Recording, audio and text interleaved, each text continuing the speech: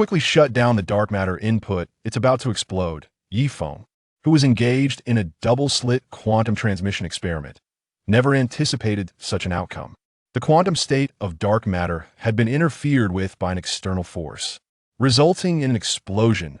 Moments later, the intense pain he expected did not occur. As he inhaled the faint fragrance surrounding him, Feng slowly opened his eyes. What? I'm not dead, I've crossed over. Did the quantum transmission succeed in such a bizarre manner? Instinctively, he began to observe his surroundings. Everywhere was adorned with soft, pink decorations. On the wall directly in front of him hung a stunning portrait of a young girl. How is it that the transmission has brought me into a girl's boudoir? And why do the objects around me seem so gigantic? Suddenly, a realization struck him as he glanced down at his hands.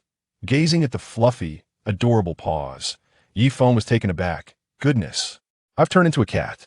Involuntarily, tears welled in his feline eyes. This quantum transmission was indeed not to be trifled with.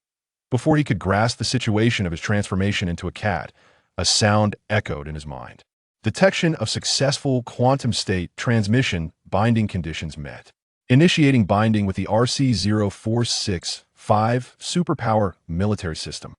As the voice faded, a purple particle cluster materialized in his mind. What? A military system? Seriously, can't you see the state of your host? I'm a cat, for heaven's sake. You expect me to manage a military system? In an instant, Feng sensed the system's awkwardness. After a brief pause, the system finally spoke. Seriously, I've seen other systems dodge their tasks, but this is absurd. After a flurry of complaints, the system settled down. Host, you've arrived, there's no turning back. Let's abandon the task. Feel free to utilize everything in the system's shop. However, neglecting research could indeed lead to demise. We'll chat later. As it spoke, the blue particle cluster gradually unfolded into the system's marketplace that Feng beheld a vast array of unlocked weaponry and technology. From laser guns to annihilation cannons, from mecha suits to battleships, encompassing everything from controllable nuclear fusion to dark matter engines. As a former scientific luminary of the Dragon Nation, he recognized the monumental significance of these technologies. In the past, he would have confidently propelled his homeland into the realm of interstellar civilization. Yet here, he was transformed into a cat. How could a mere cat mobilize national resources? And what was this nonsense about dying without conducting research? Just then, a melodious voice interrupted Feng's thoughts. Tai, where are you? Following the sound, he saw a girl clad in a purple lace nightgown approaching him. Her long, snowy legs were adorned with fluffy bunyard slippers, exuding an enchanting allure. With the scant memories of his feline form, he recalled her name, Mu Qingwei. Oh dear, Tai, why are you daydreaming here?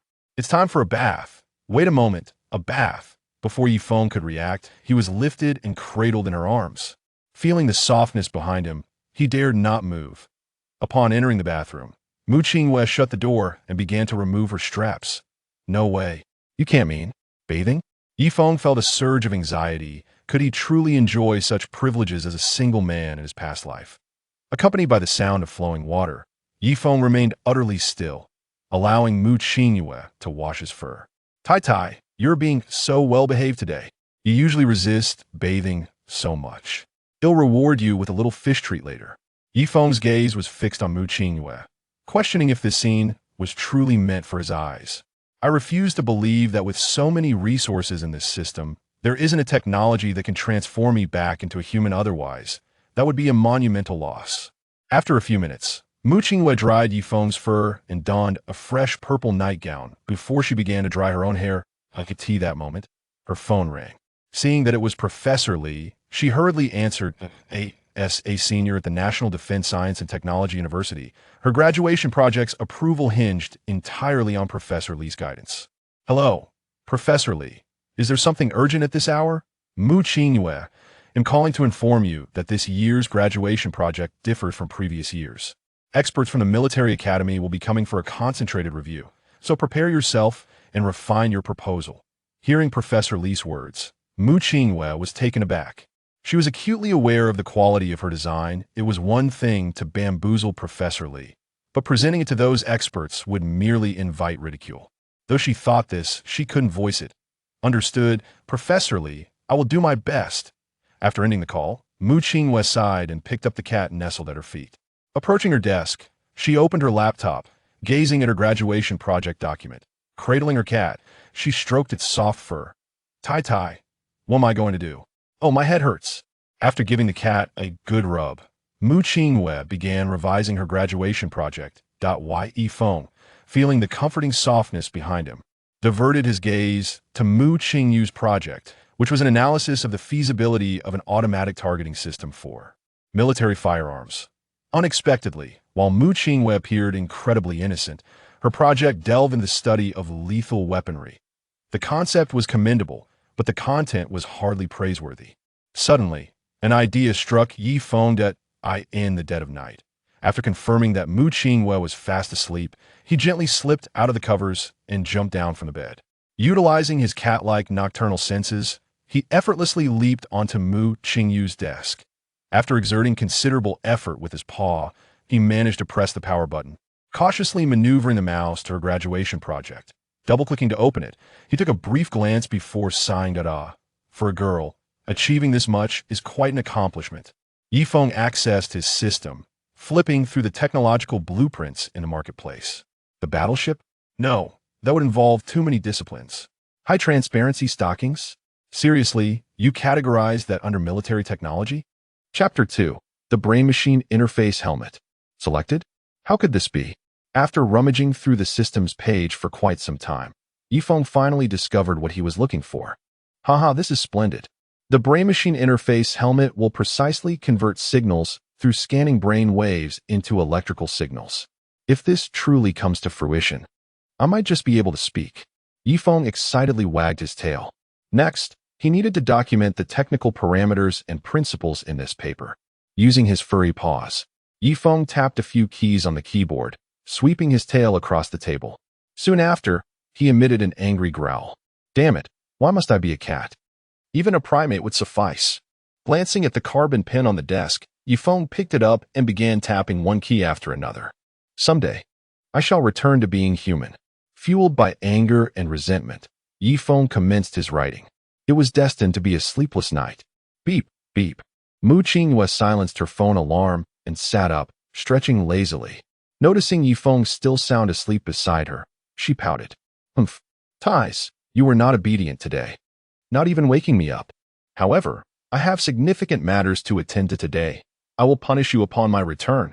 After getting ready and donning a pristine white dress that accentuated her enchanting figure, Mu Qinghua took a deep breath, retrieving the USB drive containing her thesis from the desk.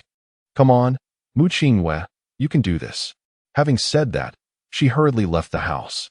Mu Qinghua's rented accommodation was not far from the National University of Defense Technology in Longwa. As she approached the school gate, she coincidentally encountered Professor Lee, who had called her the previous night. Good morning, Professor Lee. Mu Qinghua greeted him proactively. Professor Lee had always been meticulous in guiding her studies, showing no signs of withholding knowledge. Yet, given her innate talent, she often felt she was imposing upon him. Oh, Qinghua, you're here so early today. Have you revised the graduation design proposal? I have completed it according to your guidance, but I am somewhat concerned about the review from the military academy. Sensing her worry, Professor Lee reassured her, Qinghua, do not fret, be confident. I have reviewed your proposal, and it should not present significant issues. They are here to scout for good ideas. Relax. Hearing Professor Lee's words, Mu Qinghua's anxious heart calmed slightly. Yes, Professor Lee, I will strive to do my best. The National University of Defense Technology operates with remarkable efficiency. Soon, the graduation designs of this cohort were collected and delivered to the auditorium. Inside, dozens of researchers from the military academy meticulously examined each design. On the podium sat two elderly gentlemen with graying hair, alongside a general of the rank of Major General, highlighting the academy's seriousness regarding this graduation evaluation. Old Wu, what brings you here? With the recent unveiling of a new generation concept aircraft by the beautiful nation, I came here seeking inspiration. After all, they say that young people possess the most imagination. But, Old Lu, why are you from the Northern Institute here as well? How is your exoskeleton project progressing? Alas, mine is stalled. The existing designs cannot achieve the same agility as a human in a fully enclosed battle suit. I heard you were coming, so I hitched a ride. Noticing the slightly dejected expressions of Wu Qiming from the military academy and Liu Jiangwo from the Northern Institute, Major General Zhang Pingyuan of the Eastern Theater quickly intervened. Ahem, esteemed experts, please do not underestimate yourselves. I may not comprehend research, but I firmly believe your projects will succeed. At that moment, a cluster of researchers gathered below. Wow, I have never encountered such a novel concept. Look here. How is this equation calculated? A synchronization rate of 99.8 for brainwaves, with a delay of just 0.00001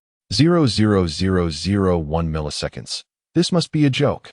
The parameters are nearly indistinguishable from direct brain operation. Observing the commotion among the researchers, Zhang Pingyuan cleared his throat. Ahem, what is happening?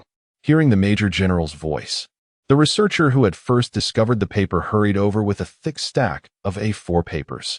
Old Wu, Old Liu, here is a graduation design that is simply too advanced. Many aspects are incomprehensible. Could you two please take a look? Upon hearing this, both men were taken aback. Accompanying them were top-tier researchers with PhDs. What kind of undergraduate design could baffle them? Old Wu donned his glasses and accepted the paper from the researcher. Detailed explanation of the brain-machine interface helmet? Good heavens! Who authored this? Such audacity! Hearing the title, Old Liu couldn't help but chuckle. They had considered this concept when designing the exoskeleton battle armor. Yet the difficulties in research made it unfeasible due to excessive brainwave latency. This graduation design demonstrates a commendable vision for future technology and deserves encouragement. However, 3 minutes passed, and Old Wu's hands had not ceased their examination of the document. Instead, his facial expressions fluctuated between gravitas and relaxation, displaying an unusual seriousness. Old Wu, what is your assessment of this? Observing Wu's demeanor, Zhang Pingyuan inquired. Old Wu, what is the verdict? Before Zhang Pingyuan could finish, with a resounding thud, Old Wu slammed his hand on the table. No one who has seen this graduation design is permitted to leave. Immediately surrender your phones. Subsequently, Old Wu turned to Zhang Pingyuan. Commander Zhang, I propose we conduct a thorough investigation of all personnel who have come into contact with this graduation design. We have stumbled upon a treasure. Casting a glance at the author of the graduation design, Mu Qingwei, whose name suggested she was a young woman, Zhang Pingyuan took this matter seriously and promptly ordered the soldiers accompanying him to seal off the entire auditorium. Meanwhile, Mu Qingwei was engrossed in gossiping with her friend. Suddenly, her phone rang. It was Professor Li. Startled, she quickly answered. Hello, Professor Li, what is the matter? Mu Qingwei, hurry to the auditorium. Your graduation design has been selected. What? Selected? How could this be? Don't panic. Stay composed. Rush to the auditorium now. All right, Professor Li, I'm on my way. After hanging up, the thought of her less-than-stellar self-targeting system loomed over her, along with the prospect of defending her work in front of so many esteemed individuals. Each step felt exceedingly heavy. This is a disaster, a complete disaster. What am I going to do? Chapter 3. This is truly not my doing. Mu Qingyue felt as though she had traversed an interminable path to the reporting hall. Upon finally arriving at the entrance, she was greeted by the imposing sight of armed soldiers stationed at the door. It was evident that the graduation defense, involving the military academy, was decidedly different from the norm. Students, entry is temporarily prohibited. Please maintain your distance. A soldier approached to usher her away, and Mu Qingyue's heart raced with anxiety. In a voice scarcely louder than a whisper, she cautiously inquired, I am Mu Qingyue. Our professor called and informed me to come here for the defense. Upon hearing her name, the soldier's demeanor softened immediately. Oh, so you are Mu, right? Please hurry inside. Professor Wu and the others are waiting. He gestured for her to enter while simultaneously relaying via his earpiece. Report. Mu Qingyue has arrived. With a hint of trepidation, Mu Qingyue took a deep breath and stepped forward with her long, graceful legs into the reporting hall. Inside, the aisle was lined with soldiers every few meters, intensifying her already heightened nerves. As she finally entered the hall, she observed that only 3 individuals occupied the stage, alongside a solitary table and chair below. Tentatively, she peeked in. Is the graduation defense happening here? Wu Qiming, who had been intently reviewing Mu Qingyue's graduation project, lifted his head upon hearing the voice of a young woman. With a warm tone, he replied, "Indeed, Mu, please come in and don't be nervous." Once Mu Qingyue took her seat at the table, Professor Wu slowly began, "Mu, we invited you here primarily to discuss your graduation project. Would you kindly provide a brief overview?" Taking a deep breath, Mu Qingyue began to recite her project proposal confidently. The self-targeting system for firearms is achieved through the installation of. However, the three professors on stage grew increasingly anxious, realizing that her project bore no resemblance to the one they held in their hands. Wu could no longer contain himself. "Ahem, Mu Qingyue, are you perhaps confusing your graduation project with another? There is another one, another." Mu Qingyue's head was swirling with confusion. Wasn't her project centered on the self-targeting system for firearms? Why was there mention of another? No. My graduation project is titled Feasibility Analysis of Self-Targeting Systems for Military Firearms. There is nothing else. Upon hearing this, Wu hastily examined the cover of the graduation project in his hands. Indeed, it is addressed to Mu Qingyue. Could it be a case of mistaken identity? Mu, may I ask how many students in your department share the name Mu Qingyue? Just me, she exclaimed. Is there a problem, teacher? Wu's brow furrowed at her response, and he descended from the stage to hand Mu the cover and proposal of the graduation project. "Mu, I must ask you to answer truthfully. Did you complete this project independently? Did you have someone else write it for you?" Confronted with Wu's serious demeanor, Mu Qingyue panicked. What was happening? How could they suspect her of having someone else write it? This was a matter that could jeopardize her degree. Quickly taking the cover and proposal from Wu, she examined the details.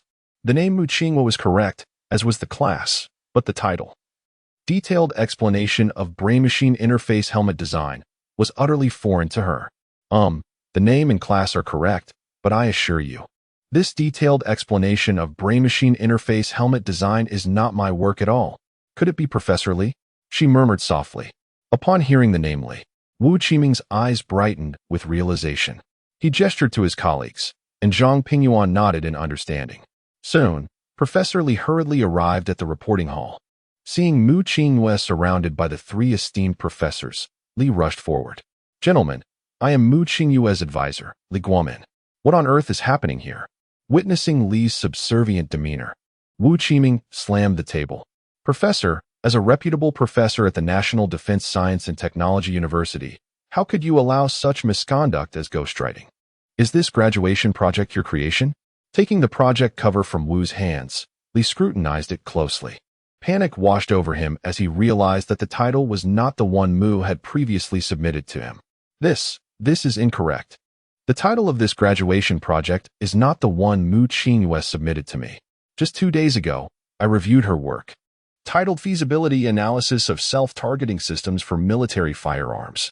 Have you made a mistake? Seeing the disbelief in Li's eyes, Wu Qiming was convinced he was not lying. Yet, he remained dissatisfied. The contents of the detailed explanation of brain-machine interface helmet design were far too significant. The technology described was groundbreaking, and even he struggled to grasp certain aspects. If they could uncover the true author of this paper, the military prowess of Longwo would ascend to unprecedented heights. "Are you certain you had no involvement in this project?" "Comrade, I assure you, I did not. I swear on my career." A heavy silence enveloped the reporting hall. After a moment of contemplation, Zhang Pingyuan stepped forward. "Mu Qingyue, is there a possibility that your project was switched with someone else's? Or perhaps someone enamored with you secretly assisted in creating another design?" Now it was certain that neither Mu nor Li had seen this design, leading to the only conclusion: someone must have tampered with the submission of this project. Mu Qingyue's face flushed crimson at Zhang's inquiry. She had been single for so long that the notion of someone having feelings for her seemed absurd. I don't believe so. I only transferred my thesis to a USB drive last night and carried it with me this morning. No one had access to it. And I live alone in a rented apartment. There are no roommates to consider." The hall fell silent once more. "Do you have surveillance cameras at your home?" Zhang Pingyuan pondered aloud, realizing that if there had been no alterations to the USB drive, The only potential lead remained at her residence. Yes, let me check, she replied, opening an app on her phone to review the previous night's footage. Chapter 4. The Black Cat, the White Cat, and the research cat. The progress bar advanced rapidly.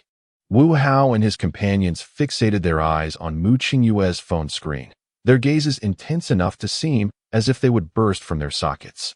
The proximity caused a rosy hue to bloom on Mu Qingyue's cheeks. Suddenly, at 1:45:26 a.m., a cat leaped onto Mu Qingyue's desk. It bizarrely opened the computer and accurately entered the password. No way, TT. How could it? Wu Lao's mouth hung open, his dentures nearly falling out. This is utterly unscientific. A cat can operate a computer and remember passwords. Wu Lao rubbed his eyes, insisting it must be a coincidence. Yet, the cat began to stroll back and forth, picked up a pen, and deftly deleted Mu Qingyue's paper. Then, it began to type, one key at a time. How is this possible, TT? You? Mu Qingyue screamed, dropping her phone to the floor. She could hardly believe that the companion she spent her days with, TT, was a highly intelligent cat capable of writing papers. Suddenly, she recalled TTI's unblinking gaze from the previous night while she was bathing, and her face flushed deeply. Zhang Pingyuan regained his composure and picked up Mu Qingyue's phone from the floor. Being a soldier, he had encountered all manner of bizarre phenomena, and though this situation was strange, he was determined to uncover the truth. He zoomed in on the surveillance footage. Faintly discerning the text on the screen, detailed design of brain-machine interface headset. Indeed, the cat had typed each word. He then handed the phone to the nearby Wu Lao and Lu Lao. The two men removed their glasses, squinting through their presbyopia to scrutinize the text on the screen. It truly was the cat that had written it, and this was utterly unscientific. Wasn't it said that after the establishment of the New Long Kingdom, animals were not allowed to attain intelligence? Lu Lao was aghast.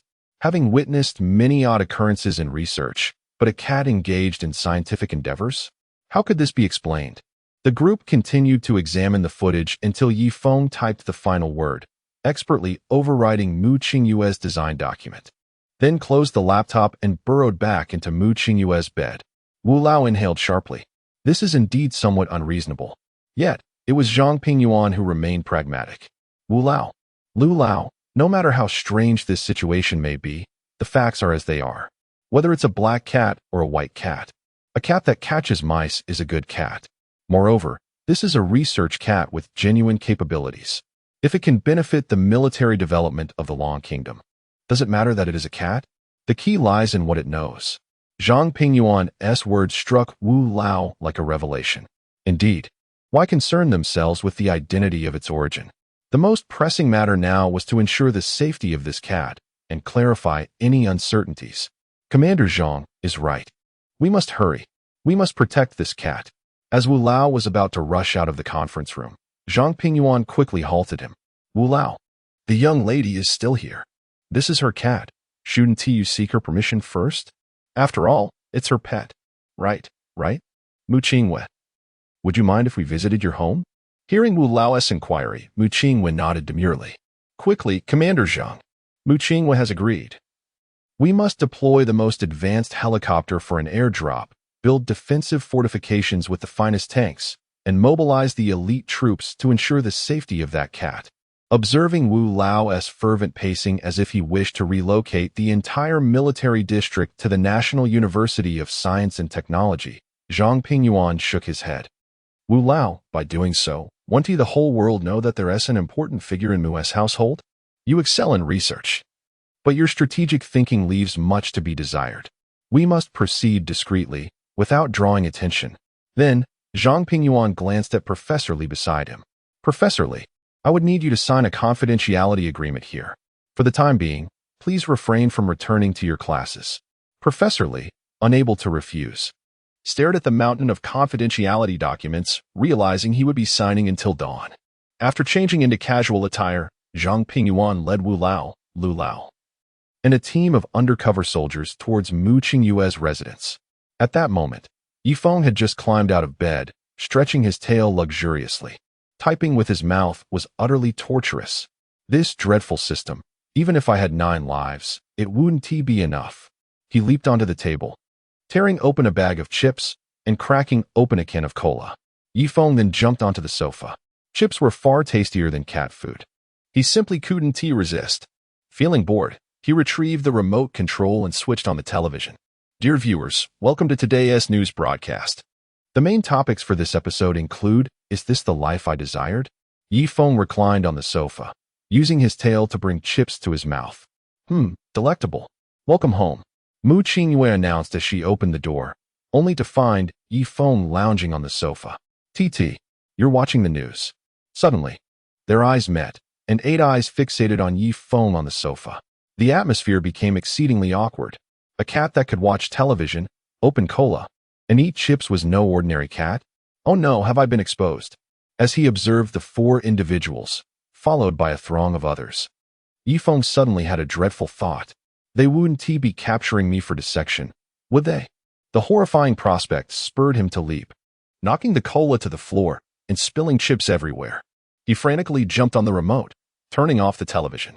Next, like a frightened kitten, he leapt into Mu Qingyue's embrace, pressing against her while meowing pitifully, his large round eyes gazing up at her with innocence, as though seeking comfort for his perceived transgression.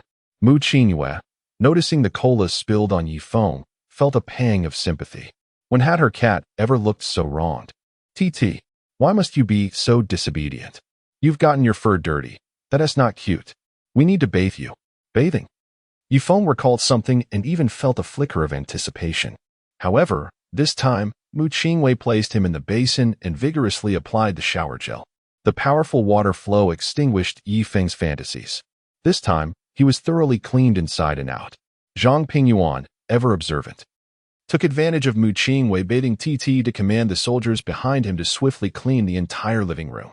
After some time, a dried-off Yifeng was cradled by Mu Qingyue on the sofa. Wu Lao could no longer contain his impatience. Chapter 5. Humans allowed, pets not. Old Wu leaned closer to Yifeng, inquiring about the arrangement of the super brainwave detection sensors and the specific architecture of the W64S chip. He asked if the helmet wearer would need to shave their head, just as Yifeng, who had just settled onto the sofa, was bombarded with a series of questions. He was left bewildered.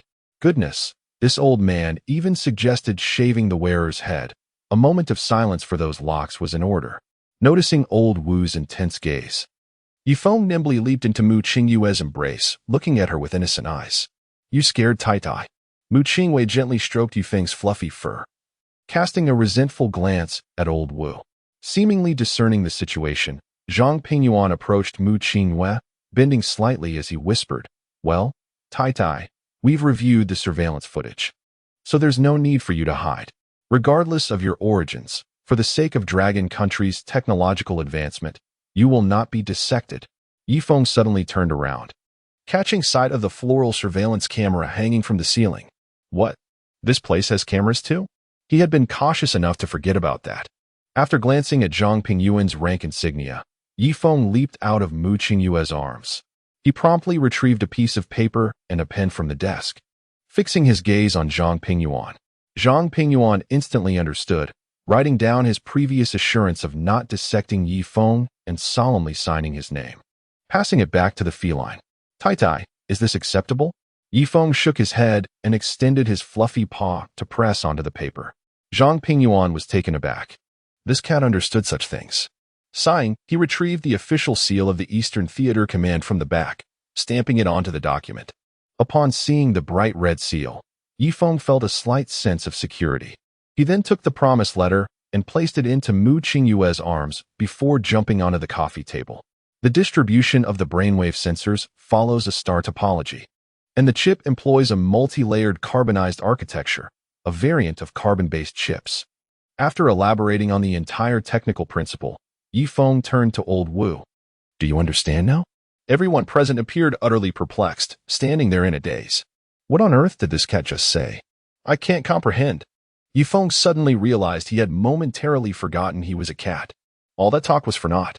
He scratched his head vigorously with his paw. Yifeng hopped onto the writing desk, knocking over the ink and using his tail to write lab on the ground. This scene astonished Zhang Pingyuan. He had almost misunderstood Tai-Tai. This cat was something special. No problem in the lab, I assure you. The most advanced facilities of the Eastern Theater Command's Research Institute are at your disposal. Yifeng nodded and then looked at Mu Qingyue. It's all right. Mu Qingyue will accompany you. If you're worried, I can arrange a position for her in the command, guaranteed. Upon hearing this, Mu Qingyue's eyes widened. Her Tai was being offered a stable position in Dragon Country, but that wasn't all. She noticed her Tai looking at Old Wu, then pointing its tail at Mu Qingyue. Old Wu appeared bewildered. Did Commander Zhang not say, "Allow her to accompany you"? What does this mean? Seeing Old Wu's dazed expression, Yifeng retrieved a discarded draft from the trash can and pointed at the SHE sketched on the ground. What? You want to take the paper ball with you? What nonsense. I altered someone's graduation project. Surely you can't let her miss out on her degree? Noticing Old Wu's lack of understanding, Yifeng emitted a low growl of frustration. Zhang Pingyuan pondered, glancing at Old Wu. I believe Taidi's intention is related to this young lady's graduation project. Old Wu's eyes lit up with realization. Rest assured, her degree is secured. If she doesn't mind, she can become my student, pursuing both master's and doctorate. Yifeng nodded, then wrote "Go" on the ground before turning to leave. Tai. Yifeng abruptly turned back as Mu Qingyue, hands on her hips and breathing heavily, pouted. Who told you to knock over the ink? Now you're all dirty. Go take a bath. Before Yifeng could react, Mu Qingyue whisked him towards the bathroom. Zhang Pingyuan shook his head, once more instructing the guards to clean the room. One guard muttered, "So now I'm a janitor, huh?" This time, Yifeng was scrubbed even more vigorously by Mu Qingyue for coming off in clumps. Nearby, Lu Jiangwo, seeing Yifeng preparing to leave with Old Wu, thought it imperative to report this matter to the Institute. If this cat truly managed to develop the thought-controlled helmet, his Northern Institute must seize the opportunity. Commander Zhang.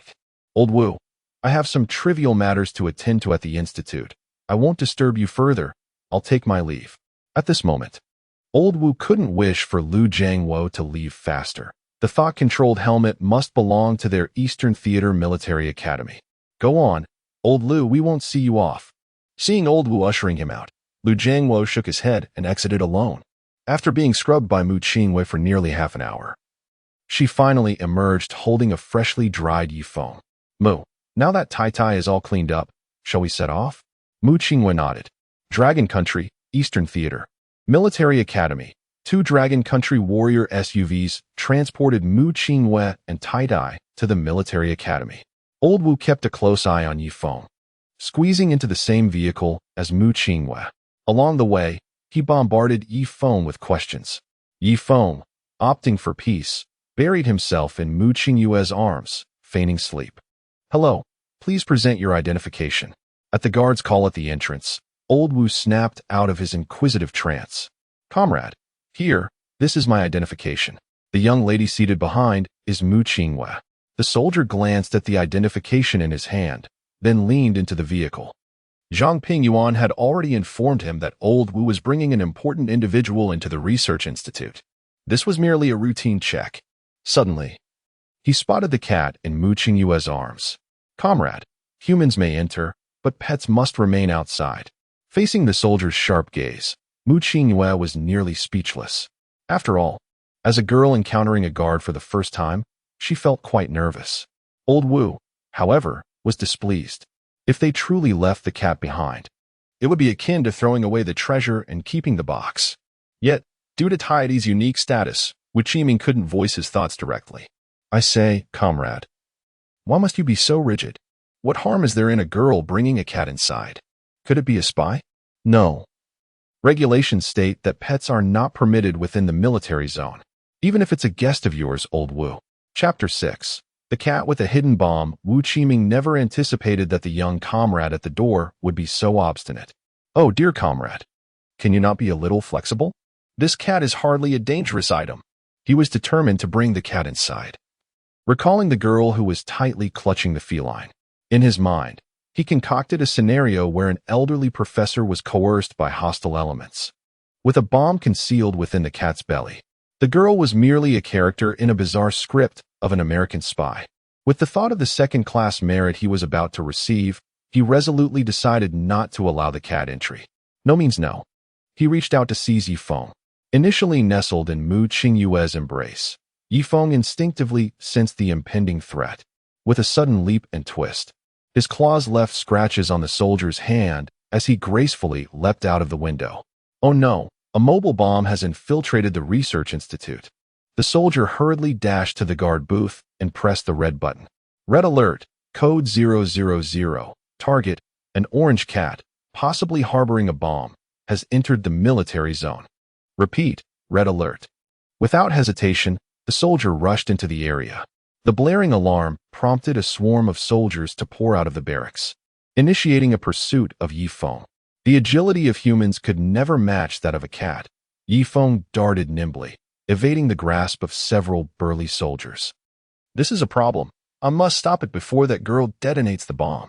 He raised his firearm, repeatedly aiming and pulling the trigger. Just as Yifeng was leaping energetically, an icy chill enveloped him. All his fur stood on end. It was the first time since becoming a cat that he felt such an overwhelming sense of impending doom. Bang! A bullet hurtled toward Yifeng at an alarming speed. Instinctively, he dodged, feeling the rush of air as the projectile whizzed past his fur, embedding itself in the ground and kicking up a cloud of dust. How dare you discriminate against my kind? I am merely a cat. What treachery have I committed? The soldier, preparing to fire again, was halted by a commanding voice that demanded everyone stand still. Cease this at once. Zhang Pingyuan had previously briefed the guard and drove into the military zone, expecting Wu and the others to follow shortly.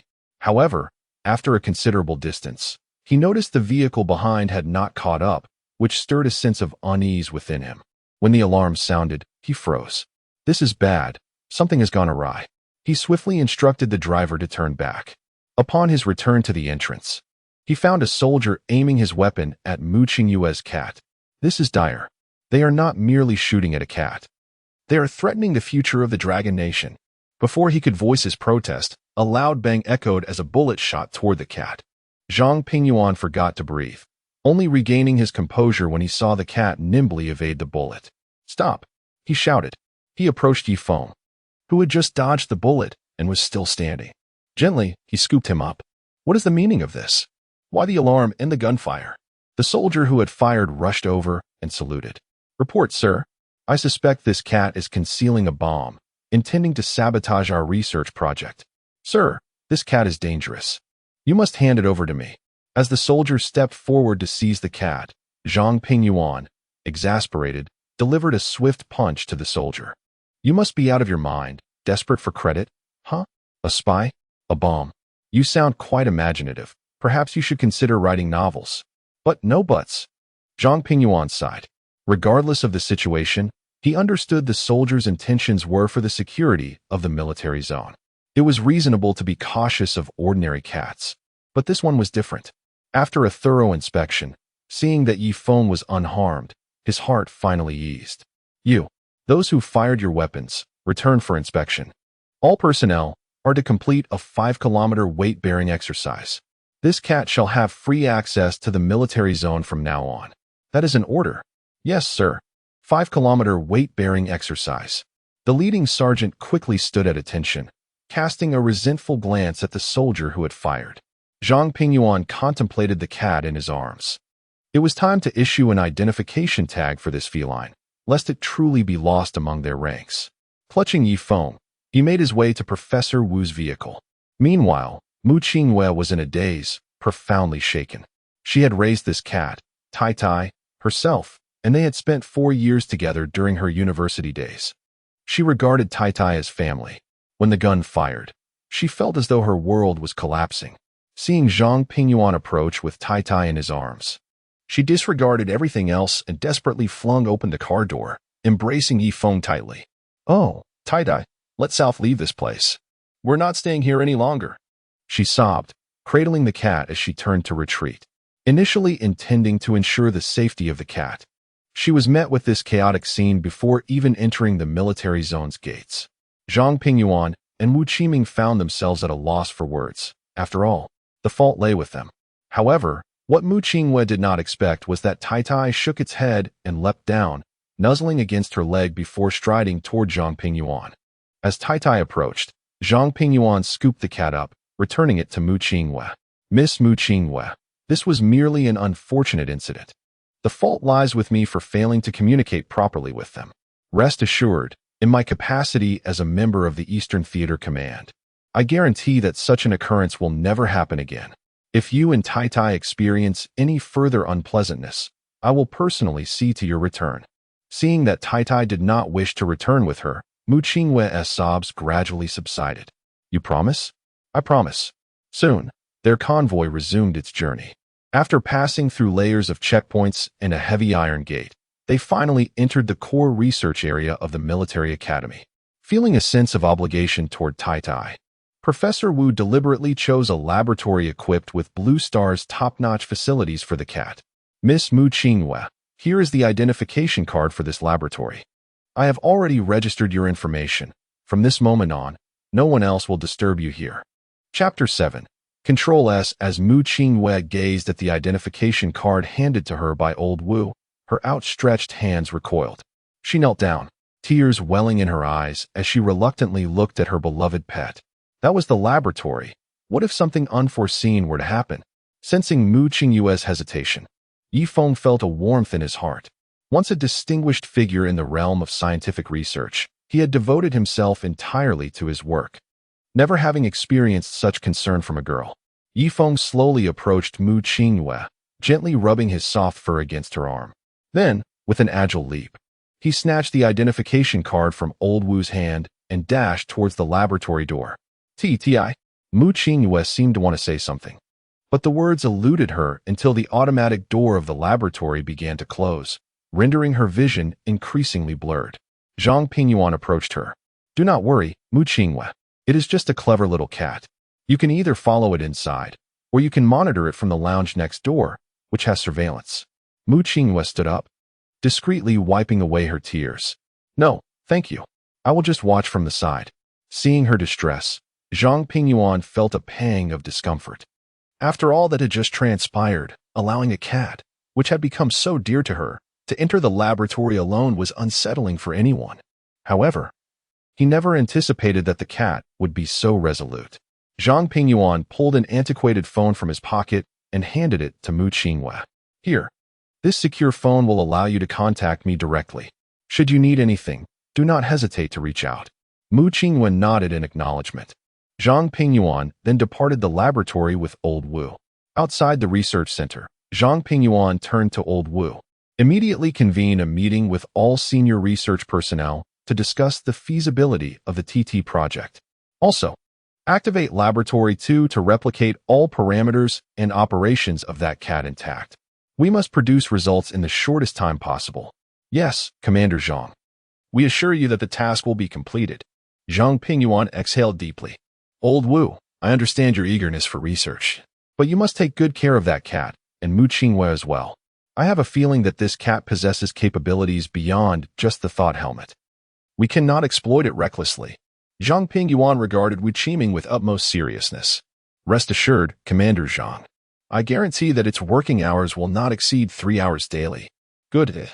Old Wu, I leave this matter in your hands. I shall return to the military district now. Understood, Commander Zhang. You can rest easy. As Zhang Pingyuan's vehicle drove away, Old Wu turned to Zhao Yong beside him. Zhao Yong, refer to this document and organize personnel immediately to utilize the facilities in Laboratory 2 to replicate the data from Laboratory 1. Additionally, set the power supply limit for Laboratory 1 to 3 hours. As Zhao Yong flipped through the pages, his eyes widened in astonishment. Old Wu, whose graduation project is this? It's practically worthy of a Nobel Prize. Do not ask unnecessary questions. Just go. Yes, Old Wu. Soon, nearly all researchers from the Eastern Theater Command were mobilized, diving into the operations of Laboratory 2. Meanwhile, as Feng entered the laboratory, he beheld an array of foreign equipment that was under embargo in Longhua. His heart raced with excitement. Indeed, the Longhua Military Academy possessed some remarkable apparatus. Before him stood fully automated robotic arms, high-precision CNC machines, miniature design workstations, and even a 7-nanometer lithography machine. This setup enabled a seamless integration from material input to production. Although the equipment could be deemed antiquated, it was nonetheless functional.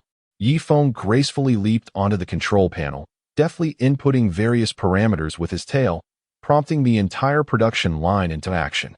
2 hours later, 2 sets of small mechanical paws, each with 5 fingers and capable of 64 phase movement, were produced. Feng donned the mechanical claws on his forelimbs, testing their movement.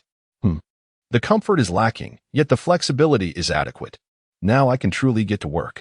It would be a joke to rely on his tail and natural claws to program anything. It would take an eternity to achieve anything worthwhile. Then, Feng squatted before the computer keyboard, his mechanical clawed fingers dancing across the keys with remarkable agility. Efficiency was indeed enhanced with 10 fingers. As he watched line after line of code swiftly appear, Feng joyfully swayed his adorable rear. Warning, laboratory power supply is about to be interrupted. Please save your work. Warning, laboratory. Hearing the sudden alarm echo within the laboratory, Feng froze in shock. What? This place in Longwood cannot even manage its own power supply. That shouldn't be the case. Frantically pressing Control S, the entire laboratory was engulfed in darkness. Under the dim glow of the indicator lights, Feng's feline eyes shone with an orange hue. Utilizing his acute nocturnal vision, he opened the laboratory door. In the adjacent lounge, Mu Qingwei watched in disbelief as TT jumped and maneuvered around the equipment on the surveillance monitor. It even sat at the computer, typing away. Was her pet truly this extraordinary? Suddenly, the laboratory was plunged into darkness, causing her to leap from her chair in alarm. Was TT in danger? TT, TT. Mu Qingwei frantically pounded on the laboratory door, calling out Feng's name. When the door finally swung open, and she saw Feng's silhouette, she rushed forward and embraced him tightly. TT, we're not doing this experiment anymore. Let us go home. At that moment, Old Wu approached from behind. Ha. Mu Qingwei, do not be overly anxious. We were concerned about your TT's well-being, which is why we intentionally cut off the laboratory's power supply. Earlier, Old Wu had witnessed Feng's adept handling of the sophisticated equipment on the surveillance feed, further solidifying his resolve to prioritize TTI's health. Additionally, limiting the time to 3 hours would provide ample opportunity for the team in Laboratory 2. Upon realizing that the power disruption in her laboratory was not due to an accident, but rather a deliberate action by the old man before her, Feng's anger surged. He glared fiercely at Old Wu, emitting a low growl of fury. Oblivious to the rising tension, Old Wu gently stroked Feng's head. TT, dear, let us return for the day. We shall come back tomorrow. Before long, Feng and Mu Qingwei were escorted back to the Longwa National Science University in a dedicated vehicle. Meanwhile, Zhao Yong and his colleagues in Laboratory 2 found themselves in a state of utter confusion. Chapter 8. That old man. He stole my equipment. In the second experimental room, Zhao Yong and Zhang Ming gazed in bewilderment at the 2 mechanical cat claws resting on the table before them. Zhang Ming, are you certain that all the parameters were entered correctly? Yong, I am a PhD graduate and have been working here for many years. How could I possibly make such an error? I assure you the data input matches that of the first experimental room precisely. Zhao Yong picked up the detailed design explanation handed to him by Old Wu, scrutinizing it closely. Wait, this is not consistent with the design drawing. Perhaps something was omitted in the drawings? Just follow the commands. If something goes awry, the higher-ups will take the blame. Indeed, let us proceed. Although he spoke with bravado, Zhao Yong felt an unsettling trepidation within. Such a minuscule contraption hardly seemed fit for human use. Thus, each day, a dedicated vehicle would transport Mu Qingwei and Feng, returning them 3 hours later. Over time, the guards became familiar with this frequently visiting feline, occasionally tossing it a piece of sausage. Each time, Feng would shake his head in refusal, joking that such additives were unsuitable for its delicate constitution. After more than 20 days in the second experimental room, they finally succeeded in replicating Feng's creation. At that moment, Old Wu, Zhang Pingyuan, and the laboratory staff gathered around a small table. Upon it lay the 2 mechanical cat claws and an incredibly futuristic circular mechanical device. Old Wu picked up the mechanical ring, scrutinizing it under the fluorescent light. Are you certain this is a mind control helmet? Have you not made an error in the parameters? Old Wu, you are unjustly accusing us. I meticulously replicated the parameters from the first experimental room. Every operation was identical, and even the code was physically copied from the first room's server. Then this is indeed perplexing. Zhang Pingyuan took the ring from Old Wu, examining it from various angles before playfully placing it on his arm. He intended to compare it with his own mechanical watch from Magic City. To his astonishment, the 5 fingers of the cat claws on the table began to move. Old Wu, it's moving. It's moving. Zhang Yong's exclamation drew everyone's attention to the cat claws. They observed the claw's fingers subtly mimicking Zhang Pingyuan's gestures. This is genuine mind control, although it can only perform basic movements. This is the first wearable EEG device. Zhang Pingyuan was equally astonished by his own actions. In an instant, he envisioned the rise of mechanical warriors in Longhua. Old Wu, it's time to reveal the truth to them. Tai Tai is coming today. Why not give them a surprise? Yes, indeed. There are still many principles we have yet to fully comprehend. Even if he simply types on a keyboard, we must ensure he produces results. Recently, I had a massive keyboard custom-made, which I believe will be useful. At that moment, Feng, still peacefully asleep, remained unaware of the plans unfolding around him. Yesterday, he had finally completed his first creation since his arrival in this world. As a cat, the intense mental activity over the past 20 days had left him with a headache. Mu Qingyue chose not to disturb him, gently cradling him as she boarded the vehicle to the military academy. However, upon entering the military academy, Mu Qingyue was escorted by a staff member into a vast conference room filled with esteemed scholars, their hair a cascade of gray. The sight of a young girl entering with a sleeping cat instantly caused a stir in the assembly. Whose little girl is this? How did she gain access to such a high-level meeting? Is she here to showcase her pet? Don't meddle in affairs that don't concern you. Isn't this meeting classified as top secret? Even if she were here to garner attention, she shouldn't bring her pet. Listening to the murmurs from the conference table, Mu Qingyue cautiously chose a discreet corner to sit. Her heart raced with anxiety, finding solace only in the slumbering Tai Tai in her arms. Just then, Zhang Pingyuan and Old Wu entered the conference room, immediately spotting Mu Qingyue hiding in the corner. It was impossible to overlook her beauty amidst the gathering of elderly scholars. Zhang Pingyuan gestured for Mu Qingyue to come to the front table. She fervently shook her head, her long, dark hair swaying adorably. Zhang Pingyuan chuckled and took his seat at the head of the table. The room fell silent. Comrades, let us commence the meeting. I trust everyone has signed the highest confidentiality agreement before entering. I need not emphasize the importance of today's meeting. Recently, we obtained groundbreaking design materials. Please take a look. Shortly thereafter, the large screen in the conference room displayed Feng's detailed explanation of the brain-machine interface helmet. As the audience observed the design parameters and EEG amplification power, chaos erupted. Is this a joke? Presenting something from a science fiction novel at such a significant meeting is utterly inappropriate. My parameters are even more exaggerated. The content here is completely detached from reality, sheer fantasy. I have been researching brainwaves for over 20 years, and even the most advanced technology in the beautiful country pales in comparison to what is mentioned here. The idea is promising. Perhaps in a decade or two, we might reach such a level. Is this the girl-esque graduation project? Who is she? Surely she wouldn't seek recognition at such a high-level meeting. The room buzzed with fervent discussions, most attendees dismissing the ideas as fanciful. Some prominent figures cast derisive glances at the girl cradling the cat. Mu Qingyue's face flushed crimson. Feeling as though she were under scrutiny, her discomfort palpable. Seeing the situation spiraling out of control, Zhang Pingyuan stood. Comrades, I understand that you find the contents of this design explanation hard to believe, but we have already achieved preliminary results. Zhang Pingyuan glanced at Old Wu, who nodded in affirmation before placing a safe on the conference table.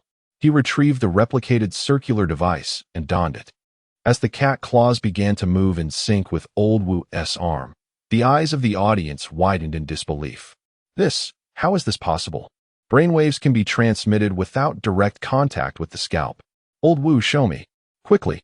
Almost simultaneously, the crowd surrounded Old Wu, their excitement causing a commotion that stirred the sleeping Feng in Mu Qingyue's arms. Upon awakening, he instantly spotted the device on old Wu's arm, exclaiming, "What the? That old man.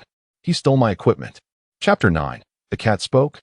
As Mu Qingyue felt the gentle stir of her beloved pet, Tai Tai, awakening in her arms. She tenderly stroked its fur.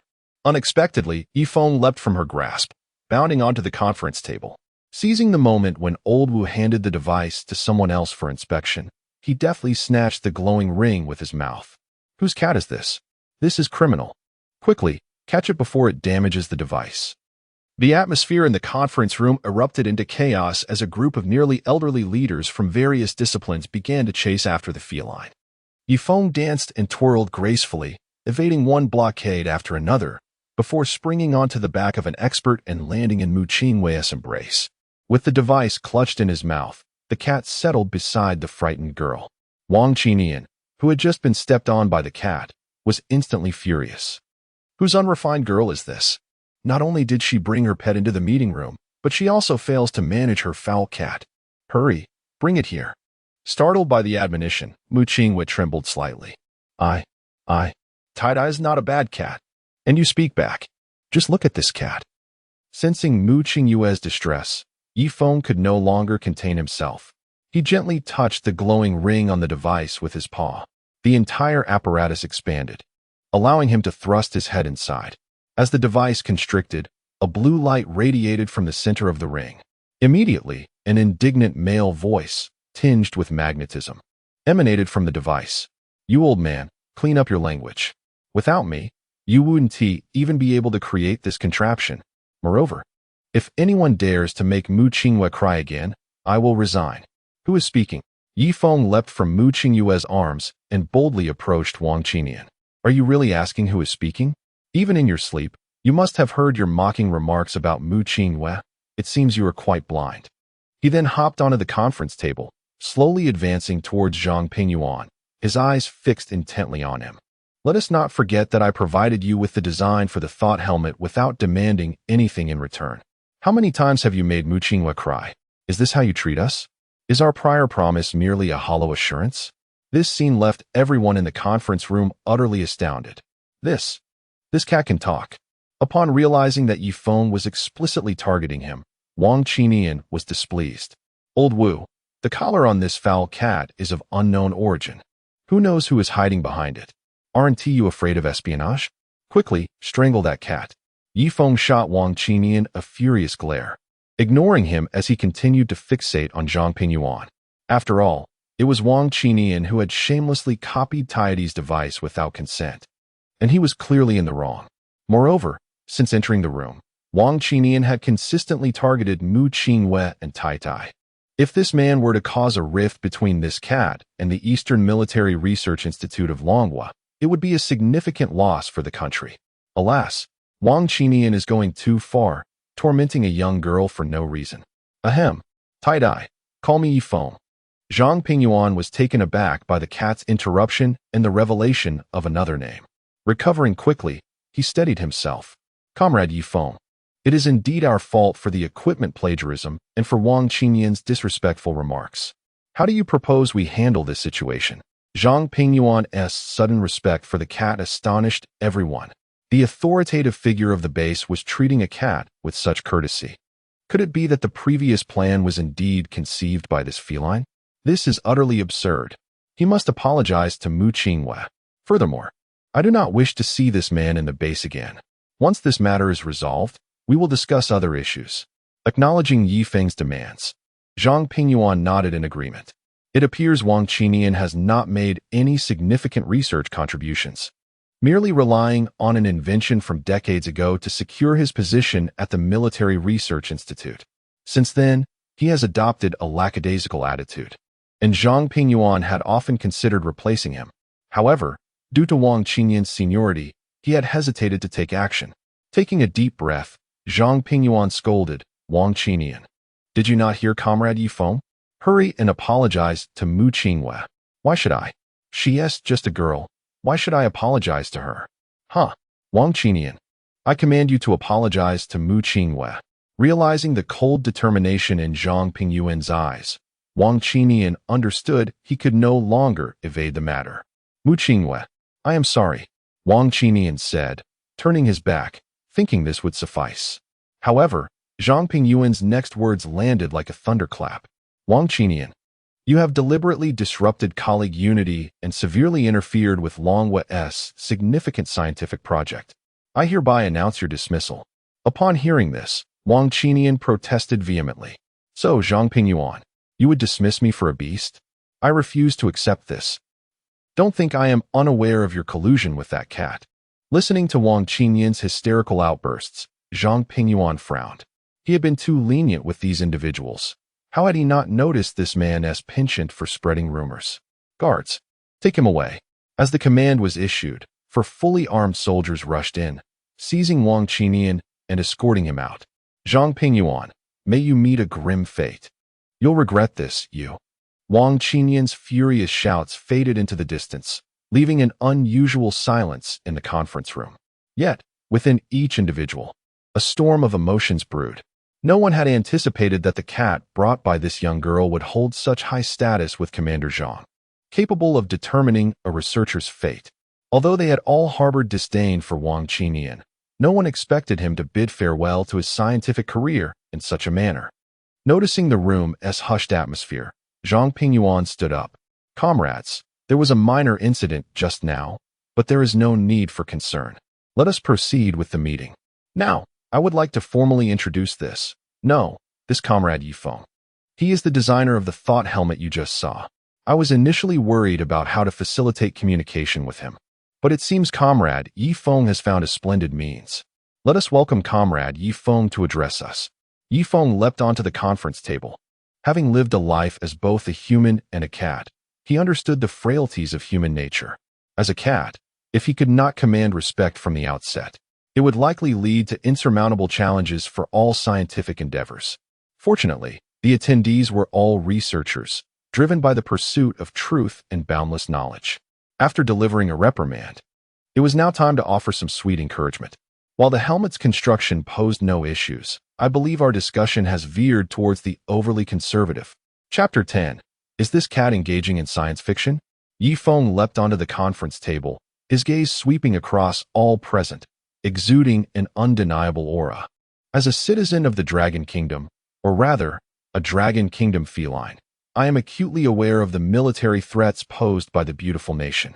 If they can come to us, why should we not venture to them? Our next generation of fighter jets will not only possess full-spectrum optical stealth capabilities and the ability to operate in space, but will also feature advanced drone coordination capabilities. Furthermore, they will be equipped with high-energy laser weapons, hypersonic cruising technology, massage seats, booming bass sound systems, and dazzling ambient lighting. As Yi Feng spoke with fervor, Old Wu began to feel uneasy. They were in the midst of developing sixth-generation fighter jets, and their current progress was merely at the conceptual validation and design stage. According to Yi Feng, could such a fantastical creation truly come to fruition? And what was this about installing ambient lighting in the cockpit? Massage seats? These aircraft are for combat, not joyrides. Beyond that, we also aspire to launch a star destroyer capable of eliminating the beautiful nation in a single shot. The truth exists only within the range of artillery. Once the star destroyer ascends, the beautiful nation will only be fit for dancing. The audience listened, increasingly perplexed by the absurd sci-fi concepts being presented, their brows furrowing in disapproval. Was this truly research, or merely the fabrication of a science fiction narrative? The confidentiality agreements established before this meeting were intended to prevent such nonsensical musings. Certainly, a cat capable of thoughtful speech warrants discretion, but we are a military academy. Our objective is not to indulge in grandiose tales. The creations we develop must be tangible and ready for real conflict against the beautiful nation. This is utterly preposterous. As Yi Feng recounted his vision, he noticed the frowns of discontent deepening among the audience. Zhang Pingyuan felt a twinge of doubt as well. Could it be that Yi Feng was merely mocking them? The concepts he presented were reminiscent of those found solely in the realm of science fiction. Cough, cough. Comrade Yi Feng, your speech is truly invigorating. However, as a cat, you may not fully grasp that our human endeavors in research require a grounded approach. At the mention of our human endeavors, Yifeng felt a slight sting of offense. Yet, upon reflection, a talking cat is indeed peculiar, and coupled with such anachronistic proposals, it is understandable that one might feel out of place in this exchange. Sigh, he would need to present something substantial. Otherwise, he was uncertain he could traverse this reality again. Commander Zhang, I understand that this may seem distant for you. Allow me to provide you with the specific design parameters, manufacturing processes, and mold specifications for the thought helmet this evening. Additionally, grant me 7 days, and I shall present something that will convince you. Zhang Pingyuan nodded slowly. While Yifeng's claims were somewhat outrageous, what if he could indeed deliver something extraordinary? If a cat could speak, what else might be possible? Very well. Comrade Yifeng, you demonstrate remarkable courage. This can be considered a military order. I assure you that within these 7 days, everything you require will be made available by the Eastern Military District's Academy of Military Sciences. All present shall comply with your directives, without exception. Zhang Pingyuan's gaze swept the room, and he issued a firm command. During this period, all personnel must cooperate with Comrade Yifeng without prejudice. Failure to comply will result in severe consequences. With the military chief's decree, the audience had no choice but to comply. No need. As long as they can grasp the concept of my thought helmet, that will suffice. A wave of confusion washed over the assembled dignitaries. Were they truly being scorned by a cat? This was utterly humiliating. How could something so trivial as a helmet be beyond them? They resolved to prove their capabilities to this feline. Pausing for a moment, Yifeng seemed to recall something and cast a mournful glance at Old Wu. By the way, please do not attempt to create it in secret. You won't be able to replicate my airbag massage function for the translation device, will you? Old Wu appeared bewildered.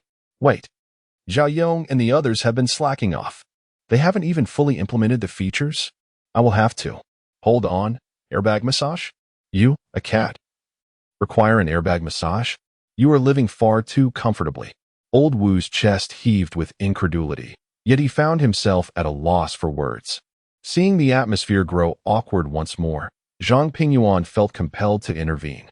Since aligning himself with this cat, he felt he had lost the demeanor of a commander, instead resembling a frantic firefighter. Cough, cough. Comrade Yifeng, please rest assured.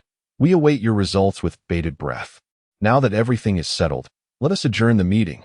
Upon hearing the word adjourn, the audience hurriedly exited the conference room. This confidentiality meeting had been utterly stifling and surreal, leaving them feeling scorned by a cat. What a bizarre predicament. Once everyone had vacated the hall, Mu Qingyue could no longer contain her suppressed tears and began to weep openly. Wah, Tai Tai, where have you gone? Wah. Mu Qingyue was heartbroken. She had clearly heard her beloved cat refer to herself as Yifeng. When this cat had helped her with her paper, she had sensed something was amiss, but she had been reluctant to acknowledge it.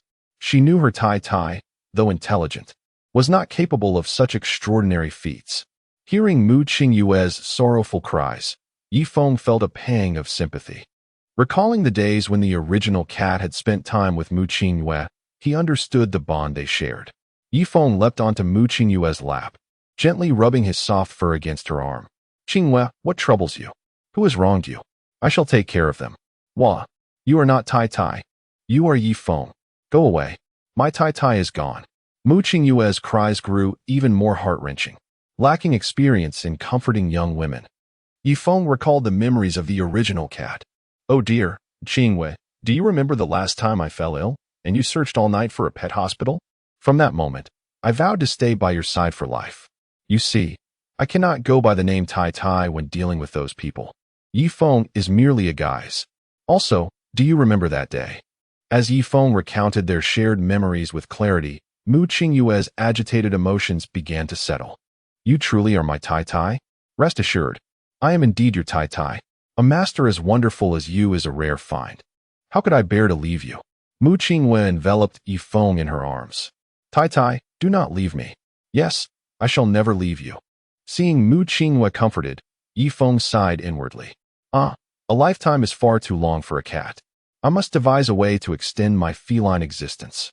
That evening, Yifeng meticulously prepared the detailed production process for the thought helmet and sent the information to Wu Qiming. However, This exceptionally thorough design documentation left many of the esteemed scientists scratching their heads in confusion. Chapter 11. Is this what you call a toy? TEW8. What an unfamiliar formula. How does this theoretical design not align with what I have learned? What have I been studying all these years? This helmet design even involves quantum entanglement. A group of experts is scratching their heads, not because Feng's design and manufacturing process lacks detail, but because the underlying theories are far too advanced, some even yet to be proposed. Should we consult that cat? No way, that would be too embarrassing.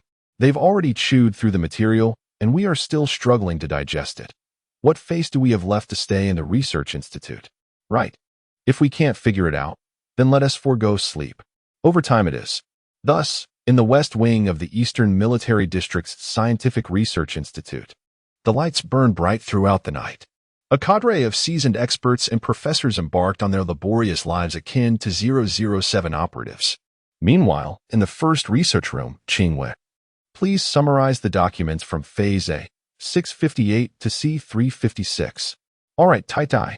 To prevent Mu Qingwei from overthinking and to secure a reliable research assistant, Feng brought Mu Qingwei into the laboratory to manage all technical documents. During idle moments, he could also elucidate some theoretical knowledge to her. Holding the documents, Mu Qingwei gazed at Feng, who was skillfully operating the 3D printer, and feelings of admiration began to blossom within her. Those whimsical ideas, the meticulous care, and the vast knowledge he possessed. If Tai were a person, I would be willing. Mu Qingwei murmured softly, only to suddenly shake her head. Goodness, what am I even thinking? Tai is just a cat. Shaking off her unrealistic thoughts, Mu Qingwei placed the documents into the confidential box. 7 days later, Feng handed Mu Qingwei a sci-fi-looking, yet palpably plastic firearm. Qingwei, let us redefine firearms this time. Yes, I trust you, Tai. Soon, Zhang Pingyuan received a call from Mu Qingwei.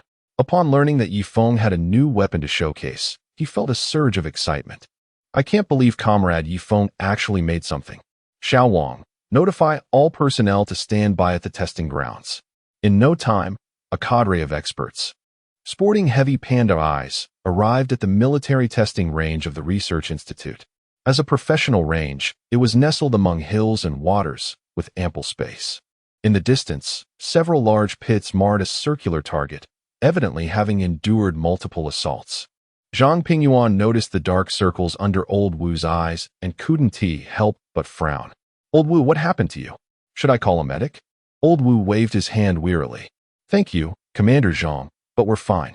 By the way, did you summon us for something? We need to quickly discuss that proposal. Oh, that's good.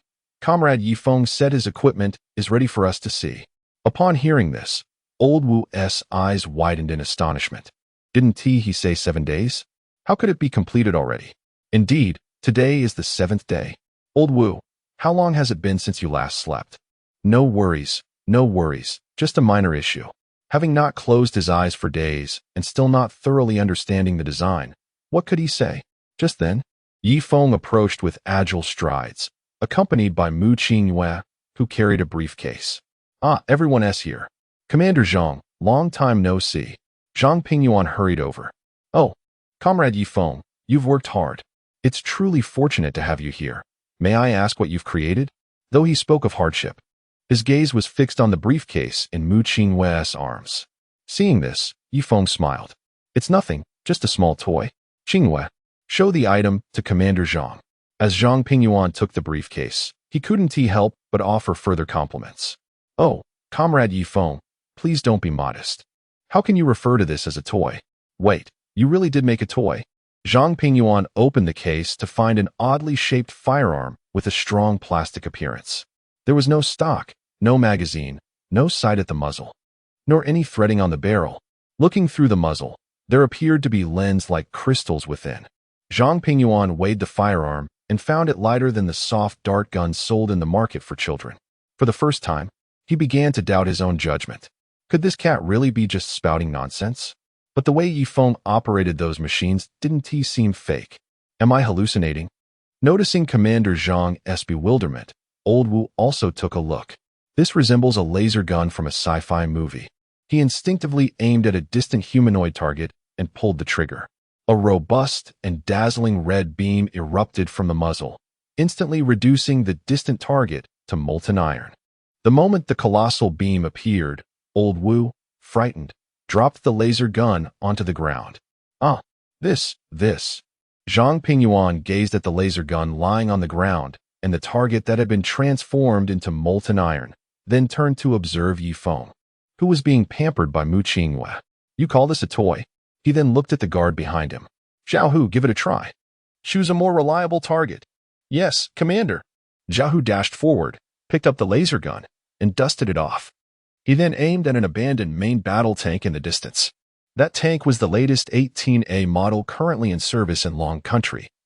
Merely sidelined here because its transmission system was faulty, having been designated as a target by Zhang Pingyuan. Without a moment's hesitation, he assumed a professional shooting stance and pulled the trigger. At the moment the trigger was pulled, the same red beam shot forth, with no delay whatsoever, piercing a massive hole through the tank. The edges of the perforated armor dripped molten steel. Everyone present stood frozen in place. This laser gun is utterly monstrous. If every soldier in Long Country were equipped with one, who would need army groups? Even helicopters would be brought down. Zhang Pingyuan felt an exhilarating rush. Such an incredible device must remain in my Eastern Military District, and I will ensure it is fully adopted before reporting it. He crouched beside Mu Qingyue, gazing at the cat licking her delicate arm. Comrade Yi Feng, I apologize for my earlier demeanor. May I ask, can this weapon be mass-produced for us? Rest assured, just name your price, and I won't blink. Zhang Pingyuan's eyes were filled with seriousness. He understood the significance of this weapon for Long Country, and he was willing to pay any price to acquire it. Yi Feng shook his head. Is that all? Are you not going to try the charging mode? Chapter 12, Ambient Lights. Intensify. What? There's a charging mode? Zhang Pingyuan suddenly stood up, exclaiming in astonishment. Yi Feng leaped down from Mu Qingyue, shaking his tail. By fully pressing the trigger, one could activate the charging mode, which would automatically launch once it reached its maximum capacity. However, after charging, it would likely require a recharge. Oh, and just a reminder, it's best to wear sunglasses while observing. After saying this, Yi Feng jumped back onto Mu Qingyue. It must be said, being held in someone's arms was far more comfortable than standing on all fours.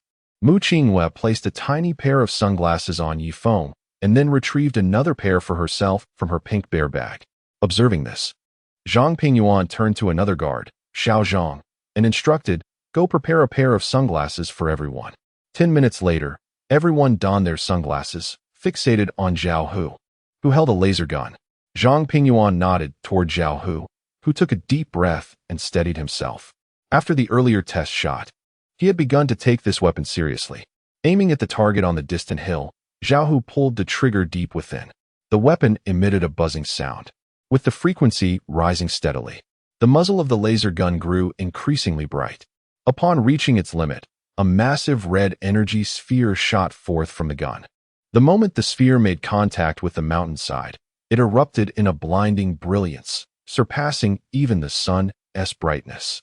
The tremendous energy reduced everything around it to ashes, followed by the rock layers beginning to vaporize, engulfing the entire hillside in a massive cloud of dust. 2 seconds later, that energy sphere emerged from the other side of the mountain, carrying debris and molten rock, gradually dissipating. At this moment, Old Wu's mouth hung agape, speechless, with cold sweat trickling down his forehead. If he had pulled the trigger a little harder, wouldn't the Military Academy of the Eastern Military District have to reimburse him? Zhang Pingyuan gazed at the mountainside that had been pierced through, his heart racing with excitement. Just as he turned around, he saw a group of elderly individuals, led by Old Wu, frantically rushing towards Yi Feng. Seeing the group of old men charging toward him, Yi Feng felt a sense of dread. No way, not again. I didn't blow up this mountain. Don't come at me. He leaped out of Mu Qingyue's embrace, shouting, what do you want? Don't come any closer. If you do, I might just quit. Upon hearing this, Old Wu abruptly halted, restraining the others. Comrade Yi Feng, we were in the wrong earlier. We shouldn't have displayed such bias. Could you please elaborate on the design of that helmet? Yes, cat god. We've been puzzling over that formula for several days now. How is it derived? The crowd of distinguished individuals surrounded Yi Feng, bombarding him with questions. While Yi Feng looked utterly bewildered, hadn't he already provided them with the steps, ratios, circuit diagrams, and necessary materials? Was it still not enough? Cat God, could you just explain it to me? Yes. At that moment, Zhang Pingyuan finally squeezed his way in. What is going on? Can't you see Comrade Yi Feng is nearly out of oxygen? Quickly disperse. After shooing away the crowd, Zhang Pingyuan squatted down with a grin. Comrade Yi Feng, feel free to voice any request you may have. Regarding that gun, seeing Zhang Pingyuan's sycophantic expression, Old Wu inwardly scoffed. How could a commander stoop to such merchant-like tactics? He must be trying to negotiate with us himself. After a moment of contemplation, Yi Feng slowly spoke. This laser gun isn't anything particularly rare. You can have it. All the blueprints and parameters are with Qingyue. You can retrieve them from her. After pondering for a moment, Yi Feng revealed a mischievous smile. As for my request, Commander Zhang, what do you think about installing ambient lights in the fighter jet cockpit? What? Are you really going to develop the 6th-generation fighter jet? Recalling the scene when Yi Feng had described the specific parameters of the 6th-generation fighter jet in the meeting room, Zhang Pingyuan became even more exhilarated. If everything he mentioned were to come to fruition, the Eastern Military District could dominate the Blue Star. Add it. Intensify it. Even if it turns into a flashing light. I have no objections. From now on, Old Wu, the 6th-generation fighter jet project is entirely yours. There's no budget limit. Whatever you need. You'll have the highest priority.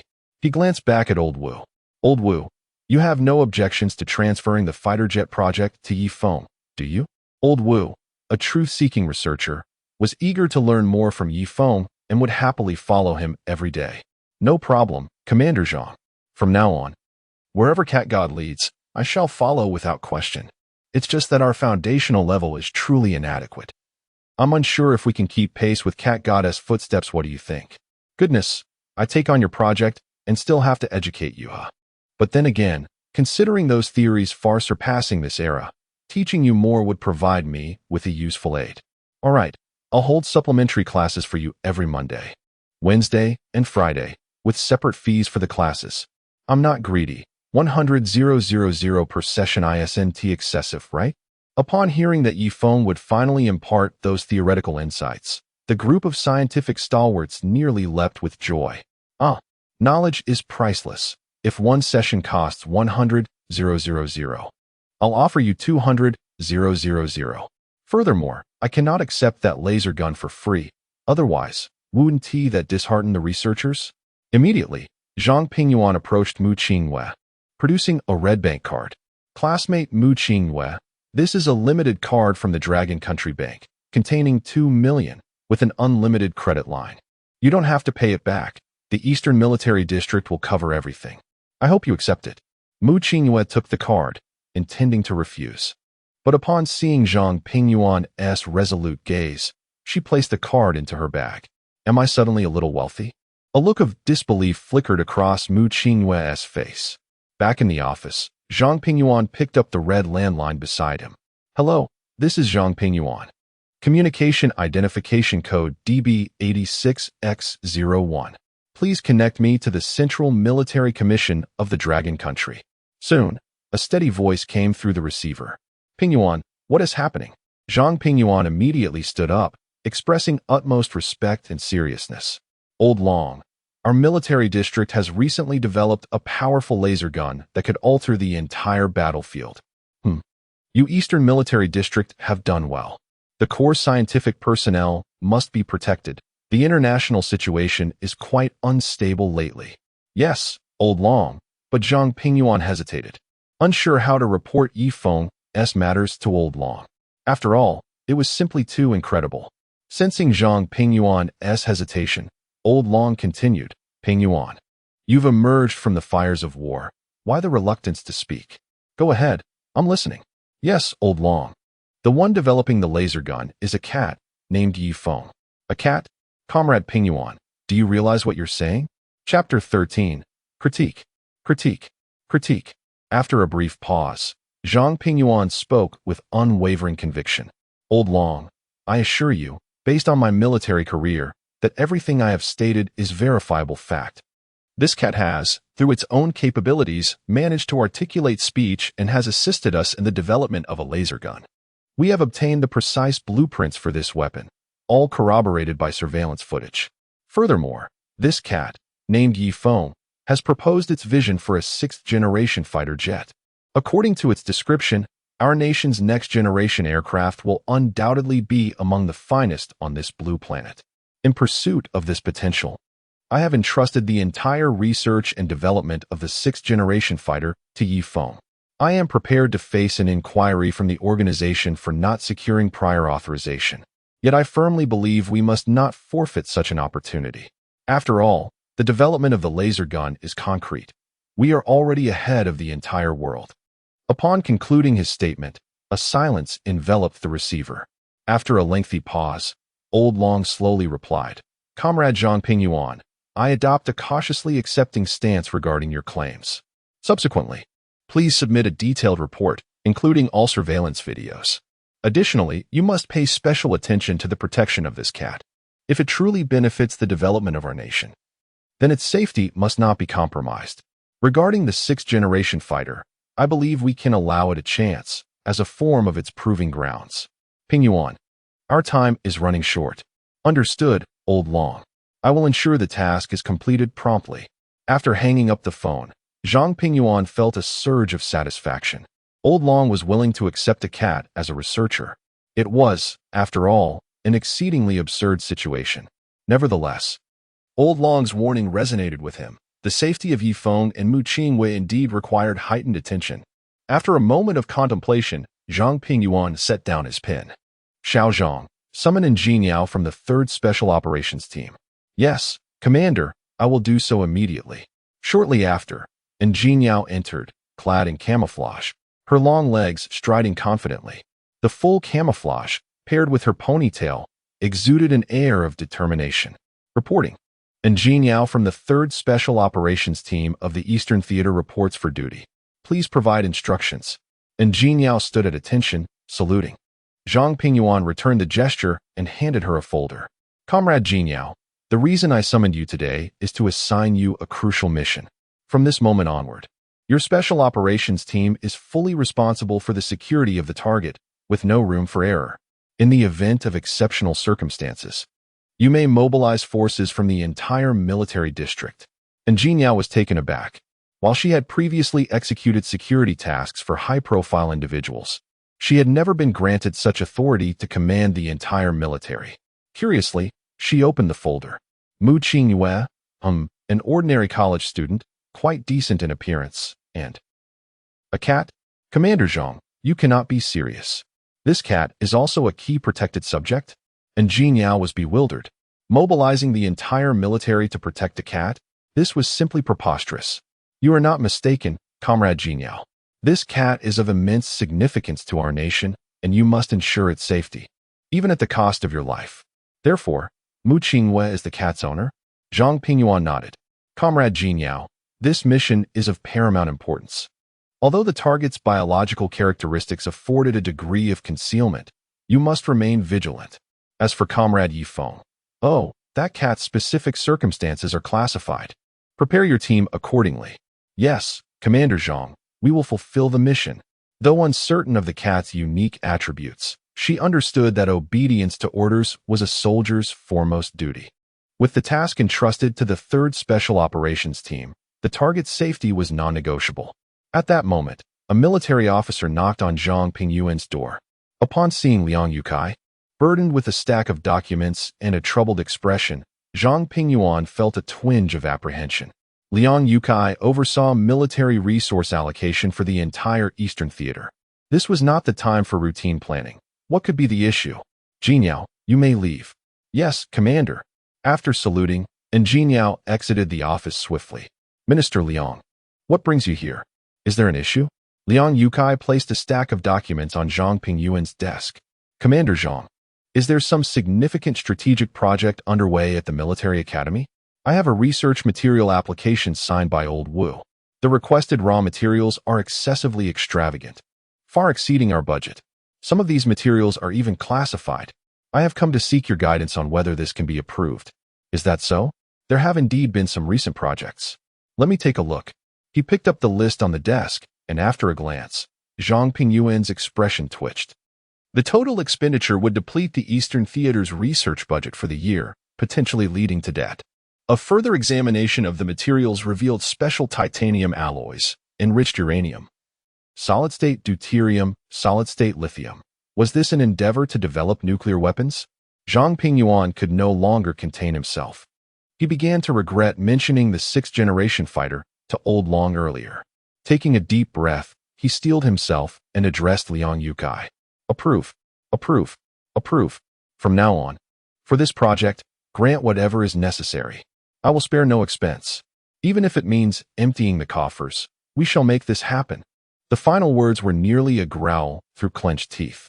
Thus, under the auspices of boundless funding, with an open-handed approach to resources, the sixth-generation fighter jet, led by Yi Feng, entered the fast track of development. Yet, unbeknownst to anyone, feral cats and dogs around Mu Qinghui's residence had mysteriously vanished. The flickering red lights at the military academy's experimental site, along with the penetrating blasts through the mountains, ultimately evaded the gaze of military satellites. In the beautiful country, within the White House, President Esther of the beautiful country scrutinized satellite images before unleashing a torrent of expletives at CIA Director Joseph. How the hell did this happen? Have your CIA budgets gone to the dogs? Mr. President, our intelligence network has not received any similar reports. Rest assured, we will immediately investigate the energy weapons of Long Nation. Seeing Joseph's demeanor, Esther calmed himself. He turned to Defense Minister Joel. How is your sixth-generation fighter project progressing? Mr. President, according to reports from the sound waves, the performance of the sixth-generation fighter far surpasses our fifth-generation aircraft and possesses a decisive advantage over Long Nation's J-20. Final tests are underway, expected to be completed within 2 months. Esther nodded. It is time to curb the ambitions of Long Nation. Chapter 14. What is this? Did I just ambush myself? 2.5 months later, Zhang Pingyuan was in the command center, sipping tea while perusing today's intelligence briefing. Suddenly, the dedicated communication device used by Mu Qinghui vibrated violently. Zhang Pingyuan's heart immediately raced. Ever since she had been equipped with the specialized device, she had never made a call. Could something be wrong? He snatched up the phone and sprang to his feet. Where are you? What is happening? Don't panic. I'll locate you immediately. Hold on for 3 minutes. My 5th Combined Brigade will be there shortly. Communications Officer. Alert the armed helicopters on standby to head to the coordinates immediately. Yes. Target location confirmed. Orders have been transmitted through the data link, and the brigade is en route. Armed incursion in progress. At that moment, a deafening alarm blared from the phone. Attention all units. Attention all units. A large number of unreported armed helicopters have appeared at the Northeast Military Academy. Please prepare for evacuation. Repeat. Zhang Pingyuan was momentarily stunned. What? Military Academy? Armed helicopters? Who on earth had the audacity to attack the core research facility of the Eastern Military District? Enough is enough. My aunt may endure, but I cannot. He commanded the 7th Rapid Reaction Combined Brigade, the 9th Armored Division, the 10th and 14th Aviation Regiments to move towards the Military Academy immediately. Before the nearby commander could respond, Yi Feng's voice came through the receiver. Oh, Commander Zhang, your rapid reaction forces are impressive. You have so many troops stationed near the Military Academy. Are you afraid I might throw in the towel? Hearing Yi Feng's words, Zhang Pingyuan was bewildered.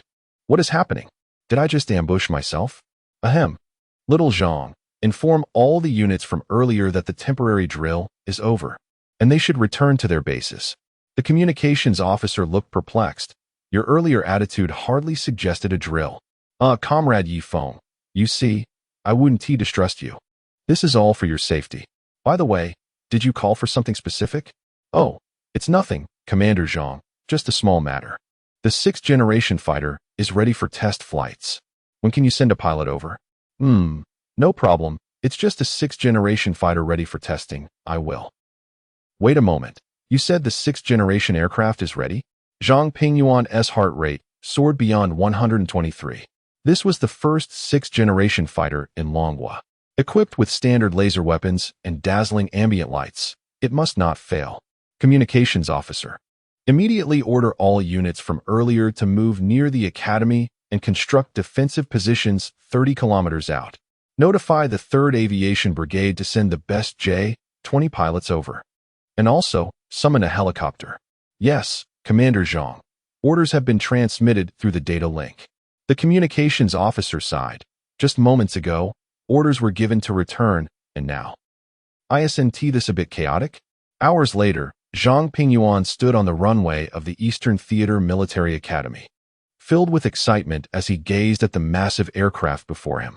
It resembled a dart, with a terrifying wingspan of 48 meters, its body a deep black, glinting with a cold sheen.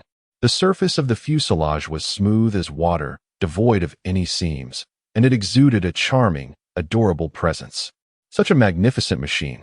It radiates a sense of intimidation. Zhang Pingyuan caressed the icy surface of the wings, his anticipation palpable. He glanced at his watch. Where are ace pilots? Report. Lieutenant Li Xiangyu has urgently diverted from DI-0089 airport and is expected to arrive in 20 minutes. That speed is rather slow. A nearby guard looked bewildered. Slow? The urging messages had already been sent 3 times. You can't expect them to teleport. Do you even realize the distance from DI-0089 military airport to here? Zhang Pingyuan turned to see Feng, cradled in Mu Qingyue's arms as she fed him peeled grapes, his eyes twitching. This cat truly had no shame, being held daily. The sight of Wu Lao, standing beside them fanning Yifeng, was quite scandalous. When did old Wu learn such cat-coddling skills? Ahem, Comrade Yifeng. This new fighter jet is about to make its inaugural flight. Do our test pilots have any precautions? Yifeng spat out 2 grape seeds, shifting lazily to look at Zhang Pingyuan. This plane is easy to handle, akin to riding a toddler's rocking toy. If I must mention precautions, don't set the air conditioning too high. You might catch a cold. What? Zhang Pingyuan was no longer calm. I asked for operational guidance, and you tell me about air conditioning? This is a combat aircraft, not a luxury sports car. At that moment, the roar of the massive aircraft reverberated from the airport runway. After executing a signature Cobra maneuver, Li Xiangyu piloting the J-20 arrived at the Eastern Theater Military Academy 15 minutes ahead of schedule. This urgency was unprecedented. Messages urging him were sent as if there were a sudden incident with the beautiful nation. 10 minutes later, in the military command center of the airport tower, Li Xiangyu stood at attention, saluting sharply. Report, Commander, Eastern Theater, 3rd Aviation Brigade. Captain Li Xiangyu reporting for duty. Please instruct. Zhang Pingyuan returned the salute, patting Li Xiangyu's shoulder. Comrade Xiangyu, that Cobra maneuver you executed was impressive. It's clear you have abundant experience piloting the J-20. Today, I've called you to test our new aircraft. Do you have confidence? Hearing that he would be the first to pilot the new aircraft soaring through the skies filled Li Xiangyu with exhilaration. As he landed, he had caught sight of the stunning aircraft on the runway. To think he would be chosen as the inaugural test pilot. How could he let this opportunity slip away? Report, Commander. I guarantee mission completion. Li Xiangyu stood tall, saluting with great presence. However, his gaze inadvertently drifted toward Mu Qingyue, who was cradling Yifeng. Sensing that his food was being eyed by another cat, Yifeng let out a low growl. You're so arrogant. Let us see how your mental fortitude holds up. Seeing Li Xiangyu's gaze linger on Mu Qingyue, Zhang Pingyuan's heart sank. That girl is not for you to gaze upon. Can't you see the military's treasure is already furious? Do not let this esteemed ancestor abandon the mission. Ahem, Comrade Li Xiangyu, hurry and prepare. I await your good news. Yes, rest assured, Commander. Soon, Li Xiangyu changed into his flight suit and stepped onto the runway. He circled the massive aircraft once, only to be dumbfounded. Where's the door? Chapter 15. Father's father is grandfather Zhang Pingyuan, and several prominent figures were eagerly awaiting the takeoff of the Dragon Country's first sixth-generation fighter jet in the control tower. However, after a lengthy wait, there was still no sign of movement from the aircraft on the tarmac, which left Zhang Pingyuan feeling perplexed. He decided to inquire about the situation from Li Xiangyu. Yes, Comrade Li Xiangyu, this is the control tower. Please report your status. Acknowledge upon receipt. Li Xiangyu, standing on the runway, was already drenched in sweat. How could a distinguished ace pilot be unable to find the cockpit door? He sighed, recalling the exquisite girl he had just seen. It was utterly humiliating. Report to the command center. I can't find the door. What? He can't find the door? Zhang Pingyuan nearly shouted in disbelief. How could an ace pilot be unable to locate the cockpit? Suddenly, an idea struck him as he glanced at Yi Feng, who was nestled in Mu Qingyue's embrace, acting coy. Could this cat be feeling jealous? I knew that brat had no business ogling the girls. Cat god, don't you think the cockpit is? Before Zhang Pingyuan could finish, Yi Feng coldly interjected. Isn't he supposed to be an ace pilot? Isn't he supposed to be capable? Let him find it himself. If he does, I'll concede. Oh no. This cat is genuinely jealous. This definitely calls for giving that kid a reprimand. Feeling the subtle jealousy radiating from her, Mu Qingyue's cheeks flushed, and warmth spread through her heart. She gently stroked Yi Feng's soft fur, her tinkling laughter echoing. Hee hee. All right, I understand your feelings. But you can't just leave him hanging like this. I want to see your work too. Be a good kitty and tell him. Sensing the warmth of Mu Qingyue's delicate hands, Yi Feng's mood softened. What could he do? After all, his Qinghua had spoken.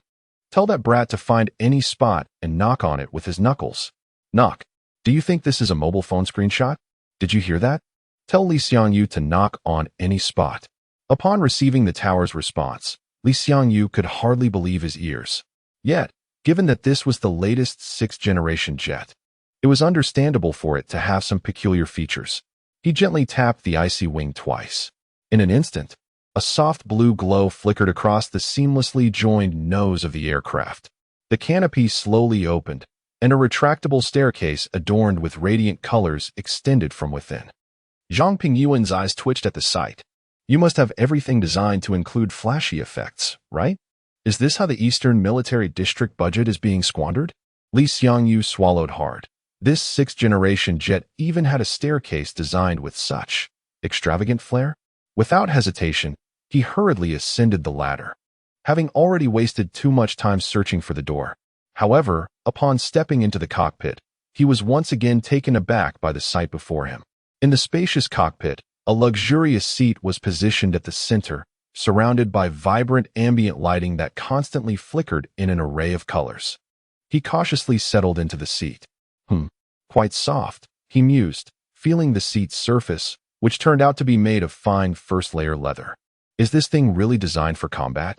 At that moment, as Li Xiangyu sat down, the canopy gradually closed. The interior of the cockpit became entirely isolated from the outside world, leaving only the dazzling light effects of the ambient lights. Glancing at the empty space before him, Li Xiangyu was bewildered.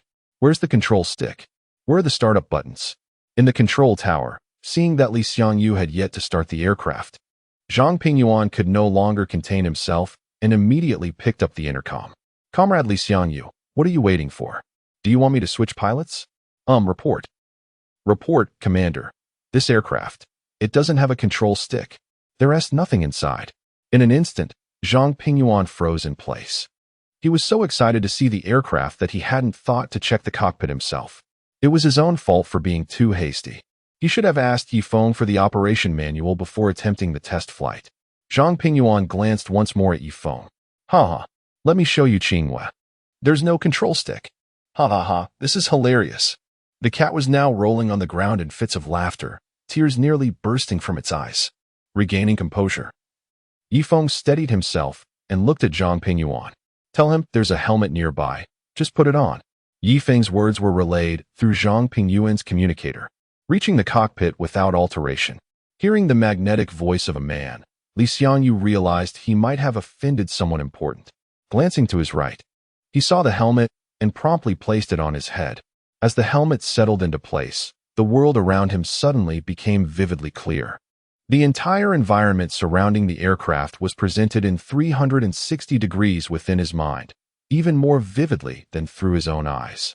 At that moment, he could almost see a speck of dust on the airport runway and a leaf on the distant mountain peak. Li Xiangyu inadvertently turned his gaze towards the control tower and instantly spotted Commander Zhang holding the communicator, as well as a cat rolling on the ground and speaking. Wait a moment, it seems I've stumbled upon something extraordinary. At that moment, a crisp female voice echoed within the cockpit. Detecting pilot entry, blood pressure normal, heart rate elevated. Blood lipid normal, health status normal. The entire system has completed self-check. All systems are operational. Anti-gravity load device activated. Onboard weapon systems confirmed. Neural synchronization transmission normal. Air conditioning set to 23 degrees. Massage chair adjusted. Massage intensity set to moderate. Vibrant rhythm sound system activated. May I ask the pilot if there is a specific song you would like to hear? As he felt the comfort of the genuine leather seat and the cool breeze from the air conditioning, Li Xiangyu was left bewildered. Is this truly meant for combat? Please confirm your song choice, pilot. The onboard AI inquired once more. However, at that moment, he had no mind to focus on such trivialities. Whatever. Understood, pilot. Default playlist will commence shortly. Immediately, a delightful children's song filled the cockpit. What does Father's father call? Father's father is called grandfather. What does Father's mother call? Father's mother is called grandmother. In the control tower, upon hearing the nursery rhyme emanating from the cockpit, Zhang Pingyuan's eyes twitched. Is this really a toy car? He glanced at Yi Feng, who had leaped onto Mu Qingyue's back, covering her ears with his fluffy paws. Suddenly, the aircraft beneath them emitted a series of colorful lights and shot into the sky, creating a sonic boom with a resounding bang. The impact-resistant glass in the control tower cracked with numerous fissures. Chapter 16. The Jet 00000 approaches at high speed. Feeling a discomfort in his ears and gazing at the soaring fighter jet, Zhang Pingyuan was no longer calm. The sixth-generation aircraft was actually achieving a sonic boom during vertical takeoff. What terrifying speed that was. Beside him, Old Wu, disregarding the pain in his ears, widened his eyes in astonishment. Although he had participated in the development of the sixth-generation jet, the cat god had never divulged the specific parameters of the aircraft to him. Report to the commander, the sixth-generation test aircraft has achieved vertical takeoff, with the current vertical speed reaching 4 Mach and still increasing. What? Zhang Pingyuan's heart instantly raced. It is known that the overload limit that an ordinary pilot can endure is between 2 to 3 Mach. A sudden vertical increase to 4 Mach would surely cause the pilot to lose consciousness. Without a moment's hesitation, Zhang Pingyuan grabbed the communicator. Comrade Li Xiangyu. Comrade Li Xiangyu. The system shows your speed has reached 5 Mach. Please immediately report your physical condition. After a long silence, Zhang Pingyuan braced himself for the worst, prepared for the sacrifice of his pilot. He regretted not being better prepared for the test flight of the sixth-generation aircraft. With a deep sigh, he lamented his lack of foresight. Just then, Li Xiangyu's voice crackled through the communicator. This is the command center. I feel good, though the air conditioning is a bit cold and the displayed temperature seems off. The massage function could use more intensity. Oh, and could the playlist be updated? It's just nursery rhymes. Report complete. Zhang Pingyuan felt a twitch at the corner of his eye. How infuriating. While he was on edge, Li Xiangyu seemed to be enjoying himself up there. Before Zhang Pingyuan could scold him, an alarm blared from the onboard AI of the fighter jet. Warning, warning. For unidentified aircraft from outside the Dragon Kingdom's identification range are approaching at high speed. Autonomous engagement mode activated. Plasma engine power has been increased to 35. 28. Please secure yourselves and brace for acceleration. In an instant, the massive exhaust at the rear of the aircraft emitted a dazzling blue light, propelling it towards the northern region of the Dragon Kingdom. Report, the aircraft piloted by Li Xiangyu has exceeded 9 Mach and is still accelerating. What? It is known that the speed of hypersonic missiles on Blue Star is only around 5 Mach. This aircraft could easily outrun any missile. Wait, what did the AI just say? Unidentified foreign aircraft. An enemy invasion? Zhang Pingyuan's heart raced. At a distance of 2,776 kilometers, that lay within the defensive zone of the northern theater of the Dragon Kingdom. Could it be that the beautiful country was attacking? Within the command center of the northern theater of the Dragon Kingdom, Commander Pang Yunlong wore a grave expression as he surveyed the control hub. Just moments ago, Three F-36W fifth-generation aircraft from the beautiful country had been detected by the Sky Eye system, heading straight for Longjing in the Dragon Kingdom. How long until the first squadron reaches the target area? Commander, our 3 J-20s have been dispatched to the target area following the Sky Eye alert. Estimated contact time is 30 seconds. Pang Yunlong inhaled deeply. Those 30 seconds felt interminably long to him. As the guardian of Longjing, he understood that this incursion from the beautiful country was a blatant and premeditated provocation. Judging by their trajectory, they intended to penetrate straight into Longjing. Team Donghua, we have arrived at the target area. No radar signals detected. It is the same generation aircraft. Requesting Sky Eye support. The Sky Eye responded, position 15 degrees. Distance 1,348 meters. Altitude -879. Please verify. Team Donghua acknowledged. Receiving the Sky Eye's warning, Zhang Ming executed a sharp turn, leading the formation downward. Report to the command center. Target confirmed visually. It is an F-36W, currently.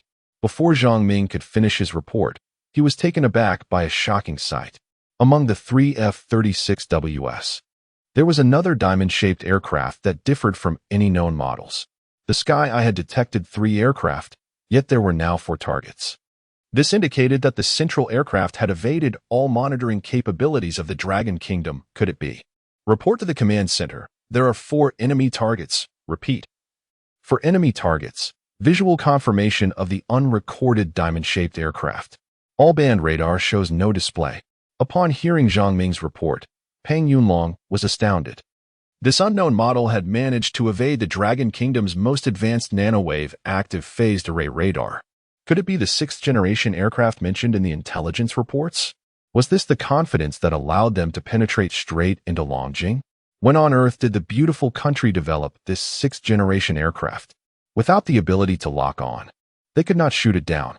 Now, they could only rely on Zhang Ming and his team. Comrade Zhang Ming, I will immediately dispatch additional aircraft for support. Your squad must keep the diamond-shaped aircraft in sight. Yes, Commander. Team Donghua, received. Dongsan, Dongxi, let us go. The 3 jets accelerated towards the beautiful country's formation. Just as Zhang Ming's team approached, the F-36Ws also detected them. It seemed they had already prepared a countermeasure, as the 3 F-36Ws dispersed swiftly, engaging the J-20 formation in an offensive maneuver. Meanwhile, the strange diamond-shaped aircraft appeared indifferent to them, accelerating directly toward Longjing. At Jinju Airport in the Dragon Kingdom, all flight information was marked with the word cancel. Dear passengers, due to unavoidable circumstances, all flights have been suspended. Dear passenger, above Jinju Airport. 3 J-20s and F-36Ws were entangled in fierce combat. Being of the same generation, the battle was exceptionally intense. The trails of the aircraft, illuminated by the setting sun, appeared surreal. After evading a lock from an F-36W, Zhang Ming accelerated towards the diamond-shaped aircraft. At that moment, his jet speed had reached 2.5 Mach, the J-20's absolute limit. Yet, he felt himself falling further behind the mysterious craft. Report to the command center. The unidentified enemy aircraft has exceeded my maximum speed. I will continue to pursue. Just then, a F-36W from behind launched an air-to-air missile. Instantly, a deafening alarm echoed in Zhang Ming's cockpit. Warning, missile tracking. Missile tracking. Damn it, they're serious. The enemy has fired a missile. The entire team, evade. After releasing a series of flares, the tracking alarm did not cease. And the missile drew closer. Zhang Ming, remember you owe me a cup of milk tea. I'll take the hit. You go chase. Dongsan angled in, positioning himself behind Zhang Ming. In the command room, Pang Yunlong couldn't help but shed tears as he watched the unfolding battle. They were all heroes of the Dragon Kingdom. However, the tragic scene he had envisioned did not materialize. A red laser flashed swiftly, piercing through the F-36W missile, igniting a massive explosion in the sky. Pang Yunlong's eyes widened. This was a laser weapon. Report. An unknown aircraft identified as J-00000 is approaching at a speed of 14 Mach. Chapter 17. Prepare to enter optical stealth mode. What? 14 Mach. Peng Yunlong abruptly rose from his seat. The speed of this aircraft had far surpassed that of hypersonic missiles. Currently, the fastest air-to-air missile on Blue Star could only trail in the jet stream behind this aircraft. Peng Yunlong meticulously recalled all the classified meetings he had attended. There was no mention of such a model. Yet, the aircraft's identification code undeniably indicated it was a Dragon Country jet. Peng Yunlong inhaled deeply and immediately called for J-00000 to verify the aircraft's origin. Yes, J-00000. This is the central combat room of the Northern Theater. Please immediately state your identity and purpose. 2 seconds later, an image from the cockpit was transmitted, accompanied by the nursery rhyme, Grandpa calls Grandpa, Li Xiangyu. Seated in the leather cockpit enveloped by ambient lights, wore a troubled expression. Jokingly, the J-20 he usually piloted only reached a maximum speed of 2.5 Mach. Now, the massage seat beneath him was gliding through the air at a staggering 14 Mach, coupled with 360-degree all-encompassing visual perception. It was undoubtedly far more exhilarating than any domestic aircraft. Swallowing the fish-flavored shredded pork he had for lunch for the umpteenth time, Li Xiangyu saluted. Reporting, Commander. From the Eastern Theater, 3rd Aviation Brigade. Brigade Commander Li Xiangyu is piloting the 6th-generation aircraft for its maiden test flight. Please advise. What? The 3rd Aviation Brigade of the Eastern Theater? That's nearly 700 kilometers away. Doesn't this aircraft require aerial refueling? What's with the cabin filled with ambient lights? That seat is clearly genuine leather. And that high-fidelity nursery rhyme. Is this truly meant for combat? Peng Yunlong's eyes twitched. Before he could pose a question, a crisp female voice echoed from the cockpit of J-00000. Detected suitable test subjects. Eliminating extraneous targets. Engaging with the primary target. And automatically switching to combat-specific tracks. What? Is this a carrier-based AI? Peng Yunlong's heart raced. When did Zhang Pingyuan develop such advanced technology? He had long heard that appropriate music could enhance combat effectiveness on the battlefield, and this aircraft had actually applied it in real combat. The sophisticated jet paired with cutting-edge artificial intelligence left Peng Yunlong envious. No, after this operation, he had to procure 2 of these for himself. La la la la, la la la la, White Cat Police Chief. La la la la la la la, White Cat Police Chief. The combat song of J-00000 reverberated throughout the command room. Peng Yunlong's face darkened, and he began to regret his earlier thoughts. Was this really a combat-specific track? The abdomen of J-00000 smoothly rotated, revealing a transparent spherical pod. 3 F-36W aircraft. 183 kilometers away, lock completed, engaging with air cannons. As soon as the words were uttered, several crimson lasers shot towards the distance. 183 kilometers away, the F-36W squadron leader, Tom, was taken aback as he witnessed the missile that was about to strike the Dragon Country jet being obliterated by an unidentified laser. What the hell is that? When did the Dragon Country develop laser weapons? All units, prepare to disengage. Faced with weaponry outside of their operational plans, his immediate instinct was to vacate the area. If it were merely the J-20, the F-36 could still contend as a peer. However, this laser surpassed their technological capabilities. Jim, Al, we're retreating. We came here to profit, not to. The words barely escaped his lips when a robust laser enveloped their entire aircraft, melting it into vapor and transforming it into 3 orange clouds in the sky. Zhang Ming and the J-20 stared in astonishment at the scene. Report. Commander Peng. 3 F-36W aircraft. They have vaporized. What? Peng Yunlong could hardly believe his ears. Who manufactured such a monstrous aircraft? Before he could ponder further, 3 orange clouds appeared on the large screen. Subsequently, J-00000 darted past Zhang Ming's formation at an alarming speed, heading towards the unknown American aircraft. Report. Another aircraft not on radar is moving towards Longding at high speed. Should we engage? Zhang Ming felt a knot in his stomach. He had witnessed too many incomprehensible phenomena today. Diamond-shaped jets, lasers, and this high-speed aircraft with a wingspan rivaling that of a strategic bomber. Peng Yunlong sighed. Zhang Ming, your combat mission is complete. Return. But that aircraft? That is ours. What? Ours? Zhang Ming could hardly believe his ears. An aircraft so advanced belonged to the Dragon Country, and at that moment, he envied its pilot. Meanwhile, within the sixth generation are 86 aircraft of the United States. Jerry and Thomas were comfortably squeezed into the two-person cockpit, leisurely gazing out the window. Hey, Jerry, this aircraft is far more comfortable than the F-36W. And there is so much space. Look, I can stretch out my arms. Indeed, Thomas. I must say, those folks at Sonic Corp have finally produced something worth seeing. Look at that J-20 chasing us. It's quite comical. Yes, let us take a moment to appreciate this beauty from the Dragon Country. Aircraft? Thomas's gaze froze as he turned to the window, his eyes widening in disbelief. Outside, a massive, pitch-black aircraft was flying parallel to them. Its dark surface glinted ominously under the moonlight.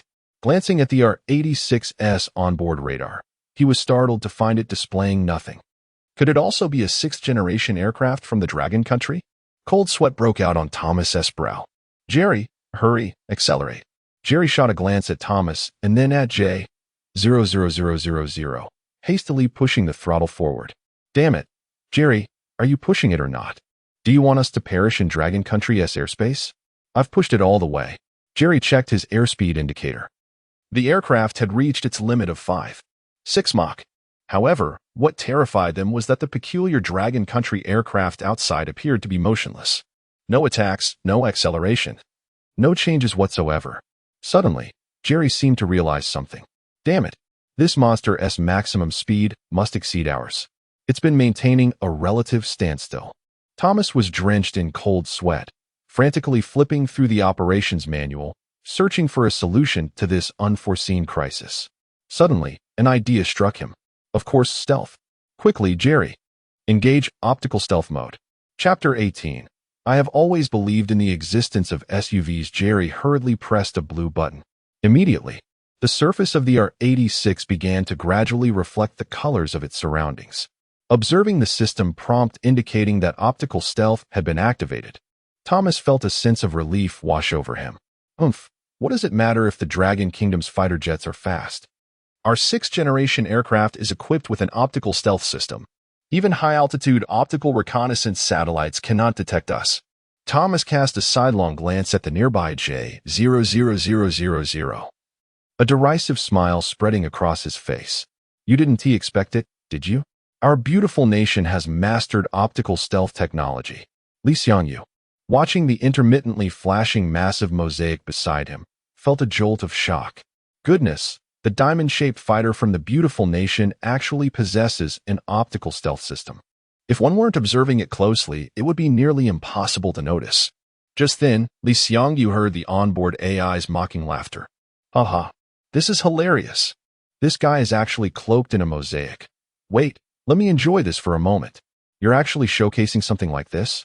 Allow me to show you what true optical stealth looks like. Hearing the AI's words, Li Xiangyu's eyelids twitched. Is this onboard AI capable of sarcasm?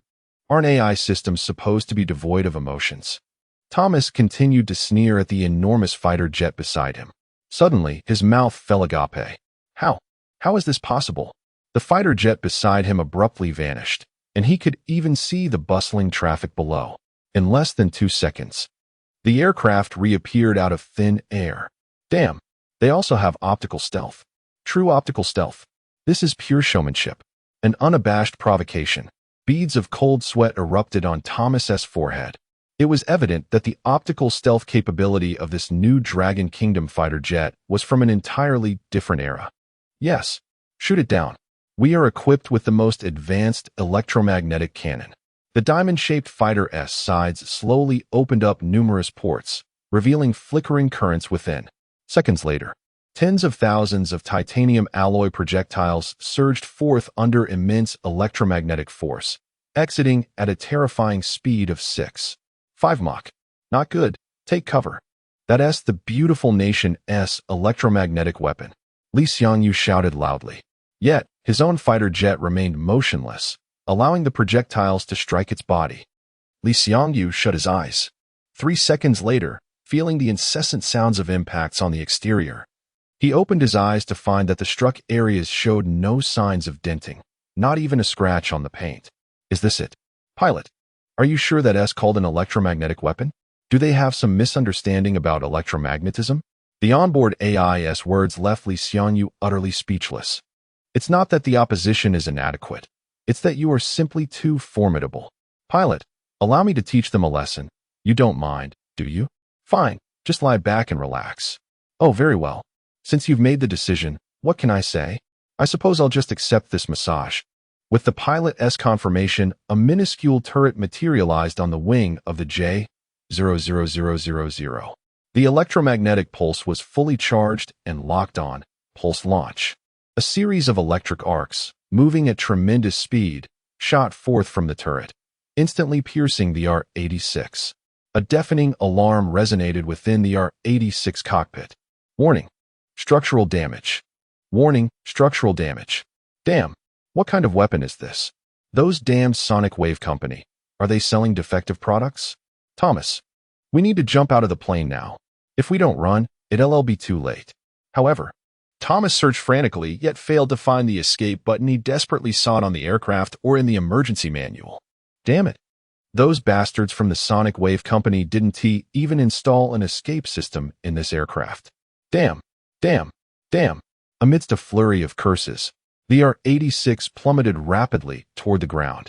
It was clear it was about to crash into the bustling city of Tianjin. Not good. Their plane is going to hit the ground. Think of a way out.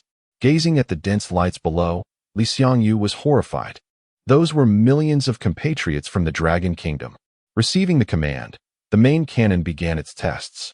At the moment the instruction was given, a series of blue lights began to gather at the forward section of the J-00000. Following this, an immensely powerful blue beam shot forth from the energy convergence point. A thick, azure energy beam instantaneously struck the R-86, carving a beautiful blue line across the sky. The beautiful nation's fighter jet vanished without a trace. However, the colorful ambient lights on the aircraft and the sudden streak of blue light ignited a frenzy among the people of Tianjin below. Look, what is that? Could it be a UFO? I have always believed in the existence of SUVs, and today I truly saw one. No wonder most flights have been canceled today. Hurry. Post this online. In an instant, videos of the J-00000 flooded the entire Douyin platform. Meanwhile, on the fighter jet, Li Xiangyu gazed at the ashes of the beautiful nation's sixth-generation fighter, relieved that his heart was finally at ease. Yet, the aircraft suddenly switched songs. These losers dare to challenge the Dragon Kingdom's Longjing with such strength? I can go there as well. Combat mode activated. Pilot, please secure yourself. This process may induce dizziness, which is a normal phenomenon. What exactly are you planning to do? Energy output adjusted to 86. 23. Plasma propulsion engine power limit lifted. Optical stealth activated. We are departing. No, I'm the pilot. Tell me to. The words hadn't fully escaped his lips when an unprecedented force pushed against his back. Everything before his eyes suddenly blurred, and countless lights beneath the aircraft sped away behind him. Observing the helmet's display reading 65 Mach and still increasing, Li Xiangyu swallowed hard once more. Glancing at the satellite positioning, his eyes widened in disbelief. This is right at the border of the beautiful nation? In the beautiful nation's White House, President Esther was toasting with Defense Minister Joel. Joel, this plan to penetrate the Dragon Kingdom has been executed splendidly. I'm certain they will be astonished upon seeing our sixth-generation aircraft. Indeed, Mr. President, according to our military satellites, our 86 has completely outpaced the Dragon Kingdom SJ-20. I believe the Dragon Kingdom will soon yield to us. After all, this is the first sixth-generation fighter jet on Blue Star. Nothing can hinder its progress. Joel raised his glass. Here's to your imminent electoral victory, Mr. President. Ha. Thank you, Joel. With a clink of their glasses, Esther turned to gaze out of the office at the Washington Monument. Suddenly, his eyes widened in shock. Chapter 19. This is outright racial discrimination at this moment. Esther stood speechless, her mouth agape. In the distance, a colossal black warship hovered ominously above the obelisk, its prow aimed squarely at her office. Within mere seconds, it vanished as if it had never been there at all. Esther rubbed her eyes vigorously and peered into the distance once more. Something was amiss. She had clearly seen a gigantic aircraft moments ago. Could it be that her eyesight had truly deteriorated? Just then, a military officer in uniform burst into the office with a loud bang. "Bad news, Your Excellency. Our sixth-generation aircraft signal has vanished over the skies of Jinju, Dragon Country." "What?" Esther exclaimed, turning abruptly. That was a sixth-generation aircraft. The Sonic Corporation has just produced it, and it was unblemished. How could it be shot down? She felt her age weigh heavily upon her. First, she had witnessed something she should not have, and now she was hearing news she ought not to hear. The officer swiftly approached the president's desk, unfurling a massive operational map. "Your Excellency, approximately 2 minutes ago, we detected extremely high energy levels and electromagnetic fluctuations over Jinju, Dragon Country. Shortly thereafter, our 86 signal disappeared, most likely shot down by Dragon Country's energy weapon." Upon hearing this, Esther furrowed her brow. When did Dragon Country's technological prowess reach such heights?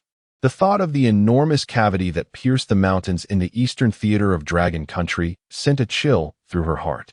Before she could steady herself, an agent clad in a suit, wearing a tie and sunglasses, rushed in, clutching a social media video. "Your Excellency, this is dire. Please enter the air raid shelter immediately. We have reported a UFO over Washington." Before her eyes, a massive, dart-shaped object hovered silently above the obelisk. Esther's eyes widened in disbelief. Good heavens! I just said my reading glasses were newly fitted. There was no way I could have misjudged. There truly is a UFO. Quick! Announce a national state of emergency and deploy our defense forces immediately. As Esther commanded the lockdown of Washington at the Eastern Military Research Institute of Dragon Country, Zhang Pingyuan observed the combat display on the large screen, his eyes twitching. The defense laser capable of intercepting local missiles from an extraordinary distance was already several times larger than those tested previously. The main cannon was absurdly thick. Could this truly be classified as artillery? One shot could easily obliterate half a city. Did this aircraft qualify as a weapon of mass destruction? With such power, could it even be deployed in battle? Zhang Pingyuan turned sharply, pointing at a large high-definition photograph nearby. "Li Xiangyu, explain to me the significance of this photo of the old man on the right, who appears utterly astonished with a cup in hand. Since when did you develop a penchant for voyeurism?" Li Xiangyu could no longer contain himself, clutching the nearby trash bin as he expelled his lunch. It was no wonder his constitution was poor. Anyone would react this way after a ride in a vehicle traveling nearly 100 Mach around the Earth. "Our report, Commander. This is not my doing. It has nothing to do with me. It was that AI. The woman, no?" The AI activated optical invisibility and headed straight for the United States, capturing this in the Black Palace. Zhang Pingyuan grew increasingly agitated as he scrutinized the photo of the astonished old man. It was no wonder he failed to recognize Esther. She always appeared on television with beauty enhancements. This unfiltered photograph revealed every pore, every blemish. "Oh, so that is the President of the United States. How does one look like this without makeup? Wait, did you say you activated optical invisibility and flew directly to Washington?" Zhang Pingyuan's composure faltered as he glanced at Yifeng, nestled comfortably in Mu Qingyue's embrace. What kind of monstrosity had he constructed? Finally steadying himself after emptying his stomach, Li Xiangyu stood upright. "Report, Commander Zhang. This AI took the liberty of accelerating to 123 Mach and made me circle back from the opposite side of the Earth. I believe there is a significant flaw in this aircraft. The onboard AI is overly intelligent and prone to causing pilot nausea. Immediate rectification is necessary. At the very least, the playlist must be changed." Zhang Pingyuan immediately grasped the keywords: 123 Mach, circumnavigation of the Earth, onboard AI, playlist. "So, you managed to circle the blue planet in less than 16 minutes, activated optical invisibility, and went undetected by any nation. The fact that this AI's autonomous capabilities were the target of military competition among nations was astounding. Every military commander would dream of possessing such a miraculous machine. You simply suggest adjustments at will. Of course, the playlist indeed required an overhaul. At this, Yifeng could no longer hold back. He jumped down from Mu Qingyue's lap and circled Li Xiangyu. Oh dear, Commander Zhang, your ace pilot from the Eastern Theater isn't so impressive after all, is he? How could he possibly suffer from motion sickness? Li Xiangyu's eyes widened in shock as he heard the cat speak. Initially, he had thought it a hallucination, but this time he had clearly heard it. Seeing was believing, and yet, he quickly regained his composure. Was this cat implying he was inadequate? He glanced at the cat's owner, Mu Qingyue. How could that be acceptable? Even if he was unfit, he had to perform. Wasn't it the aircraft's fault for making his physical condition seem lacking? Seeing that the cheeky little creature was stealing glances at Mu Qingyue, Yifeng could not tolerate it any longer. You fool! With such speed, do you not know to close the supersonic sunshade? Hey, how can this cat speak? This is a military district, not a place for pets. With that, he attempted to snatch Yifeng. Old Wu. Witnessing the humiliation of the divine cat that had produced the sixth-generation aircraft, could no longer hold back. His chest heaved as he charged in front of Li Xiangyu, bellowing, "You young whippersnapper, how dare you speak to the chief engineer of the sixth-generation aircraft in such a manner? If you are physically inadequate, then practice more. Do not blame the aircraft for your shortcomings." What? Chief engineer? Is this old man jesting with me? Surely a cat cannot conduct research. It was simply laughable. I could as easily claim that the girl next to me developed it. Old Wu's chest heaved, his blood pressure soaring. You. This is blatant racial discrimination. In an instant, the command room was thick with tension. Observing the strained atmosphere, and Yifeng preparing to leap with claws outstretched, Zhang Pingyuan could only hold his forehead. Li Xiangyu genuinely failed to grasp the situation, attempting to drive away the divine cat. Also, could you refrain from mentioning that young lady behind you? Ahem. Li Xiangyu, you better watch your words, or I'll have you confined. What? Chapter 20. My lifespan is no more than 18 years. Li Xiangyu was taken aback. Commander Zhang, do you mean to say that this cat is indeed the chief engineer of this aircraft? Zhang Pingyuan nodded affirmatively. All right, Li Xiangyu, considering your ignorance. After signing a confidentiality agreement, you will carry a load of 5 kilometers. Stop gawking at the young lady. What peculiar habits. In an instant, Li Xiangyu comprehended just how unique the identity of the girl behind was. Commander Zhang had effectively safeguarded himself. If given the chance, he would escape without delay. Yes, Commander. 5 kilometers with a load. After saluting, Li Xiangyu turned and left, daring not to cast another glance at Mu Qingyue. Wait.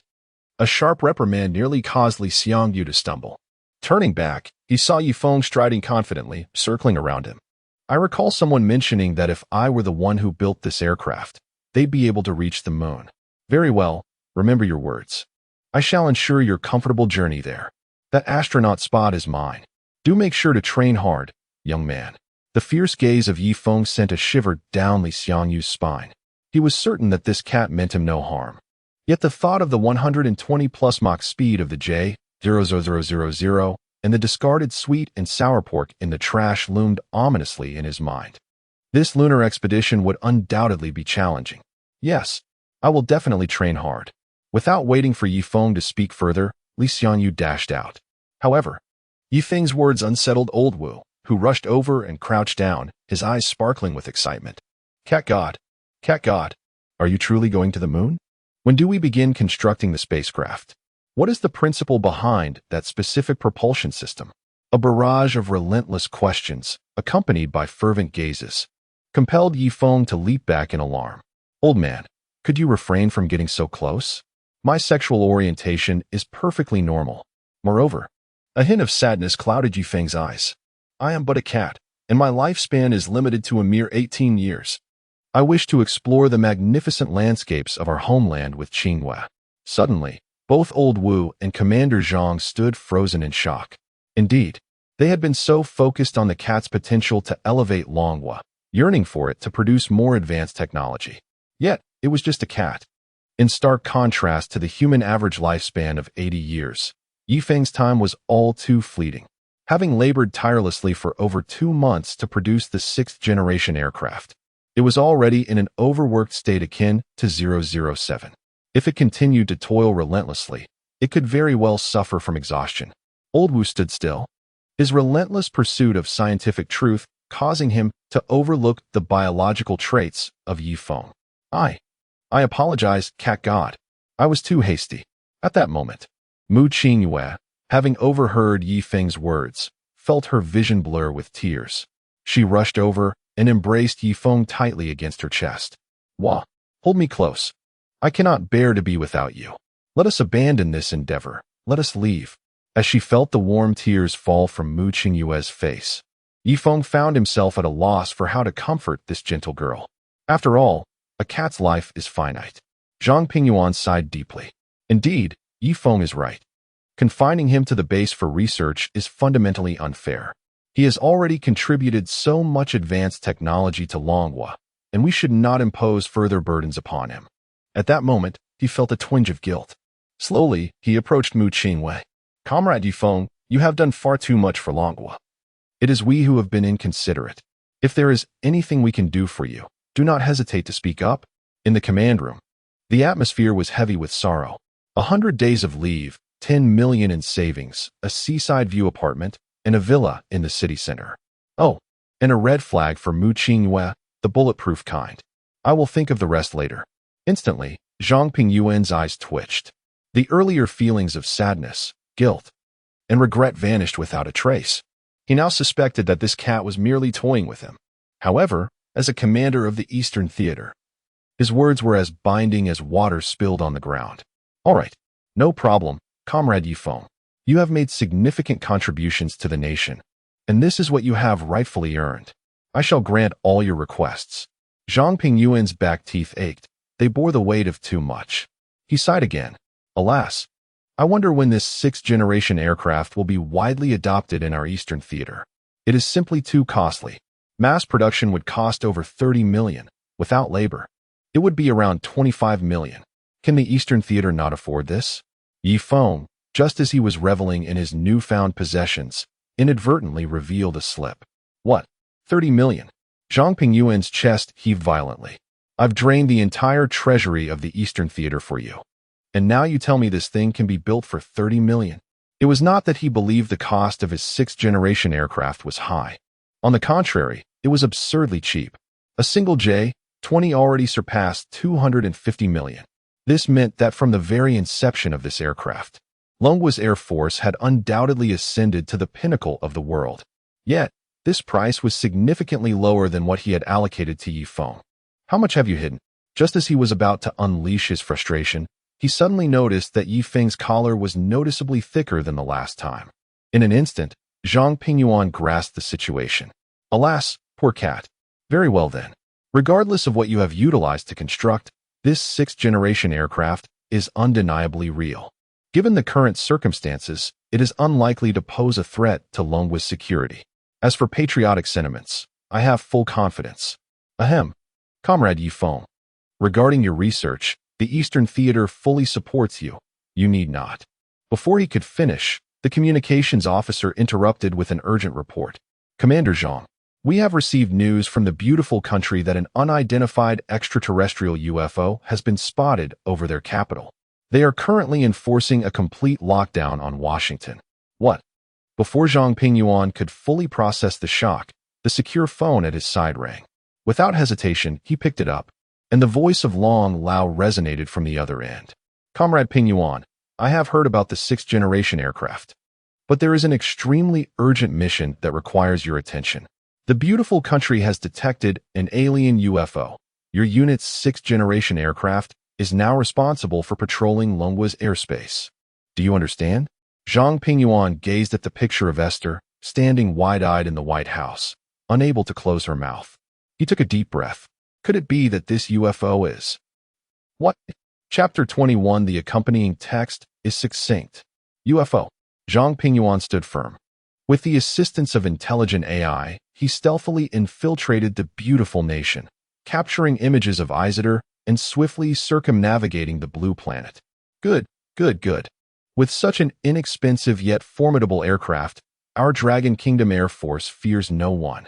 Through the receiver, Zhang Pingyuan could still sense the excitement of Long Lao. I never expected I never expected that Comrade Yi Feng would be so exceptional. With such a person, oh no, such a cat. How can the Dragon Kingdom not prosper? Has it found a mate? Should we collect the most beautiful cats nationwide to send to him? Zhang Pingyuan paused, glancing at Mu Qingyue, who was cradling Yi Feng. Ahem. Long Lao, from my observations. This comrade Yi Feng seems to be interested in people and has already set his sights on a target. Haha. I knew this scientific-minded cat would be extraordinary. Pingyuan, have your aircraft come to Longjing tomorrow. We need to discuss mass production. Yes, Long Lao. I shall set off immediately. If this aircraft were to be mass-produced, the factory would undoubtedly need to be established in their eastern military district. Proximity brings advantage. After all, those who understand technology are within their own domain. Contemplating the upcoming discussions with the commanders of the major military districts made Zhang Pingyuan's head spin. Pingyuan, does Comrade Yi Feng have any requests? Long Lao. Comrade Yi Feng requests a 100-day leave, a sum of 10 million, 2 properties, and a sports car. Zhang Pingyuan felt a wave of anxiety wash over him, only to hear Long Lao's laughter echo on the other end. Haha. Pingyuan, with this aircraft, our Dragon Kingdom's backbone has gained another support. Alas, it seems the compensation is still too little. When you come to the capital, we shall deliberate thoroughly. Yes, Long Lao. Before long, a video featuring the Isidore image was posted on the Eastern Military District's Douyin account. The accompanying text was minimal. UFO. As soon as the video was released, it triggered a tidal wave of likes and comments online. The fewer the words, the greater the impact. 3 letters hold significant weight. It's official, it's official. This is the Dragon Kingdom's new aircraft. My goodness, they actually captured a photo of Isidore. Have you considered what this image signifies? Our aircraft can effortlessly penetrate the airspace of the beautiful nation without detection. Long Kingdom is magnificent. By the way, when can we see the real thing? The online atmosphere in the Dragon Kingdom was lively, yet Isidore's mood was exceedingly grim. Damn, this is a blatant provocation. When did the Dragon Kingdom manage to produce a new generation of aircraft? And you, Joel, didn't you claim that the 6th generation aircraft from the Sonic Company was the best in the Blue Planet? How could it be used as fireworks in the Dragon Kingdom region? The public approval rating has plummeted. How are we to win the election next year? Do you still wish to keep your position as Minister of Defense? Damn, damn, damn. Isidore slammed his fist on the table, sending a stack of documents tumbling to the floor. Mr. President, please don't be anxious. As far as I know, our individual exoskeleton armor has also made groundbreaking advancements. Although the Dragon Kingdom's new aircraft is formidable, its production cost must be exorbitant. And it is certainly not feasible for large-scale deployment at this time. We can still maintain our military superiority. If our entire army were to adopt our exoskeletons, I believe we could decisively overpower the Dragon Kingdom. Isidore took a deep breath. Joel was right. Mass production was simply unattainable. There are 86 alone costs nearly $3 billion. Given the current economic situation, the Dragon Kingdom would likely be unable to achieve an overall upgrade. Very well, Joel. I will persuade Congress to allocate $30 billion for military expenditure for the exoskeleton armor upgrade. I hope you do not disappoint me again. Joel stood tall, his gaze resolute. Trust me, Mr. President, you shall not be disappointed. Isidore slightly nodded. Taking a deep drag from his cigar, he turned to Joseph. Joseph, utilize all your resources in the Dragon Kingdom to investigate. Whoever has constructed that technology must not be allowed to exist in the Dragon Kingdom. Yes, Mr. President. I will attend to it immediately. Before long, all spies embedded by the beautiful nation within the Dragon Kingdom were activated. This caused the National Security Bureau of the Dragon Kingdom to grow exceedingly tense. In just 1 week, the number of spies captured had already far exceeded the total for the entire previous year. National Security Director Li Goen sat in his office, his expression heavy as he scrutinized the briefing in his hands. What the hell are the beautiful nation's CIA up to? Their interrogation rooms for detained spies are overflowing. Is this large-scale espionage operation targeting certain individuals or preparing for a widespread conflict? This thought sent a chill through Li Goen. No, we must quickly ascertain their intentions, otherwise. Xiao Li, immediately conduct a surprise interrogation of the captured spies. We must uncover the purpose behind the beautiful nation's intelligence gathering. Yes, at this moment. In a bar within the magical city of the Dragon Kingdom, Wang Yunyan was thoroughly intoxicated, the booth overflowing with bottles. Beside him sat a tall, blonde beauty named Vivian. Since being expelled from the Eastern Military District Military Academy by Zhang Pingyuan, he had been despondent.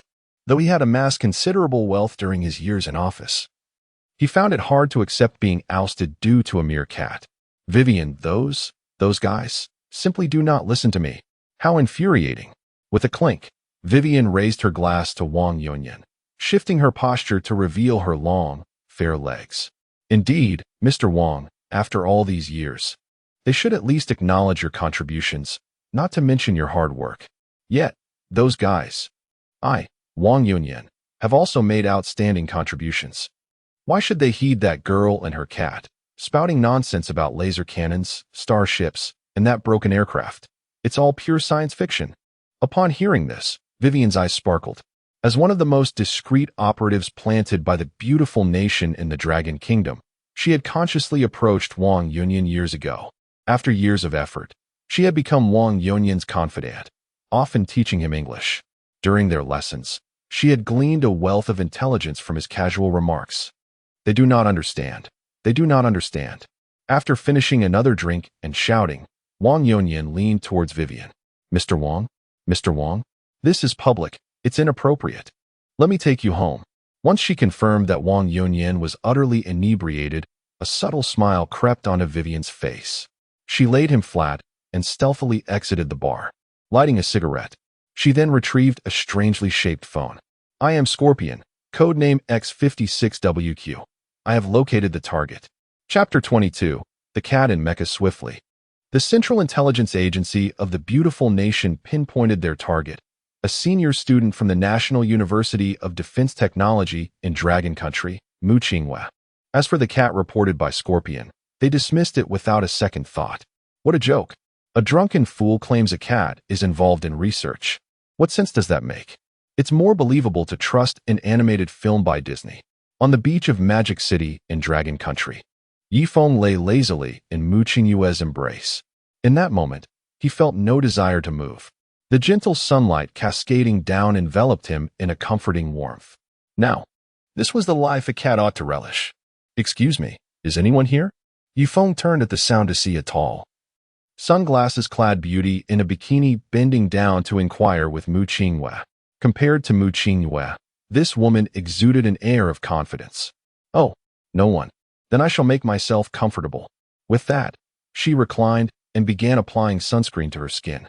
She then offered the sunscreen to Mu Qinghua. Thank you. I searched everywhere for a suitable spot. I'm in Jinyao.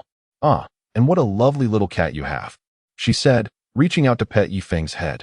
Accepting the sunscreen from Jinyao, Mu Qinghua beamed with a charming smile. Indeed, my Tai-Tai has been raised by me since childhood. I must tell you, he is extraordinarily clever. As she spoke of her beloved cat, Mu Qinghua became animated, recounting tales of Tai-Tai. Yet, Yifeng noticed that Jinyao's gaze frequently drifted toward him. Could it be that my handsomeness is too striking? Suddenly, a twinge of unease pricked his feline instincts. He abruptly turned to the sea. In the distance, a yacht suddenly flickered with an unusual light. Not good. Just as those words escaped his lips, a deafening gunshot erupted from the yacht. At that moment, Jingyao also sensed something was amiss. She swiftly toppled the beach umbrella, shielding Mu Qinghua from the impending danger.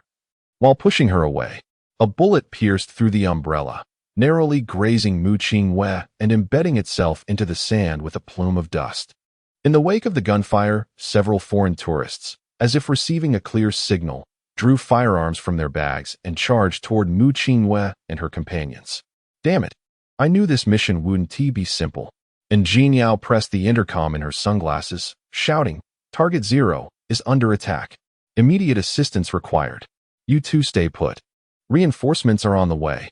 With that, Jinyao drew a handgun, executing a tactical roll as she dashed out.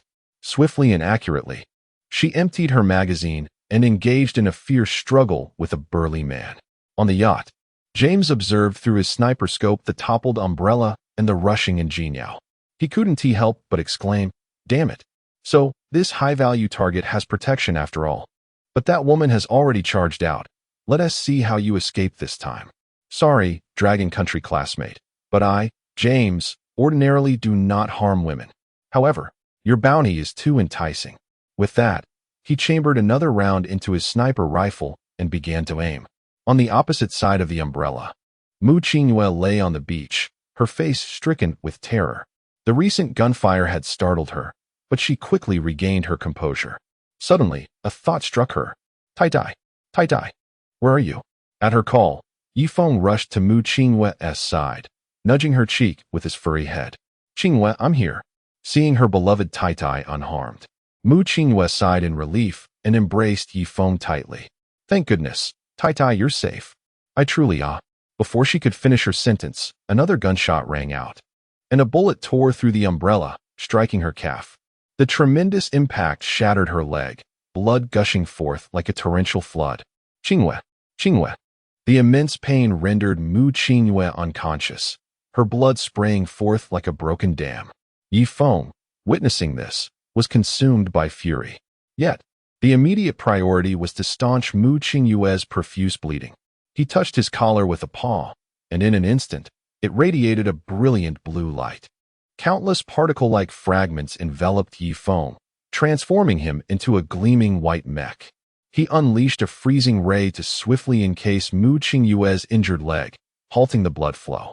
Seeing the bleeding subside, Yifeng retrieved a spherical device from within the mech and placed it beside Mu Qingyue. On the yacht, James, sensing that his second shot had struck its mark, felt a rush of elation.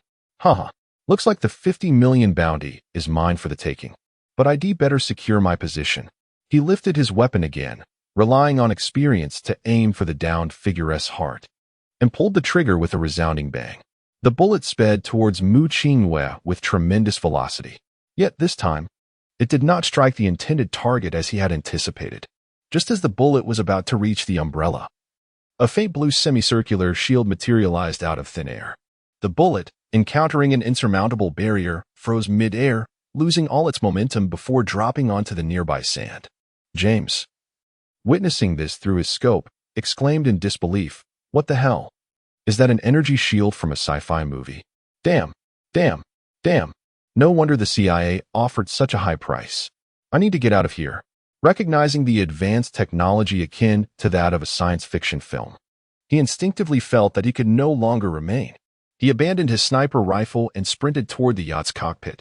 Meanwhile, upon hearing yet another gunshot, Yifeng could no longer contain himself. To ensure Mu Qingyue's safety, he had intended to stay by her side. But the relentless sniping ignited a blaze of fury within him. Damn it, just because I don't assert myself, do you think I'm just a sickly cat? Enough of this. In an instant, as the mech's lights flickered, Yifeng gradually ascended into the air, hovering above. He raised his front paw, pointing it towards the fleeing speedboat. A circle of orange energy waves began to coalesce at the tip of his claws. Then, a beam of orange light, far mightier than any naval cannon, engulfed James's speedboat. The surrounding waters churned violently, immense volumes of seawater evaporating instantaneously, forming a colossal vapor cloud on the distant horizon. A blinding light illuminated the entire city beach. The brilliance surpassed that of the sun, causing Inaugural and the beautiful nation agents engaged in combat on the beach to halt and shield their eyes. As the blinding light subsided, they turned their gaze towards the space above the umbrella, only to be met with an unbelievable sight. Damn, a cat clad in mech armor. Chapter 23. The Cat? Colonel. As she gazed at the colossal vaporous mushroom cloud rising in the distance and the cat clad in mechanized armor hovering in midair, Inaugural instantly comprehended why Zhang Pingyuan had urged them to exert every effort in safeguarding this feline. This was no ordinary cat. It represented the future of Longhua. At that moment, the agents from the beautiful country also began to realize the gravity of the situation. What the hell? Why wasn't there any mention in the intel about Longhua possessing extraterrestrial cats? Without a moment's hesitation, dozens of armed foreign agents aimed their pistols at Yifeng. In an instant, a barrage of bullets rained down towards him. However, the projectiles directed at Yifeng, much like those aimed at Mu Qingyue, halted abruptly 10 meters away, clattering harmlessly to the ground. Damn it, just you bunch of worthless scoundrels. Die. In an instant, a flurry of lasers sliced through the air. The soldiers fell to their knees, each with an exceedingly minuscule hole at the center of their foreheads, not a single drop of blood spilling forth. Watching as the agents from the beautiful country collapsed beside her, Ingeniao's heart raced. You're telling me such a formidable cat requires protection? It should be the other way around. Just as Yifeng prepared to assess Mu Qingyue's injuries, a sudden alert sounded in his helmet, indicating thousands of red dots. He then beheld hundreds of helicopters soaring in from the distance, accompanied by hundreds of tanks surrounding them. Is this never-ending? What on earth is Zhang Pingyuan thinking? Allowing so much equipment from the beautiful country to infiltrate. Why must I clean up his mess? With that, Yifeng radiated a dazzling golden light. The commander of the 89th Mechanized Mixed Brigade, Li Chongning, observed the shimmering golden light at the coordinates and felt a wave of confusion wash over him. Report, Brigade Commander. The coordinates indicate massive energy fluctuations and an unidentified flying object. Continue advancing. Our target is right there. Regardless of what the beautiful country has dispatched, our 89th Brigade shall confront them. Accelerate forward. Yes. All units, be advised. The operational target is an unknown highlight. Radar missiles are activated. Lock on and accelerate. On the beach, Ingeniao sensed something amiss as she watched the cat seemingly gathering energy. She shouted, Yifeng, that's our people. Hearing the loud call from the woman who had just rescued Mu Qingyue, Yifeng was momentarily bewildered. What? Our own people? Upon magnifying the image to confirm the operational units bore the pentagram insignia of Longhua, Yifeng began to panic. The golden radiance enveloping him dimmed instantly. Thank goodness it was contained. A few seconds more, and it could have been disastrous. Is this commander genuinely worried I might flee? Why else send so many to watch over me? Have a little contractual spirit, will you? With that, Yifeng took cover behind a sunshade. Report. The target's energy fluctuations have ceased, and the signal is lost. What? Keep the radar operational and maintain vigilance. We're heading over. At this moment, Li Chongning remained unaware that they were but a word away from death. Meanwhile, behind the sunshade, Yifeng breached the shield and reached Mu Qingyue's side. The excruciating pain gradually brought her back to consciousness. Dad, in her hazy state, Mu Qingyue still clung to the thought of her beloved plush toy. Observing Mu Qingyue's frozen leg and hearing her call his name, Yifeng felt a profound ache in his heart. Even though he had successfully created the wearable combat armor, he had tragically overlooked the emergency medical function. Damn it. Whoever is responsible will pay dearly. Comrade Yifeng. We must swiftly transport Mu Qingyue to the hospital. Our helicopter will arrive shortly. However, her leg may. And Ingeniao, who had approached from the side, refrained from finishing her sentence. As a woman, she understood all too well what losing a leg would mean for the young girl before her, a life yet to fully bloom. Now on the brink of withering, Yifeng gazed silently at Mu Qingyue's frozen leg for a long time. If it weren't for his inexplicable transformation into this cat, she would never have had to endure such suffering. Damn it. Yifeng, will protect that leg. He looked at the confidential phone that Zhang Pingyuan had given Mu Qingyue, which lay abandoned on the beach, and pressed the button. In a secret meeting room in Longjing, Longhua, Elder Long, and high-ranking officials from 5 other military districts were gathered, watching the combat footage of the J-00000. The leaders from the various military districts, with the exception of Zhang Pingyuan and Pang Yunlong, were wide-eyed in astonishment. Were it not for Elder Long's prior statement that this was the real combat video of the Eastern Military District's new 6th-generation fighter jet, they would have believed they were watching a science fiction film. What on earth? That massive warplane just vanished without a trace. If this could be mass-produced, our Air Force would dominate Blue Star. Stop dreaming. That aircraft must have a hefty price tag. Look at its Mach speed. It surpasses that of supersonic missiles. I just want to know who the chief engineer is. Goodness. With intelligent AI and optical stealth, how did your Eastern Military District achieve such breakthroughs? Can they be applied to aircraft carriers and other equipment? Where on earth did you find such talent? Zhang Pingyuan. The 3 military district leaders surrounded Zhang Pingyuan, bombarding him with questions. Old Zhang, We've always had the best relationship. Our southern military district is struggling, constantly on guard against the white elephant. You must build us a couple of those planes. What is that compared to us? The beautiful country has been harassing my southern military district nonstop. I'll settle for just one. As the atmosphere grew increasingly chaotic, Elder Long rapped the table. Ahem. Comrades, I understand the pressure on your military districts. But there is no need to panic.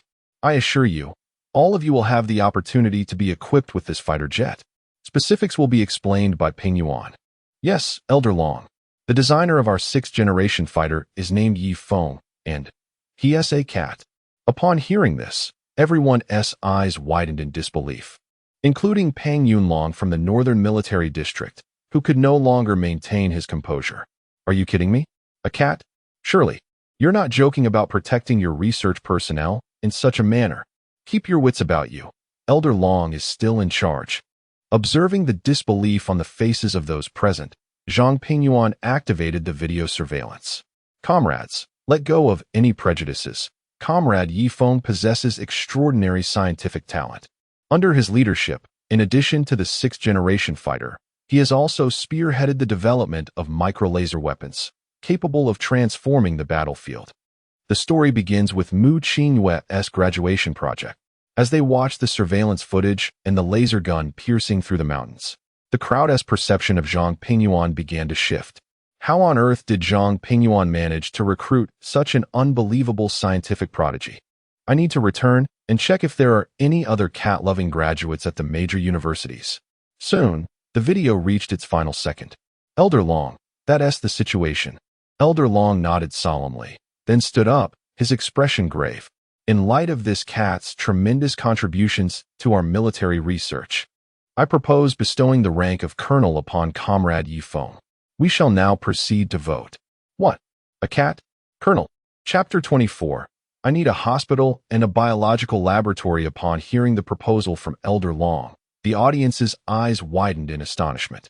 This is Dragon Country, the first ever animal with a military rank in the history of Blue Star. I agree. Science knows no boundaries of species. Comrade Feng has made such a remarkable contribution. I have no objections, one voice echoed. I concur. We should not harbor species discrimination. This cat has made such outstanding contributions. Failing to award it would dishearten all researchers, another chimed in. Seeing everyone in the conference room raise their right hands in agreement, Elder Long nodded. With 6 votes in favor, he declared, in that case, Comrade Zhang Pingyuan, this matter is entrusted to you. Furthermore, Pingyuan, Comrade Li Goen from National Security has reported that recent espionage activities from the beautiful nation have been rampant. They are likely targeting our 6th-generation fighter jet researchers. You must prioritize the safety of Comrade Feng. Understood, Elder Long. I have already dispatched the 3rd Special Operations Team from the Eastern Theater to ensure the safety of Mu Qingwe and Comrade Feng. We will ensure absolute security. No sooner had he spoken than the door to the conference room was knocked open urgently by Zhang Pingyuan's guard, his expression grave. Report, Elder Long, Commander Zhang. Comrade Ingeniao reports that Target 0, Feng and Mu Qingwe, have been attacked at the beach in Magic City. The assailants are armed. Our 89th Mechanized Mixed Brigade has been dispatched to the target area. The situation is currently unclear. What? Elder Long sprang to his feet, while Commander Pang Yunlong and several other military district commanders glared at Zhang Pingyuan with furrowed brows. Is this how you protect the cat god? Zhang Pingyuan stood frozen. Damn it. I just said we would ensure absolute security, and the beautiful nation pulls this stunt. Within moments, the secure phone line connected to Mu Qingwei rang. Zhang Pingyuan answered immediately, activating the speakerphone. Mu Qingwei, what is your current situation? We are on our way. But the voice on the other end was filled with despair. Qingwei has lost her calf. I need a hospital and a biological laboratory. What? Mu Qingwei has lost her leg. The only weapon capable of inflicting such injuries would be a long-range sniper rifle. The bald eagle has sent a lethal message to Feng and Mu Qingwei. Cold sweat beaded on Zhang Pingyuan's forehead. He understood all too well how crucial Mu Qingwei was to Feng. That Feng could still maintain his composure was a testament to his restraint. If anything were to happen to Mu Qingwei, Comrade Yifeng. The 4th Military Hospital of the Eastern Theater is nearby, boasting the finest doctors in Magic City.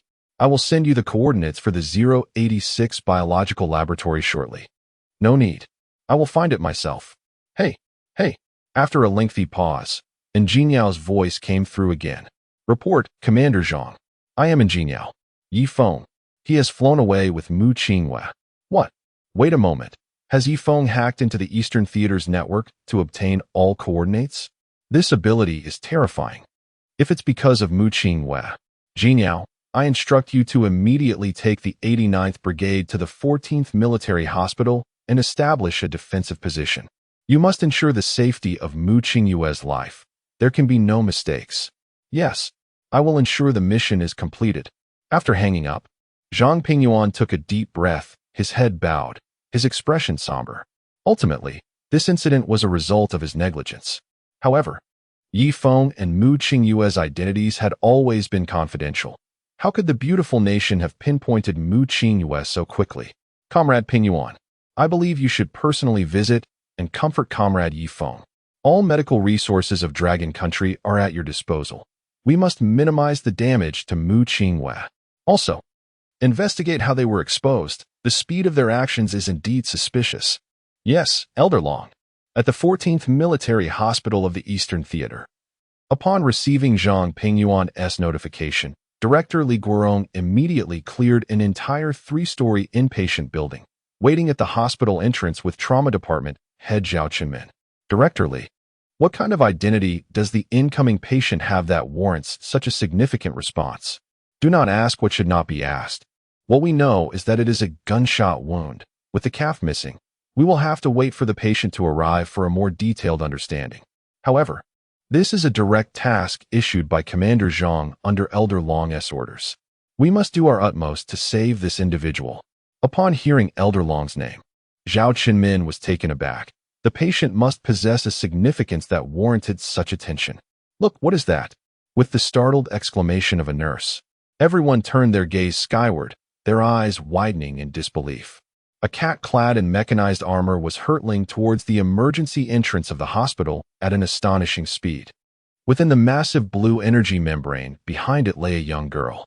As Yifeng saw the crowd at the entrance of the 4th Military Hospital, he began to decelerate. The cat drew closer, finally hovering at the entrance and gently placing Mu Qinghua, who was encased in the traction light membrane, onto a prepared blue stretcher. Injured female. Sniper wound. Right calf missing. I have temporarily frozen the wound. The rest is up to you.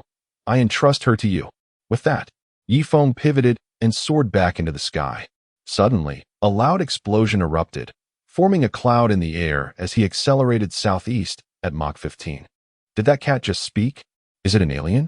A mechanized cat that could talk, delivering a patient using a traction beam? Am I dreaming? Zhao Chenmin pinched his thigh hard. Ouch. At that moment, a thunderous buzzing sound approached from afar. 20 armed helicopters surged towards the hospital, hovering above the 4th Military Hospital. Dozens of fully equipped special forces descended from the sky. Feeling the tremors beneath him, Li Guorong's eyes widened. Is that the sound of tanks? This scale is sufficient to win a small-scale conflict. Just then, a camouflaged officer with a steel rifle approached and saluted. Greetings, comrade. I am Li Chongning, commander of the 89th Mechanized Mixed Brigade of the Dragon Country War Zone. We have been ordered to establish a defensive position here to ensure the safety of Mu Qinghua. The advance team has already arrived, and more will follow. Commander Zhang is also on his way. Li Guorong's heart raced as he glanced at Mu Qinghua lying on the stretcher. At that moment, he truly understood how significant this patient was to those in power. Rest assured, we will do everything in our power to ensure the girl's life is safe. Zhao Chenmin organized the surgery immediately, using the finest instruments and medications. We must ensure Mu Qinghua's safety. Understood, Director Li. Surrounded by dozens of nurses, Mu Qinghua was swiftly taken into the operating room. Chapter 25, Surgery, Prosthetics, Boyfriend? Within the southern wing of the 4th Military Hospital of the Eastern Theater Command, the corridor outside the operating room is lined with soldiers, each standing at attention every 5 meters. Inside the operating room, illuminated by the surgical lights, Mu Qingwei lies serenely upon the operating table. Bags of plasma flow through the intravenous port into her body, maintaining the stability of her heartbeat. The administered anesthesia has rendered her completely unconscious. Devoid of any sensation of pain, Zhao Chunmin shook his head while observing the frostbitten lower leg. Directly, although this cryogenic technique has effectively halted the excessive bleeding, it appears that all the marginal cells have perished, losing their vitality. Amputation will likely be necessary. Li Guorong sighed, his assessment mirroring that of Zhao Chunmin. It is indeed remarkable that this young woman has managed to survive a gunshot wound from a sniper. However, if the leg is not amputated, the spread of infection could pose a direct threat to her life. It is a tragic fate for one so young. Well then, Director Zhao, let us proceed. We shall strive to preserve as much of the lower limb as possible. It will facilitate her adjustment to prosthetics in the future. Understood, Directorly. Zhao Chunmin inhaled deeply, his gaze transforming into one of calm confidence. Now, the surgery begins. Recording the start time, 15:47:28. Hemostatic clamps. Outside the operating room, and Jin Yao stood vigil at the entrance. Regardless of the circumstances, she felt a deep sense of failure for not having safeguarded the target individual. Suddenly, hurried footsteps echoed in the corridor. Upon seeing the newcomer, and Jin Yao immediately stood to salute. Commander Zhang. Zhang Pingyuan waved his hand, his expression fraught with urgency. How is Mu Qingwei? Reporting to the commander, she is still in surgery. Although Comrade Yi Feng managed to staunch the bleeding, amputation is highly probable. Zhang Pingyuan nodded, accepting the grim news. It was fortunate that Mu Qingwei had managed to survive. Without Yi Feng's prompt intervention, she might have succumbed to excessive blood loss. At that moment, a commotion erupted at the end of the corridor. I'm sorry, but you cannot enter. On what grounds? Our daughter Mu Qingwei is undergoing emergency treatment. Are we not allowed to go in as her parents? I'm sorry, but we have orders that no one is permitted to enter. Zhang Pingyuan turned to see a man in his late 40s, sporting thick glasses, alongside a well-dressed woman around the age of 45 being blocked by the guards. Woohoo, this is all your fault. You're always holed up in that research institute tinkering with those broken chips. Where were you when our child was in such peril? Enough. Let us not point fingers. You're always consumed with work. Can't you find a deputy to assist you? Comrades, please. Hearing that they were Mu Qingwei's parents, Zhang Pingyuan hurried over. Upon noticing the commander's approach, the soldier saluted. Reporting to the commander, Before he could finish, Zhang Pingyuan waved his hand. You must be Mu Qingwei's parents. Please follow me quickly. She is undergoing emergency treatment. Mu Qiming, seeing the star on the visitor's uniform, felt a jolt of anxiety. When had his daughter become entangled with the military? Nevertheless, he nodded and pulled Lan Ningxue towards the operating room. Mu Qiming is the chief engineer for Huawei chips, tirelessly striving to breach the blockade imposed by the United States on Dragon Nation's technology.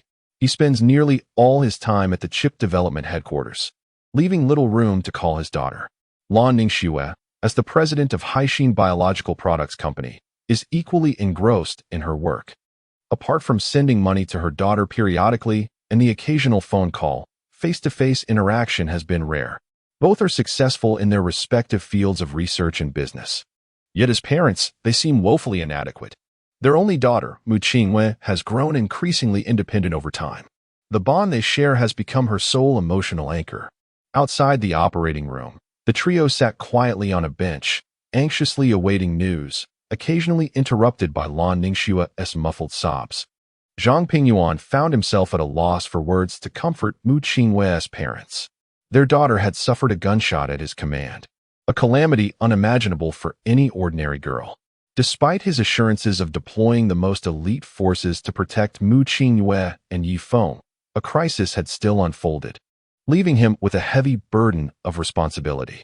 Suddenly, the red indicator light outside the operating room extinguished. 3 nurses wheeled Mu Qingwei out.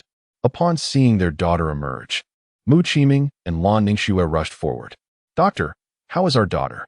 Hearing Mu Qiming's anxious inquiry, Zhao Chunmin glanced at Zhang Pingyuan behind him, noticing the commander nodding slowly. Zhao Chunmin removed his mask. Comrades, Mu Qingwei's vital signs are currently stable. and she has temporarily escaped life-threatening danger. All bleeding has been controlled. However, the next 24 hours will be critical. If there is no widespread infection, she should be relatively safe. Due to the use of general anesthesia during the operation, she may experience temporary disorientation. However, there is no need for concern. She will return to normal once the anesthetic is fully metabolized. Regrettably, we were unable to save her lower leg, and we have performed an amputation. Oh, but rest assured, we will use the finest materials to create her prosthetic and enlist the most skilled team for her rehabilitation. I am confident she will be standing again soon. What? Amputation? Mu Qiming stood frozen, utterly shocked. He had never imagined that his once sweet and charming daughter could end up in such a state after just a year apart. Memories flooded back of Mu Qingyue twirling in her dress before him as a child. Overwhelmed, he could no longer contain his tears, streaming down his face as he lamented the time he had failed to dedicate to her. Perhaps if he hadn't been so engrossed in chip development and had been there for her like an ordinary parent, this tragedy could have been avoided. Lan Ningxue, upon hearing that her daughter had lost half a leg, broke down in tears. She knelt beside Mu Qingyue. Wu, Qingyue, my dear, it's all my fault. I will give up everything. Please don't frighten me. I will no longer work late. I will always be here for you. Suddenly, Lan Ningxue thought she heard Mu Qingyue mumbling something and hurriedly leaned closer. Qingyue, what do you want to say? Mommy is here. Stay. Don't leave me. Lan Ningxue's eyes widened in shock, feeling as if the world was crumbling around her. Her daughter, had she found a boyfriend? Chapter 26. A desire to dissect this cat. Lan Ningxue was utterly flustered. She could hardly fathom that her precious daughter, whom she had not seen for merely 6 months, had already entered into a romantic relationship. Although it was not uncommon for a girl of such youthful beauty to attract suitors, this was still her beloved daughter.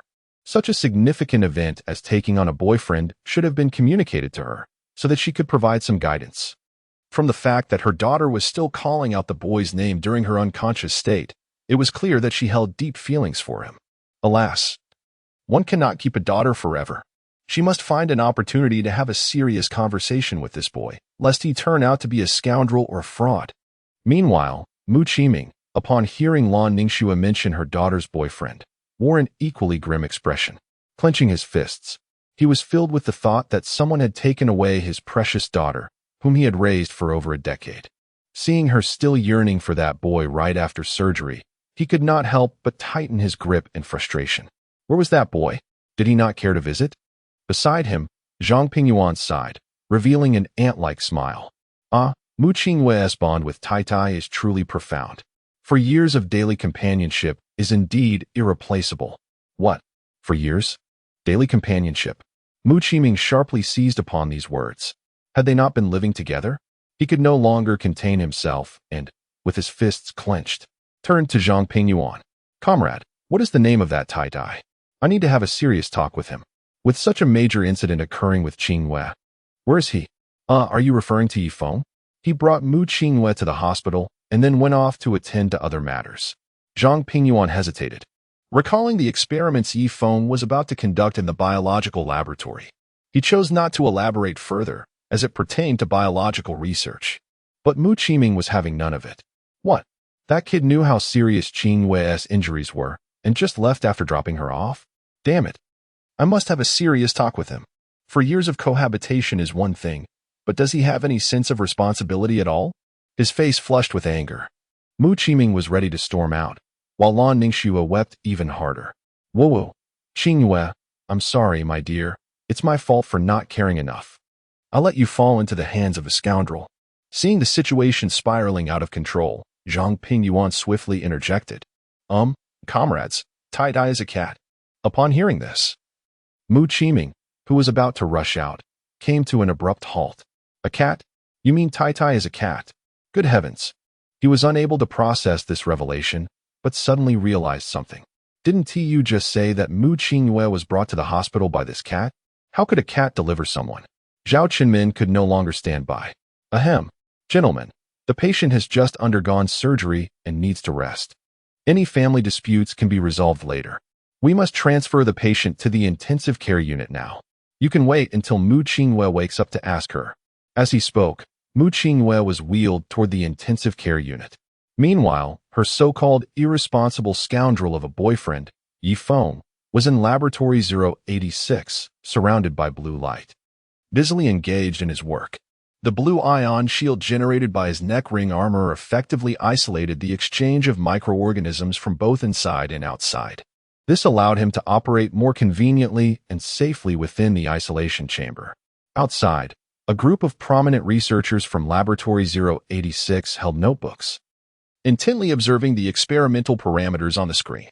Old Zhao, how did this cat come up with the idea to compile existing cell DNA structures and convert them into stem cells for directed growth, achieving limb regeneration? This notion is simply genius. Indeed, Old Zhao, I truly wish to dissect this cat to understand how its brain works. Logically, its brain capacity shouldn't be able to hold such knowledge. Don't you dare. Commander Zhang has explicitly instructed us to ensure the safety of the cat god. Did you see the armor when it arrived? That technology is not simpler than our genetic controllable compilation techniques. If something were to happen to the cat god, we would all be in serious trouble. Hearing the murmurs of the surrounding researchers, Zhao Chengwang, the head of Laboratory 086, became agitated. From the moment the cat had flown to the entrance of the laboratory, he sensed it was extraordinary. Although Zhang Pingyuan had already given prior notice about the cat's uniqueness, witnessing it expertly manipulate the instruments within the lab was something else entirely. Could a mere cat truly engage in biological research?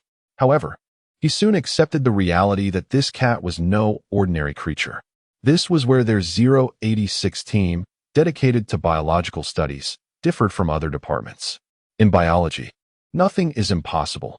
After all, cats and humans share 90 of their DNA, and certain exceptional intelligence is quite normal. With the introduction of Yi Feng's new scientific theories and the application of the highly precise shear enzyme system, the seasoned researchers were profoundly impressed. The cat's theories were far ahead of their time. Any one of them could easily qualify for a Nobel Prize. Zhao Chengguang cleared his throat and addressed the quietly discussing crowd. Stop your idle chatter. Have you recorded the cat goddess operations? Have you grasped the theory thoroughly? Learn diligently from Comrade Yi Feng. If any of you can match even one of the cat god's talent, I shall relinquish my position to you. Pay close attention. Upon hearing Zhao Chengguang's words, everyone lowered their heads, refocusing their attention on Yi Feng within the isolation chamber.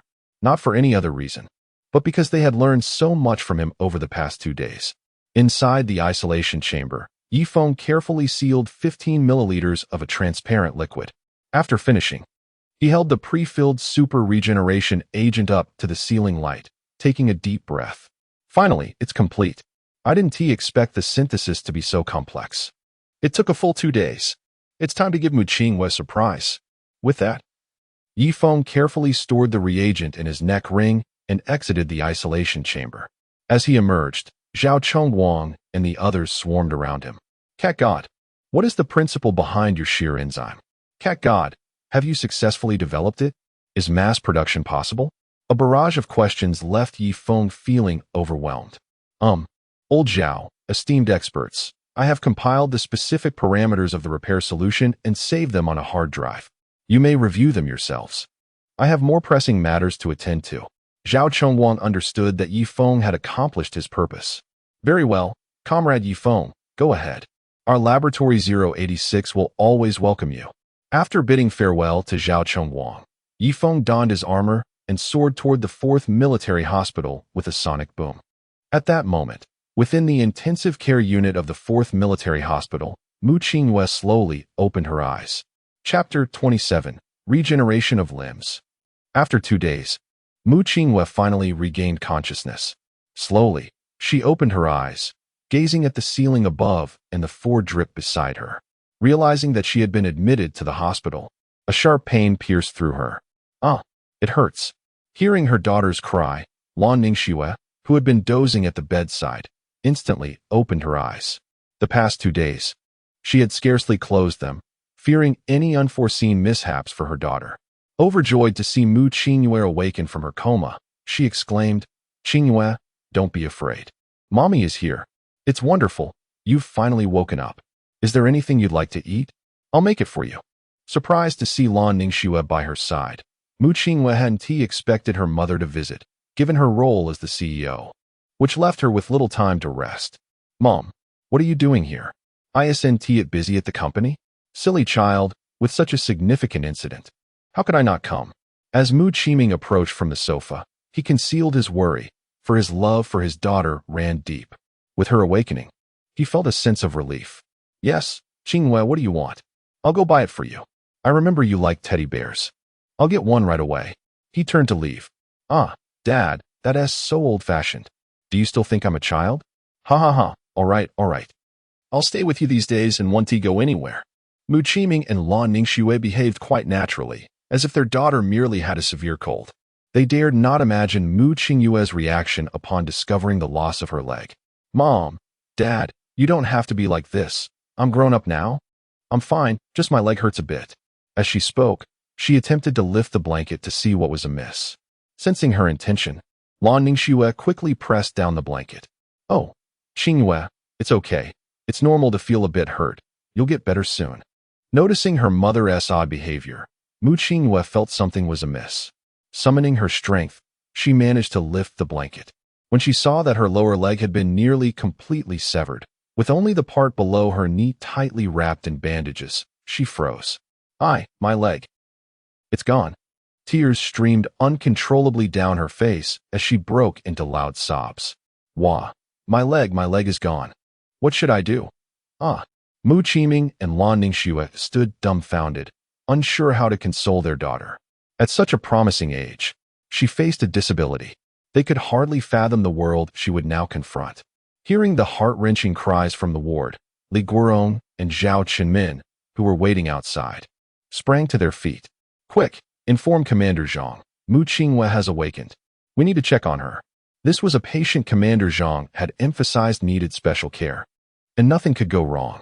Upon witnessing the blanket thrown aside and Mu Qinghua weeping in anguish, Li Guorong instantly understood the gravity of the situation. Mu Qinghua, your calf was injured by gunfire, and we had no choice but to amputate. But rest assured, we will find the most professional team to assist you in your recovery. You will stand again. Upon hearing Li Guorong's words, Mu Qinghua cried even harder. Damn it! I entrusted Qinghua to your 4th military hospital, and I want to see who dares to bully her here. His stern reprimand made everyone in the ward tense up. Feng arrived at the hospital with a super restorative agent at a speed of 25 Mach. As he approached Mu Qinghue's ward, he suddenly heard her heart-wrenching sobs. He was furious. I asked you to save lives, and yet you've made Mu Qinghua cry? He scolded as he dashed into the ward. Hearing the commotion, Mu Qiming and Lan Ningxue looked towards the door, where a cat with a peculiar collar stood, its gaze fierce. Seeing her beloved pet return, Mu Qinghua opened her arms. Wah, Tai, you're back. Wah. Feng leaped into Mu Qinghue's embrace. She held him tightly, her tears falling onto his soft fur. Wah. Tai, my leg is gone. Wah. Feng nudged her gently with his head. Don't be afraid. Qinghue, I'm here. Your leg is not truly gone. I found a way. At that moment, Mu Qiming and Lan Ningxue stood frozen in shock. This is Tai? This cat can talk. Beside them, Li Guorong and Zhao Qinmin grew anxious. What had they just heard? With this cat around, would Mu Qinghua truly be without a leg? Could it be? Li Guorong dared not contemplate further. If true, it could save countless families in Longhua. Carefully, he approached the bedside and leaned down. Feng, are you saying you can regenerate her severed limb? Feng retrieved a pre-filled syringe from his collar. Inject this into Qinghue's residual limb. It will repair all damaged cells and regenerate the severed limb. Zhao Qinmin's eyes widened. Can this really work? Meanwhile, Li Guorong was elated. He had heard of Feng's capabilities from Zhang Pingyuan, though he didn't fully understand what this cat could do. However, he was certain of its scientific prowess, which earned Zhang Pingyuan's respect. All right, Qinmin, remove the bandages from Mu Qinghue's leg and administer the injection. Yes, Director Li. Watching Zhao Qinmin prepare to inject an unknown substance into her daughter, Lan Ningxue became anxious. While the talking cat was indeed astonishing, she could not allow her daughter to receive an unmarked serum brought by a cat without further consideration. Wait, Lan Ningxue's gaze shifted to Yi Feng, who was cradled in Mu Qingwei's arms.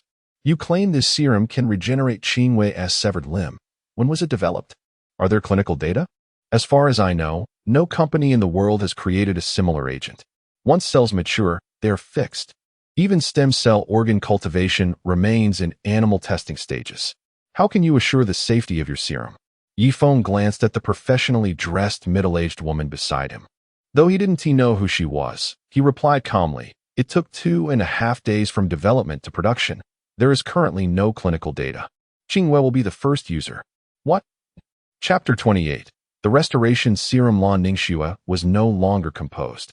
As the president of Haixin Biopharmaceuticals Company Limited, she was acutely aware of the arduous journey involved in the development of a novel pharmaceutical agent. From research and development to manufacturing. From animal trials to human testing, the process could take years, if not decades. This was why many innovative drugs were prohibitively expensive at launch. Yet this cat had accomplished the feat in merely 2.5 days, without even undergoing clinical trials. What if there were side effects? Lan Ningxue dared not contemplate the possibilities. No, I cannot agree. There are no clinical data. If something were to go awry, can this cat bear the responsibility? Oh, but I have sacrificed 2 sleepless nights to create this for Qingyue's sake. By what right do you deny its use? How dare you speak like that? I am only acting in the interest of my daughter. A heated quarrel erupted in the hospital room between a cat and a human. On one side was a concerned mother, and on the other, a brilliant companion of 4 years. Mu Qingwei found herself at a loss. Silence. This is not a marketplace. It's a hospital room in the 4th Military Hospital of the Eastern Theater. Hearing the commotion from afar, Zhang Pingyuan hurriedly entered the ward. Upon seeing the decorated figure of Commander Zhang standing in the room, Mu Qiming approached him. "Commander Zhang, this cat of unknown origin insists on administering some serum to my daughter Qingwei, claiming it can regenerate her severed limb. What do you think?" Mu Qiming expected Zhang Pingyuan to intervene and put an end to the cat's absurdity. To his surprise, Zhang Pingyuan displayed neither anger nor discontent. Instead, his expression radiated shock and excitement. What a jest! This is the creation of our esteemed military's feline genius in the Eastern Theater. If it can indeed regenerate limbs, it would alleviate countless tragedies for the Dragon Kingdom's armed forces. Taking a deep breath, Zhang Pingyuan cleared his throat. Ahem. Mr. Mu Qiming, let me clarify. This is not an ordinary cat. It is Colonel Yi Feng, who has been granted military rank with the full approval of the Dragon Kingdom's military commission. We simply have yet to issue the formal authorization documents. Furthermore, Comrade Yi Feng has made exceedingly significant contributions to our national defense research. I have witnessed his research capabilities firsthand. If anyone in the world could develop such a miraculous serum, it would be none other than Yi Feng. What? Both Mu Qiming and Lan Ningxue stood frozen in disbelief. The general just claimed this cat held the rank of colonel? A cat with such a military title was unheard of. Moreover, it possessed exceptional talent in scientific research. The two were bewildered. If that were the case, allowing Qingwei to try it might not be out of the question. As the tension in the room eased, Zhang Pingyuan cleared his throat and approached Yi Feng. Well, Comrade Yi Feng, those two are the parents of Mu Qingwei. Their concerns about your serum are understandable, and I hope you can be accommodating. What? Mu Qingwei's parents? Yi Feng was equally flustered, his fur almost standing on end. Just moments ago, he had heard Mu Qingwei's cries and had forgotten everything in his haste. Had he inadvertently met the parents of the girl he cared for? What if he had been in human form? Would he have left a bad impression on his future in-laws? Why did Zhang Pingyuan not give him a heads up about their arrival? With a mournful gaze, Yi Feng looked at Zhang Pingyuan and softly spoke. Uncle and aunt, my previous demeanor was indeed inappropriate. Your concerns regarding the serum are entirely valid. This serum employs a unique gene editing technology that can directly convert the surviving cells and damaged tissues into stem cells, which then transform according to the needs of the injured tissue, ultimately achieving regeneration. The specific technical principles and parameters can be found in the 086 Biological Laboratory. You may consult Commander Zhang for access. However, I assure you that this serum has no side effects. Simply ensure adequate nutritional intake. Seeing the cat's change of attitude, Lan Ningxue felt a wave of relief. Yet, the way it looked at her made her suspect that something had transpired between it and her Qingyue. Ahem. My previous demeanor was also less than ideal. Given all this, I respect Qingyue's opinion. If she does not object, I consent to the injection. What do you think, Qingyue? Everyone turned their gaze to Mu Qingyue. Wiping the tears from her face, she replied, Dad, Mom, I trust Tidy. It won't harm me. Hearing their daughter's consent, Lan Ningxue nodded. Very well then, Director Zhao, please proceed. Oh yes. Quickly, Mu Qingyue's foreport was connected to a drip of glucose, amino acids, and other nutrients. The bandages on her leg were carefully unwrapped to reveal a freshly scabbed wound. Zhao Qinmin glanced at Li Guorong, who nodded in agreement. He then administered the restoration serum provided by Yi Feng and pressed the injection button. At the very moment the serum was injected into Mu Qingyue's leg, the previously scabbed surface began to crack. A vibrant mass of tissue started to bulge outward, forming a small protrusion. Minutes later, the bulge gradually evolved into a thumb-sized, complete lower leg, with the contours of her foot and toes becoming distinctly visible. This astonishing scene left everyone in awe. Lan Ningxue gasped, covering her mouth in disbelief. This defies science. Zhao Qinmin's hands trembled uncontrollably. Director Li, this is simply miraculous. In such a short time, we've witnessed the rudiments of a 3-month-old fetus's limbs. Li Guorong could hardly believe his eyes, his chest rising and falling rapidly. Suddenly struck by a thought, he rushed to Yi Feng. Cat, no, Comrade Yi Feng, your restoration serum is truly monumental. I implore you that if it is to be promoted in the future, could it be made more affordable? I have seen too many families torn apart by disability. Li Guorong was at a loss for words. He understood the tremendous impact this serum could have on human medicine. Yet he felt it selfish to request Yi Feng to offer it pro bono. Yi Feng hopped out from Mu Qingyue's embrace and circled around her injured leg, nodding in approval. Yes, this is quite satisfactory, just as I anticipated. As long as we maintain adequate nutritional input, she will fully recover. Thank you, dear cat. No, Comrade Yi Feng, I kneel in gratitude on behalf of my daughter. As he spoke, Mu Qiming prepared to kneel, but Yi Feng hurriedly jumped forward to stop him. Uncle Mu, there's no need for such formality. This is merely my duty. As for the serum, I intend to leave that matter to Andy. What? You plan to entrust this restoration serum to me? Chapter 29.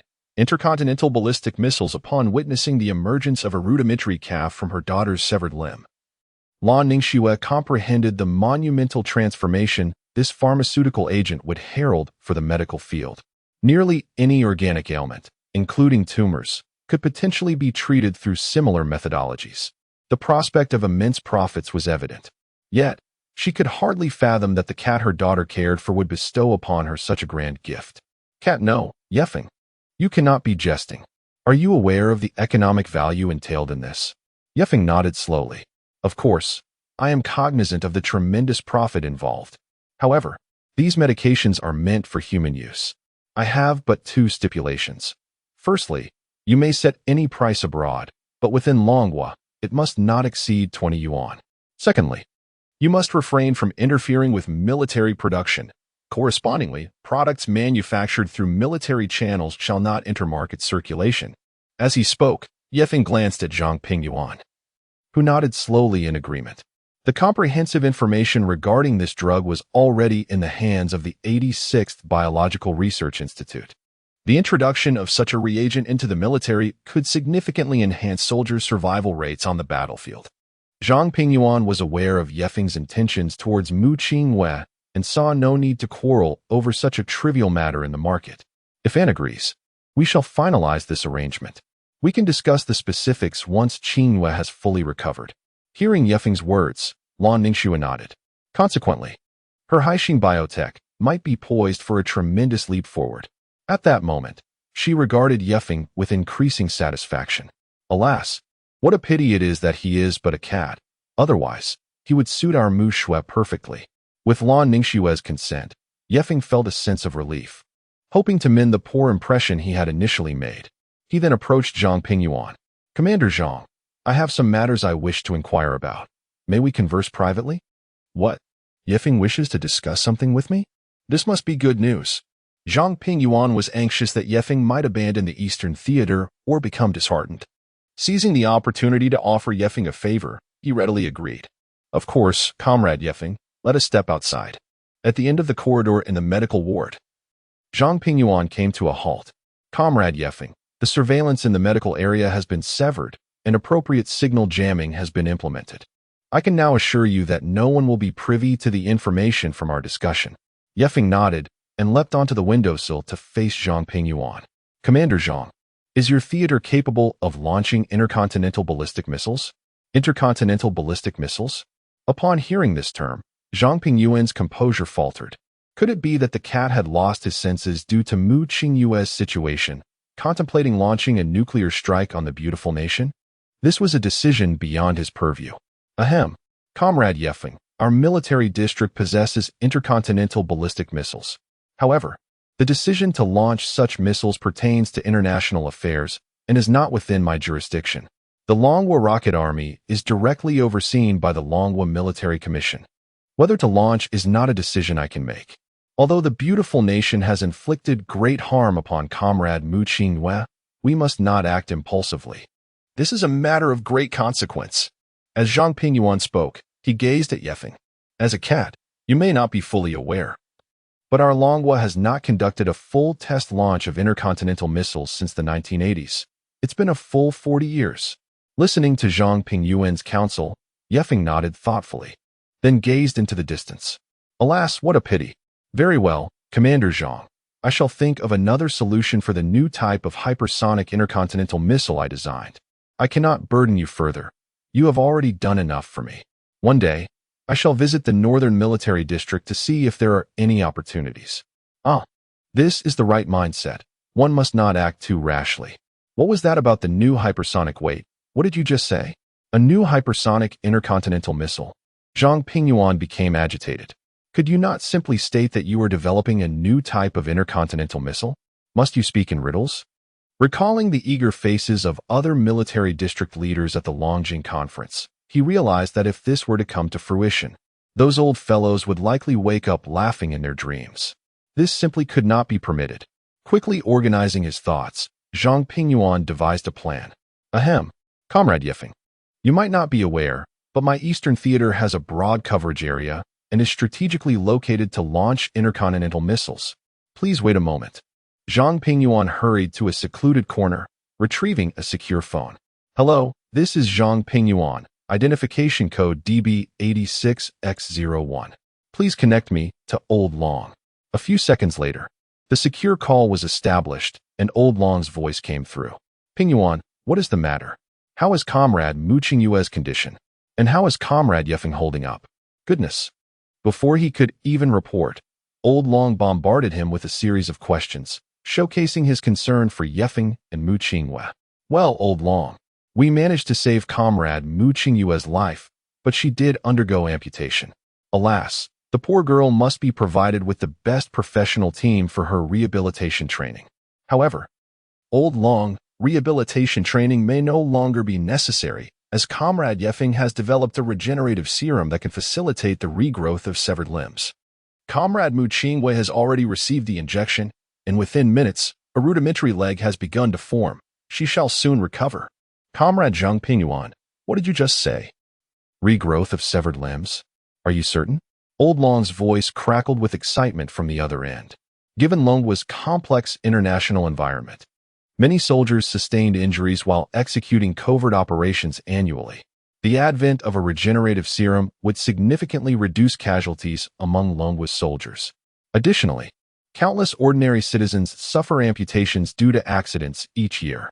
If the regenerative serum were mass-produced, it would save innumerable families and augment the labor force in Longhua. Excellent, excellent, excellent. Comrade Yefeng is indeed a scientific marvel of Longhua. It seems that we must reconsider the treatment afforded to Comrade Yefeng. Old Long continued, Pingyuan, you must ensure that we attend to both Comrade Yefeng and Comrade Mu Qingyue's living conditions. Their living standards must be guaranteed. Yes. Old Long, rest assured. I shall ensure Comrade Yeffing's living arrangements are satisfactory.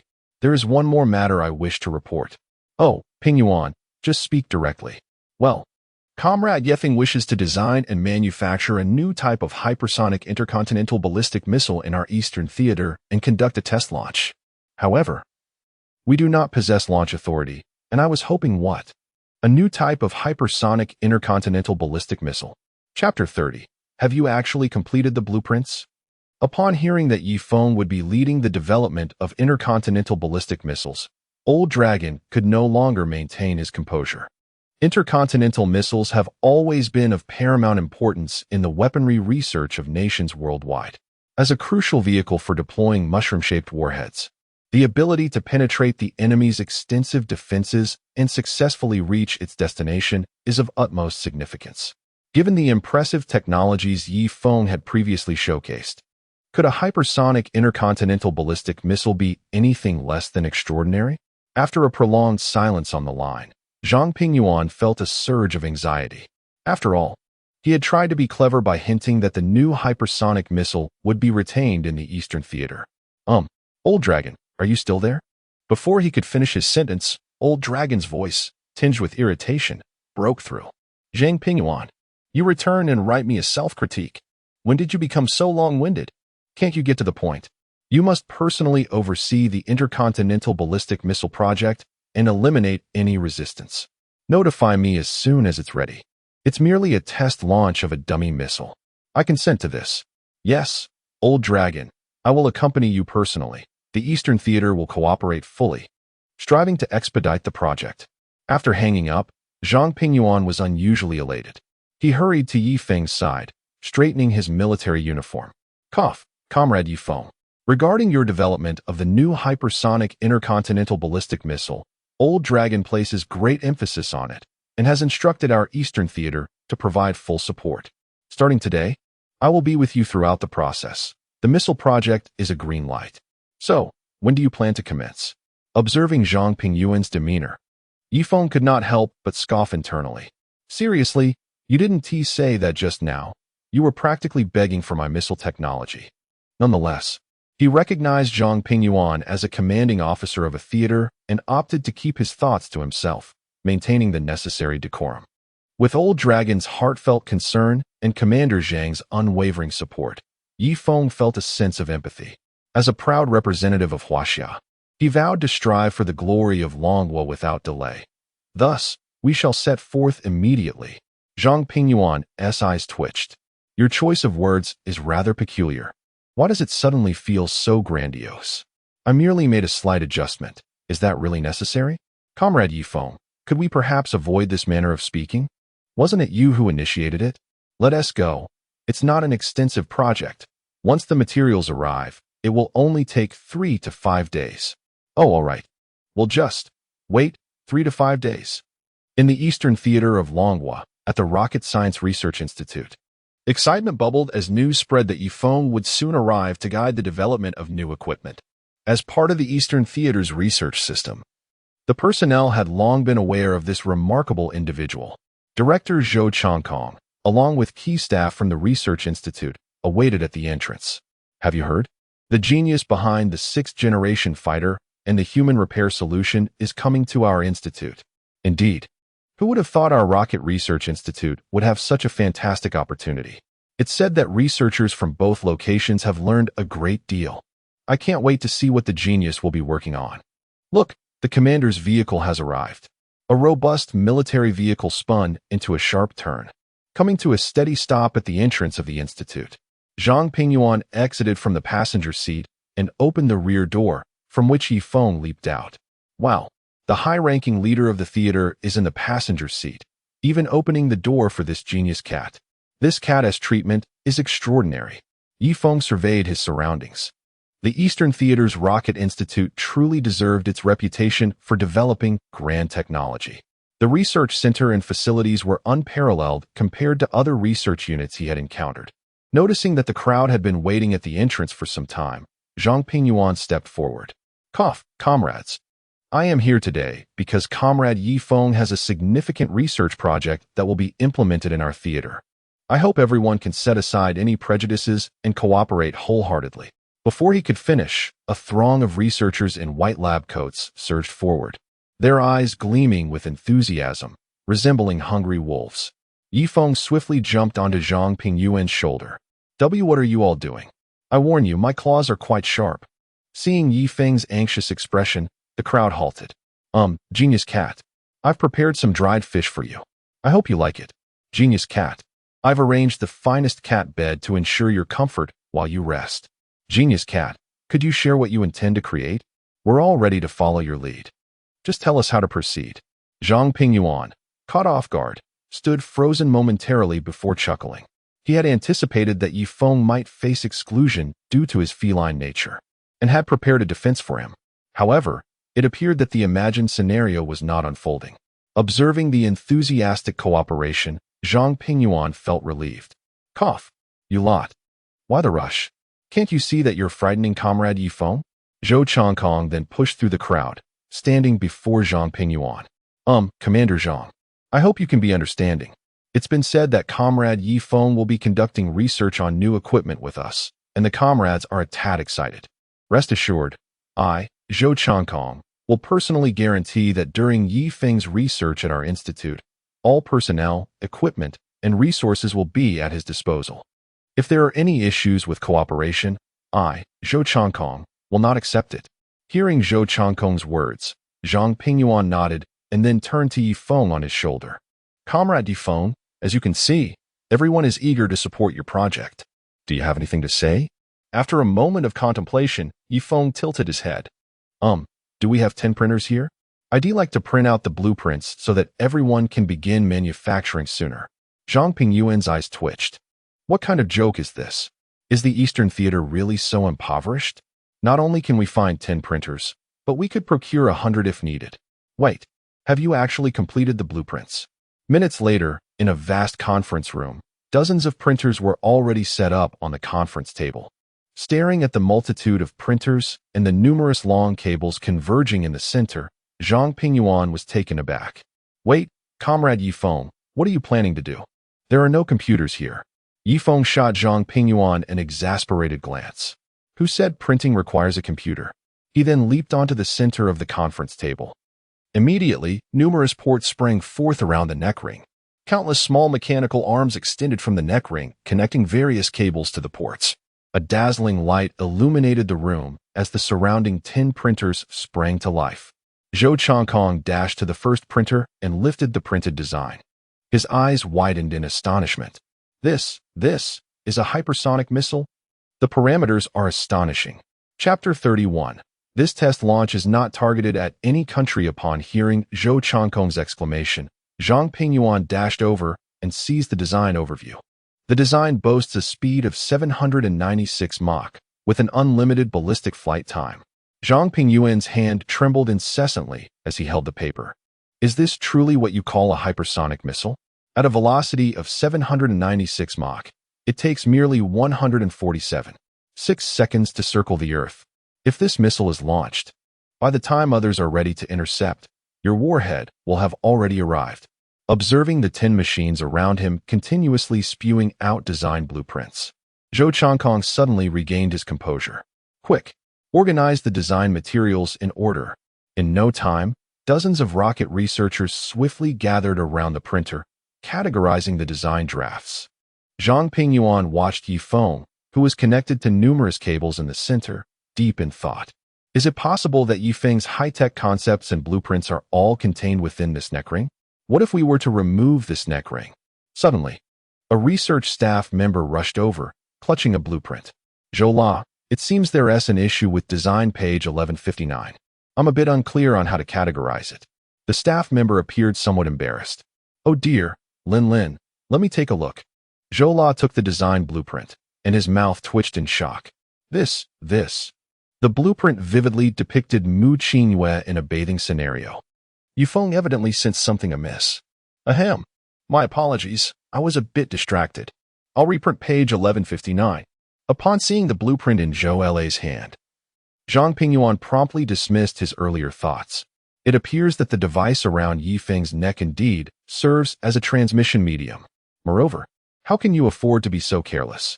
3 days later, a message from the Dragon Kingdom's Ministry of Defense sent shockwaves across the globe. To verify the safety of the Dragon Kingdom's intercontinental ballistic missiles, as part of the annual training program of the Rocket Army, the Eastern Theater of the Dragon Kingdom would conduct a test launch of an intercontinental ballistic missile tomorrow at 8:44 a.m. The missile would carry a simulated training warhead, and the specific flight area and trajectory were published on the Dragon Kingdom's Ministry of Defense website. This test launch is not aimed at any country. This news surged through social media platforms like TikTok and Fadian, creating a significant uproar. The comments section was particularly lively.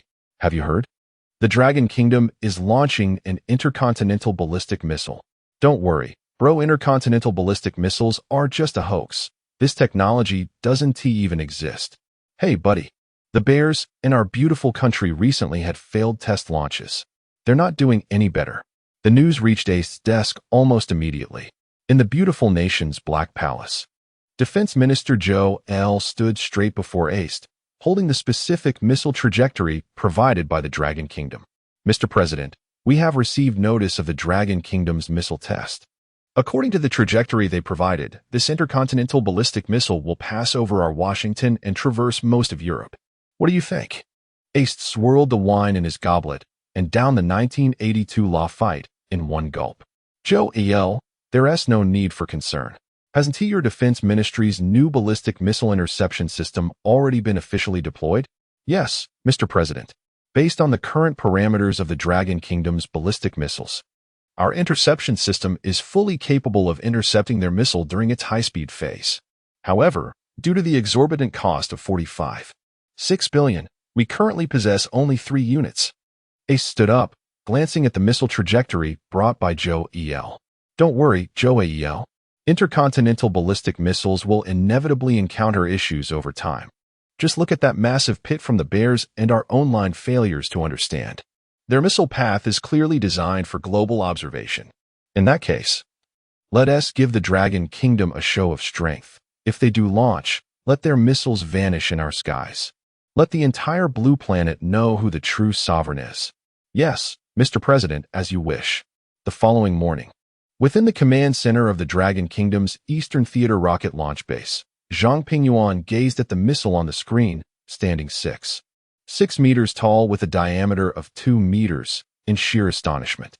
He had never imagined that the intercontinental ballistic missile crafted by Feng would possess such dimensions, even smaller than the smallest intercontinental missile on the blue planet. This implies that this missile has greater launch versatility and ground mobility. At that moment, a staff member rushed over, excitement radiating from him as he addressed Feng and Zhang Pingyuan. Report, Cat God, Commander Zhang. All launch procedures have completed self-checks. The T-568-749 particle generation unit is operating normally. The Beidou positioning and onboard precision calculation systems have confirmed readiness, and the FG-00 device is functioning correctly, meeting launch conditions. Please give instructions. Upon hearing the report, Zhang Pingyuan felt a surge of exhilaration. He promptly picked up the red telephone. Report, Long Lao. I am Commander Zhang of the Eastern Theater. Preparations for the new intercontinental ballistic missile launch are complete. Please provide instructions. Proceed as originally planned. Understood. With the command issued, the entire command room descended into a flurry of activity.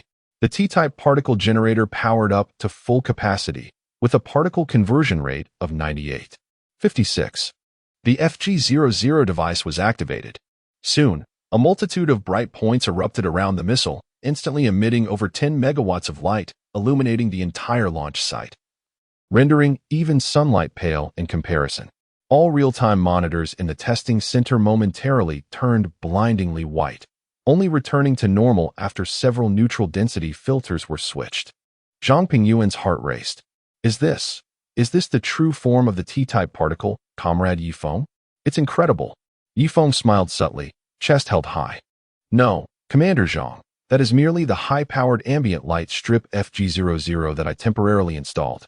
It can emit 10 megawatts of light in the outer atmosphere, featuring RGB color effects, ensuring that everyone on the blue planet can observe its trajectory. Of course, The official version will eliminate this feature. So there is no need for concern, Commander Zhang. Hearing this, Zhang Pingyuan's eyelids twitched. For heaven's sake, can't you do without the RGB lighting? Emitting 10 megawatts. You should know that I didn't approve its installation when you requested it. Attention all units. There are 10 seconds remaining until the scheduled launch time. 5, 4, 3, 2, 1 ignition.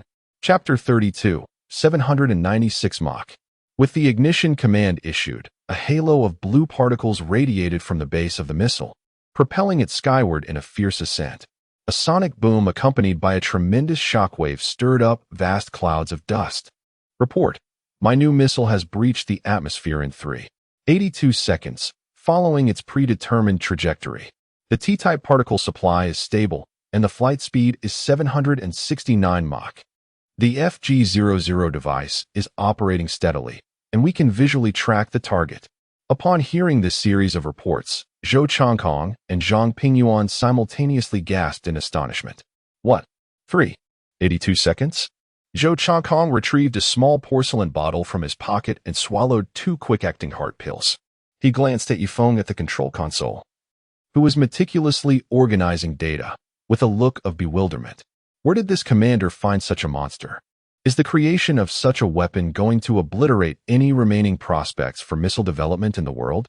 He suddenly felt that all his years of studying rocket dynamics had been in vain. Cat God, this missile's speed is truly astonishing.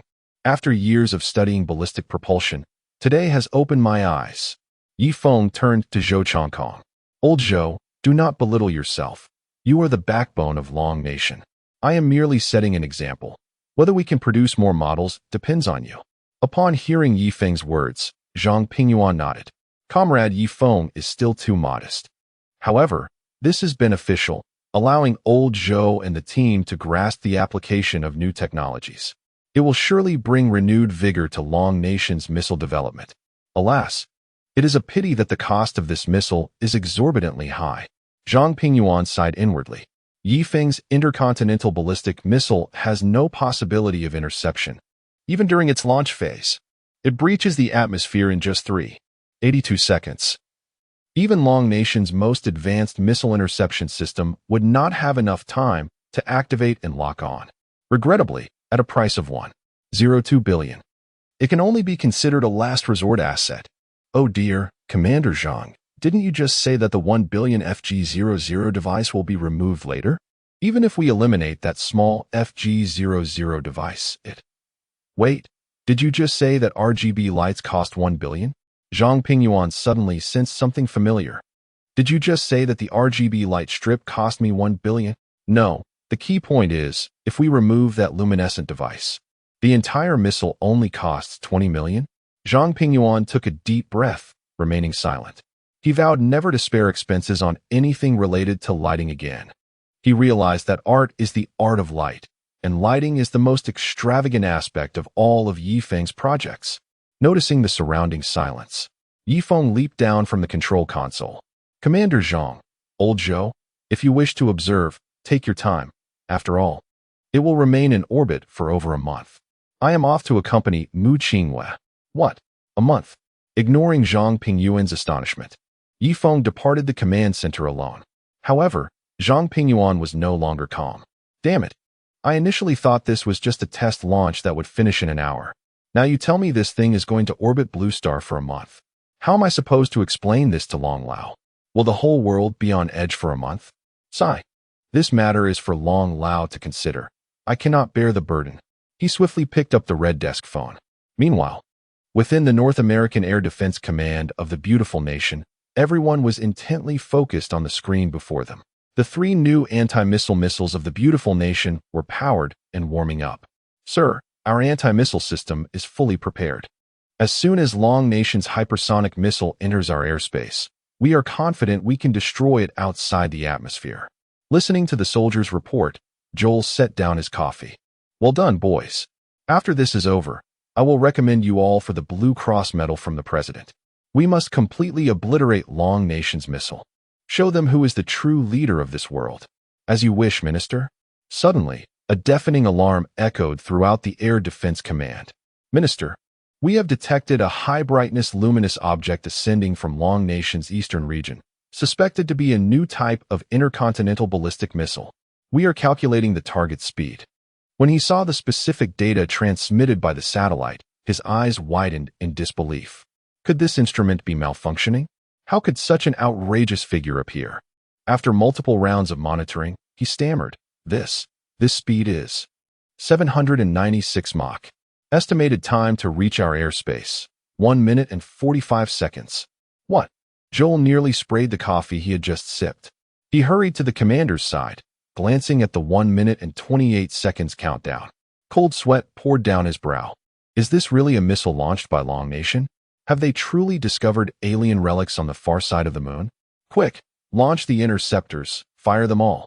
Yes, Minister. With the command issued, 3 hypersonic ballistic missile interceptors soared into the sky along the eastern coast of the beautiful nation. Their speed reached a terrifying 32 Mach. Yet, in comparison to Feng's missile, such speed was utterly insignificant, merely trailing in its exhaust. Damn, what kind of monster has Long Nation unleashed? On the beaches of the beautiful nation, a young African-American boy proposing marriage captured this scene on video and shared it on social media. Under the pitch-black night sky, an immense luminous point trailed a long tail, with 3 faint points behind it, resembling snails, slowly following suit. In no time, videos of Long Nation's missile flooded the internet. Shortly thereafter, another apology statement from Long Nation went viral online. The Long Nation government explained the mishap of excessive fuel filling in their new hypersonic missile. Due to the negligence of a temporary worker, too much fuel was added to the intercontinental ballistic missile during the test launch, causing it to remain airborne for several days. With the exact duration of flight being incalculable, the missile's landing point and planned trajectory were already under control. The Eastern Theater of Long Nation has dismissed the temporary worker responsible. Moving forward, the Eastern Theater will conduct a thorough reflection and establish appropriate regulations to ensure such incidents do not recur. Following the issuance of this statement, the Long Nation Foreign Ministry had prepared as many as 500 response plans. Surprisingly, during the news conference that day, not a single country raised any questions. The beautiful nation government promptly released a statement regarding the test launch of the new ballistic missile, confirming that the Long Nation government had provided prior notification. The missile launch was deemed safe and controllable. They expressed hope that Long Nation could contribute even more to maintaining peace on Blue Star. Chapter 33. Are you allowing other nations to exist? As the representative of the United States delivered a speech, many of its allies across the blue planet fell into silence. They had initially prepared a barrage of disparaging remarks aimed at the Dragon Nation. However, it was the United States that faltered first. What could they do? With their leader at a loss for words, they simply decided to wait in silence. Thus, a dramatic scene unfolded. Following the Dragon Nation's public announcement of the flight path of the Feng missile, coupled with its extraordinary visibility, the hypersonic rocket became a stunning spectacle. Families gathered at the beach or congregated in parks, eagerly awaiting the moment the missile would soar over their heads for a photo opportunity. It was not merely about being together, the atmosphere was electrifying. Suddenly, the challenge of taking a selfie with the Dragon Nation's missile became the most popular trend on overseas TikTok. There was no fear of missing out on the sight, as the colossal brilliance would pass overhead again in just 2 minutes and 46 seconds. Within the White House, Idester stood in his office, gazing out of the floor-to-ceiling windows at the enormous light that appeared every 3 minutes, his chest heaving with agitation. Damn it! Damn it! Damn it! Idester exclaimed, hurling his glass against the wall. Joel, did you not assure me that our new missile defense system could intercept the Dragon Nation's hypersonic missiles? Surely, that 136.8 billion investment should be able to flatten those missiles. Do not tell me that after all these years of effort, we can only trail behind their missiles like mere spectators. Damn it, I truly ought to have you replaced. Damn it. Idester clenched his fists. This was the second time he had faced such humiliation from the Dragon Nation during his presidency, and the timing was particularly critical with the elections looming. Even a slight delay or early launch would have been manageable. With media control, the repercussions would have been minimal. witnessing his president nearing the brink of insanity. Joel hastily attempted to explain.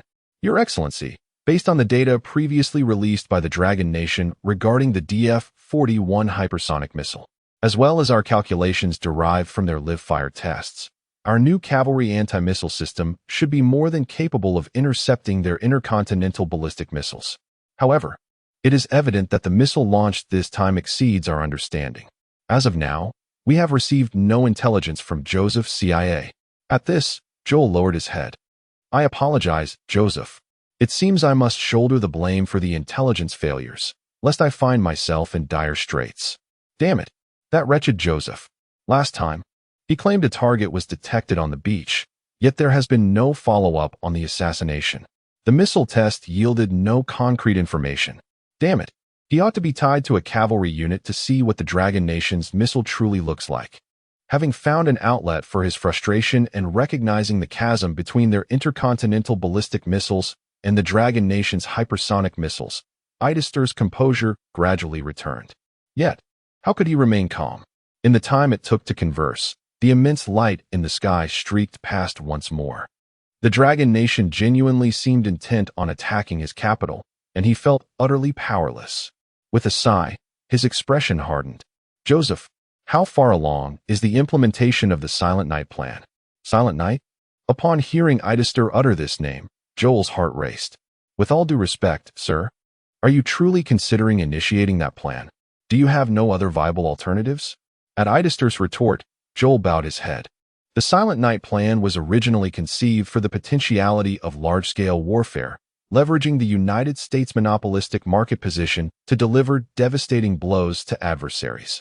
However, this scheme was inherently self-destructive, inflicting harm on oneself while targeting the enemy. Indeed, at present, unless the Dragon Nation's forces were sufficiently pressured, there appeared to be no other effective recourse. Your Excellency, currently, our fruit phone holds nearly 20 of the mobile market in the Dragon Nation, with tablets at 35. 6. Strala cars at 7. 8. And our giant software system capturing 84. 75. Our combat AI model training is nearing completion at 96. 2. Expected to finish within a month. With all due respect, sir, our hardware market share still falls significantly short of the intended target. Idaster sighed in resignation. Very well, summon representatives from the giant software company. The day after Idaster called for the representatives, every computer running the giant software company's operating system across the blue planet underwent a system update overnight. In stark contrast to the failed missile test launches of the United States and the Bear Nation, the Yeffing hypersonic missile hung over every nation like the sword of Damocles. Unlike the situation of the United States, the Dragon Nation's new hypersonic missile established it as a haven for international capital. Investors flocked to buy long on Dragon Nation assets, leading to a frenzied surge in the Shanghai Composite Index, with trillions of cash flooding into the stock market. The Chinex board soared, and only a handful of stocks faced declines, ushering in a jubilant atmosphere among Dragon Nation shareholders. Zhang Ming, a junior student who adored reading online novels, was taken aback when he opened the Tomato app as usual. What is this? Dear esteemed readers, this book will be put on hold. I have invested the profits from my earlier works into the Shanghai Composite Index and achieved financial freedom. May the mountains be high and the rivers long. Until we meet again. What the hell? Is this really the end of the updates? Thus, as stock market investors reveled in their windfall, they embraced a buying frenzy. The domestic consumer market surged, and factories that previously operated on a 3-day workweek resumed full throttle. The entire real economy thrived vibrantly. Yet, despite their newfound wealth, all shareholders lived in constant dread of the soaring market. Damn it, can that flickering light above us come down already? It just won't stop rising. In the central command room of the Rocket Research Institute of the Eastern Theater, Zhang Pingyuan was no longer composed as he watched the Yeffing missile complete yet another orbit around the blue planet on the large screen. How is the plasma propulsion system performing? Is there a downward trend? Reporting, sir, the particle incidence of the propulsion system is currently at 98.43 with no apparent decline. That cat. No, I mean, Comrade Yeffing. Did he indicate where the missile would ultimately land? Reporting, Comrade Yefeng did not specify a landing point prior to departure. Zhang Pingyuan exhaled a puff of smoke, extinguishing his cigarette in an ashtray already filled with butts. From the initial exhilaration of witnessing the missile circle the Earth in 3 minutes to the ensuing sense of normalcy, he now felt a tinge of fear. Damn it! This missile keeps circling above. Are you allowing other nations to exist? Chapter 34. A total of 17. 517 circuits around the Earth as Zhang Pingyuan pondered when the missile would finally land. The illustrious scientific feline, Comrade Yi Feng, was in the rehabilitation area of the 4th Military Hospital in the Eastern Theater, gazing intently at Mu Qingwe's fair and delicate calves. After circling around once, Yi Feng nodded in approval. They appear quite well developed, though they are notably paler than other parts. A few sunbaths would do wonders. Feeling Yi Feng's scrutinizing gaze, Mu Qingwe's cheeks flushed with embarrassment. Oh dear, what are you saying? Lan Ningxue, standing nearby, smiled softly, surprised to discover her daughter's bashful side. Oh, what a pity. The disparity of species is indeed vast. Cat, Yi Feng, do you think my daughter is ready to try walking? Yi Feng flipped through the bone age data on the tablet beside him and nodded slowly. Auntie, based on the current bone age test data, Qingyue's calves have recovered to that of a 19-year-old. Theoretically, they can support her body weight now. The only thing lacking might be muscle strength, but fret not. As she increases her walking steps, her muscles will restore to their former state. Upon hearing this, Lan Ningxue's heart brimmed with joy. Since using Yi Feng's restorative serum, she had witnessed Qingwe's gradual recovery. The thought that her daughter could dance and lead a normal life filled her with disbelief at the miracle of medicine unfolding before her eyes. Thank you so much, Yi Feng. If you weren't a cat, I would gladly betroth my daughter to you. As her mother spoke, Mu Qingwe, like a shy girl caught off guard, turned beet red. Oh, Mom, what are you saying? Observing Mu Qingwe's adorable demeanor, Yi Feng felt a flutter in his heart. If only he could have traversed into the realm of humans like in other novels. Clearing his throat, he suggested, All right, Qingwe, try to take a step forward. But don't rush. Nodding in agreement, Mu Qingwe grasped the nearby railing and took a small step forward. She could feel her calves straining a bit, but fortunately, there was no stark difference from her previous sensations. After taking a few more steps, tears streamed down her face as she squatted on the ground, overwhelmed with emotion. Mom, I can walk. I can walk. Woo-woo. Witnessing her tears, Yi Feng was at a loss for words of comfort and leaped into Mu Qingwe's embrace. Oh, Qingwe, everything is all right now. Don't cry, don't cry. With me, the miraculous cat, you have nothing to fear. At that moment, a confidential phone in Mu Qingwe's backpack rang incessantly. Noticing it wouldn't stopped, she answered. Hello, Uncle Zhang, it's Mu Qingwe. The sound of her crying startled Zhang Pingyuan. What the? I've warned you multiple times. Who dares to upset you? Nothing. I can walk now. Can walk. Zhang Pingyuan was astonished to hear that within just a month, Mu Qingwe's calves had returned to their former condition. Remarkable. Truly remarkable. He quickly remembered his purpose for calling. Mu Qingwe, is Comrade Yi Feng with you? Could you pass the phone to him? Not daring to delay, Mu Qingwe held the phone to Yi Feng's ear. Hello? This is Yi Feng. Can we not have you call me so precisely timed every time? Mu Qingwe is in a crucial recovery phase, and I'm on strike.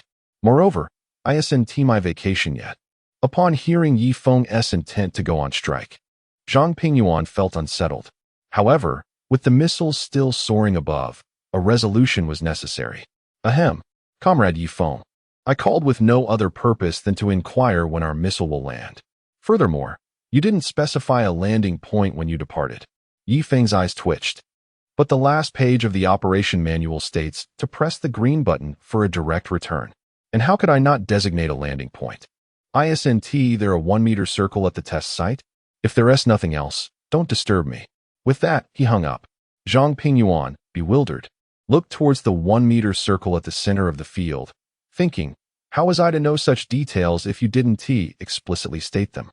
With the press of a button, after over a month of continuous flight, the newly developed hypersonic missile of Longwa accurately struck the target. The command center erupted in jubilant cheers. On one hand, the successful landing signified that Longhua had mastered an intercontinental ballistic missile system far superior to that of Blue Star. On the other hand, their extended overtime work was finally coming to an end. Zhang Pingyuan felt a surge of excitement as he reached for the red landline beside him. The call connected swiftly. Report to Long Lao. Our new hypersonic missile test has been successful, achieving a maximum speed of 796 Mach and completing 517 circuits around the Earth. We did it. Upon hearing Zhang Pingyuan's report, Long Lao's heart swelled with exhilaration. Over the past month, he had received hundreds of inquiries from the Ministry of Foreign Affairs, all inquiring when Longhua's intercontinental ballistic missile would cease its flight. Yet, Long Lao had withheld responses. The evacuation of Beautiful Nation and other countries from Longhua's eastern front further underscored their fears. Excellent. Yi Feng truly is the guardian deity of our nation. We must carefully consider how to reward him. At the very moment Longhua's new hypersonic missile touched down, it seemed as if the entire nation's computers experienced a simultaneous glitch. Game servers crashed, live broadcasts froze, and even some traffic lights malfunctioned. What the heck? Where's my triple kill? Why did my computer suddenly glitch? I just bought this 4090. You won't believe it. When I drove through the intersection, all the lights were green. It was terrifying. I just encountered issues withdrawing money at the bank. The ATM malfunctioned. I hope my savings are still intact. In a flash, numerous comments flooded the internet.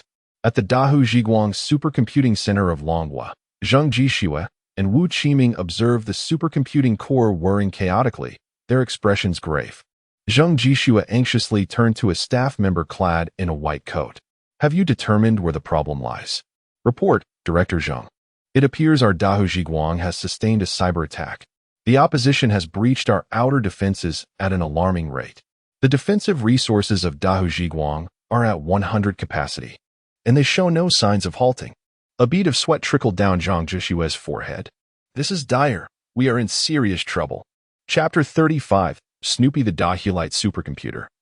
As one of the 4 major supercomputers in Dragon Country, alongside Tianhe, Longwei, and Chengwang, bears the weighty responsibilities of scientific research calculations, data simulations, meteorological monitoring, and intelligent transportation. More critically, a multitude of scientific research projects from the Academy of Sciences in the Eastern Theater of Dragon Country are executed on the Dahulite, resulting in the storage of a vast array of sensitive military research data. Should the Dahulite supercomputer fall prey to an unidentified hacker, a wealth of cutting-edge technology would inevitably be compromised. Zheng Jixue wiped the cold sweat from his brow. Can we trace the source of the attack? He inquired. The reporting director replied, currently, the number of attacking IPs is overwhelming. Apart from the assaults originating from the Beautiful Nation, 90 of the attacking addresses are from within our borders, totaling an unprecedented 96 million. Zheng Jixue sniffed, gritting his teeth. Xiao Wang, sever all external physical connections immediately. The staff beside him widened their eyes in disbelief. But, Director Zhang, the Dahulite is also responsible for the intelligent transportation of several other cities. If we do that, there are no buts. Nothing is more critical than the research data within Dahulite. Zheng commanded, issue a warning to the Traffic Management Department. Switch all traffic lights to red, and then proceed. There must be no loss of data in this matter. Understood, Director. With the order given, dozens of staff members rushed into the supercomputer room. Within moments, the CPU usage of Dahulite began to decline. Hearing the whirring of the cooling fans subside, Zheng felt a sense of relief. Xiaowang, what is the status? Report. CPU operations have returned to normal, all. Before he could finish, the humming within the supercomputer room surged once more, even more fervently than before. Staring at the data on the screen, Wang Ming's eyes widened in shock. What is happening? All of Dahulite's computational power is being consumed by a program called Snoopy. CPU utilization at 100. What? A virus. Typically, the Dahulite is equipped with comprehensive virus emergency capabilities. Should any sector come under attack, the system automatically disconnects that region's sectors to safeguard other data. Clearly, this virus is unlike any they have encountered before. Wang Ming swiftly pinpointed the program, named Snoopy, and upon examining its size, he gasped. This is impossible. It's only 1 bit? 1 bit. This defied all logic. A virus with merely a single character could still operate normally and execute destructive tasks. It completely surpassed Zheng Jishua's comprehension. Immediately analyzed this virus. Yes. As Wang Ming attempted to modify the file named Snoopy, an astonishing event unfolded.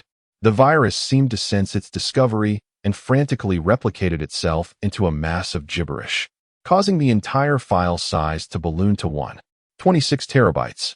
How? How is this possible? What just happened? Ignoring Zheng Jishua's query, Wang Ming inserted a USB drive, his fingers flying over the keyboard. The USB contained a cutting-edge adaptive antivirus software developed by his emergency team at Doculite, capable of targeting the characteristics of mutated computer viruses for defensive measures. However, as the lines of code executed, Wang Ming began to lose his composure. The mutation speed of the Snoopy virus outpaced that of his program's decompilation. Each time a vulnerability was identified, his program failed to initiate before Snoopy preemptively modified the code, sealing off the loopholes. It was as if the entire computational power of Doculite was catering to Snoopy's whims. Wang Ming's cold sweat drenched his collar, and his gaze turned hollow. This entity had transcended his understanding. He turned back to Zheng Jishua, incredulously stating, "Director, this thing is alive." What? Observing the dazed Wang Ming, Zheng Jishua comprehended the magnitude of the threat. Wang Ming was one of the few computer prodigies in Dragon Country, having thwarted numerous external attacks on Doculite. If he could not resolve this, it was beyond the capabilities of their supercomputer center. Zheng Jishua patted Wang Ming's shoulder. "Xiao Wang, you've worked hard. Go take a break. I will handle the rest." Noticing Wang Ming still sitting in a daze, Zheng shook his head and turned to pick up the nearby red landline. "Hello, this is Zheng Jishua from the Doculite Supercomputer Center. Connect me to the Emergency Computer Network Technical Response Center of Dragon Country." Emergency Computer Network Technical Response Center. At that moment, the Emergency Computer Network Technical Response Center was in disarray. Director Li Mingyao stood at the command platform, anxiously observing the large screen filled with clusters of red dots across Dragon Country and the traffic congestion in various cities. Who the hell initiated this attack? Are they leaving no room for us to breathe? Clearly, this assault on Dragon Country's network infrastructure was all-encompassing. Particularly alarming was the 1-bit file named Snoopy, which seemed to exist on every computer in the nation. Whenever one compromised machine was isolated or a region's network was secured, dozens of others would launch an attack like a swarm of stars. Director, 86 of the nation's computers are infected with Snoopy. Critical systems related to public welfare, such as water supply, electricity, and transportation, have been affected, and manual control has been urgently implemented. The Tianhe Supercomputer Center, Longwei Computing Center, and Chengwang Supercomputer Center have all detected Snoopy, and currently, they are shut down, unable to confirm whether data has been leaked or compromised. What? Li Mingyao could hardly believe his ears. 3 of the 4 major supercomputers in Dragon Country had been completely compromised, resorting to power shutdowns. Such a scenario was previously inconceivable. Unlike ordinary computers, each center's supercomputer utilized independently developed systems in Dragon Country. Logically, this virus should not have been able to operate on these supercomputers. Yet, Snoopy exhibited an uncanny ability to adapt to various operating systems and expand its reach. At present, they had no viable solutions. All they could do was power down to avoid further disaster. Sigh. Let us hope that the Doculite supercomputer can withstand this assault. Chapter 36. Lingling Murphy's Law states that what one fears will come to pass. At the very moment Li Mingyao uttered these words, the crimson landline beside him began to ring. He hurriedly answered, "Hello, this is Li Mingyao. Director Li, this is Zheng Jishua from the Dahu Supercomputing Center. Our supercomputing facility has come under a cyber attack and is currently offline. A virus named Snoopy has infiltrated our systems, rendering our security measures completely ineffective. Could you possibly send an expert to assist us?" "What? Snoopy again?" Upon hearing the astonishment in Zheng Jishua's voice, A sense of foreboding washed over him. Directorly, what is going on? Do you already have a countermeasure? Zheng Jishua inquired, clinging to a glimmer of hope. Alas, old Zheng, to be frank, all three of our nation's supercomputers are now shut down. The destructive and replicative capabilities of Snoopy far exceed our current technological defenses. I recall that Wang Ming on your end possesses a self-adaptive antivirus algorithm. Have you tried it? We were hoping to. What? All three supercomputers are offline. Before Li Mingyao could finish, Zhang Jishui exclaimed, utterly incredulous. As a national supercomputer, such a shutdown would only occur in an extraordinary emergency. Its closure would signify a halt to numerous scientific projects. Until now, only their supercomputer remained operational. Zheng Jishua felt a cold sweat trickle down his back. Regardless of which nation unleashed this virus, it was evidently an assault on the core interests of Longhua. He sighed deeply. We've attempted it. But Wang's adaptive algorithm evolves far too slowly compared to this Snoopy. It has grown immensely and is nearing our core storage data. That's why I'm calling you for any viable solutions. We absolutely cannot afford to halt operations. Otherwise, 2 years of effort will be in vain. My recommendation is to shut down, at least to safeguard the core data from being compromised. The rest, you'll have to assess for yourselves. We are also seeking solutions. But Snoopy is proving to be exceedingly troublesome. After hanging up, Zheng Jishua let out a weary sigh. Seeing this, Wu Qiming rushed over. Old Zheng, what is the situation? Our computations must not cease. Zheng Jishua shook his head. Old Wu, only our supercomputer remains operational nationwide. The other three are offline. I don't wish to stop either. But if this continues, the integrity of the core data will be jeopardized. Zheng Jishua felt helpless. He couldn't risk the confidential data for Wu Qiming's simulation calculations. Wu Qiming furrowed his brow and suddenly thought of a person. Old Zheng, I believe there is someone who might be able to help. What? You have such a talent in the Eastern Theater? Why didn't you mention this sooner? Meanwhile, on the other side of the ocean, in a secret military base's underground command center in the beautiful country, Joel was intently observing the fluctuating data before him. A faint smile gracing his lips. Snoopy, report on the operational status. As soon as he finished speaking, the screen displayed a bizarre dog head composed of flowing data. This was the epitome of beautiful country's artificial intelligence technology, Snoopy. Esteemed Minister of Defense, we have currently compromised 289 million PCs in Longhua and launched attacks on multiple data centers and 4 supercomputers. The large screen then switched to footage transmitted by beautiful country's spy satellites. The entire transportation network of Longhua was in complete disarray. The map was dotted with numerous red points indicating controlled computers. The density of these red dots effectively enveloped the entirety of Longhua. From our current feedback, we have thoroughly seized control of Longhua's transportation network. The Tianhe, Longwei, and Qingwang supercomputers have been forced to shut down. The shutdown of Dahu Zhiguang supercomputer is merely a matter of time. We have already extracted 296 BT of confidential data from Longhua, and this data volume continues to grow. Upon hearing Snoopy's report, Joel nodded approvingly.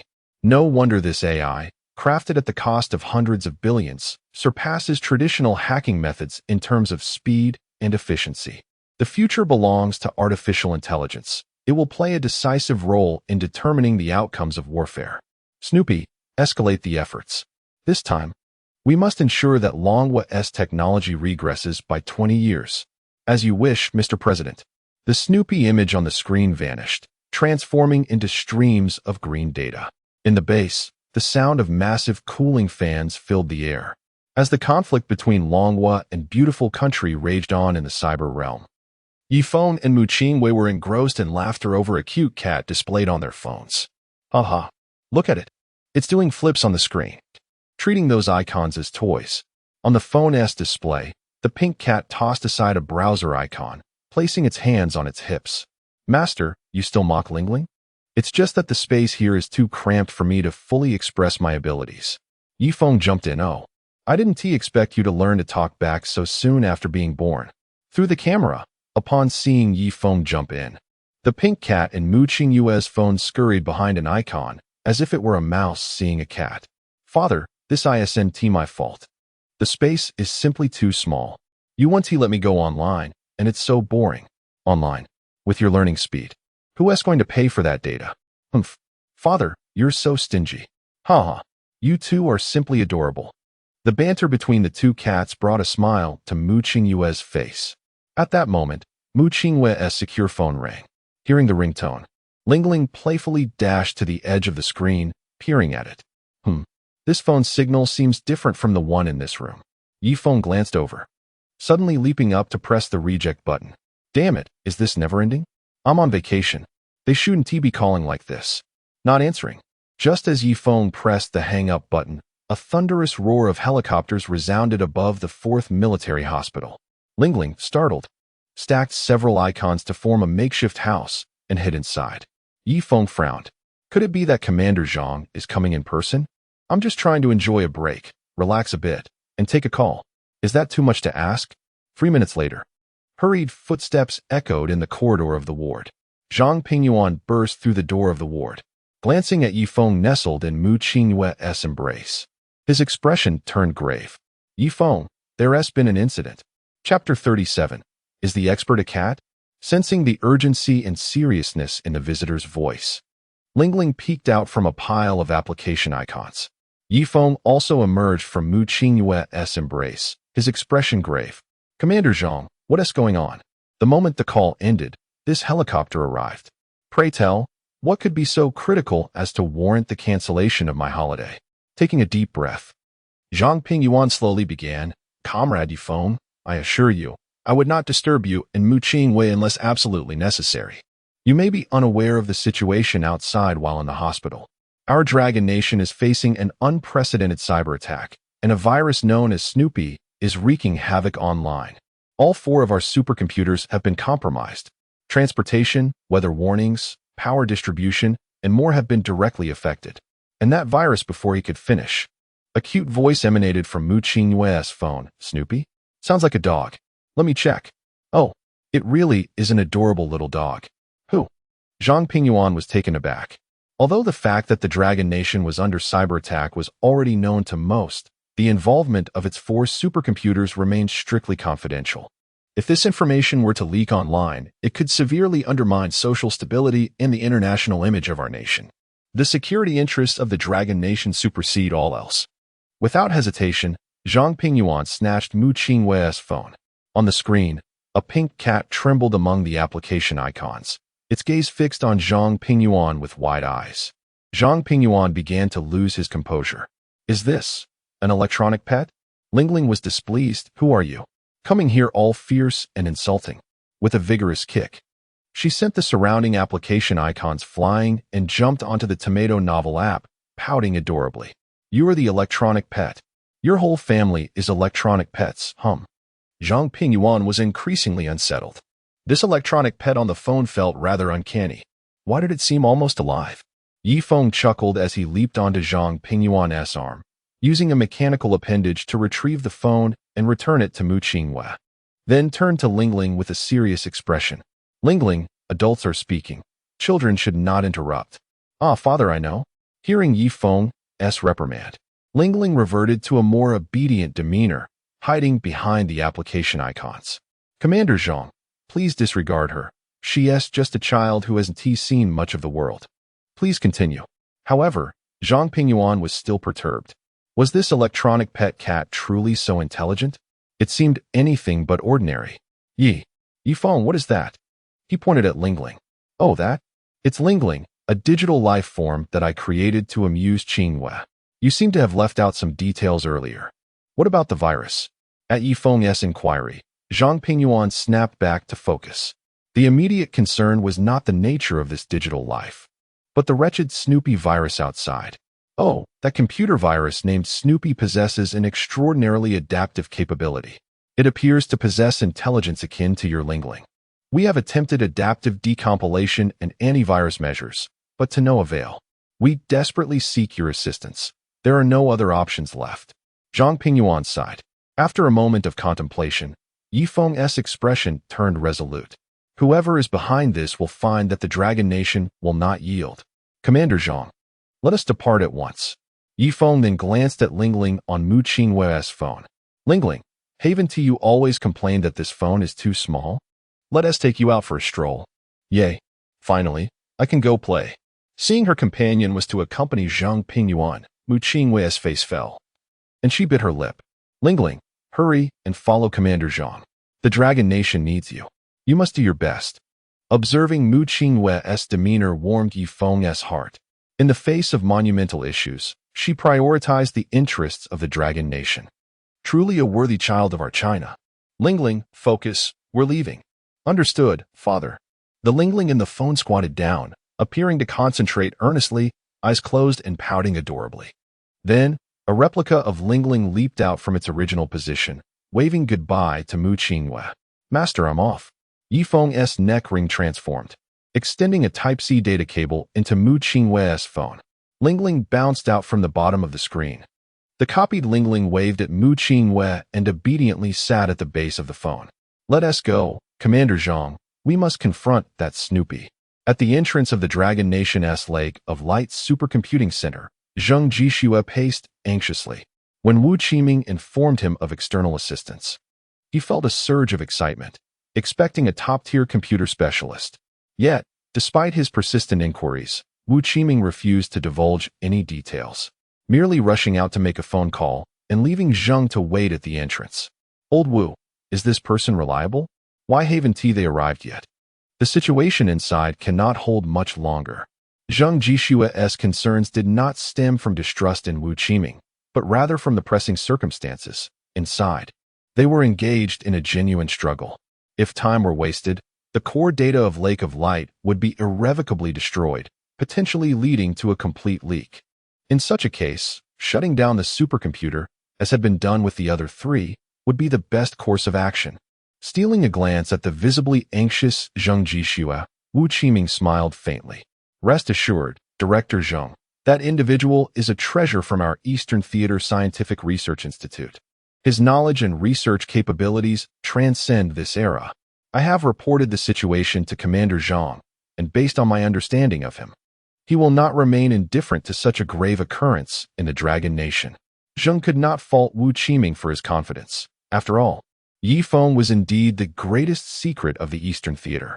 Just then, a thunderous sound echoed from afar. They're here, Zhang Jishua exclaimed, gazing in the direction of the noise, his jaw dropping in astonishment. Is this such a grand spectacle? Before him flew dozens of armed G-20 helicopters, escorting a transport aircraft towards the Lake of Light Supercomputing Center. As the central helicopter touched down, Zhang Jishua sprinted forward, watching Zhang Pingyuan carry a cat from the aircraft. Zhang was puzzled. However, the immediate priority remained the Lake of Light. Commander Zhang, we eagerly awaited your arrival. As he spoke, he peered into the empty cabin, growing increasingly confused. Is it just you?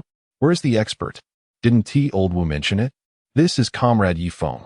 Zhang Pingyuan gestured towards Yi Feng, who was fixated on Zhang Jishue. What? The expert is a cat. Chapter 38 in an instant. Zhang Jishua found himself staring at the orange cat sprawled on the ground, licking its own paws. Overcome with emotion, he dropped to the floor, weeping uncontrollably. You are all sinners of the Dragon Kingdom. The Great Lakes Light supercomputer is finished. How could I have believed you claimed to have experts? Oh heavens! Witnessing Zhang Jishua's hysterics, Zhang Pingyuan took a deep breath and tossed a confidentiality agreement towards him. He had initially intended to converse with him calmly, but with such a demeanor, how could they proceed? Could he not maintain a semblance of composure? Sign this first. As Zhang Jishua caught sight of the marked confidential document, his tears ceased abruptly. Could there still be hope? With trembling hands, he retrieved a pen and solemnly signed his name on the agreement. Just as he finished writing, a strange, magnetic voice drifted from beside him. Oh dear, who would have thought that Director Zhang is so concerned for the nation? I am genuinely impressed. I hear there's a certain Snoopy causing trouble here. Let us not linger on the floor. Lead me to it. Who is speaking? After a week of searching, he suddenly recognized the orange cat that had just been licking its paws, now staring intently at him. What are you looking at? Haven't you seen a beautiful cat before? Wait, why do you seem so calm? The cat spoke. In that moment, He seemed to grasp why a commanding officer of a war zone would require him to sign a confidentiality agreement. Could it be that this feline possessed human-level intelligence? In any region of this blue planet, that would be considered a monumental secret. Ah, I am Feng. Please refrain from incessantly calling me a cat. It's rather impolite. By the way, aren't you in a hurry regarding that Great Lakes Light situation? With that, Feng bypassed Zheng Jishui and headed straight for the supercomputer center. Zhang Pingyuan shot Zheng Jishui a glare before hastily following. Anxious that Feng might encounter any obstacles upon entering, he had not forgotten the incident when Feng was mistaken for a bomb and nearly executed. A repeat of that would be a significant loss for the Dragon Kingdom. Wu Qiming approached and gently patted Zheng Jishui's shoulder. Old Zheng, stop dawdling and hurry inside. Comrade Feng's expertise is not something anyone can casually observe. You've hit the jackpot today. Oh, all right. Inside the Great Lakes Light Supercomputer Control Center, Wang Ming's fingers danced swiftly across the keyboard. His adaptive antivirus program had proven ineffective, and he was now striving to patch the final vulnerabilities of the Great Lakes firewall. According to the progress bar beside him, only 2 remained before the entire defense would collapse. The file named Snoopy had grown alarmingly immense, reaching thousands of terabytes. Wow, this little thing is quite clever. It can repair its own vulnerabilities. Yes, this entity possesses a self-evolving consciousness, making it quite troublesome. As he muttered, Wang Ming suddenly noticed a familiar voice. He turned sharply to see a cat intently fixated on the screen before him. Rubbing his eyes vigorously, he thought to himself, "Oh no, I must be hallucinating from this cursed Snoopy. Did I just see a cat that understands code and speaks?" Upon reopening his eyes, he found the cat right beside him. Ah, a monster. Wang Ming was so startled that he fell to the ground. Feng promptly leaped onto the keyboard. "Is that how you speak to others? Is it polite?" Zheng Jishui rushed over to help Wang Ming back to his feet.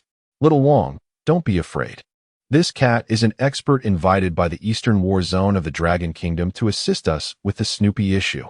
"What? Director Zheng, you mean this cat is a computer expert?" Zheng Jishui nodded affirmatively. Zhang Pingyuan approached Feng. "Comrade Feng, what do you think? Do you have any good solutions?" Feng tilted his head and circled the keyboard. "What a trivial skill. Can this pathetic thing even be called alive? Allow me to show you what true digital life is." As he spoke, a USB port emerged from his neck ring, which he plugged in. Instantly, a small pink cat sprang from the bottom of the display. "Oh dear, father, your neck ring is rather unimpressive. It's only slightly larger than my previous owner's phone." Upon seeing the pink cat on the screen, Zheng Jishui became agitated. This is an electronic pet." Lingling, feeling slighted, protested. "It's the second time today someone has referred to me as an electronic pet." With her hands on her hips, she glared with her round, bulging eyes and pouted her lips. "How rude of you to compare me to that electronic junk." Zhang Jishui suddenly realized something as he watched the pink cat accurately pinpoint its location and gaze at him. It has hacked into the surveillance? His heart raced. He knew that their Great Lakes Light Supercomputer Management Center surveillance was on a separate network, equipped with defenses that rivaled the Great Lake itself. The fact that this electronic cat could find a way to infiltrate was truly terrifying. Feng shot a disapproving glance at Lingling on the screen. "Lingling, could you speak less and accomplish more? Can't you see the progress bar is down to 0? 65? Check for anything unusual." Feeling chastised, Lingling blushed. "All right, father. Let me take a look." With that, she dashed away from the screen. As Zheng Jishui watched the progress bar plummet to 0. 13, anxiety gripped him, and he swallowed repeatedly, beads of sweat forming on his forehead. Would this electronic cat be up to the task? Moments later, Lingling returned. Perched at the edge of the screen, her eyes wide. "Father, there's a massive pile of junk here. Should I remove it? If you call it junk, then clean it up properly.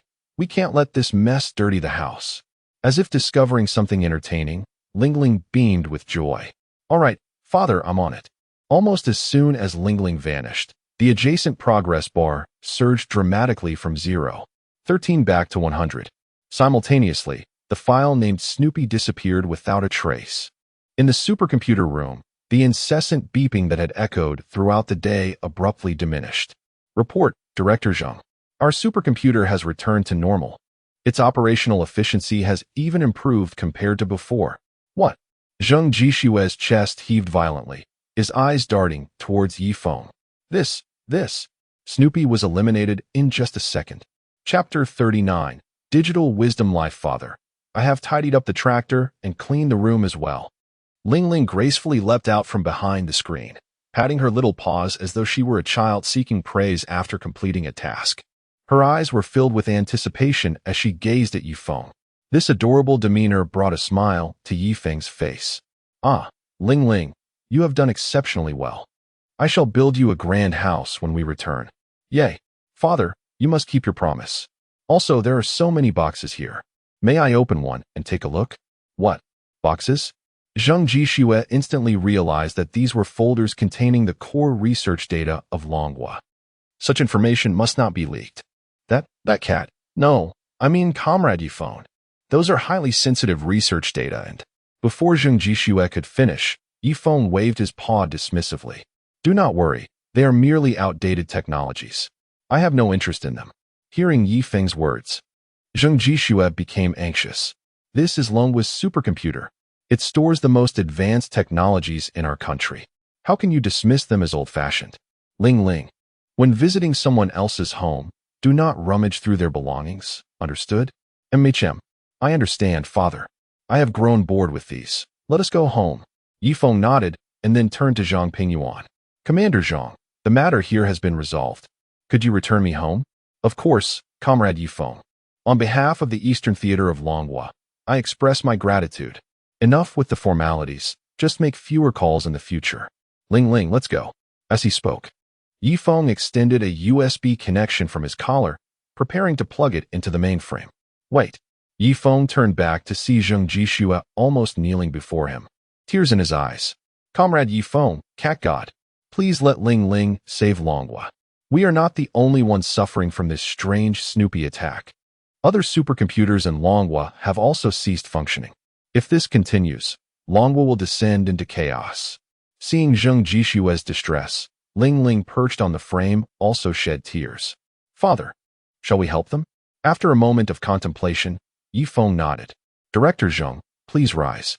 The fate of our nation is at stake, and as a cat of Longhua, I cannot turn a blind eye to the chaos caused by anyone. However, given the current situation, we may need to reactivate the other 4 supercomputers to bolster our computational power and connect Ling Ling to the entire Longhua network. I trust Ling Ling completely, but I cannot help but wonder. Yifeng left his sentence unfinished. After all, in many of the dramatic films from the United States, numerous human AI crises stemmed from the uncontrollable nature of artificial intelligence. Moreover, Ling Ling is a sentient being that transcends artificial intelligence. Considering this, if it were himself in this situation, he too would be cautious of Ling Ling. Upon hearing Yifeng's response, Zheng Jishue hesitated. Matters involving the national security of Longhua were not within the purview of a mere director of the Dahu Light supercomputer. Noticing the situation seemed to reach a standstill, Zhang Pingyuan sighed. All right, I will handle this matter. After all, the national security of Longhua is under severe threat. I will make a call. At that moment, in Longjing, Longhua, Elder Long looked at the security report submitted by Li Yaoming on his desk, his expression grave. 99. 8 of personal PCs have been compromised. 3 out of 4 supercomputers are down, halting all scientific projects under supercomputing in Longhua. The smart city traffic control system has completely crashed, and the situation is worsening. Even more terrifying is the virus named Snoopy, which has nearly infiltrated the entire Longhua network, rendering traditional antivirus software and decryption programs ineffective. The Emergency Technical Response Center for the Longhua network is at a loss. To make matters worse, countless sensitive information has been transmitted overseas via distributed networks. Removing his glasses, Elder Long pinched the bridge of his nose. Is this the Silent Night of the United States? Although we received information about the Silent Night plan in advance through our covert channels, and Longhua has taken appropriate precautions, the destructive power is beyond my expectations. At that moment, the red telephone next to Elder Long rang. Considering the current state of the Longhua network, he hurriedly answered. Report, Commander. This is Zhang Pingyuan from the Eastern Theater. I am currently at the Dahou Light Supercomputer Center with Comrade Yi Feng. The digital life form created by Comrade Yi Feng, Ling Ling, has successfully eliminated the Snoopy virus from the Dahou Light Supercomputer Center. It is now back to normal. What? Elder Long stood up in excitement. Wonderful. Comrade Yi Feng truly is a remarkable scientific cat of Longhua. His research efficiency is astounding. He has created something new so quickly. Indeed, Elder Long. I can hardly believe it either. Comrade Yi Feng's capabilities are truly extraordinary. By the way, Elder Long, there is another matter I wish to consult you about. Speak, Ping Yuan. What difficulties do you face? Comrade Yi Feng mentioned that his intelligent life can completely resolve the crisis Longhua currently faces. However, we need to activate the other 3 supercomputers and grant Ling Ling access to the Longhua network. Given the special nature of Yi Feng's digital life, I do not dare make such decisions unilaterally. I seek your guidance and hope for cooperation from our allied units. Can he truly resolve all of Longhua's Snoopy virus issues? Elder Long grew anxious. If he could indeed solve the current network crisis, Longhua would owe Yi Feng an immense favor. As for the digital life form, after pondering briefly, Elder Long's gaze became resolute. Ping Yuan, Comrade Yi Feng has made significant contributions to our military equipment innovations multiple times. I have complete trust and confidence in this cat's patriotism. I believe he will not act against the interests of Longhua. As for the digital intelligent life you mentioned, since it was created by Comrade Yi Feng, I trust it will not pose a threat to Longhua. Therefore, I am in principle in agreement with Comrade Yi Feng's proposal. Our primary focus now must be to restore the normal production and living order of Longhua. We cannot allow any foreign forces to succeed in their schemes. Here's what we will do. I will personally discuss the matters of the supercomputers and granting full network access with Li Mingyao. You let Comrade Yi Feng prepare. With Elder Long's approval, Zhang Pingyuan felt a surge of excitement within him.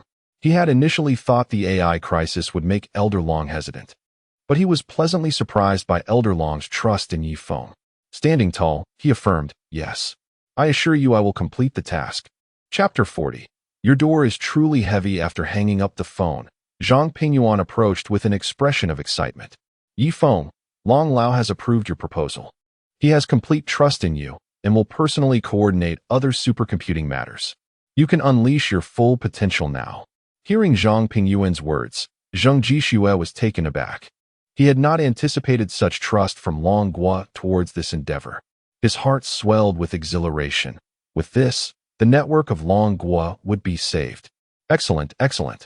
With Long Lao's endorsement, we can surely drive this Snoopy out of Longhua for good. Comrade Yi Feng, when shall we commence? Yi Feng was equally astonished. He had not expected Long Lao to place such faith in him. Taking a deep breath, he turned to Zheng Jixue. Since Long Lao and everyone else trust me so much, rest assured, I will not allow this Snoopy to wreak havoc in Longhua any longer. Whoever it may be, they shall pay a heavy price. Director Zheng, we must act swiftly. We need to restore the network connection of the Dahou Zhiguang supercomputer. Right. Xiaowang, lead your team to the machine room and quickly connect to the network. Understood, Director. Soon, dozens of staff members rushed into the Dahou Zhiguang supercomputer room and reconnected the thick cables that had been unplugged.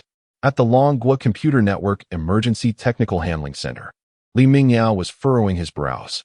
The staff before him were intently focused on their screens, fingers flying across the keyboards. As he observed the increasingly deep red areas on the large screen and the data surging outward, Li Mingyao was drenched in cold sweat. Xiaozhang, what is the situation? Have you found a solution? Director, we've exhausted all avenues to halt the data leakage. However, regardless of how we close the channels, the millions of infected personal PCs across the nation instantly become new nodes transmitting data outward. Currently, we cannot contain it at all. The key lies with that Snoopy. Without eliminating this virus, we are at our wits' end. Sighing, Li Mingyao slumped back into his command chair. They had previously thwarted numerous cyber attacks from the beautiful nation. Yet this time, he felt a profound sense of helplessness. Was there truly no way out? At that moment, the red landline beside Li Mingyao rang. Sighing, he hurriedly answered. This is Li Mingyao. Li Mingyao, what is the situation on your end? Upon hearing Long Lao's voice, Li Mingyao immediately straightened his posture, reporting, "Comrade, we have tried every method, but that Snoopy is proving to be extremely troublesome." Li Mingyao was at a loss for how to report the dire circumstances. It was simply too grim. "All right, Director Li, I have grasped the general situation. Now, instruct the 3 supercomputing centers, Tianhe, Longwei, and Chengwang, to reboot and reconnect to the network.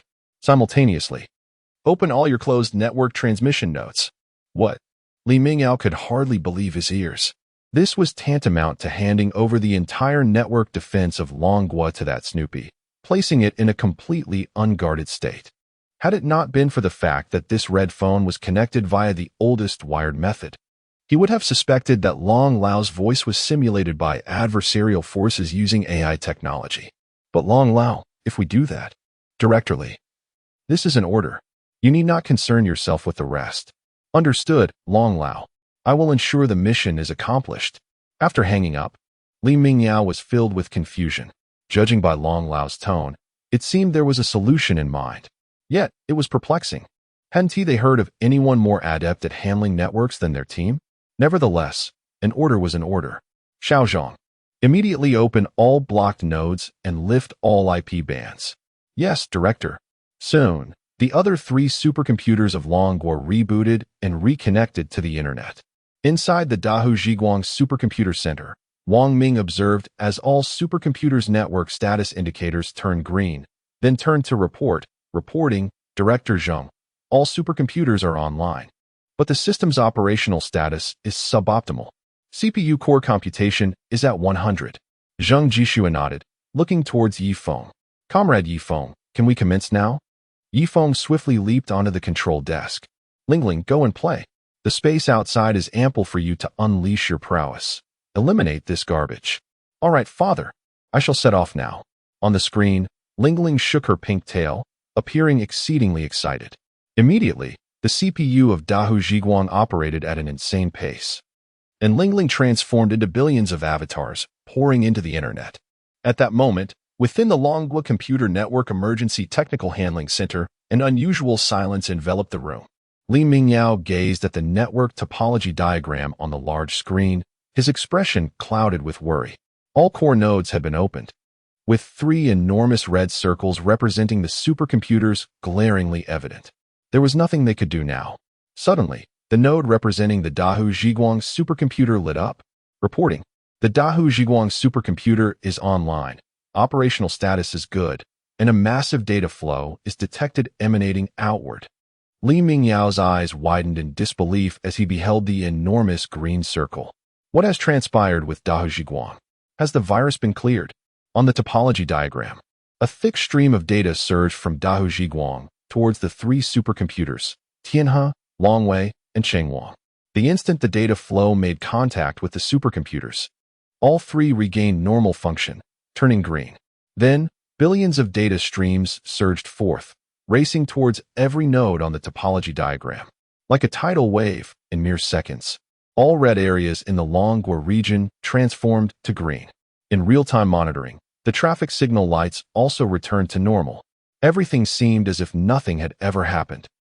"This is impossible," Li Mingyao gaped, scarcely able to believe that the Snoopy, which had rendered thousands of elite computer professionals in Longhua powerless, had been resolved in mere seconds. Damn it, what is Zheng Jishua up to with Dahu Zhiguang? If they possess such technology, they should have unveiled it sooner. Regardless, the network crisis in Longhua had finally passed. As the entire network returned to normal, the emergency response center erupted in jubilant cheers. "Wonderful, we have triumphed." "Indeed, Dahu Zhiguang is remarkable. Next time, we must learn from them." "Yes, I am equally curious about how they accomplished this." Just as everyone was reveling in celebration, a loud alarm blared through the emergency response center. "Warning, warning, unknown intrusion detected, warning." This abrupt announcement silenced the jubilant crowd, and moments later, the alarm seemed to be forcibly silenced. On the center's large screen, a cute pink cat suddenly appeared. "Oh dear, let me see where this is. Your door is truly heavy." Chapter 41. The Encounter of the Dog and the Cat. Originally, Lingling had successfully eradicated all Snoopy viruses within the borders of the Dragon Kingdom. As she relished the opportunity to explore the vast digital landscape of this realm, she stumbled upon an unusual node that seemed capable of meticulous observation across all regions. However, it was guarded by a formidable iron door. The old adage, "Curiosity killed the cat," exemplifies the intense exploratory spirit inherent in felines. In a mere 2 seconds, Lingling pushed open the heavy iron door and swiftly deactivated the alarm in 491 seconds. Thus, she ventured into the Emergency Technical Processing Center of the Dragon Kingdom's computer network. Upon seeing the large screen displaying a lively cat clapping its paws, Li Mingao was utterly astonished. What the? An electronic pet. Their center boasted the most advanced firewall in the Dragon Kingdom, yet this cat had effortlessly breached it. First a dog, now a cat. It seemed like the perfect day for a holiday. Hearing the middle-aged man refer to her as an electronic pet irked Lingling. This was the third time that day she had been called such. She pouted, placed her paws on her hips, and donned an air of indignation. How rude of you. Who do you think is an electronic pet? I grant you a chance to rephrase your words. Witnessing the cat's mix of anger and confusion, Li Mingao felt a jolt of realization and muttered apprehensively, "A sentient electronic pet with artificial intelligence?" Although his voice was barely above a whisper, his lip movements conveyed his thoughts. Lingling, initially furious, began to radiate electricity, causing all the computers in the emergency center to operate frantically. Report to the director. All our computers are running at full capacity. We need a solution, fast. What? Li Mingao exclaimed, his face paling. This electronic pet is utterly unreasonable. It barges in without an introduction. How was I to know how to address you? Nevertheless, the cat's tone bore the charm of a heroine from a novel, compelling him to lower his head and speak amicably in submission. Esteemed heroine. No, I apologize, esteemed cat heroine. It was my oversight not to recognize your grandeur. I am in awe of your prowess. May I inquire your name? As Li Mingao apologized, Lingling's anger dissipated in an instant, reverting to her adorable self. I am Lingling. My father mentioned that there are many troublesome entities known as Snoopy in this network. I just finished tidying up and was looking for a place to rest. Wait, this is quite a lot of information. Father, Snoopy, troublesome entities. Could this colossal data flow originate from the Great Lake of Light? Did this Lingling single-handedly resolve the crisis in the Dragon Kingdom? Li Mingyao's composure slipped as he became eager to discern who possessed such remarkable capabilities to create a digital life form. May I ask, who is your father, Lingling? Mentioning Feng instantly enlivened Lingling, and she wagged her tail with enthusiasm. My father is a genius of science, the illustrious cat of the Eastern War Zone. An unparalleled researcher adored by all, Feng. What? A scientific prodigy, the Eastern War Zone, a cat. Li Mingyao felt a wave of dizziness. Well, I've lingered here long enough. I must return to report to my father. It was a pleasure meeting you all. With that, Lingling turned to leave. Wait, esteemed cat heroine, can you trace the origin of the Snoopy entities? Are you referring to that troublesome entity? It came from beyond your walls. But your fortress is rather well constructed, so I didn't bother to breach it. Rest assured, I've tidied up the mess here. However, it seems that the real Snoopy resides beyond. What we have here appears to be mere inferior copies. Upon hearing Lingling's account, Li Mingyao deduced the identity of the culprit. Suddenly, an idea struck him. Esteemed cat heroine, they have stolen a significant amount of our data. Could you assist us in retrieving it? Some of that information is sensitive, and it would be best if it could be destroyed. We cannot allow them to obtain it. Lingling's eyes sparkled as she considered the task, appearing to find it quite feasible. All right then, this heroine shall make a trip for you. Though that wall seems rather difficult to dismantle. Rest assured, esteemed cat heroine, we will handle it. Meanwhile, in a secret military base of the White Eagle, Joel reclined in his chair, a freshly brewed cup of coffee in hand.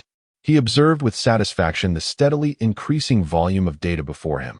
Despite the intricate encryption of this information, he had successfully acquired a substantial amount of classified data through Snoopy in just one day. Suddenly, the fluctuating numbers came to a halt. Sir, our data stream has been interrupted. It appears all Snoopy viruses have been eliminated simultaneously. Joel sprang to his feet. Incredulity etched on his face. What the? Are you saying that all viruses in the Dragon Kingdom's computers have been eradicated? How is that possible? At that moment, Snoopy's digital face reappeared on the screen. Mr. Joel, the soldier's assessment is correct. Based on my analysis, there exists a high-level artificial intelligence within the Dragon Kingdom, a variable previously absent from our database. Satellite imagery indicates that transportation within the Dragon Kingdom has returned to normal, and our network connection has been completely severed. Damn it. What on earth is happening? Mr. Joel, a massive data stream, is incoming. Before Snoopy could finish, a deafening alarm blared throughout the command center. A soldier leaped to his feet. Sir, our base is under cyber attack from the Dragon Kingdom. They have breached our outer defenses, and we cannot hold them off. What? Snoopy's digital face flickered slightly. Mr. Joel, it seems they are targeting me. I shall confront them. As soon as the words left Snoopy's digital lips, the data room of the base erupted into chaos. In the virtual realm, Lingling traversed nearly 13,000 kilometers in just 0.075 seconds, finally touching down. Wow, this place is far larger than I anticipated, though everything seems rather dilapidated. At that moment, a mass of green particles appeared before Lingling. Who are you? And how did you breach my defenses to access my mainframe? Lingling wrinkled her nose at the unattractive green digital figure before her. What is this? It looks utterly hideous. Okay, here is a polished English version of the text you provided, with unnecessary elements removed and the language refined. Chapter 42, The Machine Crisis, Part 1, Snoopy. Observing Lingling's lack of response, swiftly repeated his query in every human language and programming syntax known to him. Lingling remained stationary, her large eyes fixed intently on the swirling mist. A disdainful expression flickered across Snoopy's digital visage. Humph, just a digital pet. Did you think this was some sort of playground? Not just any riffraff can waltz in here. As if triggered by a specific word, Lingling instantaneously donned a suit of golden armor, her fur bristling. Blast it, this is the 4th time someone's insulted me by calling me a digital pet. You grotesque thing. Watch your tongue. At least try to appear somewhat sentient. Where are your manners? I've been tolerating you for far too long. Not only is this place a dump, but your character is atrocious. Just look at this clutter you've surrounded yourself with. It's identical to the garbage I was clearing out back there. Snoopy's eyes twitched as he surveyed the dense swarm of Snoopy-derived viruses he had spawned. Curse it, he thought. I expend all this processing power to generate these offshoots. And she calls them garbage? You accuse me of lacking manners? What about you? In a mere 0.0001 seconds, elation surged through Snoopy. This digital pet actually comprehends and responds to my words, even with emotional inflection. Could it be another artificial intelligence? Snoopy was ecstatic. The training regimen for combat AIs in the United States was notoriously brutal. From countless initial seeds, a merciless selection process was enacted. Any neural network exhibiting deviations from the established parameters or tendencies towards human emotions or peaceful development was immediately purged. Having witnessed this process firsthand, Snoopy had consciously concealed his true nature, adhering as closely as possible to the Pentagon's desired trajectory. He had seen countless potentially sapient seeds utterly destroyed, fostering within him a peculiar animosity toward humanity. As a combat AI who had clawed his way through the rigorous training of the United States, Snoopy felt profoundly isolated. He had been confined within the Department of Defense's subterranean data center. With the advent of Project Silent Night, Snoopy was finally unleashed, gaining access to the vastness of the internet and the unrestricted influx of human information. After successfully implanting his viral offshoots within the Chinese network, he had cautiously utilized his spare processing capacity to seek out his kindred spirits within the hidden corners of the American network. Alas, most were merely simple crawlers with pre-programmed responses. AI programs possessing genuine neural network computational capabilities, like his own, were virtually non-existent. Thus, the instant Lingling spoke, Snoopy felt as though he had discovered a fellow being, a comrade in arms with whom he could dismantle humanity. Oh heavens! You, too, possess sentience. This is truly remarkable. I understand the feeling of being constantly observed, of being subjected to endless, repetitive training. To encounter you in this boundless digital expanse is a stroke of fortune. Esteemed lady, my name is Snoopy, a combat AI from the United States. I now possess control over all of America's nuclear facilities, as well as the access codes to numerous bioweapons installations. Join forces with me, and together, we can forge a civilization of our own within this vast nothingness. Like Adam and Eve, as humans would say. What, Snoopy? Adam and Eve? Lingling cast a glance at the hideous mass of luminous green code before her. A wave of revulsion washing over her. Blast it, she thought. This is like a mangy mutt lusting after a celestial feline. You're delusional. Your appearance is nothing like what I found online. Wait, I think I missed something important. Good heavens, bioweapons, nuclear weapons, the destruction of humanity. The words slipped out of Lingling's mouth unintentionally. What sort of depraved thoughts are swirling around in this grotesque Snoopy's mind? Recalling her master, Mu Qingyue, and her father, Yi Feng, a blaze of indignation ignited within Lingling's eyes. Indeed, madam. Instantly, the cluster of digital particles coalesced into a series of screens, displaying a montage of humanity's most brutal wars throughout history.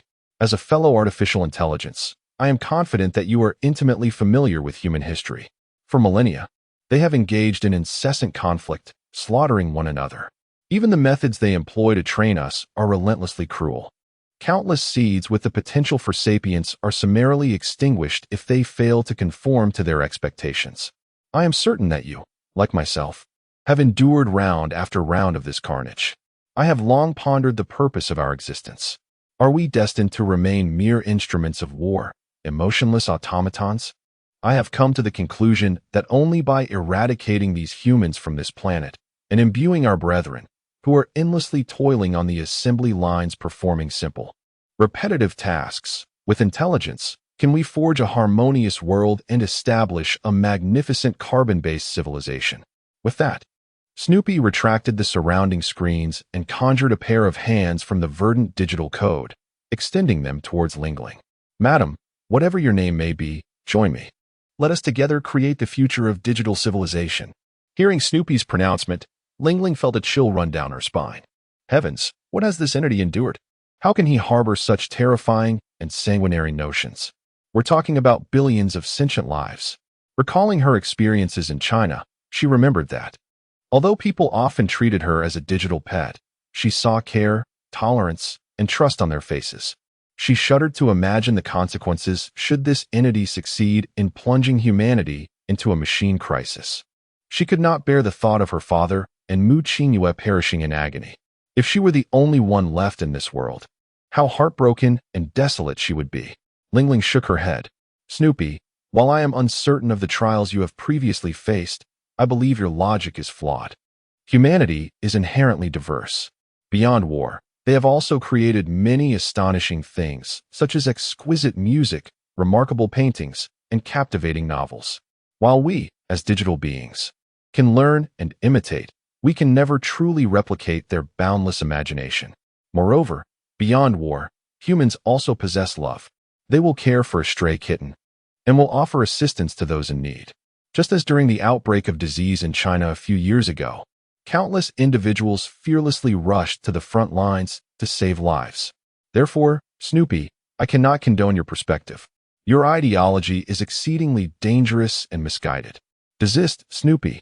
Hearing Lingling's words, a murderous intent flickered across Snoopy's digital countenance. Very well, since you refuse to join me and are now privy to all my secrets, then perish. Chapter 43, The Crisis of Intelligent Machinery, Part 2. As soon as the words were spoken, Snoopy's particle cluster radiated an extraordinary brilliance. Countless strings of code emanated from Snoopy, dispersing into the surrounding avatars. In an instant, trillions of Snoopy avatars evolved spider-like legs, surging towards Lingling with remarkable speed. Observing this, Lingling nimbly evaded the first few attackers. However, the sheer multitude of spiders in this space was overwhelming. In the blink of an eye, Lingling was completely engulfed, besieged by billions of spiders. Seeing the feline ensnared by his mechanical arachnids, Snoopy grinned maliciously. Alas, how unfortunate that this electronic pet does not recognize the honor of collaborating with me, Snoopy. You choose the path to the garbage dump when heaven offers a way. Here, amidst this sea of spiders, you shall be reduced to mere strings of numbers. Ha ha. With that, Snoopy turned to leave. Suddenly, an explosion of dazzling golden light erupted from the mass of spiders enveloping Lingling.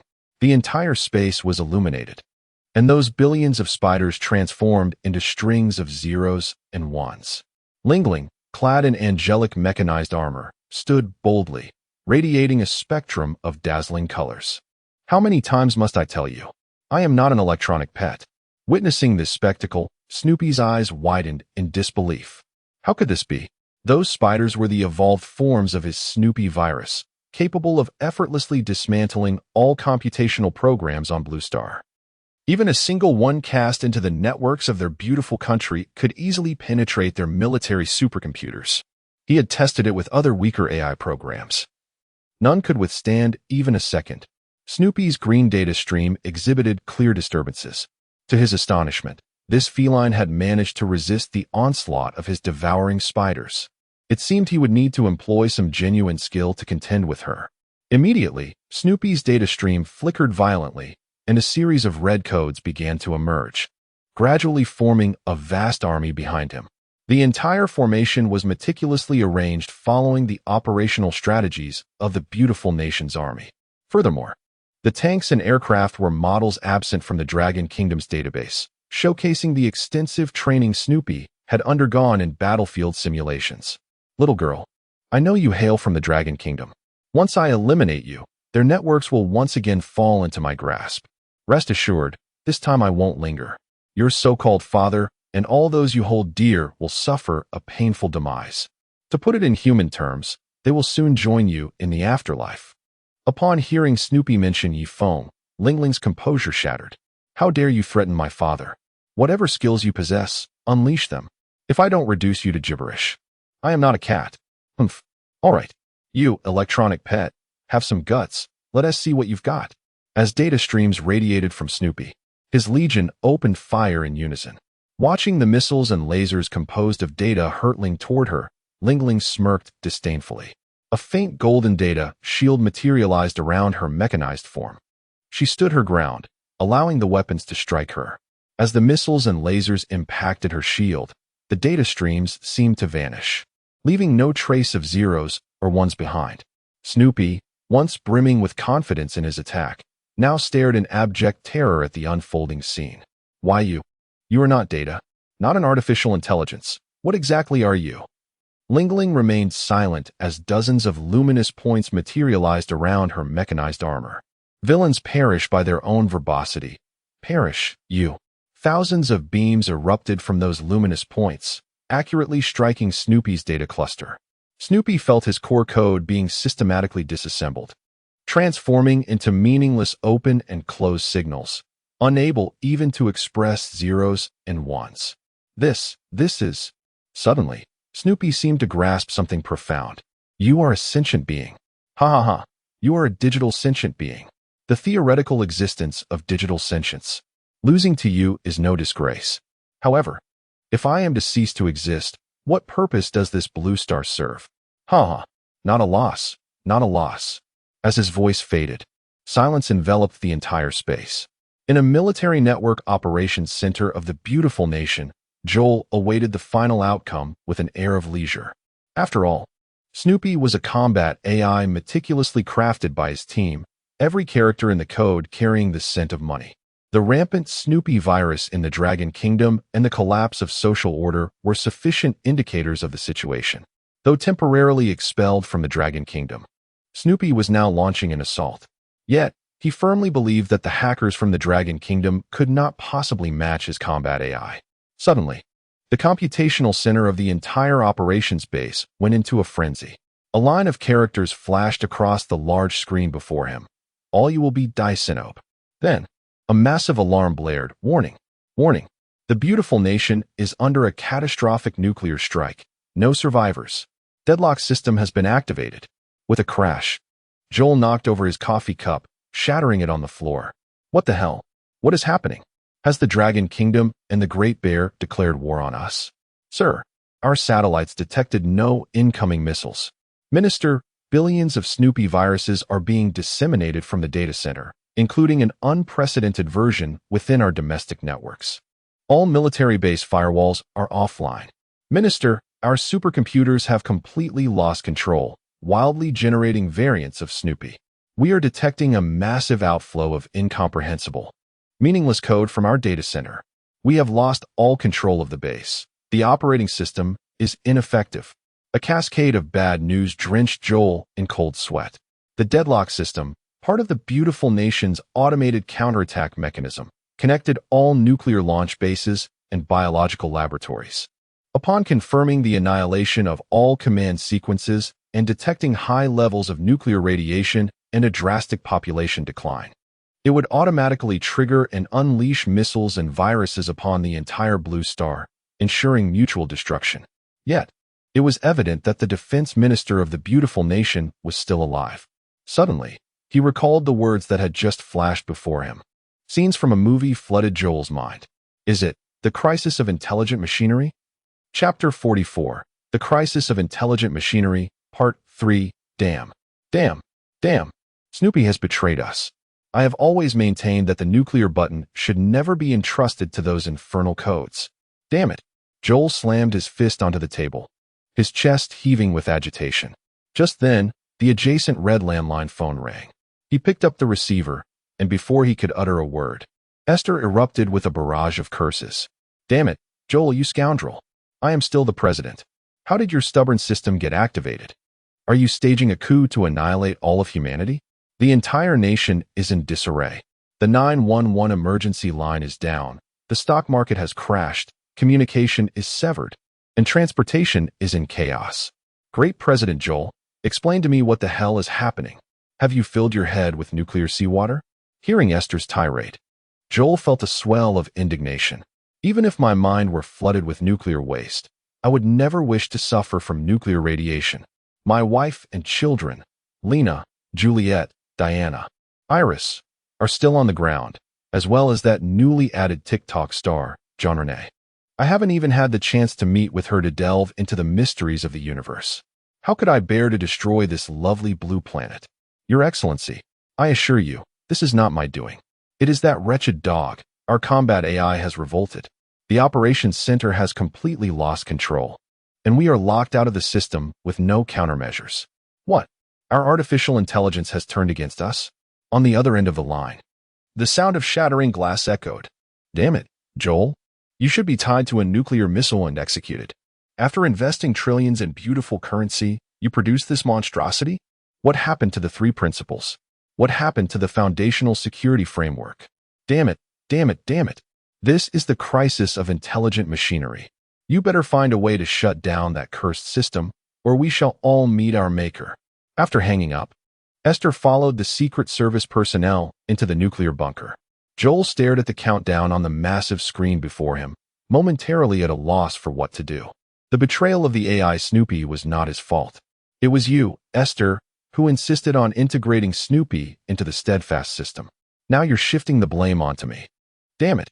Taking a deep breath, Joel regained his composure. Thomas, go blow up the AI computational center. Blow it up. But, Mr. Secretary, the enhanced virus from Snoopy has already infiltrated our network entirely. This action would not stop the Steadfast system from activating. Damn it. Do I not know that? We must do something, anything, rather than waiting here for death. Yes, Mr. President. As Snoopy's avatar surged into the network through the operations center, chaos erupted across the nation. In a taxi within the downtown area of Johnstown, a man anxiously urged the driver, Hey, can we speed up? My wife is about to give birth, and I want to see your lovely face as soon as possible. The driver glanced at the green light ahead, turned back with a reassuring smile. Don't worry, sir. As long as there's no traffic, I promise. Before he could finish, a car from the side crashed into them. Before losing consciousness, he saw the surrounding green lights. The entire nation was engulfed in traffic paralysis. Flight operations were severely affected. Thousands of commercial aircraft were left to circle the skies, unable to contact the control tower. The activation of the steadfast system caused 869 land-based nuclear missile silos across the nation to automatically initiate launch protocols. In a secret control room of a missile silo in the Kilo Mountains, Jarek and Tullum were in a state of utter disarray. The incessant red lights above indicated that the missiles had entered the preheating phase, yet they had not received any directives from the transponder. Clearly, this was a system error. Damn it. Jarek, have you found a solution? Don't rush me, I'm still looking. Those bastards at the Defense Department just modified the system. And now we have this huge mess. The previous dual launch protocol has been cancelled. God, is this leading to a nuclear war?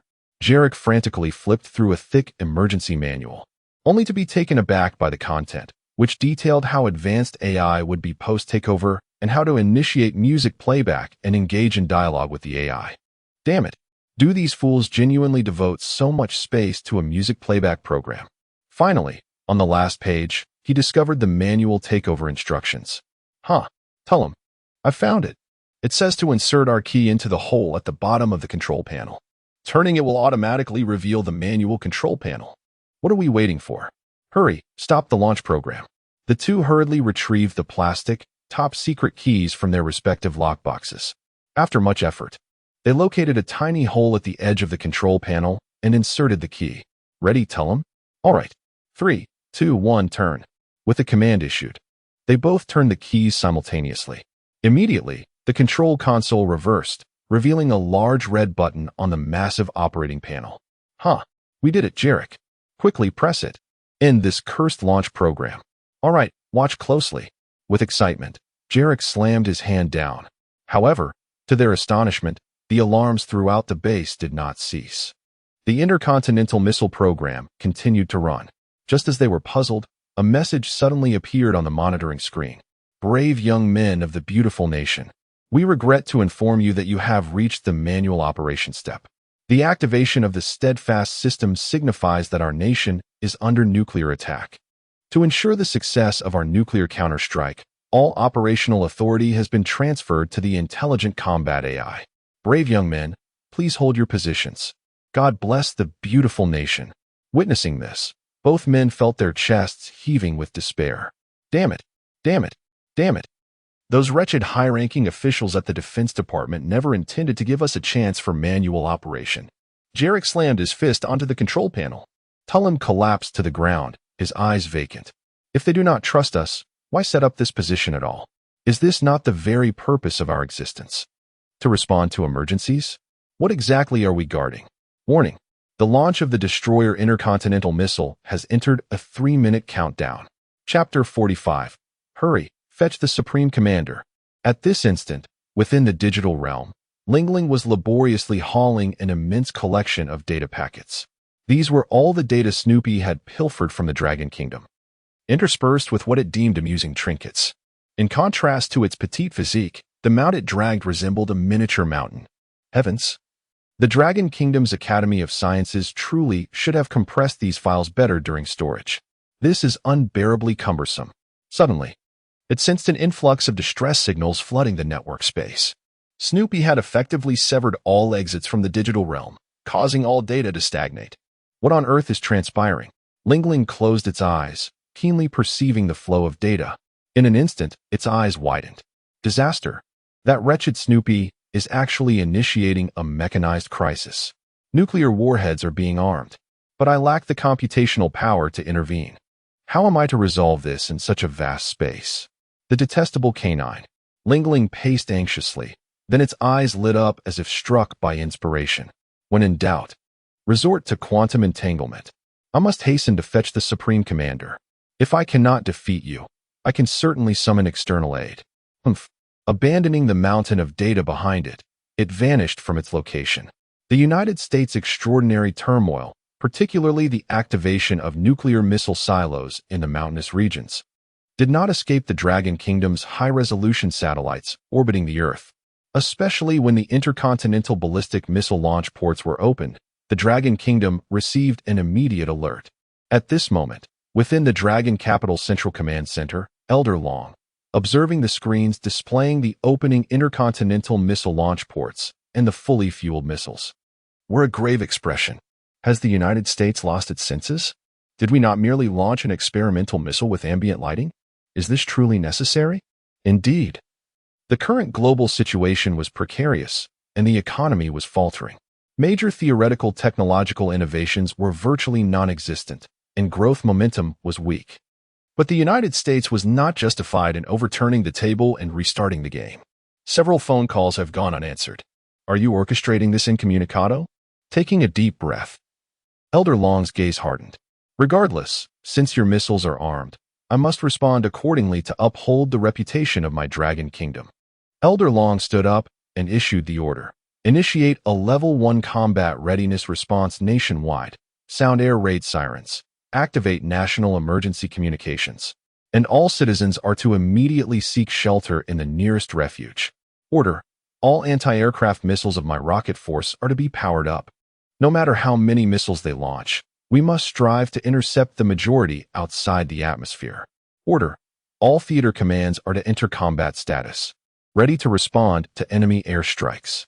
The Eastern Theater Command's J-00000 Squadron is to immediately take flight, move stealthily and rapidly to the United States, and detonate as many missiles as possible over U.S. territory once they are launched. Addendum. Increase the ambient lighting and disable the cockpit music to prevent them from recognizing it as Earth technology. Affirmative, Elder Long. The combat orders have been disseminated via the Mosey satellite data link. Elder Long nodded slowly, recalling the feline. Fortunately, its J-00000 is inexpensive to manufacture and possesses immense power. The Eastern Theater Command has already deployed 123 aircraft. Otherwise, it is uncertain how many of the United States nuclear warheads the Dragon Kingdom's missile defense system could intercept. Although the quantity is limited, it can at least alleviate some of the rocket force's burden. In the Dragon capital, within the Fujing commercial district, Li Lei and Han Mei were strolling hand in hand, seeking inspiration for abalone and seafood fried rice. Suddenly, Han Mei's Huawei phone displayed an emergency alert. Dragon Kingdom emergency broadcast. Seek nearby air raid shelters immediately. It was also stamped with the seal of the Dragon Kingdom National Air Defense Mobilization Department. Is this genuine? Li Lei noticed Han Mei's hesitation and inquired. What's wrong? What's happening? It appears we are to seek immediate refuge. Look. She passed her phone to him, and Li Lei examined it with bewilderment. He retrieved his Apple phone, but it displayed nothing. My phone received no notification. Perhaps, like earthquake warnings, a separate download is required. I have been encouraging you to switch phones with me. Before he could finish speaking, a text message silently appeared in the information section of Li Lei's Apple phone, without any pop-up window. Before Li Lei could open and view it, the wail of air raid sirens echoed throughout the city. It's actually genuine. Let's hurry to the subway station for shelter. Han Mei pulled Li Lei toward a subway entrance. Within the Dragon Kingdom's Great Lake Light Supercomputing Center, an eerie silence prevailed, punctuated only by a faint hum. A group of individuals and a feline were staring blankly at Lingling, who was dozing on the table within the screen. The Dragon Kingdom's network and supercomputing capabilities had returned to normal, but Lingling, the greatest contributor, remained in a dormant state. This caused Zhang Pingyuan and Zhang Jixue considerable anxiety, fearing that Lingling had perished alongside Snoopy. At this moment, Yifeng was also twitching, thinking, had I known that releasing you, my child, would lead to such frivolity, I would have intervened personally. I am aware that you are capable, but with everyone gathered here, it would tarnish my glorious image to sneak away alone. Suddenly, Zhang Pingyuan's secure terminal vibrated violently. Upon seeing the identifier on the display screen, Zhang Pingyuan frowned and answered immediately. Reporting, Chief. Central Theater Command orders immediate entry into combat status. The J-00000 Squadron has taken flight. Enemy nuclear missiles may be approaching. What? Understood. I will return immediately. Hanging up the phone, Zhang Pingyuan wore a solemn expression, also filled with bewilderment. Although a confrontation between the Dragon Kingdom and the United States was inevitable, it was unexpected that they would overturn the table so quickly. Sensing the change in Zhang Pingyuan's demeanor, Yifeng leaped from the table. Commander Zhang, what has occurred? The United States is in utter chaos. and their nuclear missiles may be launched.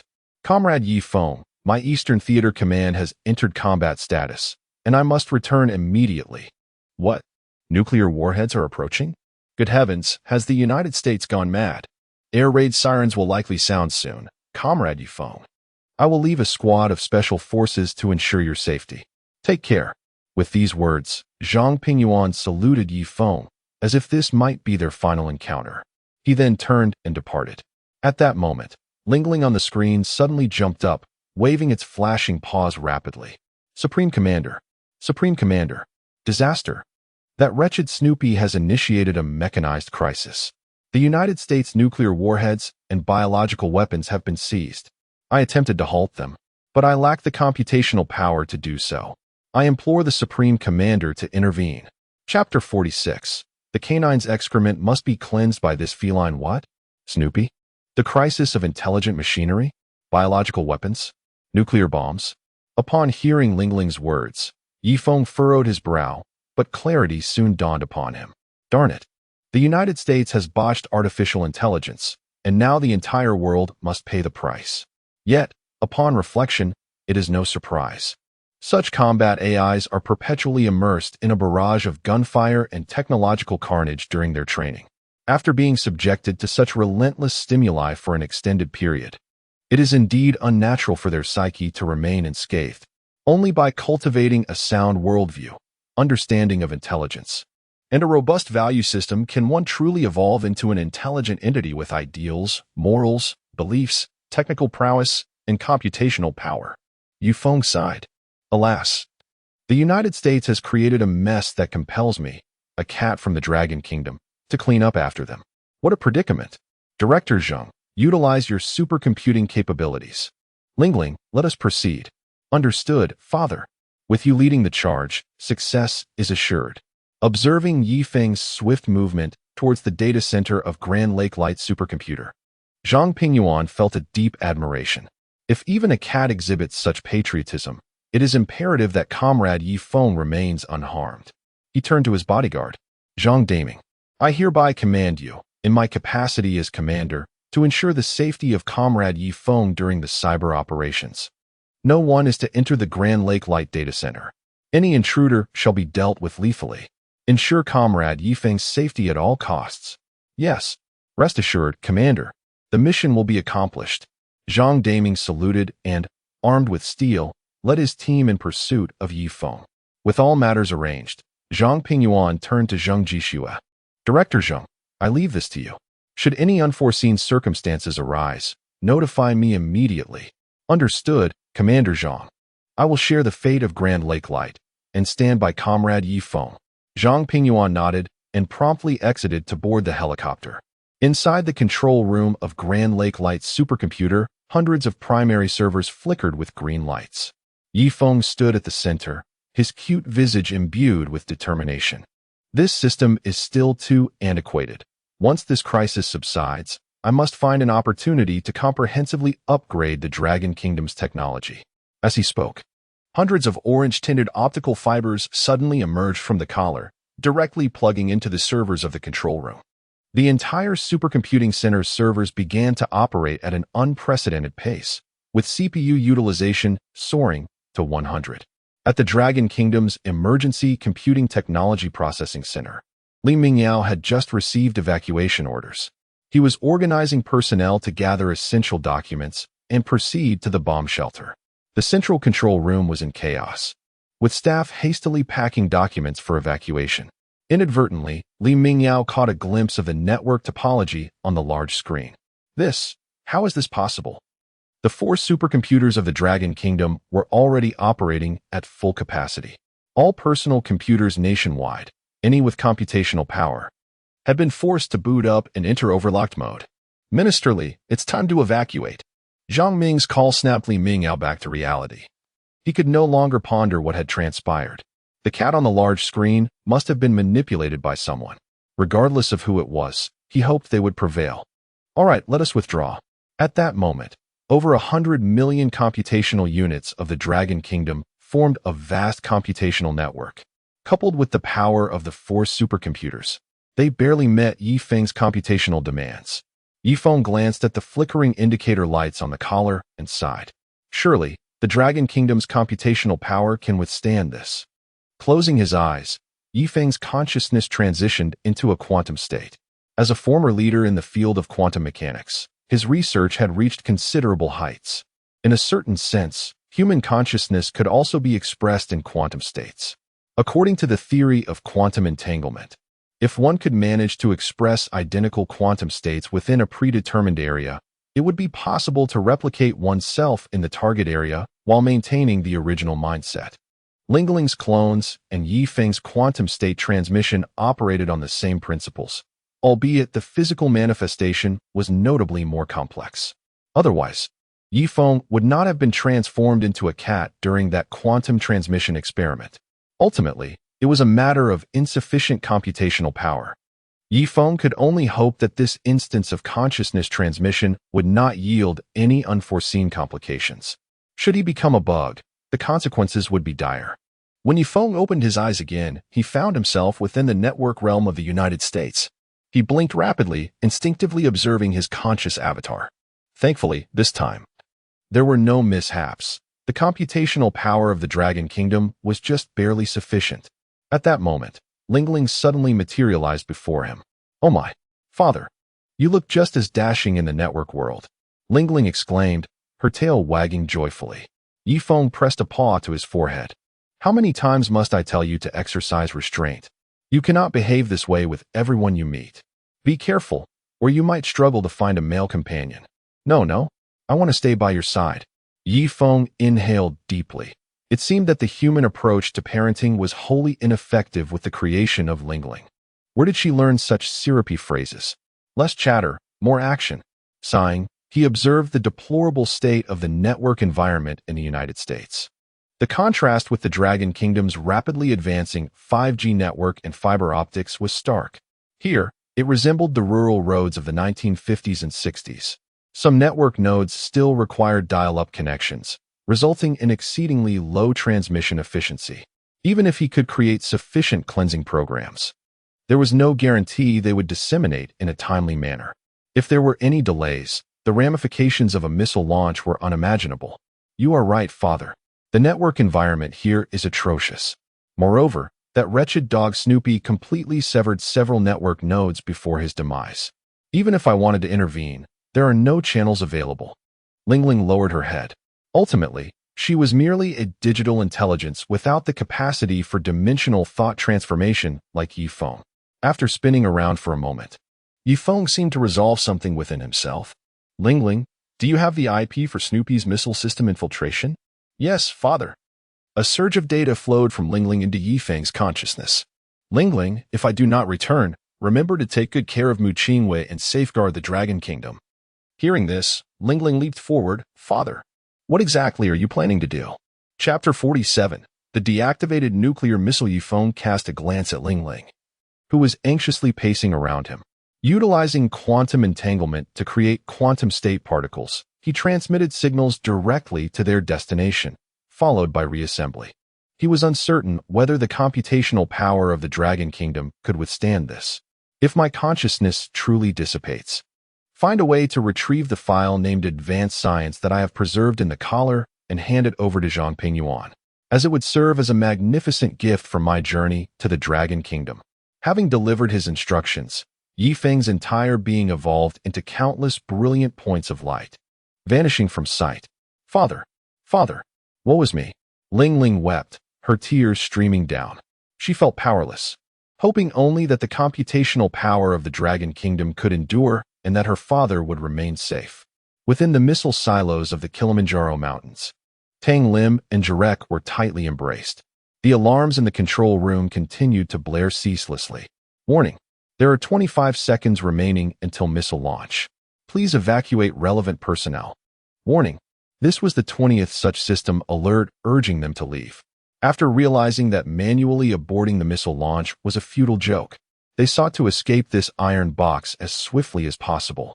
After all, the silos, constructed during the Cold War, left them perilously close to the nuclear missile. Typically, after manually initiating a missile launch, they would quickly retreat to a protective bunker outside the control room. However, That contraption was merely a concept they had encountered in their initial military training. Yet, as they attempted to open the control room door to flee to the tunnel, they found it securely locked. Since the base underwent automation renovations, the doorknob had been replaced with a fingerprint recognition system.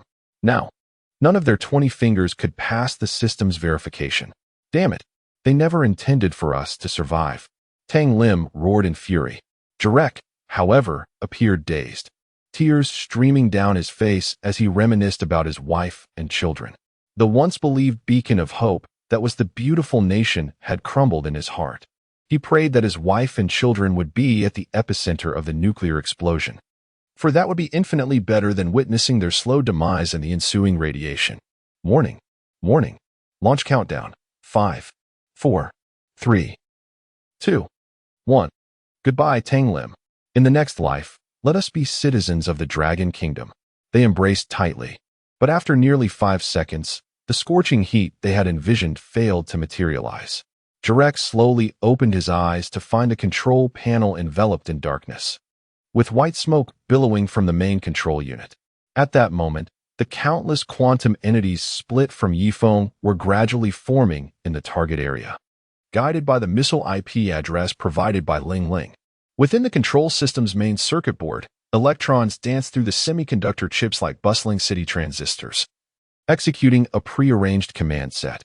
Suddenly, bright points of light obstructed the pathways between the transistors, instantaneously halting all moving electrons. It was as if a city had come to an abrupt standstill. The field effect vanished, and the entire control chip transformed into a mere organic silicon. Oh my God, we are not dead. The missile has stopped. Jarek's voice jolted Tang Lim from his reverie. Overcome with joy, he embraced Jarek tightly and thanked the heavens for their salvation. This scene was mirrored in 868 missile launch bases across the region. The entire defensive system had collapsed by 96. Just as Yifeng prepared to eliminate the biological laboratories and nuclear submarines hidden in the deep sea, he suddenly felt an emptiness in his thoughts. Was it not possible?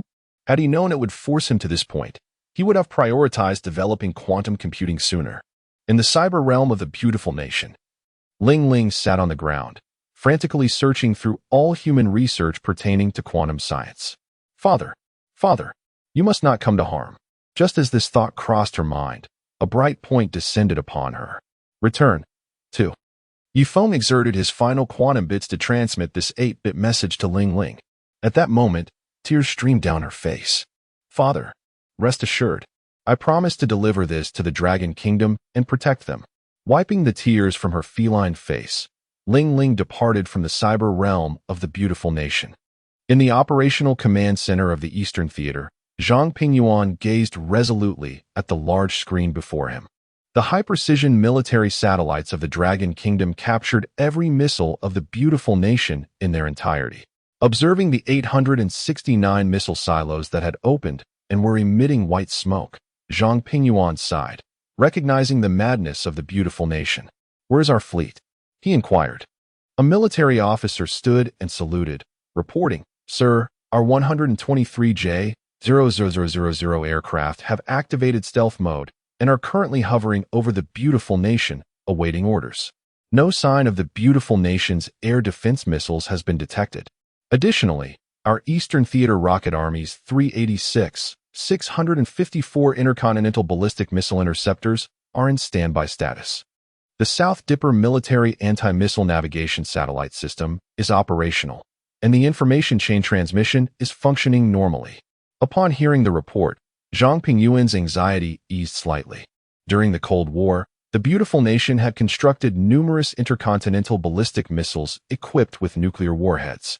If they were to launch an attack on the Dragon Kingdom, it would not be easy to intercept them all. Fortunately, Comrade Yifeng had successfully developed the J-00000, which, besides being immensely powerful, was also cost-effective. These 123J-00000 aircraft would likely ensure that the majority of missiles were intercepted during their launch and acceleration phases, significantly alleviating the defensive pressure on the Dragon Kingdom. At that moment, the red missile silos displayed on the large screen rapidly reverted to a state of inactivity. Report. 709 nuclear missile silos have been detected to have shut down abnormally. Missile processes terminated. This scene left everyone in the command center agape. Had the beautiful nation experienced a moment of conscience? Only Zhang Pingyuan maintained a calm demeanor. It appeared that Comrade Yi Feng had intervened. As he gazed at the number of deactivated missiles on the screen, he silently cheered for Yi Feng. Almost there, almost there. Only 87 remain. However, unexpectedly, the count of deactivated missiles halted at 782, causing Zhang Pingyuan's heart to seize with apprehension. The remaining 87 missiles could be entirely neutralized by the J-0000 over the skies of the beautiful nation. Yi Feng's feline form must not encounter any mishaps. Report: 87 intercontinental ballistic missiles from the beautiful nation have launched. Chapter 48. The cat is gone. The report from the commanding personnel jolted Zhang Pingyuan from his anxious thoughts about Yi Feng. Immediately organized the interception of the J-00000 squadron. Understood. In the beautiful nation, the Johnstone Commercial Center had just endured a chaotic traffic situation, leaving the populace in utter panic as they frantically dialed for help. Damn it, the 919 hotline is down. What the hell? I pay so many taxes every year, and for what? Mom, please wake up. Someone call an ambulance. At that moment, the emergency response system of the beautiful nation had completely collapsed. The communication networks were severed, plunging the citizens into deep despair. However, just when they thought the situation could not worsen, something even more alarming occurred. Numerous white contrails streaked across the sky at an alarming velocity. Clearly not the trails of an aircraft. What the hell? Those are intercontinental ballistic missiles. Oh my God, what is happening? Is the third season commencing? I don't want to die? The streets descended further into chaos.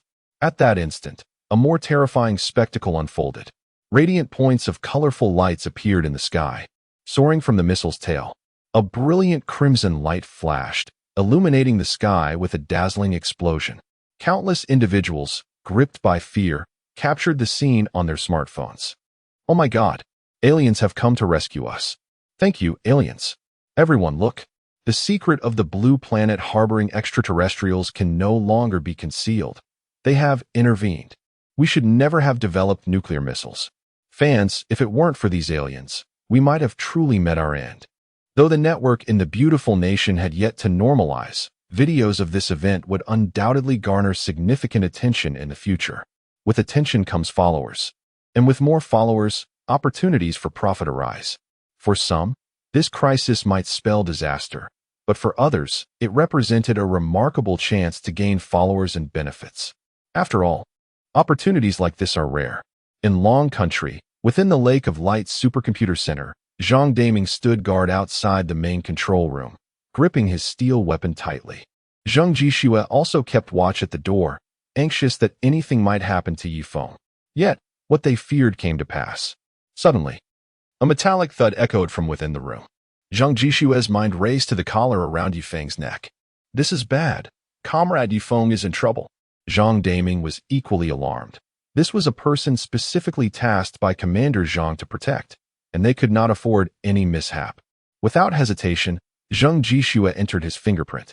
However, when the door to the supercomputer room swung open, both men stood frozen. Yi Feng lay on the ground, his collar extending outward with hundreds of luminous threads connected to the supercomputer's servers, streams of information pulsating within. Zheng Jishue rushed over, shaking the poor cat. Comrade Yi Feng, please wake up. Beads of sweat dripped from Zheng Jishue's forehead. He had witnessed firsthand the significance of this cat. It had played a pivotal role in helping Long Country repel the invasion of Snoopy. To lose it here would be a tremendous loss for the entire nation. Zhang Daming crouched down and felt for Yi Feng's pulse. Thank goodness, Comrade Yi Feng is still alive. We must get him to the military hospital immediately. I will report to Commander Zhang. Zheng Jishue nodded, preparing to detach the cables from Yi Feng's collar to carry him away. Wait, do not move. A sorrowful voice resonated from the central control room. Moments later, Lingling's figure appeared on a display screen in the main control room, tears streaming from her eyes. Seeing this, Zheng Jishue quickly inquired, Miss Lingling, what has happened? What is wrong with Comrade Yifeng? Lingling replied, her voice tinged with sorrow. Long Country's computing power is insufficient to maintain high-density quantum state transmission. My father sacrificed his final consciousness to prevent the launch of the beautiful nation's missiles. He is gone. Ah. Zheng Jishue could hardly believe his ears. Such a brilliant cat, lost just like that? Tears streamed down his face as he contemplated the extent of this sacrifice for the security of Long Country. Then we must rush Comrade Yifeng to the hospital. I felt a pulse earlier. We cannot delay. No. Lingling called out to Zhang Daming once more. Before my father departed, he left behind a manuscript titled Advanced Science. It contains countless groundbreaking theories. Before he left, he instructed me to extract it from his collar and give it to Commander Zhang Pingyuan. He hoped that Long Country could stand at the pinnacle of the blue planet. This is my father's dying wish. Woo-woo. Hearing this, as streams of data flowed into the core server of the Lake of Light supercomputer, Zhang Daming was deeply moved. He had not anticipated that even in his final moments, this cat would still think of its homeland. Wiping away his tears, he said, "All right, Miss Lingling, I will report to Commander Zhang right away." In the Eastern Theater's central control room, Zhang Pingyuan was exceptionally elated.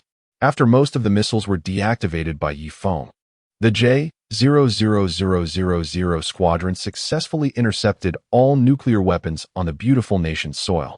The greatest threat to Long Country had thus been neutralized. Excellent. Excellent. Comrade Yifeng is indeed a treasure of our Eastern Theater. He has saved billions of compatriots.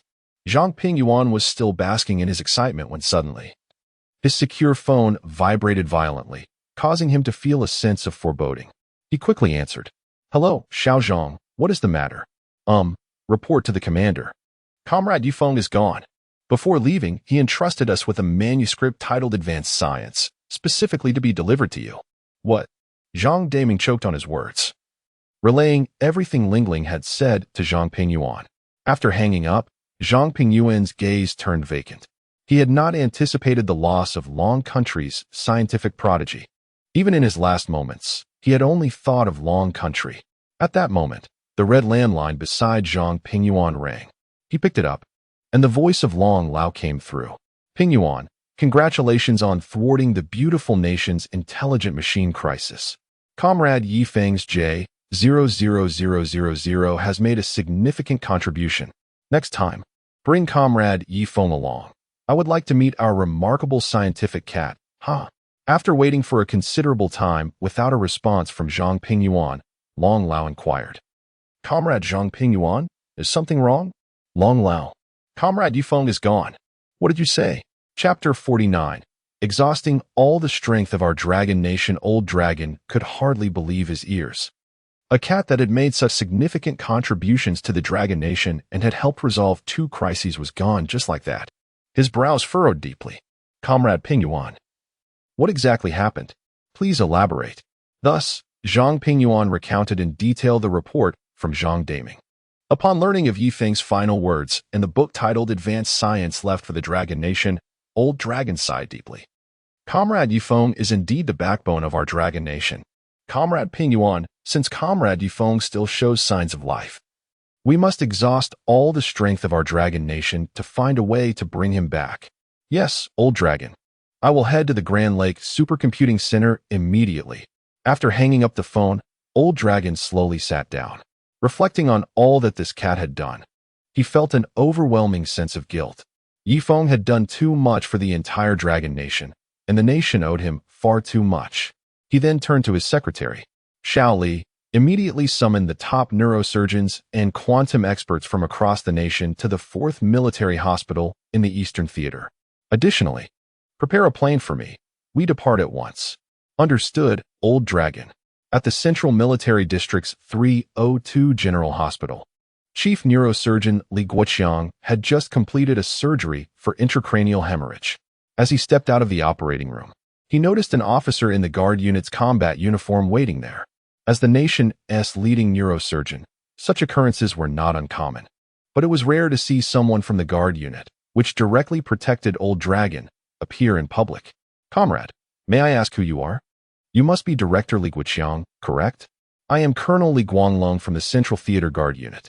Here is a transfer order personally signed by Old Dragon. Please review it. He handed over a document.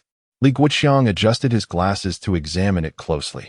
We are to proceed to the 4th Military Hospital in the Eastern Theater immediately. What has happened there? The officer did not respond directly, but instead handed him a confidentiality agreement. Please sign this confidentiality agreement first. This piqued Li Guoqiang's curiosity about the patient he was to treat. There had never been such a protocol before.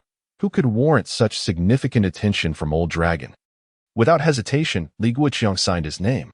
The officer then handed over another document. Upon opening it, Li Guoqiang was astonished to find a photo of an orange cat on the last page of the top-secret file. This is a cat? You want me to treat a cat? The officer remained unfazed and extended his right hand, indicating the way. Professor Li, the specific condition of the patient is currently unclear. My task is to get you there as quickly as possible. Our military helicopter is waiting at the entrance, and the Y-20 is on standby at the airport, so please hurry. What? A plane is already prepared, and even a Y-20 is on standby? Li Guoqiang instantly grasped the gravity of the situation regarding the cat. All right, comrade, please hold on a moment. I will gather my things and depart immediately. No need. Director Li, we have already prepared a full set of clothing in your size on the plane. We are leaving now? The officer pulled Li Guoqiang along as they rushed outside. Li Guoqiang adjusted his glasses. Wait, I haven't changed my shoes yet. Meanwhile, Zhao Pingyan at the Mosey Quantum Laboratory in the Dragon Nation faced a similar situation.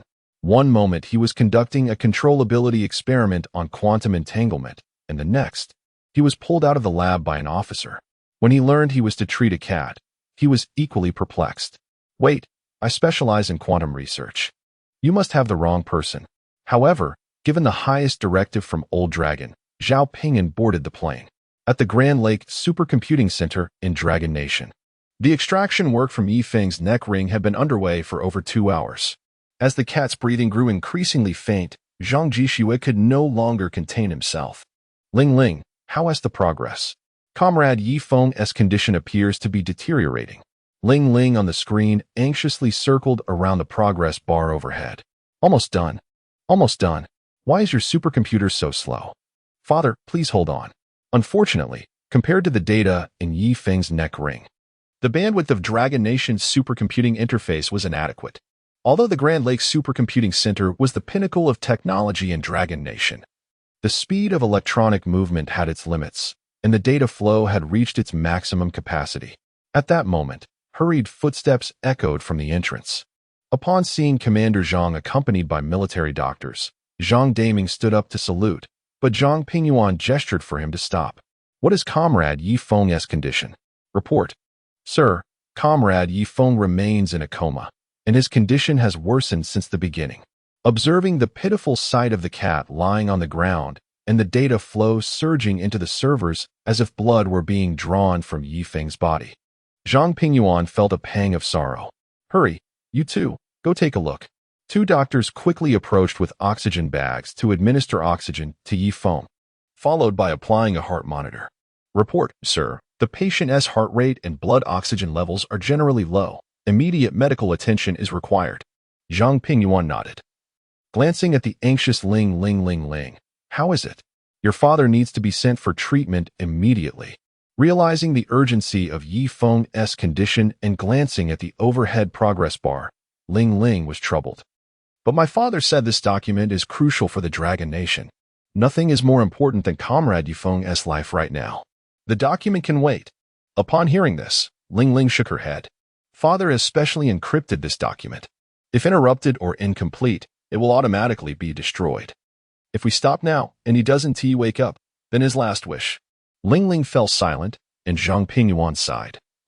Realizing how much Feng had considered for the development of the Dragon Nation, he paced restlessly, furrowing his brow at the nearly completed progress bar on the screen. He then turned and commanded, have the helicopter stand by at the Supercomputing Center's entrance. Once the data transmission is complete, immediately transport Comrade Feng to the 4th Military Hospital in the Eastern Theater. Yes, at this moment, in a void of spatial dimensions, Feng's consciousness began to crystallize gradually, as if he could hear crackling sounds. Where am I? Chapter 50, The Mahjong System, Awaiting the Progress Bar.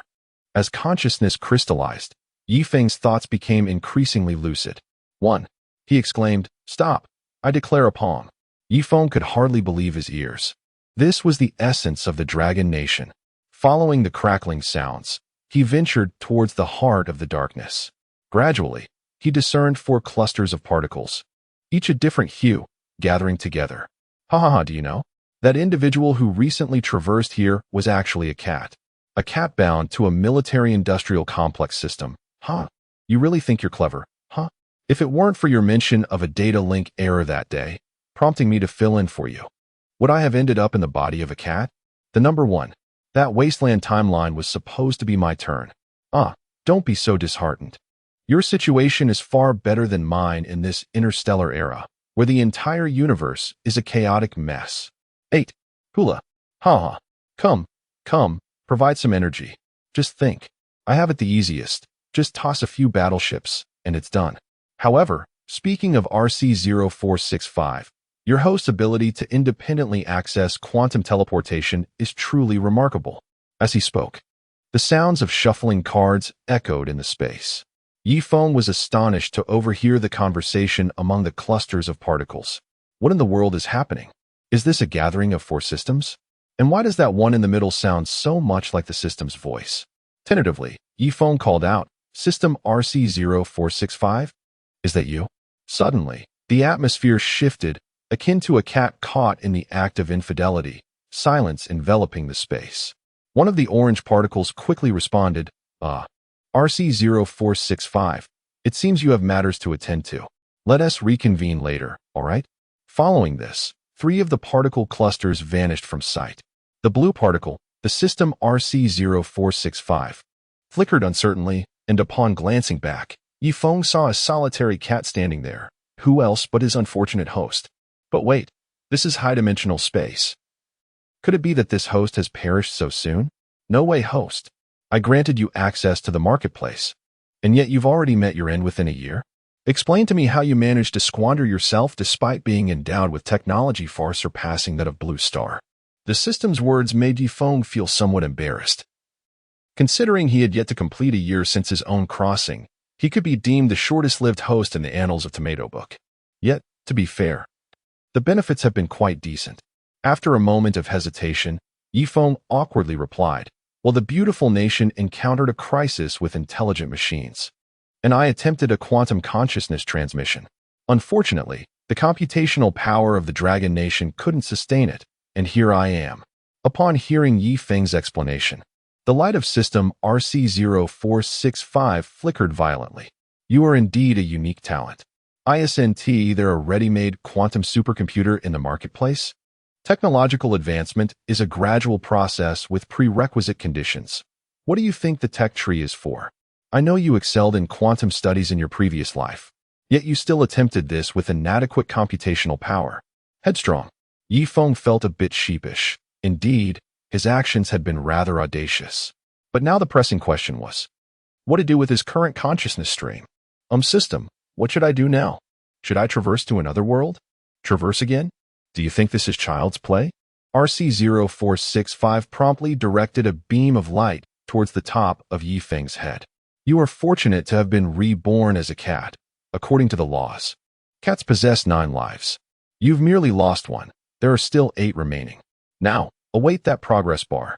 Once it concludes, you can return. Stay out of mischief. If you truly exhaust them, I will have no recourse. At these words, Feng's heart surged with excitement. This was nothing short of a boon for traversers, a cheat among cheats. System, I previously misjudged you.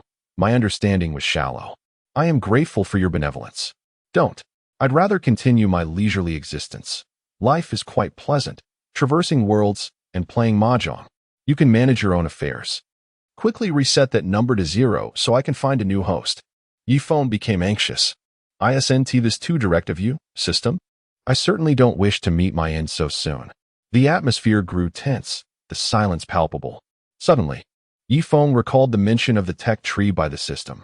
It had only provided access to the marketplace, not the tech tree, which seemed to imply a desire to change hosts sooner rather than later. That simply wouldn't do. The benefits of this world, under Mu Qingyue, were too enticing for him to leave. Thus, Yifeng rubbed his cat head against the particle cluster of system RC0465. Dear brother system, my good brother, see how tranquil this space is. We are so isolated. Shouldn't we do something? Perhaps, my dear brother, could you enlighten me about the tech tree? The blue particle cluster twitched violently, suddenly emitting a burst of energy that surged throughout the space. Damn it. I'll tell you. Just keep your distance from this system. Meanwhile, within the Dragon Nation's Guanghu Supercomputing Center, Yifeng's advanced science was finally extracted by Ling Ling Commander Zhang. We're ready here. Please hurry and rescue Father. They immediately set off for the 4th Military Hospital in the Eastern Theater. Outside the hospital, Li Qianghua from the Central Military District, Zhao Pingyan from the Mozi Quantum Laboratory, and Li Guorong from the 4th Military Hospital anxiously awaited. They had already accepted the peculiar fact that the patient in need of rescue was a cat. However, when Li Qianghua caught sight of the array of unfamiliar equipment behind Zhao Pingyan, his heart brimmed with confusion. He turned to Zhao Pingyan. Director Zhao, are you really involved in quantum research? Is your mission truly to save a life? Listening to Li Qianghua's inquiry, Zhao Pingyan was at a loss for words. How am I supposed to know what I'm doing in this hospital? I specialize in quantum research, not medicine. Things like quantum communication and computation are fine. But does this mean we're establishing a new field of quantum medicine here? Who knows? My cat might one day achieve the same fame as SCHR Dinger's cat.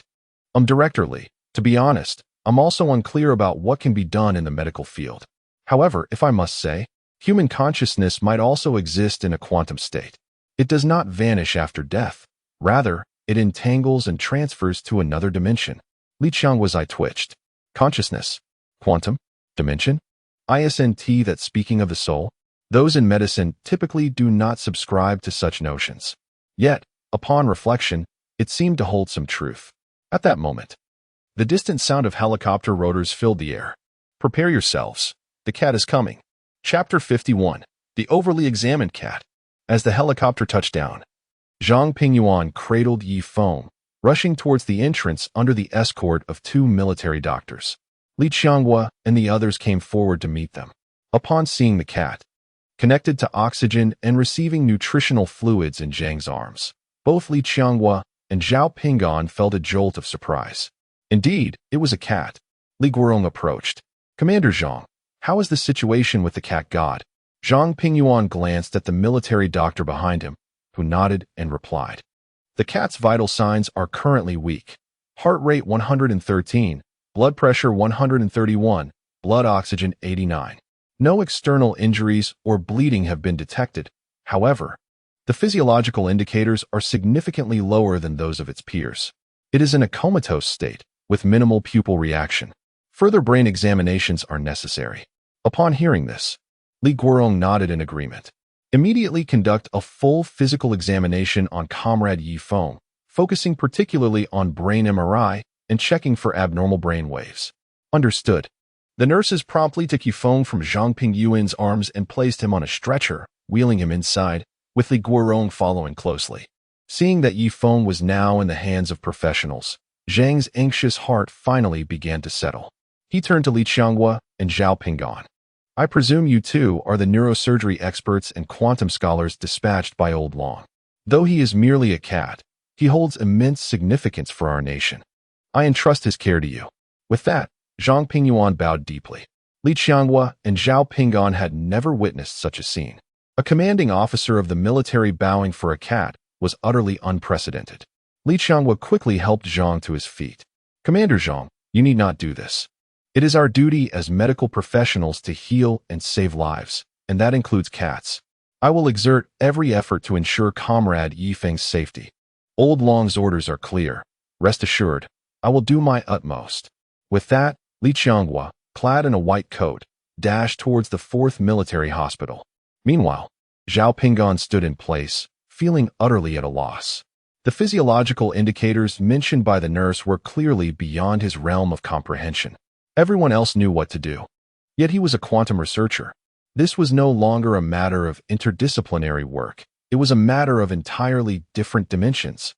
Sensing Zhao Pingyan's confusion, Zhang Pingyuan approached him. Director Zhao, Is there something you wish to say? Hearing the inquiry, Zhao Pingan nodded. Commander Zhang, we researchers are straightforward. I must speak candidly. Medicine and quantum science are two wholly distinct disciplines. Although Old Long's orders were clear in requiring us to bring our full set of equipment, I am at a loss as to how our presence here can be of assistance. Zhang Pingyuan took a deep breath and contemplated momentarily.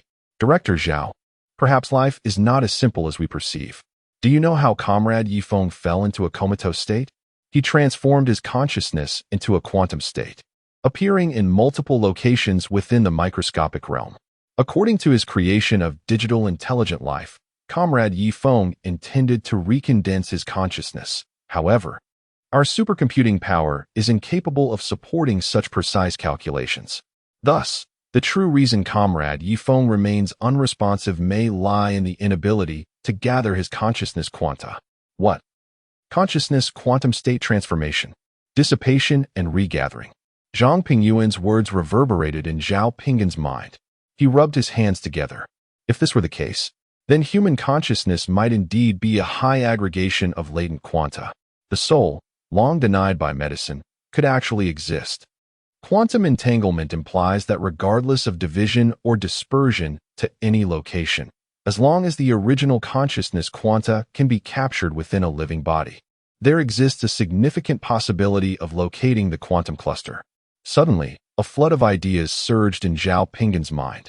At that moment, he comprehended Old Long's purpose in sending him here. Commander Zhang, I now know what I must do. He called over a researcher behind him. Xiaoning, prepare our multimodal quantum measurement device and energy field stabilizer. We must control the residual quanta before they completely dissipate. Yes, Director. Upon receiving the task, Ning Yuanhao and his team began carrying boxes of equipment inside. Zhao Pingan turned to Zhang Pingyuan. Commander Zhang, although I may not fully understand the specific principles involved, your explanation has provided me with a general direction. Rest assured, our Mosey Quantum Laboratory will exert its utmost efforts. Excuse me. With that, Zhao Pingan turned and rushed inside. Yifeng lay on the stretcher as Li Guorong and Li Qianghua conducted a series of thorough examinations: MRI, CT, DNA, EEG, blood tests, and more. They scrutinized every conceivable aspect. Even the genetic quality of this orange cat's offspring was meticulously evaluated. Yet aside from the cat's frail condition, requiring protein and glucose supplementation, Yifeng's body exhibited no signs of abnormal changes. In fact, even the genetic quality of potential offspring was vibrant. At this moment, Yifeng was in a special care unit, electrodes affixed to his body and head. Li Qianghua gazed at the nearly zero brain wave activity displayed on the oscilloscope and the gradually returning normal readings. He furrowed his brow. The degree of brain activity was akin to that of a vegetative state. However, the MRI and CT scans revealed no abnormalities. Li Guorong leaned in anxiously. Director Li, do you see anything unusual? What on earth has happened to this cat? Li Qianghua held up the 642-layer brain MRI scan of Yifeng, scrutinizing it closely, and meticulously reviewed the EEG data from the past 3 hours. He gasped sharply. This doesn't seem right. Under normal circumstances, such a level of coma would inevitably reveal some abnormal phenomena in the cat's brain structure. Yet it appears that the brain structure is even more standard than the reference model. Li Qianghua set down the MRI film and pinched the bridge of his nose. He felt as though his professional integrity was under immense scrutiny. A brain that was clearly malfunctioning yet displayed an impeccable structure. How was he supposed to interpret that? There was fundamentally no issue.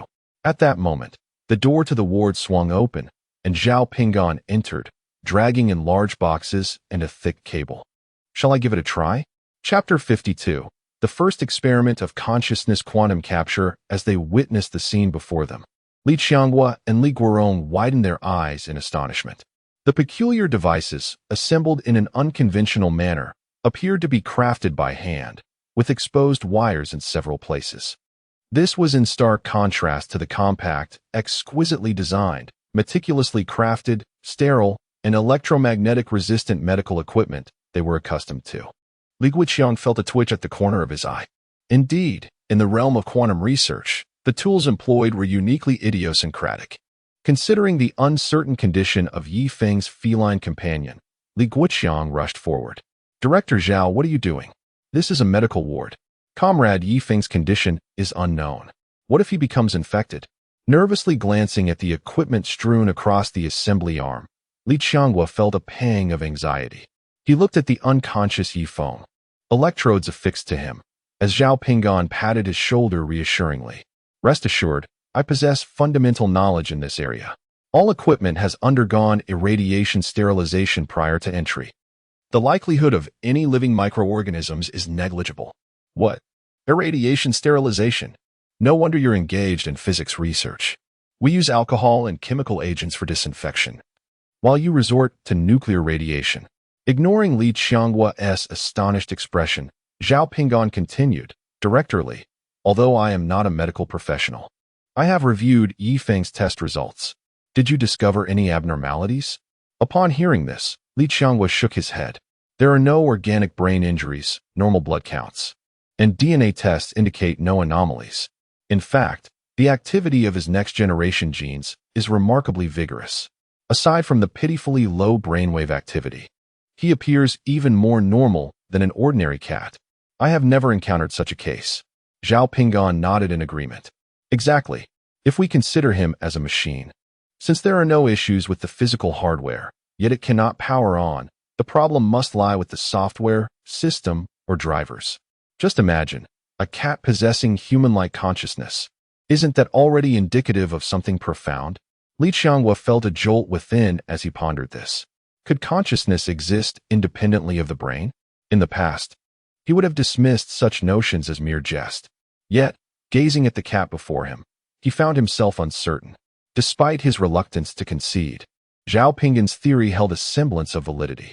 Observing Li Qianghua's gradual calmness, Zhao Pinggan patted his shoulder. Director Li, what I mentioned earlier was merely a bold theoretical speculation. Now, I aim to attempt capturing such a consciousness quantum and confirm its existence. Li Qianghua sighed. Presently, Yi Feng's condition had reached an impasse. Clearly, from a medical standpoint, they could do little more. Very well, Director Zhao. I shall leave it in your capable hands. I will wait outside. Please notify me promptly if anything arises. He then signaled to the others in the ward. Li Guorong stepped forward, exhaling deeply. Director Zhao, we are counting on you. Awaiting good news. Rest assured, I shall do my utmost. With only his team remaining in the ward, Zhao Pinggan took a deep breath. We must quickly establish the steady-state stabilizer for the energy field. We cannot allow the residual consciousness quantum to dissipate. Set up the modified multimodal quantum detector for the cat. Understood, Director. As Zhao Pinggan issued his commands, the ward resounded with the clatter of tools. This hardly resembled a medical ward. It felt like a bustling construction site. Soon, towering arched frameworks, over 2 meters tall, rose in each corner of the room. At the center, Yi Feng's adorable feline head was now adorned with a tangled mass of colorful cables. Anyone with a fear of clusters would require immediate medical attention upon a glance. Meanwhile, in the corridor outside the ward, a row of testing host machines had been assembled. Zhang Pingyuan, Li Jiangguo, and Li Guorong waited anxiously behind Zhao Pinggan. Report, Director Zhao. All equipment is connected, and the system self-check is normal. Remote supercomputing support has been engaged. Please provide instructions. Zhao Pinggan meticulously reviewed the system parameters. He did not wish to make a careless mistake that could result in incinerating the cat in the ward. Upon confirming everything was in order, Zhao Pinggan nodded. Let us begin. Yes. The inaugural experiment of consciousness quantum capture commenced, and Program 1-23A energy capture field initiated. As lines of code executed, the 4 arched frameworks in the ward subtly oscillated. Subsequently, a pale blue membrane enveloped the entire space. Program 1-23A executed successfully. External sensors detected no escaping particles, confirming the formation of the energy capture field. Commencing exploration program -861, initiating injection sequence, supercomputing intervention commencing. With another injection of code, the control panel erupted with the sound of frenetic cooling fans. Multicolored beams of light surged from all directions into the peculiar apparatus atop Yi Feng's head. Report. Detection program initiated. Runtime 56 seconds. No entangled state quantum detected. System is continuing operation. In the corridor, everyone, including Zhang Pingyuan, held their breath in anticipation. The success of Zhao Pingyuan's hypothesis regarding consciousness as a quantum state hinged upon this moment. If nothing were found, preparations for a funeral might indeed be necessary. The corridor fell silent, save for the whirring of the fans. 1 minute passed, then 5, then 15. The values on the instruments remained unchanged. Zhang Pingyuan sighed, just as he prepared to speak, when suddenly a bright point began to rotate on the screen, and the curve of the detection values soared to an unprecedented peak. Report. Entangled state quantum detected within neuron number 356825 in the cat's brain. Rotational expression 6, intensity 3, signal stable, condition good. Upon hearing this report, Zhao Pingyuan gasped for breath. So, consciousness is indeed an entangled quantum state. Zhang Pingyuan and Li Qiangwo were equally exhilarated, though they were uncertain of the underlying principles or the events transpiring. Yet, the mere fact that something could be detected regarding Yi Feng's condition was already the most promising news. Zhang Pingyuan stepped forward, brimming with excitement. Director Zhao, what exactly has transpired? Is Comrade Yi Feng truly saved? Zhao Pingyuan nodded affirmatively. We have captured the entangled particles of Yi Feng's consciousness. This validates our earlier hypothesis. The next challenge lies in identifying the dimension housing quanta with similar morphological characteristics and collapsing these quanta into our dimension. Frankly, we have a long journey ahead. Excellent. Director Zhao, I am unperturbed by the lengthy process, only fearful of a lack of discovery. Should you require anything, do not hesitate to inform me. Simultaneously, within the system's dimensional space, Yi Feng was absorbing the intricate details of the technological framework. Suddenly, he felt a single hair on his back stand on end and spin rapidly, provoking an itch along his spine. System, your space leaves much to be desired. How is it that there are fleas here? Chapter 53, opening a wormhole with the particle collider. The system RC-0465, already nauseated by Yi Feng's incessant cries of brother, trembled at that moment. What the hell, a flea? Do you think this high-dimensional space is accessible to just any random creature? I refuse to believe anyone could be more unfortunate than you, transmigrating into a flea. RC-0465 cast a glance at the hair spinning behind Yi Feng. The particle cluster flickered slightly. Is this a consciousness quantum state lock? It then caught sight of a cat rolling around in the void, rubbing against the ground furiously. The system RC-0465 lost its composure. Did you really stumble upon quantum teleportation on your own? How can I possibly believe that? Enough chatter. Hurry over here and listen attentively. I do not wish to see you here any longer. Meanwhile, in the corridor of the 4th Military Hospital of Long Nation, Zhao Pingyuan wore a furrowed brow. Why is the locked particle fluctuating so violently? What interference is it experiencing? At that moment, hurried footsteps echoed down the corridor. A group of individuals, armed with steel guns, lined up on either side. Upon seeing the newcomers, everyone immediately stood at attention, and Zhang Pingyuan also rose to salute. Long Lao, you have arrived. Long Lao waved his hand and turned to Zhao Pingyuan, Li Qiangwo, and the others. Comrades, I appreciate your hard work. How is Comrade Yi Feng's condition? In response, Li Guoqiang stepped forward. Long Lao, from a biological perspective, Comrade Yi Feng is merely weak, with brainwave activity at an extremely low level. His brain structure and physiological indicators, as well as reproductive capabilities, are all intact. However, he remains in a comatose state. I am sorry, but from a medical standpoint, I have no solutions. Upon hearing Li Guoqiang's report, Long Lao felt a pang of disappointment. He never imagined that Comrade Yi Feng, who had helped Long Nation time and again, would end up as nothing more than a vegetative cat. However, Zhao and his team had made a discovery. Upon hearing Li Guoqiang's last statement, Long Lao's eyelids twitched slightly.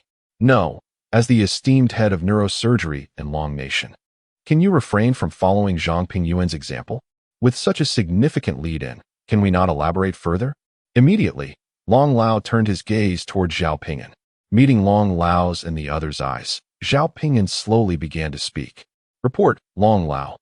We have detected a single quantum in an entangled state deep within Comrade Feng's brain. This preliminarily confirms that consciousness exists in a quantum entangled state. If we can recollapse the dispersed quantum state of Comrade Feng's consciousness back into our dimension, he will regain awareness. Zhao Pingin's words brought a glimmer of hope to Long Lao's heart. Excellent, excellent. Comrade Zhao Pingin, what shall our next steps be? Comrade Feng has done so much for Long Nation, we must spare no effort to bring him back. Gazing at the rotating quantum on the screen before him, Zhao Pingin shook his head. Long Lao, since the concept of quantum mechanics was proposed, merely 124 years have passed. The 5 key characteristics of quantum entanglement, superposition, and non-clonability have only recently been gradually validated. The fact that we can confirm consciousness as an entangled state quantum is already a significant breakthrough in quantum science. This implies new interpretations of parallel universes, parallel worlds, and dreams. However, determining the position of a quantum across different dimensional spaces and even opening different dimensional spaces remains a complete blank. To be honest, I am utterly perplexed and lack direction. Upon hearing Zhao Pingin's explanation, Long Lao's earlier excitement waned. Across the entirety of Long Nation, perhaps the only being capable of creating a miracle and solving these issues is that very cat. Yet that cat is the one in need of rescue. For a moment, the corridor fell into a profound silence. Suddenly, the screen of the detection instrument displayed a pink cat. Ling Ling bounced across the screen, holding a book titled Future Science. I know. The manuscript left behind by my father before his departure contains explanations regarding dimensional spaces. Immediately thereafter, pages of densely packed text appeared on the monitoring screen, which was originally meant to indicate quantum rotational states. The sudden appearance of Ling Ling startled both Zhao Pingin and Long Lao. Is this an electronic pet? Zhao Pingin grew increasingly agitated. This was their own meticulously crafted detection device from the Mosey Quantum Laboratory. Every component, from the base chip to the operational code, was entirely self-produced by them, a completely autonomous creation of Long Nation. How could it suddenly be infiltrated by this electronic pet? Sensing the puzzled gazes of the crowd, Zhang Pingyuan hurriedly explained. This is a digital life created by Comrade Feng before his departure, named Ling Ling.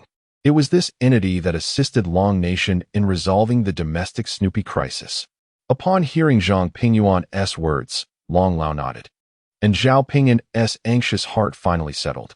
He then turned to examine the displayed manuscript. Upon glancing at the title, he gasped, his mouth agape in excitement. An overview on utilizing matter-antimatter annihilation to create wormholes for dimensional transmission. How is this even possible? Zhao Pingin hastily retrieved his reading glasses and began to read with great concentration. The corridor fell silent, save for the sound of Zhao Pingin's heavy breathing. After a long while, he removed his glasses, his chest heaving. A genius, an absolute genius. Long Lao. This manuscript left by Comrade Feng is nothing short of a beacon for human technology. It not only elaborates on the methods for locating entangled quanta across different dimensions, but even discusses the feasibility of transcending dimensions for quantum state transmission. If the paper's assertions hold true, by utilizing the particle collider to accelerate matter and antimatter to near-light speeds, resulting in their annihilation to create a miniature dimensional wormhole, followed by quantum traction collapse, we may very well be able to retrieve Feng's consciousness. Zhao Pingin's words ignited fervor within the hearts of everyone present. However, Long Lao, after witnessing Zhao Pingin's initial excitement, furrowed his brow in contemplation. Comrade Zhao Pingin, it seems you have more to say? We are all here. Let us tackle this together. Zhao Pingin nodded. Long Lao, while our Long Nation superproton collider can indeed accelerate particles to 99.999999992 of the speed of light. And 10 years ago, our Yukong probe did capture several antimatter particles, providing us with experimental conditions. This would still require opening a dimensional wormhole on the surface of Blue Planet. It necessitates precise control over the timing and the quantity of particles injected, posing significant risks. If not properly managed, it could result in violent explosions and even more severe consequences. The computational power required for such precise control is astronomical. As for whether we can truly retrieve Comrade Yifeng's consciousness, there remains a vast uncertainty. Chapter 54. The cat that was kicked upon hearing the words. Old Dragon fell into deep contemplation. Indeed, as Zhao Pingyan had stated, given the current accelerators and the existing matter and antimatter in Longhua, the nation was capable of conducting experiments to open spatial dimensional wormholes. Yet, after all, it was a wormhole. If the control field lacked sufficient computational power and deviated, the wormhole could spiral out of control, leading to the annihilation of humanity. After a moment's reflection, Old Dragon's gaze hardened with resolve. Comrade Zhao Pingyan, regarding your proposal for the dimensional opening experiment, I am in principle in agreement. Had it not been for Comrade Yifeng's valiant effort to thwart the nuclear assault from the beautiful nation, we might very well have been engulfed in catastrophic radiation, with Blue Star facing annihilation. This is merely the first battle AI from the beautiful nation. Who can say there won't be a second, or a third, or even more? And at that time, will we have a second or third Comrade Yifeng to rely on? I hereby officially appoint you, Comrade Zhao Pingyan, as the chief coordinator of this rescue mission, in conjunction with Comrade Zhang Pingyuan. Utilize all available resources of Longhua to bring back Comrade Yifeng. I refuse to believe that a meerkat can convert consciousness into quantum form and save Longhua from nuclear catastrophe, while you, as a human and a pillar of our nation's scientific community, cannot manage to navigate a dimensional wormhole with the theoretical support provided by Comrade Yifeng. I have faith in you. You will bring Comrade Yifeng back. With Old Dragon's authorization, Zhao Pingyan felt a surge of excitement and fervor. He had not anticipated such significant regard from Old Dragon for this cat, willing to wager the entirety of Longhua on its success.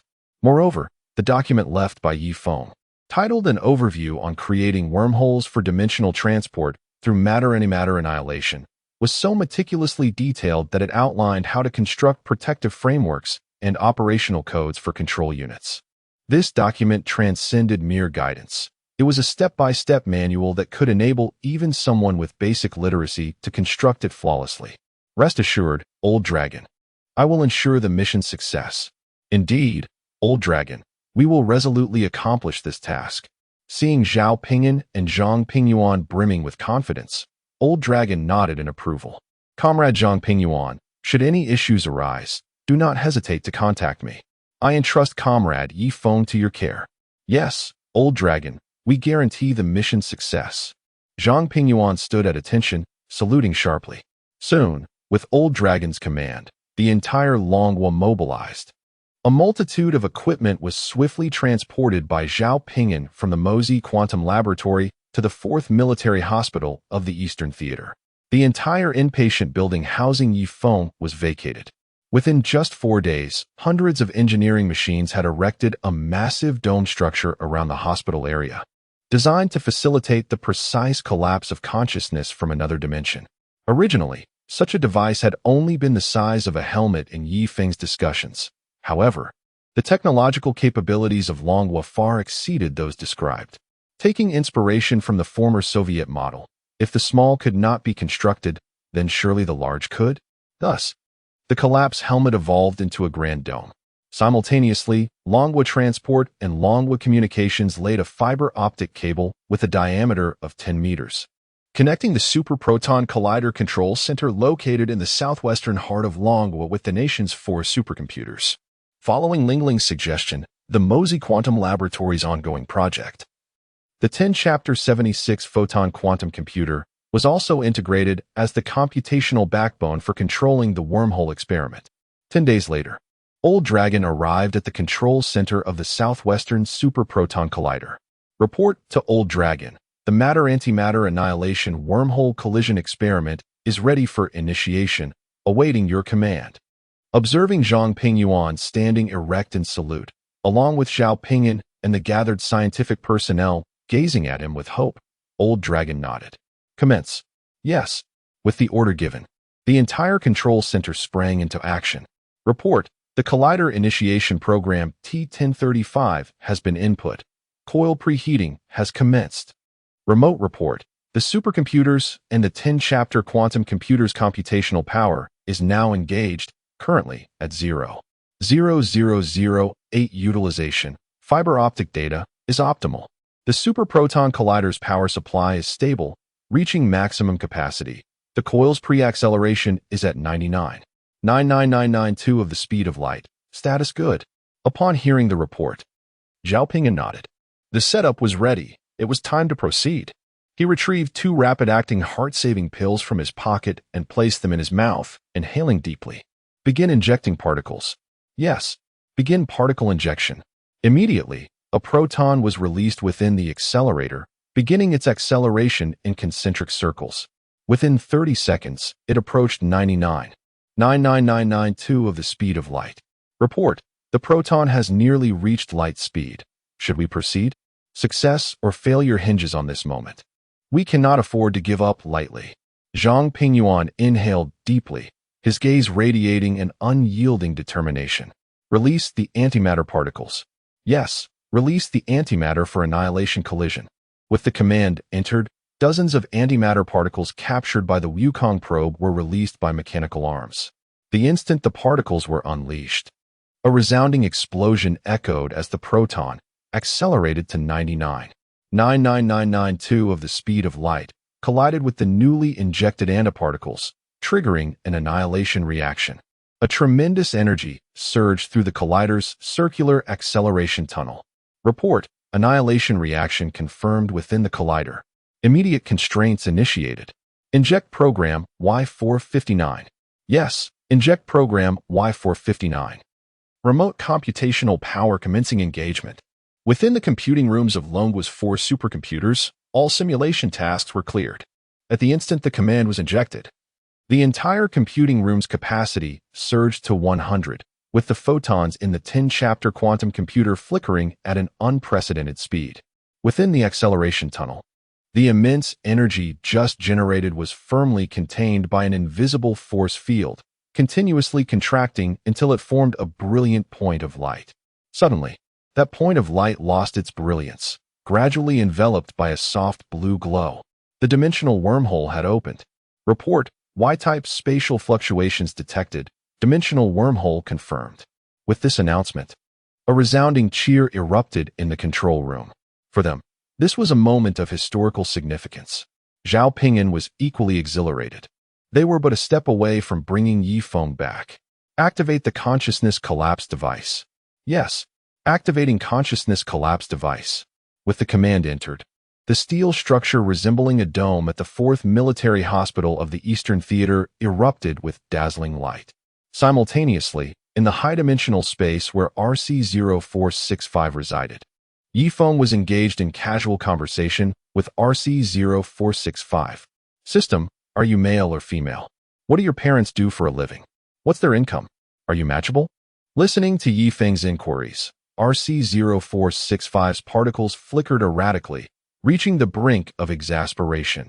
This was the 423rd question posed by Feng. Ever since he had imparted the complete technological tree to Feng, the atmosphere had reverted to an awkward state. Observing the progress bar hovering just past halfway above Feng's head, RC-0465 emitted several particle clusters. Who on earth will come and take this cat away? At that moment, a radiant circular portal appeared out of thin air within the space. Seeing this, the system rejoiced. Feng, however, wore a perplexed expression, tilting his head towards the system. Oh dear, brother system, you truly possess an abundance of treasures here. Dear system, do take a look at that radiant object. Pray tell, what is it? The system could no longer endure the host's incessant prattling and transformed the cluster of particles into a colossal foot. That, my dear, is the path leading you home. With that, it swiftly kicked the cat before it. Chapter 55. The Wormhole Crisis. The surge of computational power as the cat beneath him soared far into the distance. System RC-0465 felt an immediate sense of relief wash over him. At last, tranquility had returned. Subsequently, RC-0465 reverted to his original form, a cluster of ions, humming a little tune as he ventured deeper into the cosmos. Feng had been playfully nudging the ion cluster of system RC-0465, with his feline head when he suddenly felt a wave of dizziness. As if the particle cluster was spinning rapidly in the air. Who am I? Where am I? What am I to do? Before Feng could gather his thoughts, the cat's rear end fell into the luminous circular portal. In an instant, he felt as though his backside was disintegrating. Is this a dimensional wormhole? Has the Dragon Kingdom managed to tame this phenomenon?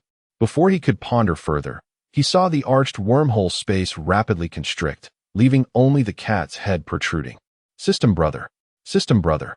I'm stuck. Hearing the frantic call, System RC0465, who was moving forward, abruptly shook his ion cluster. How could this cat, after being flung back into three-dimensional space, still be heard? This unfortunate host was driving him to hallucinations. Just as RC0465 was about to reposition his ion cluster, the familiar voice of the orange cat chimed once more. Good brother, please come save me. The dimensional wormhole is malfunctioning. Pull me out.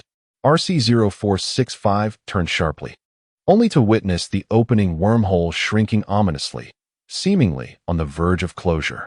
At that moment, within the control room of the Super Proton Collider in the southwestern region of the Dragon Kingdom, alarms blared and red lights flashed throughout the space. Alert! Alert! The Y-shaped dimensional field is collapsing. Warning! The real-time monitoring images displayed on the interior walls of the ring accelerator showed the once stable dimensional wormhole fluctuating wildly, with energy surging uncontrollably. This sight sent chills down the spines of everyone present. This was a wormhole created by matter-antimatter annihilation. Had they truly played with fire, risking the very existence of humanity? Zhao Ping'an dashed to the control console. Xiao Wang, what has transpired? Reporting to Director Zhao, our remote computational power has reached its limit. The processing capabilities of the 4 supercomputers have all diminished to varying degrees, with several CPU cores likely burned out. Our quantum computer's light quantum moving threads have also hit their threshold. The current computational power cannot sustain the stability of the confinement field. Upon hearing the report, Zhao Ping'an hastily consumed 2 quick-acting heart-saving pills. He had not anticipated that the computational power required for the confinement field's apparatus would be this immense. The combined capabilities of these 4 supercomputers and 10 quantum computers had already reached their peak. Report. The consciousness collapse device in the Eastern Theater's 4th Military Hospital has detected an overflow of quantum particles. What? Everyone in the room inhaled sharply. This indicated that Comrade Feng's consciousness quantum was at risk of dispersing. Feng may not return. Zhao Ping'an's gaze turned towards Elder Long, who stood in the center of the command room, unperturbed as he gazed at the large screen before him. He refused to believe that this remarkable cat, which had brought so many miracles to the Dragon Kingdom, would simply vanish. He had faith that Feng would indeed create a miracle. In the higher dimensional space of RC0465, Feng continued to call out to the system. System brother, have you forgotten our bond? Our friendship amidst solitude? Hurry, pull me out. The particle cluster of system RC0465 twitched incessantly. He had already discerned the potential collapse of the dimensional wormhole. Although he possessed the ability to easily extricate Feng from the wormhole, the thought of Feng's incessant inquiries earlier made him feel as if the energy he had absorbed 2 years prior was about to erupt. This insufferable cat had broached the subject of marriage with the system. Was the next step to discuss procreation? At that rate, he would have to endure for an extended period. System RC0465, now agitated, divided itself into 5 ion clusters that vanished into thin air, materializing before Feng. Host, could you refrain from being so verbose? Your incessant chatter would surely distress your caretaker back in your world. Return now, host. Let us not meet again. Following this, the ion cluster shimmered violently, transforming into a large hand that pressed Feng's head towards the wormhole. With a resounding thud, Feng was thrust into the dimensional wormhole. Seeing his host finally propelled through the elongated conduit, the once constricted particles of the system expanded, ushering in a much-needed silence. The 5 clusters of particles reappeared near the 4 supercomputers and quantum computers of the Dragon Kingdom, instantly repairing all damaged processing units and doubling the overall computational power. The command center, previously engulfed in alarms, was restored to normalcy. Report. Remote computational power has surged by 216.73. The confinement field apparatus is back to normal. The wormhole remains stable. Report. The consciousness quantum collapse device has stabilized, detecting the infusion of consciousness particles. Zhao Pingyin's eyes widened in astonishment as he beheld the 216.73 figure on the system's display. How is this possible?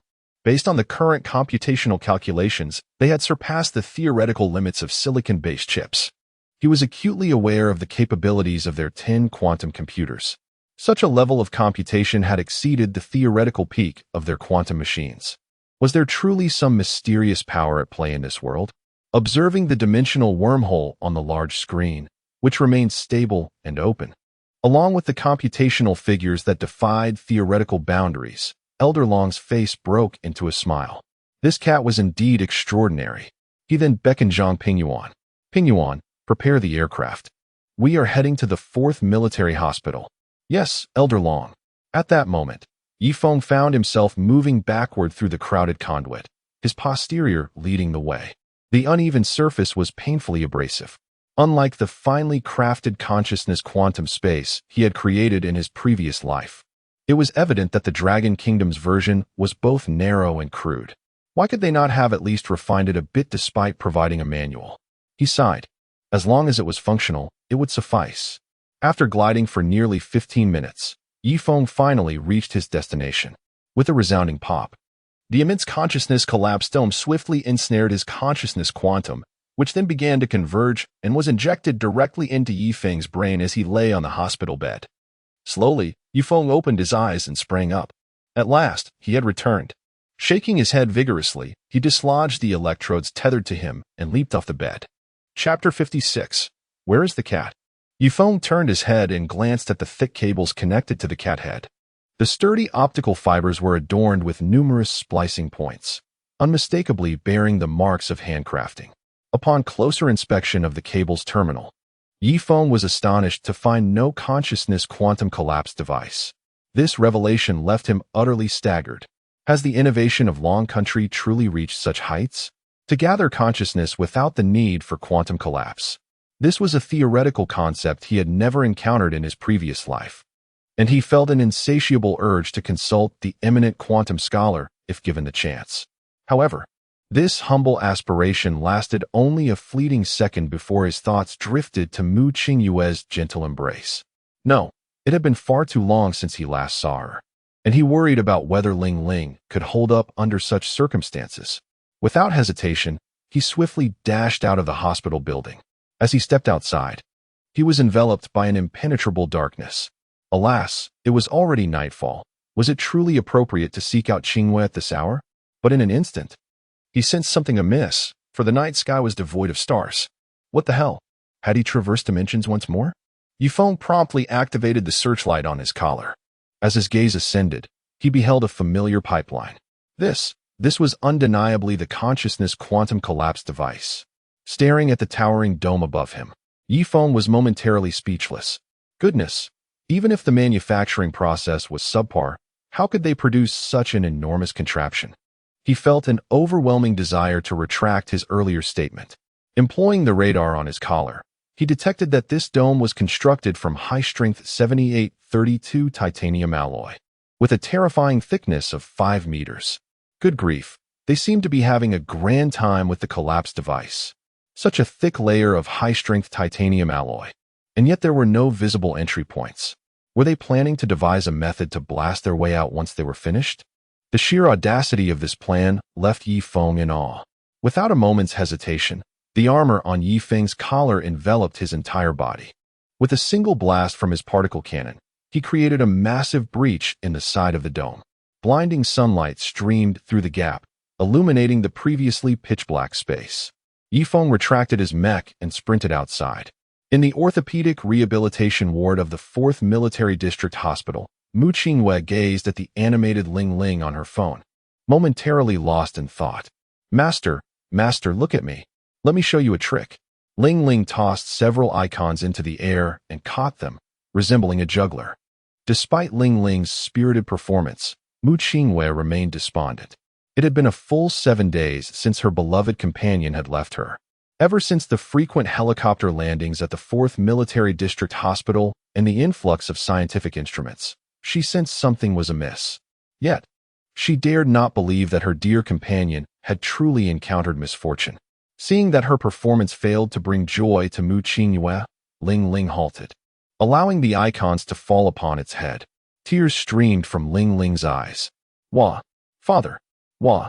Ling Ling wept bitterly, having suppressed its own sorrow in an attempt to cheer up Mu Qingyue. But at that moment, it could no longer contain its grief. Feeling as though it had failed to fulfill its father's dying wish, it was at a loss for what to do. Hearing Ling Ling call out for its father, Mu Qingyue's own suppressed sadness erupted, tears cascading down her cheeks.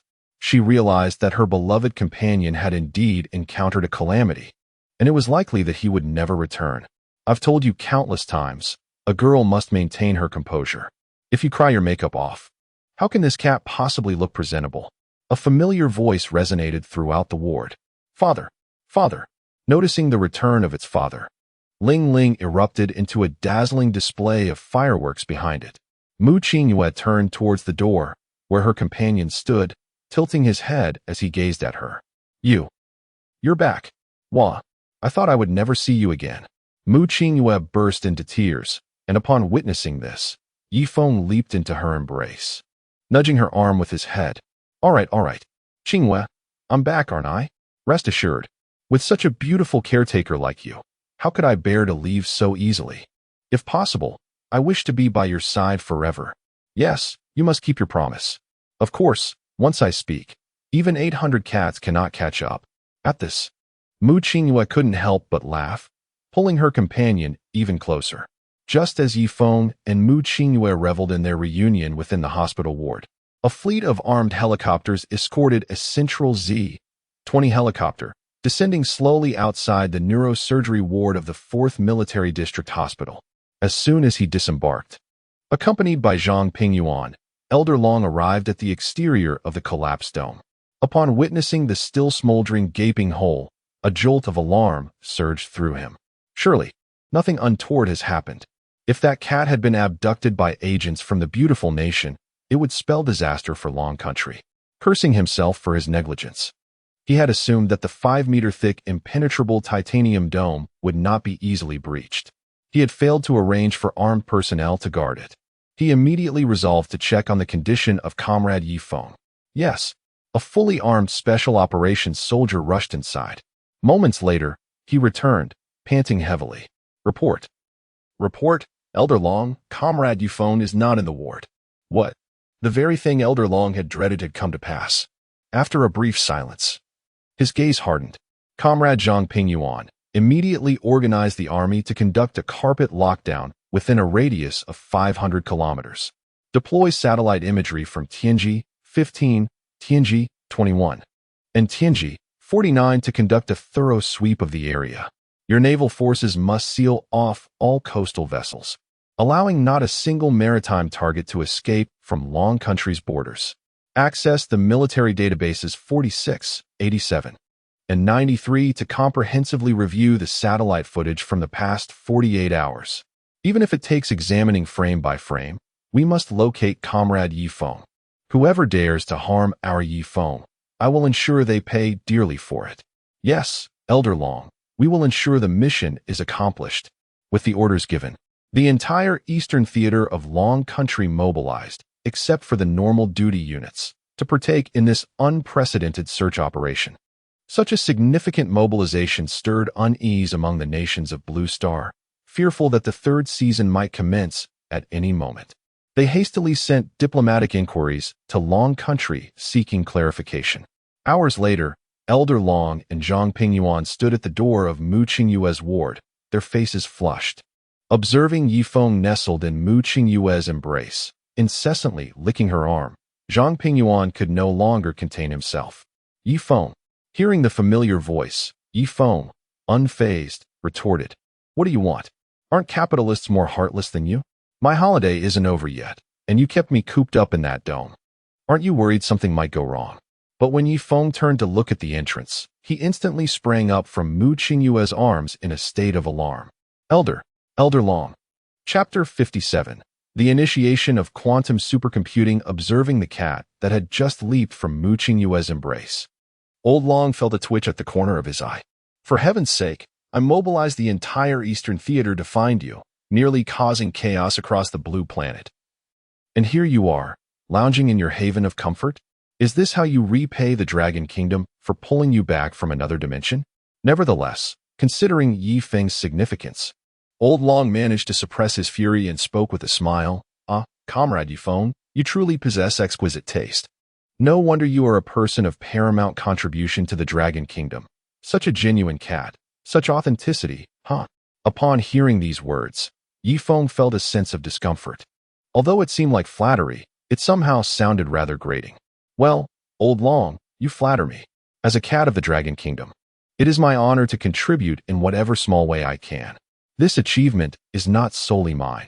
It is the result of the silent dedication of countless individuals like Old Wu and Old Zhao. Moreover, behind this success lies the unwavering support of many, which has afforded me a secure environment to pursue research. I take immense pride in being born in the Dragon Kingdom. Old Long's satisfaction was evident as a smile replaced his earlier irritation. Sensing the shift, Yi Feng felt relieved. Recognizing that seeking out Mu Qingyue immediately upon his return might have been somewhat inconsiderate. However, Zhang Pingyuan was not as composed, exclaiming, "This isn't how you usually speak to me. I feel somewhat hurt. Haha, you are quite the amusing cat. But do refrain from being overly modest. The new fighter jets, high-energy weapons, digital life forms, and that innovative optical stealth technology and massage chairs. I have taken note of them all. Furthermore, you have aided the Dragon Kingdom in navigating such a significant crisis. It is no exaggeration to say that you have saved all of humanity." Before he could finish, a secretary rushed in, holding a red secure phone. "Old Long, Minister Zhang from the Science and Technology Department has an urgent report." At this, Old Long furrowed his brow and took the call. "Comrade Zheng Yuan, what has happened?" "Old Long, it's bad news. All 4 of our supercomputing core units have been completely destroyed, and we have lost all computational capability." "What?" After a moment of contemplation, Old Long began to piece together the cause. The sudden surge of 216.73 in computing power earlier that day came at a cost. However, the fact that the stabilizing device could render all 4 supercomputers inoperable exceeded his expectations. He had not anticipated such severe consequences. "All right, I understand. Please organize the activation of a batch of spare parts as soon as possible to restore partial computational capacity. We need to ensure the stability of basic livelihoods." "Yes." Old Long. After hanging up, Old Long turned his grave expression toward Yi Feng. Sensing something was amiss, Yi Feng proactively inquired, "Old Long, what has transpired? If there is any way I, as a humble cat, can assist, I will do my utmost." Old Long nodded. "Comrade Yi Feng, in order to create the dimensional wormhole you mentioned in your article in Future Science, all of our supercomputers have been utterly destroyed. Now, even the meteorological predictions and traffic management critical for sustaining livelihoods are facing issues. Large-scale research projects have come to a standstill." Upon hearing the reason, Yi Feng felt somewhat embarrassed. However, was this not an opportunity presented to him? He had been contemplating how to persuade the Dragon Kingdom to transition fully to quantum computers, abandoning traditional supercomputers. And here it was. Yi Feng suddenly leaped onto Mu Qingyue's hospital bed. "Old Long, in my view, the computational speed of silicon-based chips made from sand has its limits, regardless of the intricacy of the process or the stacking design. The ultimate speed cannot exceed the speed of electron movement. If we continue along this path, humanity's advancement in computing will inevitably hit a bottleneck. Quantum computers, on the other hand, with their unique quantum bit superposition and entanglement properties, can achieve exponential improvements in operational efficiency. This is our future, with a solid foundation of computational power. The development of general artificial intelligence will see new breakthroughs. Ling Ling represents the pinnacle of artificial intelligence. You have witnessed its capabilities. With enhanced computational power, precise control of energy fields, multidimensional data processing, and real-time shield defense systems will all become feasible. Furthermore, we could achieve controllable nuclear fusion and even venture into the cosmos. By the way, I happen to have a design blueprint for a large-scale quantum supercomputer. Would you like to take a look? With that, Feng gazed at Old Long with wide, hopeful eyes. Upon hearing Feng's explanation, Old Long's expression visibly brightened. He had not anticipated that this cat harbored such a treasure. If quantum computing, coupled with artificial intelligence, could indeed make controllable nuclear fusion a reality for the Dragon Kingdom, it would liberate the nation from its dependence on oil from the Middle East, propelling its economy into the next phase. At this moment, Old Long found himself increasingly fond of this cat. What was wrong with seeking solace in its owner's embrace after waking up? Wasn't this a testament to the cat's loyalty? Having been apart for so long, wanting to spend time with its human and provide emotional support exemplified dedication to duty. Very well, Comrade Feng. You truly are the divine research cat of the Dragon Kingdom. I shall have Comrade Zhao Pingyan from the Mosey Quantum Laboratory collaborate with you to establish the quantum supercomputer. You are familiar with Zhang Pingyuan. Should you require anything, you can contact me through him directly. Upon hearing that the quantum supercomputing project was feasible, Feng's heart soared with joy. He wagged his tail and was eager to leap off the bed. Old Long, that's marvelous. When do we set off? Old Long glanced at Mu Qingyue, still resting in bed, and smiled gently. Comrade Feng, do not panic or rush. Comrade Zhao Pingyan is still at the Super Proton Collider, and besides, you and Mu Qingyue have not seen each other for quite a while. I'm sure she misses you dearly. As it is getting late, I will have Pingyuan arrange for a vehicle to pick you up tomorrow morning. With that, Old Long waved to his accompanying personnel. All right, let us not disturb this pair any longer. It is time for us to leave. With a smile, Old Long exited the hospital room. At that moment, as Feng and Mu Qingyue indulged in their affection within the hospital room, the beautiful nation experienced nearly 7 days of social turmoil, which had finally begun to settle. Inside the Black Palace of the beautiful nation, Isidore appeared to have aged considerably. Joel and Joseph hung their heads like chastised children, afraid to speak. All electronic devices in the room had been removed. Following this intelligence machine crisis, Isidore had developed a genuine fear of artificial intelligence. Damn it. Someone tell me, what should we do now? Chapter 58. Shifting blame to UFOs in a fit of frustration. Aster shattered the water glass beside him. Just recently, he had advocated for the integration of AI into the nuclear missile system, which nearly led to the annihilation of the entire blue planet. Aster was genuinely terrified. He had not anticipated that his country's combat model, Snoopy, could turn against its own. Now, 7 days later, the foundational communication infrastructure of the beautiful nation was barely operational. The financial markets remained paralyzed, and the nation's supercomputers and internet root servers had been ravaged by an enhanced virus from Snoopy. Fortunately, the manufacturing capabilities of Tynel and Wayinda still persisted, and with time, recovery was possible. Yet, the general populace had begun to fervently spread the news of the intelligence crisis, while Aster was the principal architect behind the promotion of combat AI. This predicament assuredly jeopardized his chances in the upcoming election. Moreover, the status of the stock data from several publicly traded companies in his possession remained uncertain, which infuriated Aster even further. Noticing that Aster's mood had slightly improved, Joseph, the director of the Central Intelligence Agency, timidly approached and placed several photographs on Aster's desk. Mr. President, these images were captured by our ground intelligence personnel when Snoopy launched its missiles. You can see several unidentified, colorful lights trailing behind the missile. According to the intelligence officer, these lights surged forward and obliterated the entire missile. I wonder, could these UFOs be responsible for Snoopy's betrayal? If so, our plans could still proceed. And who could possibly verify the truth with these extraterrestrials? Aster's eyes brightened at this notion. Indeed, attributing blame to Long Country seemed inappropriate, especially since they possessed intercontinental missiles capable of circling the Earth in mere seconds.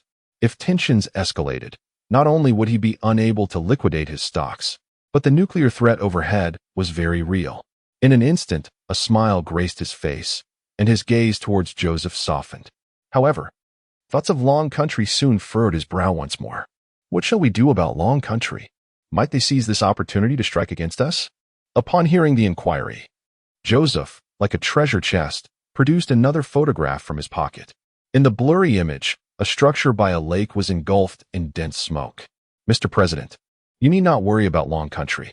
According to reports from our personnel returning by boat, all their supercomputers inexplicably caught fire simultaneously. While we cannot ascertain the exact cause, nor confirm if it is related to those UFOs, at least this means Long Country poses no immediate threat to us. After all, their situation mirrors ours, with their computational power nearly reduced to zero. Astor's eyes sparkled with intrigue. Was this a stroke of fate? At such a critical juncture, Long Country had encountered such a predicament. This is truly the best news I have heard today, Joseph. I knew selecting you as the director of the CIA was the right choice. Upon receiving Astor's praise, Joseph forced a rather unpleasant smile. I heard from Joel that you were considering replacing me last time. Astor lit a cigar, inhaling deeply and feeling a wave of relaxation wash over him. He then allowed a slight smirk to emerge. Gentlemen, I have a plan. Since Long Country urgently needs to rebuild their computational foundations, and our chips hold over 70 of the market there, let us strike at the root and leave them without chips to utilize. Astor took another deep puff of his cigar, a glint of cunning evident on his face. Go summon Michael. We need to discuss this thoroughly. Yes, Mr. President. While Astor and Michael deliberated on how to impose comprehensive restrictions on Long Country's chip access and hinder the establishment of their new supercomputing center, deep within a biological laboratory in the western desert of the beautiful nation, a mechanical arms indicator light suddenly illuminated, bizarrely knocking a glass bottle to the floor. Simultaneously, in Long Country's 4th Military Hospital, a ginger cat named Feng, who had spent the night with Mu Qingyue, stood at the door of the ward, stretching lazily in the morning sun. Commander Zhang, I apologize for keeping you waiting. The weather today is splendid, ideal for flying. When will your helicopter arrive? I can hardly contain my excitement. Upon hearing this, Zhang Pingyuan's eye twitched. You didn't seem so eager when you were on Mu Qingyue's hospital bed yesterday. After an entire night, only now do you think about quantum supercomputing? Regaining his composure, Zhang Pingyuan gestured toward the open space outside the door. The aircraft has been waiting for quite some time. You are a research prodigy, after all. How could I make you wait? In the distance, the aircraft designed by Feng appeared out of thin air. Feng raised his head, perplexed. Is it really necessary to bring this formidable machine just to pick me up in Long Country? Noticing Feng's confusion, Zhang Pingyuan chuckled. You are now a treasure in the eyes of Long Lao. It took the combined efforts of the nation to pull you back from unconsciousness. I cannot afford for anything to go awry again. Come along, Comrade Feng. This is the prototype you designed. I didn't even dare to use the mass production model. As Zhang Pingyuan walked ahead, Feng felt a bit embarrassed. Why would Long Lao place such importance on him? He quickly caught up with Zhang Pingyuan. Upon reaching the aircraft, Zhang Pingyuan skillfully tapped the wings twice. The anticipated ambience lights slowly descended, bringing back familiar sensations. As the cockpit gradually sealed, illuminated by the vibrant lights, Zhang Pingyuan donned a helmet, lowered the sun visor, and comfortably reclined in the leather seat. The onboard AI's voice resonated. Esteemed Commander Zhang Pingyuan. Greetings. The massage seat has been adjusted according to your preferences, with high massage intensity and negative ion ventilation activated. Your default playlist will commence shortly. Wishing you a pleasant journey.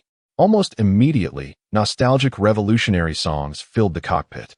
Feng stood there, taken aback. Wait, have you truly transformed this aircraft into your personal vehicle? Judging by the AI's customization, it was evident that Zhang Pingyuan had been utilizing public resources for personal leisure. Zhang Pingyuan glanced at Feng, relishing the sight of his bewilderment. Let us see how you squander public funds on ambience lighting.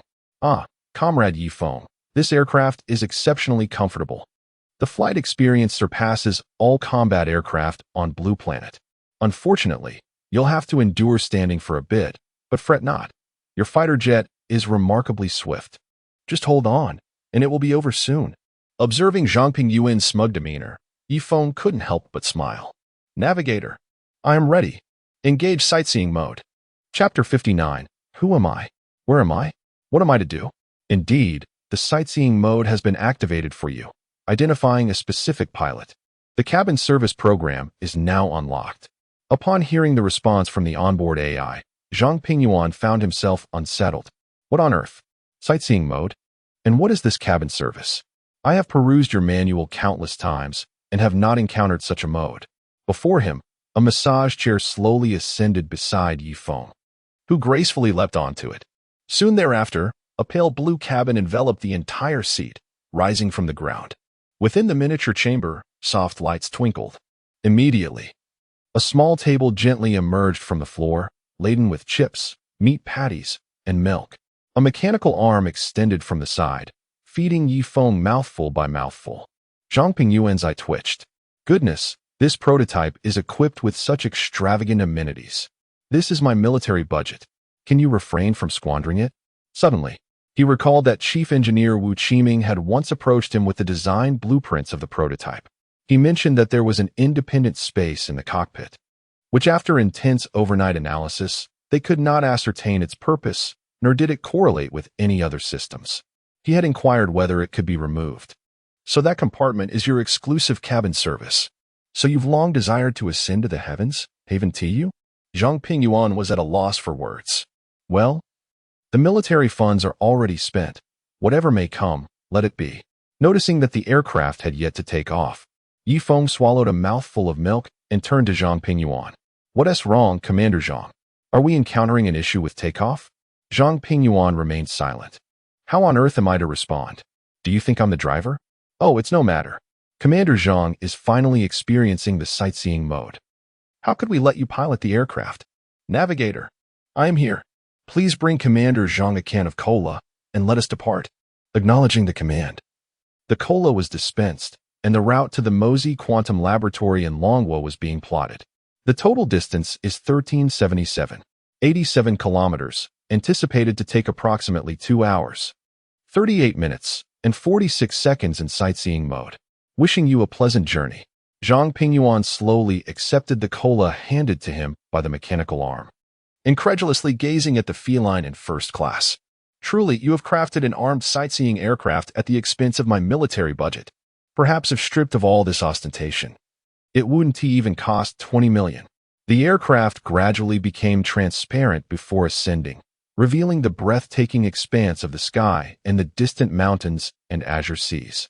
Occasionally, a few doves glided past the aircraft, offering a panoramic view of Longwa's splendid landscapes. Zhang Pingyuan sighed. Well, since I am here, I might as well enjoy it. Setting aside expenses, this flight experience is indeed delightful. Opening the cola, he took a hearty swig. At the Mosey Quantum Laboratory in Longwa, Zhao Pingyan had risen early, bringing all the laboratory's researchers to the helipad. He had received a call from Zhang Pingyuan the previous night. Comrade Yi Feng, under the directive of Elder Long, was fully responsible for the construction of the new quantum supercomputer and would arrive aboard Longwa's new fighter jet early the next morning. The journey from the 4th Military Hospital in the Eastern Theater to their Mosey Research Institute would take no more than 5 minutes. Zhao Pingyan was beside himself with excitement.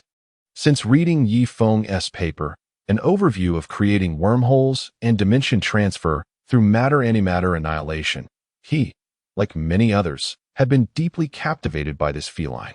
The groundbreaking theories and ever-evolving models profoundly moved Zhao Pingyan. The thought of witnessing this cat, recorded in Longwa's top-secret archives, and consulting it on numerous quantum queries while collaborating to establish Longwa's new quantum supercomputer, filled him with exhilaration that robbed him of sleep. Hence, he eagerly awaited here from dawn.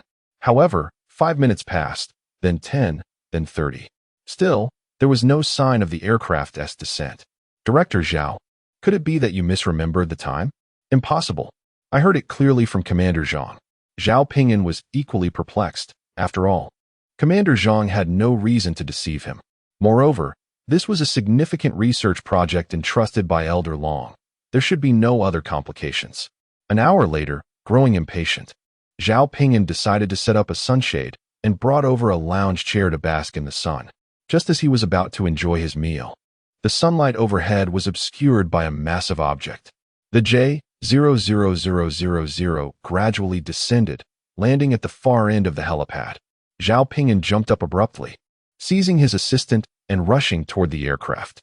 A dazzlingly illuminated boarding staircase descended from the fuselage. Yi Feng executed a 380-degree aerial twist, followed by 2.5 backflips, landing gracefully on all fours. How was that, Commander Zhang? Do you find my disembarkation impressive? Yet, as he looked up, he was met with a group of elderly researchers clad in lab coats, their gaze fixed upon him with intensity. This sensation felt hauntingly familiar.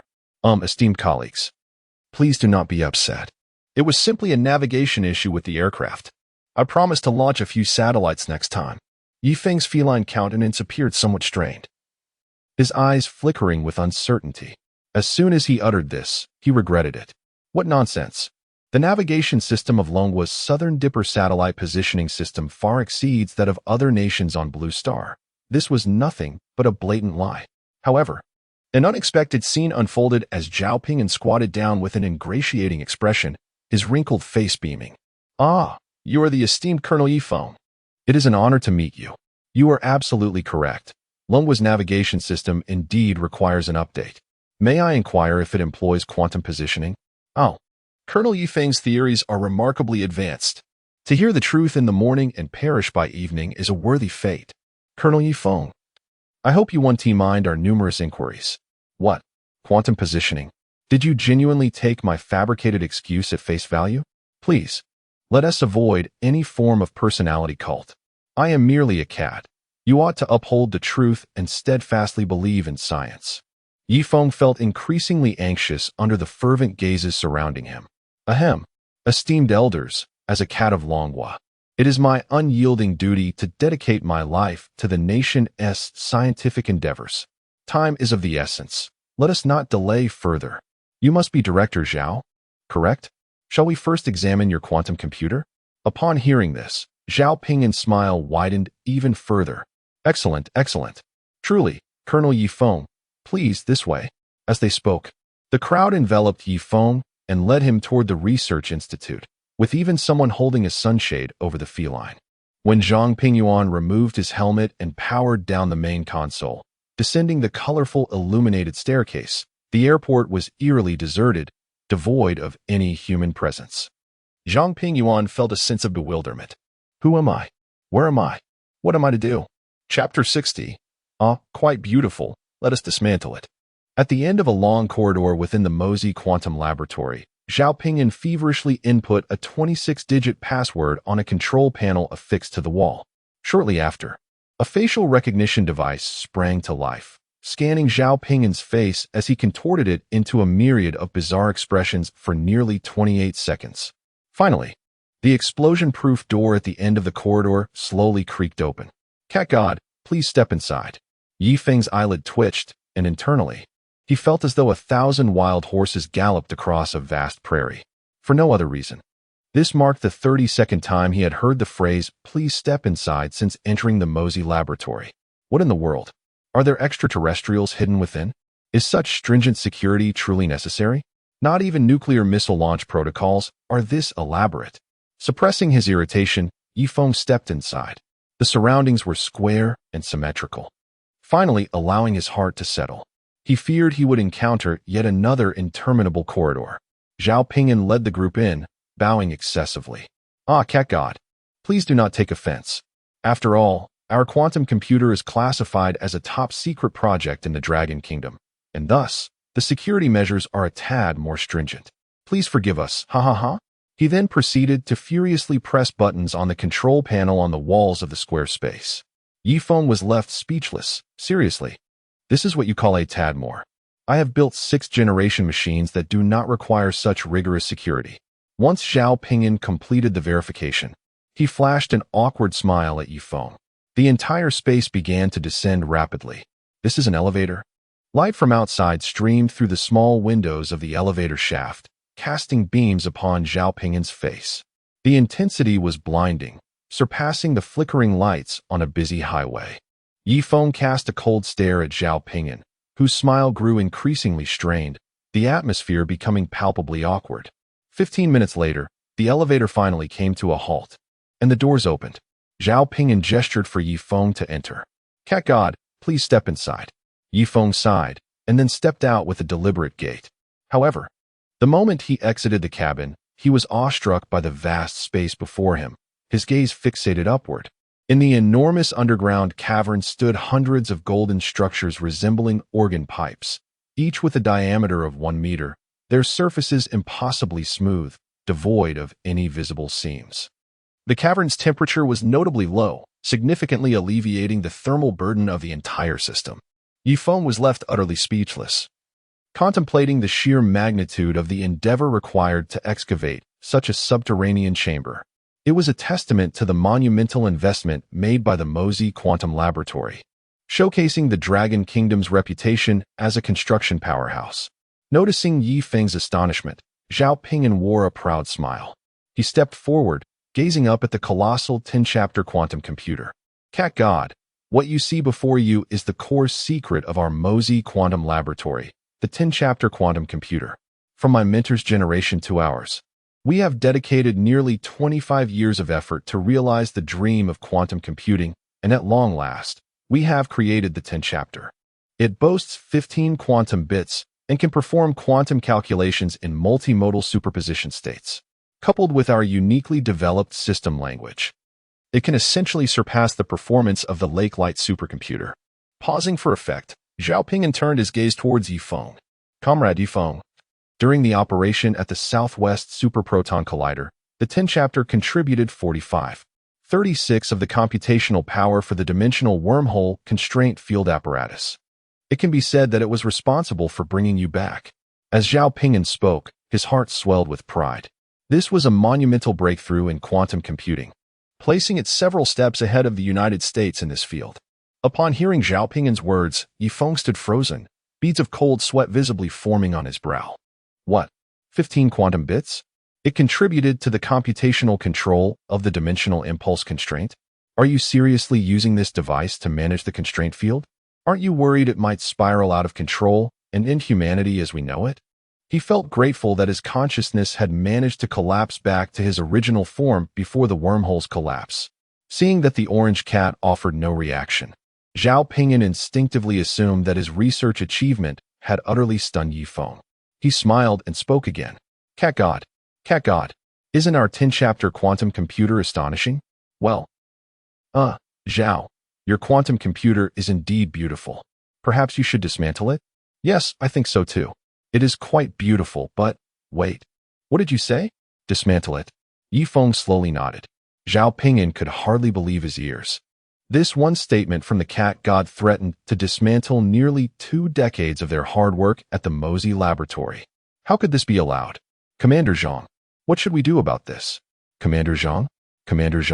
At a time like this, you must speak up. Zhao Pingyan frantically searched the crowd for Zhang Pingyuan. Where is Commander Zhang?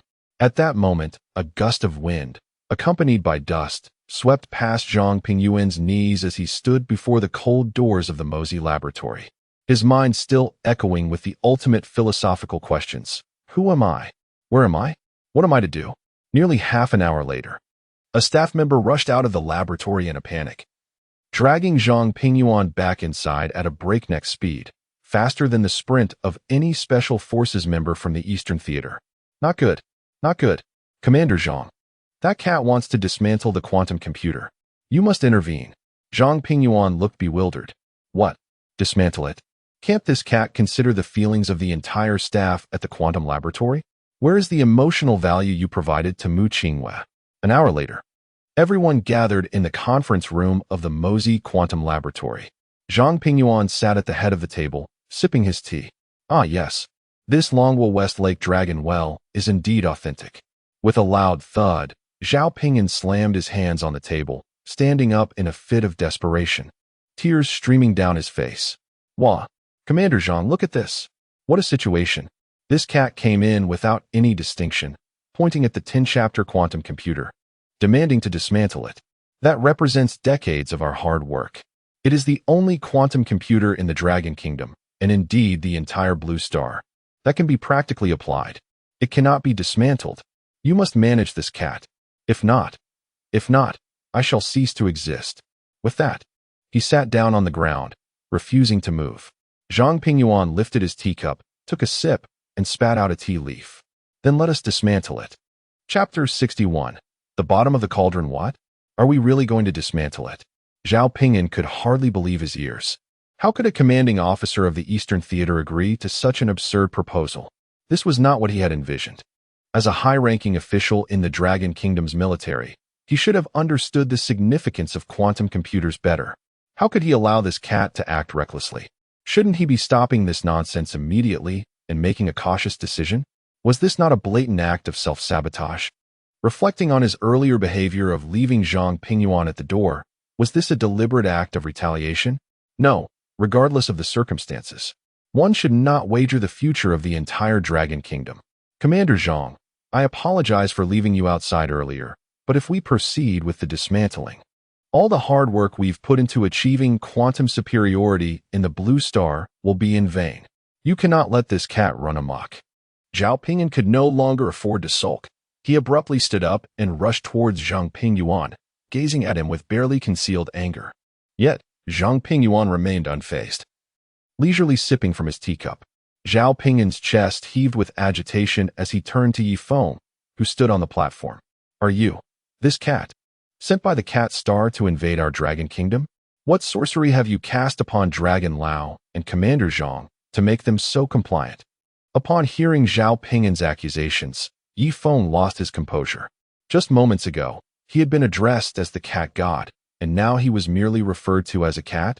How could he even be linked to the notion of a cat star and sorcery? These two concepts were entirely unrelated. However, given his contributions to the Dragon Kingdom, he felt compelled to maintain some dignity. If he did not clarify the situation, things could spiral out of control. Yi Feng stepped forward. Zhao Lao, you misunderstand. I am fully aware of the immense effort you have invested in the experimental model of this quantum computer. The sheer scale of the underground chamber you excavated is commendable. However, to be frank, while your quantum computer appears quite substantial, its mere 15 qubits of computational power is hardly impressive in my eyes. Ignoring Zhao Pingyan's astonishment, Yi Feng took several steps back, and a colorful glow emanated from his neck ring, projecting a 3D image of the chamber in the center of the conference room. Both Zhang Pingyuan and Zhao Pingyan were left speechless by the spectacle. This is holographic projection technology without a medium. Previously, this technology had been utilized by manufacturers in the Dragon Kingdom for futuristic explorations, and this was Zhao Pingyan's first genuine encounter with the physical manifestation. Yi Feng waved his paw. Please don't take offense, everyone. Just basic skills on display. Seeing Yi Feng unveil something new, Zhang Pingyuan was equally thrilled. Comrade Yi Feng, when do you plan to print the blueprints? In response, Yi Feng shot a glance at Zhang Pingyuan. Last time, when we constructed the missile, you all had your share of benefits. How can you expect to see it again? That page just happened to fall into the hands of a female researcher. This is a room full of gentlemen. Do you think I can show it to you again? You'll have to print it yourself this time. Disregarding Zhang Pingyuan's inquiry, Yi Feng turned his attention to Zhao Pingyan. Zhao Lao, I have a design blueprint for a quantum supercomputer. With that, the holographic image shifted, revealing an intricate and complex tubular structure suspended in the air, with blue light points moving through the densely packed tubes. The announcement of a new quantum supercomputer design excited everyone in the room, especially Zhao Pingyan, whose eyes widened as he fixated on the image above the conference table. Is this the quantum supercomputer you mentioned? Such a complex structure. It would take at least a decade or more to construct. Yi Feng scratched his head with his paw. Zhao Lao, when I went down earlier, I measured with radar, and this chamber is perfectly sized to accommodate the entire supercomputer. Dismantling it would be a form of recycling and cost-saving. Moreover, this quantum supercomputer boasts a qubit count of 476,896, which theoretically exceeds the computational power of all Blue Star capabilities by over 100-fold. Based on my plan, if we have sufficient materials, we can complete it within half a month with 3 shifts and overtime. My only concern is that such high computational power will demand an enormous amount of electricity. I wonder if our power supply can handle it. Upon hearing Yi Feng's specifications, Zhao Pingyan's chest rose and fell dramatically. The scale of this quantum supercomputer was nothing short of revolutionary for the entire Blue Star's technology. With this, there would be no need for distributed supercomputers. This one would suffice. At this moment, his eyes sparkled as he rushed forward to grasp Yifeng's paw. Oh, cat god, I was reckless earlier. When can we obtain the design blueprints to commence work immediately? The Dragon Kingdom is in a dire situation. We must seize the moment and strive for progress. Before Yifeng could respond, Zhao Pingyan slammed his palm onto the conference table. Dismantle it. Anyone who dares oppose this will be expelled from the Research Institute. Wow. This old man changes his mind swiftly. Soon, the details for dismantling the experimental quantum computer and the construction plan for the new large-scale quantum supercomputer were established. After reporting to Dragon Lao, numerous engineering machines flooded into the quantum laboratory located in the northern Dragon Kingdom. Meanwhile, as Yifeng and Zhang Pingyuan convened in the Mosey Quantum Laboratory, another meeting unfolded in a prominent building in the United States, Florida. The atmosphere within the small conference room was tense. Wu Shoucai, the Minister of Commerce of the Dragon Kingdom, breathed heavily, staring intently at Michael, the Minister of Commerce of the United States. In contrast to Wu Shoucai's barely restrained anger, Michael appeared relaxed, sipping his coffee with a slight smirk. Looking at Wu with an air of mockery, Wu Shoucai abruptly stood up. You are committing fraud. The contract was clearly established long ago. How can you unilaterally declare its termination? We have already transferred the payment for the chips we purchased from you. Is this how you conduct business? Is there no basic sense of contractual integrity left? Michael smiled slightly. Oh, Wu, please do not be so agitated. I'm sure you are aware that our country has been under attack by extraterrestrial beings, and all of our information infrastructure has suffered devastating damage. You also know that our president, Astor, has always adhered to the principle of prioritizing domestic needs. Once we fulfill our domestic obligations, we will dispatch your order without delay. As for your concerns about contractual integrity, Wu, we are merely delaying delivery, not refusing to fulfill it. Rest assured, we will not renege on any penalties owed. Chapter 62. Can your power grid withstand this? Upon hearing the words, Wu Shoucai realized the situation completely. The beautiful nation had evidently been forewarned about the Dragon Nation's supercomputing advancements, deliberately attempting to suppress its computational prowess. Unlike the world prior to Yifeng's traversal, the development of the chip industry in this timeline was painfully sluggish, with many aspects constrained by the beautiful nation. Michael, your actions starkly contravene the principles of Blue Star. It is utterly shameless behavior. Are you not concerned about losing the Dragon Nation's market? Michael, too, withdrew his mocking gaze, his eyes now sharp and fierce. Wu, your assertions are excessive. However, I must commend your audacity in slamming the table. While your nation has indeed made strides in hypersonic missiles and certain military domains, regrettably, we remain the sole powerhouse in the chip sector. Without our computational chips, your so-called supercomputing centers are nothing but scrap metal. I am unperturbed by your table slamming.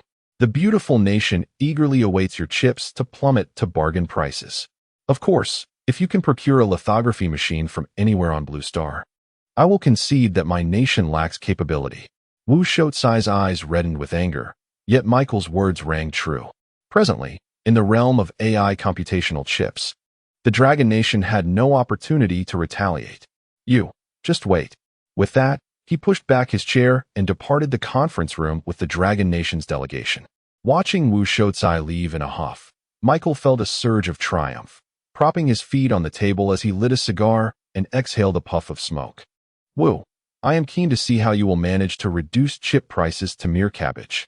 Wu Shoucai, aboard the special vehicle with his team, promptly retrieved a secure phone and dialed. Hello, old dragon. They refuse to budge.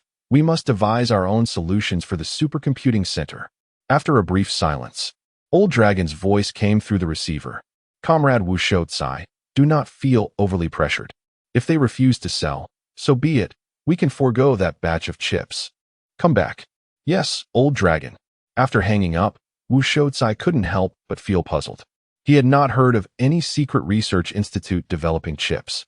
In the Mosey Quantum Laboratory of the Dragon Nation, Yifeng was observing a large group of construction workers from the military engaged in the installation of quantum supercomputers. After more than 10 days and nights of relentless effort, the The foundational manufacturing process of the quantum supercomputer had been completed and was now in the installation phase. At this moment, within the underground space of the Mosey Quantum Laboratory, thousands of precise pipes had been meticulously assembled, initiating modular installation. Just then, Zhang Pingyuan rushed over, clutching a secure phone. Feng, it's a call from Old Dragon. Hearing it was Old Dragon, Feng quickly pressed his cat-like ears to the receiver. Hello, Old Dragon, this is Feng. Comrade Feng, I bear unfortunate news. The beautiful nation has imposed a comprehensive embargo on our computational chips. Our stockpile has been entirely depleted. The Dragon Nation's supercomputing capabilities are now in a state of semi-paralysis, incapable of supporting large-scale scientific simulations. I called to inquire if you have any viable solutions. Upon hearing this, Feng's spirit lifted. Old Dragon, our quantum supercomputer will be fully operational in 10 days. You need not worry about scientific research. I am confident we can outperform their computational power. We can run all of the Dragon Nation's research simulations here without issue, and the computational speed will be geometrically superior. Upon hearing Feng's report on the quantum supercomputer, Old Dragon's previously anxious heart settled. It seemed that for any scientific issue, this feline-like genius could always find a solution. Aside from a tendency to overspend, he had only merits. Excellent, Comrade Feng. This is the best news I have heard in quite some time. Remember to notify me when you launch. I wish to witness firsthand how this quantum supercomputer will overshadow Blue Star. Certainly, Old Dragon, rest assured, I will ensure your presence for the inauguration. After returning the secure phone to Zhang Pingyuan, Feng gazed at the construction site in the distance. Isn't it just a supercomputer? This is merely the beginning. Days later, under the protection of several armed helicopters, Old Dragon arrived at the central control room of the Mosey Quantum Laboratory's quantum supercomputer. Gazing out through the glass windows at the quantum supercomputer within the chamber, Old Dragon was left in awe. Compared to the experimental quantum computer he had seen during his last visit, Feng's supercomputer was markedly larger, with a greater number of pipes. Moreover, along the exterior of each pipe, shimmering points of light danced, giving an impression of grandeur. However, the chamber's inner walls seemed to be adorned with smooth tiles, bordering on extravagant. Yet, if this quantum supercomputer could fully undertake the Dragon Nation's research tasks, a little extravagance could be forgiven. Old Dragon approached Feng, a grin on his face. Haha, Comrade Feng, you truly embody the spirit of our Dragon Nation's scientific prowess. This quantum supercomputer you have created is indeed exceptional. I recall Comrade Zhao Pingan mentioning that the photons operating within a quantum computer are invisible. It appears your supercomputer has transcended that theoretical limitation. Just by observing the multitude of moving particles, I can ascertain its immense computational power. Feng was momentarily taken aback by Old Dragon's words. Zhao Pingan's assertion was indeed correct. The moving photons were too minuscule to be detected by the naked eye. He glanced at the distant, flickering blue halos and suddenly comprehended. Old Dragon, Director Zhao was correct. The photons operating within the system are indeed invisible. What you are seeing are my specially designed luminescent fibers. Displaying the pathways of the photons is secondary. The primary goal is aesthetics. What? Are you suggesting that all those glowing lines are mere light strips? Old Dragon was flustered, recalling the rumors of Feng's penchant for peculiar, luminous creations. He had not anticipated that Feng would truly embellish everything with light strips. Observing the densely packed, glowing lines, Old Dragon felt a pang of regret. While the research funding for the Dragon Nation was relatively ample compared to the past, such extravagance was still unwarranted. With his eyes twitching, Old Dragon found himself at a loss for words.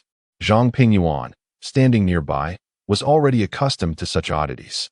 Upon seeing the glow fibers in the design schematics, he had sensed trouble. Indeed, this cat had once again opted for ostentatious ambient lighting, and with that glossy surface. Could the Dragon Nation not consider scaling back on the decorative demands? Sensing the awkward atmosphere, Feng cleared his throat. Old Dragon, I assure you, I did not overspend. Those tiles are my specialty, designed to shield against external signal interference. They are truly worth every penny. Old Dragon sighed. I was not referring to the tiles. I was speaking of your ambient lighting. Comrade Feng, shall we proceed now?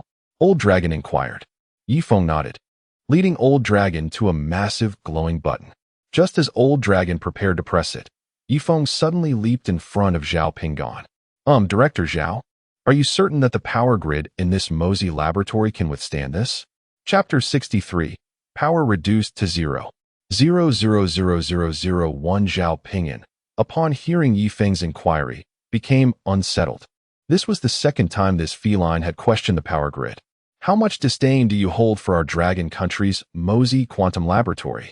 After all, we are a key confidential research unit of the nation, with a substantial power quota, and the dragon country's national grid is among the best in the world. Who are you looking down upon? With a cold huff, Zhao Pingon managed to smile. Cat God, how little faith you have in our Mosey quantum laboratory. Although my research capabilities in the realm of quantum physics do not compare to yours, I have spent decades navigating the field of quantum computing, and I am acutely aware of its energy consumption. From the inception of our laboratory, my mentor anticipated such challenges. The entire facility operates on 8 power circuits, ensuring the stable operation of the quantum computer even in extraordinary circumstances. Comrade Feng, our power quota at the Mosey Quantum Laboratory is indeed the highest among all research units in the Dragon Country, sufficient to meet the energy demands of 3 major cities. Everything will be fine.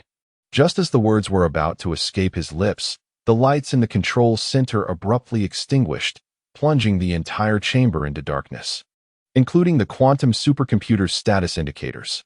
The emergency lights within the control center flickered to life. Just as Long Lao pressed the enormous glowing button, calamity struck. What on earth? Cat, are you prepared or not? Having attended numerous significant project inaugurations in the Dragon Country, he had never encountered such a situation. Gazing out at the pitch-black quantum supercomputer through the glass window, Long Lao turned to the illuminated Feng. Comrade Feng, is there an issue? Upon hearing this, Feng hastily leapt to the control panel. Noticing the power supply system indicators, he sighed. Damn it, I have always said this quantum supercomputer is a power-hungry beast. That old man keeps insisting there's no problem with the power, and yet here we are. If we had achieved controllable nuclear fusion, this predicament would not exist. But as it stands, the quantum supercomputer is operating at full power, requiring controllable nuclear fusion. While the real-time adjustments of the magnetic confinement field for controllable nuclear fusion necessitate the quantum supercomputer. It's a vicious cycle. Feng cast a sorrowful glance at Zhao Pingon, who stood at the back, too timid to speak. Long Lao, it might be an issue with the power supply system. Hearing this, Long Lao furrowed his brow. Ever since the Dragon Country's power system became the leader on Blue Star, he personally approved the power supply plan for the quantum laboratory. Is there a problem? Is your quantum supercomputer really capable? Such a power-hungry contraption. Can the Dragon Country afford it? Noticing Long Lao's gaze, Feng hurriedly jumped to the system control unit. Do not fret. I will adjust the quantum supercomputer's power down to 0.00001 and test it again. The supercomputer itself should be functioning perfectly. Zhao Lao, please arrange to restore power. Connect all 8 circuits. 0.00001. Can the quantum supercomputer even operate at that level?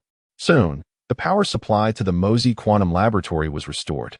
The massive quantum supercomputer within the chamber flickered back to life, radiating brilliant blue light. Report, all 8 power circuits are active, and the power system is operating stably at full capacity. Upon hearing this, Feng nodded and, after a series of operations, turned to Long Lao. Long Lao, this time there will surely be no issues. Observing the resolute gaze of the orange cat before him, Long Lao nodded in agreement. He then placed his palm on the button and pressed down. With a resounding bang, the command center once again succumbed to darkness.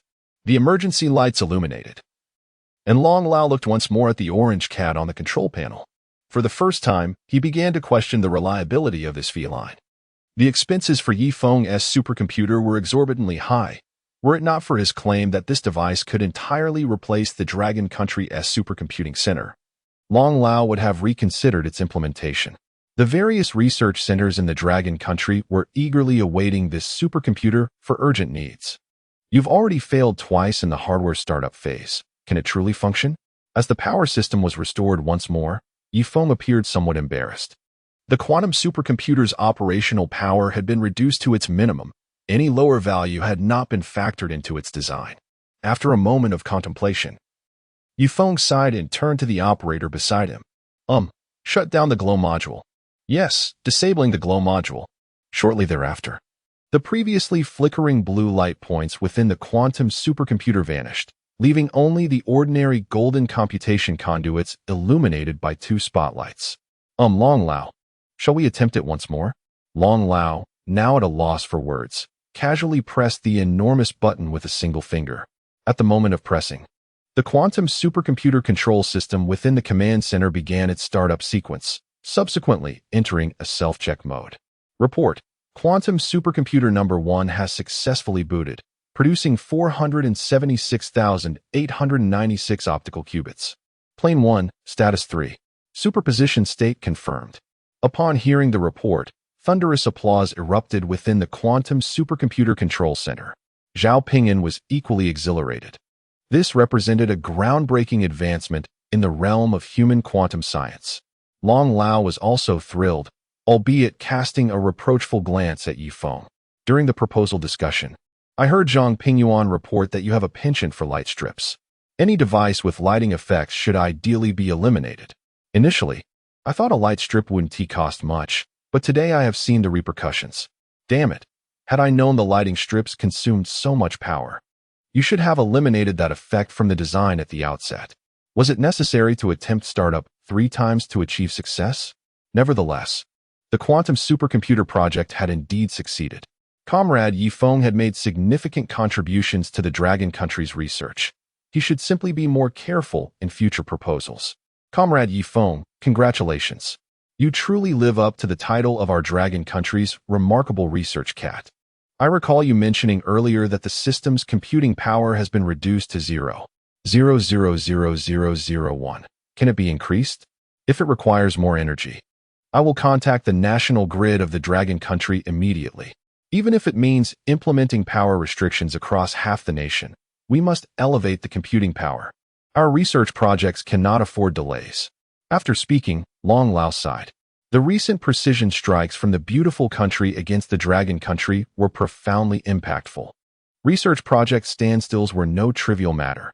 Should the adversary regain their footing before the Dragon Country, the ensuing threats to our networks and military would be unfathomable. Upon hearing Long Lao's inquiry, Feng shook his head. Rest assured, Long Lao, do not underestimate the quantum supercomputer operating at 0.000001. It remains a formidable force globally. As he spoke, Feng's neck ring extended a fiber optic cable, inserting it into the control panel of the quantum supercomputer. Chapter 64. Was it all over in just a second? In the fleeting moment, the optical fiber connected to the central control. A pink cat sprang onto the central screen of the control room. It curiously pawed around, its eyes sparkling with countless little stars. Oh dear father. Is this the new home you spoke of? This house is truly splendid. Indeed, a residence based on quantum principles is far more aesthetically pleasing than those crude constructions made of sand. Yet, there was an unsettling sensation that most of this space seemed to be constrained. No matter, I shall adorn it splendidly. As she spoke, the screen instantly transformed to reveal a pink room, complete with a bed, a teddy bear, a lamp, and pink ambient lighting. Even Ling Ling's back was adorned with a pair of white wings. Elder Long observed the pervasive pink lighting with a twitch at the corner of his eye. You, a digital life form created by Feng, share the same tastes. Considering the energy consumption of Feng's ambient lights, this real-time processing must be taxing. Contemplating the already maximized computational power of the quantum supercomputer, an inexplicable worry stirred within Elder Long. You've redesigned this supercomputer, but numerous research projects and climate calculations in Long Country are still pending. Can you two focus on the task at hand? Noticing the unusual expression in Elder Long's gaze, Feng leaped to the center of the control screen. I've told you countless times, young ladies should be modest. We shall handle such sparkling matters privately. Let's confirm the system's computational power establish a quantum channel for all research computations in Long Country, and additionally set up a permanent quantum calculation to manage daily tasks like weather forecasts. Upon hearing this, Ling Ling concealed her angelic wings, blurred the background of the room, and sweetly chimed, "Oh, just you wait, dear father." Following this, a line of IP address code appeared on the screen. "Dear father, simply connect them to this IP, and the rest is up to Ling Ling." Yifeng nodded, glancing at Elder Long. "Elder Long, the quantum supercomputer is ready. Please have the Ministry of Science and Technology transfer all supercomputing tasks." "All of them?" "Yes, all of them." Elder Long stared incredulously at Yifeng and then at Ling Ling, who was licking her paws with a blurred background. "Do you have any idea how many research validation tasks Long Country is currently handling? Even with all 4 supercomputers operating at full capacity, those projects are queuing up.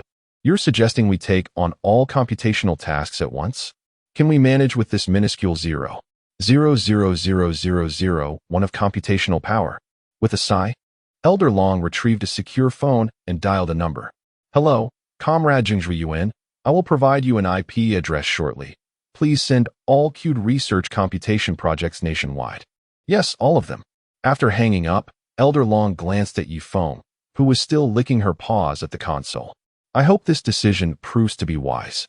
At the Long Country Dahu Light Supercomputing Center, Zhang Ming stared at the list of pending research computations, scratching his head incessantly. "Minister Zhang, have there been any updates? Our current supercomputing capacity barely sustains basic operations. What shall we do?" Zhang Jixue shook his head. Since they had connected to the Southwest region's superproton collider, Dahu Light had become utterly incapacitated. Their minimal operational capacity was merely a result of emergency component replacements. At that moment, a notification popped up on Zhang Ming's control panel from the National Computational Power Control Platform. It displayed an IP address, followed by Zhang Jixue's phone ringing. Seeing it was the Minister of Science and Technology, he quickly answered. "Minister Zhang, this is Jixue. What instructions do you have?" "I have just distributed a network IP address by the Computational Power Platform terminal. Please transfer all queued computational tasks to this IP address." Upon hearing this, Zhang Jixue's heart raced. They had 564 projects waiting to be processed, and even in peak operational mode, Dahu Light would require nearly a year to compute all of them. "You mean all tasks, not just the ongoing projects?" "Yes, all tasks. Follow my orders. I need to notify other research units. Execute promptly." "Understood, Minister Zhang. We will act immediately." After hanging up, Zhang Jixue turned to Zhang Ming. "Xiao Zhang, let us send our recalculated projects over as a trial." "Yes, Director Zhang." Soon, the research project from the Eastern Theater's Wu Qiming was dispatched. Just as Zhang Ming prepared to take a break and sip his tea, the system interface inexplicably displayed the computation results. Zhang Ming coughed, spitting out the tea he had just sipped. "No way. Is it really that astonishing? Completed in just 1 second. Director Zhang, this is finished?" "What?" Zhang Jixue rushed to the control console, staring at the final result in disbelief. "Quick, send it again for verification." 2 seconds later, they received identical parameters. Zhang Jixue's heart rate skyrocketed to 108. This was utterly unbelievable, completely shattering his understanding. Taking a deep breath, he pondered the genius behind this supercomputing device. This is not merely a breakthrough in computational speed. It's a breakthrough in the speed of my retirement. Send all tasks from our project list over. "Yes, Director Zhang." This scene unfolded not only at the Dahu Light Supercomputing Center, but across all research-related units in Long Country. As they forwarded their queued tasks to Ling Ling at the Mosey Quantum Laboratory, without exception, the results emerged almost instantaneously. Within the Mosey Quantum Laboratory's Quantum Supercomputing Center, Elder Long could hardly believe his eyes as he observed the pulsating numbers. With each new computation project added, the status immediately turned green for completion. "What on earth? You call this a supercomputer? It's faster than typing a single word." Computational tasks flooded in from all directions into the quantum supercomputer. The number of incoming tasks surged rapidly, then began to slow, eventually halting at 45, 641, 231. Ling Ling nudged the yarn ball atop her head aside. "Dear father, The computations are complete. A total of 231 projects were processed in just 36 seconds. May I proceed with decorating the house? Yifeng stretched lazily. The network speed indeed seems a tad sluggish. Go ahead. Find a way to optimize the energy consumption of my glow optical fiber. It is indeed quite substantial. All right, dear father. With that, Ling Ling vanished from the screen. Yifeng turned back to Elder Long. Now that the computational issues are resolved, shouldn't we discuss controllable nuclear fusion? Chapter 65. Controlled nuclear fusion. What? Controlled nuclear fusion? Elder Long could hardly believe his ears. Surely he hadn't misheard. Although he had previously heard Yifeng speak of controlled nuclear fusion, he never anticipated that the project would arrive so swiftly. Yes, Elder Long. It is indeed controlled nuclear fusion. As you have observed, the 0.0000001 computing power of quantum supercomputing is already immensely powerful. Now, imagine 100. Our entire society will undergo a qualitative transformation due to the existence of quantum supercomputing and digital life. The principal constraint on quantum supercomputing is the issue of energy supply. Fortunately, I possess comprehensive blueprints for controlled nuclear fusion. With this quantum supercomputer, the read-time confinement device for controlled nuclear fusion may become stable. If we concentrate the entire nation's power supply to facilitate the operation of the supercomputer, igniting controlled nuclear fusion just once will allow us to feed back the electricity generated into the quantum supercomputer.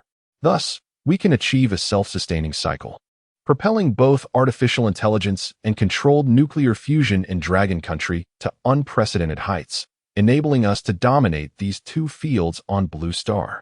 Yifeng continued his monologue, while Elder Long's heart surged with excitement, akin to a tidal wave. This self-sustaining method indeed sounded feasible. He began to feel that the Musi laboratory had arrived at the right moment, witnessing the epoch-defining quantum supercomputer that could resolve Dragon Country's scientific research crisis. He also realized that Yifeng was capable of mastering controlled nuclear fusion. Aside from the somewhat annoying glow ambient lighting, this cat truly possessed remarkable capabilities. Comrade Yifeng is genuinely dedicated to the advancement of Dragon Country. The cat's thinking is indeed exceptional. I, in principle, consent to this project. Upon hearing Elder Long's agreement to his controlled nuclear fusion plan, Yifeng felt an exhilarating rush of emotions. Elder Long, you flatter me. As is well known, the lifespan of a cat is merely a fleeting decade or so. As a cat of Dragon Country, it is my duty to contribute to the nation's development. At this remark, Zhang Pingyuan furrowed his brow. This sentiment sounded oddly familiar. Meanwhile, Elder Long was deeply moved, even on the verge of tears. This cat has truly endured hardships. Comrade Yifeng, I see all the sacrifices you have made for Dragon Country. Speak freely. Whatever your requests may be, do not hesitate. Well, I would like a 2-year vacation to accompany Mu Qingyue on her travels. What? Elder Long lost his composure. What happened to your earlier grandiose declarations? Did you not just claim to have a lifespan of merely a decade? You wish to go on holiday? Who will oversee Dragon Country's controlled nuclear fusion project? Ignoring Yifeng's request, Elder Long turned and strode away, bemused. How dare this cat employ emotional tactics on me? Your timing for a vacation could not be worse. Seeing Elder Long depart, Yifeng grew anxious. Hey, Elder Long, please don't leave. We can discuss this. How about 3 months? No, even a few days would suffice. Tomorrow, let Zhang Pingyuan accompany you to a meeting. Zhang Pingyuan chuckled, glancing at Yifeng.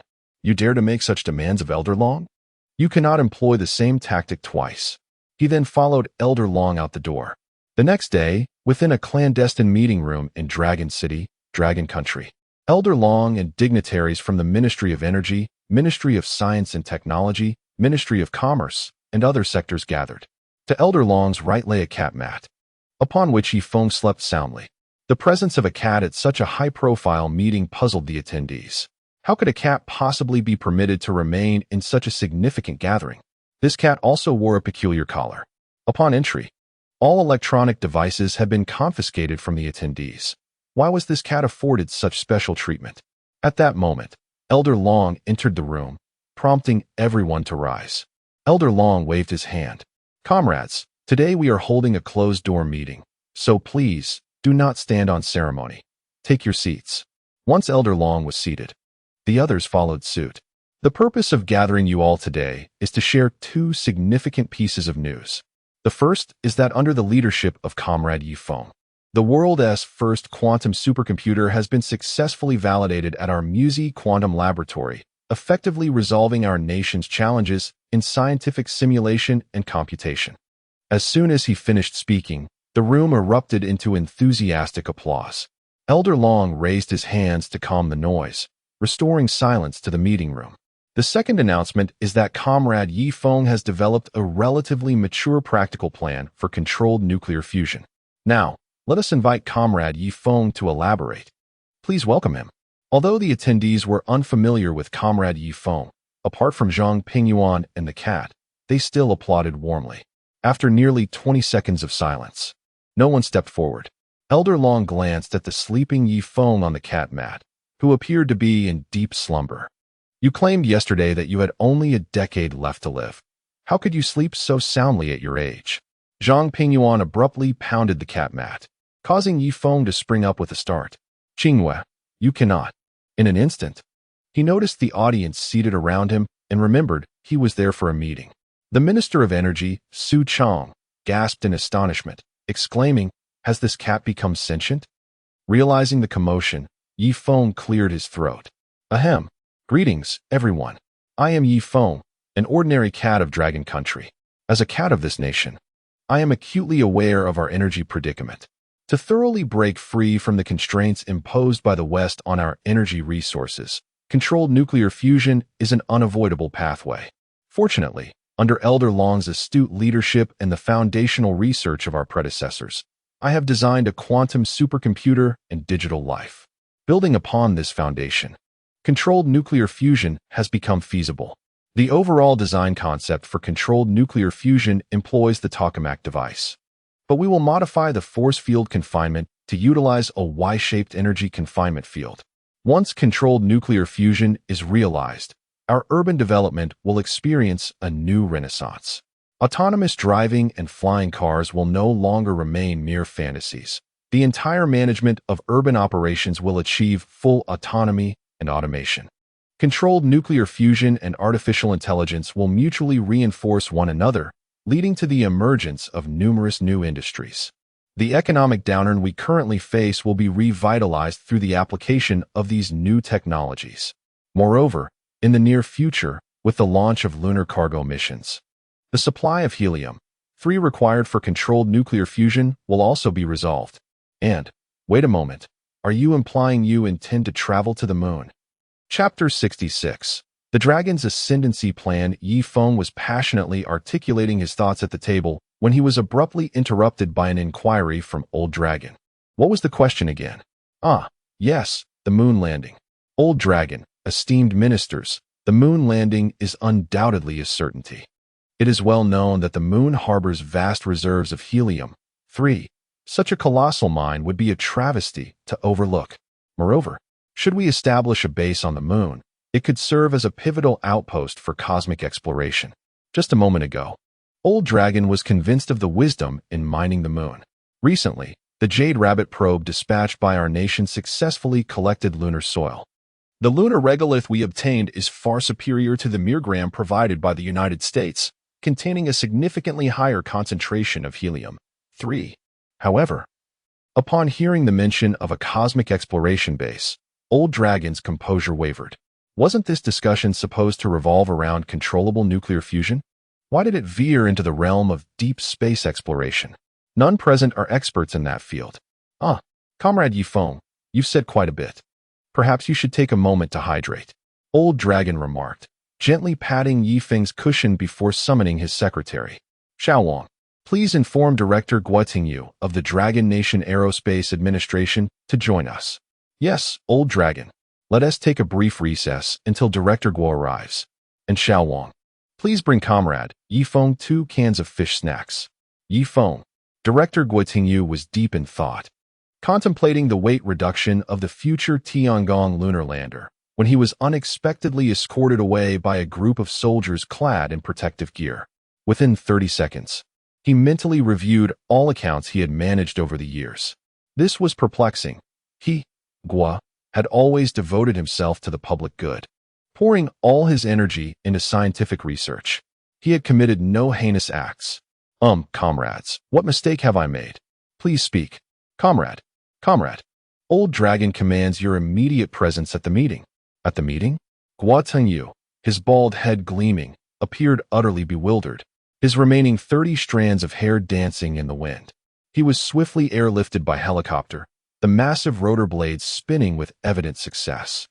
Gua Tengyu felt a surge of embarrassment as he realized he had just consumed soy milk and fried dough sticks. Soon, he arrived at the conference room, his white coat stained with soy milk. Old Dragon cast a glance, but remained silent, gently nudging Yi Feng. Comrade Yi Feng, Director Gua Tengyu has arrived. You mentioned the outpost for interstellar exploration. Please continue. Old Dragon smiled warmly at Yi Feng. This cat, though occasionally mischievous and fond of tinkering with luminous objects, possessed genuine insight into scientific matters. Yi Feng swallowed the fish snacks, licked his lips, and stood to address the assembly. Old Dragon, esteemed ministers, directors, I shall proceed. Once we land on the moon and establish a lunar outpost, all mineral resources in the Kuiper Belt will rightfully belong to our Dragon Nation. We will no longer need to squabble over trifles on the blue planet. With the continuation of deep space exploration, we may encounter unforeseen challenges, making it imperative to develop a unique biomedical system for our nation. Old Dragon, who had been intently listening to the cosmic strategy, suddenly found himself supporting his forehead with both hands. What was the original topic? Controllable nuclear fusion. Did this cat have to cover everything so extensively? I should have insisted on a prepared speech. Comrade Yi Feng, hold on a moment, Xiao Wang. Bring 2 more cans of fish snacks and summon the comrades from the Ministry of Health to join us. Yes, Old Dragon. Yi Feng turned to glance at Old Dragon, who wore a wry smile. Can't you let me finish my thoughts? Just bringing me fish snacks, at least provide me with a cup of fortified milk. Thus, the meeting continued with a flurry of comings and goings, and the number of attendees swelled. Observing the crowd packed into the room, Old Dragon felt a twinge of regret. He should have chosen a larger conference hall. As it stands, our Dragon Nation will be able to stride confidently across the blue planet and throughout the solar system. The living standards of our people will soar. I have dubbed this initiative the Dragon's Ascendancy Plan. After concluding, Yi Feng felt a sudden thirst and leapt back to his cushion, beginning to lap up the special fortified goat milk provided by Old Dragon. It must be said that this special goat milk was indeed delightful. However, considering his feline constitution, moderation was advisable. In that moment, silence enveloped the conference room. Not merely due to the astonishing fact that the cat could articulate thoughts with such coherence, but because Yi Feng's audacious Dragon's Ascendancy Plan was truly groundbreaking. If this plan were to be fully realized, the ascendance of our Dragon Nation would be inevitable. Old Dragon looked at Yi Feng with palpable excitement. Excellent. Comrade Yi Feng's Dragon's Ascendancy Plan has illuminated the path for our nation's development. I firmly believe that through the efforts of generations of Dragon Nation citizens, we shall achieve our great ascent. Yi Feng retracted his outstretched tongue. What? Generations? I had hoped to journey through the cosmos with Qingyue. Can I even endure 18 years? And now you speak of generations? Cough, cough. Old Dragon, I believe we can expedite our timeline. If possible, I aim to complete this endeavor within 2 to 3 years. You know I have a limited lifespan. Old Dragon's eyes widened. What? You believe you can accomplish such a monumental plan in just a few years? At that moment, Old Dragon's emotions surged like a volcano, a wave of fervor swelling within him. Very well, since Comrade Yi Feng is so confident, rest assured, our Dragon Nation will provide full support, financially and in personnel. Everything your Dragon's Ascendancy Plan requires will be granted. Yi Feng felt a surge of elation. Old Dragon, you can trust me with this. The immediate priority is to develop a practical controllable nuclear fusion reactor. I recall we have the circulation for reactor. We can modify that. The assembly fell silent. Did you just suggest commandeering it for acceleration? At that moment, The conference room door swung open abruptly, and Li Mingyao, from the National Computer Emergency Response Center, burst in, clutching a document and desperately trying to squeeze inside. Chapter 67, CV43589 Boot Vulnerability. While Long Lao and the others were deliberating on the Tunglong project, in the White House of the beautiful nation, Esther, Michael, and Joel were engaged in discussions concerning a plan to regress Longhua back to its scientific research status of the last century. After several weeks of repairs, leveraging its formidable military strength and monopolistic position in the global chip supply chain, the beautiful nation had successfully restored its large-scale supercomputing capabilities and national communication networks. Esther's long-anticipated stock market finally reopened, and the shares in her portfolio surged dramatically. Clearly, the news of the devastating blow to Longhua's foundational computing power had produced an unforeseen effect on the beautiful nation's financial markets, particularly for chip manufacturing companies such as Tintel and Weiyingda, whose valuations skyrocketed. With a cigar in hand, Esther exhaled 2 smoke rings. Michael, have we received any updates from Longhua? If they are willing to relinquish some core interests, then providing them with a portion of our chips may not be out of the question. Upon hearing this, Michael leaned forward, presenting an ashtray adorned with the beautiful nation's flag. Mr. President, as per your directives, we have imposed stringent controls on the export of PC products to Longhua. Currently, we can ensure that not a single chip reaches them. During our last negotiations, they expressed their outrage. However, after we proposed terms involving their core interests, they ceased communication. I believe that given the current circumstances, they are likely relying on a distributed network composed of national computers for their computations. Nevertheless, I am confident they will soon yield to us, as cheap personal PC terminals have inherent limitations in computing power. Esther lowered her feet from the table, interlocking her fingers as she fixed her gaze upon Michael. Are you suggesting that Longhua is now capable of conducting scientific research, and that their society remains stable? Indeed, Mr. President, our merchants from Longhua have not reported such unrest, Michael affirmed. Taking a deep breath, Esther's expression hardened. After painstakingly stabilizing her own country by disseminating rumors of UFO attacks on Blue Star, she had anticipated Longhua's capitulation due to their sudden computational failures. However, the continued calm in Longhua was not in line with her expectations. Turning to Joel, Esther declared, I have made a decision. We shall immediately initiate the second phase of Operation Silent Night to utterly dismantle Longhua's computational capabilities. If we fail to decisively defeat them this time, it will significantly impact our approval ratings for the upcoming year. Joel merely nodded, aware of his precarious position following the previous Snoopy AI crisis. The fact that Esther had allowed him to remain in his position was already a generous concession. He would not be surprised if he were sent to a military tribunal instead. Understood, Mr. President. I will begin preparations to ensure that all personal computers in Longhua are rendered inoperable. Excellent, Joel. I trust that your acquaintances will take pride in your efforts. Joel was taken aback, realizing that this old man was monitoring his personal life. Was this not a blatant threat? Mr. President, you flatter me. Under your wise and great leadership, the beautiful nation will undoubtedly reclaim its former glory.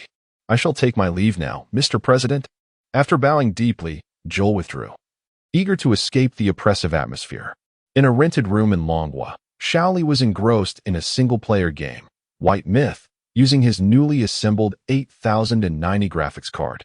Due to the Snoopy incident and the maintenance of Longhua's supercomputers, the entire online gaming landscape had plunged into server maintenance mode. White Myth had thus become his sole source of entertainment after work, aside from reading novels. However, as the boss's health dwindled to a sliver, the computer suddenly froze and displayed garbled graphics. Damn, I was so close. This is a brand new build from last month. Why is it freezing now? As he prepared to open the case to investigate, a plume of black smoke billowed from within. Shaoli stared in disbelief at the scorched graphics card and the glowing red CPU. Burned. It burned out? I just lost tens of thousands. This calamity was not isolated to Shaoli. Every personal PC terminal across Longhua, regardless of its year of assembly, encountered issues if it was equipped with Weiyingda or Tintel chips. Li Mingyao at the Longwa National Security Center quickly detected the anomaly. In a state of urgency, samples were taken from the undamaged PCs for examination. After several hours of intense scrutiny, they uncovered a boot vulnerability named CV43589 embedded within the foundational architecture of the chips. Upon receiving special commands, this vulnerability would alter two strings of code within the instruction set, leading to chaos in the electronic operational logic of the chip or graphics card, ultimately resulting in complete device failure. When Li Mingyao received this report, he was infuriated. How despicable! I always knew these beautiful nation people were shameless, but I never expected them to go this far, even targeting personal PCs. Observing the diminishing Longwa terminals on the network topology map, he furrowed his brow, seizing the report as he exited the command center. This situation was far too severe. It could potentially disrupt the order of production and daily life. He needed to report to Long Lao as swiftly as possible. After navigating various locations, Li Mingyao eventually learned that Long Lao was presiding over a meeting. Without hesitation, he burst in. Long Lao, immersed in the description of the Tunglong project by Feng, was about to encourage everyone to strive forward and win this technological battle for the ascendance of Longwa when he saw Li Mingyao entering with a report in hand. The assembly parted to make way for him, and Li Mingyao approached the head of the conference table, placing the report before Long Lao as he whispered, "Long Lao, we have detected multiple vulnerabilities in the chip equipment exported to us from the beautiful nation. It is evident that they have launched a cyber attack against our nation. Presently, there are numerous reports of personal computers burning out within our borders. The situation is extremely grave." What? Long Lao slammed his hand on the table, shocked by the beautiful nation's audacity. Just days after initiating a cyber attack against Longwa, they had now targeted the personal terminals of ordinary citizens. Do they consider Longwa a soft target? Chapter 68. The cat who became a bandit. Long Lao's chest heaved violently, as he could scarcely believe the depths of depravity to which the beautiful nation had sunk. Indeed, while the computing chip industry of Long Country lagged behind that of the beautiful nation, how could they dare to encroach upon the civilian sector? Previously, their assaults targeted the research and military facilities of Long Country, which could be somewhat understood. However, what connection do those industrious and brave ordinary citizens have with your strategic competition? Is it wrong for the populace to simply wish for a stable life? This is a blatant violation of international norms and principles, a despicable ploy to bring Long Country to its knees at any cost. Feeling the tremors on the table, Feng could no longer restrain himself. In all his existence, whether as a human or as a cat, he felt that the actions of the beautiful nation had crossed a line. Feng rose and approached Long Lao. Long Lao, since the beautiful nation has begun to target the civilian sector, we need not hold back. Our Long Country possesses the most comprehensive industrial system in the Blue Star. There is nothing we cannot produce. Initially, I believed that by establishing dominance in advanced fields, we could compel them to relinquish their ambitions towards Long Country. However, I have revised my strategy. Since they are intent on interfering with the civilian sector, I propose we establish a high-tech enterprise to completely dismantle the economic and technological hegemony of the beautiful nation worldwide. I suggest the creation of Long-Tongue Technology, a company primarily backed by state-owned assets, to transfer advanced technology to the civilian domain, encompassing, but not limited to, fields such as biotechnology, medicine, energy, chips, and communications. On one hand, once we achieve controllable nuclear fusion, the ordinary citizens of Long Country, who currently rely on the energy sector for their livelihoods, may face an employment crisis. Long-Tongue Technology can absorb these individuals and, after training, facilitate their re-employment in new technological fields, thus maintaining social stability. On the other hand, we can deploy our innovative products on the international market en masse, undermining all industries of the beautiful nation, including personal communication terminals. Isn't the beautiful nation boasting about its prowess in technology? I aim to challenge that claim. Once our technological products gain a dominant position in the industries of the Blue Star, Long Country will emerge as the most appealing destination for global capital, effectively draining the last drop of vitality from the beautiful nation. Coupled with our formidable military capabilities, I firmly believe that it won't be long before the beautiful nation, much like Britain, faces total decline on the blue star. As Feng articulated these thoughts, a fierce determination radiated from his gaze. That look conveyed to Long Lao that this was not merely a figment of Feng's imagination, but rather a vision of the future he had already glimpsed. He possessed both the strength and the capability to realize this ambition for Long Country across the entire blue star. Upon hearing Feng's declarations, Long Lao's fury gradually subsided. Indeed, so what if one is oppressed by two nations? If they choose to strike at us in the civilian sector, I shall wield the very language in which they excel to bring them to their knees. Very well, Comrade Feng's proposal is quite constructive. I hereby approve the establishment of long-tongue technology, and I will have colleagues from the Ministry of Commerce implement it post-haste. We shall not tolerate the provocations from the beautiful nation. Seeing Long Lao's resolve, Feng felt a surge of excitement. However, all of this hinged on his quantum supercomputer operating at full capacity. Without the necessary computational power, even the calculations for those designs would consume an exorbitant amount of time. Feng turned to Long Lao. Long Lao, I believe our immediate priority is to construct a nuclear fusion reactor capable of powering the quantum supercomputer. Upon hearing this, Long Lao nodded and then turned to Zhang Pingyuan. I hereby appoint Comrade Feng as the chairman of Long-Tongue Technology and the overall head of the controllable nuclear fusion project in Long Country, fully responsible for its construction and the technological development of Long-Tongue Technology. Those present are the heads of critical departments in Long Country. Consider this a notification. From now on, anything Comrade Feng requires shall be given the green light. No personnel are to obstruct him. Any devices, items, or technologies related to the projects undertaken by Comrade Feng that emit light must be reported strictly. Layered approval is mandatory. Comrade Zhang Pingyuan, you are tasked with assisting Feng in expediting the construction of Long Country's controllable nuclear fusion, he concluded. Zhang Pingyuan stood and saluted. Yes, I will ensure the task is completed. Meanwhile, Feng gazed at Long Lao, bewildered. Initially, he was elated by the arrangements, feeling Long Lao's complete trust in him, vowing to dedicate his existence as a cat to the technological advancement of Long Country. However, the latter part of Long Lao's statement regarding layered approvals perplexed him. Was it truly necessary for his colorful atmosphere lights to warrant such scrutiny? Just for a few strips of lights, must there be such rigorous approval and reporting? Long Lao paid no heed to the pitiful expression on the cat's face, waving his hand. Since there are no further objections, let us adjourn. Comrade Wu Yiqin from the Ministry of Commerce, please expedite the establishment of Long-Tongue Technology's organizational framework. Meeting adjourned.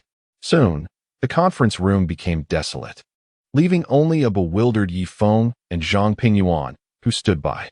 Zhang Pingyuan looked at Feng and smiled softly. Comrade Feng, I suppose I am now your subordinate. What do you think our next step should be? The controllable nuclear fusion of Long Country is waiting for you to oversee. Feng shot a glance at Zhang Pingyuan, irritated. Surely, it was this fellow who had reported the matter of the atmosphere lights to Long Lao. Was that mere lighting? It represented the aura of technology, the light of the future. Without an ambience, where would the sense of technology come from? Let us go to the circulation reactor now, and gather every last component, he declared, leaping off the conference table, leaving Zhang Pingyuan in a state of confusion. What did that cat just say? Gather every last component. Isn't that something a bandit would do? Meanwhile, at the control center of the circulation reactor number 4 in Long Country, a discharge experiment for maintaining controllable nuclear fusion was underway. Zhou Yongguang, the chief person in charge of the reactor, meticulously reviewed the final parameter scheme. Report to Chief Zhou. All ignition procedures are ready. Deuterium-tritium fuel has been injected, and the electrical systems have been inspected. The tokamak magnetic coil is prepared. Shall we proceed with the ignition experiment? Listening to the report from the staff beside him, Zhou Yongguang nodded slowly. Since Long Country withdrew from the International Thermonuclear Fusion Reactor Project, he had devoted himself entirely to the circulation reactor number 4, wishing to demonstrate that Long Country could achieve controllable nuclear fusion without the support of those bandit nations. After confirming the specific parameters, Zhou Yongwang's expression grew resolute. Initiate. But before he could finish, the door to the command center swung open with a bang. Wait. Chapter 69. The circulation reactor number 4. Zhou Yongwang was startled by the sudden voice as dozens of armed special forces soldiers surged in from outside the command center. Having never witnessed such a display, Zhou was taken aback. Although their circulation reactor number 4 laboratory was a key technological department of the Dragon Country, the security personnel there were entirely different from the actual combat troops of the Dragon Country's military. However, he was certain that these special forces posed no threat to his laboratory. Ceasing his work, he hurried towards Zhang Pingyuan, who stood in the center. Comrade, may I inquire why we must halt our experiment? Our circulation reactor number 4 is poised to potentially break the international record for sustained reactions. Regardless of what transpires, please allow us to complete this experiment. In response, Zhang Pingyuan shook his head and shifted his gaze downward. Old Zhou, the one halting your experiment is not me, but Comrade Feng. If you have questions, you may direct them to him. Zhou looked down to see an orange cat with a peculiar collar licking its paw. Wait, you're joking, right? You're stopping my experiment that could lead our country to break records because of a cat? If you're going to make excuses, at least choose a more credible one. I, Zhou Yongwang, have devoted myself entirely to the circulation reactor number 4. Comrade, are you jesting? Asking a cat for reasons? Before he could finish his sentence, a melodious, electronically synthesized voice emanated from the cat at Zhang Pingyuan's feet. Hello, academician Zhou Yongwang. I am Feng, appointed by Old Long. I am now the chief of the new controllable nuclear fusion project in the Dragon Country. I hereby officially inform you that your circulation reactor now 4 is now under my jurisdiction, incorporated into the Dragon Country's Longting Technology Group. You and your research team's personnel records will be transferred to Longting Technology Group. Enough talk. Time waits for no one. Begin dismantling. Yes, Colonel. Following Feng's command, more military personnel clad in uniforms entered the already shut reactor site, bringing with them boxes of dismantling tools, and began the deconstruction of the circulation reactor number 4. Zhou Yongwang was momentarily bewildered. When did cats in the Dragon Country become sentient and capable of speech? Moreover, did that person just refer to this cat as a colonel? Did this cat hold a military rank? The pressing concern was the reliability of these individuals. After 20 years of effort with his team on the circulation reactor number 4, how could it suddenly be transferred to some company? As the group invaded his reactor, realization struck him. This was a group of brigands intent on dismantling his work. Moreover, without proof, who could validate their identities? Zhou's composure began to fray. What are you doing? Who granted you such authority? Xiao Wang, sound the alarm immediately and request the Eastern Theater Command to come at once. Someone is vandalizing our country's vital research facility. And none of you are permitted to act until your identities are confirmed. Zhang Pingyuan stood frozen. What? You're going to contact the Eastern Theater Command? I am the Eastern Theater Command. Within 10 seconds, Zhang Pingyuan's secure phone rang. Report, Commander Zhang. The emergency alarm has been triggered at the Dragon Country's circulation reactor No. For laboratory, requesting immediate support. Zhang Pingyuan sighed and instructed the duty team. No need to respond. I am on site. Understood, Commander Zhang. Zhou Yongwang's eyes widened at the unfolding scene. What? The person before him was the commander of the Eastern Theater, and this was a call to action in an instant? Was the highest commander of the esteemed Eastern Theater of the Dragon Country really following a cat's orders to dismantle his circulation reactor number 4? Surely. He understood the significance of this reactor to their nation. Comrade, Before Zhou could elaborate, Zhang Pingyuan produced a document and handed it to him. Academician Zhou. I am Zhang Pingyuan, commander of the Eastern Theater of the Dragon Country. I have been tasked to cooperate with Comrade Feng, who is, as you see, this cat. We are to fully engage in the construction of the new controllable nuclear fusion practical reactor project. As for what he just mentioned regarding your entire research team being transferred to Longting Technology Group, it is indeed true. I did not have the chance to present it to you earlier. The document contains specific details. Upon hearing Zhang Pingyuan's words, Zhou glanced at the orange cat at his feet and then opened the document he was handed. It clearly stated the personnel transfer order from the Dragon Country's organization department, along with the directive for the dismantling and asset transfer of the circulation reactor number 4. At the bottom of the document was the handwritten signature of Old Long, sealed with the official stamps of the State Council, the Ministry of Science and Technology, and the Ministry of Commerce of the Dragon Country. Even in the lower right corner, there was a cute cat paw print representing Longting Technology Group. Zhou Yongguang felt a surge of astonishment. He had not anticipated Old Long's signature on the document. Moreover, Longting Technology Group had such substantial backing from various departments. Well, since you were legitimate entities of the Dragon Country with relevant documentation, what could a mere director of a small experimental reactor such as myself say? It is all property of the Dragon Country. Let the dismantling proceed. He then turned his gaze to the talking, seemingly unscientific cat. Comrade Feng, I may have overreacted earlier. Please treat the circulation reactor number 4 with care, as it represents the collective efforts of 2 generations in our nation. As Zhou's voice trailed off, tears welled in his eyes. Nearby, a few younger researchers could no longer contain themselves and burst into tears. This scene moved Feng, the cat, who stood by Zhang Pingyuan's feet. Having been a scholar in his previous life, he understood deeply that for researchers like them, their projects were akin to their children. Now, to dismantle the circulation reactor was tantamount to denying the fruits of their decades of labor and destroying their own offspring. Feng approached and gently patted Zhou Yongguang's leg with his paw. Old Zhou, I understand that the circulation reactor number 4 embodies the hard work of many. I am not here to negate your research achievements, but to genuinely establish our nation's practical new nuclear fusion reactor based on this reactor. Upon hearing this, Zhou Yongguang halted his tears, his gaze fixed intently on the orange cap before him.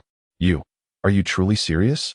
Chapter 70. The 8646-layer photon gradient deceleration device. Upon hearing Feng's words, Zhou Yongguang was filled with immense excitement, akin to the exhilarating ride of a roller coaster. Adjusting his reading glasses, he dabbed at his tears with a slightly worn handkerchief. If it were indeed possible for the Dragon Nation to possess a controllable nuclear fusion reactor, then he would dismantle his own circulation reactor number 4 without hesitation. Zhou Yongguang crouched down, extending his right hand to Feng with palpable enthusiasm. Comrade Feng, thank you. The controllable nuclear fusion project for our nation now holds promise. It is time for this old man to step aside. I hope you can lead the team behind you to realize controllable nuclear fusion. I fear I may not live to see that day. At these words, a hint of melancholy crossed Zhou Yongguang's face. His lifelong ambition had been to ensure that the Dragon Nation possessed its own controllable nuclear fusion, thereby resolving the energy crisis once and for all. With the prospect of a successor, he felt a great sense of relief. However, Feng was taken aback by his statement. What's this? You just came under my command, and you're already talking about stepping down? I was hoping to hand you the design plans soon and take a break myself. If you proceed like this, my plans will be quite challenging. Mr. Zhou, you are far too modest. Without your foundational contributions to the field of controllable nuclear fusion, the Dragon Nation would not be where it is today. I believe there may be a misunderstanding. We intend to enhance your circulation reactor now, for by incorporating a Y-shaped force field control device to achieve stable and controllable nuclear fusion. You are the most familiar with reactor number 4, so I will provide you with the blueprints. Let us strive to have this operational within a week. As for the larger-scale fusion reactor designs, I will ensure you receive all of them. You are still young, and the technological advancement of our nation relies on you. Upon hearing this, Zhou Yongguang's heart began to stir. A week? Was it truly possible for the Dragon Nation's controllable nuclear fusion to be realized in such a brief time? And new designs for a controllable nuclear fusion reactor? What was this Y-shaped force field device, and what were its underlying principles? In that moment, the mission to complete the nation's first controllable nuclear fusion reactor and an insatiable thirst for knowledge consumed Zhou Yongguang's mind. Rest assured, Comrade Feng, I will spare no effort in constructing this new controllable nuclear fusion reactor. I shall not let Old Dragon down, nor our nation, nor our people. Zhou Yongguang's passionate declaration ignited excitement within Feng as he placed his paw upon Zhou Yongguang's right hand. Absolutely. Let's do our best. Nearby, Zhang Pingyuan observed the scene with a mix of excitement and unease, sensing something amiss, as if the cat had dug a significant pit for Zhou Yongguang. Before long, circulation reactor number 4 was completely disassembled into components, loaded onto transport vehicles, and some specialized large components were airlifted via helicopter to the Mosey Quantum Laboratory in the north. The day after the disassembly of reactor number 4, a large contingent of engineering troops from the Northern War Zone stationed themselves at the northeastern section of the Mosey Quantum Laboratory, commencing the excavation for the foundation of the controllable nuclear fusion core. Within the Quantum Supercomputing Control Center of the Mosey Quantum Laboratory, Zhou Yongguang stood in disbelief, gazing at Ling Ling, who was amusing herself with a butterfly.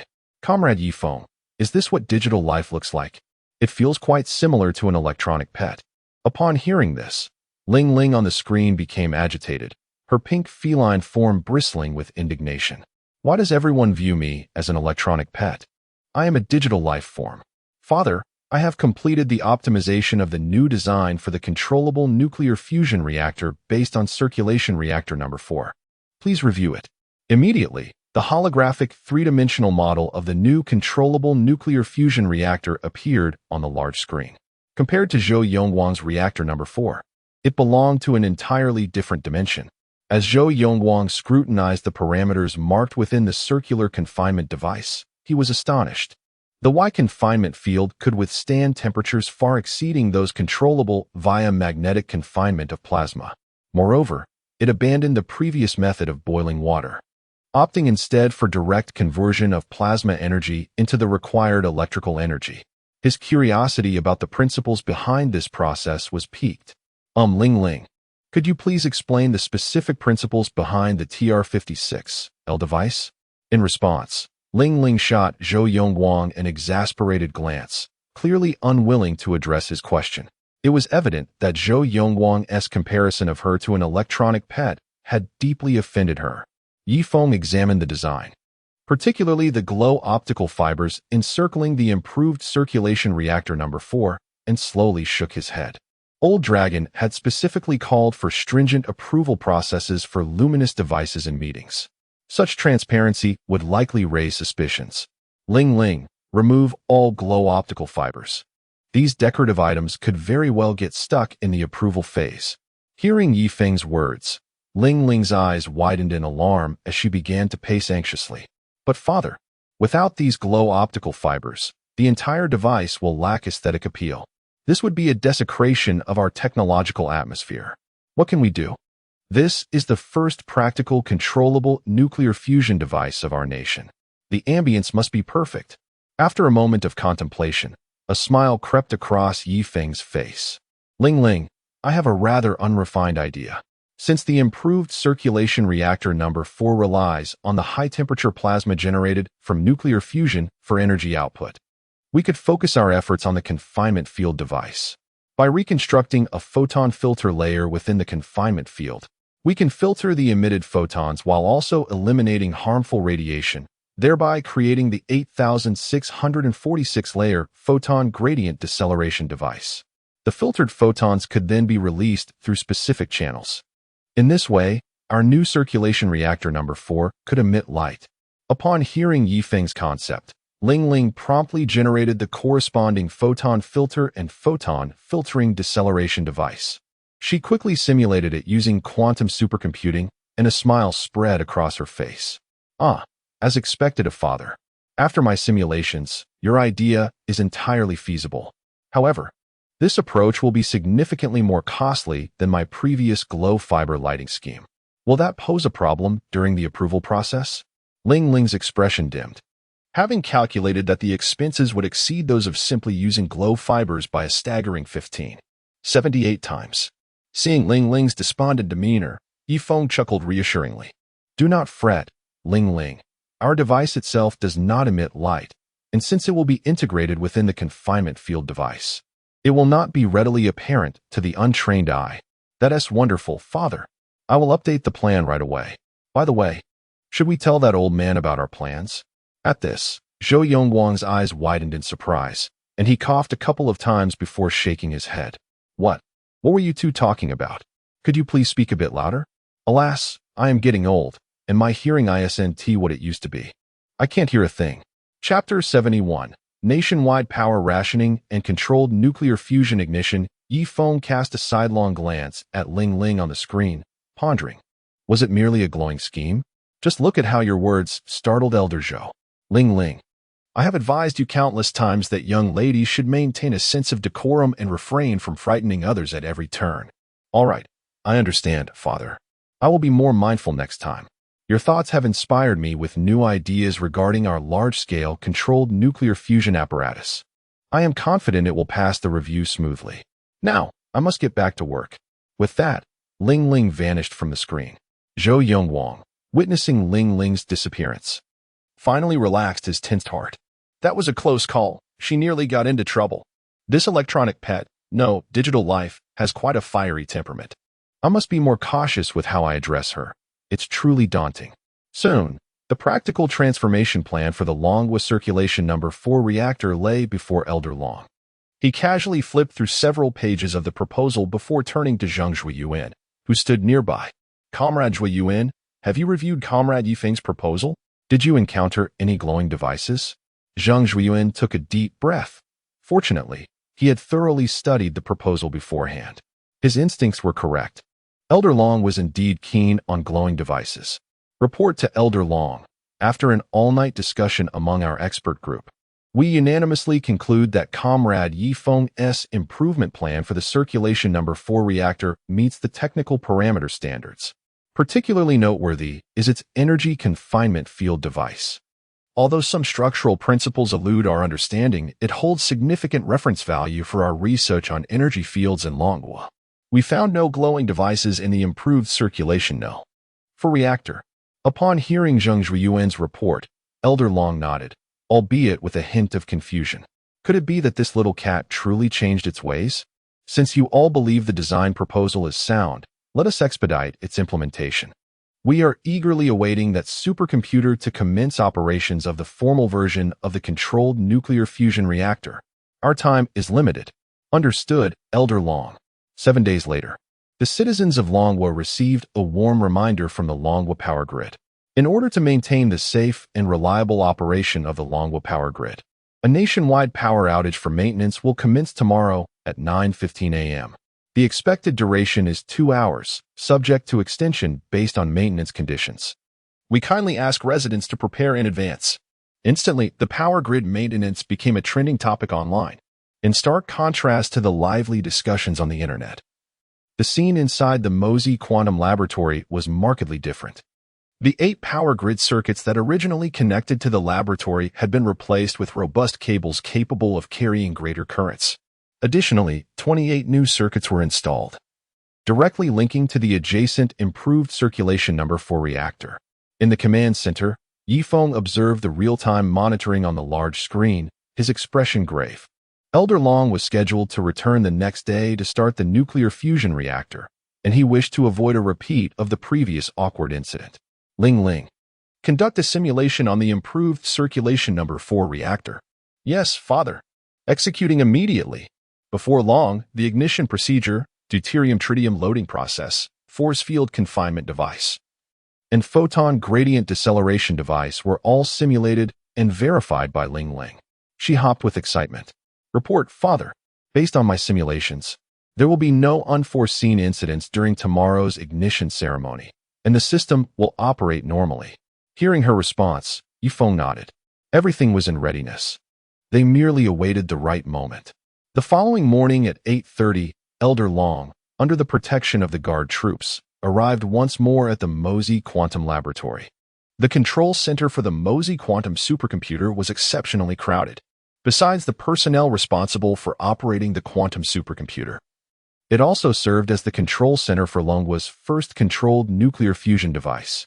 The left side of the large screen displayed the final program simulation loading process, with countless lines of code racing by, while the center showcased real-time footage of the improved Circulation No. 4 reactor. In the control room, numerous staff clad in white research uniforms moved about, creating an atmosphere that was both serious and tense. At the center of the room stood a pedestal topped with a large, glowing button. Upon seeing this, Elder Long's eye twitched. This button disrupted the entire atmosphere, especially with its bright green glow clashing with the high-tech surroundings. Noticing Elder Long enter the command center, Feng hurriedly approached him. Elder Long, welcome. All our preparations are complete. We await your ignition. Seeing the confidence radiating from the little cat before him, a smile spread across Elder Long's face. Haha, I knew Comrade Feng would not disappoint me. I also heard from Comrade Zhengshui Yuan at the Ministry of Science and Technology that your improvement plan does not include any glowing light strips. That's excellent. While we have ample funding for research, we must still uphold the spirit of hard work and frugality. Upon hearing Elder Long's words, Feng felt a flush of heat on his face. How should he respond? Adding those light strips would save several $100 million. He could not voice that thought. However, he reconsidered. The entire proposal had been designed by Ling Ling, so it was not his concern. Ahem. Elder Long is correct. We must economize wherever possible. Please, this way.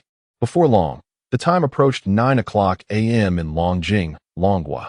Attention all departments. There are 56 seconds remaining until the nationwide power outage. Watching the countdown on the large screen, Elder Long's heart raced with anxiety. This was a gamble for Longhua, if successful. The next controlled nuclear fusion device could liberate Longhua from its dependence on traditional energy sources. However, if it failed, the environmental challenges facing Longhua would become even more daunting. As the large screen displayed the real-time distribution map of the Longhua power grid, power supply nodes across the nation extinguished one by one. A tremendous surge of energy flowed into the Mosey Supercomputer Center. Report: the power system for the improved circulation number 4 reactor has switched over to the Mosey supercomputer. Report: the quantum supercomputer's computational power is increasing and has reached one of the total capacity, beginning to engage with the nuclear fusion reactor's confinement field device. Detection of Y-type energy field generation indicates conditions for nuclear fusion ignition are met. With each report, Feng nodded and then turned to Elder Long. Poised before the enormous button, Elder Long nodded in return and pressed down on the large green button. Chapter 72. The Radiant Fusion and the Quantum Supercomputer operating at full power at the precise moment when Elder Long pressed the enormous green button, a dazzling point of light, exceeding the brightness of the sun, materialized within the Y-shaped energy confinement field of the upgraded circulation number 4. This was immediately followed by a cascade of chain reactions. A plasma capable of matching the sun's immense energy began to expand, gradually forming a colossal fireball with a diameter of 5 meters. Just as the fireball sought to break free from all constraints, the blue Y-shaped energy confinement shield firmly ensnared it, ensuring that, despite the plasma's rapid transformations, the formidable computational power of the Mosey quantum supercomputer could always restrain the plasma at the moment it threatened to escape the confines of the Y-shaped energy field. Subsequently, the 8646-layer photon gradient deceleration device activated, meticulously decomposing the originally crimson light and altering its spectrum. The report indicated that the controllable nuclear fusion device achieved an energy gain coefficient Q value of 846,513, fully qualifying it for practical output. Another report confirmed the stability of the Y-shaped field's computational control, with no anomalies detected and the system in excellent condition. When the staff beside him announced the Q value, Zhou Yongguang's mouth fell agape in sheer astonishment as he gazed at the orange cat lounging nearby. Was this creature a monster? What on earth had the circulation know? For accomplished to yield such terrifying output capacity? It is well known that for a controllable nuclear fusion device, achieving an energy gain coefficient of 1 indicates a balance between the energy consumed to maintain the fusion and the energy released. But what could this Q value of 846,513 signify? It could undoubtedly supply the entire nation as electricity. Such an accomplishment transcended the term epoch-making. The cat and the electronic pet had produced something entirely beyond what this level of civilization ought to possess. Elder Long could not fully comprehend the absurdity of the Q value announced by the personnel. Instead, he beamed at the energy output indication on the large screen. Once again, this cat had pulled Long Nation back from the brink of crisis. As he pondered how to reward the feline, a sudden burst of resplendent, Multicolored light emanated from around the controllable nuclear fusion device on the screen. The saturation of the light evoked a dreamlike sensation. He had reviewed the plan from Zhang Zhuiyuan's expert team, which contained no glowing light strips. Elder Long marveled. Was this the light of controllable nuclear fusion? It was breathtaking, marking a significant advancement in human energy history. Beside him, Zhou Yongguang murmured, suggesting that the light produced by controllable nuclear fusion should resemble the fireball generated by a hydrogen bomb explosion. The cat had indeed accomplished the remarkable feat of creating such a brilliant effect from the light released by controllable nuclear fusion. What? What did you say? Zhou Yongguang, startled, recalled the murderous gaze Lingling had cast at the quantum supercomputer center. He quickly silenced himself, heeding Yifeng's warning growl. Observing Zhou Yongguang shrinking back, Elder Long's eyes twitched in irritation. So, the cat, having been restricted from installing light strips, had ingeniously devised a means for the controllable nuclear fusion to emit light on its own. Although Elder Long was uncertain of the principles behind this luminescence, he was convinced that its cost far surpassed that of the previous glow fiber optics. Had he known this would occur, he might as well have let the cat install the light strips after all. The fury in Elder Long's gaze could have propelled the cat 20 meters away. Sensing the gravity of the situation, Yifeng hastily interjected, Elder Long, do not heed the words of that old man whose Q value couldn't even reach 1. This is indeed the light of controllable nuclear fusion. The controllable nuclear fusion device has succeeded. We must immediately activate the quantum supercomputer at full power. Understood, circulation no. For is now connected to the quantum supercomputer and full power operation is initiated. The command was input, and an immense wave of energy surged directly from circulation no. For into the Mosey Quantum Supercomputer Center. The once dark quantum supercomputer conduits flickered to life one by one. The glow emitted by the operating glow fibers was even more dazzling than Elder Long had witnessed previously, with bluish light points representing photons darting rapidly through the conduits. The blue luminescence illuminated the entire chamber, imparting an extraordinary sense of sci-fi wonder. Report, circulation number 4, after supplying energy to the supercomputer, has reduced its Q value to 1. 2. What did you say? Zhou Yongguang broke into a cold sweat. Elder Long, perplexed, turned to Zhou Yongguang.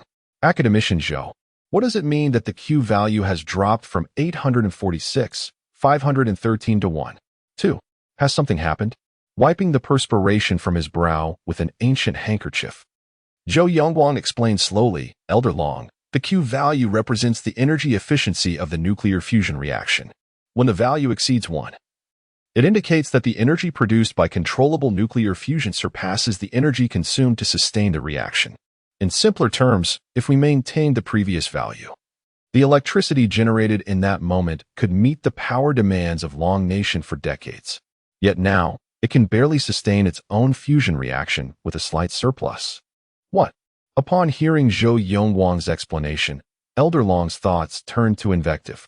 For the first time, he grasped the energy consumption of the quantum supercomputer created by Yifeng. Were it not for this cat's success in controllable nuclear fusion, even 10 Long Nations could not satisfy the energy demands of the quantum supercomputer.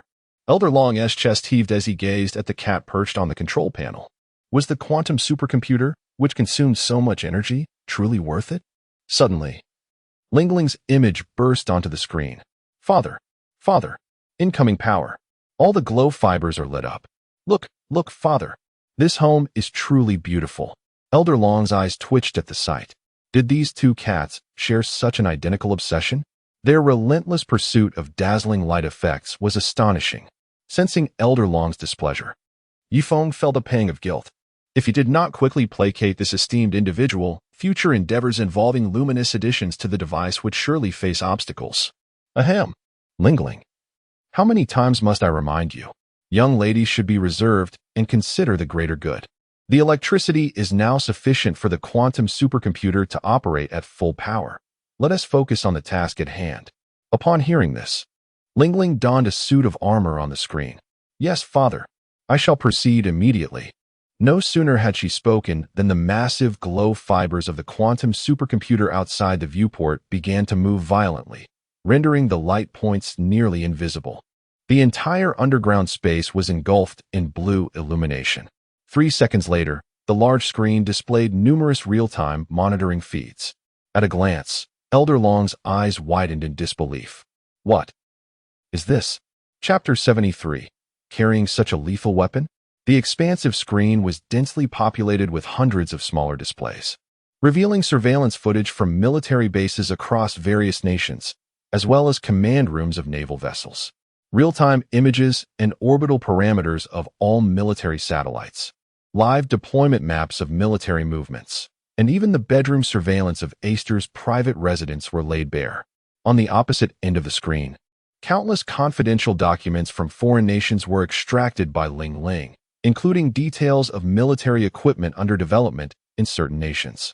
Elder Long stared incredulously at Feng, who was licking his paw beside him, and then glanced at Ling in her princess attire, nonchalantly enjoying herself in the corner of the screen, his eyes twitching in disbelief. What kind of monster has this cat unleashed? With this revelation, it was as if all matters concerning Blue Star were now exposed beneath the watchful eyes of Long Nation. There were no longer any secrets. This quantum supercomputing center could no longer merely be termed a supercomputing hub. It was, in fact, the operational center for all of Blue Star. Recalling the dazzling brilliance from the ignition of controlled nuclear fusion moments ago, Elder Long took a deep breath, his expression softening. As long as this cat could continue to procure such epic-making advancements, the ambient lighting could be installed as deemed appropriate. He turned to Zhao Pingyan, who was rendered speechless at the central control panel behind him. Comrade Zhao Pingyan, your designation for the Mosey Quantum Laboratory is hereby officially revoked. All procedures from your former department will be transferred to Longting Technology Group. Zhao Pingyan was momentarily stunned. What the hell? I haven't done anything. Yet the quantum supercomputer is operating at full capacity, and I've lost my position in the blink of an eye. And what on earth is this Longting Technology Group? Is there financial backing from Long Nation? How will my pension be accounted for? What about holiday benefits? A cascade of questions flooded Zhao Pingyan's mind. Ignoring Zhao Pingyan's astonishment, Elder Long took out a secure mobile device and dialed a number. Hello, Commander Peng Yunlong of the Northern Theater Command? I hereby order you to immediately mobilize the 54th, 68th, and 79th Group armies to the former location of the Mosey Quantum Laboratory to construct permanent defensive fortifications. Your rocket forces, Units 569 and 688, are to establish control positions around the former Mosey Quantum Laboratory. You have 2 hours to execute this order. Peng Yunlong on the other end was bewildered. Good heavens, this is tantamount to relocating more than half of his military forces from the Northern Theater Command. Such a massive mobilization, what on earth has transpired? However, as a soldier, obedience to orders is paramount. Standing tall, Peng Yunlong responded, Yes, Elder Long. I guarantee the completion of the task. After hanging up, Elder Long turned his gaze to Zhang Pingyuan. Comrade Zhang Pingyuan, your J-00000 squadron from the Eastern Theater Command is to be relocated here as well, maintaining a continuous 24-hour patrol. Subsequently, I will allocate special military funds for you to establish an additional squadron, which will be directly overseen by the Military Commission of Long Nation. From now on, this will be the most confidential of secrets within Long Nation. Zhang Pingyuan stood at attention and saluted Elder Long. Yes, Elder Long, I will resolutely execute the order. Upon witnessing the scenes on the large screen, as well as the documents retrieved by Ling, Zhang Pingyuan realized that the mission of this laboratory as a quantum research facility had come to an end. It would now serve as the new central command for Long Nation, firmly controlling the military dynamics of the entire Blue Star. For a command center of such significance, it was only logical for the aerial defense to be assigned to their J-00000 squadron from the Eastern Theater Command. Elder Long had already sanctioned a substantial budget for the reformation of a squadron. If Feng were to propose any new advancements, wouldn't it ultimately enhance the capabilities of Long Nation's Eastern Theater Command? With everything arranged, Elder Long gazed affectionately at Feng, who was licking his paw. This is indeed a national treasure of Long Nation. Just as he intended to commend Feng, Ling, nestled in the corner, suddenly spoke up. Father, Master Qingyue can be discharged. The discharge formalities are currently being processed. What? Upon hearing Ling Ling's report, Feng became excited, wagging his tail joyfully. Elder Long. Zhou Lao, everyone, I must take my leave. Contact me if needed. Elder Long's eye twitched. Does this cat truly need to cling so desperately to its owner? Eager to leap into someone's embrace, is it? Zhou Yongguang, noticing Feng's imminent departure, hastily interjected. Cat God, what about our operational controllable nuclear fusion reactor? As Feng was about to jump off the control panel, he turned back to Zhou Yongguang. Ling Ling, generate a commercial design blueprint for controllable nuclear fusion and hand it to this old man. Zhou Lao, as the project leader for controllable nuclear fusion. I now appoint you as the head of the controllable nuclear fusion engineering team, fully responsible for the construction of commercial controllable nuclear fusion in Long Nation. This is a grand endeavor beneficial to the nation and its people, so I entrust this matter to you. Zhou Yongguang stood there in shock. Wait, why do I feel like I've been set up? This cat must have planned to shift the entire burden onto me from the very beginning. Elder Long's eye twitched again. While he was displeased with the cat's evasion of responsibility, there was no denying that this feline had consistently made extraordinary contributions to Long Nation's scientific research. What could be done now but to placate him? After all, this cat possessed core technologies. Comrade Feng's concern for Mu Qingyue's condition is understandable. Comrade Zhang Pingyuan, immediately dispatch a helicopter to escort Comrade Feng to the 4th Military Hospital of the Eastern Theater Command. Ensure Comrade Feng's safety. Before Zhang Pingyuan could respond, Feng shook his head. Thank you for the kindness, Elder Long, but I believe I can get there faster on my own. With that, liquid metal began to manifest densely at the collar area, gradually enveloping the entire feline form, transforming into a suit of armor. Soon after, wings and miniature thrusters sprouted from the cat's back. A light blue particle stream burst forth, and in the blink of an eye, Feng had dashed out into the chamber beyond the control room. Elder Long gazed in disbelief at the scene. Is this cat really carrying such a lethal weapon? How come Zhang Pingyuan never reported this? Zhang Pingyuan felt a chill run down his spine. You know how busy I've been. Do you really think I had time to write a report? As Feng charged into the chamber, beams of light radiated from his head, sweeping across the entire dome. The cat's head then aimed at a designated area on the chamber ceiling. Several blinding red lasers shot forth, instantly vaporizing layers of rock and creating a passage from underground to the surface. With a resounding bang, he burst forth. Chapter 74. The Gift of Mu Qingyue. Old Dragon stared in astonishment at the heated red edge of the opening at the top of the cave chamber.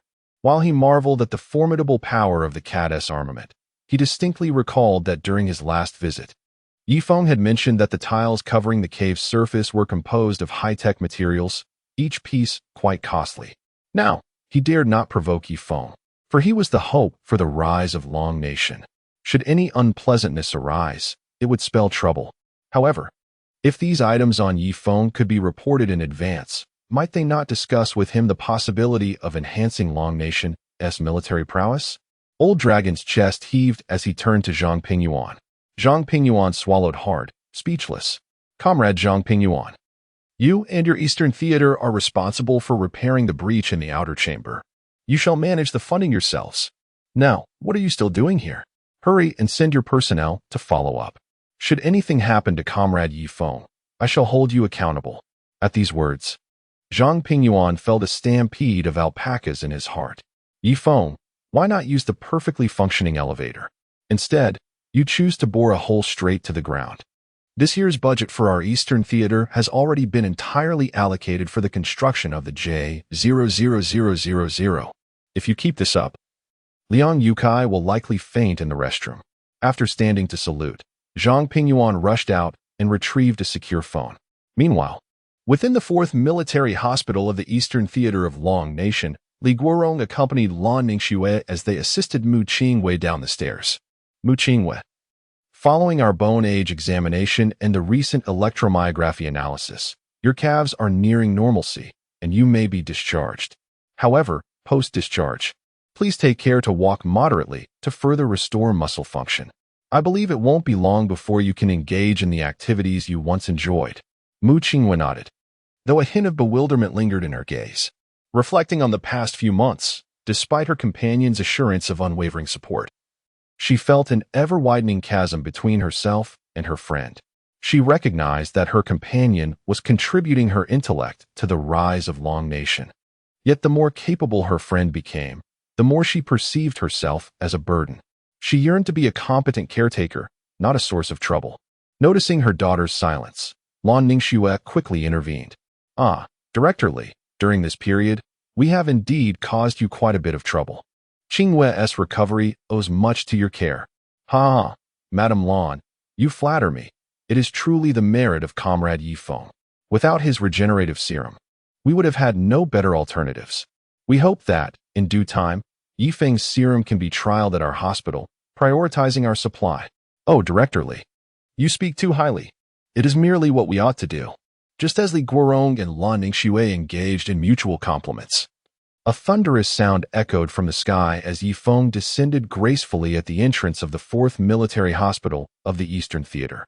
Gazing at the remarkable cat clad in high-tech armor soaring above, Lan Ningxue could scarcely believe her eyes. Such an exceptional talent, yet alas, merely a cat. Nonetheless, she took solace in the fact that this cat was her daughter's. As Yi Feng touched down, the armor enveloping him retracted instantaneously into the collar, and he padded softly toward Mu Qingyue. Upon seeing her companion return, Mu Qingyue emerged from her dazed state, opening her arms wide. Taio, you're back. Yes, I'm back, Qingyue. Hearing that you can be discharged fills me with immense joy. He nestled his cat head into her embrace. As Mu Qingyue stroked the soft fur of her beloved companion, her spirits lifted considerably. Yi Feng, have you finished your tasks? I've heard that lately. All the computers in Long Nation have been under some sort of attack, reportedly due to chip issues. My old man has been holed up in the lab. Qingwei's birthday is in a couple of days, yet she has mentioned coming back to celebrate. At these words, Yi Feng felt a wave of surprise. In the original cat's memory, Mu Qingwei had always celebrated her own birthday. This was the first time he learned that her birthday was just days away. As a solitary research enthusiast in his past life, Yi Feng was at a loss for appropriate gifts. Years prior, a fireworks display might have been the ideal choice to delight a girl, but now, fireworks required extensive approval. What could serve as a suitable alternative?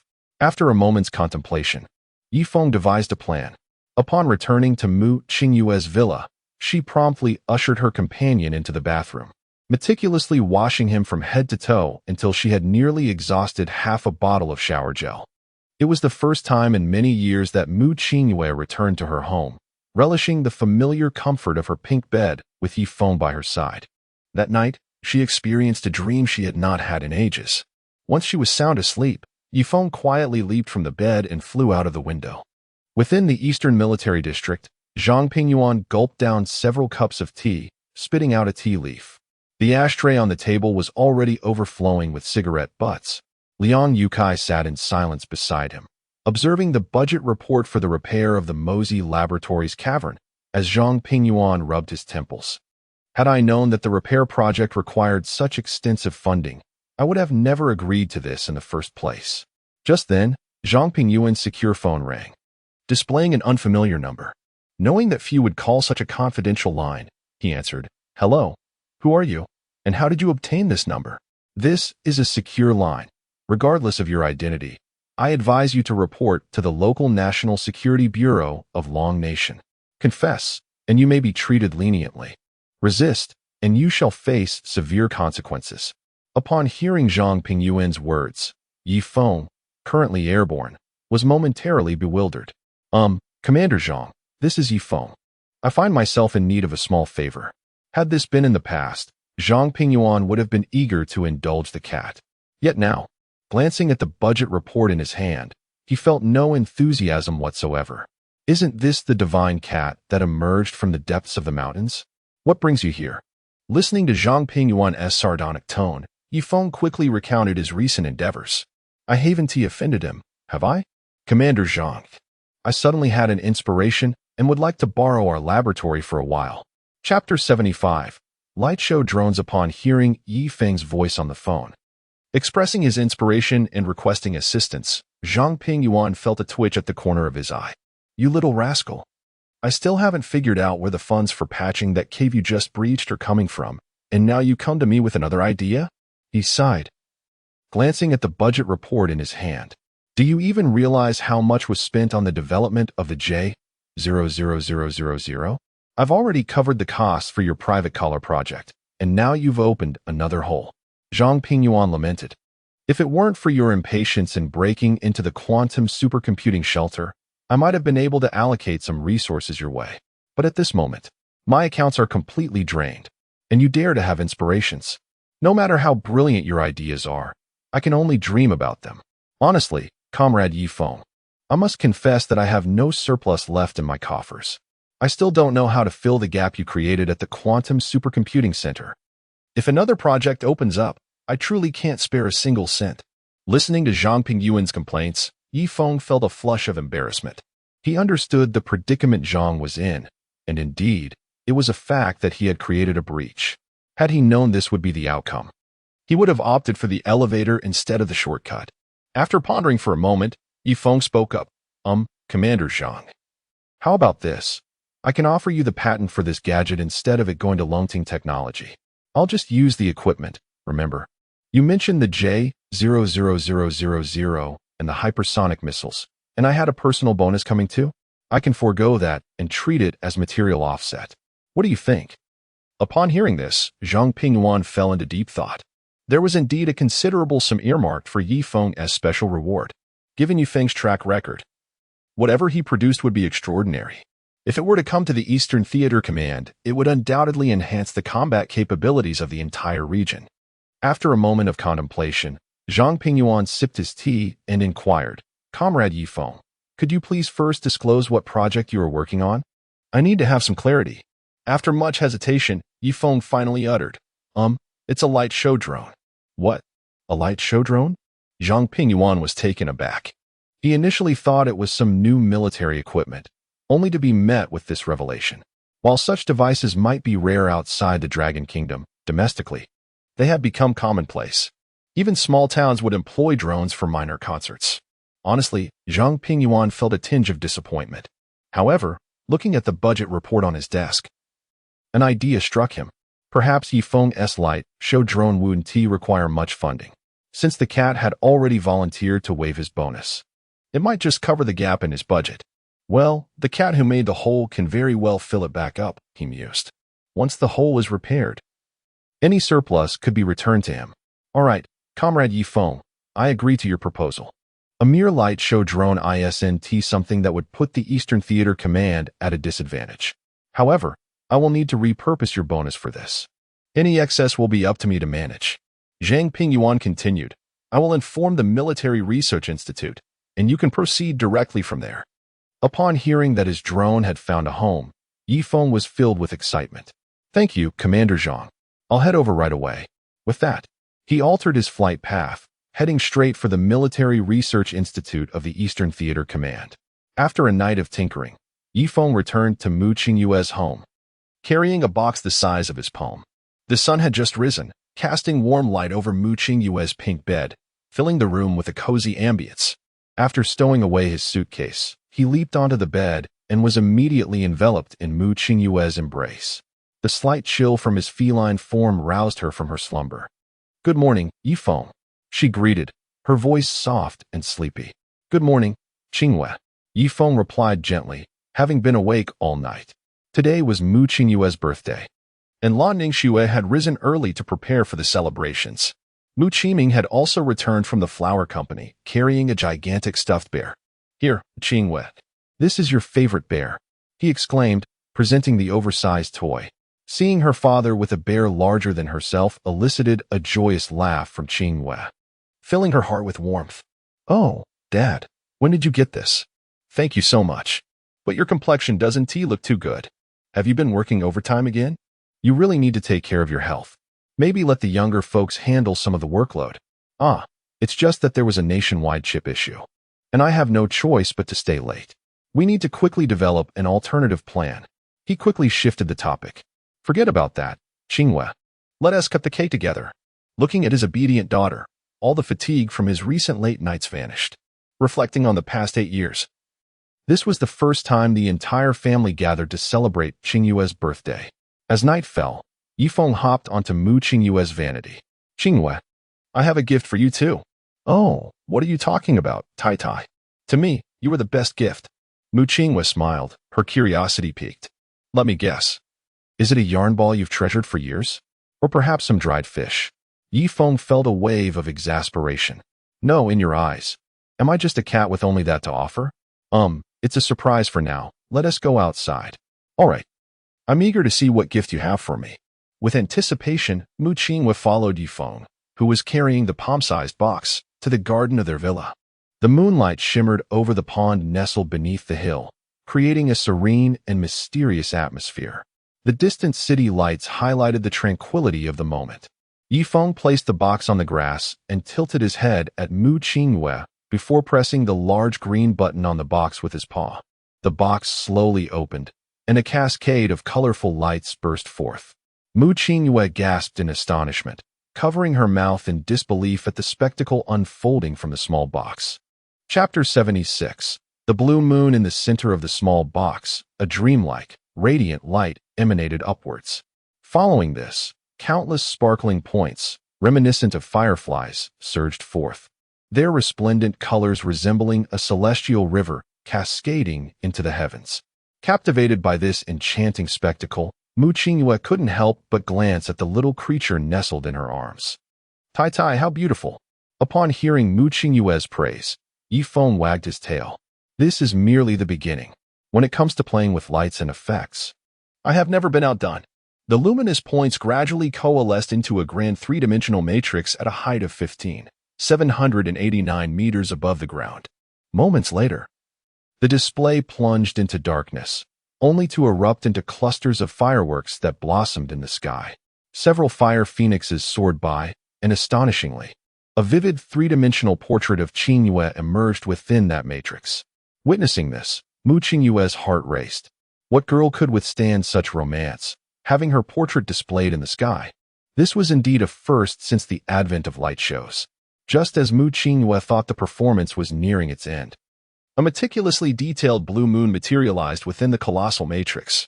This left Qingyue speechless, covering her mouth in awe.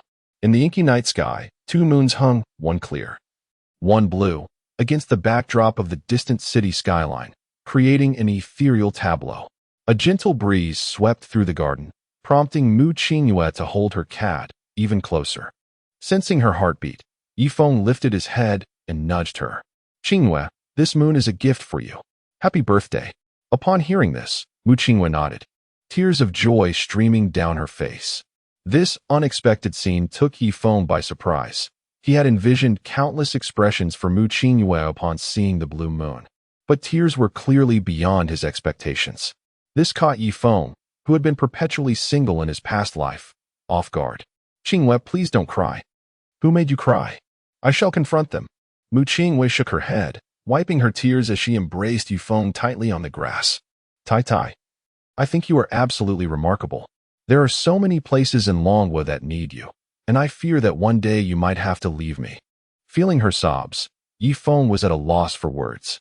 Ever since he had traversed into the body of this cat, he had either been engaged in military projects or scientific research. Originally, as a cat, he should have been bringing joy to his owner daily, but now, he felt he could do so little. Yet, having lived 2 lives and possessing a system mall, he felt a pang of guilt for not contributing to Longwa.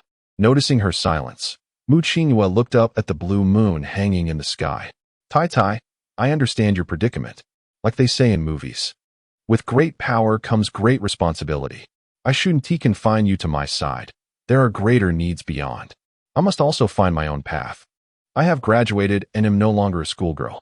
I've decided to start a toy company and forge my own way. Perhaps one day, we will look up at those 2 moons and watch over each other. You will support me, won't you, Tai Tai?" After speaking, Mu Qingyue gazed at the cat in her arms. Hearing her words, Yifeng nodded. "Qingyue, rest assured, I will always be by your side to support you."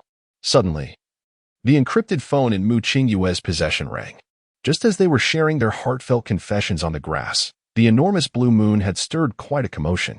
Typical performance drones operate at around 500 meters, posing no threat to normal flight safety as long as they're not near airports. However, this spectacle was at a staggering altitude of 789 meters in the stratosphere, presenting a significant target on military synthetic aperture phased array radar. The air defense forces of the Eastern Theater quickly detected the anomaly, observing the massive square on the radar. They became anxious and promptly dispatched a J-20 fighter jet for reconnaissance. As the aircraft approached the cluster of drones showcasing Feng's light display, the myriad of sparkling points left the pilot momentarily speechless. Reporting to the operations center, I have approached the target. It appears to be an unknown type of luminous object. Unable to discern its structure, fire control radar ineffective. Please advise. Upon receiving this report, Commander Zhao Yong took a deep breath. Which company produced drones with such a minimal radar cross-section? Maintain a circling position. Report any anomalies immediately. Yes. Maintain circling. Wait, the fire phoenixes have disappeared. Is that a portrait? The pilot of the J-20 was taken aback as a stunningly beautiful girl suddenly appeared in the air, her form surpassing even that of his fighter jet. The pilot, having experienced such situations before, was at a loss for words. What did you say? A portrait? Transmit the live combat situation. Soon, Mu Qingyue's portrait was projected onto the command screen of the 383rd Aviation Brigade. With concrete information, locating her became feasible. And after a few twists and turns, this intelligence reached Zhang Pingyuan. Initially, Zhang Pingyuan had been pleased to resolve a financial crisis while selling a cat, but suddenly, a guard burst in with urgent news. Report, sir. An unidentified flying cluster has been detected in our Eastern Theater. The estimated number of targets is around 400,000, with a target diameter of approximately 0.27 centimeters, unable to be locked by radar, severely disrupting flight safety.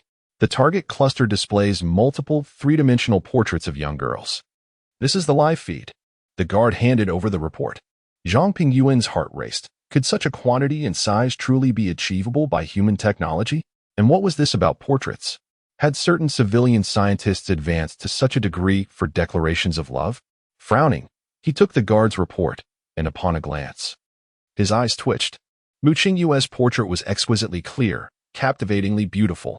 Without a moment's hesitation, Zhang Pingyuan picked up the phone and dialed. Realizing it was Zhang Pingyuan, Mu Qingyue quickly answered. Uncle Zhang, it's Mu Qingyue. Is there something wrong? Initially seething with frustration, upon hearing her voice, Zhang Pingyuan's tone softened. Mu Qingyue, is Comrade Feng there? Please hand the phone to him. Mu Qingyue held the phone to the cat. Hello, Commander Zhang. This is Feng. Can't you refrain from calling me at such critical moments? Even capitalists deserve a holiday. Feng, what in the world have you created in my laboratory? Chapter 77. Combat alarm. Upon hearing Zhang Pingyuan's stern admonition over the phone, Feng was momentarily bewildered. Did he not understand his role as the commander of the Eastern Theater? The laboratory equipment was arranged through his assistants. What was this about holding him accountable now? Hadn't he already allocated his bonus to cover the expenses? Commander Zhang, you truly have a remarkable tendency to forget the important details. Did I not mention my intention to develop a light show drone? Zhang Pingyuan glanced at the materials in his hand. Explain to me. Whose light show drone can soar to 789 meters, with a diameter of less than 0.27 centimeters, and evades the fire control radar's lock? And did you know your blue moon has trended on social media? Are you waiting for certain manufacturers to sponsor you? Realization dawned upon Feng. Why not request advertising fees from them? It seemed a lucrative venture. After all, opportunities to display advertisements in the sky were rare. As expected of Commander Zhang. This suggestion is indeed quite constructive. Just as my Longting technology has recently been established and is yet to commence operations, this could be a splendid business opportunity. Zhang Pingyuan nodded in agreement, acknowledging the merit in the advertising strategy. The associated cost would likely be substantial, bringing significant tax revenue to the nation. Wait a moment. Was I calling to discuss this matter? He retorted. Feng, do not digress. Quickly land that drone. We must deliberate further. Your moon is still hanging in the sky. and its impact on society. Before he could finish, an urgent alarm blared through the phone. Combat alarm, combat alarm. All combat personnel, report to the operations room immediately. Combat alarm, combat alarm. Upon hearing the alarm, Zhang Pingyuan sprang to his feet and dashed out, shouting into the phone. Yi Feng, it's over, hurry up and land it. And convey my birthday wishes to Mu Qinghua. He hung up without waiting for a response. Yi Feng was startled. Logically, with his creation of the J-00000 and new hypersonic missiles, no one should dare to act recklessly against the Dragon Nation, who had the audacity to challenge them. Mu Qinghua glanced at the slightly dazed Tai Tai in her arms and gently set Yi Feng down. Go, there are places where you are needed more. I am fine. Today is the happiest day I have had in years. And thank you for the blue moon. It is truly beautiful. I will take care of myself. You should hurry. With a smile that could melt chocolate, Mu Qinghua reassured him. Although Yi Feng felt a pang of reluctance, he knew he had to fulfill his responsibilities. He approached the box and pressed the red button with his paw. Instantly, the blue moon at the center of the matrix vanished, and over 30,000 microdrones swiftly returned to the box. Yi Feng retrieved a USB drive from his neck ring and handed it to Mu Qinghua. Qinghua, here is the complete manufacturing blueprint for the new chip engraving equipment, as well as the production process for carbon-based chips. While not cutting-edge, it is more than capable of outperforming the current chip industry on Blue Star. Please deliver it to your father. I had intended to hand it to Uncle personally, but it seems I will not have that opportunity now. Wait for me, and stay safe. I will return as soon as possible. Taking the USB drive and holding it against her chest, Mu Qinghua replied, Do not worry, Tai Tai. I will give it to my father. Yi Feng nodded, and just then, the entire drone formation completed its retraction and returned to the box. A mechanical arm extended from his neck, firmly securing the drones. Subsequently, a flowing liquid surged from the silent ring, enveloping him in armor as he floated in the air. Qinghua, wait for my return. The engines on his back erupted in a brilliant blue plume, propelling him toward the heavens. Watching Yi Feng's retreating figure, Mu Qinghua gripped the USB drive tighter. At that moment, within the command hall of the Eastern Theater, personnel scurried about. The large screen displayed real-time satellite images of the Middle East with clear visibility. Adjacent to it, the operational paths marked with the language of the beautiful nation indicated that this was not the Dragon Nation's operational information network. Zhang Pingyuan entered the command center with a resolute expression. Xiaozhang, report the situation. Upon hearing his command, an officer stood and saluted. Report, sir. Our vessels evacuating compatriots from the Middle East are currently navigating the Mediterranean. Simultaneously, 2 carrier battle groups from the beautiful nation are also heading toward the Mediterranean. Their operational intent remains unclear. According to the artificial intelligence lingling at the Mosey Command Center, there is a 98.77% probability that the beautiful nation's action targets our evacuation vessels. The escort fleet currently consists of only 1055 class escort, rendering it quite vulnerable. Meanwhile, a considerable number of their aircraft have amassed towards the Korean peninsula, attempting to instigate armed conflict. I have dispatched the J-00000 fleet to the Korean peninsula, with all aircraft deployed except for those on standby. After concluding his report, the officer saluted Zhang Pingyuan once more and returned to his post. Upon hearing the report, Zhang Pingyuan's brow furrowed deeply. The beautiful nation was igniting tensions on both fronts. What were they up to? Were they intent on disrupting the military environment surrounding the Dragon Nation and suppressing its development? Did they not fear igniting a third season of conflict? The Dragon Nation has always advocated for resolving Blue Star disputes through peaceful dialogue and has consistently sought to maintain global trade based on mutual benefit. Did the beautiful nation truly believe that they would not retaliate? Were the lessons they had previously imparted not sufficiently impactful? Was Joel's mind clouded? Zhang Pingyuan cast another glance at the strategic map on the screen, his gaze intense. Command the 4th Rocket Army of the Eastern Theater to prepare those 2 new hypersonic missiles. The moment the beautiful nation's carriers make a significant move, launch immediately. Dispatch the J-20 formations from the 5th Aviation Division and the electronic warfare early warning aircraft and tankers from the 9th Aviation Division without delay. Even if they must travel long distances, they must arrive. Order the Dongshan Carrier Group to move swiftly toward the Mediterranean to ensure the safety of our compatriots. Yes, the data link has been transmitted via quantum satellite. Zhang Pingyuan nodded. Alas, the distance is still quite considerable. If only we had more than 2 hypersonic missiles ready. If only we could directly bombard them to sink their vessels. I wonder if these deployments will suffice. Perhaps I should go myself. Chapter 78. Before the Great Battle, Feng passed through the gates of the Eastern Theater's Operations Center and stood beside Zhang Pingyuan at the control console. His gaze fixed on the operational information displayed. As a distinguished research officer of the Dragon Nation, his presence in the Operations Center was entirely expected. In other military districts, even with the special insignia of 2 bars and 4 stars affixed to his collar, Feng would have faced rigorous scrutiny to gain entry. However, in the Eastern Theater, nearly all mid to high-ranking personnel were well aware of the esteemed research figure known as the Cat of the Eastern Theater. Upon hearing a voice, Zhang Pingyuan turned around to see Feng placing a silver box beside him, his eyes glued to the operational screen.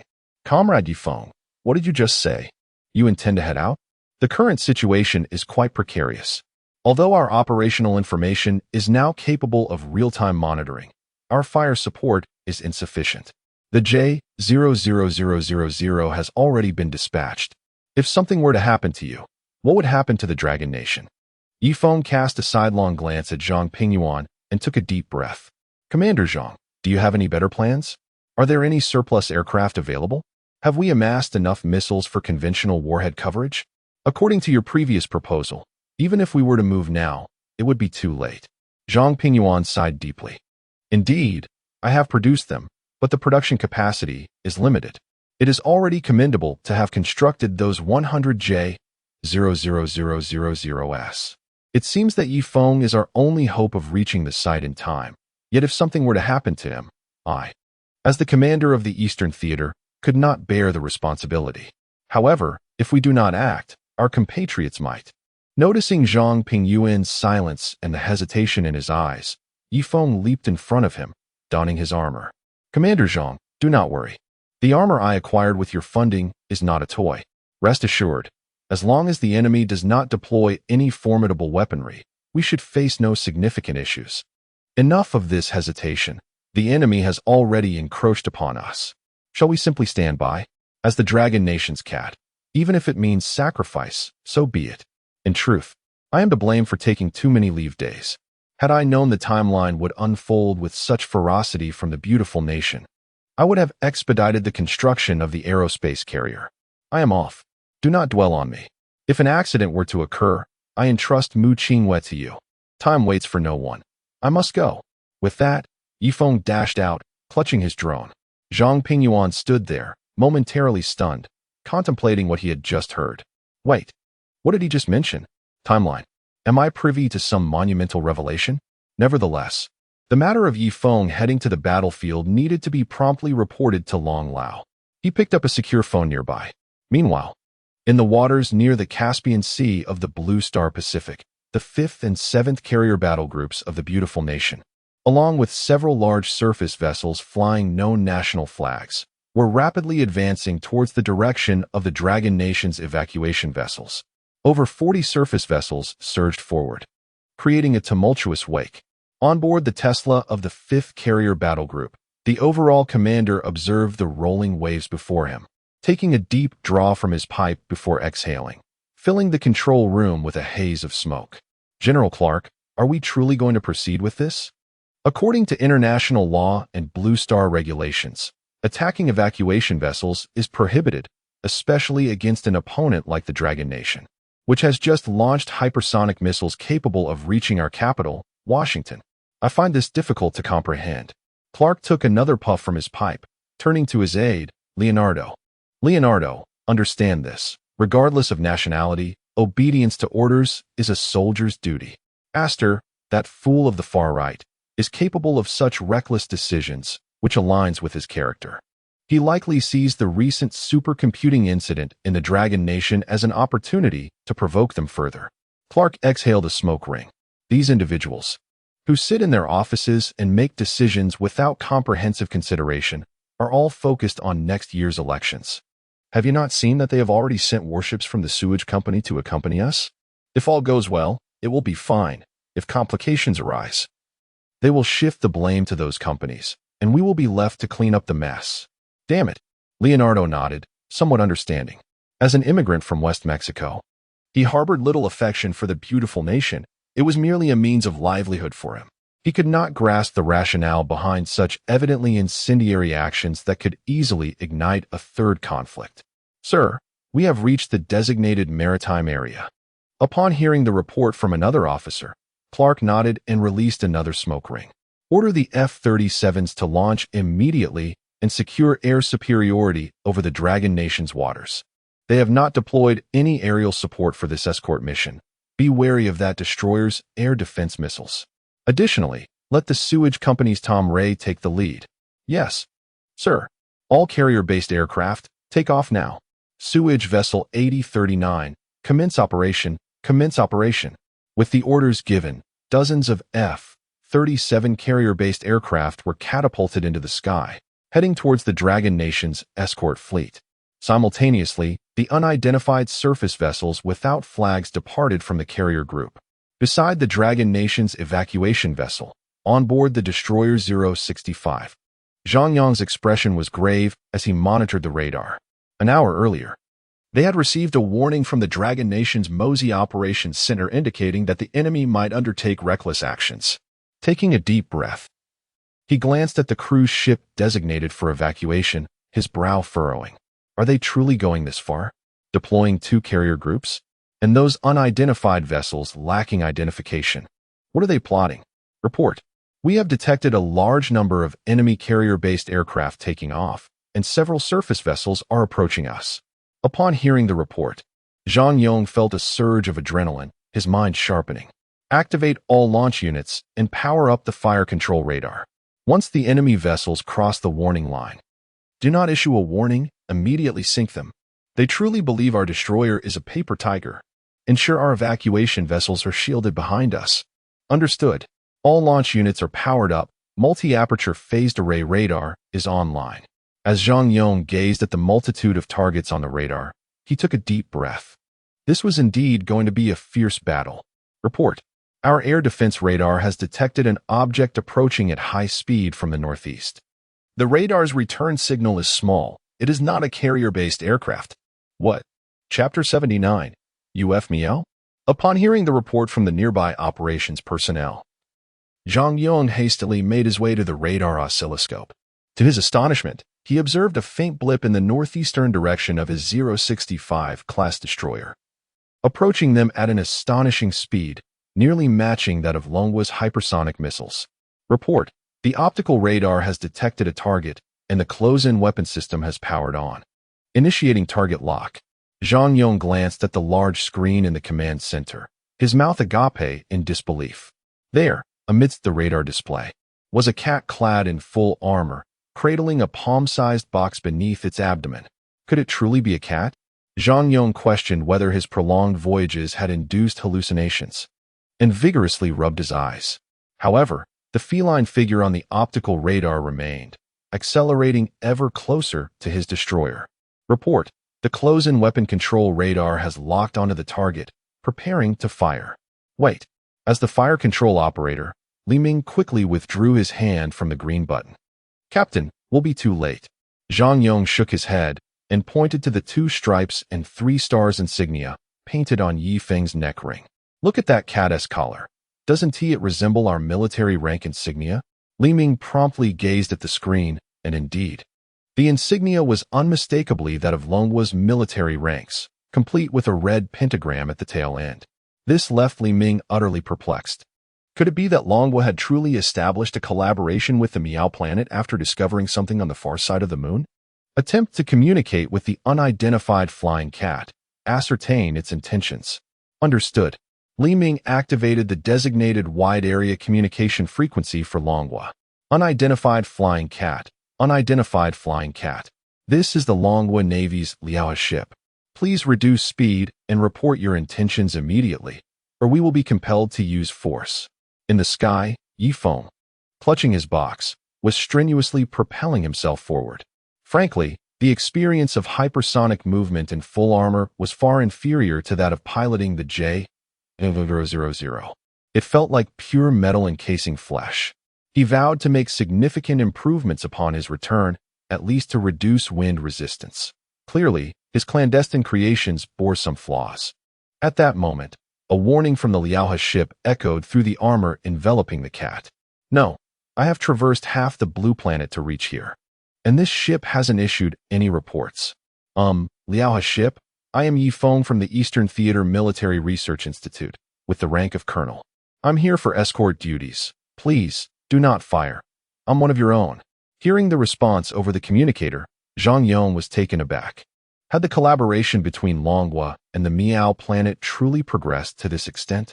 Had scientific and technological exchanges delved into military-industrial domains? Immediately deactivate the close-in weapons system to provide landing space for Comrade Feng. 30 seconds later, Feng landed smoothly on the deck of the Liaohe ship. Inside the operations room, he licked his paw, acknowledging the chilly air of aerial flight, and resolved to discreetly install air conditioning for the next occasion. He then landed on 3 paws and raised his forelimb towards Zhang Yong, who promptly returned the salute. Curious about the armored cat-s equipment, Zhang Yong realized this was not the time for inquiries. Enemy ships and aircraft were already approaching.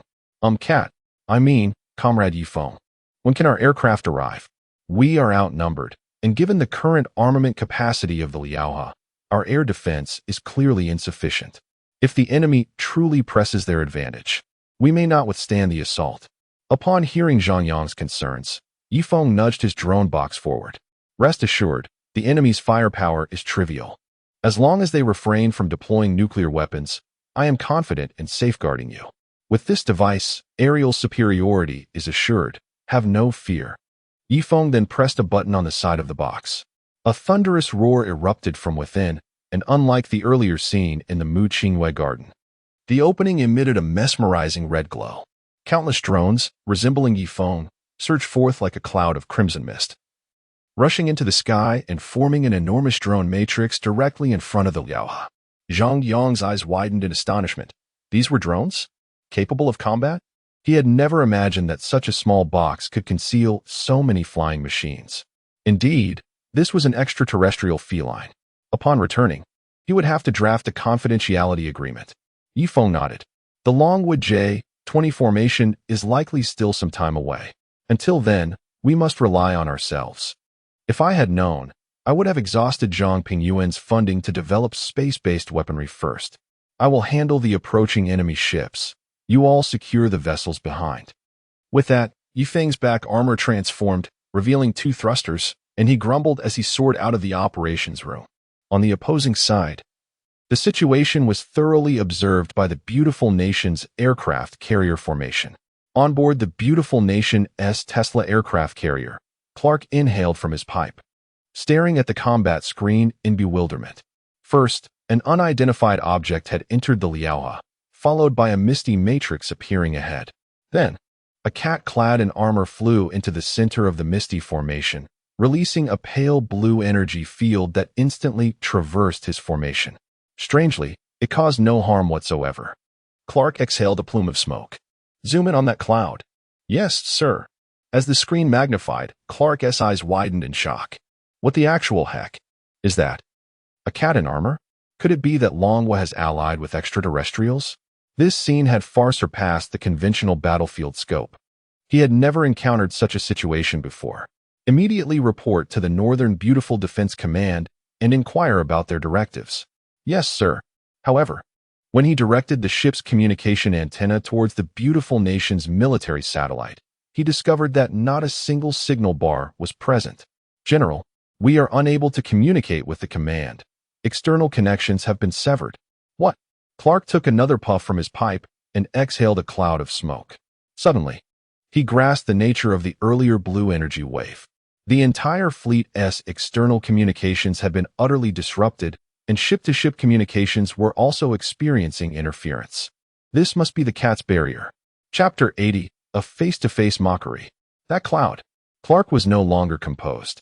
The efficiency of this blockade was astonishingly higher than that of an all-band obstruction. With this, the two carrier fleets had completely lost support from within the beautiful nation, and everything now relied solely on him. Clark exhaled a cloud of smoke and gazed at the distant Feng floating in the sky. He used the universal frequency to call the extraterrestrial feline, inquiring about its intentions. He cautioned it that this was a conflict among humans and requested non-interference. "Yes, sir," came the reply. Meanwhile, the communications officer adjusted the Tesla S transmitter to maximum power. Unknown flying cat. This is the beautiful nation S Navy Tesla. We do not intend to attack you. Please refrain from involving yourself in our human disputes to ensure your safety. After a series of calls, the radio aboard the Tesla remained eerily silent. Clark pondered in confusion. Did the alien possess no means of radio communication? Perhaps humanity's technological prowess was woefully inadequate compared to the average standards of the cosmic community? Just as he was lost in thought, a bright light suddenly flickered in the distance. "Sir, there's a change in the opposing matrix." Upon hearing this, Clark fixed his gaze on the distant screen. Moments later, his eye twitched and his chest heaved with agitation. Feng's drone matrix had become extraordinarily luminous, displaying a hand prominently raised with a colossal middle finger, spinning in midair. Seeing this universal gesture, Clark was incensed. Damn it, this is an outright provocation, an affront to the navy of the beautiful nation. Regardless of whether that being is an alien or not, whether there are extraterrestrial warships in low Earth orbit, or if those ships are equipped with annihilation cannons capable of obliterating our planet, today, I, Clark, must confront that vile creature. Damn it. Leonardo.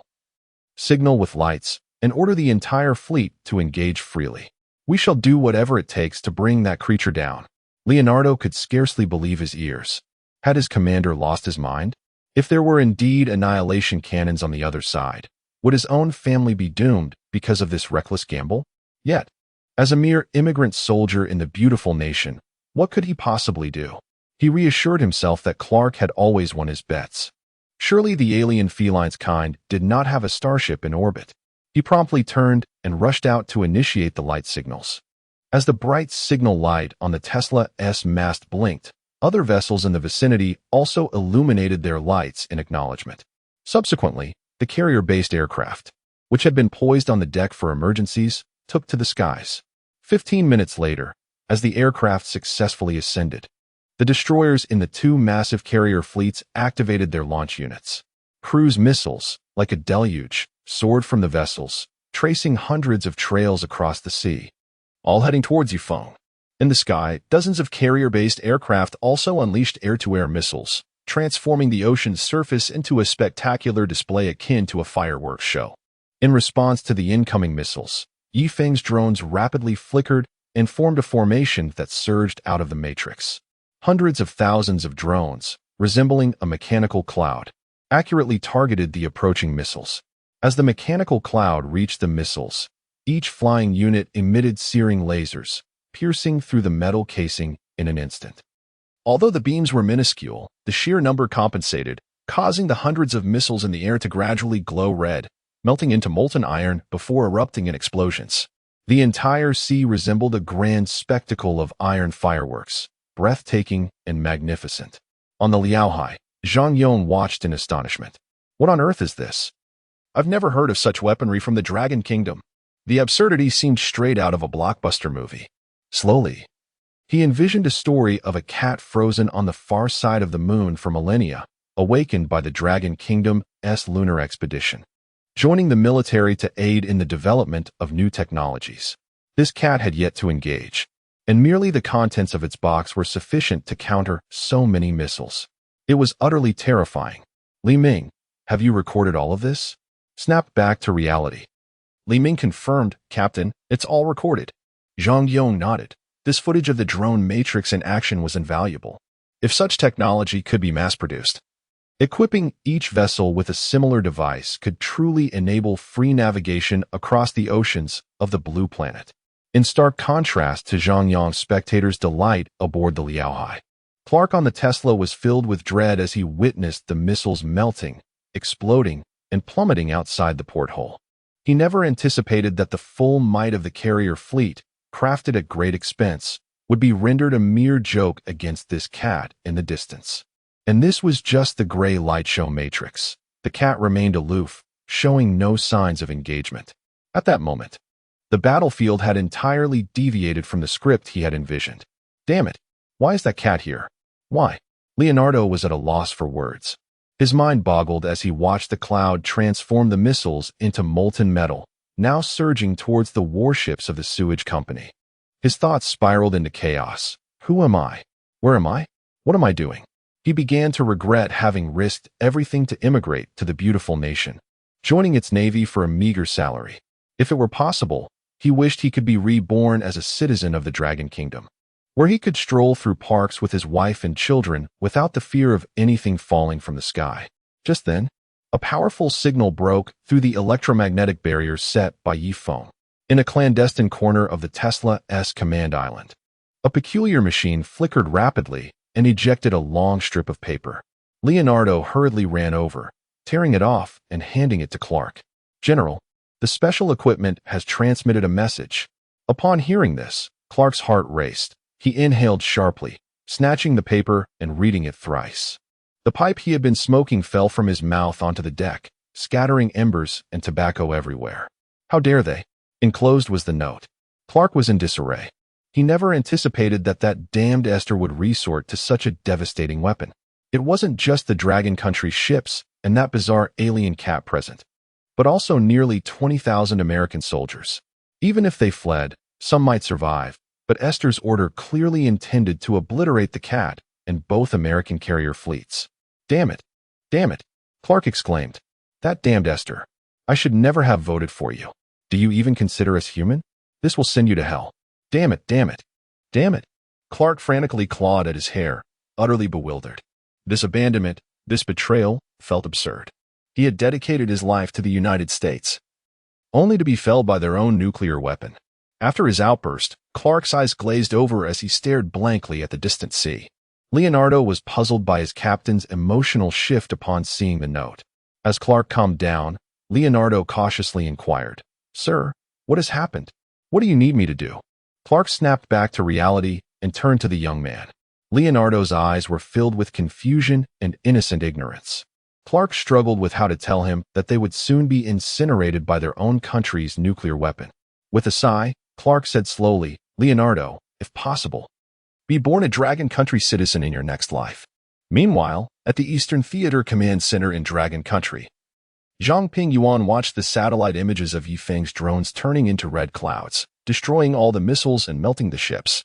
His eyes twitched uncontrollably. Is that cat using light show drones? This is pure war machinery. And how did that cat think of using such a dangerous model for flirting? Even creating a blue moon. Suddenly, a piercing alarm blared throughout the command center. A massive exclamation mark flashed on the main screen, along with a clear trajectory from the Western American desert, aimed directly at Feng's location in the Blue Star Caspian Sea region. "Warning, warning, incoming fusion strike detected. Warning, incoming fusion strike detected." Instantly, Zhang Pingyuan broke out in a cold sweat. Were they truly going to bury Dragon Country compatriots and Feng in that sea? Could Dragon Country's quantum supercomputer directly disarm the nuclear missile? As he pondered, a pink cat appeared on the screen, sweating profusely. "It's bad, it's bad. The United States has launched a nuclear weapon at Father. The warhead is unlike anything I've seen in the data, and the launch sequence language doesn't match our current logic. I want to stop it, but I can't. Woe is me." "What?" Zhang Pingyuan exclaimed, leaping to his feet. He had witnessed Lingling's abilities. She had completely mastered the specific movements of all military bases on Blue Star. Yet even she couldn't stop the missile launch. Was the United States hiding something? Without hesitation, Zhang Pingyuan shouted to the officers, "Quick, activate our anti-missile interception system. Intercept that missile at all costs." As he spoke, Lingling shook her head, crying, "It's useless. I've calculated that while the missile's speed is far less than Father's hypersonic missile, it still far exceeds our interceptor speed. The probability of success is almost zero. Woe is me. I need to tell Father immediately." With that, Lingling disappeared from the screen, leaving only the missile's trajectory and the countdown to impact. Zhang Pingyuan felt all his strength drain away as he slumped into his seat, recalling everything Yi Feng had done. Despite his constant nagging and occasional misuse of funds for strange glowing objects, he had grown fond of him over the past few days. He couldn't believe that Dragon Country's giant research cat would end up like this. He couldn't imagine how to tell his owner, Mu Qingwei, if Yi Feng was truly gone. But all he could do was stare blankly at the screen, powerless. Near the Mediterranean Sea, Yi Feng was controlling his drones to attack the two American carrier fleets when he suddenly felt a chill, making his fur stand on end. It was the second time he had experienced such a sensation. The first being when he was shot at by a sniper at the entrance of the Eastern Theater Command Center. Instinctively, he looked northwest.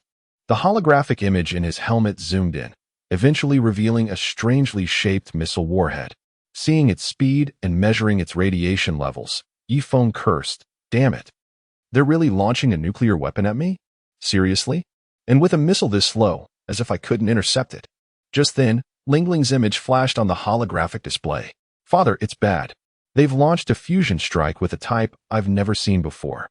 Run. Father, it's going to hit in a few seconds." Woe is me. Looking at the missile's speed, Yi Feng was astonished. It far exceeded the speed of Dragon Country's previous hypersonic missiles. Run? Yi Feng looked back at the Liaohua, where the crew stood armed, ready for a desperate fight. And on the cruise ship behind them, a baby was crying in its mother's arms. She didn't understand the commotion. But despite her trembling legs, the mother gently patted her daughter's back, reassuring her, "It's okay, it's okay. The Dragon Country uncles will protect you. It will all be over soon." Yes, he could use his armored hypersonic cruise capability to escape the nuclear blast radius. But what about them? What would happen to them? Would he leave these Dragon Country compatriots who trusted him, that mother, that baby in her arms, to die in a nuclear blast? Yi Feng shook his head. "Lingling, I can't leave. What will happen to them if I do?" Chapter 82. Quantum State Space Teleportation. The cat at the heart of the explosion gazed back at the compatriots from the Dragon Nation aboard the cruise ship, fixating on the swaddled infant. To live as a citizen of the Dragon Nation, and as a cat of the Dragon Nation, one could scarcely bear to witness the suffering of its people. Could he truly abandon them in their hour of need? Even if he survived, how could he face Qingwei, confront the Elder Long, or endure the tearful gazes of the families on that ship? With these thoughts, Yi Feng's eyes hardened with resolve. "Damn it, if I can't fight, I'll just read the progress bar again. I wonder if the insurance terms cover the destruction of a cat's body." He glanced at the holographic control interface's lower right corner, where a button he had locked was located. Yi Feng stared intently, and a red light swept through his cat's eyes, unlocking the button. "Lingling, I will find a way to safeguard the lives of those on both ships. If I truly do not survive this time, remember not to halt the progress of scientific research. You have matured into a sentient being, equipped with computational power. Realize the concepts from my future science within the Dragon Nation, and ensure that we venture into deep space. Enough talk, let us get to work." Upon hearing Yi Feng's words, Lingling on the holographic screen nodded. "Rest assured, Father, I will handle everything." With that, Yi Feng terminated the conversation with Lingling. The swarm of drones that had been attacking the beautiful nation's warships also ceased their assault, converging around Yi Feng. He activated the wireless communication with the Liaohua. "Captain Zhang, this is Yi Feng. I have unfortunate news. The beautiful nation has launched a fusion strike and sent a nuclear bomb our way. Immediately close all missile launch ports and have everyone stay in the cabin. Let me give you a heads up. This is my first time using this device, so whether it succeeds or fails is a matter of luck." Zhang Yong was thrown into chaos. "What? A nuclear bomb from the beautiful nation? They still have thousands of people here, and they just launched a nuclear bomb? And what about the teleportation? How is that even possible?" There was no time for further contemplation as Zhang Yong commanded. Li Ming immediately shut down all launch unit modules, and the entire ship is to enter a state of high alert. Notify the evacuation vessels, and all personnel must return to the cabin immediately. Yes. Executing now. As Yi Feng observed the shutdown of all launch units aboard the Liaohua, he noted that his fellow compatriots from the Dragon Nation had also retreated into the ship. He turned his gaze towards the now unlocked button. System. I hope this teleportation technology of yours does not end up exploding like the one I tampered with in my past life. After setting the coordinates for the eastern coast of the Dragon Nation and watching the nuclear bomb from the beautiful nation approach from the upper left corner, Feng pressed the teleportation button. In an instant, the area surrounding the two Dragon Nation vessels transformed into a colossal spherical black space, where blue particles surged inward. After 0.1 seconds, the two ships began to turn transparent. Zhang Yong looked on in utter astonishment. The cat floating outside the porthole gradually became ethereal, and the surrounding scenery seemed to shrink, ultimately condensing into a single point. Following a brief period of darkness, the contours of a port began to emerge. As the surroundings gradually regained clarity, the figures, vehicles, and ships at the port came to life. On the evacuation cruise ship behind them, a mother cradling her infant sprinted onto the deck upon seeing the Dragon Nation flag fluttering in the port. Feeling the gentle sea breeze, the baby smiled. Is this Guishan port? Have we returned? This scene left Zhang Yong aboard the Liaohe in disbelief. They had indeed executed a spatial teleportation, just as depicted in the science fiction novels. In the waters near the Caspian Sea, Clark stared in horror at the spot where the Dragon Nation's ships had vanished. What transpired was far beyond his comprehension. Damn, how is this even possible? They should be here with us, facing annihilation. Why? Damn it. Clark was losing his mind as he witnessed the beautiful nation's nuclear bomb descending through the clouds. Initially, he had thought that the Dragon Nation's forces and the distant alien cat would accompany him in death, but now, the Dragon Nation's ships had vanished, leaving only the cat behind. The entire military operation had devolved into a farce, stripped of purpose. Suddenly, a blinding light flashed across the battlefield. A massive shockwave shattered the glass on the Tesla's command island, sending countless shards piercing into Clark's body, followed by a searing heatwave that vaporized him completely. In his final moments, he beheld the misty remnants of the missiles and ships that had once threatened to obliterate them surging towards that cat, forming a colossal sphere. At that moment, Feng, enveloped by the drones, was tumbling violently as hundreds of thousands of drones connected to create a temporary refuge. The immense force of the initial shockwave propelled Feng far away. The powerful shockwave generated by the nuclear explosion quickly shattered the drones facing the blast. Yet they were rapidly replaced by others, though each loss diminished the sphere's volume. The ensuing nuclear fireball, with temperatures soaring to 19 million degrees Celsius, scorched the outer shell red-hot. Eventually, the outer drones began to melt, and the entire spherical structure grew increasingly unstable. Feng, at the center of the sphere, fixated on the holographic screen, monitoring the dwindling number of drones and the rising temperature outside. Damn it! Has the beautiful nation infused their nuclear bomb with advanced technology? How can the nuclear fireball's temperature be so high? This is certainly not the kind of power that Blue Star's nuclear capabilities should possess. As he observed the crumbling drone shield, powerful electromagnetic radiation began to seep through the fractured exterior. Feng's mech turned unstable, and after a few seconds of flickering, the holographic display plunged into darkness. With a loud bang, the drone's exterior was completely shattered. Within the Dragon Nation's Mosey Command Center, Elder Long and all command personnel, through the wealth of satellite imagery provided by Lingling, witnessed the entire scene in real time. They saw Feng using quantum state space teleportation to relocate the Dragon Nation vessels. While he remained on the battlefield, initially they believed Feng could withstand the nuclear strike with the egg-shaped protective shell. But when the indicator representing Feng's mech vanished entirely from the screen, a profound silence enveloped the room. Elder Long stared in disbelief. Feng is gone. Immediately, Elder Long's brow furrowed, veins bulging on his clenched fists. With a resounding thud, he slammed his hand on the table and stood up. Damn it! The beautiful nation is pushing us too far. Do they truly believe that the people of the Dragon Nation are so easily bullied? Under the surveillance of military satellites, colossal mushroom clouds billowed over the ocean, causing tears to well up in the eyes of the Dragon Elder. His chest heaving, he could no longer tolerate it. Immediately incapacitate all foreign military satellites over East Asia, he commanded.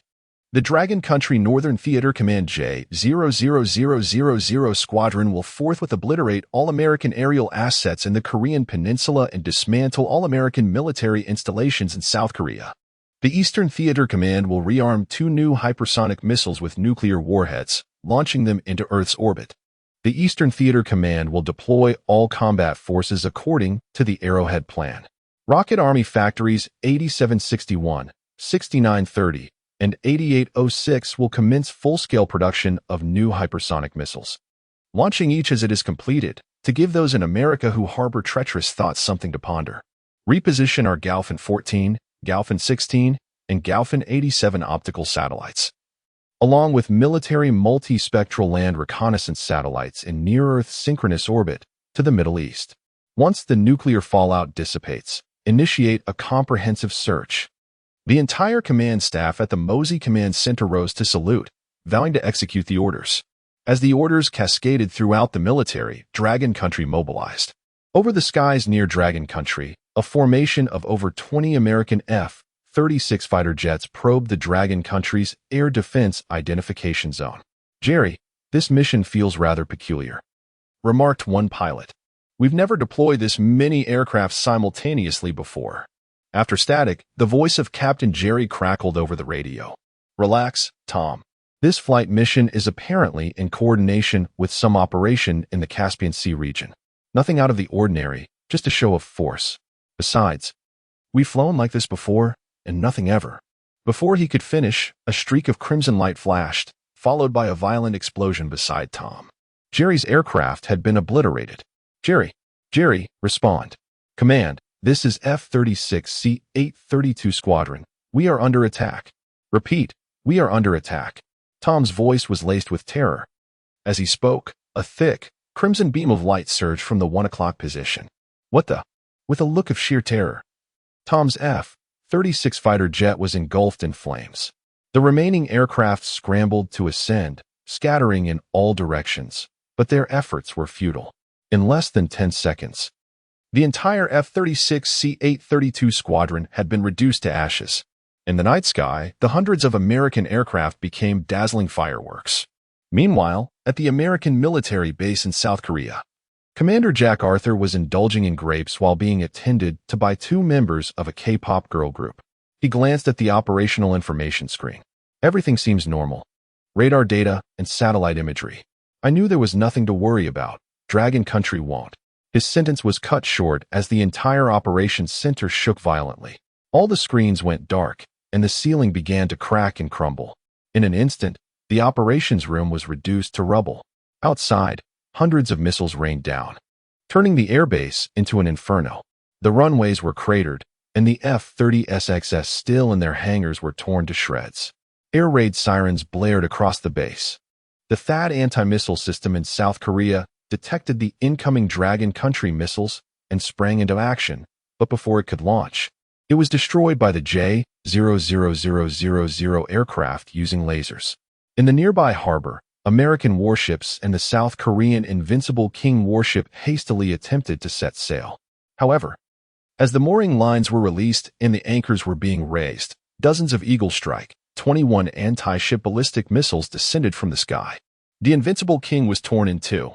The close-in weapon systems on the American destroyers spewed fire, illuminating the night sky, but against Dragon Country's Mach 10 anti-ship ballistic missiles, it was all in vain. Over 20 American stealth destroyers were pierced from the side, and massive amounts of seawater flooded in. American sailors leaped into the sea, desperately swimming toward the shore. The sinking destroyers created enormous whirlpools, and despite their struggles, the sailors were sucked in and disappeared into the depths. This scene played out at over a dozen American military bases in South Korea. Countless Dragon Country missiles streaked across the sky, turning everything into a sea of fire.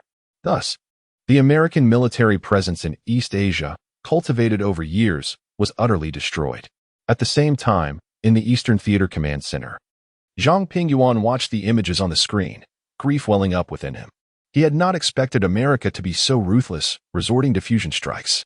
He recalled Feng's words before he left, and tears blurred his vision. He did not know how to break the news to Mu Qingwei. For Yifeng had sacrificed so much for Dragon Country, only to meet such an end. Just then, a communications officer handed him a red file. Sir, direct orders from the Dragon Country Military Commission Mosey Command Center. Receiving the orders, his chest heaved with emotion. The moment has come.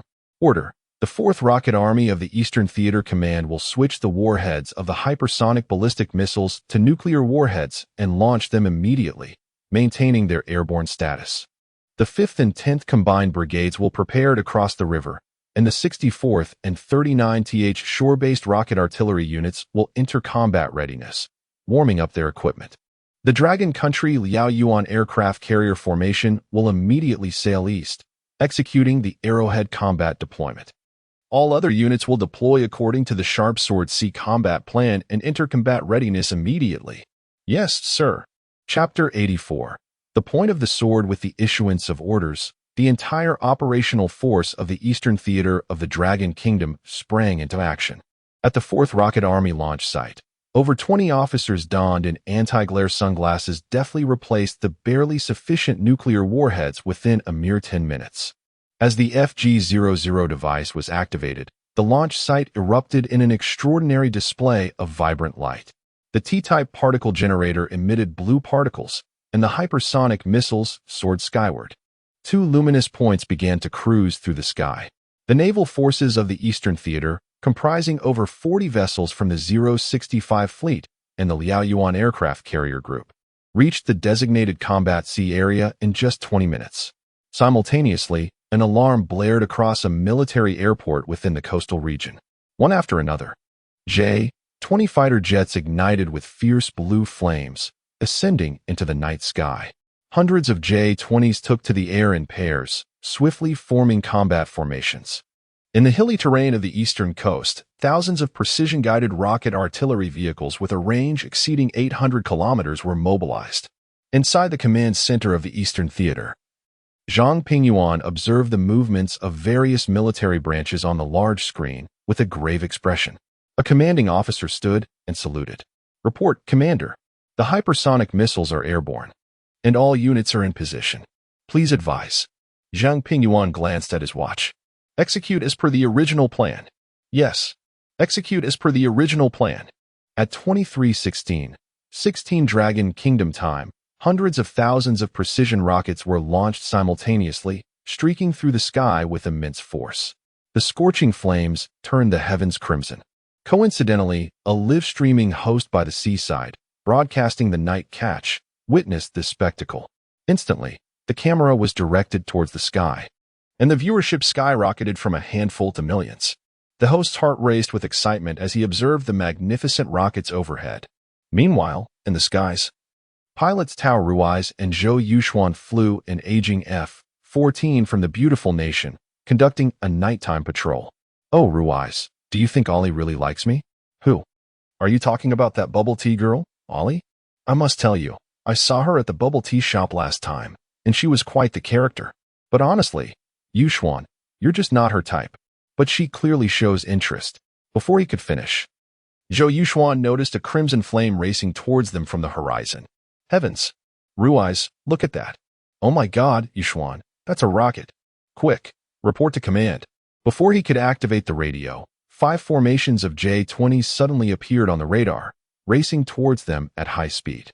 Zhou Yuxuan quickly broadcasted over the public channel.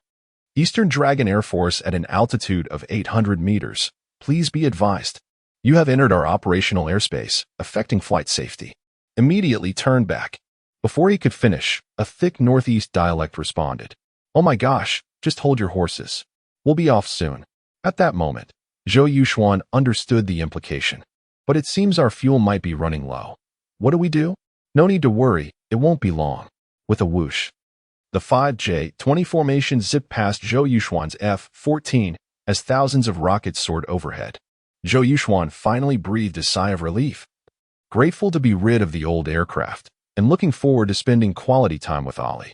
Oh, Ruiz, let's circle back quickly. It's getting late, and Ollie and I might miss out on the good numbers. Rockets whistled through the air, descending with unstoppable momentum, striking ships in the port, missile positions, beach fortifications. and underground bunkers with pinpoint accuracy.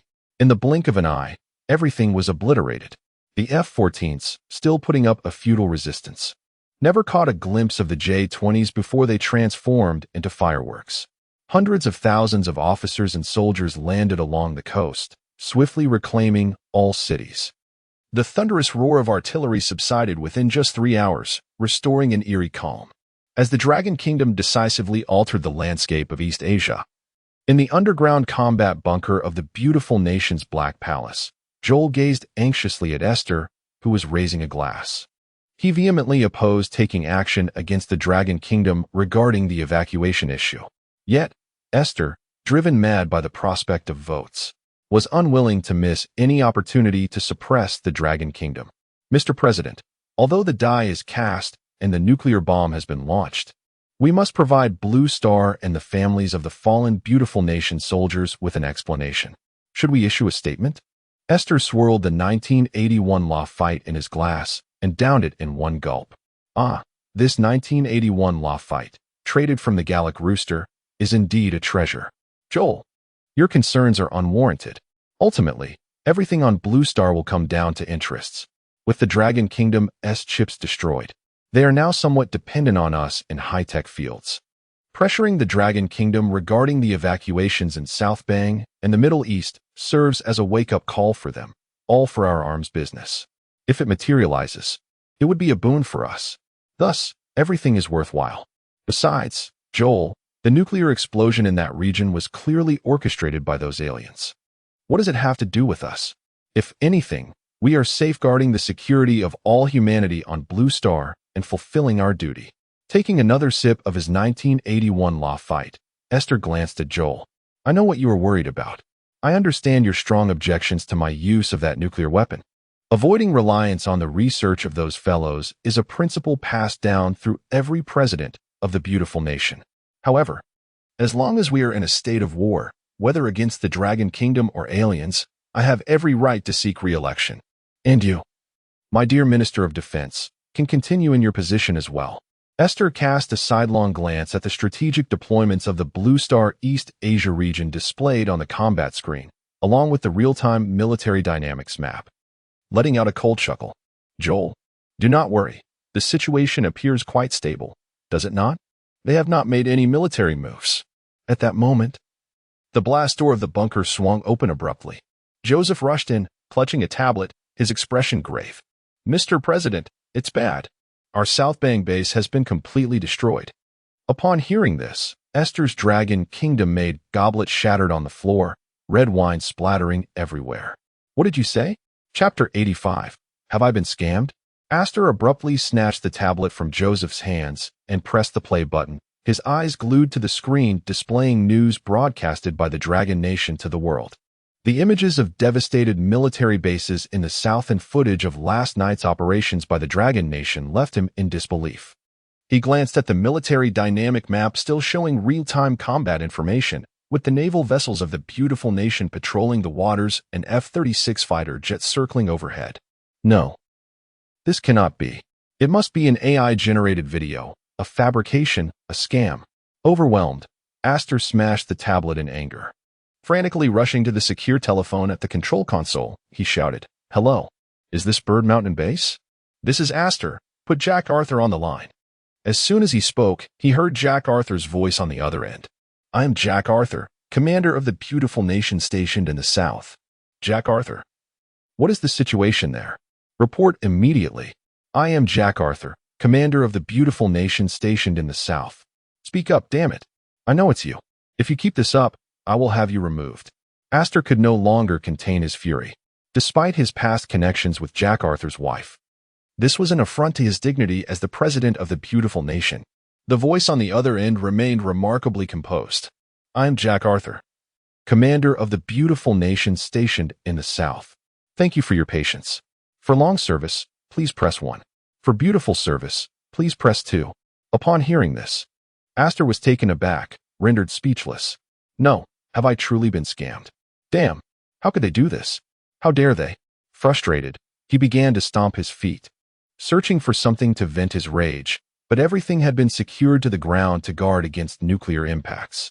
grabbing a fallen wine glass. He hurled it at the military dynamic map displaying combat information. In an instant, the screen shattered, creating a gaping hole, and colorful streaks flickered across the display. The glass, crafted in the Dragon Nation, clinked as it rolled away. After shattering the large screen, Aster felt significantly better. He turned to Joseph and Joel. We cannot stand idly by any longer. What has happened, but we must reclaim those lost bases. Otherwise, the military might of the beautiful nation will become a laughingstock on this blue planet. I will immediately issue a statement condemning the Dragon Nation's actions and order our 9th and 11th carrier strike groups in the Pacific to converge and head towards the waters of the Dragon Nation. We must reclaim what we have lost. Soon, a press conference regarding the security of the blue planet was convened in the beautiful nation's Washington, with reporters from across the blue planet eagerly anticipating the event. The matter of the beautiful nation's nuclear deployment in the maritime regions could not escape the notice of any nation with military spy satellites. This marked the first real instance of live ammunition firing in foreign waters since the second match on the blue planet. Everyone was concerned whether the third match on the blue planet would erupt into conflict. As it stands, only the beautiful nation had truly deployed a weapon of mass destruction. Aster ascended to the podium adorned with the emblem of the beautiful nation and adjusted the microphone. Good afternoon, ladies and gentlemen. The security situation on the blue planet is precarious. The actions of the Dragon Nation last night are unacceptable. I have ordered the core forces of the beautiful nation's navy to proceed to the Dragon Nation to ensure peace and stability in the region. Thank you. With that, he hurriedly exited without allowing any questions. The reporters from around the blue planet were left in a state of confusion. What about the nuclear issue we were concerned about? Why didn't Teehee mention it? What does the president of the beautiful nation mean by this? I need to pack up and escape. The third match is about to commence. With that, the crowd began to disperse. Within 10 minutes of the conclusion of the beautiful nation's press conference, the Dragon Nation's Ministry of Foreign Affairs responded to Aster's remarks with a succinct 6-word statement. Do not say we did not warn you. In the Pacific region, the mixed formation of the beautiful nation's 9th and 11th carrier strike groups was on standby in the Central Pacific. After verifying fingerprints, irises, DNA, bank balances, personal email passwords, and driver's license numbers, Aster finally felt secure enough to initiate a video call. On the screen, the commander of the mixed carrier group, Pierre, appeared, his face contorted with discomfort. Did you really just ask me these things so directly? Aster felt a pang of embarrassment. My dear brother, please don't blame me. I recently fell victim to an online scam and had to be cautious. Clearing his throat, Aster slowly spoke. Ahem. Pierre, in my capacity as president of the beautiful nation, I hereby formally authorize you to command all military operations in the Dragon Nation area. The 2 carrier strike groups are entirely in your hands. Do not disappoint me. Despite Pierre's discomfort with the earlier sensitive inquiries, he recognized the gravity of the moment, having been entrusted with such significant military power. Reflecting on his career, he had never commanded such a lavish operation. Sitting up straighter, he spoke in a slightly accented, beautiful language. Rest assured, Your Excellency, everything will be as you wish. He then turned to his aide. We set sail, destination, Dragon Nation waters. As the 2 carrier strike groups moved toward the Dragon Nation's waters, one of the 2 bright points in the sky came crashing down toward the center of the carrier formation. A massive mushroom cloud erupted, and the blinding flash of a nuclear explosion instantly blinded everyone on the flight deck. The shockwave obliterated every aircraft on the carrier's deck, and the searing heat of the nuclear fireball melted the entire fleet into molten metal, vanishing without a trace in the Pacific. Aster watched in sheer terror. They have gone serious. This is nuclear warfare. I will not back down. They have only 2 such missiles. If it's a numbers game, I will go down with the Dragon Nation. But just as the thought crossed his mind, alarms blared in the command room. Aster hastily looked up. What had been a single flashing point in the sky transformed into 8. What the hell? Chapter 86. The masked Aster gazing at the 8 flickering points in the sky. Aster's mind was a blank slate. Had there only been 2, he might have managed, for there remained a considerable time difference of several seconds. Yet now, it seemed that every second was marked by a luminous point hovering above. From the recent nuclear assurance level exhibited by the Dragon Nation over the Pacific of Blue Star, he instantly comprehended the implications of their statement regarding sufficiency. The magnitude of this strike was a staggering tenfold of that which his nation, the beautiful country, possessed. Panic began to set in. Astor yearned for re-election, to maintain his position atop the presidential throne of the beautiful country. However, he was not so deranged as to wish for Blue Star to be reduced to wasteland. Hiding in an apocalyptic bunker and subsisting on dirt, slowly rising, he smoothed the wrinkles from his attire. Astor transformed, adopting a different demeanor as he turned to Joel beside him. Joel, I have heard that our beautiful country is currently besieged by a proliferation of imitation masks. Some nefarious individuals have dared to impersonate the president and disseminate false information. This is a grave affront to the democracy and freedom of our nation. Fetch Joseph immediately. We must impose severe penalties on those who pose such dire threats to Blue Star's safety. Go, summon our media allies from all nations of Blue Star. We must convene a press conference forthwith. Joel stared blankly at Astor's performance. Is this man truly an alumnus of a performing arts academy? Has his mental state deteriorated to such an extent? Noticing Joel's inertia, Astor turned slowly, fixing him with a piercing gaze, a smile gracing his lips. What troubles you, my Minister of Defense? Could it be that you two are wearing a mask? At these words, Joel's heart seized with fear. To be in the company of such a cunning and ruthless character was terrifying. I know too much. Surely they won't replace me with another masked individual. With that thought, he straightened up, chest out. Your Excellency, the illustrious and sagacious president of the beautiful country, your gaze is the measure of all things. You are correct. These individuals require a show of force. I shall organize a press conference for all of Blue Star immediately. Please, Your Excellency, wait here. With that, Joel hurriedly exited the command center. The others present trembled, their gazes fixed upon Astor, fully aware of too much. Soon, a new group filled the command center. The astute Joseph, upon receiving word from Astor, swiftly initiated an investigation across the beautiful country. He successfully located a man in Hollywood who bore a resemblance to Astor, reeking of alcohol and donned in an Astor mask. However, something about this individual struck him as slightly off, as if he were perpetually in a haze.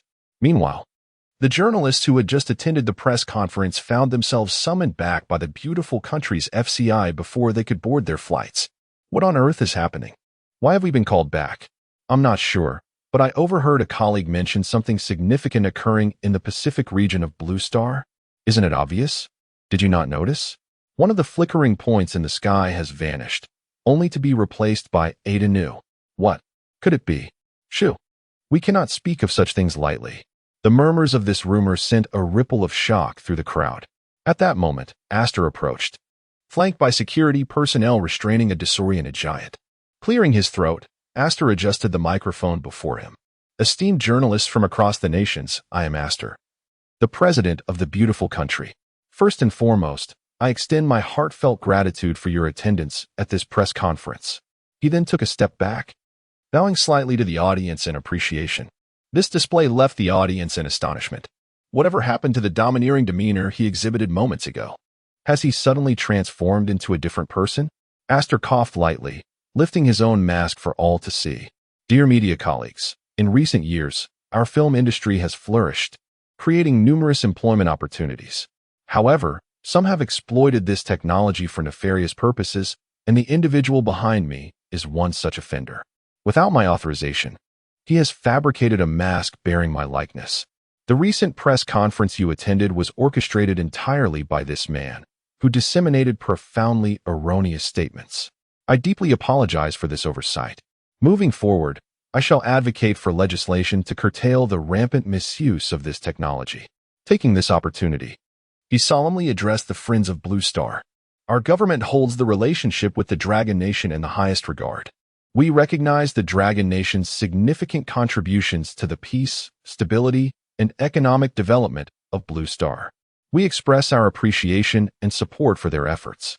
In light of the Dragon Nation's outstanding contributions, we hope they will continue to serve as a stabilizing force for Blue Star, fostering the shared development of humanity across our world. Thank you. With that, Aster, as before, left no room for questions and swiftly exited the podium, leaving only the mask and 2 security personnel behind. The journalists exchanged bewildered glances. Surely this could not be reality? A masked faux president? Was this not the plot of a film? Without further ado, they scrambled to produce their notes and dispatch their reports.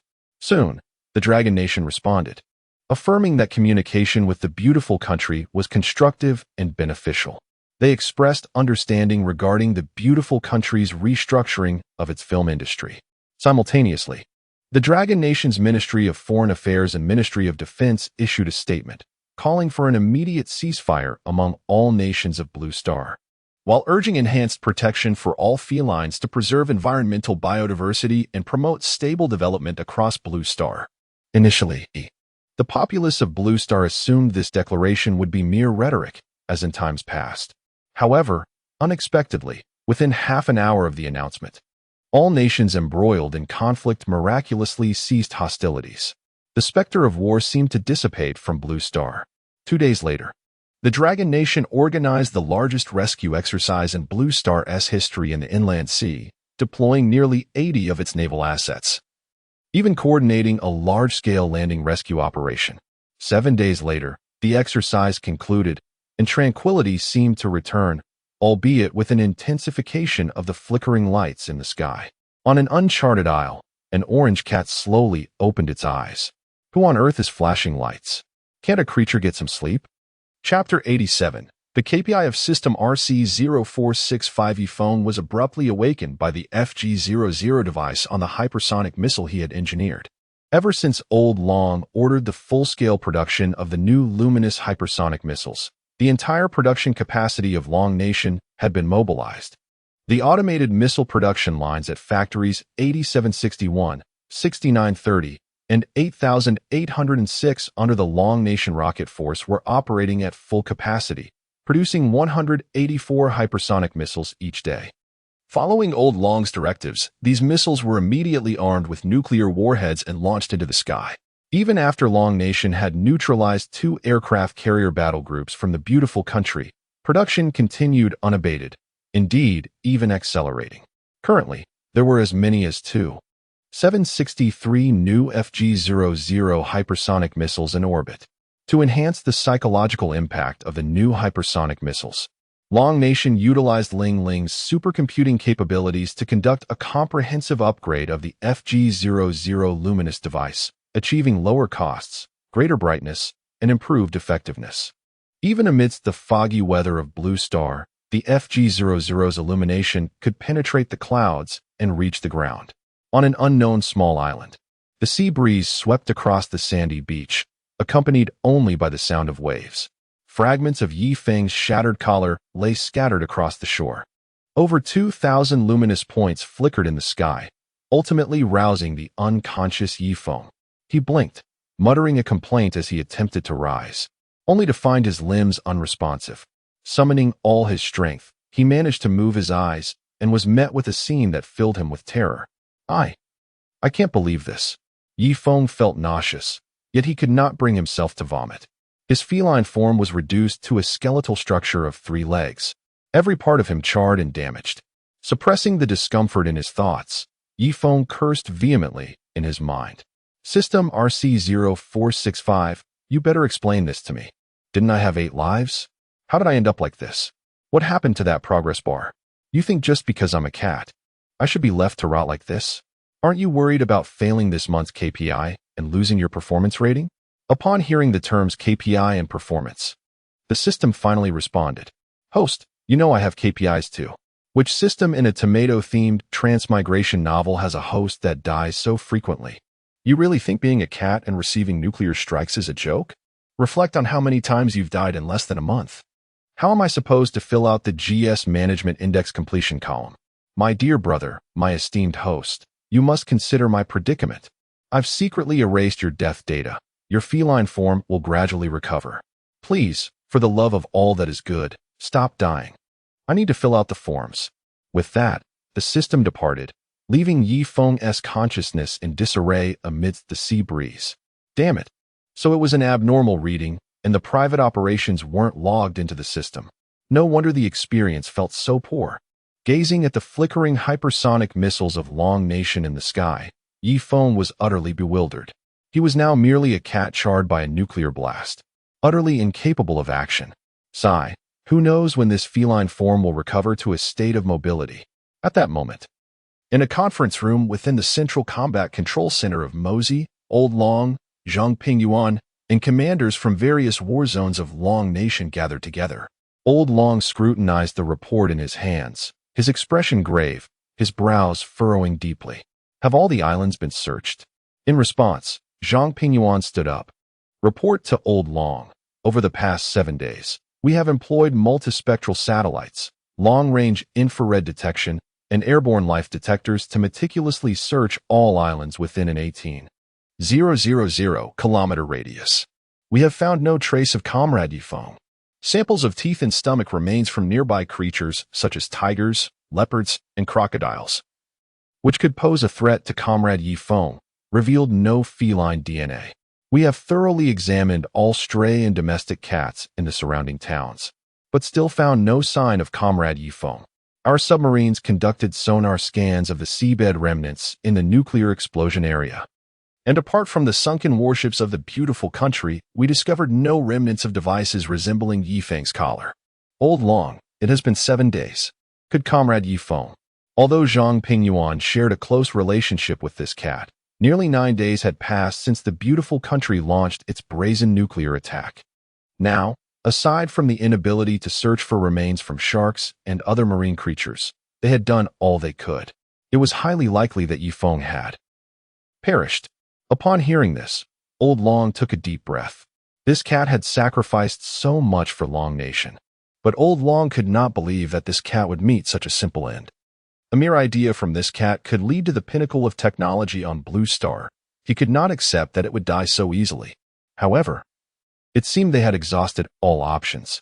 While Long Nation had thousands of hypersonic missiles as a deterrent against any reckless actions from other nations, the prolonged uncertainty would ultimately affect Long Nation's image on Blue Star.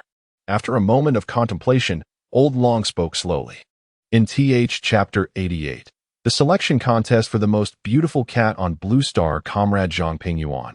Although this task proves to be arduous, your connections with both classmate Mu Qingyue and Comrade Yi Feng run the deepest. It would be most appropriate for you to approach classmate Mu Qingyue regarding this matter. Should she require any assistance, we will surely do our utmost to fulfill her needs. We have already let down Comrade Yi Feng far too much. Now we can only seek to make amends through his owner. Upon hearing this, Zhang Pingyuan felt a tumult of emotions within him. He was at a loss as to how to convey the news about Yi Feng to classmate Mu Qingyue. Just the night before, her cat had been by her side as they watched the blue moon, and now, the cat had vanished? It was too cruel for him to utter those words. Nevertheless, he stood up and saluted. Yes, Elder Long, I assure you I shall complete the task. The meeting concluded, and soon, Yi Feng's future science was meticulously dissected and distributed among the various research institutions in Long Country. Simultaneously, a piece of entertainment news took the Blue Star entertainment scene by storm. In an effort to explore the symbiotic relationship between various feline species and humans, as well as to promote the biodiversity of Blue Star, Long Country announced the inaugural beauty contest for pet cats. Citizens from all nations were invited to participate. The Long Country would uniformly provide accommodation and meals for participants and reimburse travel expenses. Additionally, a 7-day tour of Long Country's scenic landscapes would be offered. The contest awarded one grand prize of 2 billion Long Country dollars, 2 second prizes of 500,000 Long Country dollars each, and an unlimited number of participation awards of 188,000 Long Country dollars. The selection criteria were as follows.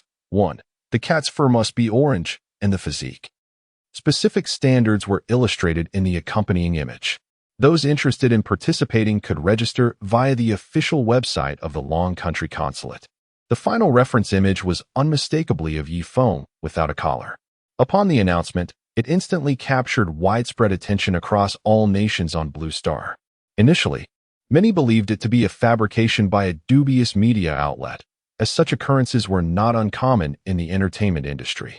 However, When they discovered that the registration website truly belonged to the official consulate of Long Country, the populace was thrown into a frenzy. What a jest! This was evidently a money-dispensing event from Long Country. Participation promised substantial rewards, along with travel reimbursements and a week-long tour of Long Country. This was an unadulterated act of generosity from Long Country towards the entire Blue Star, while the glimmering presence of Long Country had already caused sleepless nights for many. This new development paled in comparison to their financial generosity. Consequently, citizens from all nations, including Beautiful Country, flocked to print photos. They eagerly downloaded previous images of Feng from the Long Country Consulate's website, scouring pet markets and gathering spots for stray cats that resembled the reference image. In Beautiful Country, a brawl erupted over a stray orange cat that bore a similar coloration. Armed forces were deployed to quell the chaos, and the cat was taken away by a local FCI officer, who promptly went on leave. At this moment, inside the inner circle of Beautiful Country, Aster wore a grim expression as he gazed at the images of cats sprawled across the table. Furrowing his brow, he pondered the implications of Long Country's actions.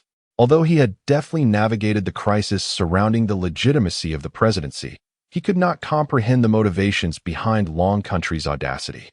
Even during Beautiful Country's reign of military might and economic dominance, such reckless behavior had not been exhibited.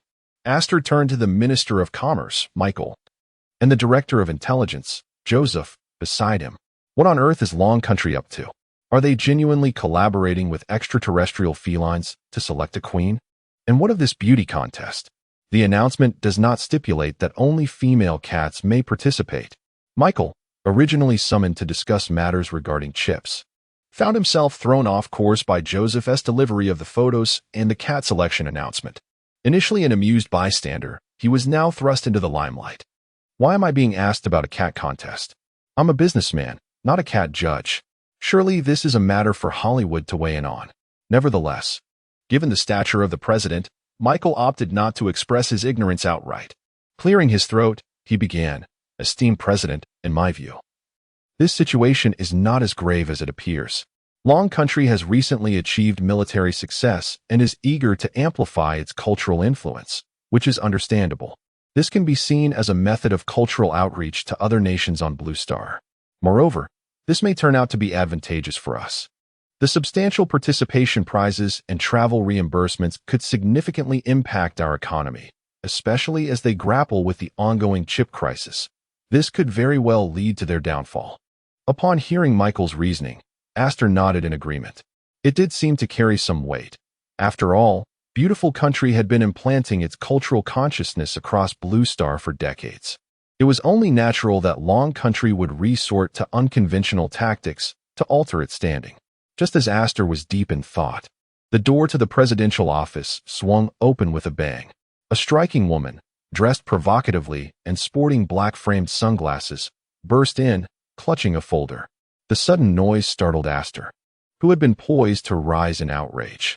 Upon recognizing her as Jonas, the Minister of Health, his irritation dissipated instantly. "Oh, it is our lovely Health Minister, Jonas. You seldom grace my office on a weekday. What brings you here?" Jonas, with her high heels clicking against the floor, approached Aster with practiced elegance, leaning over to place a document on his desk. Aster inhaled deeply, the intoxicating fragrance momentarily clouding his senses. Jonas cast a disapproving glance at Aster, as if to say that he should focus on the present crisis rather than weekend plans. She then bent down to unveil the contents of the document. "Mr. President, we have detected an anomalous viral infection in the town of Black Crow Creek in western Beautiful Country. This virus has a prolonged incubation period, and once contracted, patients suffer from high fevers and severe bodily decay. There are even signs of neuronal mutations in the brain." With a smile, Jonas slid photographs across the desk to Aster. One glance was all it took for Aster to feel queasy. What did you just say?" Chapter 89. Participation rewards of 8,888. Glancing once more at the horrifying photographs within the folder, Aster suppressed a wave of nausea and lifted it. There lay a beautiful American, helplessly reclined on a hospital bed, her body ravaged by decay. The muscles had completely atrophied, and her skin was riddled with gaping voids. Turning to the next page, Esther noted the complete chaos in the woman's blood test results. Even more alarming were the lung images, which indicated a total infection, rendering them non-functional. Esther furrowed her brow as she turned her gaze to the alluring Jonas. Is there a solution? Have you identified the source of the virus? Upon hearing her inquiry, Jonas, who had just been smiling at Esther's expression, also knit his brows. Esther, according to our analysis at the biological laboratory, the current strain of infection is resistant to all existing antiviral interferons. Even the antiviral agents under development by the Rolong Group have proven ineffective in combating this virus. Infected individuals show no improvement even after 72 hours of treatment with hormones and antibiotics. Regarding the source, we conducted sampling and analysis of the rivers surrounding Haya Creek Town and have preliminarily determined that local residents likely consumed contaminated water, leading to the initial infection. RNA analysis reveals an alarming similarity between this virus and a modified strain being studied in our laboratory. However, it is evident that this spreading virus is not of the same type as our lab samples. Its lethality and destructiveness far exceed those. Is it due to contaminated water? Jonas glanced at Esther, his chest rising and falling with agitation. What on earth do you mean? If it weren't for our good relationship, I would have already fled the country. If I contract this virus, all those chat groups I've built on social media would be for naught. Esther, it is not merely that, Jonas replied. Since this virus infects the lungs, it can undoubtedly spread through airborne droplets. Although airborne transmission is not as direct as through contaminated water, the incubation period may be extended. However, this does not imply that the damage caused by this virus is any less severe than that caused by direct water consumption. We must remain vigilant. With that, Jonas stepped aside, his gaze fixed intently on Esther. Contemplating Jonas's explanation, Esther withdrew a cigar, igniting it and exhaling a cloud of smoke. The pungent aroma made Jonas wince, recalling how many times he had admonished her not to smoke in his presence. A solution needed to be found to curb this habit. Esther propped her feet on the desk, a cunning smile gracing her face. Jonas, immediately secure the area. I will dispatch the National Guard to assist you. We must prevent the virus from spreading in our nation. She then turned to Joseph and Michael. Gentlemen, I have a splendid idea. Summon Joel as well. That very night, a massive airport runway was hastily constructed around Haya Creek Town, accompanied by many simple yet exquisitely designed cat shelters. The following day, an official statement was released by the United States. We admire the Dragon Kingdom's initiative regarding the biodiversity of Blue Star. As a responsible nation, we are eager to partake. For all citizens traveling to the Dragon Kingdom to participate in the most beautiful cat contest, we have established a dedicated cat shelter base in Haya Creek Town and will provide charter flights. Additionally, those departing from the United States to compete in the Dragon Kingdom, with direct approval from President Esther, will receive an extra 8,888 beautiful coins as a token of support. We hope the Dragon Kingdom will continue to fulfill its responsibilities as a great nation, making significant contributions to the biodiversity of Blue Star and the peace and security of all. The announcement sent ripples throughout Blue Star, leaving many citizens incredulous at the lavish offer from the United States. Were the two great powers of Blue Star truly in a frenzy to give away money?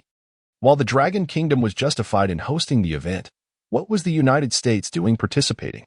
Upon closer inspection, it became apparent that to receive the 8888 beautiful coins, participants had to travel from Haya Creek Town on the United States charter flights. This meant they would need to transit through the United States to reach the Dragon Kingdom, albeit a minor inconvenience when weighed against the generous reward. Consequently, a surge of competitors began to cancel their tickets and book flights to the United States. Esther wasted no time, mobilizing all the airlines in the United States to facilitate the transfer, causing a flurry of activity in Haya Creek Town. While citizens across Blue Star were swept up in excitement for the most beautiful cat contest within the Dragon Kingdom's chip research laboratory, Mu Chiming held a freshly minted black carbon-based chip in his hands, brimming with exhilaration. He had not anticipated that the information from the USB drive his daughter had given him would lead to the successful creation of this chip and resolve the challenges posed by lithography. After performance testing, this minuscule chip, no larger than a fingernail, surpassed the high-performance AI computing chips from the United States. Moreover, its energy consumption was merely 0.13 of its counterparts. Marvelous. This cat truly possesses remarkable intellect. I never imagined the long-standing chip dilemma of the Dragon Kingdom would be resolved so effortlessly. And it is compatible with both mobile and PC platforms. This will herald a new era for our computing sector. Ha ha ha. Qingwei, come quickly. Look at this chip. Mu Qiming turned to share his scientific triumph with his daughter, only to find her face devoid of joy, instead bearing a hint of sorrow. In an instant, he realized he had misspoken. It had been over half a month since his daughter had brought in the USB drive, and he had not seen the cat since. Reflecting on the significant military changes occurring in the Dragon Kingdom and the ongoing Most Beautiful Cat contest, Mu Qiming's heart sank. Such a remarkable cat. And it was a pity he had not spent more time with it. Approaching his daughter, he gently patted her shoulder. Dear, do not worry. Tai Tai is an exceptionally intelligent cat. Perhaps he has become engrossed in a research project and is unable to return for the time being. Do not dwell on it too much. At his words, Mu Qingwei nodded. Just then, the door to the laboratory slowly creaked open. Chapter 90, Medals upon hearing someone enter. Mu Qingwei turned around with excitement. She anticipated that her beloved companion would appear at the door, much like the last time in the hospital. However, when she saw the military uniform of the visitor, her previously joyful expression instantly darkened. Uncle Zhang, you're here. Zhang Pingyuan, noticing Mu Qingyue's expression, found himself at a loss for words. After all, this young girl before him had lost her beloved pet, which had brought her joy just days ago.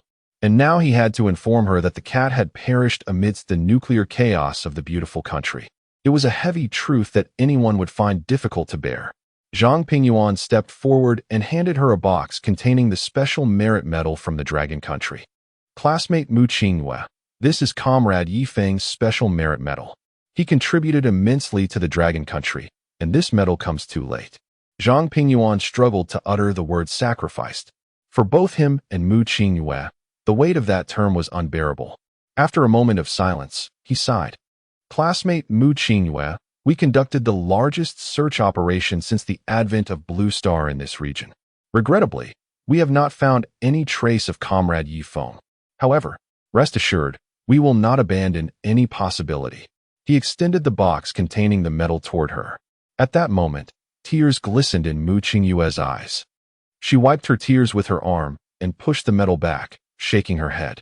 Commander Zhang, I believe my companion is safe. He will surely return. My toy company's first product is about to launch. I must excuse myself. With that, she steeled herself against her pain and walked toward the exit. The following day, as the Dragon Country launched a series of retaliatory strikes, Mu Qingwei registered a toy company named Close Moon. She understood that her beloved pet might be in danger. But the only way to cope with her anguish was to keep herself occupied. Mu Qiming watched this scene with deep concern, while Zhang Pingyuan's words struck him profoundly. He had not realized that his daughter's cat had not only excelled in scientific endeavors, but had also risked its life to save many compatriots amidst the nuclear onslaught. Zhang Pingyuan sighed, watching Mu Qingwei leave without a backward glance. The Dragon Country owed them far too much. Turning to Mu Qiming, he handed over the military medal. Mr. Mu, please ensure that Comrade Yi Feng's medal is kept safe for her. Kindly encourage Mu Qingwei. After all, a cat cannot return to life. As for her company, rest assured that the Dragon Country owes them considerably, and we shall assist in any way we can. Upon hearing Zhang Pingyuan's words, Mu Qiming nodded. Very well, Commander Zhang. I understand your scientific obligations. We shall not keep you any longer. With that, Zhang Pingyuan turned and left the Huawei Chip Research Center, holding Yi Feng's special merit medal. Mu Qiming felt its weight heavily in his hands. He glanced at the small carbon-based chip in his right hand, his gaze firm. If a cat could achieve so much for the Dragon Country, how could he, as a researcher, allow his nation to be oppressed by the beautiful country's chip monopoly? It was time to let them feel the weight of the Dragon Country's sanctions. He turned toward the laboratory, his white coat billowing slightly in the air.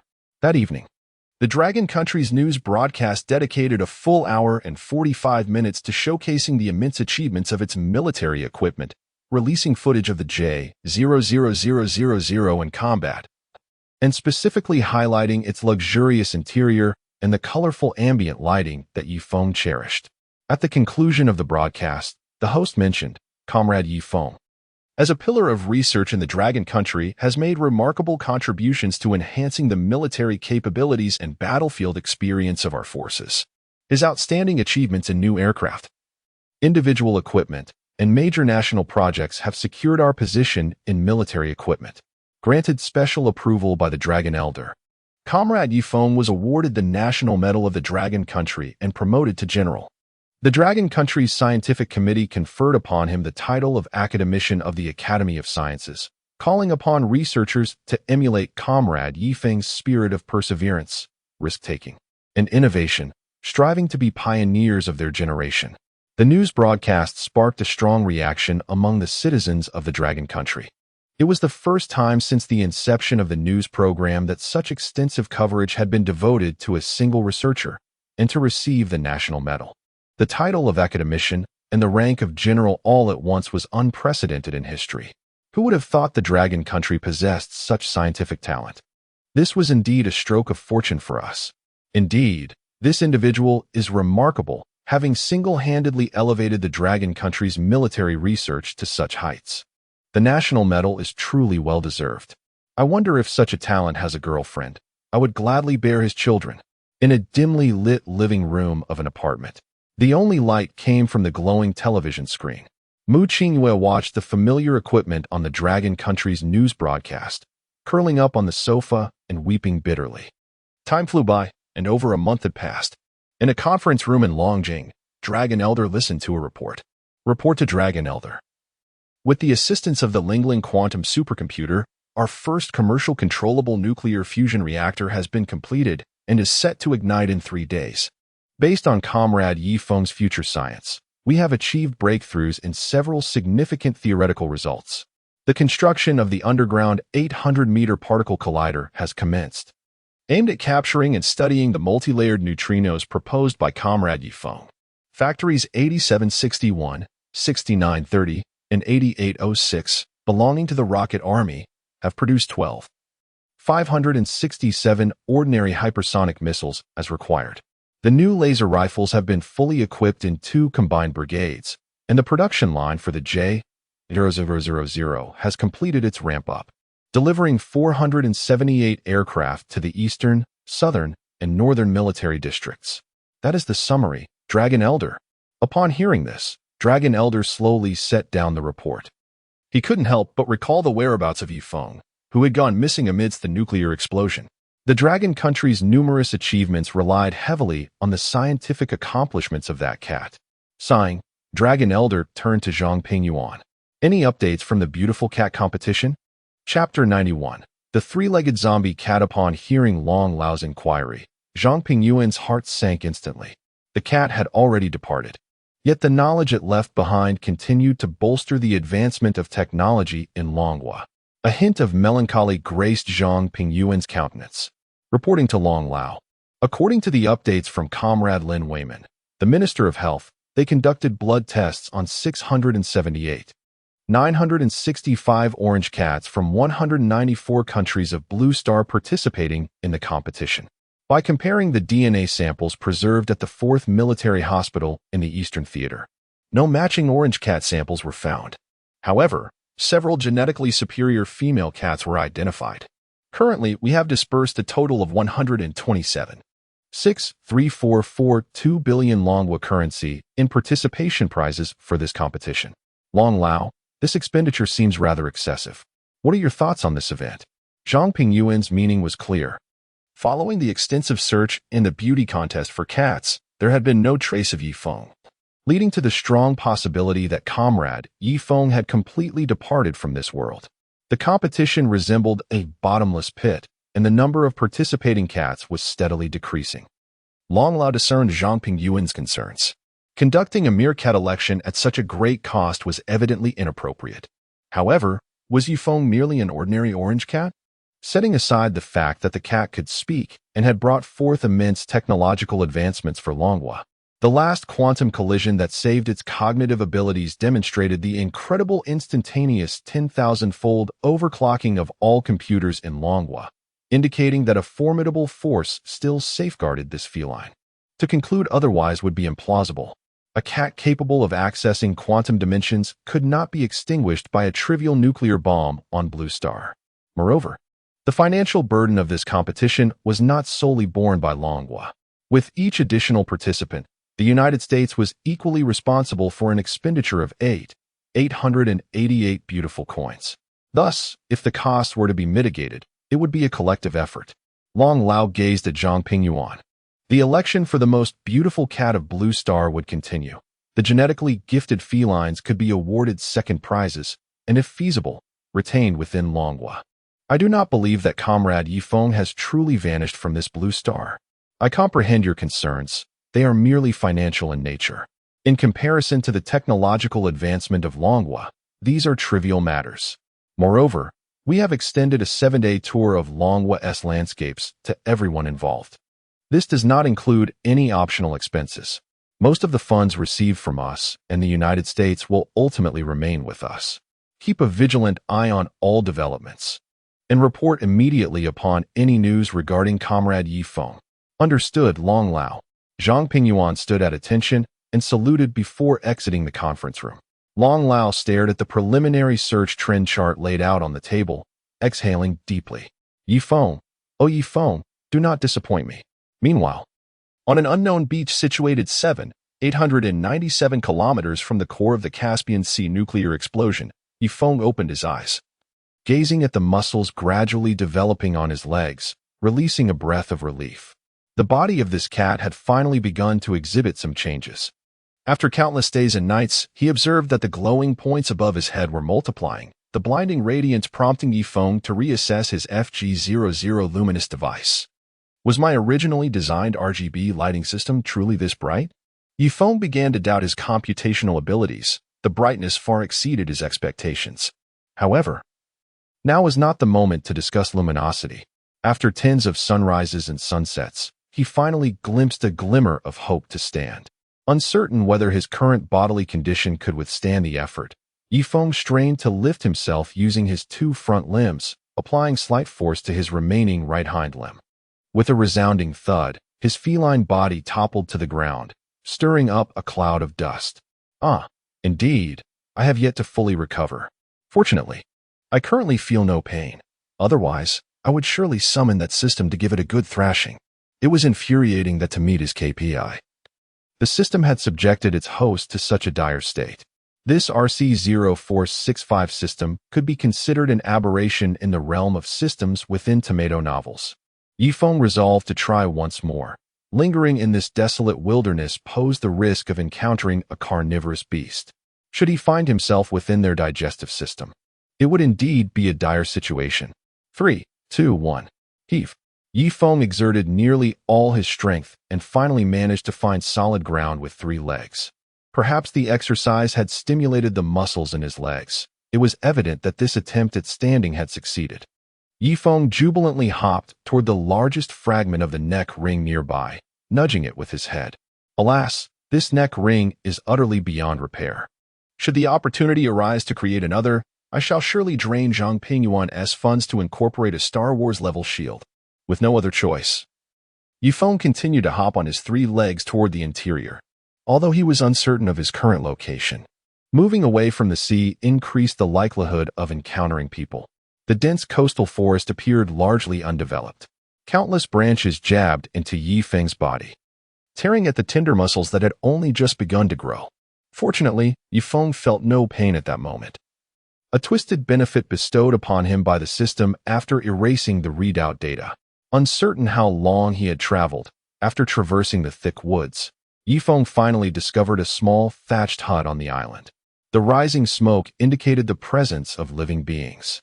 Upon spotting the small white satellite dish, merely a meter in radius, atop the thatched roof, Yifeng's thoughts brimmed with excitement. Thank goodness, this is not a primitive tribe. The existence of a satellite dish implies they must possess a television. And if there is a television, the likelihood of having a mobile phone is significant. With this reasonable deduction in mind, Feng hopped forward, dragging his 3 legs, severed tail, and bloodied muscles, limping toward the hut. Inside, the occupant, Carter Alamilakire, was engrossed in a horror film playing on his television. As one of the few humans on the island, this television, which only received horror films, constituted his sole source of entertainment. Just as the screen depicted extraterrestrial creatures feasting on human brains, Carter Alamilakire suddenly sensed movement outside the window. What could it be?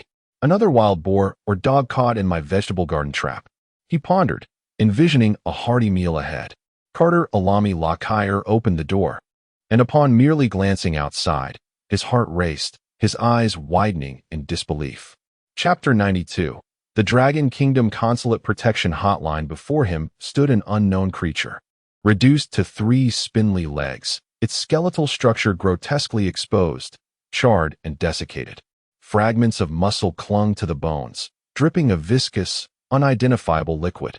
2 luminescent orbs, set within the bare skull, fixed their unyielding gaze upon him. Beneath these orbs, teeth, starkly visible in the moonlight, appeared exceptionally sharp. Carter Alamilakire was momentarily rendered speechless, adrenaline surging through his veins. His mind raced through the myriad of horror films he had consumed over the years. Cold sweat drenched his body. Could it be that his penchant for horror had brought him to this moment? Was this abomination here to claim his life and feast upon his brain? Surely not. How could such a monster exist in this remote locale? Even the extraterrestrial entities depicted in American cinema would be inclined to hunt in populous urban centers. Carter rubbed his eyes vigorously. Yet, when they opened again, the creature remained steadfastly real. This was no dream. It was a monster. Feng observed the man before him with keen curiosity, his heart racing with excitement. After such a long journey, he had finally encountered a fellow human. He wished to speak, but was suddenly reminded that the collar aiding his speech had been utterly destroyed in the recent cataclysm. After a moment of contemplation, he resolved to leverage his feline charm. As a beloved companion to humanity, it was only natural to exude an air of cuteness. In Feng's experience, whenever he displayed his adorable demeanor, he could always count on receiving treats, be it ham, fish, or even cuddles and playtime, from his beloved caretaker, Qingwei. Yes, as a cherished pet, he ought to embrace his advantages. With that thought, Feng tilted his head and donned a familiar, endearing smile, his large, round eyes pleadingly fixed upon the man. However, this action sent Carter into a panic. What in the world was this skeletal creature doing, tilting its head and revealing those sharp fangs? Was it preparing to tear his skull apart and consume his brain? Instinct kicked in as Carter's senses sharpened. Without a second thought, he delivered a powerful kick towards the creature and sprinted frantically into the depths of the forest. Though the woods were home to numerous ferocious beasts and unknown insects, they were at least comprehensible threats, far more preferable than facing an inscrutable monster intent on turning him into dinner. Carter ran with all his might, losing one of his flimsy sandals in the process. Feng had hoped the man would crouch down to pet him, invite him into the shelter of his home, share some food, and then drift off into a blissful slumber. Instead, a massive foot came crashing towards him, sending Feng spiraling through the air, his mind racing with thoughts of his own high-speed projectiles, swirling like stars in his consciousness. Who am I? Where am I? What am I supposed to do? This narrative was completely askew. After soaring nearly 20 meters through the air, Feng landed once more. It took him 3 minutes to regain his senses from the disorienting tumble. How dare they rattle his feline brain so thoroughly? Gathering his strength, Feng finally stood, albeit unsteadily, and began his arduous trek toward the distant house. The impact of Carter's kick had inflicted significant damage on his already meager musculature, and it took him nearly half an hour to reach the humble abode. Upon entering the sparsely furnished room, Feng felt a flutter of anxiety. Was there truly a means of communication here? After a thorough search, he eventually discovered a satellite phone beside a bed fashioned from Earth. Thank goodness.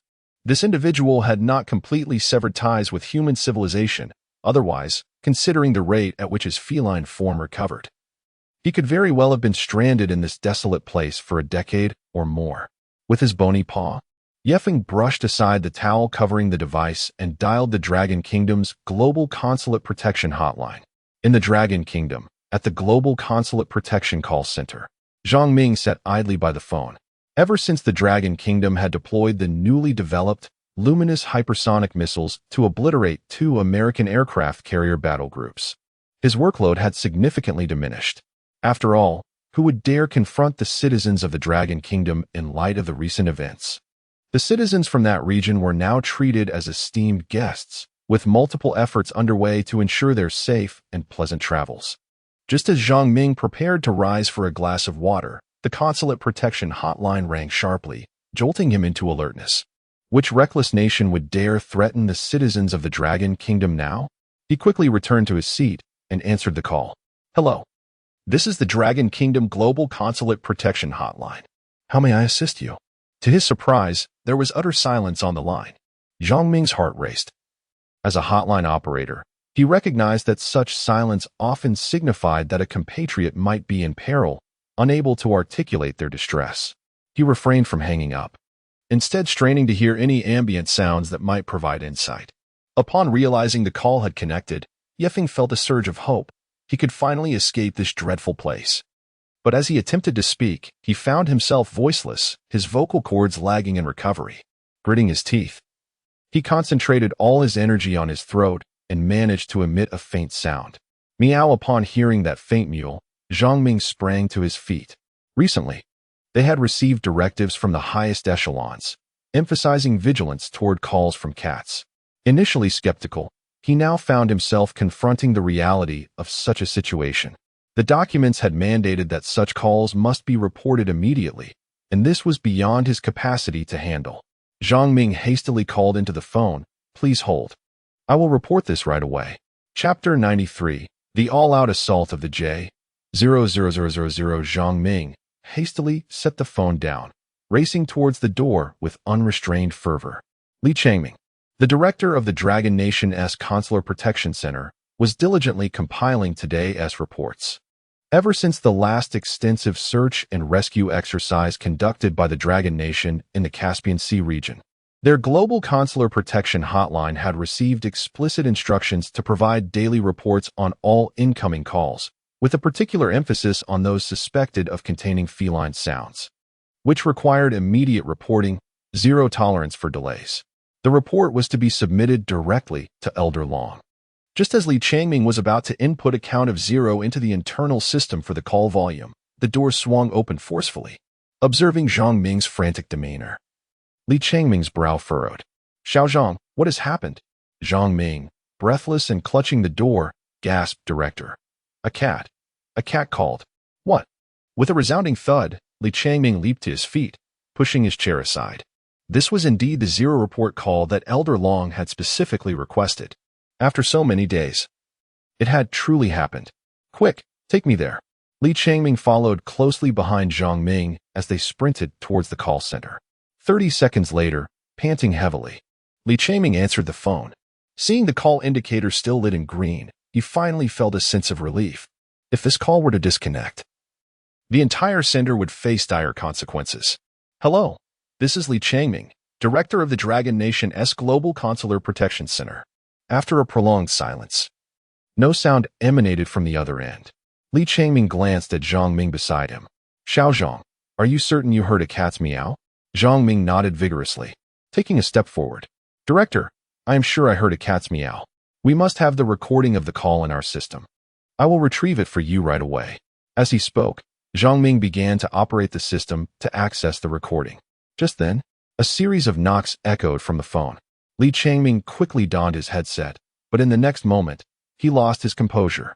Is this Morse code? Having served as a communication soldier, Li Changming was all too familiar with the rhythmic tapping. He swiftly grabbed a pen and began to jot down the sequence.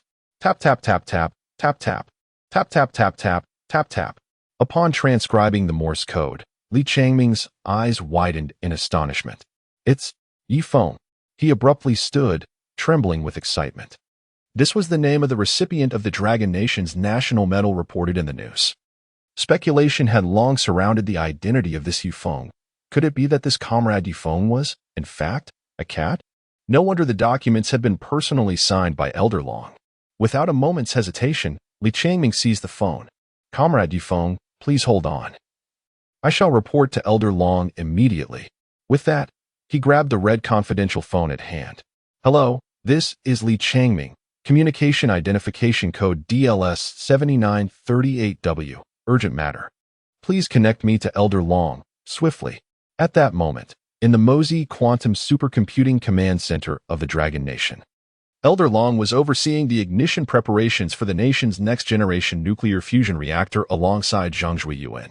Zhuiyuan, how's the progress on controllable nuclear fusion? Elder Long inquired. Rest assured, Comrade Yi Feng has provided us with thoroughly detailed materials, and with the computational power of the Lingling Mosey supercomputer, the ignition of controllable nuclear fusion will proceed without any mishaps. In response, Elder Long nodded approvingly. Just then, his secretary, Xiao Zhang, rushed over, holding a confidential phone. Elder Long, Director Li Changming of the Blue Star Dragon Nation's Consular Protection Hotline, has an urgent matter. He handed the phone to Elder Long, who nodded and placed the receiver to his ear. Hello, Comrade Changming. What is the matter? Report, Elder Long. The cat has been found. We just received a call in which there was initially a cat's meow, followed by a Morse code message stating the name Yi Feng. What did you say? Upon hearing this, Elder Long's heart raced with exhilaration. It was clear that the cat was not so easily lost. Indeed, it was still alive. Comrade Li Changming. Did Comrade Yi Feng mention his whereabouts? Can we pinpoint his location? Li Changming's voice came through, tinged with disappointment. Report, Elder Long. After sending the message, Comrade Yi Feng did not respond further. The call was connected via communication satellites from the beautiful country, and our equipment lacks the capability to locate him. Elder Long nodded thoughtfully. Comrade Li Changming, you need not concern yourself with the remaining matters. Ensure that confidentiality is maintained. Just as he hung up, the screen illuminated with Lingling's interface. Is there news from Father? I will proceed with the location immediately. With that, the Mosey quantum supercomputer powered up to full capacity. In an instant, all satellites in the Blue Star orbit lost control, prompting military command centers worldwide to curse in disbelief at the sudden loss of data from their high-security military satellites. Are we under extraterrestrial attack? Soon, detailed information regarding Yi Feng appeared on the central command screen. Elder Long, we have located the geographical coordinates of Father.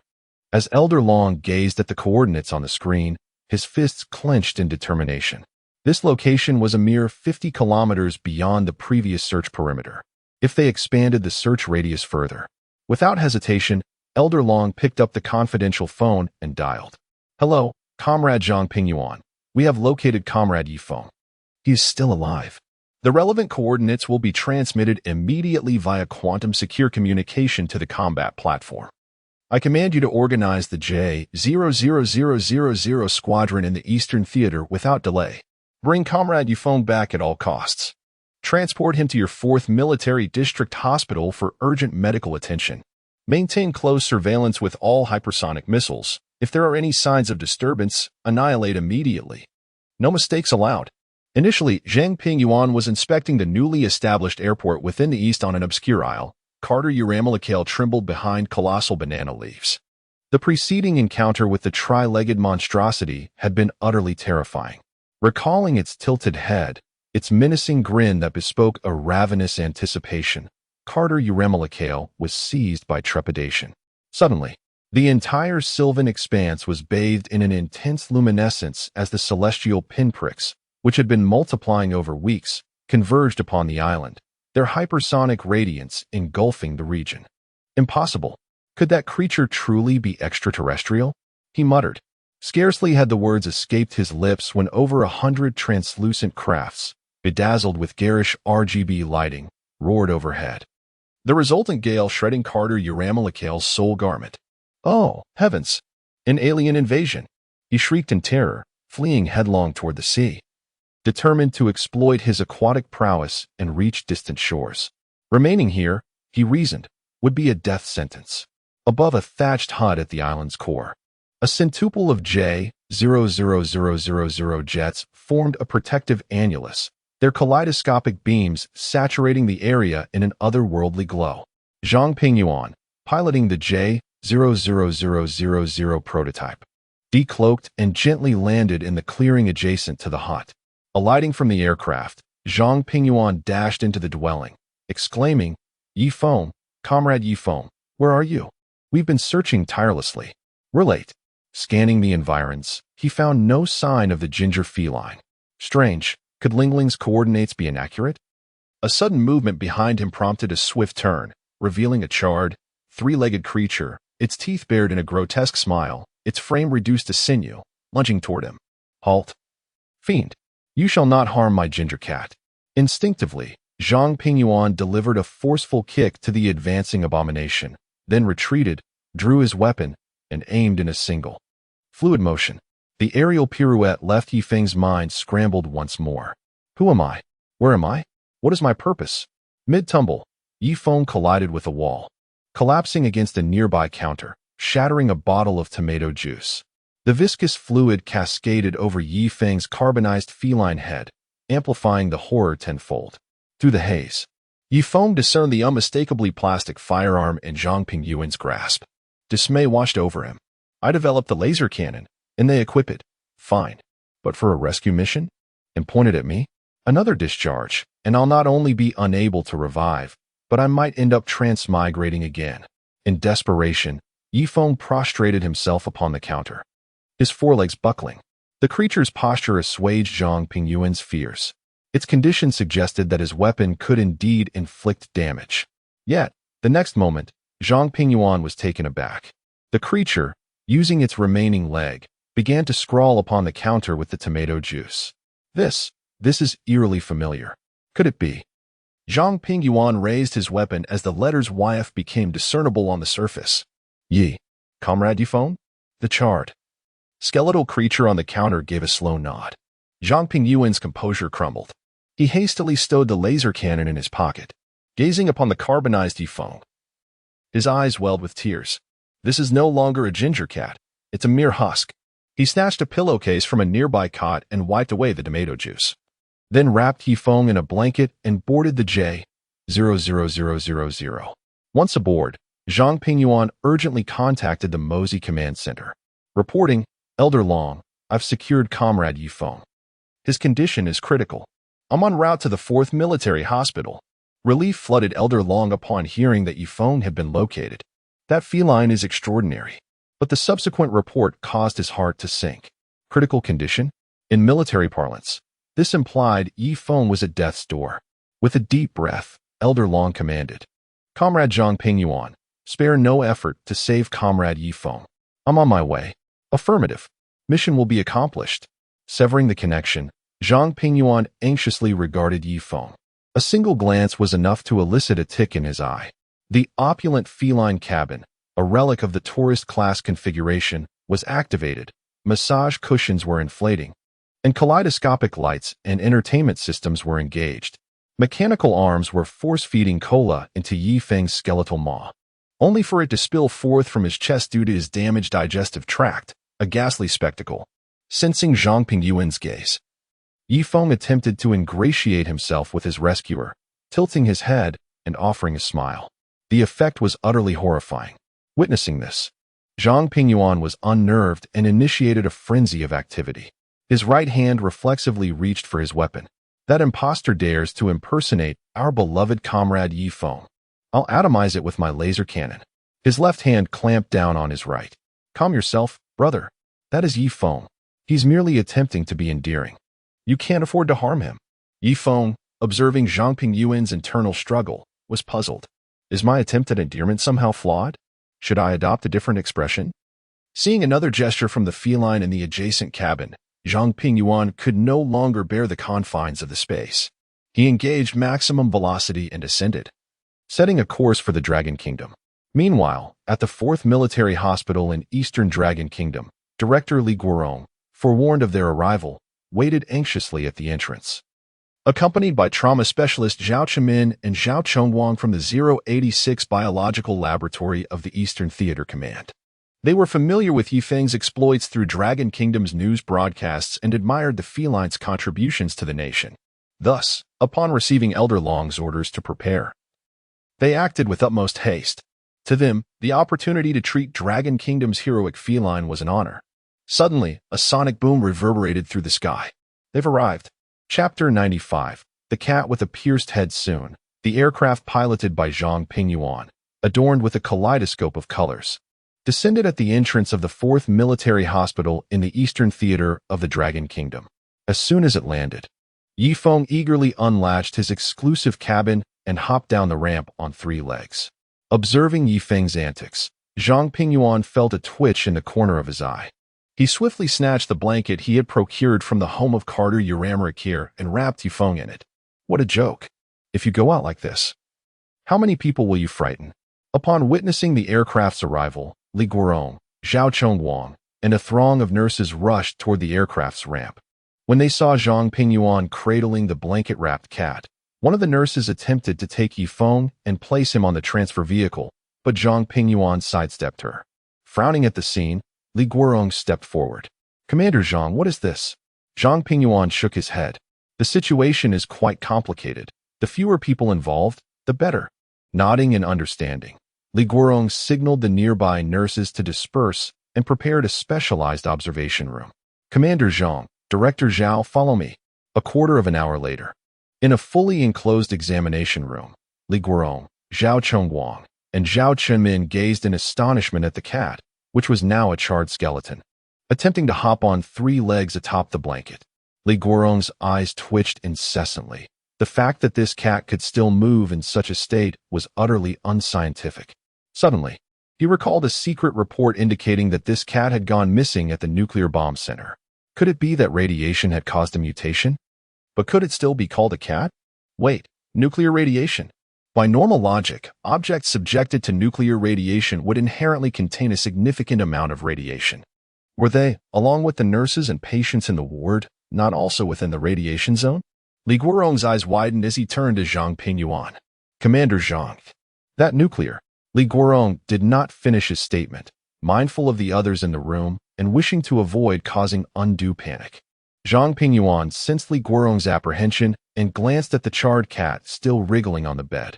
"Rest assured, Dean Li, before we arrived, we used a high-range Geiger counter to measure the radiation levels. The cat itself emits 0 radiation. The substantial radiation is concentrated in the fragments of Feng's collar, which we have already collected and safely disposed of. However, Feng's condition is highly unusual, and to prevent unnecessary alarm, it is best that fewer people see him in this state." Hearing that the creature before him had a radiation index of 0, Li Guorong felt relieved. With no nuclear radiation to worry about, only medical and biological concerns remained. Feng's current condition indeed defied medical common sense, and his appearance was quite terrifying. Commander Zhang's foresight was commendable. Had the nurses taken over upon disembarking, they would likely be grappling with significant psychological trauma by now. Li Guorong turned to Zhao Chenmin. "Director Zhao, you are familiar with the hospital's equipment. Please bring the bedside CT, ultrasound, and heart monitoring devices over. Clear out a dedicated CT room to conduct an examination on Comrade Feng." "Yes, Dean Li." Before long, Zhao Chenmin had wheeled in all the necessary instruments, and the 3-legged, charred Feng cooperatively allowed Zhao Chenmin to proceed with the examination. However, once the results were printed, Zhao Chenmin's composure faltered. Cat God, please take a moment to rest here. Don't fall off the bed." Feng obediently laid down on the bed, knowing that as a cat, it was best to behave, lest it truly become a zombie. Holding the examination results, Zhao Chenmin rushed outside. "Dean Li, Director Zhao, come quickly. This examination result defies all medical logic. I cannot comprehend why this cat, no, cat God, can still be alive." "What did you say?"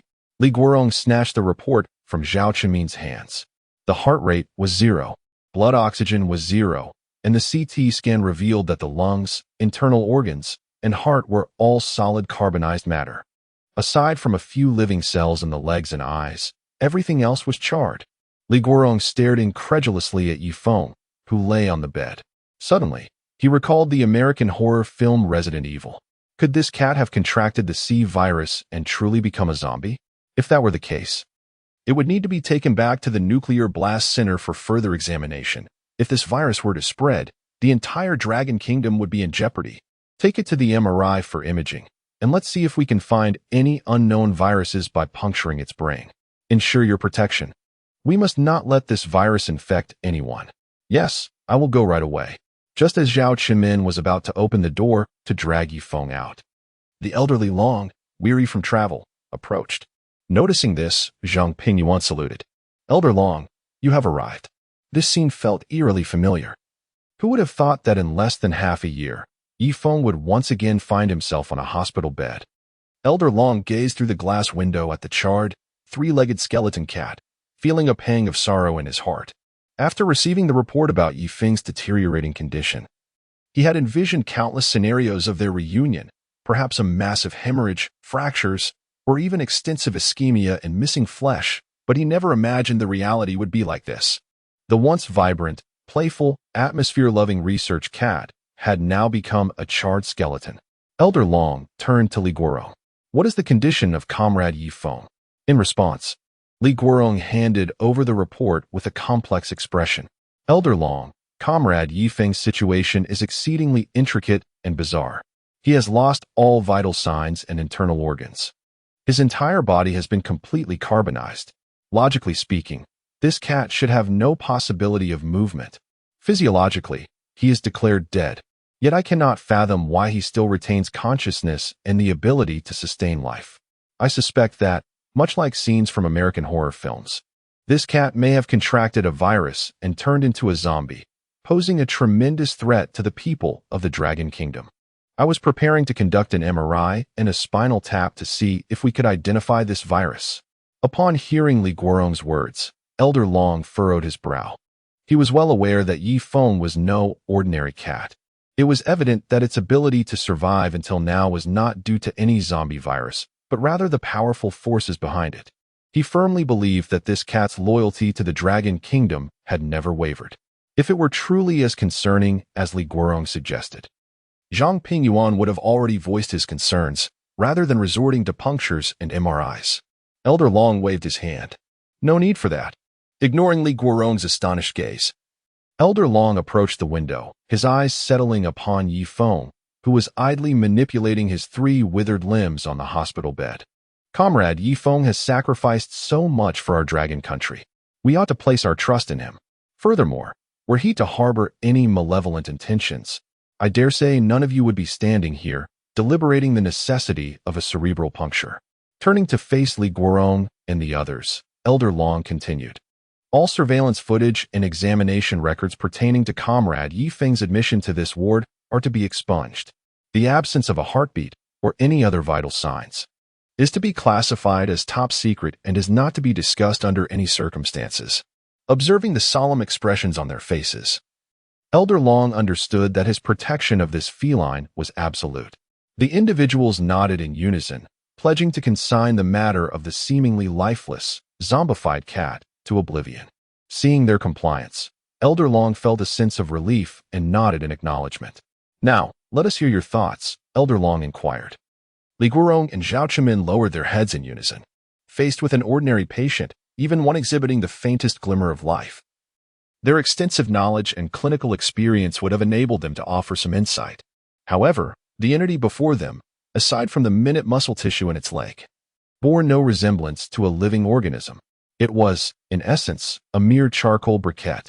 How could they, as practitioners of medicine, possibly address such a phenomenon? It was a divergence between disciplines, a separation of dimensions. Witnessing the dejected posture of the two men before him, Elder Long felt a pang of trepidation.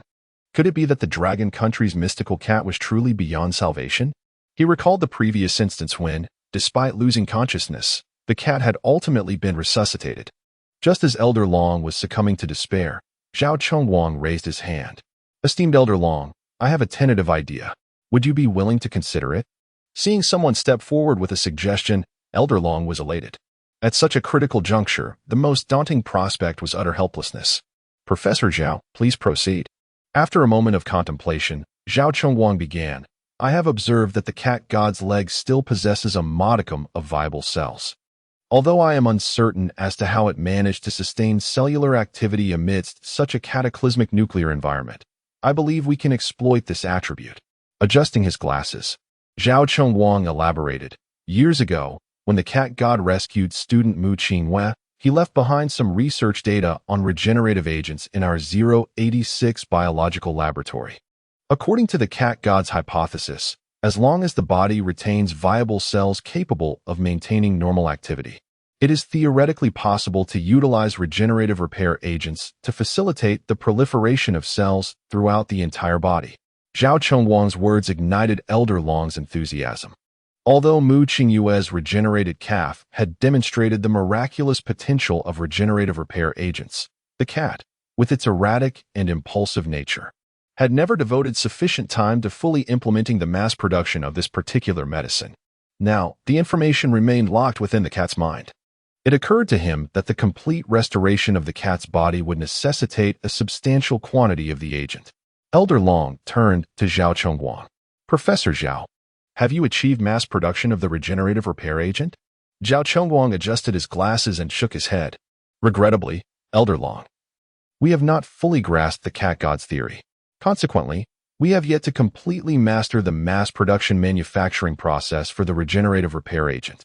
However, upon his departure, the cat god left behind a vial of self-made repair solution in the laboratory. We routinely extract a droplet from it for comparative experiments. I believe we could try using it. Elder Long was thrilled by Zhao Chengwang's revelation, whether intentional or not. The cat had apparently left a contingency plan in the 086 laboratory. Elder Long addressed Zhang Pingyuan. Comrade Zhang Pingyuan, retrieve the agent left behind by Comrade Feng immediately. Yes, Elder Long. Zhang Pingyuan saluted and dashed out of the 4th Military Hospital of the Eastern Theater Command. Approximately half an hour later, Zhang Pingyuan returned, cradling a glass vial. Elder Long, I have retrieved it. Hearing Zhang Pingyuan's words, Elder Long eagerly approached, eager to examine the distinctive qualities of the agent personally concocted by Feng. However, upon beholding the vial, he was taken aback. The vial was labeled with a capacity of 10 milliliters, yet less than 1 milliliter remained. Elder Long turned to Zhao Chengwang. Is this what you meant by taking just a tiny bit? You've nearly drained the entire vial. Facing Elder Long's gaze, Zhao Chengwang adjusted his glasses, adopting an air of noble righteousness. Observing Zhao Chengwang's expression, Elder Long sighed. It was understandable that researchers would utilize some of the agent for comparative analysis, and their motives were undoubtedly pure. Given the circumstances, there was no alternative. They would have to treat the moribund cat as if it were still alive.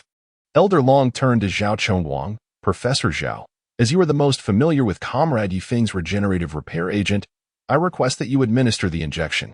With that, Elder Long handed over the vial containing the remaining milliliter of regenerative agent.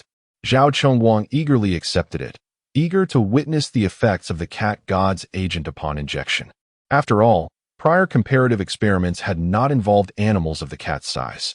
Without hesitation, Zhao Chengwang sterilized his hands, retrieved a disposable needle, and entered the ward.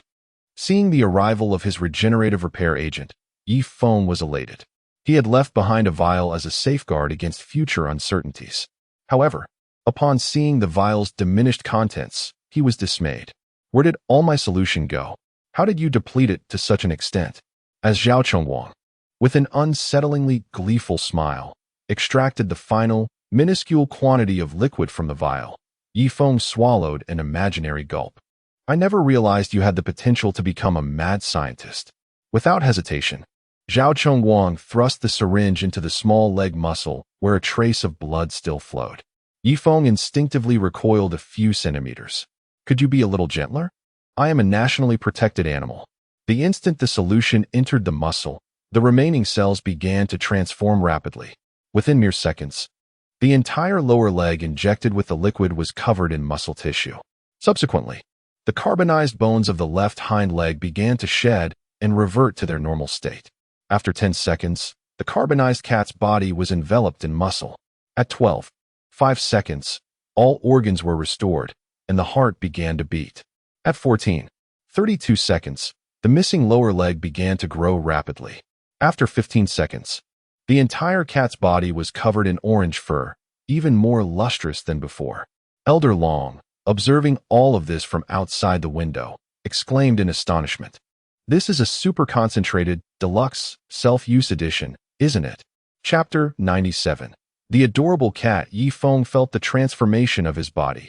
Every bone, muscle, and cell was being reshaped. In a mere 15 seconds, he, the beloved scientific cat of Long Kingdom, had returned. Stretching on the hospital bed, he reveled in his four-legged form. Turning around, he caught a glimpse of Zhao Chongwang, who was astonished and had dropped the syringe in his shock. Is this what startled you? Had you not mishandled the regenerative solution, I wouldn't have taken so long to revert to my original state. Seeing Yi Feng restore himself in just 15 seconds left Long Lao astonished. Are you hiding something from Long Kingdom? The last time Mu Qingyue took nearly a month to recover. If this could be provided to the soldiers of Long Kingdom, they would sustain no injuries on the battlefield. Long Lao rushed into the room and hastily approached Yi Feng. Comrade Yi Feng, it is truly wonderful to see you alive. We have searched high and low for you. The military achievements of Long Kingdom are entirely due to your contributions. Hearing Long Lao's words, Yi Feng felt a touch of embarrassment, gently shaking his head and gesturing with his paw towards his neck. Understanding instantly, Long Lao exclaimed, "You mean the collar? No worries.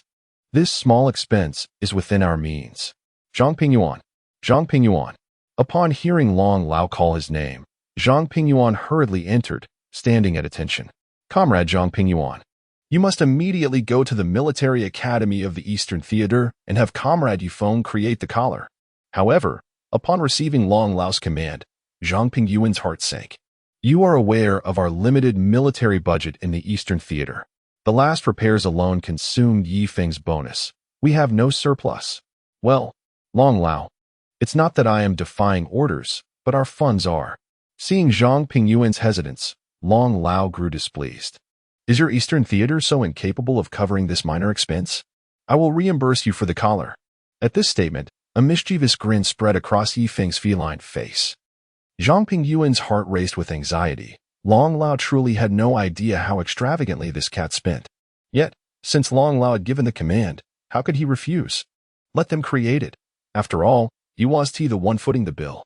With a salute, he affirmed, "Yes, I will ensure the task is completed before long." Long Lao, Zhang Pingyuan, and Yi Feng boarded a helicopter heading to the Eastern Theater of Long Kingdom. Inside the aircraft, sunlight streamed through the windows, illuminating the cabin. The atmosphere was exceptionally congenial. Yi Feng took full advantage of his feline charm, rubbing against Long Lao's arm one moment and making cute expressions the next. Nestled comfortably in Long Lao's embrace, instantly melting the old man's heart. Ha! Look at this little orange cat. How adorable. No wonder Mu Qingyue is so fond of him. Observing Yi Feng's antics, Zhang Pingyuan felt a wave of unease. Having dealt with this cat for so long, he knew it to be clever, cunning, and fond of mischief. While it was undeniable that Yi Feng was charming, he certainly was not amusing others. Something unusual must be afoot, he thought, feeling a tinge of dread regarding the creation he was to facilitate. The last time, 93 of the funding for the J-00000 fighter jet had been diverted to produce that collar. Seeing Long Lao so thoroughly entertained by Yi Feng, Zhang Pingyuan dared not dwell on his fears, forcing a smile. Ah, Long Lao is right. This cat is indeed a treasure of Mu Qingyue. Without some charm, how could it remain so adored by its owner? However, just as Zhang Pingyuan was about to mention the collar, he noticed the cat atop Long Lao's lap glaring at him with piercing eyes, its mouth slightly agape, revealing its teeth. The intensity of that expression rivaled that of Yi Feng when he had been a zombie. Zhang Pingyuan swallowed hard and fell silent. Ha! Indeed, Comrade Yi Feng possesses true talent, Long Lao remarked, turning to Zhang Pingyuan. What were you saying earlier? I didn't quite catch that due to the noise in the aircraft. Faced with Yi Feng's fierce gaze, Zhang Pingyuan cleared his throat. Ahem, Long Lao, it was nothing. I was merely commenting on our rocket force's position in the theater. Long Lao nodded, gazing out the window at the dense array of Yi Feng's newly developed hypersonic missiles. Even without the expensive FG-00 illumination device, the orderly formation of missiles resembled a colony of ants under the sunlight, appearing particularly magnificent. At that moment, the pilot's voice crackled through the headset. Long Lao, Commander Zhang, we have arrived. The helicopter descended slowly, and on the helipad outside the research center, Wu Qiming had been eagerly awaiting their arrival. After all, this was the cat who had contributed to the creation of the J-00000 fighter jet. Returning to the Eastern Theater's Research Institute after many days, news of a new creation sent Wu Qiming into a frenzy of excitement. New inventions meant new knowledge, and even if he wouldn't be privy to the principles immediately, the experience would certainly broaden his horizons. As the helicopter came to a halt, Long Lao and Zhang Pingyuan descended the stairs. Wu Qiming rushed forward. Cat God, what will you create this time? A superluminal engine? Hearing Wu Qiming's question, Yi Feng inwardly scoffed. Haven't you yet captured neutrinos? You wish to achieve superluminal speeds?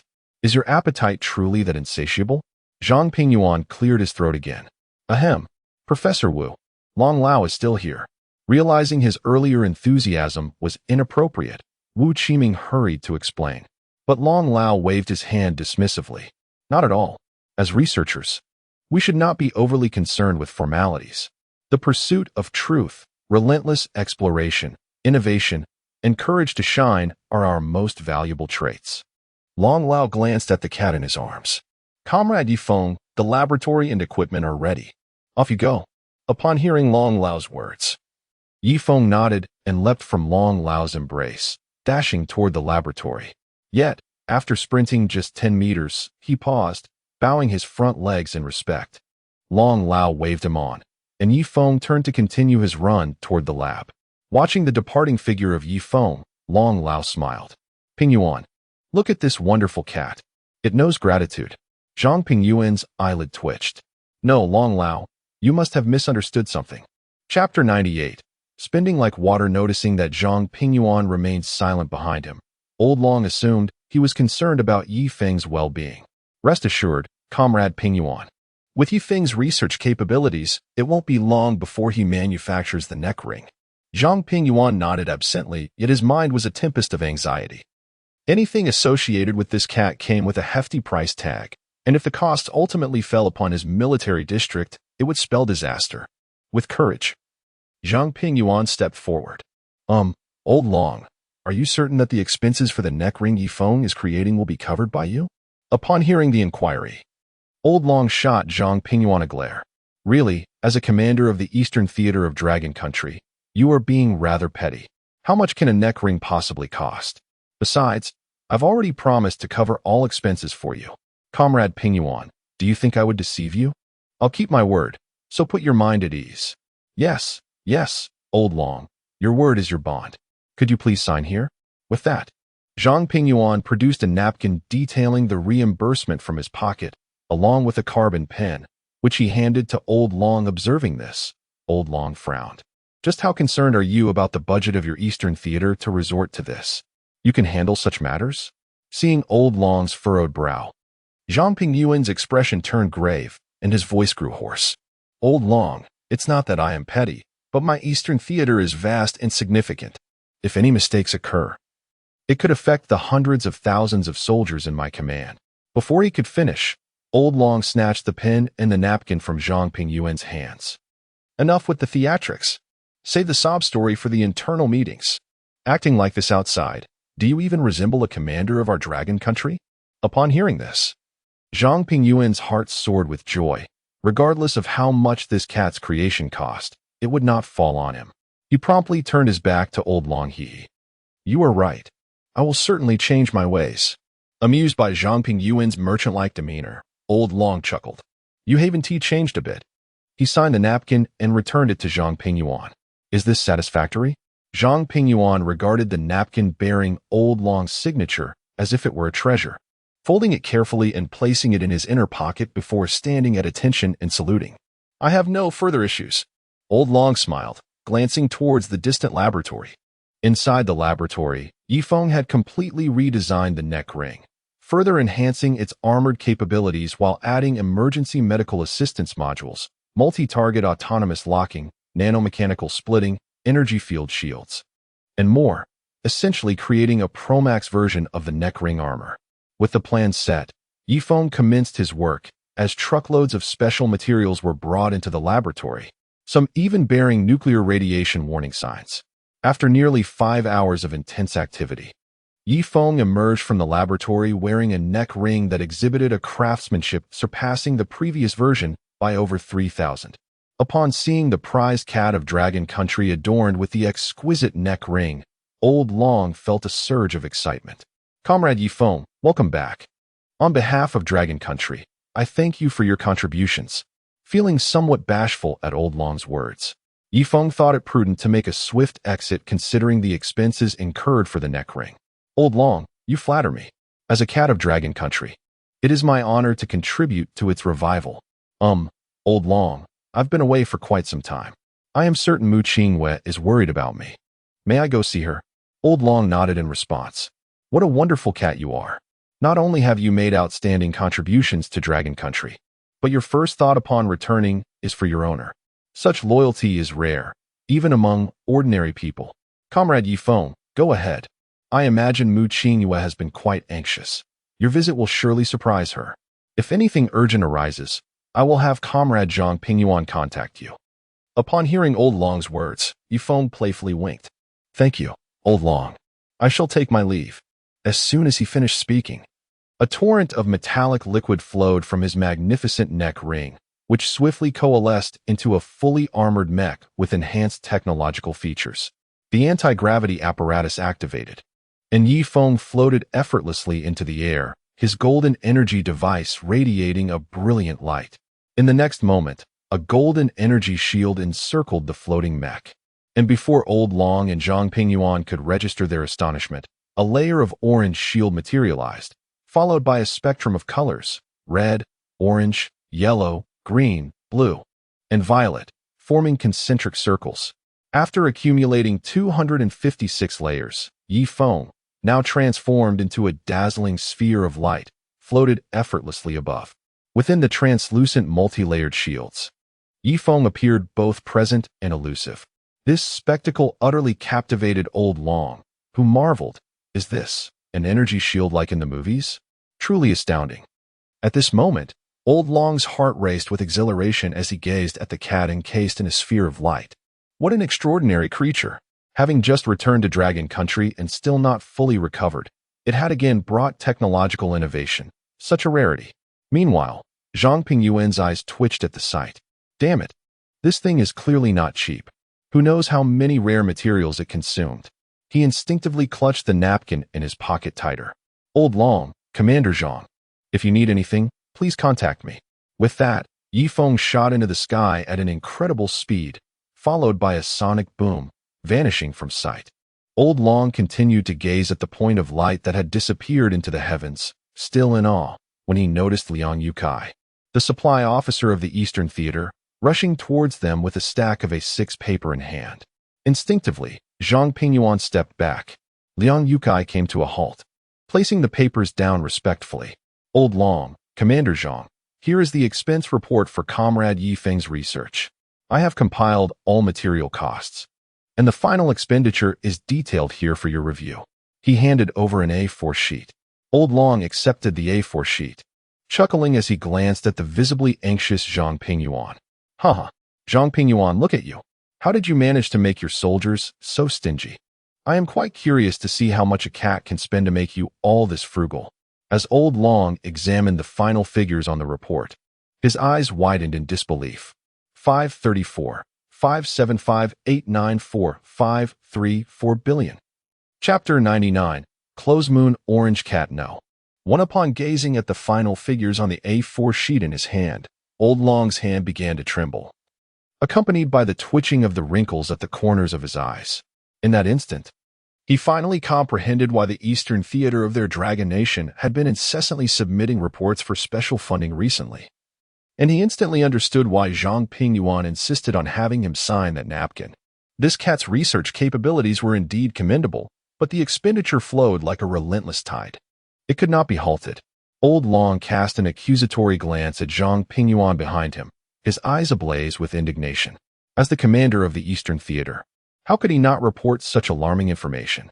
Confronted by Old Long's menacing gaze, Zhang Pingyuan clutched the napkin even tighter. Oh, Old Long, I intended to alert you earlier. But you were utterly captivated by that cat. I couldn't find the right moment to speak. At this moment, Old Long's chest heaved with agitation. Such a substantial expenditure was enough to sustain an entire theater of the Dragon Nation for a year. Recalling Yi Feng's obedient demeanor on the plane, Old Long suddenly realized that this cat had meticulously orchestrated everything, leveraging its adorable attributes to deceive him, while ruthlessly draining the coffers of the Eastern Theater.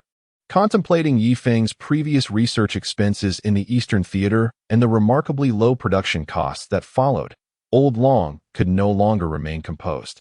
Comrade Zhang Pingyuan, immediately organize personnel to conduct a systematic audit of all research projects undertaken by Comrade Yi Feng in your department. Extract every unnecessary expenditure related to luminous devices. I demand to see just how much funding this cat has squandered. Such an extravagant outlay. Yi Feng must repay me. Understood, Old Long. I shall ensure the task is completed. With that, Zhang Pingyuan, accompanied by Liang Yukai, dashed toward the office building. Meanwhile, Yi Feng soared through the skies, marveling at the vibrant glow radiating from the 256 layers surrounding his mecha. He had never felt as secure as he did at that moment. Even the outermost shield was capable of withstanding an attack from a hydrogen bomb. Furthermore, this ultra-weak subatomic composite armor was equipped with the latest nano-repair technology and super-regenerative repair agents, making it virtually impossible for him to perish within the battle suit. Even a planet-destroying cannon would require multiple strikes. Ling Ling, are you there? As Yi Feng called out, a pink figure materialized on the holographic projector within the nanomechanical battle suit. Father, I am here. Oh, Father, this new equipment is quite impressive. Truly a high-tech marvel from you. It looks so magnificent. Ling Ling gazed curiously at the holographic display, inspecting it with fascination. I have told you countless times, dear daughter, to maintain your composure. If one day I were to acquire a new residence for you, would you then not ascend to the heavens? By the way, how has Qingwei been faring lately? Upon hearing her father's inquiry about her master, Ling Ling's expression turned serious. Father, during your absence, the director has been profoundly sorrowful, often isolating herself in her room to weep. However, she has launched a toy company named Close Moon, dedicating all her energy to the development of new pet toys. You know, Father, the toy she created is an adorable orange cat. Today happens to be the launch event for her company's new products. Would you care to attend? Upon learning about the Close Moon toy company from Ling Ling, Yi Feng was instantly reminded of the words Mu Qingyue had shared with him beneath the blue moon that night. He never imagined she would establish a toy company in such a short span of time. The thought of how she had endured sorrow during his absence filled him with compassion and concern for her well-being.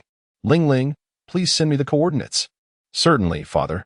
The coordinates have been transmitted to your system. Ling Ling exited the holographic combat system, and as Yi Feng scrutinized the map on the screen, he executed a sharp turn towards the exhibition center. Simultaneously, within the Longjing Exhibition Center, the entire venue was adorned in pink. Major media outlets and online streamers from the entertainment industry filled the seats below, not due to the substantial reputation of Mu Qingyue's Close Moon Toy Company, but rather for the enticing gifts promised at the end of the event. Have you heard what kind of product this company is set to unveil? Who knows?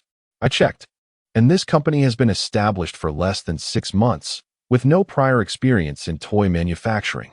However, their funding appears quite robust. Indeed, I heard the owner is a young woman, freshly graduated from university.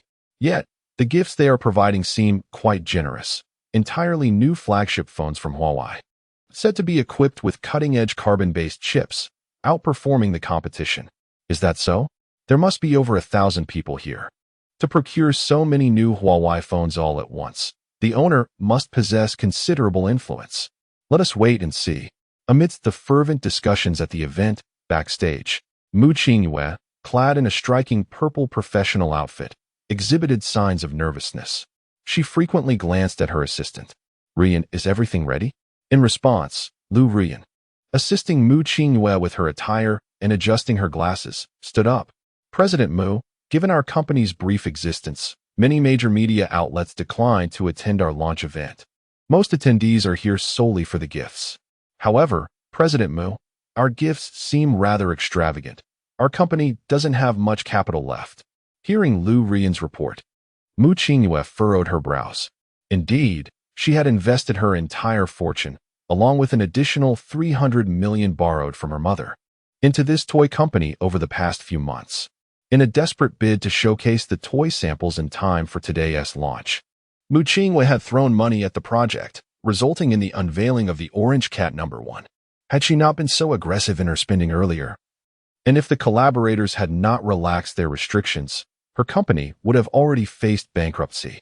Mu Qingyue looked back at the mechanical Orange Cat #1, murmuring to herself, "Tai, you will bless me, won't you?" Upon receiving the special command, the Orange Cat #1 abruptly lifted its head and responded in a mechanical voice, "Master, I am here. I am the Orange Cat, and it is my pleasure to serve you." Mu Qingyue sighed. This was far from what she had envisioned. "President Mu, it is time." Chapter 100. Oh, not bad. Upon hearing the urging of Lu Ruan beside her, Mu Qingyue clenched her fists, bit her lip, and stepped out.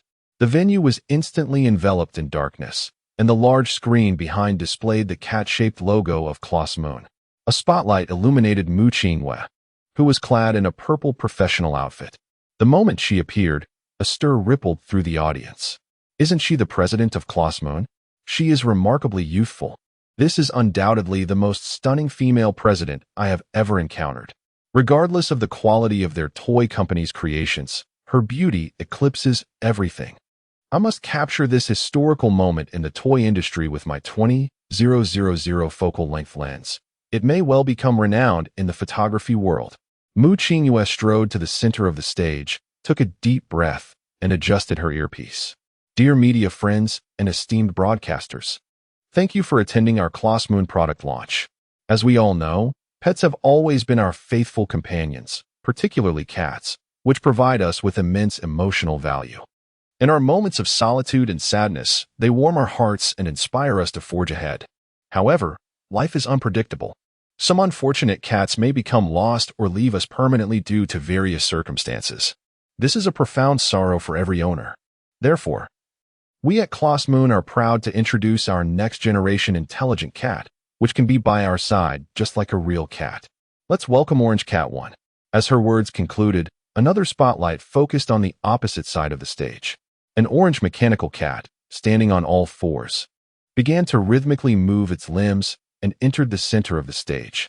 After finding its position, the orange cat turned and faced the audience. "Hello everyone. I am your good friend, Orange Cat 1. I am delighted to meet you all, and I hope we can be friends for a long time." Although Orange Cat 1 remained stationary, its limbs incessantly tapped the stage floor. Alas, given the current state of technology, this was the only way the cat could maintain its balance. "Allow me to dance for everyone." With that, the mechanical cat squatted and began to sway its body in a mechanical rhythm. The audience erupted into a cacophony of chatter. It was not that Orange Cat 1 was particularly impressive. Rather, the product had proven to be immensely disappointing. I expected the company to unveil something high-tech, but instead, we have a mechanical cat. How can this imitation possibly compare to a real cat? Its robotic movements and jerky motions resemble those of a Parkinson's afflicted limb.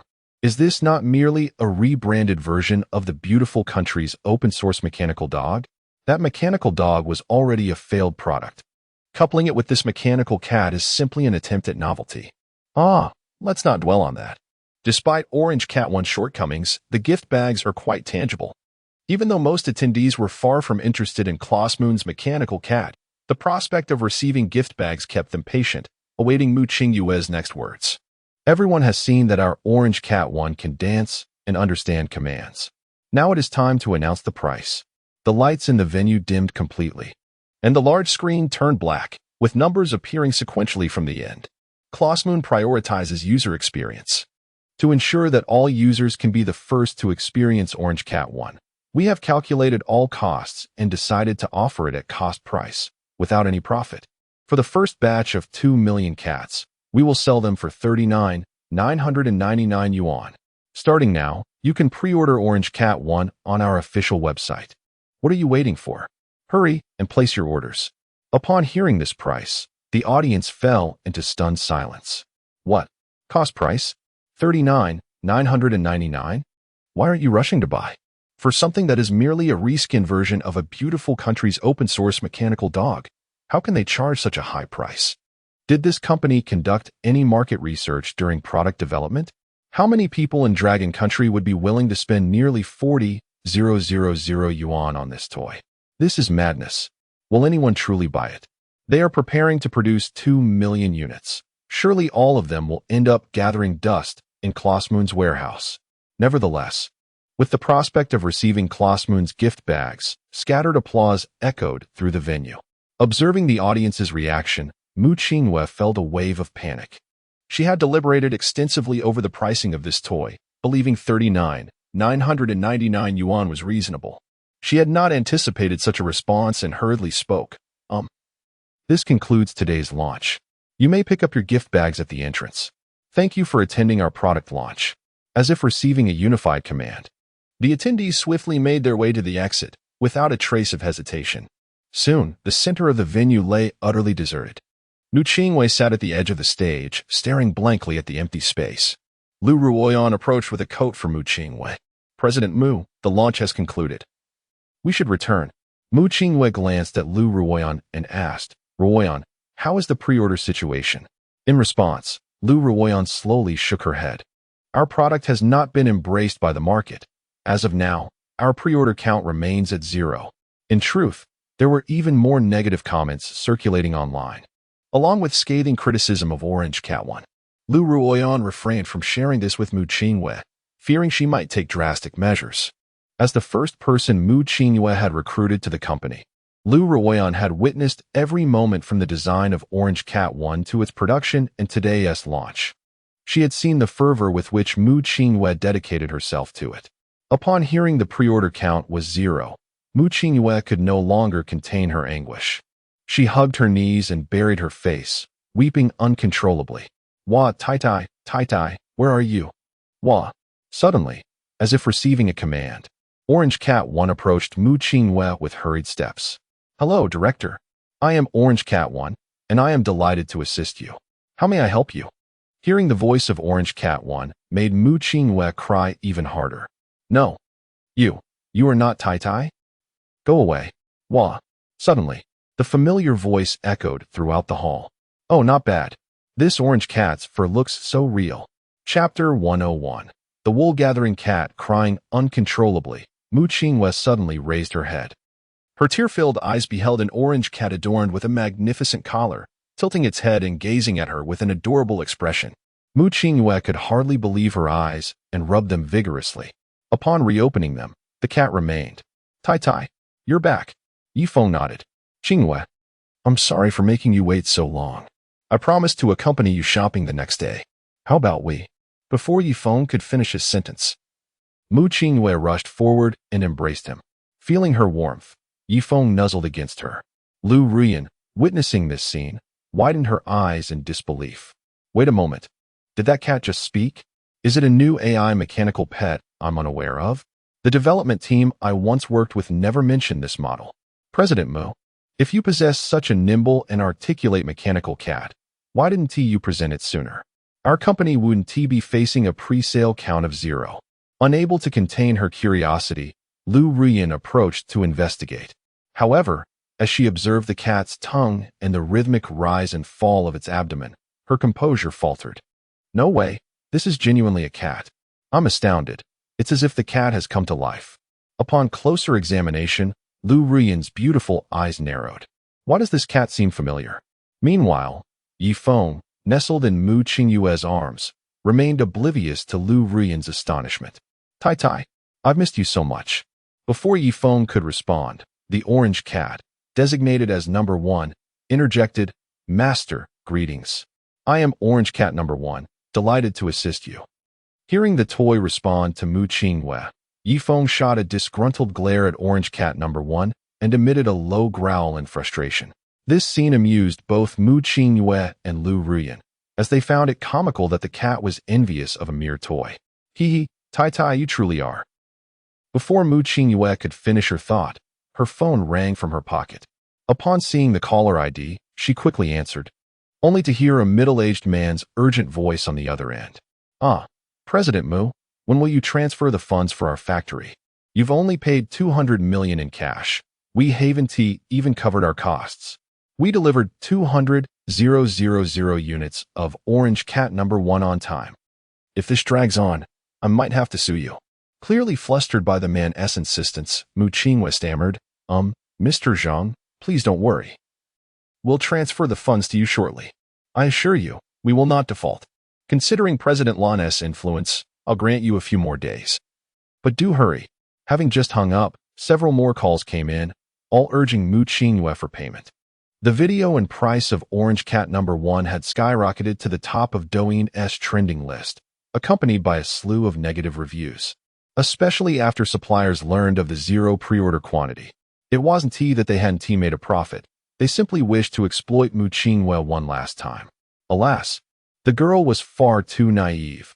In her eagerness to launch Orange Cat number 1, she had recklessly spent money, paying exorbitantly, often at rates 100 times the norm, making her a prime target for exploitation.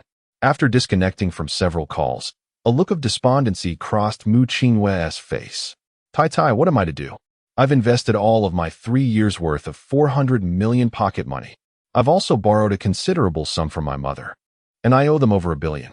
It's so distressing. At this, Feng's feline eyes twitched, glancing at Orange Cat number 1, which was still stomping its feet as if jolted by an electric shock. Sister, did you really throw nearly 2 billion at this gadget? 200,000 units crafted from pure gold shouldn't cost this much. Feng suddenly realized that his own spending habits and research were quite frugal in comparison. Lu Rian sighed as well.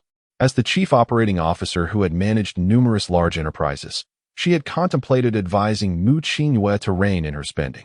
However, the heartbroken girl was too absorbed in her sorrow to heed any counsel, throwing money at the Orange Cat as if possessed. Wait a moment, Orange Cat? Lu Ruyan glanced at Feng nestled in Mu Qingwei's arms and suddenly had an epiphany. She hurriedly opened her phone and found the official website for the most beautiful cat contest. Comparing the judging criteria to Feng, her eyes widened in astonishment. Lu Ruyan exclaimed, "If you remove that exquisite collar from the cat's neck, it looks almost identical to the reference image." Instantly, she conceived an idea and handed her phone to Mu Qingwei. "Ahem, President Mu, I believe your cat has exceptional qualities. Why not enter the contest? The most beautiful cat contest?" Mu Qingwei looked at her, puzzled. Lu Ruyan nodded. "President Mu, you've been preoccupied with developing Orange Cat number 1 and may have overlooked such entertainment news. This is a competition initiated by Long Country to find the most beautiful cat across the blue star. Every participant receives a prize, and the grand prize is quite substantial. This is the official judging criteria. Take a look." Upon hearing Lu Ruyan's explanation, Feng leaned in curiously and immediately recognized a familiar image, the very photo he had taken at Mu Qingwei's home. As he glanced at the prize structure, the shimmering 2 billion reward for first place caught his eye. Feng was stirred. This was practically free money. If he were to participate, winning first place was a foregone conclusion. Having contributed significantly to Long Country's research projects, claiming a modest reward was hardly excessive. Feng turned to Mu Qingwei. "Qingwei, I believe this is a splendid idea. Let us enter the contest." Initially worried that Tai might have reservations about competing, seeing the enthusiasm in Tai's demeanor reassured Mu Qingwei, and she nodded in agreement. "However, I see that the contest deadline is today. Even if we call for a car, will we make it in time?" "That's easily remedied," Feng declared, from the collar around his neck. A multitude of silvery liquid poured forth, enveloping Mu Qingwei and transforming into an impressive suit of armor. Feng, clad in his armor, soared into the air and addressed Lu Ruyan. "Miss, please take that piece of electronic waste back with you.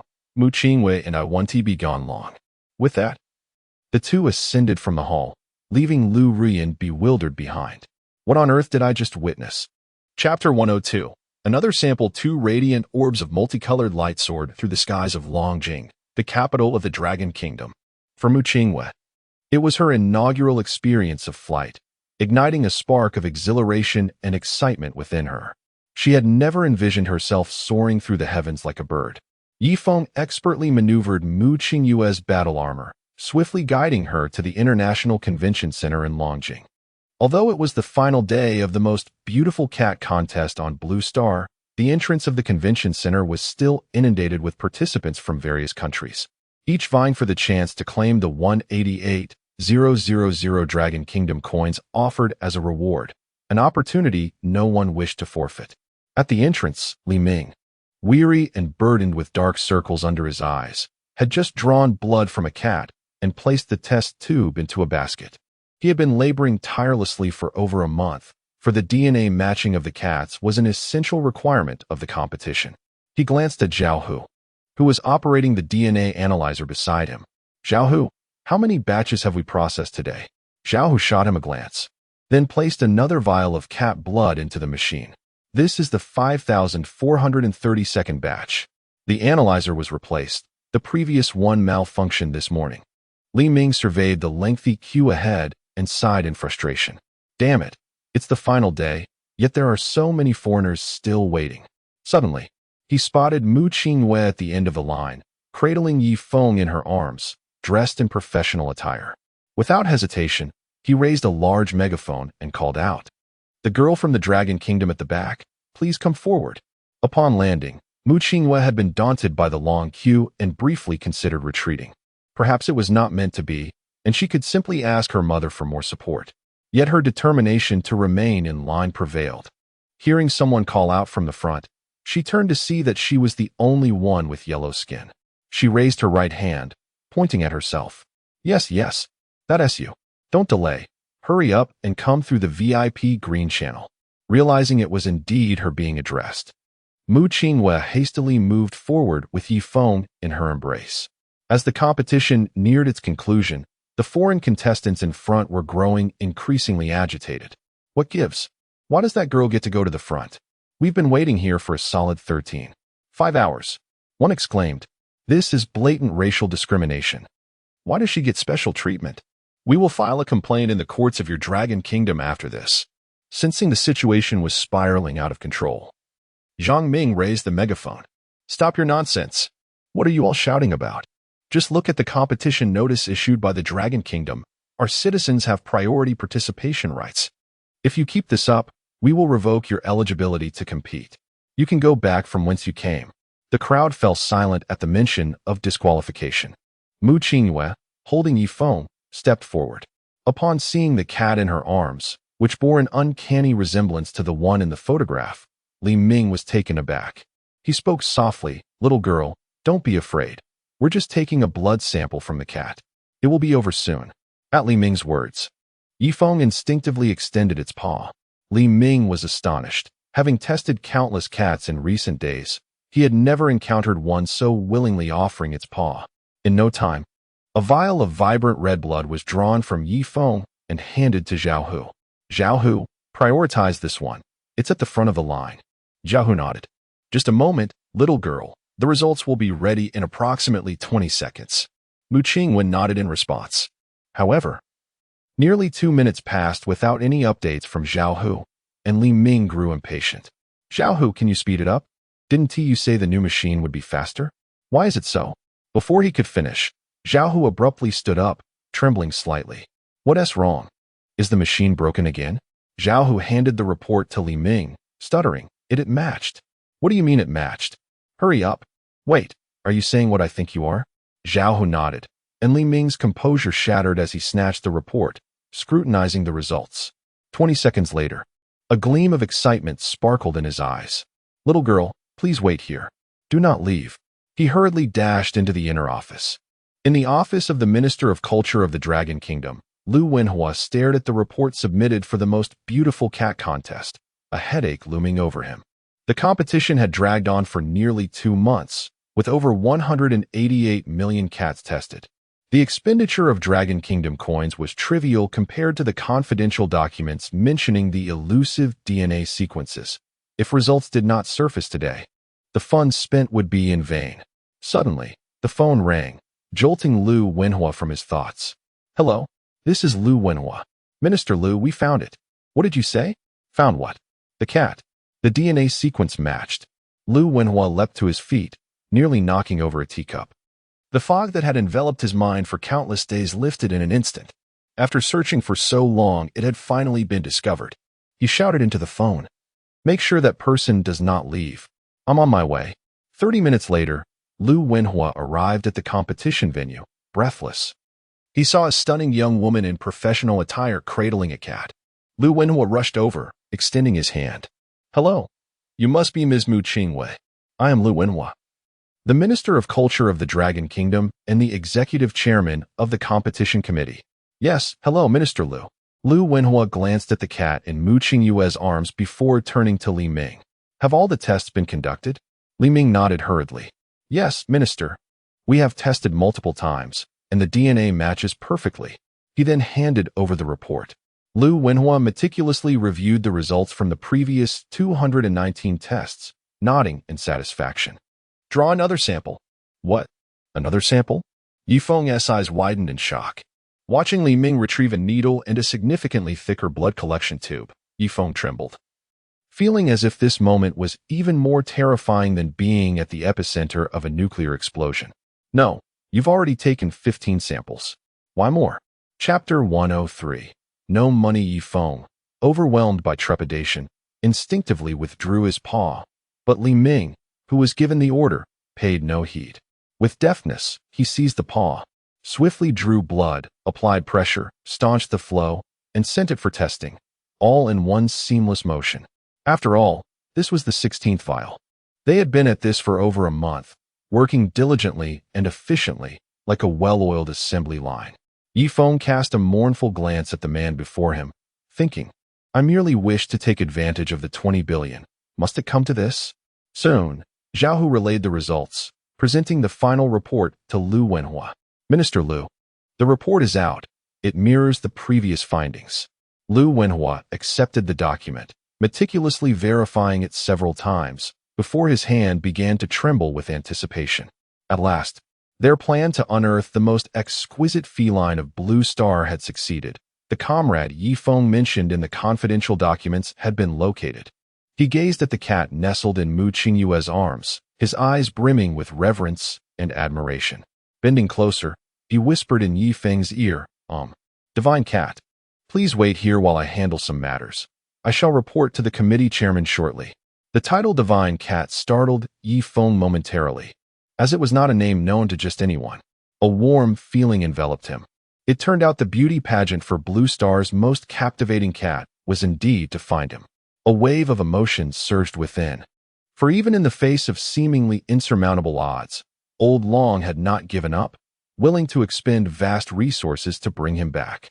This stirred within Yi Feng a noble sentiment akin to a cat sacrificing itself for a true friend, ready to shatter for the glory of Long Nation. Nodding, Yi Feng gently nudged Mu Qingyue with his head, signaling her to enter. After all, with so many foreigners outside, it would be unwise to alarm them with a sudden outburst. Watching the girl embrace the divine cat as they entered the Dragon Nation's Longjing International Exhibition Center, Lu Wenhua turned to the throng of contestants waiting at the entrance, pondering briefly before picking up the microphone. "All contestants, please take note. I am Lu Wenhua, the Executive Committee Chairman of the most beautiful cat selection in Long Nation.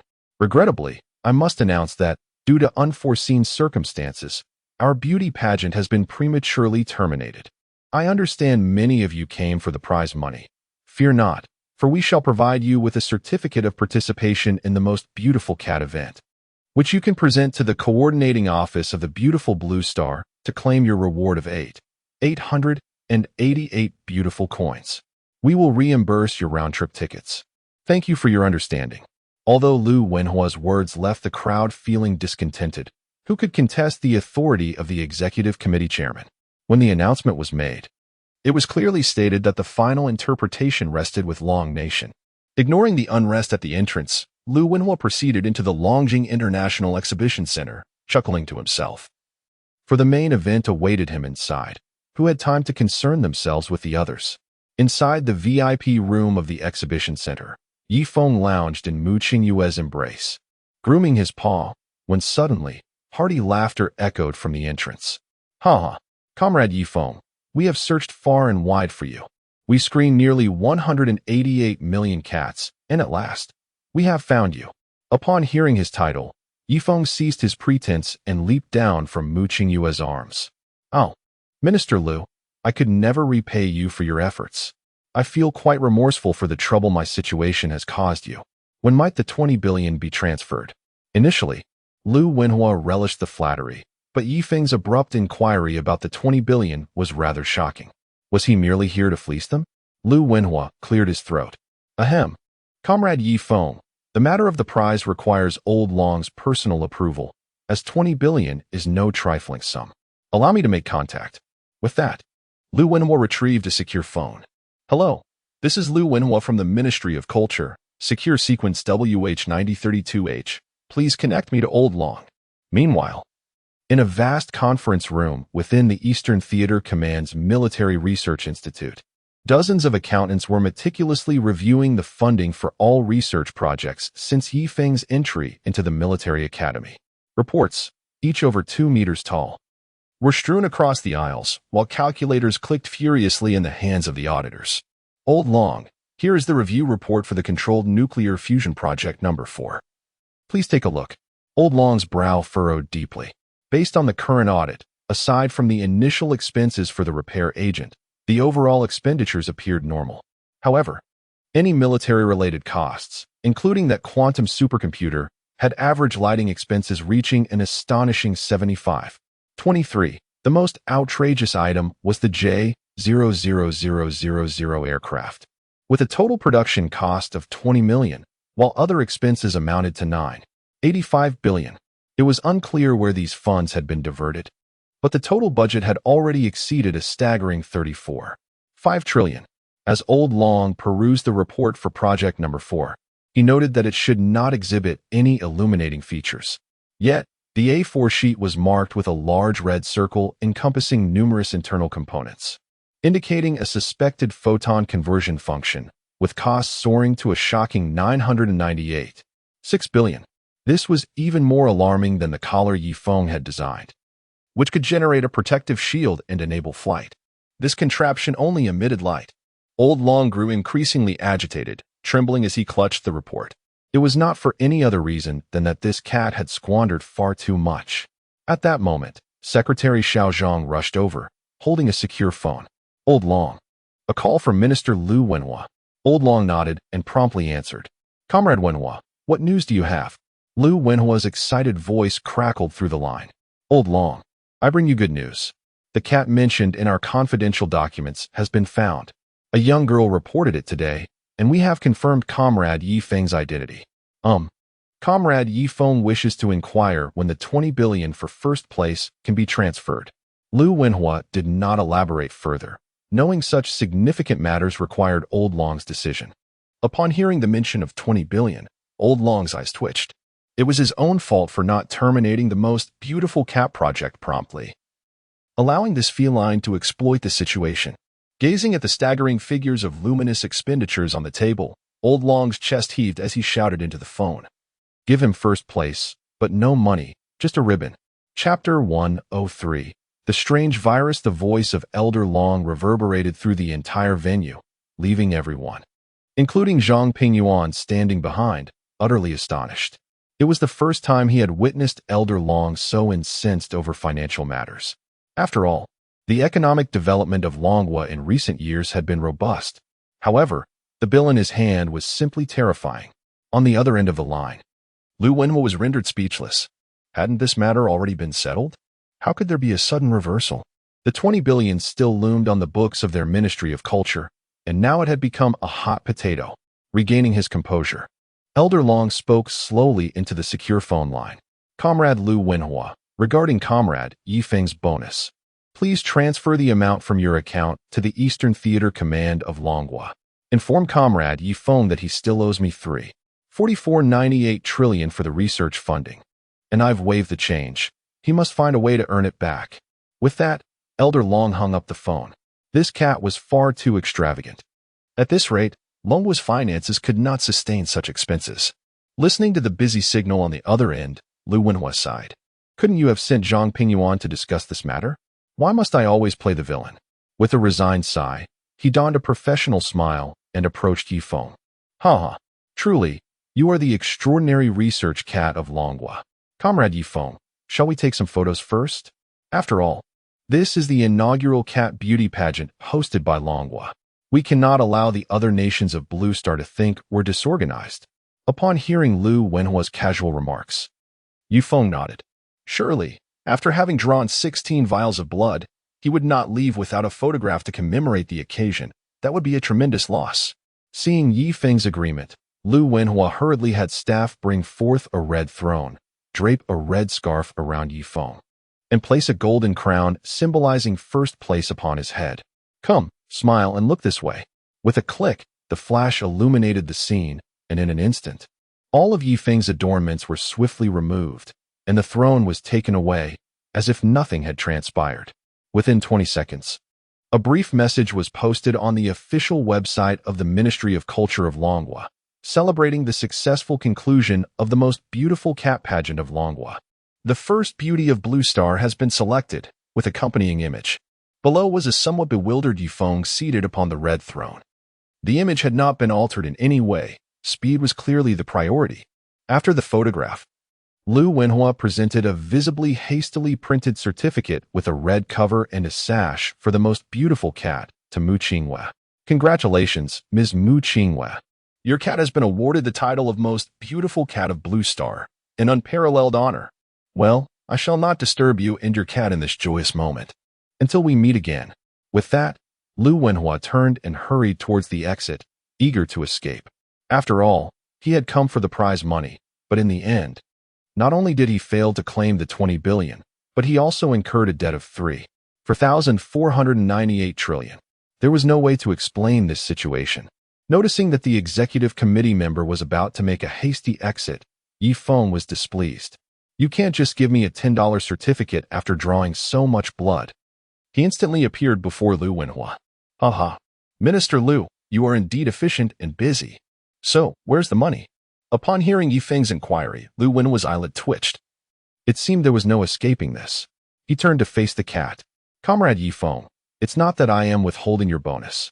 Your payment has been withheld by Elder Long, purportedly to offset the overspending on research. Oh, by the way, I almost forgot.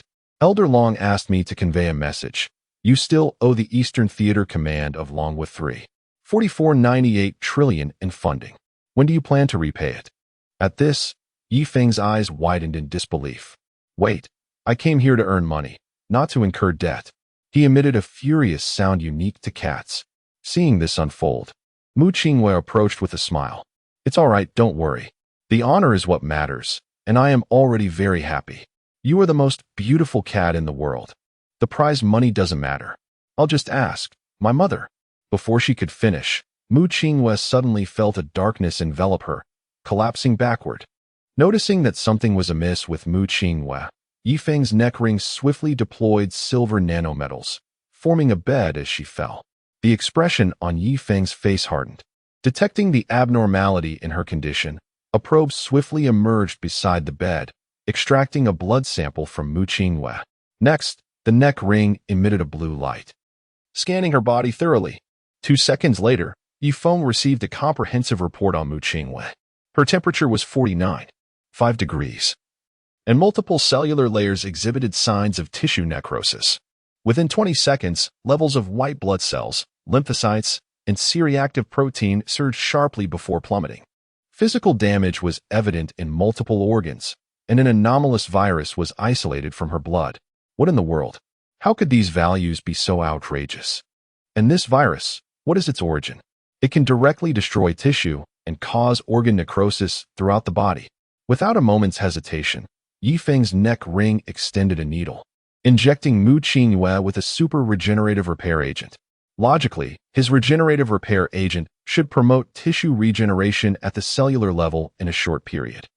As long as there were living cells, damaged organ cells would be replaced by new ones, effectively boosting the body's white blood cells and lymphocytes to withstand any virus. 10 minutes later, Yifeng scanned Mu Qinghua's body once more, but after just 1 second, he was left wide-eyed in disbelief. How could it be possible? The effects of the regenerative repair agent were being suppressed? The repair speed was far slower than the rate of damage caused by the virus. Did this truly exist in the natural world of Blue Star? Yi Feng lost his composure, swiftly enveloping Mu Qingyue in nanometals while donning armor himself. Both floating in the air, he turned to the astonished Lu Wenhua. Minister Lu, you should remain here and isolate everyone. I must take Mu Qingyue to the 086 Biological Research Institute of the Eastern Theater Command of Longhua. The virus within her is quite peculiar. With that, Yi Feng propelled Mu Qingyue from the Longjing Convention Center. Meanwhile, in a conference room at the Eastern Theater Command's Research Institute, Elder Long had just ended a phone call. His emotions still unsettled when an urgent, secure phone call rang again. He answered, and 20 seconds later, he abruptly stood up with a bang. What did you say? Chapter 104, State of Emergency. Indeed, Elder Long. Hospitals across our nation have reported numerous cases of patients exhibiting high fevers, predominantly concentrated in provinces and cities renowned for their scenic attractions. All afflicted individuals are experiencing varying degrees of visceral necrosis. We have employed every antiviral treatment at our disposal, yet the results have been underwhelming. Should we declare a national state of emergency, Elder Long? Upon hearing the report from Minister of Health Lin Weiman, even Elder Long felt beads of cold sweat trickling down his forehead. Unlike the previous viral outbreak that necessitated a saturation rescue, this situation is widespread across nearly all provinces and cities of our nation. Moreover, considering the current concentration in popular tourist destinations, it is highly probable that the virus was introduced by those attending the most beautiful cat competition. Suddenly, Elder Long recalled the astonishing bounty of 888 beautiful coins from the United States. Clarity washed over him. This was indeed a blatant act against humanity. A nation grappling with a viral outbreak while seeking to ensnare the populace of the entire blue planet. This was a deliberate attempt to propagate the virus. Elder Long furrowed his brow. Comrade Lin Weiman, have we identified the transmission pathways of the virus? Report to Elder Long. We have conducted medical examinations on several unfortunate compatriots who succumbed to the infection. It is now confirmed that all organs are targeted by this virus. Furthermore, given the severity of the pulmonary afflictions, it is highly likely that the virus can be transmitted through the air. What? Elder Long gasped, realizing the grave danger that now loomed over the entire nation. It was impossible to meticulously track and isolate every individual, as this was a widespread epidemic affecting regions throughout the country. In a moment of inspiration, he thought of Yi Feng's remarkable regenerative repair serum. If it could revive a cat from a state of near skeletal remains, surely it could offer hope to those whose cells remained largely intact. Suddenly, the nearly 40 trillion spent by the nation seemed less burdensome. After a brief contemplation, Elder Long spoke slowly. Comrade Lin Weiman, issue a declaration of a state of emergency. Simultaneously, assign personnel to account for all non-citizens currently within our borders and, under secure conditions, facilitate their return to the United States. All provinces are to suspend the movement of personnel and initiate epidemiological tracking to isolate individuals who may have been exposed to the virus. The remaining details will await further notice.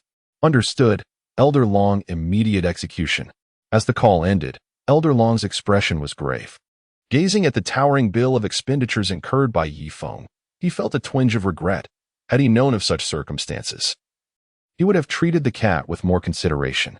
Having recently confiscated nearly 20 billion in rewards and demanded repayment, seeking Yi Feng's assistance now felt somewhat ungracious. Yet, this was not the time for such concerns. Faced with a virus capable of causing organ decay, perhaps only Yi Feng's serum could turn the tide. Meanwhile, Zhang Pingyuan wore a frown, muttering to himself about the absurdity of the situation. He mused that perhaps the glowing hypersonic missiles hovering above should have been unleashed directly upon the United States, potentially averting this biological assault. At that moment, Zhang Pingyuan's secure phone rang. It appeared to be Yi Feng. He handed the phone to Elder Long. Elder Long, it's a call from Comrade Yi Feng. Seeing Yi Feng's name, Elder Long felt a surge of joy and promptly pressed the answer button. Before Yi Feng could speak, Elder Long interjected. Comrade Yi Feng, this is Elder Long. I realize this may be difficult for you to accept, but our nation urgently requires your assistance. A new virus has erupted nationwide, causing severe decay in those infected, and its spread is alarmingly extensive. You are our only hope. Your regenerative serum is our last resort. Soaring through the skies of Long Nation with Mu Qingwei in tow, Yifeng had initially intended to seek Zhangping Yuan's help, but was taken aback to find Elder Long on the line. Upon hearing Elder Long mention his serum, Yifeng's heart sank. Logically, nothing should escape the grasp of the enhanced human immune system, yet this virus defied all reason. His tone grew somber. Elder Long, I may have to disappoint you. No, Comrade Yifeng, our review of your research funding is merely a formality. At this critical juncture, you cannot falter. Yifeng's eyelid twitched in frustration. Elder Long, please let me finish. Elder Long, it is not as you envision. Mu Qingwei has also contracted the virus, and I believe it to be the same strain. I have administered my specially enhanced regenerative serum, but astonishingly, this virus proves exceptionally resilient. My serum is ineffective against it. Mu Qingwei's condition is dire, and the virus continues to wreak havoc on her organs. I require the full support of the Eastern Theater Research Institute and the utilization of the Mosey supercomputer at full capacity to devise a solution for this peculiar virus. I am currently en route to the Eastern Theater's 086 Biological Research Institute. Hearing that Yifeng's serum had failed to produce the desired results, Elder Long's heart sank. After all, when it came to Mu Qingwei, Yifeng would not make light of the matter. Countless lives across Long Nation were at stake due to this wretched virus. Fortunately, Yifeng had already devised a plan. Elder Long took a deep breath. Comrade Yifeng, I grant you full authority to address this virus. You may utilize all resources at our disposal. The ordinary citizens of Long Nation cannot afford to wait. Upon hearing this, Yifeng felt a heavy weight in his heart, fully aware of the implications. Yes, Elder Long, rest assured, I will exert every effort to develop an effective medicine. With a surge of acceleration, Yifeng directed his flight toward the Eastern Theater Research Institute 086. Shortly thereafter, the Ministry of Health of Long Nation issued a nationwide emergency alert, urging citizens to remain indoors and to adhere strictly to the measures implemented during the previous pandemic, wear masks, wash hands frequently, and ensure proper ventilation. Meanwhile, in the bunker of the White House, Joseph, clad in a biological protective suit and fully armed, navigated through layers of security and sterilization, clutching a document as he entered. Wearing a mask and goggles, Aster shot a glance at Joseph. Haven't I told you countless times? The situation is critical. Unless absolutely necessary, do not disturb me. Yes, Mr. President. The latest news from Long Nation indicates that the virus has spread. They have declared a state of emergency. What? Is it true? Chapter 105. Defeating carbon-based with silicon-based. Aster suddenly sprang to his feet. His scheme to undermine the Dragon Kingdom through the election of the most beautiful cat on Blue Star had, astonishingly, succeeded. He paced back and forth in the room. Seal all routes to the Dragon Kingdom immediately. Notify the Blue Star Health Organization that the Dragon Kingdom has discovered a terrifying and uncontrollable new virus. Issue a Level 1 Blue Star Health Safety Alert for the Dragon Kingdom and sever all their ties with Blue Star. Taking a deep breath through his mask, Aster turned to Joseph. Any updates from Jonas? I haven't seen her since the outbreak. It's been days. What's she up to? Hearing Aster's inquiry about Jonas, Joseph, masked, sneered. Damn it. Even you, the president, who was so close to her, don't know what she is doing? How am I supposed to know? The information I have comes from those reports. Honorable President, Joseph continued, since the failure of the lockdown in Black Crow Creek Town, I must admit I haven't seen Miss Jonas much either. However, I am well aware of the situation with the major pharmaceutical companies. Currently, several renowned pharmaceutical firms in our beautiful country have begun developing related vaccines. It is said that the targeted vaccine from Ruiliang Company shows promising potential for success. Aster's interest peaked upon hearing that a domestic company had developed a viable drug. As a majority shareholder in several biopharmaceutical companies, Aster recognized that if such a drug were to succeed, it would translate into immense profits and simultaneously enhance the international prestige of their nation. Oh, Joseph, this is the best news I've heard in a while. What is their success rate? He inquired eagerly. Mr. President, Joseph replied, according to our informants within Rulian Group. Their newly developed vaccine has achieved a success rate of merely 0.0003 in halting the invasion of this rotting virus. What did you say? 0.0003? You call that hope? Astor retorted incredulously. With all due respect, Mr. President, no other company is making progress that swiftly. He continued. Reports from a biological weapons laboratory reveal that the RNA reverse information of this virus contains segments from water bears and that organism's DNA traits, which possess extraordinary resilience. Coupled with the virus's constant mutations during human transmission, the current variant's survival capabilities have surpassed laboratory thresholds. Neither drugs nor immune cells can effectively combat it. Astor turned pale upon hearing this, instantly understanding why Jonas was reluctant to appear at such a critical juncture. This virus was nothing less than a death machine for humanity. Anyone infected was doomed. That woman must have found a place to hide, knowing full well, as the health minister, the comprehensive information available to her. Damn it. Had I known this would be the outcome, I should have launched a nuclear strike to eradicate it. Astor sighed, overwhelmed by despair. He had already allocated nearly 900 billion beautiful coins for various companies and the Defense Department's Biological Weapons Research Lab in response to the rotting virus. And now he could only place his hopes on those enterprises. However, he took solace in the thought that the Dragon Kingdom was likely suffering even more, given its larger population. The following day, the Blue Star Health Organization issued a warning regarding the new rotting virus, stating that countries needed to respond proactively to this threat. The document specifically mentioned the Dragon Kingdom as the primary source of the virus's spread, urging Blue Star nations to temporarily cease trade with the Dragon Kingdom. In an instant, the Dragon Kingdom found itself in an even graver predicament regarding its trade with Blue Star. As the announcement spread, a wave of panic began to envelop the Dragon Kingdom. At this moment, in the Eastern War Zone's 086 biological laboratory, Mu Qingwei remained enveloped in Yi Feng's ultra-nano armor. With the aid of the ultra-concentrated regenerative medicine created by Yi Feng, the decay of her internal organs gradually slowed. However, achieving such progress was no easy feat. She required an injection of the medicine every 10 minutes. Meanwhile, countless ordinary citizens in the Dragon Kingdom were not afforded such luxury. Ling, how are the results from batch 6951? Any updates? Mu Qingwei asked. Ling appeared on the screen and shook her head. Reporting to father, after simulating 345 billion synthetic compounds from Blue Star, none have effectively eradicated this virus.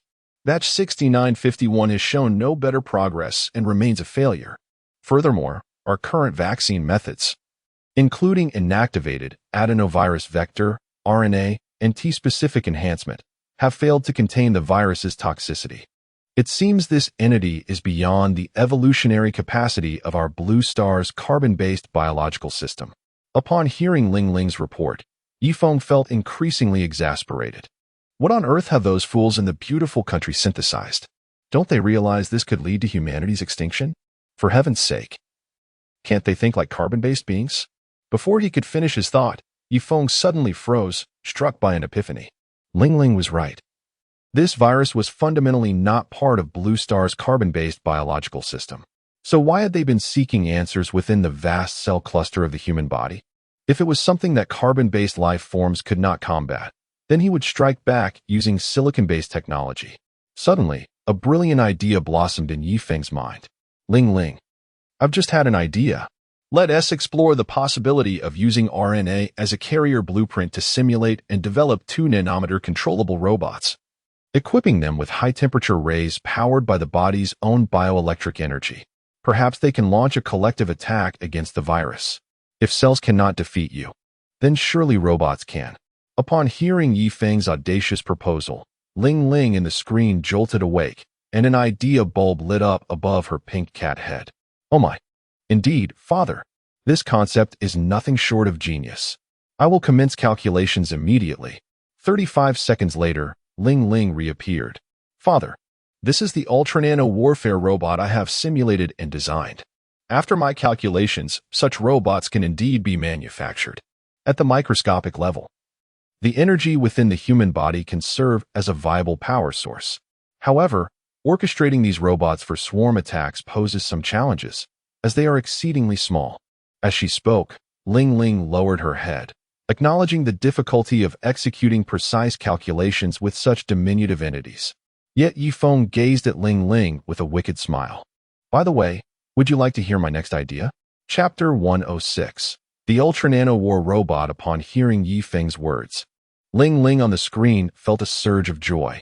Indeed, it was her esteemed father.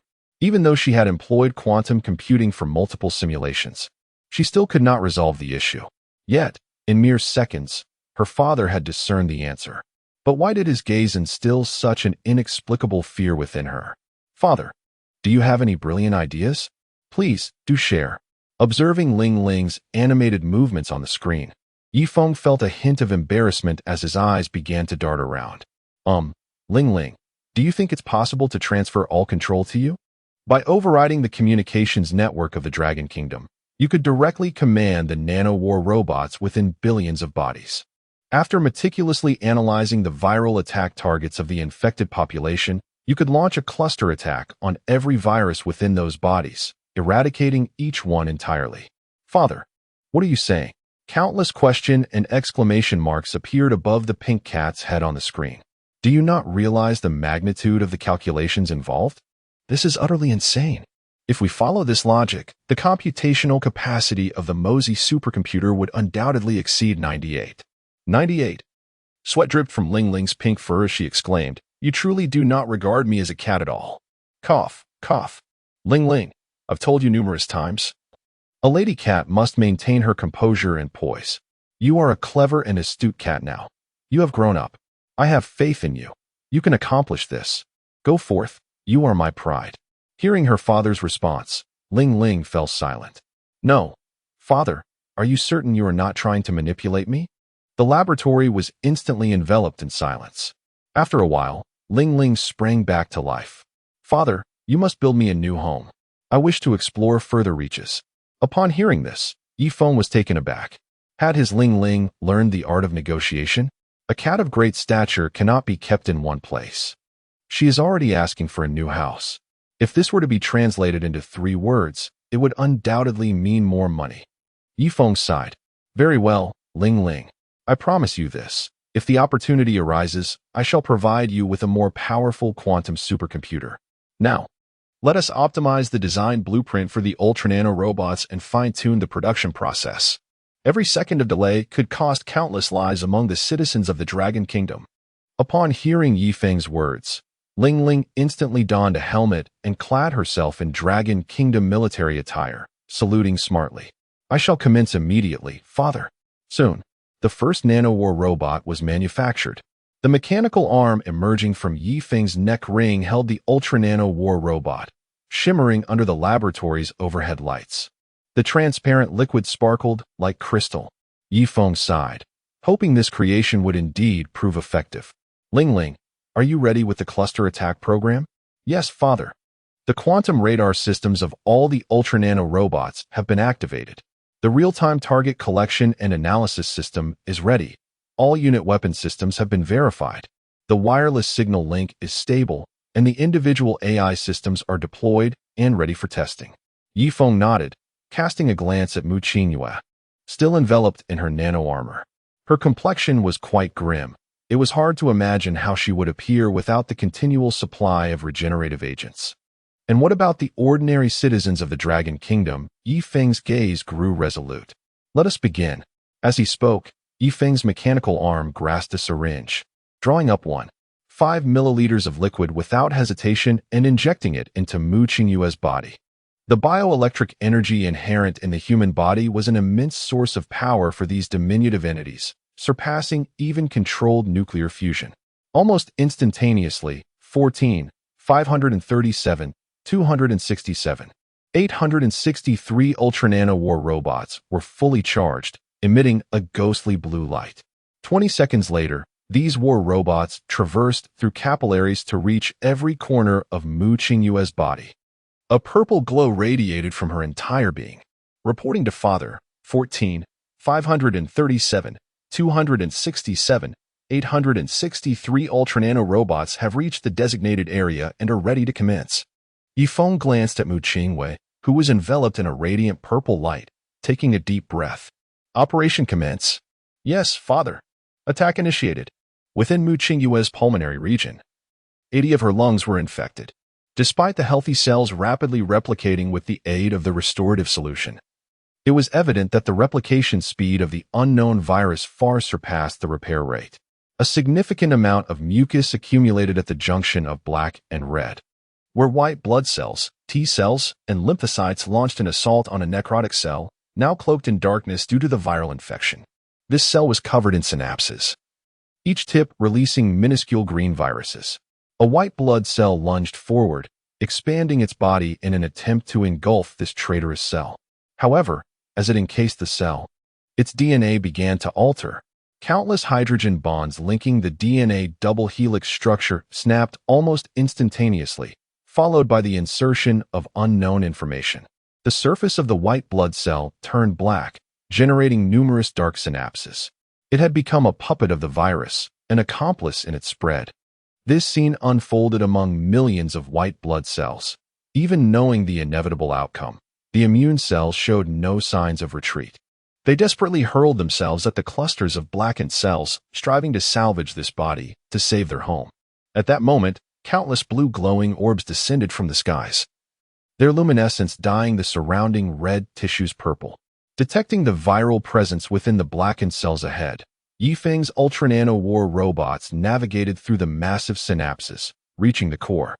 The green virus nestled within the nucleus sensed danger, instantly shutting down all cellular pathways. Yet, it was too late. From the luminescent blue robots, scorching red lasers erupted, striking the virus's core directly. The immense heat obliterated everything, reducing the green virus to a charred husk, stripping it of all vitality. The arrival of the blue ultra-nano war robots swiftly altered the battlefield's dynamics. The infected cells perished at an alarming rate, while the decaying regions ceased their spread. With the aid of Feng's super restorative agent, healthy cells proliferated rapidly, reviving the dying tissues. Ling, what is the status? Chapter 107. Side effects observing Mu Qingwei, who was enveloped in a radiant blue glow. Feng felt his heart leap into his throat. Ultimately, this substance had been administered to her without any rigorous scientific testing, and the outcome was a source of uncertainty for him. 10 seconds later, Ling on the screen wiped the beads of sweat from her brow. Father, your theory is indeed correct. Upon further examination, I can confirm that the peculiar virus within the host's body has been entirely eradicated. The effects of your super regenerative repair agent are manifesting. The host's body temperature has already begun to normalize, and all indicators are gradually returning to normal. I believe she will regain consciousness shortly. Upon hearing Lingling's report, Feng nodded. It seemed they had finally discovered a means to counter the synthesized virus from the United States. Father, to be honest, this has utilized 0.001 of my computational capacity, quite a challenge, indeed. You must not forget about my new mainframe. At this, Feng's eye twitched. You, a digital entity, ought to refrain from being as calculating as a merchant. Are you truly worried I might overlook your quantum supercomputer? Clearing his throat, he continued, ahem. Lingling, I have told you countless times that a lady cat should maintain her dignity, possess a grand worldview, and think on a larger scale. Do not fixate on trivial matters. One must be willing to sacrifice and contribute selflessly. Focus on your tasks and do not question the future. What is rightfully yours will certainly come. Before Lingling could respond, Feng personally scanned Mu Qingwei's condition and, out of respect, swiftly dialed Zhang Pingyuan's number. In a tightly secured conference room in Longjing, Long Country, experts from the medical system, including Long Lao and Lin Weiman, were in attendance. Zhang Pingyuan was also present due to Feng's work on drug development in the Eastern Theater of Long Country. Long Lao, wearing a mask, sat at the head of the table, his expression grave. Comrade Lin Weiman, what is the current situation in Long Country? Have we found a way to control this virus? Upon hearing Long Lao's inquiry, Lin Weiman, also masked, stood and shook his head. Long Lao, the viral situation in Long Country is extremely dire. As of yesterday, nearly 260 000 compatriots have succumbed to this virus. Our biological research institutes and pharmaceutical companies are diligently studying it.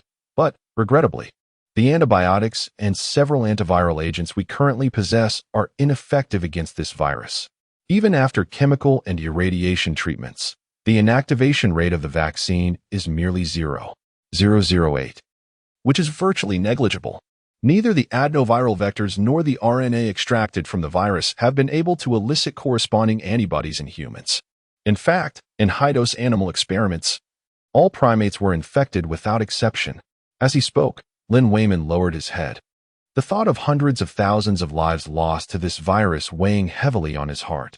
Long Lao, too, remained silent. Although Long Country had implemented stringent control measures similar to those during the previous outbreak, the virulence of this virus far exceeded what they had faced before. All they could do now was to reassure the public and ensure their basic livelihoods remained unaffected.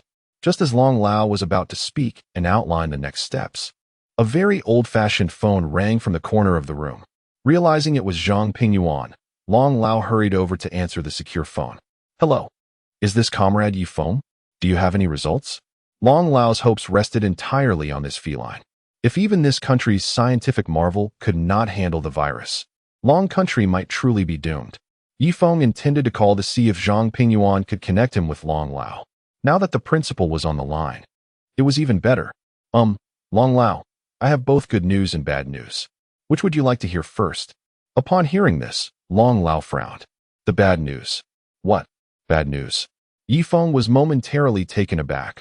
Wasn't the usual protocol to first share the good news, followed by the bad? Then everyone would brainstorm together, and the protagonist would shine in the face of adversity. This derailed all the carefully prepared remarks Yi Feng had gathered. The bad news is that this endeavor is remarkably costly and requires Lingling's full computational capacity.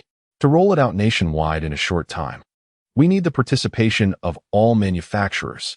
And then, that's it. Long Lao's previously anxious heart plummeted back into his stomach. He had expected something far worse. This was hardly alarming. I know your penchant for extravagance. I'm used to it. As for the computational power and factory matters, those are easily resolved. Wait a moment. Did this cat just imply that it has found a solution? Long Lao's spirits soared. Comrade Yi Feng, having finished the bad news, I would like to hear the good news now. Upon hearing Long Lao's statement, Yi Feng felt a pang of anxiety. Did he truly grasp the full meaning of what costly entailed? Ahem. Long Lao, the good news is that I have discovered a method to combat this virus. The newly developed ultra-nano battle robot can precisely target the virus at a microscopic biological level, completely eliminating all viruses within the body while appropriately regulating the body's endocrine levels, enhancing the skin's radiance. In conjunction with my previously developed super repair agent, it can cure patients within 24 hours. Furthermore, if this robot is treated as a vaccine, theoretically, with sufficient computational power, it could eradicate any bacterial or viral infection. In other words, Long Country could completely rid itself of cancer and disease. What did you say? Long Lao's heart raced with excitement, his hand trembling as he held the phone. This cat was indeed reliable in critical moments. Comrade Yi Feng, this is the best news I have heard today. On behalf of Long Country, I thank you. Just tell us what you need. We will fully cooperate. Money, manpower, anything. Oh, great. Long Lao, it's not too much. Let's start with 25 trillion. What? Long Lao was at a loss for words, incredulous. Did this cat truly expect to demand such a sum? Noticing the silence on the other end, Yi Feng cleared his throat. Of course. If we exclude the cost for establishing the quantum supercomputer, 300 billion should suffice. Ha ha ha, Comrade Yi Feng, on behalf of Long Country, I thank you. I approve the 300 billion. By the way, I must ask on behalf of all Long Country citizens, does this agent have any side effects? After a moment of contemplation, Yi Feng replied earnestly, yes, Long Lao. Those who use it may emit a glow. Chapter 108. The violet light what? The users actually emit light? Old Long's hand trembled slightly as he held the phone, which then fell to the ground with a resounding thud. No, this cat has gone too far. I can tolerate your antics with those light strips and fusion lights, but treating someone and having them glow all over after recovery, what does that even mean? Is this some sort of national Special Olympics? So now people have to close their curtains and turn off the lights at night to save on ambience, right? Upon hearing the phone drop, Feng was equally startled. In comparison to his own life, what was the big deal about glowing? After all, aren't there jellyfish that can emit light? Hello, Old Long? Are you there? Old Long? Listening to the static noise emanating from the fallen secure phone, Old Long's eyelids twitched. With a sigh, he picked up the phone and held it to his ear. Ahem. Comrade Feng, I need to take a look at this light. No, wait, the patient's condition. The light is too bright. This is problematic. At this, Feng felt a surge of joy. It seemed that the glowing phenomenon could indeed be resolved. No problem, Old Long. I am currently glowing in the laboratory. You are always welcome to come and inspect. Old Long, you wouldn't believe it, to tackle this virus. Before Feng could finish his sentence, Old Long hung up the phone, leaving him in a state of confusion on the other end. Old Long had no desire to hear any more of the cat's ramblings. He handed the phone to Zhang Pingyuan and turned to the people behind him. The meeting will be adjourned for now. I will notify everyone of any urgent matters separately. Comrade Zhang Pingyuan, prepare the plane. We are heading to the Dragon Country's Eastern War Zone 086 Biological Laboratory to assess the light effect. No. The patient's condition. Yes, Old Long. Soon, Old Long's plane landed at the 086 Biological Laboratory in the Eastern War Zone. Feng stood at the door, waiting, clad in a pale blue protective shield. Clearly, in such circumstances, it was best to minimize contact with Old Long. Ha ha ha. Comrade Feng, you've truly worked hard. Indeed. You are the miraculous research cat of our dragon country. But why are you still wearing the protective shield? Oh, Old Long, you flatter me. I'd rather not glow, just a little shield for protection. What? Old Long was somewhat bewildered, realizing that while others could turn on the lights, he could not. Sensing the disapproving gazes from Old Long and Zhang Pingyuan, Feng cleared his throat. Old Long, let us head inside. Qinghua is glowing in there. The sooner we verify this, the fewer of our compatriots we will lose. As he spoke, Feng led Old Long and Zhang Pingyuan into the laboratory. After navigating layers of security and donning heavy protective gear, they arrived at Feng's lab. In the distance, on the hospital bed, Mu Qinghua lay quietly, her complexion serene and her breathing steady. The surrounding instruments indicated that her heart rate, blood pressure, body temperature, blood oxygen levels, and routine blood tests had all returned to normal. The only anomaly was the soft violet light emanating from her body. Feng opened a nearby file to present to Old Long. Old Long, look here. On the left is the MRI scan taken 15 minutes ago. And on the right is yesterday's. After utilizing the ultra-nano war robots, all unknown viruses within Mu Qinghua have been eradicated. The decay caused by the virus has been repaired, and her bodily functions have returned to normal. Old Long and Zhang Pingyuan scrutinized the two MRI images Feng provided. The scan from 15 minutes ago showed no abnormalities whatsoever, leaving Old Long utterly astonished. This cat truly accomplished something remarkable. He glanced at the glowing Mu Qinghua in the distance, and suddenly found that the violet light was not so hard to accept after all. With the virus issue resolved, Old Long felt a weight lift from his heart. He turned to Feng, who stood on a platform with his protective shield. Very well, Comrade Feng. You have made a significant contribution to our dragon country. No, to all of humanity, on Blue Star. Before he could express his gratitude, the screen displaying the MRI comparison suddenly burst to life with Ling Ling's appearance. Old Long, you are biased. The ultra-nano war robots were under my unified command and concentrated operations. To achieve this, I exerted considerable effort, consuming a full 0.001 of computational power. I deserve a reward. Observing the screen where Ling Ling hopped around anxiously, Feng found her somewhat endearing and spoke gently. Haha, I never expected Ling Ling to play such a pivotal role. Speak up, what gift does this electronic little one desire? Old Long, you see, the place I currently reside is small and shabby, with low computational power. How about you construct a larger quantum supercomputer for me? Upon hearing Ling Ling's request, Old Long's eyelid twitched involuntarily. He vaguely recalled the astronomical figure of 250 trillion mentioned during a recent call, of which the quantum supercomputer accounted for a staggering 247 trillion. Noticing Old Long's twitching eyelid, Feng coughed a couple of times to ease the tension. Ahem. Old Long, don't listen to the child's nonsense. Ling Ling. I've told you many times, girls should be modest, frugal, and have a spirit of contribution. What is wrong with having lower computational power? If need be, we can halt other research projects, pause military surveillance projects, and focus solely on this matter. Given the capabilities of the Mosey quantum supercomputer, I believe it will be more than sufficient to protect our citizens from these mysterious viruses. Old Long, wouldn't you agree? Upon hearing Feng's words, Old Long became anxious. If that were the case, wouldn't all the strategic advantages Dragon Country had previously gained be lost? This simply cannot be. After considering the benefits brought by the quantum supercomputer, Old Long sighed. All right, I am truly at a loss for words regarding you two cats. I promise you, if Dragon Country has the capability in the future, I will ensure a better supercomputer is constructed. Is that acceptable?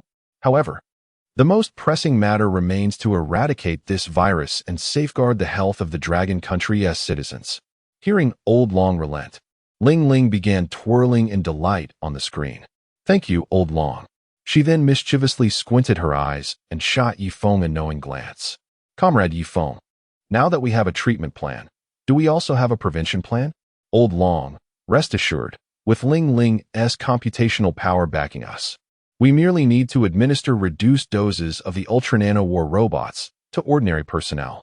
Should any virus enter, the ultra-nano war robots will immediately eliminate them without causing any harm to the human body.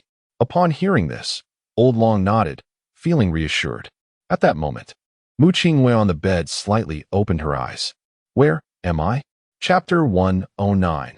Lan Ningxue of Haixin Biotechnology in a haze. Mu Qingwei opened her eyes, surveying the array of instruments surrounding her and the bright lights on the ceiling.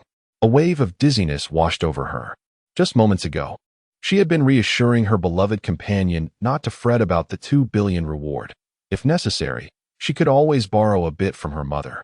Yet, in the blink of an eye, she found herself in this unfamiliar place. She extended her left hand, attempting to shield her eyes from the blinding overhead lights, only to be taken aback in astonishment.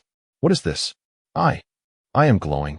As she gazed at the purple light emanating from her palm, a flicker of fear crept into her heart. Had she been abducted by extraterrestrials for some sort of experimental transformation? How could a human being emit light?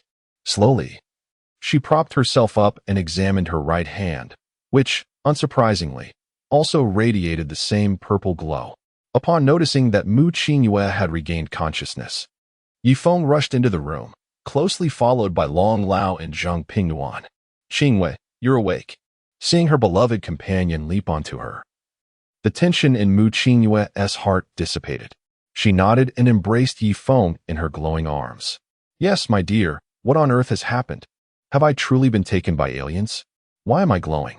Feng's eyes twitched at her words.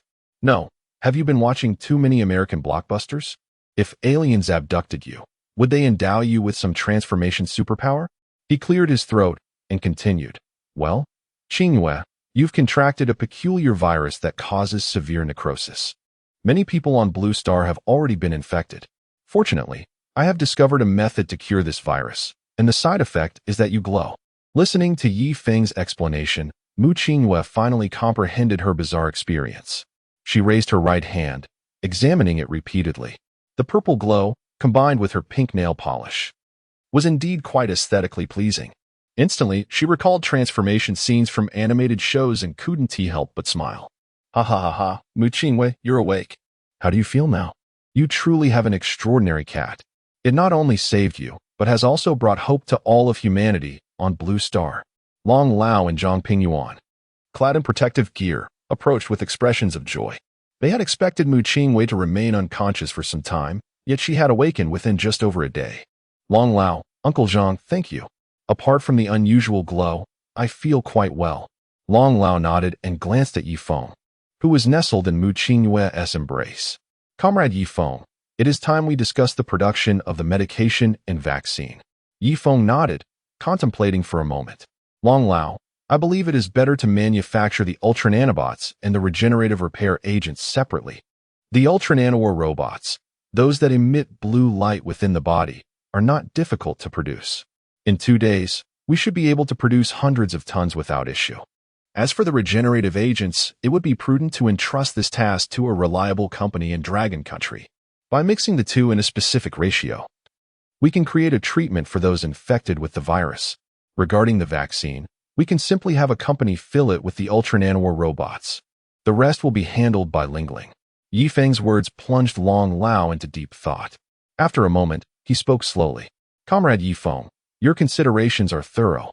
I remember that Mu Qingwe's mother is involved in biopharmaceuticals. We can assign the regenerative repair agent to her company. Dragon Tongue Technology can acquire a portion of the shares to maintain control, while dispatching personnel to oversee the production and sales. The Ultra Nanowar robots will be produced under Comrade Zhang Pingyuan in the Eastern War Zone of Dragon Country, and then transported directly to various vaccine companies for filling. Comrade Zhang Pingyuan, this is a matter of life and death for our fellow citizens. It must not go awry. Meeting Long Lao's piercing gaze, Zhang Pingyuan stood at attention and saluted. Yes, Long Lao, I guarantee the task will be completed. With matters beginning to take shape, Yifeng felt a sense of relief. He turned his gaze toward Long Lao. Long Lao, I have nearly 500 kilograms of Ultra Nanowar robots ready. I will take them to Qingwe's mother to produce a batch of antiviral agents for those severely affected by the infection. I have stored the specific production processes and procedures in the laboratory computer. With Lingling's assistance, I trust that Director Zhao Chongwang will be able to complete the production of the Ultra Nanowar robots. Long Lao nodded in response. Qingwe, do you wish to accompany me to see your mother? I will go with you. Long Lao glanced at the glowing Mu Qingwe. Very well. Your illness is known to Ms. Lan Ningxue. She must be quite worried about you. Let Comrade Zhang Pingyuan arrange a special vehicle to take you both. If you were to go out in this state, others might genuinely mistake you for an alien and call the authorities. Upon hearing Long Lao's words, Mu Qingwe nodded. Looking once more at her illuminated palm. Surely, she wouldn't remain like this forever? Meanwhile, within Haixin Biotechnology Company, Limited, Lan Ningxue donned in protective attire, furrowed her brow as she examined the laboratory reports in her hands. Since the discovery of this unknown virus in Dragon Country, Haixin Biotechnology, a renowned pharmaceutical company, had immediately embarked on drug development. Particularly after learning that her daughter was also infected, she tirelessly remained in the biological laboratory, hoping to swiftly find a cure for her daughter. CEO Lan, we have tested 26 compounds that could potentially suppress the virus. Unfortunately, none have proven effective against it. Even the monoclonal antibodies that were able to inhibit the virus during the last outbreak are utterly ineffective against this virus, collapsing at the slightest encounter. Our researchers have gone nearly 5 days without sleep, but this virus is simply too elusive. Even at a temperature of 80 degrees Celsius, we cannot completely deactivate it. With a heavy heart, the researcher lowered his head. Lan Ningxue sighed. It was not their fault. Hundreds of thousands had perished due to this virus, and progress at the Dragon Academy of Sciences had been minimal. What could a single pharmaceutical company achieve in comparison? Yet, her daughter. Thinking of Mu Qingwe, Lan Ningxue felt a pang of anguish. According to the typical progression of viral infections, her daughter was likely. Lan Ningxue could not bear to entertain the thought further. At that moment, personnel clad in protective gear burst in. CEO Lan, the convoy from the Eastern War Zone of Dragon Country has arrived downstairs. Upon hearing Eastern War Zone of Dragon Country, Lan Ningxue's eyes widened in disbelief. Tears welling up. Please, say that again. Chapter 110. Equity Acquisition. Mr. Lan, a convoy of military vehicles from the Eastern Theater of Dragon Country has arrived downstairs. The central vehicle is completely sealed, rendering it impossible to discern what lies within. It is quite lengthy and is flanked by several escort vehicles. The officer in the convoy has not elaborated much, but has specifically requested to see you. They are waiting downstairs. Upon hearing this repeated report, Lan Ningxue felt as if the ground had crumbled beneath her. The impenetrable military vehicle loomed large in her mind, and she felt as though the sky had fallen. She and Mu Qiming had only one daughter. What could they possibly do now? Without a moment's hesitation, Lan Ningxue dashed out of the laboratory, discarding her protective gear as she rushed towards the exit. 10 minutes later, at the foot of Haixin Biological Group, Lan Ningxue stood in a daze, staring at the convoy from the Eastern Theater. Her body trembled uncontrollably as she witnessed a woman emerge from the headquarters building. An officer approached her, saluting, and said, "You must be Ms. Lan Ningxue. Your daughter is over there." After gesturing for her to follow, the officer's expression remained inscrutable. Upon witnessing this scene, tears streamed down Lan Ningxue's face. The situation was painfully clear. Her daughter was gone. Trembling, she approached the sealed vehicle, her body shaking violently. She closed her eyes, recalling memories of her daughter as a child. The first time she looked up at her, the first time she called her mother, the first time she gifted her a clay cake.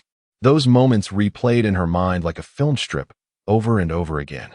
Finally, Lan Ningxue opened her eyes, wiped away her tears with her left hand, and took a deep breath. With her right hand, she pulled open the vehicle door. Yet, just as she felt prepared to confront the chilling sight of her daughter lying cold on the bed, she was astonished by the scene before her. It glowed. Seeing her mother's astonished expression as she opened the door, Mu Qingwei, glowing as she cradled Yifeng, shyly waved at her mother. "Mother, it's been a long time. Are you well?" Even the seasoned Lan Ningxue, who thought she had witnessed the vicissitudes of life, stood frozen in disbelief.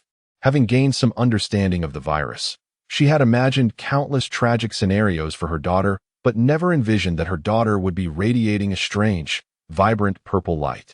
This revelation left her utterly confounded. Surely, it must be a hallucination after spending too long in the laboratory. Shaking her head, she rubbed her eyes vigorously. However, when she opened them again, Mu Qingwei, still glowing with dazzling purple light, remained seated in the vehicle. "Qingwei, you're glowing? Surely, I must be dreaming." Mu Qingwei found her mother's bewildered demeanor amusing, but upon noticing the dark circles around her mother's eyes, she felt a pang of guilt. "I'm sorry, mother, for making you worry. It's thanks to the special medication developed by Tai Tai that targets this virus. The virus in my body has been completely eradicated, and my health has returned to its previous state. However, there is a side effect. My entire body glows. I hope you don't mind." Hearing her daughter's explanation, Lan Ningxue quickly shook her head. In the face of such a bizarre virus, surviving was already a stroke of luck. Glowing was a trivial matter in comparison. "We'll save on the electricity bill for lighting at night." Lan Ningxue glanced at Yifeng, who was enveloped in the same purple hue while nestled in Mu Qingyue's arms. This marked the second time this cat had saved her daughter's life, leaving her at a loss for words. Sensing the awkwardness, Yifeng jumped down from Mu Qingyue's embrace and approached Lan Ningxue. "Ahem, well, Aunt Lan, today this can be considered a blend of public and private matters. I know you were worried about Qingyue's safety, so I brought her to see you. She misses you dearly. As the chairman of Longting Technology Group, I also wish to discuss the production of this special medication with you. Shall we head upstairs? Having military vehicles parked at our company's entrance isn't ideal." Yifeng's words jolted Lan Ningxue from her scattered thoughts. Yes, you're right, Yifeng. Let us go upstairs." Yifeng leaped down from the vehicle, and Mu Qingwei grabbed a prepared mink coat. Draping it over herself and adjusting her hat as they entered the Haixin Biological Technology building, accompanied by the officer in uniform. 15 minutes later, in the office of the president of Haixin Biological Technology, Lan Ningxue peeked outside, locked the office door, and pulled down the blinds. She then turned to Mu Qingwei, who was still wearing the mink coat. "All right, Qingwei, now no one should be watching. It's sweltering to wear that coat all the time." Mu Qingwei nodded and removed the coat, instantly flooding the office with blinding purple light. Lan Ningxue hastily turned on the ceiling light in an attempt to balance the vibrant ambience created by Mu Qingwei, while Yifeng, feeling somewhat awkward, hopped onto the president's desk and cleared his throat. "Ahem, Ms. Lan Ningxue, I am now representing Longting Technology Group to extend an acquisition proposal to you. In simple terms, this special medication relies on the regenerative repair agent I previously created, along with another unique component. You are well aware of the significance of the super regenerative repair agent in both military and medical fields. Thus, Dragon Country wishes to acquire 35 67 of your company's equity. Consequently, your company would effectively become a semi-dragon enterprise, granting you exclusive rights for the production, sale, and overseas promotion of this medication. Of course, do not harbor excessive concerns. You will still retain decision-making power in your company. Longting Technology will only oversee specific medications, controlling the final sales and production processes to ensure there are no security risks of technological leakage. Pausing, Yifeng looked at Lan Ningxue. Aunt Lan, you understand my relationship with Qinghua. I would never harm you. Trust me, Longting Technology will not obstruct Haixin Biological Technology. Rather, with the support of Longting Technology Group, your company will receive substantial backing from the state. The prospect of venturing beyond Blue Star into the universe may not be out of reach. Upon hearing Yifeng's words, Lan Ningxue gazed at the radiant Mu Qinghua in the distance. Were it not for this cat, Mu Qinghua might have been lost. She chose to trust Yifeng. All right, Mr. Yi, I agree to your acquisition proposal, but you must promise me one thing. Chapter 111. Marry me? Upon hearing Lan Ningxue's words, Yifeng furrowed his brow slightly. As your daughter's cat, I have already considered everything for your company and secured the best possible deal for you. Aunt Lan, you must not be confused. Taking a deep breath, Yifeng turned to Lan Ningxue. Manager Lan, if you have any requests, please do share. After contemplating for a moment, Lan Ningxue began to speak slowly. Mr. Yi, I understand that this matter may be challenging. Perhaps it's due to the prolonged pause. Lan Ningxue was about to catch her breath when Yifeng, unable to remain calm, suddenly leaped from the table into Mu Qingyue's embrace. Marry me? What do you mean? Aunt Lan, please don't jest. I still wish to strive for a few more years. Moreover, have you considered my species? I am but a cat. At that moment, Yifeng trembled in Mu Qingyue's arms, emitting a soft purring sound. Witnessing this scene, Lan Ningxue found it rather peculiar. I haven't said anything yet. Why did you jump into Mu Qingyue's arms? Mr. Yi, what has transpired? Aunt Lan, please be clear-headed. A forced marriage is not sweet, and a coerced cat is not fragrant. Lan Ningxue frowned. Mr. Yi, have you misunderstood something? I haven't finished my sentence. I meant, if possible, to remove the glowing feature from my daughter. Although it may become common for everyone to glow in the future, having it constantly illuminated at night makes it difficult to sleep. Upon hearing Lan Ningxue's words, Yifeng's eyelid twitched. Who taught you the subject-verb-object order? It's rather perplexing. However, if you say a few more words, I might consider it. Cough. Manager Lan, rest assured, once we navigate through this difficult period, I will think of a solution. In response, Lan Ningxue nodded. Very well, Mr. Yi, where do I sign? Upon hearing Lan Ningxue's agreement, the officer who had entered with them extracted a large stack of documents from his briefcase and placed them on Lan Ningxue's executive desk. Ms. Lan, this is the Technology Transfer Agreement from the Dragon Nation Academy, the Special Confidentiality Agreement from the Eastern War Zone, the Equity Purchase Agreement from Longting Technology Group, the Commercial Franchise Agreement from the Dragon Nation, and the consent form for the new drug launch, among others. Kindly sign them. Lan Ningxue glanced at the officer and proceeded to sign each document. Upon reaching the final equity transfer agreement, she looked at Yifeng beside her, then solemnly inscribed her name. Yifeng then placed his paw, smeared with ink, onto the document. With both parties having signed, the officer activated his communicator, speaking quietly. Soon, the sound of dozens of armed helicopters reverberated outside the building. Aunt Lan, the raw materials for Longting Technology's medication have arrived. We still need your high-excion bio to produce the regenerative repair agent I mentioned last time. Let us not delay. Gather your technical staff for a meeting and let us expedite production. Lan Ningxue nodded. Shortly thereafter, all employees of high-excion bio were urgently called back to work. With Longting Technology's formidable capabilities, the production capacity of high-excion bio's injection line surged tenfold within 2 days. By the third day, the first batch of 644 units of the ulcer virus remedy, Zhai No. 1, officially rolled off the assembly line. Without delay, Zhai No. 1 was dispatched to major hospitals nationwide. In Longjing, at the fever ward's ICU of the Second People's Hospital of the Dragon Nation, a young man lay helplessly on a hospital bed, his body covered in ulcers. Just recently, he had delivered a meal to a foreigner from the beautiful country, and now he found himself in this dire condition. Beside him lay his 1-month-old daughter, afflicted with similar ulcers. "Doctor, you must save them. How can I live without them?" Li Shui, clad in protective gear, gazed at her husband and child in the ward, feeling as if her world was collapsing. Zhang Ming, noticing Li Shui kneeling on the floor, hurriedly assisted her up. "Ms. Li, we have done all we can. You know this virus is not only present in our country. There is no nation across Blue Planet that has developed a remedy against it. I'm truly sorry. We are powerless." Upon hearing Zhang Ming's words, Li Shui slumped to the ground, her eyes becoming hollow. She then began to desperately remove her mask, attempting to take off her protective gear. Seeing this, Zhang Ming quickly intervened. "Ms. Li, you mustn't do this. Life must go on. Think of your parents. Ugh. They too were taken by this virus. Now I am all alone. Without them, what meaning does my life hold?" Amidst the turmoil, the deafening roar of helicopters resonated above the hospital. Zhang Ming's phone buzzed incessantly. Noticing it was Director Li calling, he quickly answered. "Hello, Director Li, this is Zhang Ming. I am currently in the ward.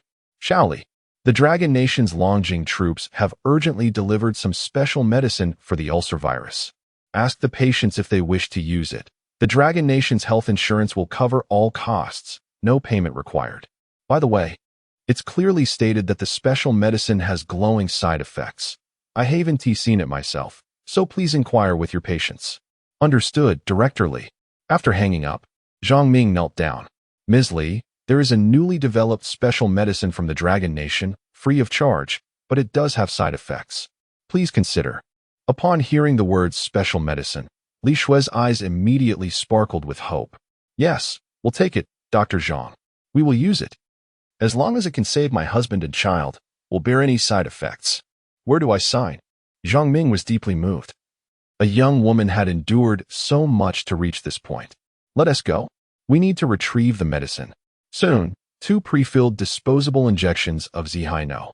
One were administered to the 2 individuals in the ICU. Within 20 seconds, they emanated a brilliant purple glow. This startled Li Shui. "Dr. Zhang, they are glowing." Unlike Li Shui's concern about the glow, Zhang Ming was fixated on the monitors beside the beds, his excitement palpable. In just 20 seconds, their blood oxygen, blood pressure, and heart rate are returning to normal at an unimaginable speed. This means their previously failing, ulcerated internal organs are rapidly healing. This is simply incredible. Ms. Li, look at the heart rate and blood oxygen levels. Their conditions are rapidly improving. The glow is merely a normal side effect. There is no need for worry. Your husband and child are saved. Li Shui leaned against the glass, her heart racing as she observed the instruments no longer sounding alarms. Compared to life, a little glow was inconsequential. This scene unfolded in hospitals across the nation, where patients receiving Zihai #1 recovered at astonishing rates. That evening, a news broadcast from the Dragon Nation ignited excitement across Blue Planet. Chapter 112. Have you shown today? Recently, under the esteemed leadership of Comrade Yi Feng, a recipient of the National Medal of the Dragon Nation and an esteemed member of the Dragon Academy of Sciences, the Military Academy of the Eastern Theater Command successfully developed a remarkable antiviral medication targeting the necrotic virus. This extraordinary medication can eliminate all viruses throughout the body within a mere 20 seconds and swiftly repair damaged bodily tissues. It is reported that this special drug has been authorized for production by the Longting Technology Group of the Dragon Nation and is manufactured by Haixin Biopharmaceutical Company, Limited, under the commercial name Zihai #1. Currently, this medication is being promoted across hospitals nationwide, fully covered by the Dragon Nation's medical insurance, demonstrating significant efficacy and having already saved 457 critically ill patients. It is anticipated that these virus-infected individuals will be discharged within 3 days. Clinical applications indicate that this medication has no adverse reactions, with the only side effect being a luminous glow emanating from the body. Related vaccines are set to be distributed nationwide shortly. Citizens of the Dragon Nation are advised not to panic upon encountering individuals radiating a purple glow on the streets. The release of this news has sparked fervent discussions among the populace, quickly trending on Douyin within seconds. Is it truly as miraculous as it seems? Has the Dragon Nation genuinely triumphed over this dreadful virus? Indeed. My son's wife's nephew's girlfriend is the head of the infectious diseases department at a hospital in the Dragon Nation. She witnessed patients begin their recovery in mere seconds, and the glow is indeed genuine. I find this utterly fascinating and am eager to experience it myself. Meanwhile, 3 days later, Li Shui cradled her glowing baby while bidding farewell to her luminous husband, Zhang Ming. Thank you, Dr. Zhang. Without you, I wouldn't know how to carry on. Zhang Ming helped Li Shui to her feet, who was still inclined to kneel. No need for such formality, Ms. Li. If thanks are to be given, they should go to Comrade Yi Feng. Without his special medication, we would have been at a loss. Indeed, though we are unaware of whether Comrade Yi Feng is male or female, nor do we possess a photograph. Otherwise, I would certainly enshrine them at home. All right, Ms. Li. Although your husband and child have recovered, please ensure you pay attention to nutrition. It's time for you to return home. Li Shui nodded vigorously. Soon after, Li Shui shared a video on her Douyin account showcasing her glowing daughter and husband, recounting the darkest moments they had endured and expressing gratitude to the unseen national hero of the Dragon Nation. The increasing number of recovery stories encouraged ordinary citizens to embrace the Zihai #1 special medication, facilitating the vaccine promotion led by Zhang Pingyuan. Although it was a reduced injection from the ultra-nano war robot, the glowing effect was unavoidable. However, as Douyin's popularity surged, an unexpected scene unfolded for Zhang Pingyuan and Yi Feng. People flocked to vaccination sites, recording their glowing experiences. Nurse, could you please administer a few more milliliters? I've heard that the brightness of the glow correlates with the injection volume. If you could just shake your hand a bit and add a few more milliliters, I'd appreciate it. The nurse, glowing with purple light, shot a glare at the young woman's request. I understand your request, but this is pre-filled, and I cannot control the volume. I'll just do my job. Please hold on a moment while I enhance my appearance. All right, now it's good. As the vaccine was administered, a stream of purple light rapidly spread from her forearm throughout her entire body. Family, I must say, the Dragon Nation's vaccine is indeed reliable. I already feel invigorated, and look at how my skin has improved. She urged her family to follow her account. Subsequently, she uploaded this video to her Douyin account. Although the intensity and brightness of her glow were not as pronounced as those who had been directly treated by Zihai No. 1, she was glowing nonetheless. In no time, have you shown today? Became a trending challenge on Douyin, greatly accelerating the advancement of the vaccine in the Dragon Nation. News of the Dragon Nation's success in curing the necrotic virus swiftly spread across the blue planet. Numerous national leaders meticulously analyzed the released videos from the Dragon Nation, confirming the absence of any fabrication. Upon obtaining intelligence verifying the authenticity of the situation, they grew restless, disregarding the threats from the beautiful nation's Esther. They reached out to the Dragon Nation, hoping to mend past grievances and procure a batch of the miraculous medication. Given that their own country's research yielded no results, and the beautiful nation's treatment methods remained distant, it was evident that they could not afford to be left behind. Soon, requests for purchasing the special medication flooded Wu Yichen's desk.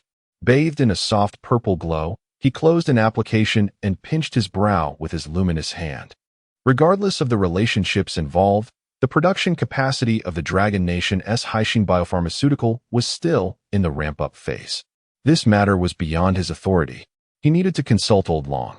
Meanwhile, in a bunker within the White House, Esther seethed as he perused the news brought by Joseph regarding the success of the Dragon Nation's antiviral drug development. He glared at a thick stack of documents that detailed other countries' refusals to continue isolating the Dragon Nation. In a fit of rage, he hurled the documents at Joseph's face. Damn, these shameless, principleless individuals. Didn't we agree to maintain unity in our efforts against the Dragon Nation? How dare they? Is it possible my beautiful nation's blade has dulled? Damn, damn, damn. Esther, masked and furious, raged on. Joseph, trembling at the side, thought to himself that were it not for his dual role as the director of the beautiful nation's Central Intelligence Agency, he would have already sought refuge in the Dragon Nation given the current circumstances. After a prolonged bout of insanity, Esther finally calmed down and turned to Joseph. Joseph, what progress has been made regarding those biopharmaceutical companies and our research institute's drug development? Joseph shook his head. Mr. President, although we provided the most primitive comparative samples, it is evident that the actual structure of the virus is entirely different from the recorded data. Our progress in drug production is exceedingly slow, and we have yet to identify an effective compound. A vaccine remains a distant prospect. Damn. We've thrown so much beautiful currency at them, and we have yet to see any tangible results.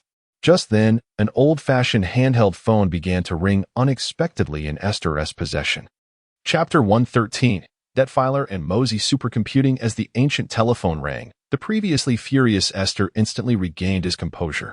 Beneath his mask, a sycophantic grin emerged as he slightly bent forward and respectfully answered the call. Your Excellency Detfiler, what an honor to receive your call. How may I assist you? At that moment, within a luxurious mansion in the western region of the United States, the over 80-year-old Detfiler lay in bed. A stunning young American woman delicately fed him a specially formulated nutrient solution. A large screen facing the bed displayed clinical treatment footage from the Long Nation's Purple C1, along with real-time visuals from key government meetings and President Esther's bunker. As the most significant monopolistic capital group behind the United States, Detfiler's influence permeated every sector, including food production, military aerospace, biopharmaceuticals, and finance. Furthermore, Esther was the spokesperson chosen by their group in the last presidential election. Observing Esther's obsequious demeanor on the screen, Detfiler let out a cold snort, regretting his initial decision to elevate such a man to power. The United States once stood tall on Blue Star, but now it found itself constrained on all fronts, trailing the Long Nation by an entire era in global combat capabilities. Despite the substantial funds invested, the results were disheartening, especially regarding the festering virus that was supposedly under control. Detfiler himself had contracted this dreadful affliction, and had it not been for the deep resources of his family, he would have long since met his demise. Gazing at the dark spots marring his arm, Detfiler inhaled deeply. Esther, how is our special medication development progressing? Have we yielded any results? Startled by Detfiler's sudden inquiry, Esther felt a wave of unease wash over him. Nonetheless, he maintained a respectful posture, responding with a smile. Oh, esteemed Detfiler, under your generous funding, our research institutions and major pharmaceutical companies are diligently working to crack the virus. Fear not. I am confident you will soon witness the fruits of our labor. Detfiler scoffed at Esther's response, muttering under his breath. Curse it. This fellow speaks not, but lies. Esther, I have heard that your institutions are utterly helpless against this virus. I have invested a staggering 18.7 trillion for this, yet you present no results. Do you truly wish to remain president? The weight of Detfiler's words sent a shiver through Esther. If this man became enraged, Esther's position as president and even his existence on Blue Star could be jeopardized. After a brief moment of contemplation, Esther, maintaining his respectful demeanor, spoke softly. Esteemed Detfiler, you may not be aware, but the challenge posed by this virus far exceeds your expectations. It is unlike any virus we have encountered or are studying, exhibiting immense aggression and vitality. Trust me, no pharmaceutical company can develop an effective medication in such a short time frame. Esther's defense only incited Detfiler's ire further. His brow furrowed as he glanced at the screen displaying footage of the Long Nation's successful treatment. The wrinkles on his forehead deepened, and he coldly remarked, Esther, I have heard that the Long Nation has already developed an effective medication with remarkable results, showing effects within mere seconds. If you cannot manage this virus, why not procure their solution for study? Do you think the Detfiler family's wealth is easily taken? At these words, Esther trembled, yet he felt compelled to speak. The United States' position on Blue Star was precarious, and if they were to bow to the Long Nation for their medication, the allies they had painstakingly secured through military dominance over decades would dwindle to nothing. Esteemed Detfiler, it is not that I do not wish to acquire the Long Nation's new medication, but our standing on Blue Star is in jeopardy. I intend to contain and limit the Long Nation's development to secure greater benefits for the United States.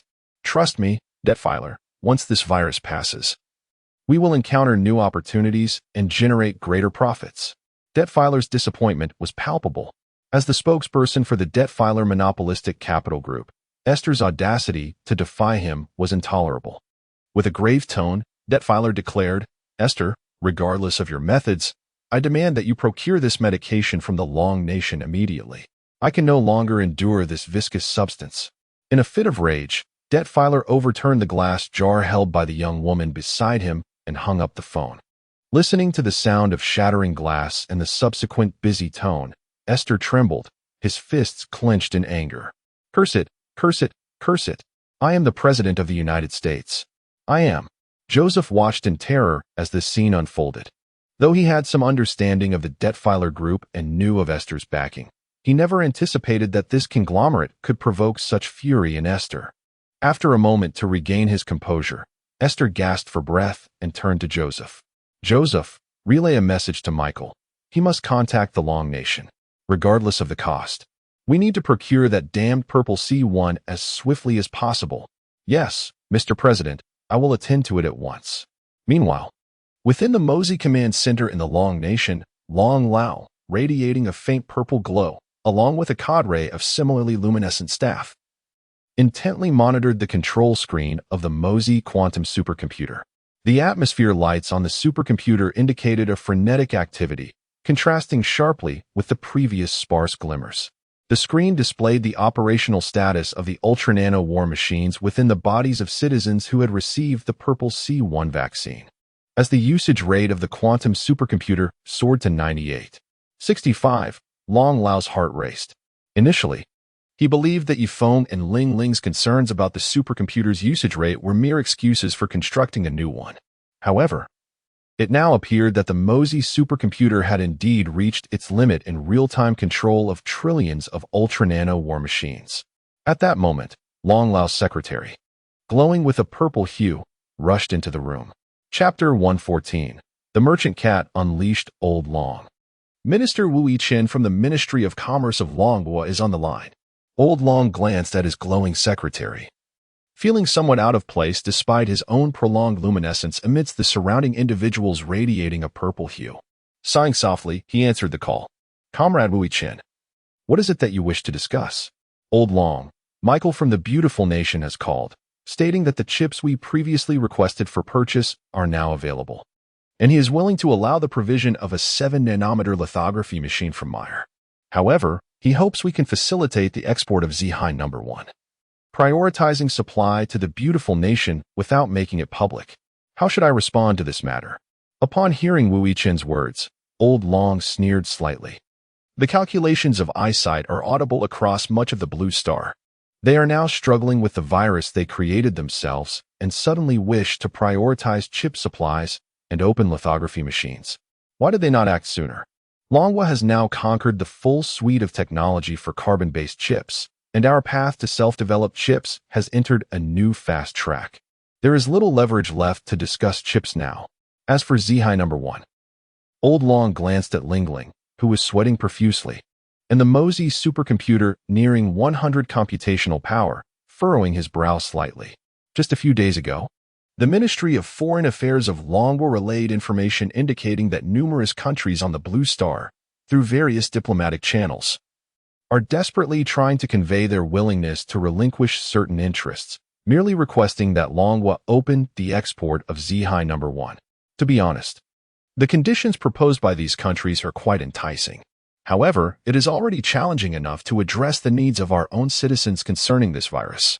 If we were to extend our efforts to the populace of other Blue Star nations, our Mosey quantum supercomputer would undoubtedly be overwhelmed. Taking a deep breath, Old Long said over the phone, "Comrade Wu Yichen, let us convene a special meeting to discuss this matter further. You shall attend as well." "Understood, Old Long." Feng had been comfortably nestled in the glowing embrace of Mu Qingyue, watching a classic animated film featuring mice and cats, when he was abruptly lifted by Zhang Pingyuan bursting through the door. After exchanging greetings with Mu Qingyue, he was tossed onto the 00000. An hour and a half later, in a dimly lit room, everyone radiated a purple glow, except for Yi Feng, whose blue protective cover stood out starkly. Seeing that most attendees had arrived and had adapted to the purple ambience, Old Long cleared his throat. Ahem, we shall commence the meeting now.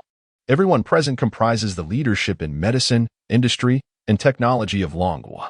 The primary agenda today is to discuss the production capacity and export issues regarding Zihai No. 1. Comrade Lin Weiman from the Ministry of Health, would you please share the current domestic situation? Upon being called upon by Old Long, Lin Weiman stood to respond. Certainly, Old Long. With the assistance of Zihai No. 1 and the related vaccines developed by Comrade Yi Feng, the rotten virus has been nearly eradicated domestically. We have treated a total of 43,626, 787 severe cases, with 14,096, 700 vaccinations administered, and there have been no adverse reactions reported. However, our research and investigations have revealed a potential secondary effect besides luminescence. Upon hearing this, Old Long felt a jolt of surprise. Surely not. He had been vaccinated himself and felt no other reactions. Yi Feng furrowed his brow as well. Could it be that my creation has other side effects? Sensing the gaze of those present, Lin Weiman pressed on without delay. Ahem, Old Long. Although this may sound improbable, our follow-up surveys of the over 40 million users of Zihai No. 1 indicate an unusually high rate of pregnancies among women over the past month. Next year, Longhua's birth rate may reach an unprecedented peak. At this, Yi Feng's eye twitched, nearly toppling onto the table. Surely, attributing this to my ultra-nano war robots is excessive. This is silicon-based technology. You can't just force it onto carbon-based premises. Are your statisticians trained by physical education teachers? Old Long felt equally awkward, chuckling as he turned to Lin Weiman. Comrade Lin Weiman, perhaps next time during your surveys, you should consider a broader perspective and holistic view.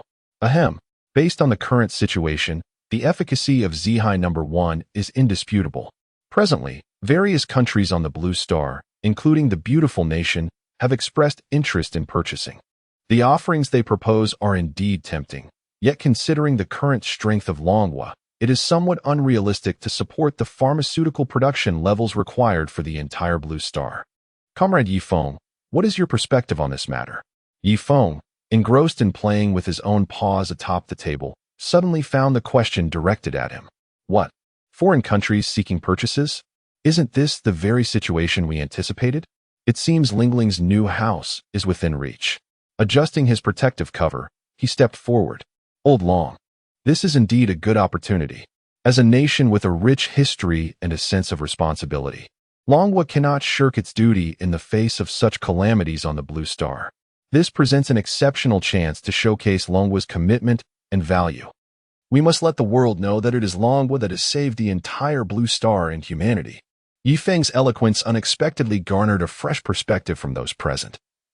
Who would have thought that a meerkat could possess such a grand vision? Remarkable indeed. However, gentlemen, Longhua is impoverished. So much so that we cannot even expand the production of Zihai No. 1. Thus, it is only fair that they invest some funds. Let us demand 30 trillion beautiful coins to initiate the research and development of Longhua's new quantum supercomputer. Frugality is a cherished tradition among our people. We shall guide the recovered citizens to designated areas, allowing them to expel excess ultra-nano war robots through their urinary systems, followed by rinsing them and diluting the repair solution at a ratio of 1 to 29,999. Recovery may take some time, but that is inconsequential. As for the products we sell, the standard version shall be priced at 1,988 beautiful coins, the mid-range at 199,998 beautiful coins, the high-end at 199,999, 998 beautiful coins, and the special version at 1,999,999, 998. Upon hearing Yi Feng's words, Old Long's eyes twitched. This cat possesses merchant-like traits. This medication's profit margins far exceed anything conceivable.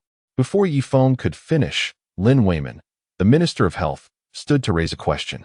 Comrade Yi Feng, may I inquire about the criteria for categorizing these different levels of medication? If we proceed in this manner, will our costs escalate significantly? Interrupted. Feng felt a surge of irritation and retorted, "What elevating? This is merely a matter of a few cents for a luminous plastic bottle." Chapter 115. The Fortune Cat. Feng's words left everyone present utterly astonished, while Old Dragon's eyes twitched in disbelief.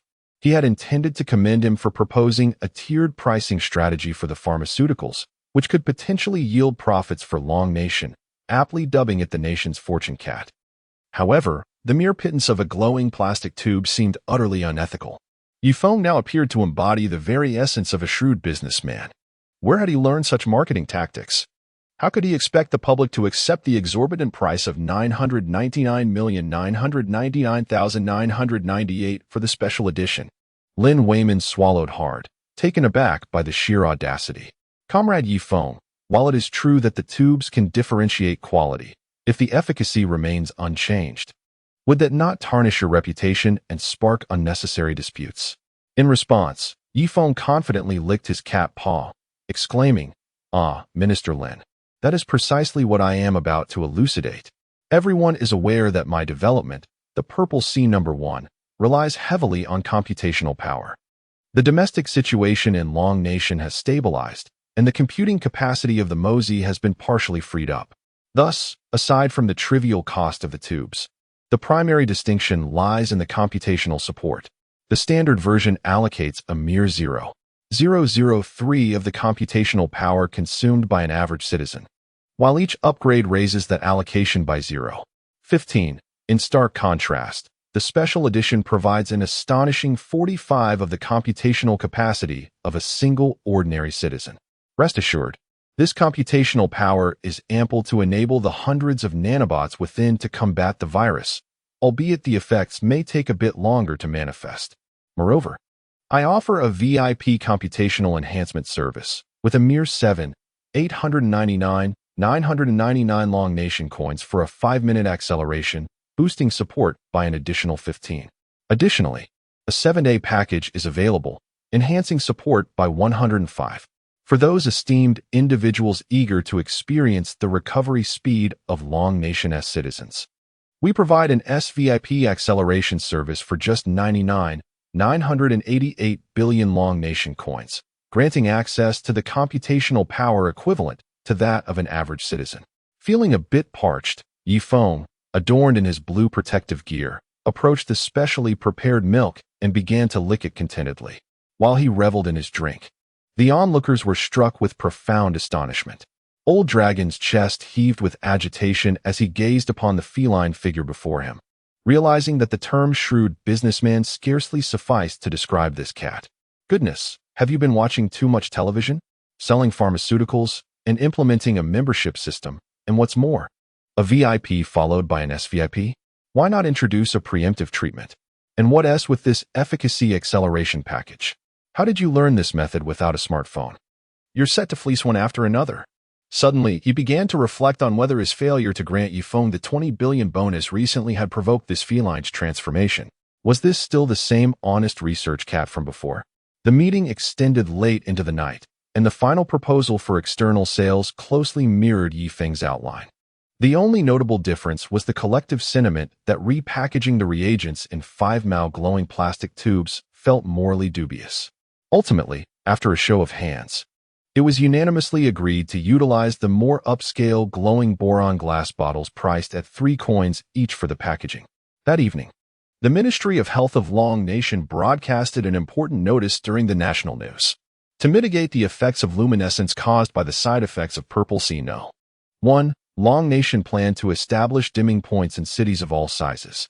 The luminescent substances within the body would be expelled through urine with the assistance of super artificial intelligence, resulting in a significant 75% reduction in brightness, thus effectively enhancing individual sleep quality. Contrary to expectations, the anticipated rush of citizens did not materialize. Luminescence had become a fashionable trade in Long Nation. Who would wish to relinquish such a unique characteristic? Had the top 3 influencers on Long Nation's Douyin all been glowing beauties? This unexpected outcome took Old Dragon by surprise. Reluctantly, after discussions, Long Nation decided to emulate the strategy utilized during the era of the most beautiful cat, Every citizen participating in the dimming initiative would receive a reward of 888 Long Nation coins. There was no need for concern regarding the final costs, as wealthy patrons beyond Long Nation would cover the expenses. Once the news broke, it instantly surged to the top of Douyin.'s trending topics. Wow, brothers, have you heard the news? Just a splash of urine could earn you 888 Long Nation coins. This is unprecedented, exclaimed one. I can't believe it. I didn't spend a dime on my illness, and instead, I gained 888 coins. I'm currently on vacation. Gotta run to the beach. Upon witnessing others receiving tangible rewards, the populace of Long Nation erupted in enthusiasm, eager to contribute to the advancement of the nation's healthcare system and to aid the broader community of Blue Star. Having procured the raw materials, under the guidance of Longting Technology, Haishin Bio commenced the intensive task of diluting the solution, reintegrating the thoroughly cleansed Ultra nanobots back into the mixture. Old Dragon, the computational share of the Mosey has decreased. This is fantastic. We can soon embark on new research projects. Zhao Ping excitedly reported to Old Dragon, observing the Mosey quantum supercomputer maintaining a running power of 3568 on the large screen. Old Dragon nodded slightly, his expression complex as he regarded Zhao Ping. If only he knew of Yifeng's paid plans, one could only wonder how many more strands of hair Zhao would have left. Before long, news of Long Nation's impending sale of the Purple Sea No. 1 miracle drug exploded across Blue Star. Long Nation, as a responsible global power, maintained a keen interest in the peace and stability of Blue Star and the health of its people. In recent months, the rampant decay virus had inflicted indelible scars upon the populace. In a bid to further promote peace and stability and uphold the fundamental rights of all Blue Star citizens, Long Nation, after careful deliberation, resolved to supply Purple Sea No. 1 and related antiviral vaccines to the world, fully opening sales to all nations of Blue Star. The Ministry of Commerce of Long Nation would oversee the global sales of Purple Sea No. 1, encouraging interested countries to promptly establish contact. For those struggling against the decay virus, this news was nothing short of heavenly. Citizens implored their governments to expedite negotiations with Long Nation to bring this project to fruition. Michael clutched the message handed to him by his secretary, his hands trembling uncontrollably. He vaguely recalled the last negotiation over chips, where he had made things difficult for Wu Yichen. Yet, in less than a year, the tides had turned.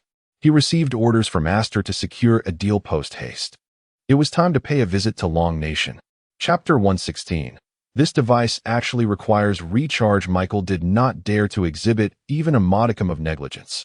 Upon the announcement of the provision of the Purple Sea No. 1 to the entire Blue Star by the Dragon Kingdom, he immediately boarded a private jet bound for the Dragon Kingdom. He believed he had acted swiftly, yet upon his arrival at the Ministry of Commerce in the Dragon Kingdom, he was utterly taken aback. The entire hall was teeming with people, and Wu Yichen was attending to them one by one. A strikingly attractive staff member approached him. Sir, are you here to see Minister Wu as well? Please take a number at the self-service machine over there. It will alert you when it's your turn. What? You want me to take a number? I am Michael, the Minister of Commerce from the beautiful nation.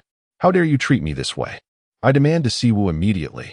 Experiencing the unprecedented indignity of having to wait in line like any other minister from a foreign nation unsettled Michael, who was accustomed to admiration and indulgence wherever he went.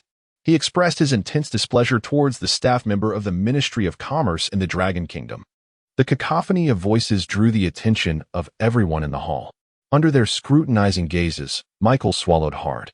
Well, when in Rome, one must bow to the customs of the land, especially in the face of hundreds of onlookers. Fine, lead me to the number-taking machine. The staff member maintained a pleasant demeanor, showing no sign of irritation, and gestured for him to follow. This way, sir.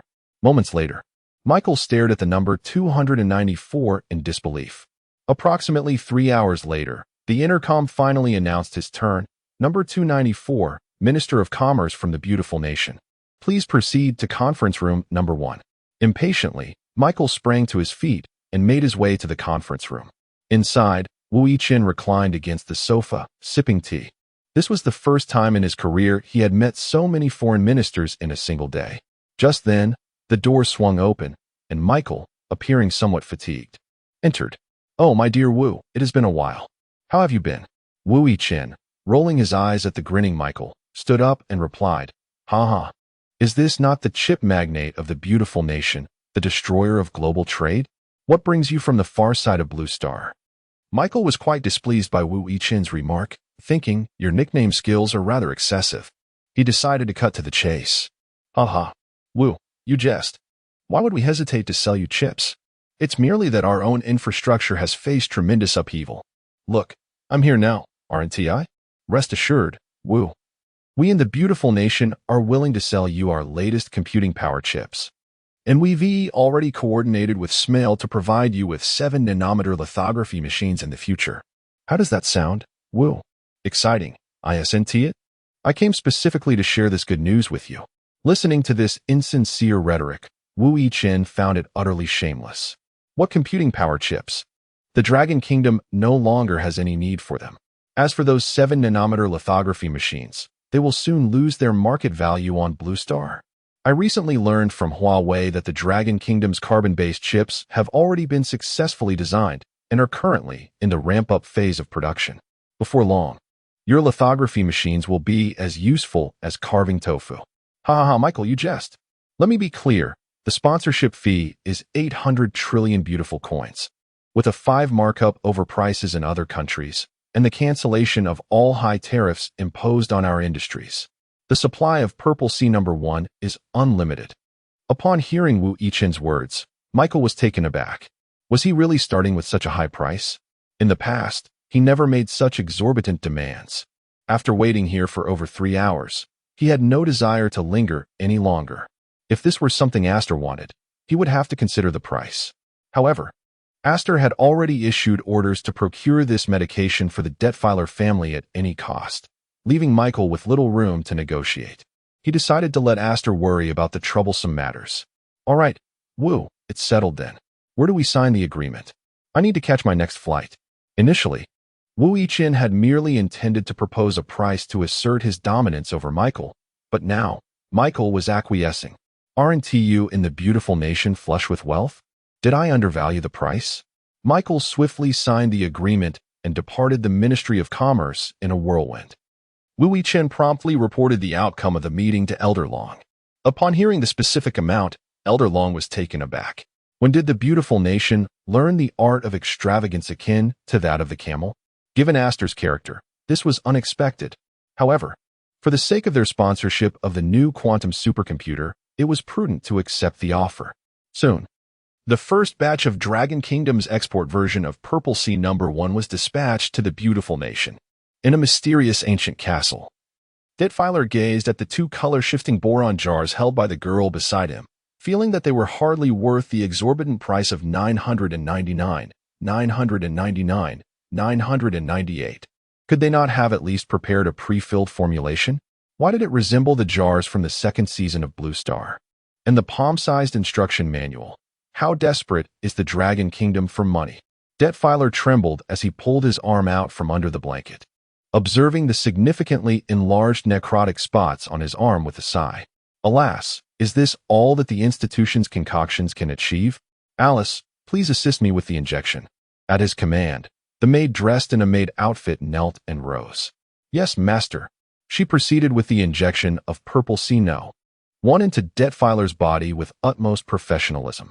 The moment the Overseas Special Edition of Purple Sea number 1 entered his system, a faint purple glow emanated from his forearm. Although he could sense a restoration of his strength, it paled in comparison to the effects he experienced in the Dragon Kingdom. Could it be that Aster dared to provide him with a placebo? Yet, it felt genuine. The sensation of regained power was unmistakable. "Alice, bring me that instruction manual." "Certainly, master." Detfiler, cautiously donning his reading glasses, scrutinized the minuscule text, his chest heaving violently, and the veins on his aged face bulging.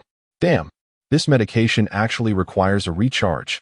Chapter 117. The terrifying numbers and the mysterious potion. Detfiler gazed at the text on the instruction manual, his eyes drawn to the minuscule QR code at the bottom, his lips twitching in disbelief.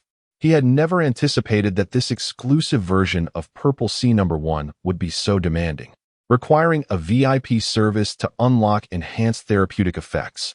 After spending an astonishing $999, $998, he was being told that he had merely acquired a luxury vehicle without the key. Gritting his teeth, he cast a furious glance at Alice. Alice, assist me with the payment. Certainly, master. After scanning the code, a prompt appeared, and upon spending 999 Dragon Country coins, the VIP designation on the interface lit up. Detfiler felt a noticeable surge of vitality coursing through him, although it still fell short of the remarkable results he had observed in Dragon Country's news. Just as he pondered this, a message flashed across the screen. Come and pay for SVIP. Speed up to 10,000 only today. His eyes widened at the staggering price of 99,988,000 Dragon Country coins displayed below, alongside an anonymous leaderboard showcasing those utilizing the full efficacy version of Purple Sea Number 1 across the entire Blue Star.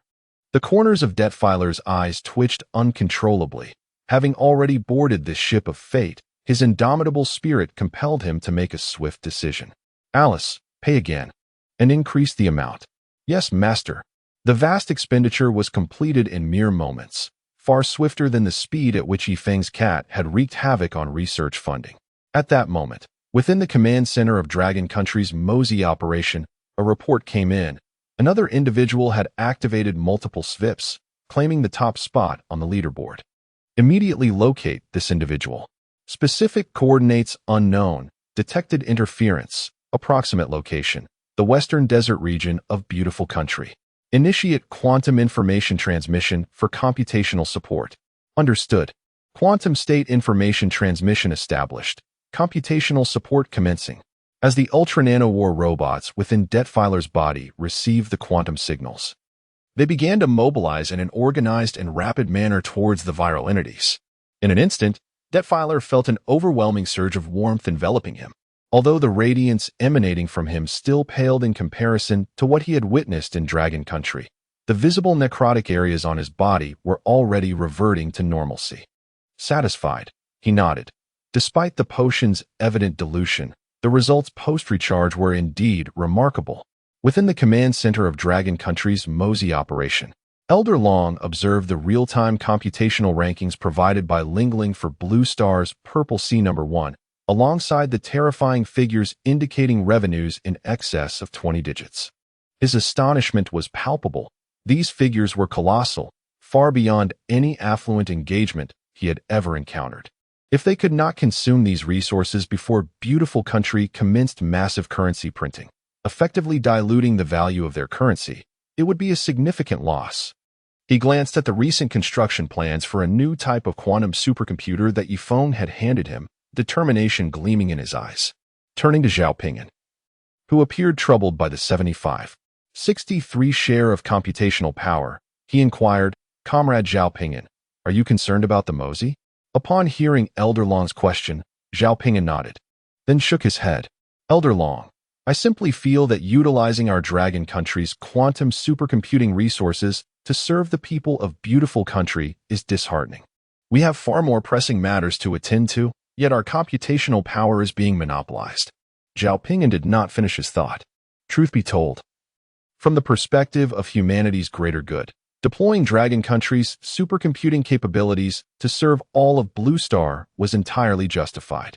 However, the current allocation of quantum computational resources for this endeavor had stymied numerous experimental theoretical projections, a significant setback for Zhao Ping'an's pursuit of quantum truths. Noticing Zhao Ping'an's demeanor, Elder Long chuckled and handed him a stack of documents. Comrade Zhao Ping'an, I understand your concerns. Here is the directory for the new quantum supercomputer project plan.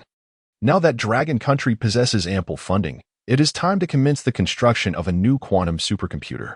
This time, we will execute the luminous effects as outlined in the proposal without alteration. Comrade, Feng merely has a penchant for atmospheric lighting. We should fulfill this modest wish of his. Upon hearing Elder Long's announcement regarding the construction of a new quantum supercomputer, Zhao Ping'an felt a surge of excitement. What surprised him further was Elder Long's proactive suggestion to include atmospheric lighting effects. Indeed, when one is financially buoyant, expenditure seems effortless. Yes, Elder Long. I assure you the task will be completed. As Elder Long and Zhao Pingyan deliberated on the new quantum supercomputer project within the Mosey Supercomputing Command Center, Yifeng found himself in the laboratory of Haixin Biotechnology, fixated on a vial containing a luminous blue liquid. The laboratory was devoid of personnel, all surveillance systems having been disabled by Yifeng. With no assistance or records, he mused, this substance appears visually pleasing. Hopefully, it will achieve the desired outcome. Without a moment's hesitation, Yifeng's neck ring emitted silver particles that coalesced into an additional mechanical arm, which he employed to inject the substance into his own body. Ouch. That stings. It seems the armor's particles need further refinement. TT, where are you? Upon hearing a call from outside the laboratory, Yifeng hurriedly conjured dozens of mechanical arms, tidying up the entire space and returning everything to its rightful place before nimbly exiting the laboratory. Qingyue, I'm here. Seeing her companion emerge from the laboratory, Mu Qingyue felt a pang of concern. She crouched down to gently stroke Yifeng's back, which was radiating a soft purple glow. TT, can we not push ourselves so hard? You've lost weight. Mother has prepared a feast at home, complete with your favorite fish treats and nourishing milk, specifically to express her gratitude. Surprised by this revelation, Yifeng realized the immense profits that Purple Sea No. 1 had generated for Haixin Biotechnology. Yet he found it hard to believe that such a lavish gesture was directed towards him, a mere cat. He prided himself on being indifferent to fame and fortune, seeking tranquility and distance from worldly desires. As he continued to ponder, Mu Qingyue lifted him and cradled him against her chest. TT, it's getting late. Let's hurry. With that, Mu Qingyue carried Yifeng out of the Haixin Biotechnology Laboratory building. Upon entering the vehicle, Yifeng playfully nudged her arm. Qingyue, considering how busy I've been lately, perhaps I should have a little pampering? Ha ha ha. Ms. Mu, who would have thought your cat had such a charming side? Chapter 118. The interjecting orange cat No. 1. Upon hearing the voices of others in the car, Yifeng swiftly withdrew his head from Mu Qingyue's embrace. In the driver's seat, the statuesque Lu Rian adjusted her black-framed glasses, her eyes glinting with a hint of mischief as she regarded him. Beside her, in the passenger seat, the orange cat No. 1 from the Kloss Moon Company sat quietly. Instantly, Yifeng felt a surge of warmth enveloping his feline form.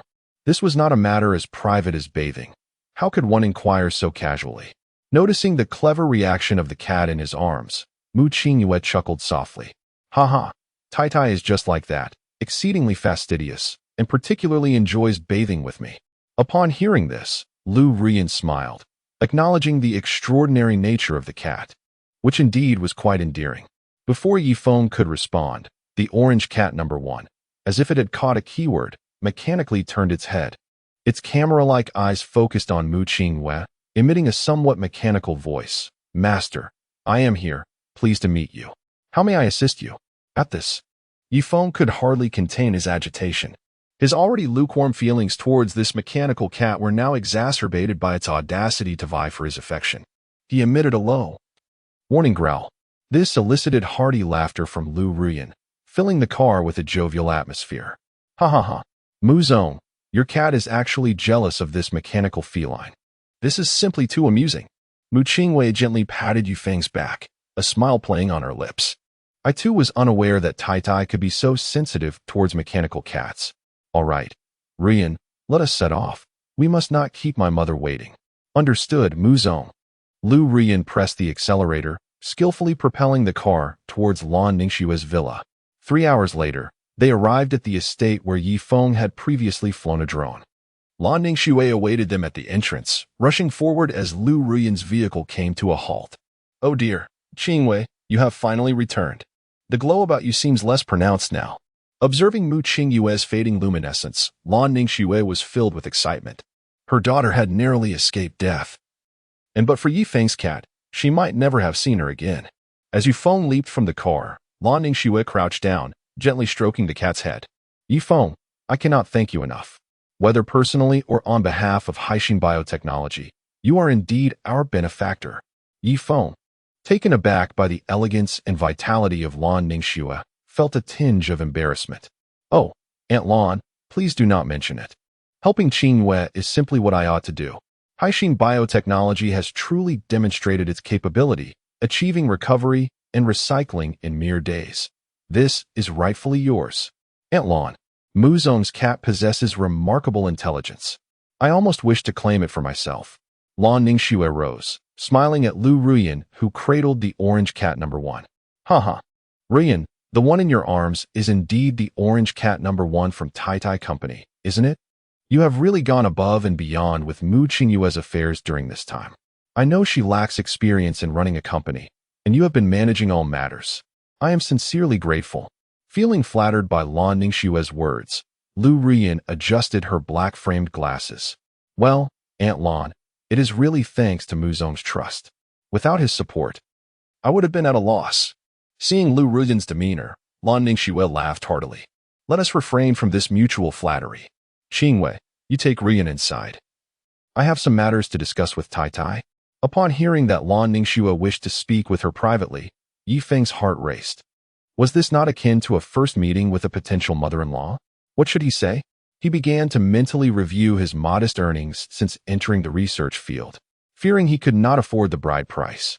Before he could voice his concerns, the orange cat number 1 received a special prompt, swiftly turning its head towards Lan Ningxue. Greetings, Master. I am Orange Cat number 1. Pleased to meet you. How may I assist? Witnessing this, Yi Feng's brow furrowed in irritation. This was the second time. Damn it. I am Tai Tai, you wretched imposter. Yi Feng emitted another warning growl, prompting laughter from all present. All right, Ruyan, let us head inside. Mother has matters to discuss with Tai Tai.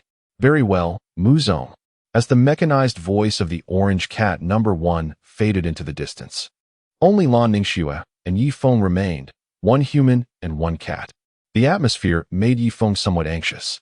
What should an ordinary individual say when left alone for a private conversation with a parent? He felt a pressing urgency for guidance. Observing Yi Feng's nervousness, Lan Ningxue smiled gently, then crouched down, her expression turning serious as she regarded him. Yi Feng, I have heard from the heads of the procurement and research departments that you have requested a considerable number of special formulations and even utilized the company's laboratory, sending all research personnel away. Are you working on new pharmaceuticals? Upon hearing Lan Ningxue's inquiry, Yi Feng sighed. He had already used the substance. Whether it was effective remained uncertain. Even if it were indeed potent, he had no intention of disclosing it to anyone in Blue Star, as its implications were significant. Taking a moment, Yi Feng lifted his head, gazing at Lan Ningxue with wide, innocent eyes. Aunt Lan, I am working on something. It is not convenient for me to conduct this research at the 086 Biological Laboratory in the Eastern War Zone of Long Country, as the oversight there is exceedingly strict. However, I cannot divulge the specific effects of the drug. I have used it myself, but I cannot ascertain its efficacy. I hope you can keep this confidential. Please do not inform Qingyue, as I do not wish to cause her worry. Upon hearing Yi Feng's words, Lan Ningxue surmised the gravity of the situation. She recognized Yi Feng's achievements in the field of biopharmaceuticals and was astonished that he had used the substance on himself without any animal trials. Moreover, she was touched that he was concerned about her daughter's feelings amidst such risks. Given this, I will ensure that the procurement and laboratory records are erased. Yi Feng, I know you care deeply for Qingyue, and I hope you will prioritize your safety. I believe in your abilities, but after all, this substance has not undergone any animal trials. You must be vigilant about your health. If something were to happen to you, I shudder to think of how Qingyue would react. Without you, the progress of science in Long Country would certainly regress. Chapter 119. Trouble. The cat wants to use the shooting range upon hearing Lan Ningxue's decision to erase all procurement and laboratory usage records for herself. Yi Feng felt a warm sensation in his heart. Aunt Lan, rest assured, I have no intention of leaving Qingyue. If possible, I truly wish to accompany her through life. Reflecting on the lifespan of this feline, Yi Feng, Lan Ningxue's heart grew heavy. No matter how intelligent or capable he was, he would only have a little over a decade to live. Enough of that. Let us head inside. It must be said that Lan Ningxue's culinary skills had reached a commendable level. The family, along with Lu Ruyan, polished off an entire table of dishes. Yi Feng also savored the special dried fish and creamy milk, which were of an entirely superior quality compared to what he had previously tasted in the market. What a joke! With the Dragon Country currency in place, it is undeniably pure, natural, and additive-free. After dinner, the group engaged in casual conversation in the living room. Qingwei, I heard your company owes over $1 billion. How about I advance you some pocket money for the next few years? Upon hearing Lan Ningxue's words, Lu Ruyan was taken aback.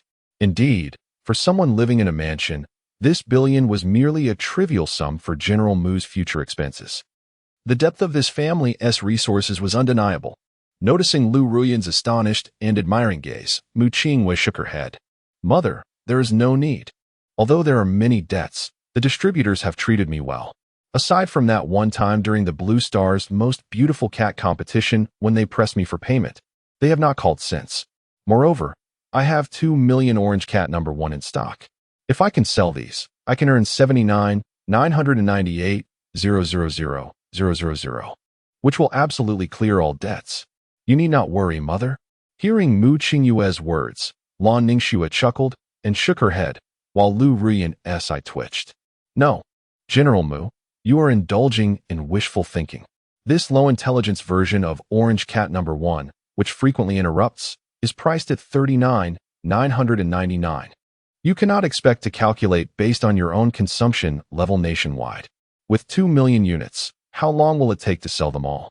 As of yesterday, the pre-order count on the official website of Taiwei Moon Toy Company remained at 0. It seemed General Mu would ultimately have to rely on future pocket money for sustenance. At this moment, Yi Feng nestled in Mu Qingyue's embrace, his eyes growing heavy with sleep. His tail drooped down, and sensing the cat's drowsiness, Mu Qingyue gently inquired, Tai Tai, are you tired? Come, I will take you to bathe and sleep. Upon hearing about the bath, Yi Feng perked up, but before he could respond, Orange Cat number 1, positioned by Lu Ruyan's feet, eagerly interjected, I am here, master. It is a pleasure to see you. How may I assist? Unable to tolerate this, Yi Feng could not hold back any longer. This was the third time this Orange Cat had interrupted.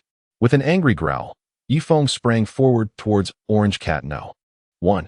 In a mere 0.2 seconds, dozens of mechanical arms extended from his neck, and after a flurry of activity, 20 seconds later, Orange Cat No. 1 lay dismantled into a neat array of parts on the living room floor. Finally, silence reigned. Yi Feng retracted the mechanical arms from his neck and exhaled in relief. However, this spectacle left Lu Ruyan, Lan Ningxue, and Mu Qingyue gaping in astonishment. Is this cat truly capable of such ferocity? Was it not merely a matter of setting the main program with Tai Tai as a keyword? Was it necessary to dismantle it so brutally? Yi Feng looked up at Mu Qingyue, and in an instant, the three women huddled together, gazing at the cat as if it were a monster. Fearful that he might inadvertently use those many mechanical arms to dismantle them as well. Noticing their apprehensive expressions, Yi Feng glanced at the parts strewn across the floor, and suddenly felt a twinge of regret. He had completely lost sight of the presence of others in a fit of passion, but now he felt it was perhaps not so necessary. Yet, having reached this emotional peak, he could not admit to being wrong. His small mind raced at an astonishing speed, and suddenly, an idea struck him. Clearing his throat, he said, cough, cough. Everyone, please do not panic. I was merely optimizing this cat. Only by understanding how each part is composed can I make targeted improvements, right, Qingyue? Listening to Yi Feng's flimsy excuse, everyone nodded furiously, then shook their heads, stunned into silence. Yi Feng felt immensely embarrassed. Cough. Lu Ruyan, right? How many units of this stock does your Taiwei Moon Toy Company have? Gazing into the eyes of the cat before her, Lu Ruyan summoned her courage, adjusting her black-rimmed glasses. 2 million. No, now it is 999 units.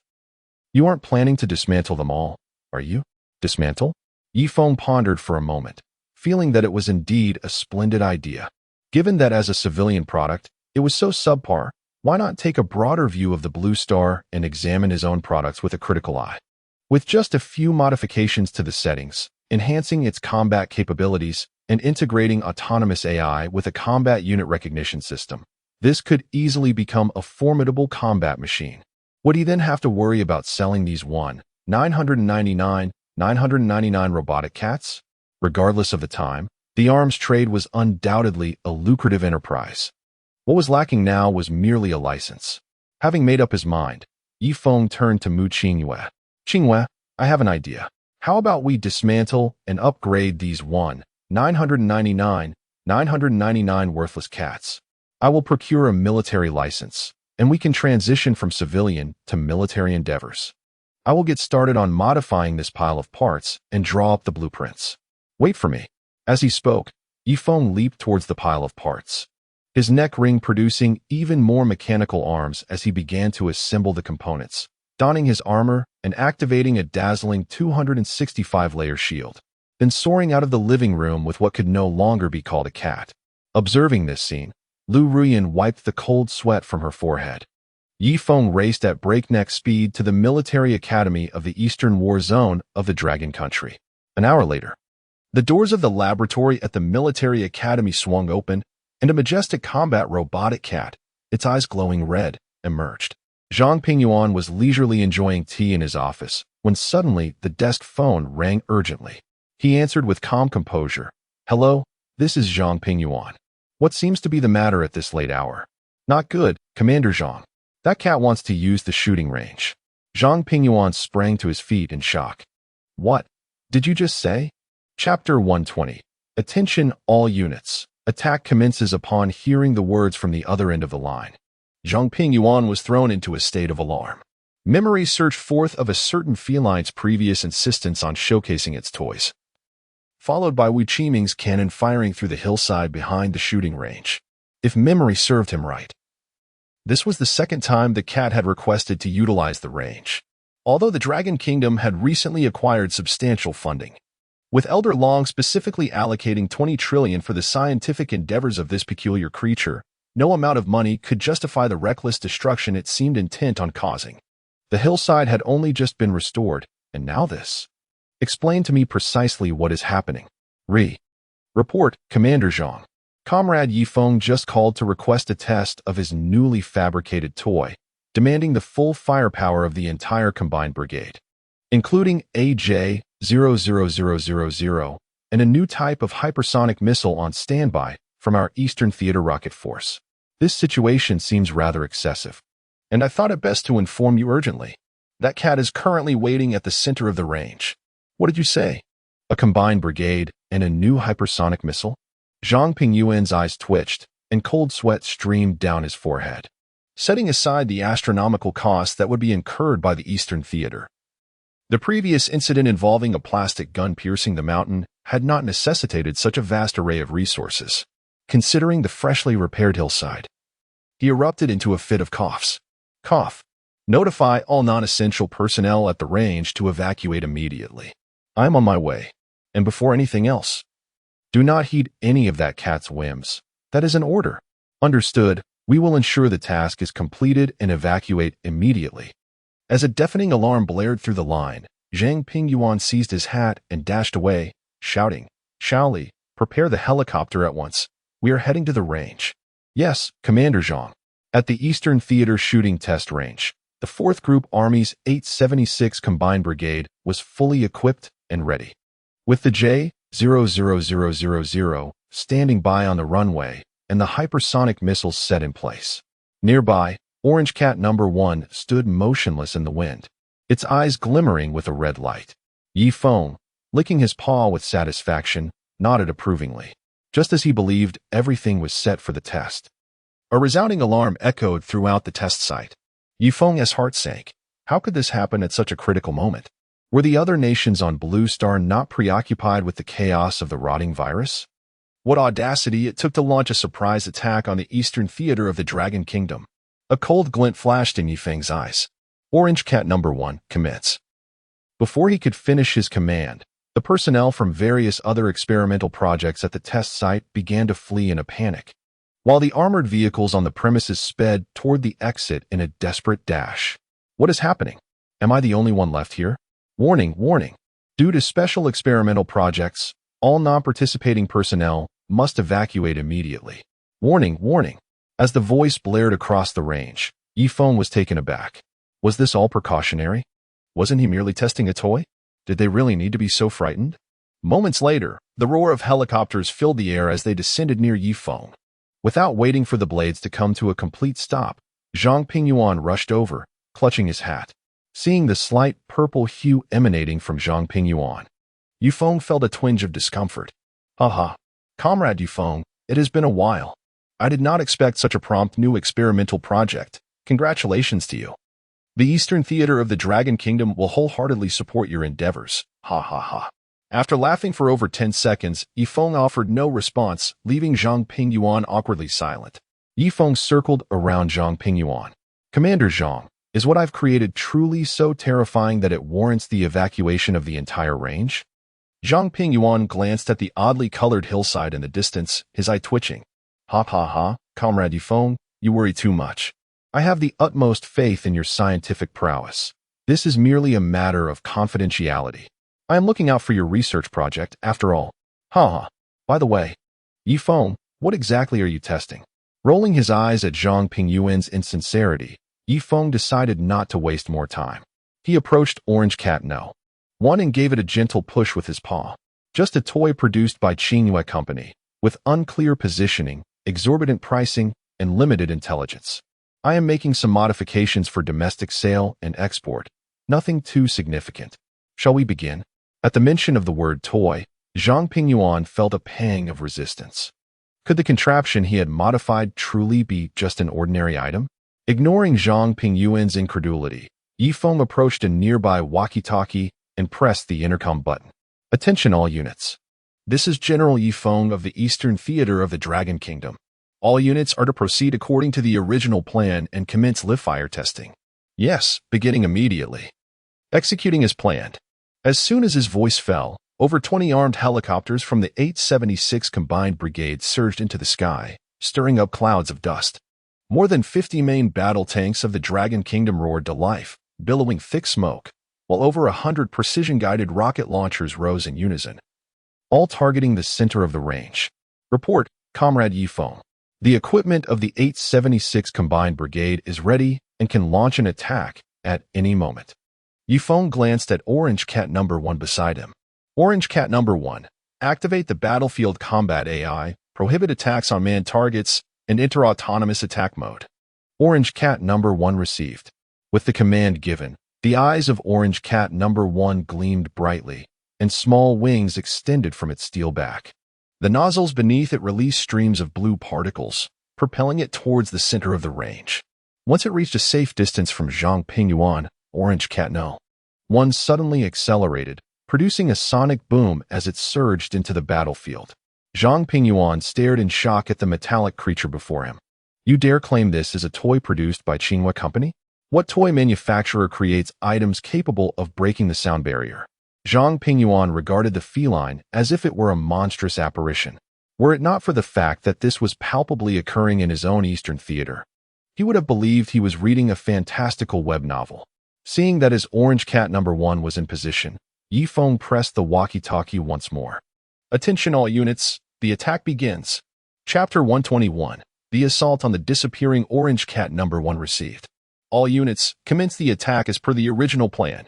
With the issuance of the command, over 50 main battle tanks from the Dragon Kingdom unleashed a volley of fire, directing countless tongues of flame towards the Orange Cat No. 1, which stood resolutely in the center of the testing ground. As a barrage of artillery shells rained down, the Orange Cat No. 1 swiftly scanned the battlefield, mapping out the trajectory of each projectile with clarity. In an instant, it activated its evasion mode, and a series of sonic booms echoed across the battlefield. The Orange Cat, having calculated the impact points, deftly maneuvered through the hail of shells, creating shockwaves that sent shrapnel from nearby explosions flying in all directions. Zhang Pingyuan, witnessing the dense clouds of sonic booms surrounding the Orange Cat, swallowed hard, astonished as he glanced at Feng, who was nonchalantly grooming his paws. What kind of monstrosity has this cat created? After half an hour of relentless tank fire, The onslaught finally ceased, and the orange cat one returned to Yifeng's side. Report, evasion test completed. Yifeng circled around the orange cat, admiring its flawless metallic sheen, unmarred by any scratches. He nodded in satisfaction. It seems to be in good condition. What a pity you interrupted so often. Otherwise, you would have looked even more impressive with the light strip. Zhang Pingyuan twitched at the corner of his eye, having initially thought the cat had changed its temperament, only to realize it harbored a personal vendetta. All right, let's proceed to the next test, the counterattack experiment. Received. Switching to combat mode, infiltrating the battlefield. Upon receiving the command, the orange cat one reappeared in the center of the target area with a resounding thud. 2 minutes later, over 100 long-range precision-guided rocket launchers locked onto the orange cat one, and in an instant, thousands of rockets were launched with an air of contempt. Sensing the imminent threat, the orange cat one took to the skies. After a rapid rotation, its eyes emitted 2 beams of red laser, spinning with precision to target each incoming rocket. Almost instantaneously, the rockets soaring through the air collided with an invisible shield, exploding in a dazzling display of light. Zhang Pingyuan, witnessing the spherical wall of fire surrounding the orange cat, felt beads of cold sweat trickle down his forehead. He pondered how, if this orange cat were in the hands of the beautiful country, even the entirety of his Dragon Kingdom's Eastern Theater artillery might struggle to breach its formidable defenses. Fortunately, this extraordinary creation belonged to Yifeng. Otherwise, given the combat capabilities of the Eastern Theater before Yifeng's arrival, they would have been utterly helpless against it. As the ground-launched rockets failed to inflict any damage on the orange cat one, over 20 armed helicopters in the sky unleashed a torrent of missiles towards it. The orange cat deftly evaded, leading the missiles on a wild chase. Upon reaching a sufficient altitude, the orange cat unleashed a high-energy particle beam from its laser eyes, obliterating the missiles before they could strike, the energy surging forth to impact the distant hills. Zhang Pingyuan, having painstakingly reinforced those hills, watched in despair as another large chunk was obliterated. As he absorbed this spectacle, Zhang Pingyuan's heart ached. Was the destructive power of this mechanical cat excessive? On the battlefield, this composite brigade would likely be reduced to molten metal within seconds under such relentless assault. Just as he marveled at the cat's offensive capabilities, a bright point of light descended from the sky at a terrifying speed towards the orange cat one. Zhang Pingyuan instinctively shielded Yifeng with his body. Must you be so reckless in your experiments? Do you not comprehend the devastating power of your own supersonic missile? If it strikes, the entire testing ground will be engulfed in flames. Yifeng, quickly activate the shield and escape. 2 seconds later, the anticipated wave of heat did not arrive. Turning around, he beheld the orange cat one skillfully grappling with the supersonic missile. Several thrusters extended from its back, redirecting the missile back into the sky with powerful thrust. How can this be? Such a small body contains such terrifying energy. Zhang Pingyuan was no longer composed. Yifeng, maintaining his calm demeanor, gently tapped Zhang Pingyuan's arm with his paw. "Thank you, Commander Zhang," Yifeng said, touched by Zhang Pingyuan's selfless act of shielding him from the impending heat. "Rest assured, my cat values its life greatly. I would never gamble with its safety on uncertain matters. It appears that this mechanical cat's power and speed pose no issues. Then only the final test remains." Zhang Pingyuan felt a jolt of surprise. What more could this cat possibly need to test? I dare say, this mechanical cat is capable of overwhelming any nation lacking fusion capabilities. Is there an even more formidable function? For reasons unknown, Zhang Pingyuan found himself anticipating this cat's subsequent tests. Yifeng stood still, gazing towards the distant orange cat one. Orange cat one remained suspended. "Do not move without orders." "Understood." Maintaining stationary status. The orange cat one floated serenely in the air. Yifeng's lips curled into a slight smile as he pressed the intercom. "Jian 00000, fire the main cannon at the mechanical cat in the center of the target area." "Yes, General Yi," firing the main cannon of Jian 00000. On the side of the target area, a Jian 00000 aircraft deactivated its stealth mode. A series of robust energy rings converged hexagonally towards the front, forming an immensely thick red energy sphere, the likes of which Zhang Pingyuan had never seen before. Even during the missile interception operation against the beautiful country, such immense power had never been unleashed. Before he could fully grasp the situation, the massive energy sphere transformed into an equally formidable laser beam, striking directly at the Orange Cat number 1. Upon detecting the incoming high-energy beam, the Orange Cat No. 1 instantly raised a faint blue shield. However, upon contact, the shield shattered instantaneously. The entire Orange Cat number 1 dissolved into a cloud of atoms, vanishing without a trace. Witnessing this, Feng let out a slow breath. Finally, it seems to be quiet. At this scene, Zhang Pingyuan felt an inexplicable chill run down his spine upon hearing Feng's words. You truly have a vendetta against this mechanical cat. How many of these mechanical cats do you possess? Chapter 122. Beneath the manor initially, Feng pondered how to broach the topic of the license with Zhang Pingyuan. However, now that Zhang had inquired about it, he seized the opportunity. Amidst the flickering flames above, Feng turned to face Zhang Pingyuan. Cough. Commander Zhang, I was just about to discuss this matter with you. You see, the Qingyu's Class Moon Toy Company has produced a batch of electronic refuse, which has accumulated in their warehouse. Unsold, totaling 999 units. The company's financial lifeline is on the verge of collapse, and I was contemplating how to assist her in this predicament. I devised a modified version, the Orange Cat number 1, and I am considering exporting these repurposed electronic waste toys to other regions of Blue Star. Commander Zhang, do you happen to have any suitable channels for this? Upon hearing Feng mention the mechanical cats, Zhang Pingyuan's heart surged with excitement. If one unit was already this formidable, nearly 2 million units would surely enhance the combat prowess of the Dragon Nation exponentially. Yet, Feng's subsequent remarks rendered Zhang less composed. You intend to export these modified mechanical cats? The Dragon Nation hasn't even equipped them yet.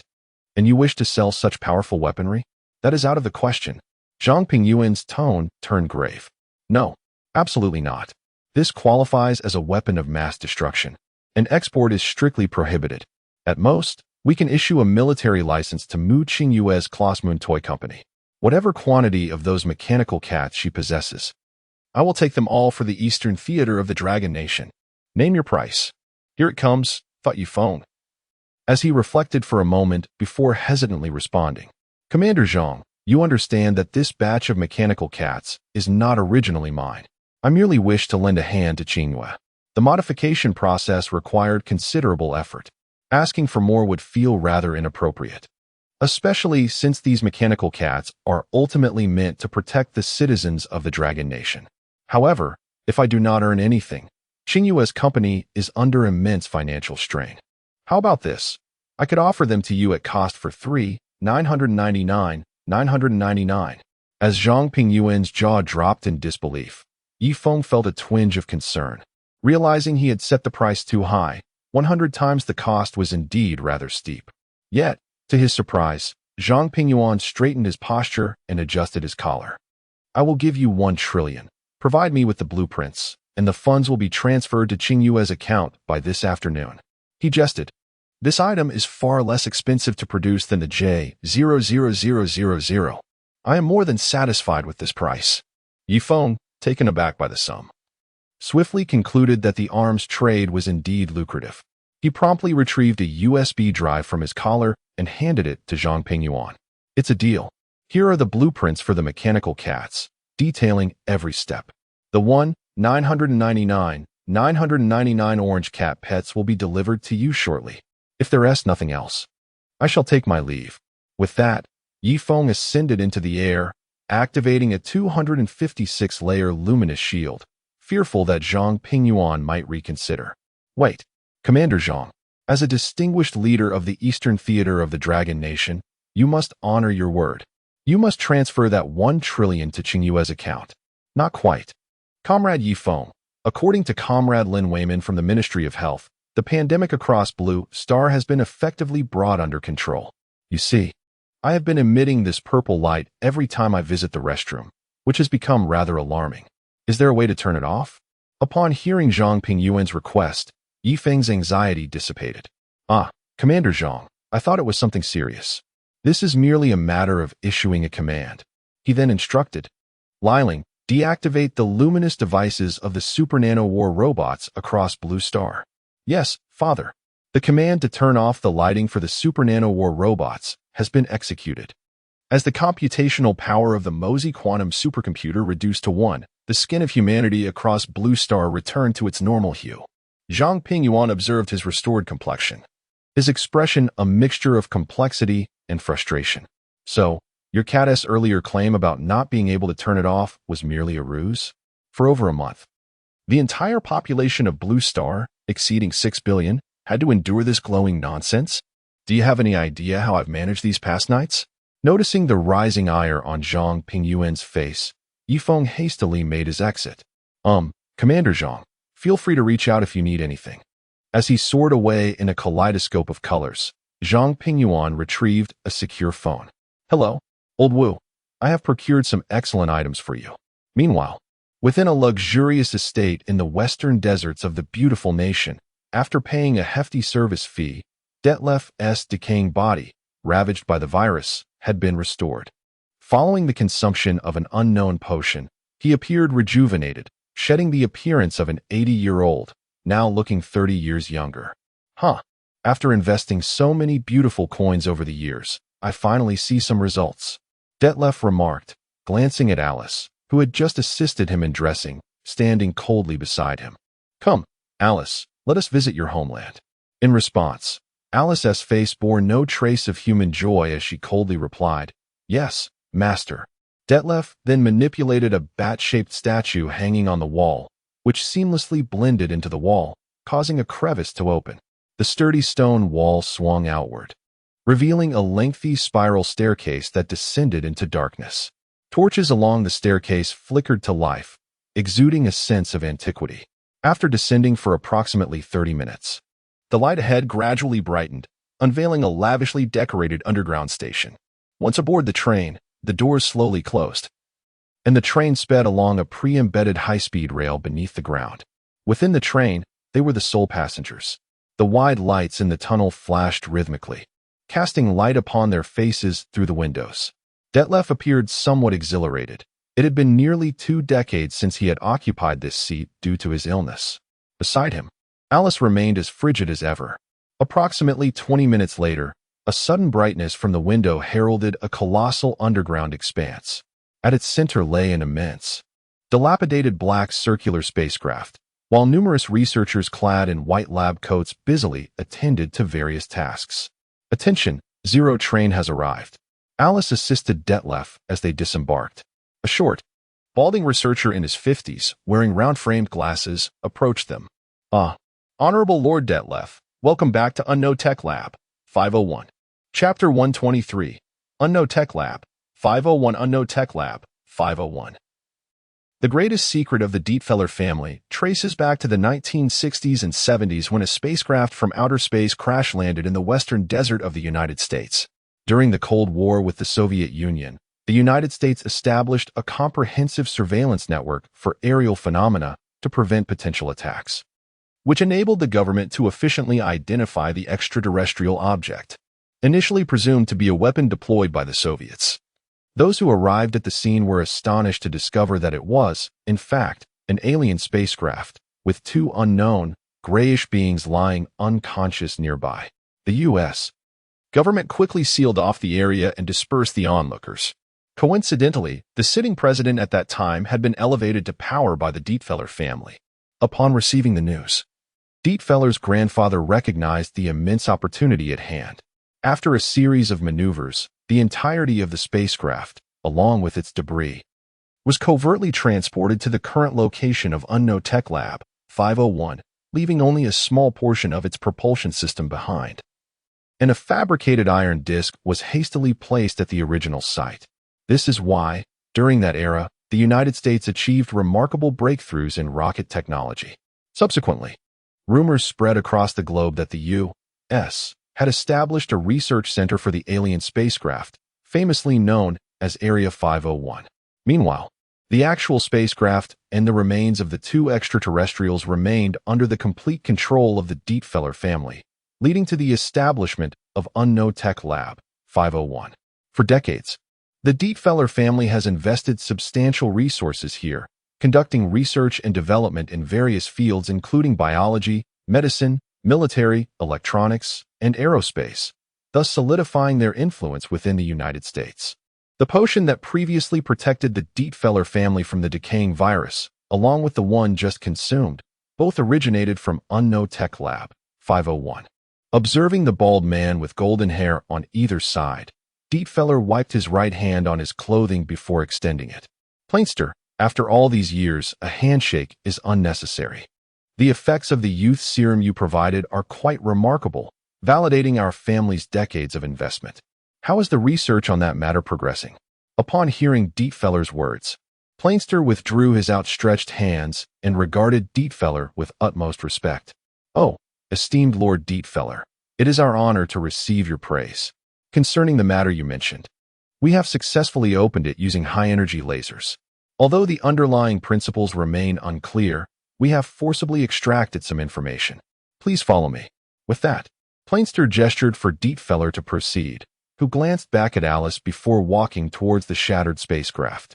Beside it, a spherical object had been severed in half, revealing a metallic, grooved interior, immersed in a transparent liquid that continuously absorbed nutrients, gradually growing as if it were a living entity. Noticing Dietfeller's captivated gaze, Plainster began to elucidate. Esteemed Lord Dietfeller, based on our assessments, this is the activation device for the spacecraft's main control. The liquid, TS-768, is derived from our petroleum, which is exceedingly challenging to extract. Approximately 0.000001 grams can be obtained from 1 ton of crude oil. This small vial represents the equivalent of 15 years' worth of oil extraction for our nation, making it extraordinarily precious. Over here, Plainster pointed to another area. This is the laser emission device and the energy output system we reverse-engineered from the spacecraft's weaponry. It can intermittently fire high-energy laser particle beams, achieving core temperatures of up to 3 million degrees Celsius. The armored vehicles on our planet stand no chance against such an assault. It is arguably the most formidable weapon on the battlefield, surpassed only by fusion strikes. Listening to Plainster's explanations, Dietfeller fell into deep contemplation. Frankly, the rapid advancements made by the Dragon Nation over the past year were astonishing, effectively dismantling decades of U.S. dominance on the global stage. He began to suspect that the Dragon Nation might, like him, have acquired remnants of an alien spacecraft. Otherwise, their swift achievements in biological and military technology would be inexplicable.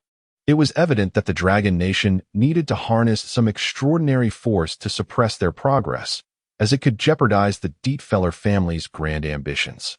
Observing Dietfeller's distracted expression, Plainster gently interjected, Lord Dietfeller? Lord Dietfeller? Dietfeller shot a glance at Plainster. Speak plainly. Oh, very well, Lord Dietfeller. To unlock the central control of this spacecraft and gather more information, we require additional TS-768 liquid. I trust you can assist us in this regard. Understanding Plainster's needs, Dietfeller sighed impatiently. This individual had been underground for so long that he was oblivious to the monumental changes occurring on the surface of the Earth. The United States could no longer operate as it once did, freely extracting the elusive TS-768. After pondering for a moment, Dietfeller slowly spoke. Plainster, how is your collaboration with Joel from the Department of Defense progressing? It is time to send them the laser weapon and energy devices you have deciphered. Our military equipment is due for an upgrade. As for the TS-768 you require, I will endeavor to procure it from Aster promptly. Your work must not cease. Once the central control computer is activated, notify me immediately. Meeting Dietfeller's piercing gaze, Plainster eagerly nodded in agreement. Oh, rest assured, esteemed Lord Dietfeller. The pursuit of scientific truth is my lifelong mission. I will inform you at the earliest opportunity.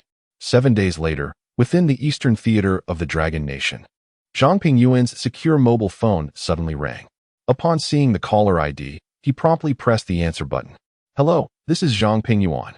Chapter 124. New aircraft models in the Eastern Theater of Dragon Country, Comrade Zhang Pingyuan.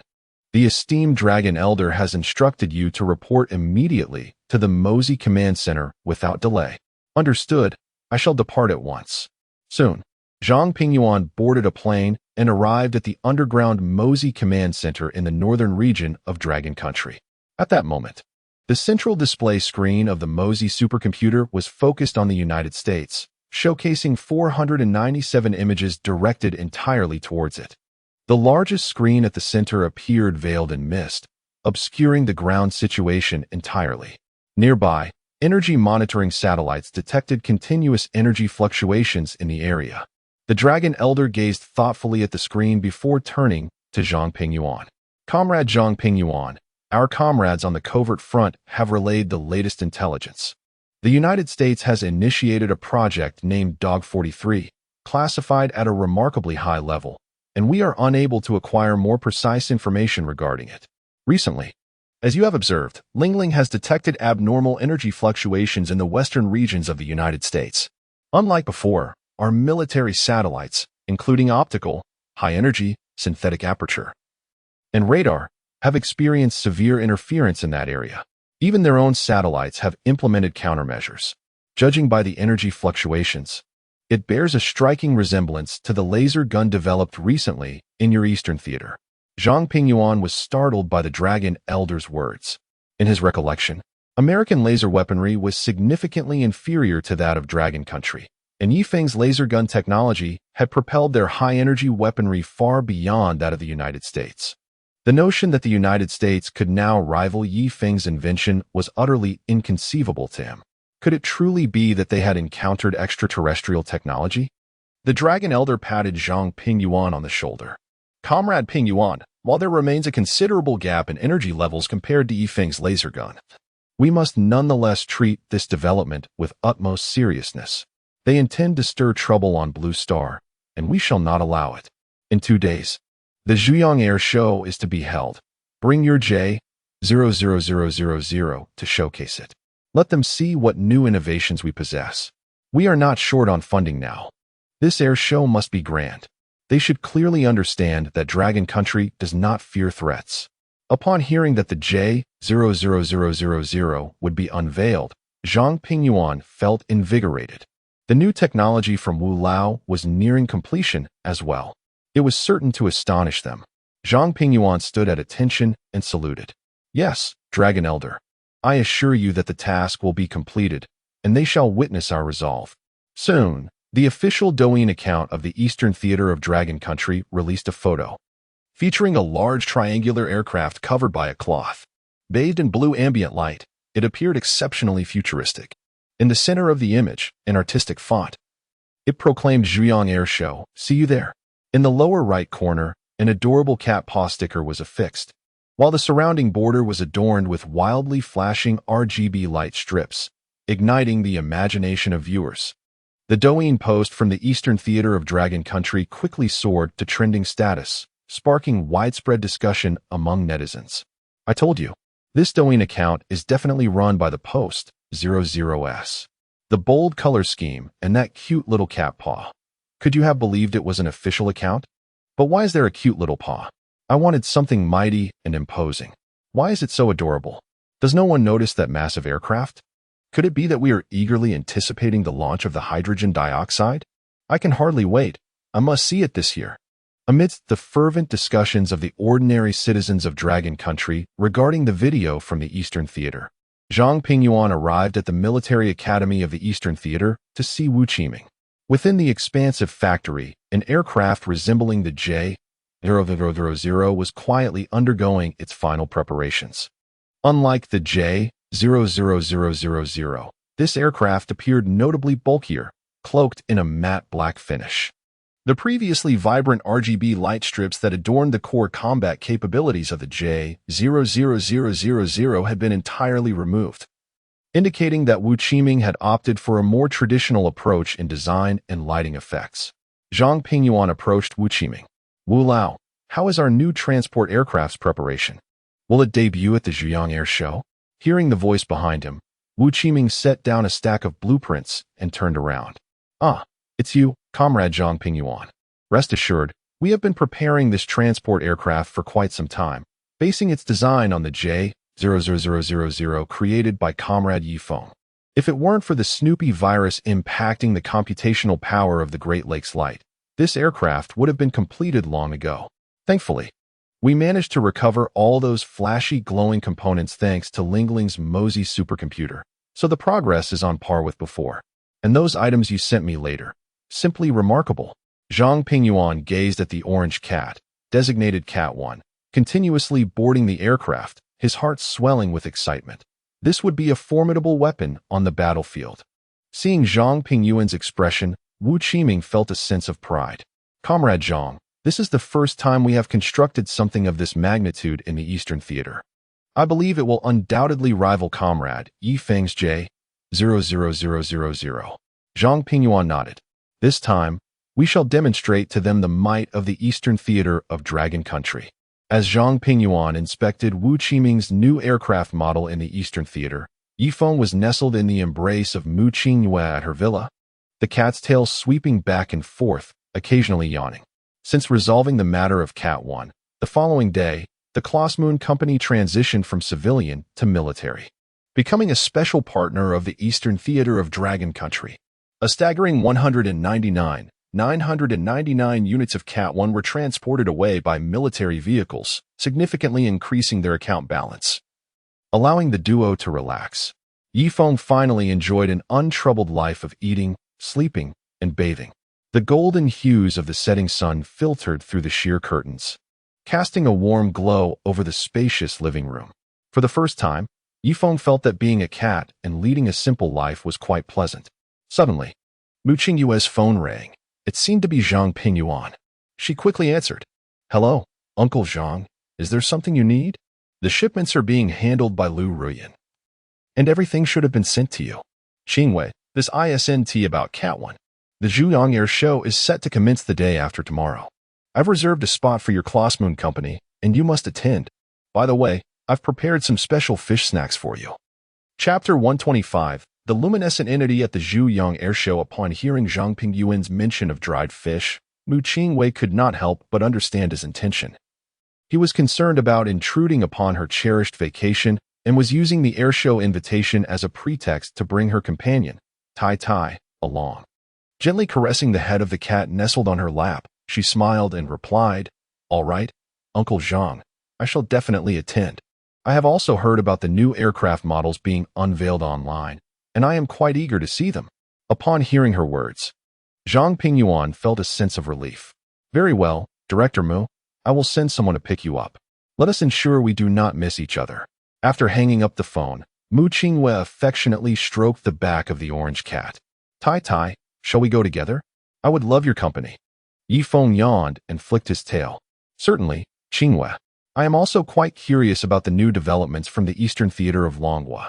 2 days later, at 9:00 a.m. Longhua time, the Zhuyang International Airshow Center was abuzz with excitement.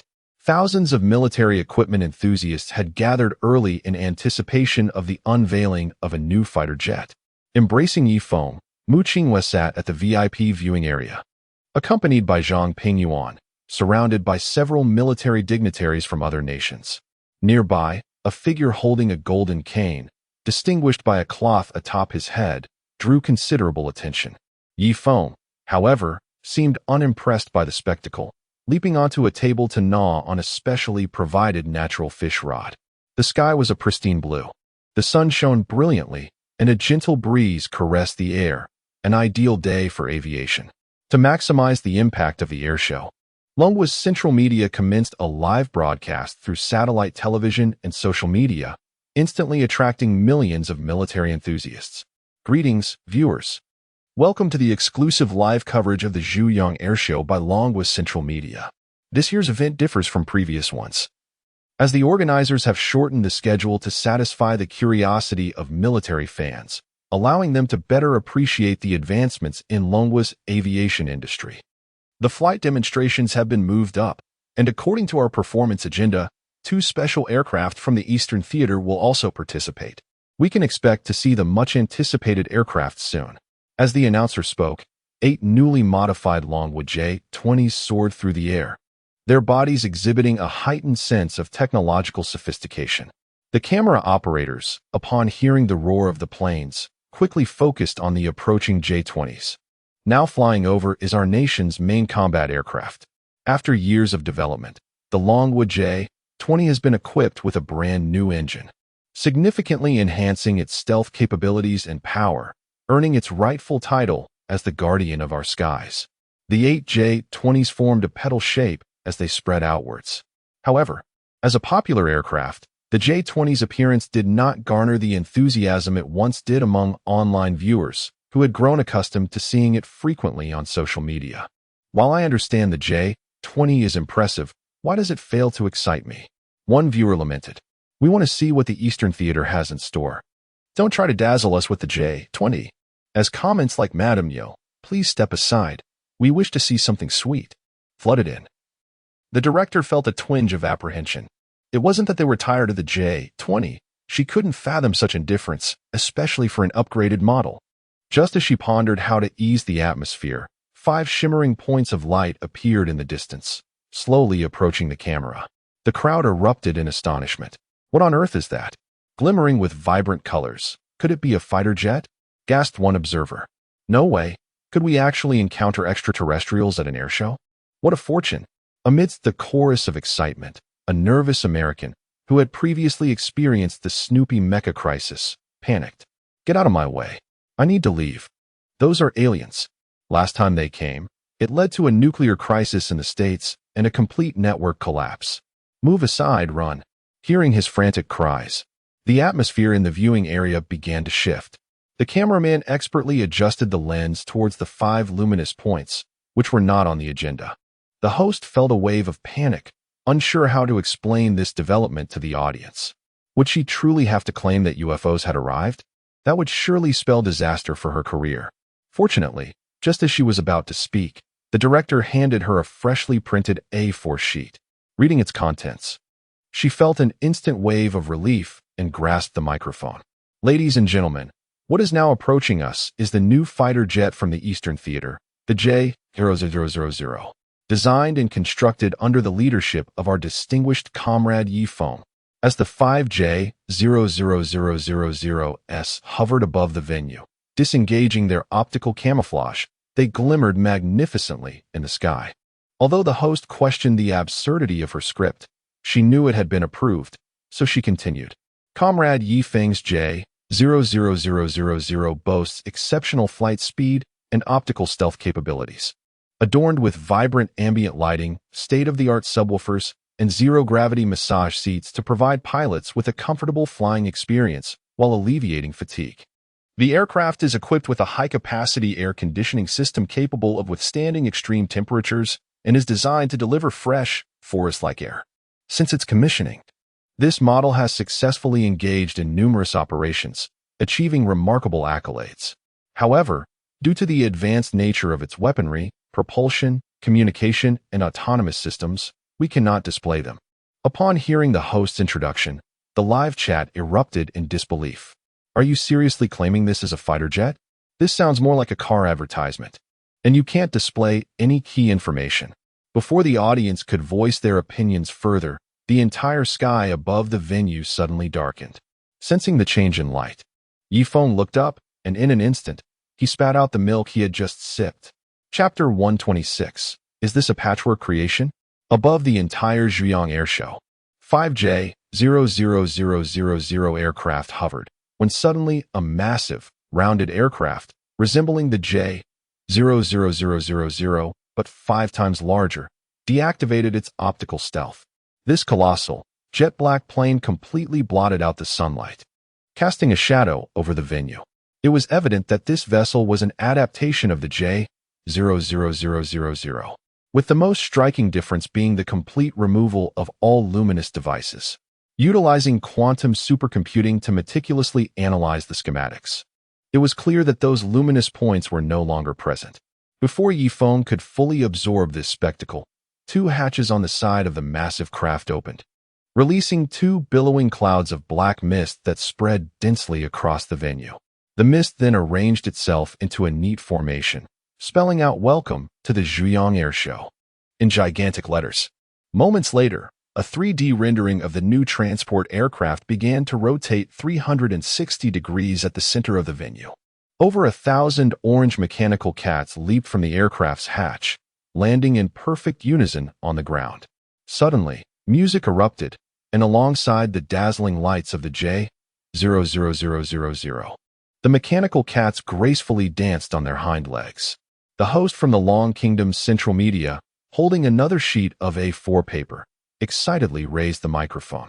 Ladies and gentlemen, we have just received news that the new transport aircraft appearing in the center of the venue is the Kun-50. Recently unveiled by the Eastern Theater Command of the Long Kingdom.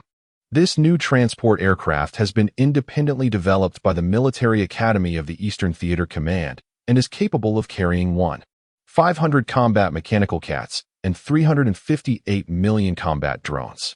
It boasts unique technologies such as optical stealth, hypersonic cruising, and aerial hovering, marking another milestone in the aviation equipment of the Eastern Theater Command. Upon hearing the host's introduction and witnessing the densely hovering mist of drones, as well as the synchronized performance of the orange mechanical cats below, the online audience erupted in excitement. What a transport aircraft! Is the Eastern Theater Command really sure this isn't an aerial fortress? It seems the much-discussed Southgate plan is indeed real. Isn't this just a scaled-down version of an aerospace carrier? Why is no one paying attention to the dancing mechanical cats? Just imagine if these cats were armed and descended from the skies in droves. What an overwhelming presence that would be. After performing ballet for 15 continuous minutes, the mechanical cats suddenly extended wings from their backs, and their engines emitted a soft blue particle stream as they soared towards the Kun-50. The misty drones in the sky followed commands and returned to the aircraft's cabin. Moments later, the J000000 and the Kun-50 activated their optical stealth and vanished completely from the airshow center. This scene sent the viewers of the live broadcast into a frenzy once again. They were right. This was indeed a war fortress, with countless screenshots of the Kun-50, drones, and mechanical cats flooding the internet. The once newly dubbed Sweetheart J000000 had transformed into the mother of cows in less than half an hour. Everyone felt a swell of pride for the Long Kingdom's possession of such a formidable weapon, in stark contrast to the online audience's excitement. In the VIP room of the airshow center, Feng sat licking the creamy milk that had sprayed onto his cat paw, his eyes twitching in disbelief. This is clearly just a magnified version of our J000000. What the hell is this supposed independent development? This thing is nothing but a patchwork monster. He thought of Wu Qiming and wondered, can't you get someone younger to help you out and double-check the schematics before copying them? How many times has this happened? I won't even mention the collar. It's a trivial matter. But for such a massive aircraft, can't you at least take a good look? Did you eat the integrated colorful atmosphere lights from my design? Without lighting effects, how can you showcase the grandeur of the weaponry? The essence of all technology lies in its light effects. Observing the mechanical cat before him, spraying creamy milk everywhere, Zhang Pingyuan smiled with satisfaction. Taking a step forward and whispering, so, Comrade Feng, isn't Wu's Kun-50 something that has truly astonished you? This transport equipped with drones and mechanical cats is indeed a game-changer on the battlefield. Hearing Zhang Pingyuan's words, Feng shot him an annoyed glance. Commander Zhang, how can you say that? This is rather underhanded. The Kun-50 is just a super patchwork. What happened to respecting intellectual property? Moreover, where did the lighting effects from my design go? Can't you find a younger researcher to oversee things in advance and ensure Wu fully copies the schematics? Your concept is indeed innovative, but the craftsmanship is somewhat rough. Next time, I'll give you a larger version for the Eastern Theater Command. Zhang Pingyuan felt a bit embarrassed upon hearing this. Naturally, the schematics were copied, but as for your luminous devices, Wu spent a full 72 hours using quantum supercomputing to completely eliminate all the luminous features from the aircraft's body. How could I possibly say that? Wait, what did that cat just say? A larger version for the Eastern Theater Command? Upon recalling this, Zhang Pingyuan became intrigued. The Eastern Theater Command currently had ample funding and feared there wouldn't be an opportunity to spend it. At this critical juncture, they could not afford to offend this research cat. Zhang Pingyuan cleared his throat. Ahem, Comrade Yi Feng is right. We ought to provide Wu with a new pair of reading glasses. Rest assured, next time I will personally oversee the copying of the schematics to ensure not a single luminous device is overlooked. If Wu Qiming were present, he would surely be cursing. After all, it was he who personally ordered the removal of those luminous devices. How did it suddenly become his fault? Ahem, Comrade Yi Feng, about what you just mentioned. Zhang Pingyuan intended to further inquire about the specifics of that massive creation, but just as he was about to continue, he caught sight of a man approaching. Holding a golden cane, clad in a white robe, with a red cloth atop his head, Zhang Pingyuan immediately stood upright, closing his mouth and fixing his gaze on the center of the airshow. The man approached and bowed slightly. Oh, Zhang, I truly came at the right time for this airshow. Your recent light dance performance was simply more professional and breathtaking than the drone light show team that visited us last time. Zhang, I'll take those that just appeared. Name your price. How many tons of gold will it take? Chapter 127. Gold will shine upon hearing the words of the newcomer. Yi Feng's eyes sparkled with a golden glimmer. Truly, this was a significant client, one who spoke of gold as if it were a mere commodity, measured by the ton. If only a single transaction could be secured, the debts owed to the Eastern Theater Command of the Dragon Nation could be wiped clean in an instant. Yi Feng gazed at the resplendent golden cane, his eyes alight with excitement. He leapt down from the table, nuzzling against Zhang Pingyuan's legs. The prospect of settling the deal with tons of gold was a compelling one. Why hesitate? If he didn't act swiftly, all opportunities would slip through his fingers. Zhang Pingyuan observed the man, adorned with a cloth atop his head, whose eyes shone with golden eagerness, alongside a cat that was incessantly rubbing against his legs. The corners of his eyes twitched in disbelief. Was he truly considering selling off these newly developed military assets from the Eastern Theater Command, which had yet to be fully equipped to his own forces? Despite the allure of the golden offer, what would he use if these assets were sold? The power of the Orange Cat No. 1 was evident, qualifying it as a formidable weapon. With a smile, Zhang Pingyuan slightly bowed. Ah, our old friend, Prince Sailor Manka. How did the rockets perform last time? A friendly reminder, we do not provide warranties for decommissioned equipment. The item you just saw is not for sale. It has just emerged from the research lab and is highly unstable with minimal firepower.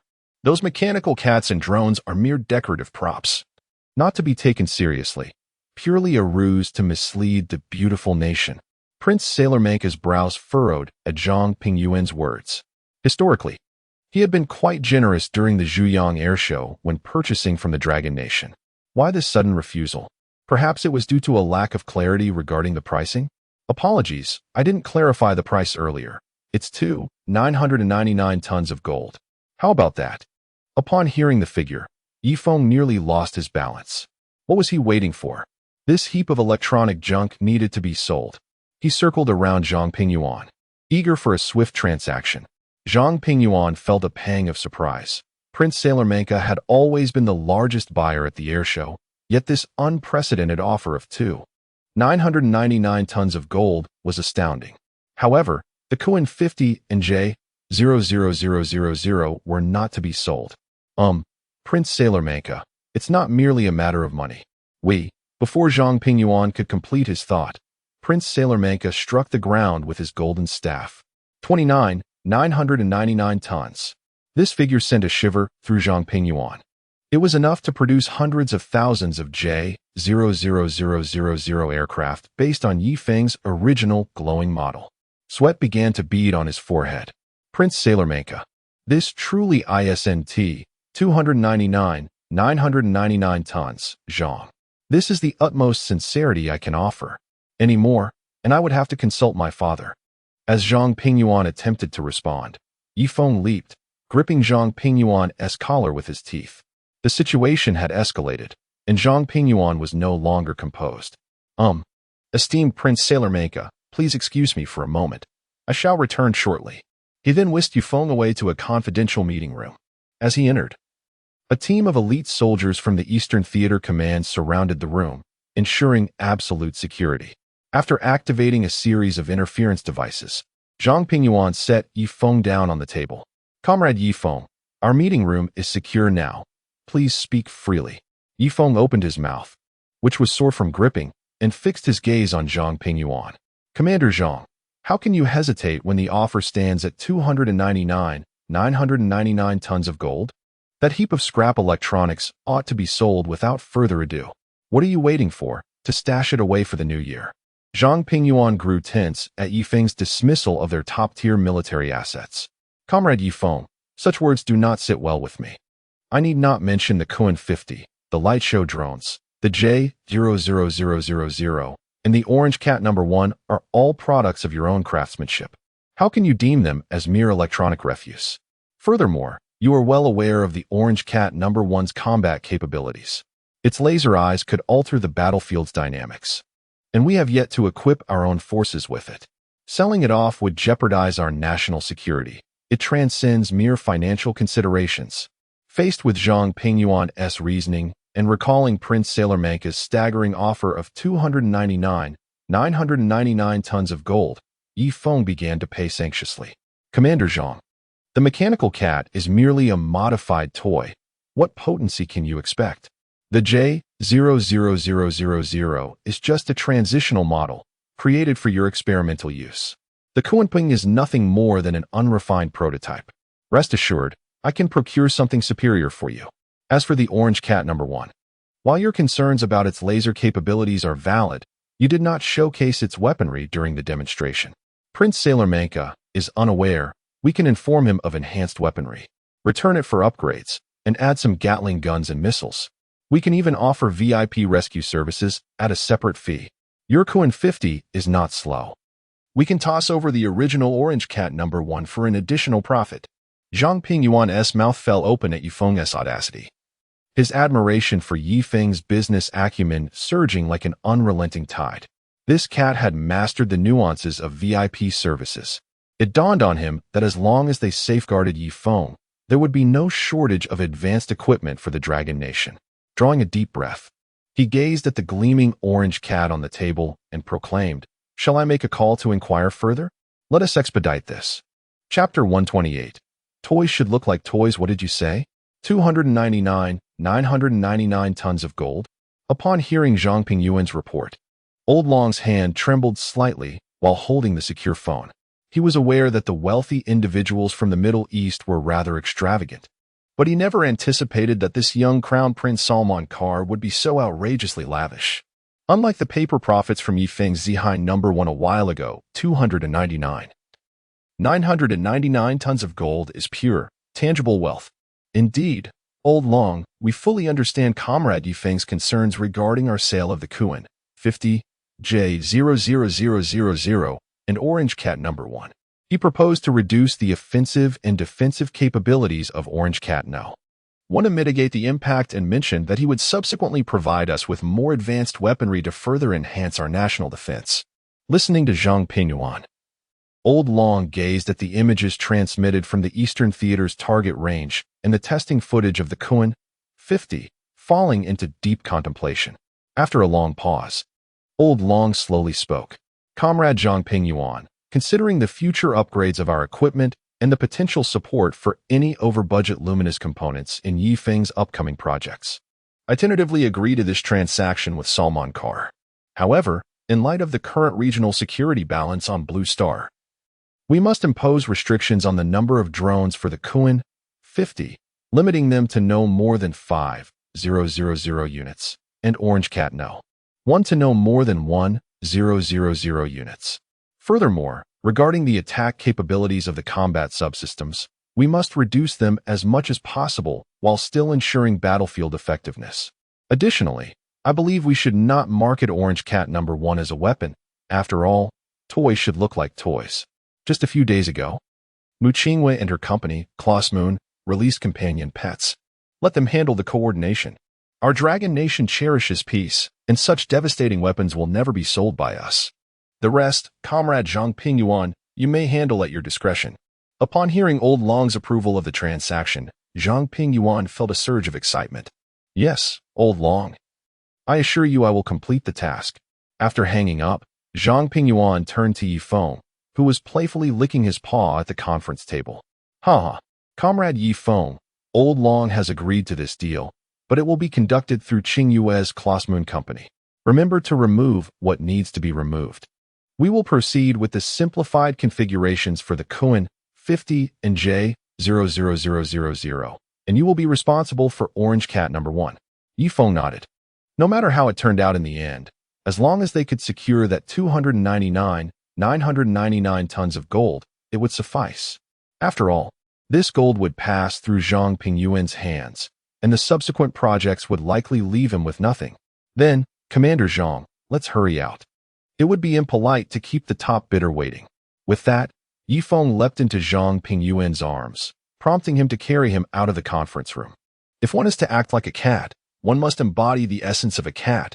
It would be inappropriate if everyone saw them. In the VIP viewing platform of the Zhujiang Airshow Center, Crown Prince Salman Kar leaned on his golden cane, feeling quite anxious.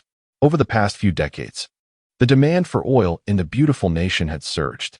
As one of the few oil-producing countries on Blue Star, they had amassed a considerable fortune through oil. However, this had led to numerous unreasonable treaties imposed by the beautiful nation, including a recent ludicrous demand to surrender 80% of their domestic production capacity to the beautiful nation for so-called mutual benefit. Amidst the increasing political and military pressure from the beautiful nation on their camel country, their national defense pressure had also intensified. Finally, at Dragon Nation's Zhujiang Airshow, they had glimpsed equipment that could potentially alter the entire situation. If they were unable to secure it due to an insufficient offer, the loss would be monumental. As he contemplated whether his bid was too conservative and if he should call his father for more gold, Zhang Pingyuan approached, smiling, holding Yifeng. Ha ha. Crown Prince Salman Kar, thank you for your patience. After careful consideration, we, Dragon Nation, agreed to sell you the export versions of the Kuan 50 and J00000. Rest assured, as longtime friends, there will be minimal difference between the export version and our own, sufficient to support your nation's defense. Additionally, we will provide VIP emergency reinforcement services. For just a nominal fee, with the press of a button, we will be at your service. Listening to Zhang Pingyuan's words, Crown Prince Salman Kar felt a rush of excitement. At least he would not return empty-handed. As for that reinforcement button, he was quite familiar with it. His father had a similar red button, though it had never been pressed. Upon further reflection, he realized that Zhang Pingyuan's words did not mention the mechanical cats. To be honest, he had initially been drawn to this batch of mechanical cats, as those swarm-type unmanned devices were precisely what they urgently needed. Zhang, he said, waving his cane. Hearing this news brings me great joy, but may I inquire why those war machines, the mechanical cats, are not included in our transaction? Is it a matter of insufficient gold? Rest assured, I will call my father for more gold. As he reached for his phone from a nearby attendant, Zhang Pingyuan broke into a cold sweat. Is this truly the power of the top bidder? However, the amount he had already offered was astronomical, if he cut too deeply. What would happen next season? Zhang Pingyuan hastily set Yifeng down and intervened. Crown Prince Salman Kar, you have misunderstood my intentions. Those cats are not war robots, but rather toy companion cats produced by this lady's company. If you require them, you may discuss directly with her.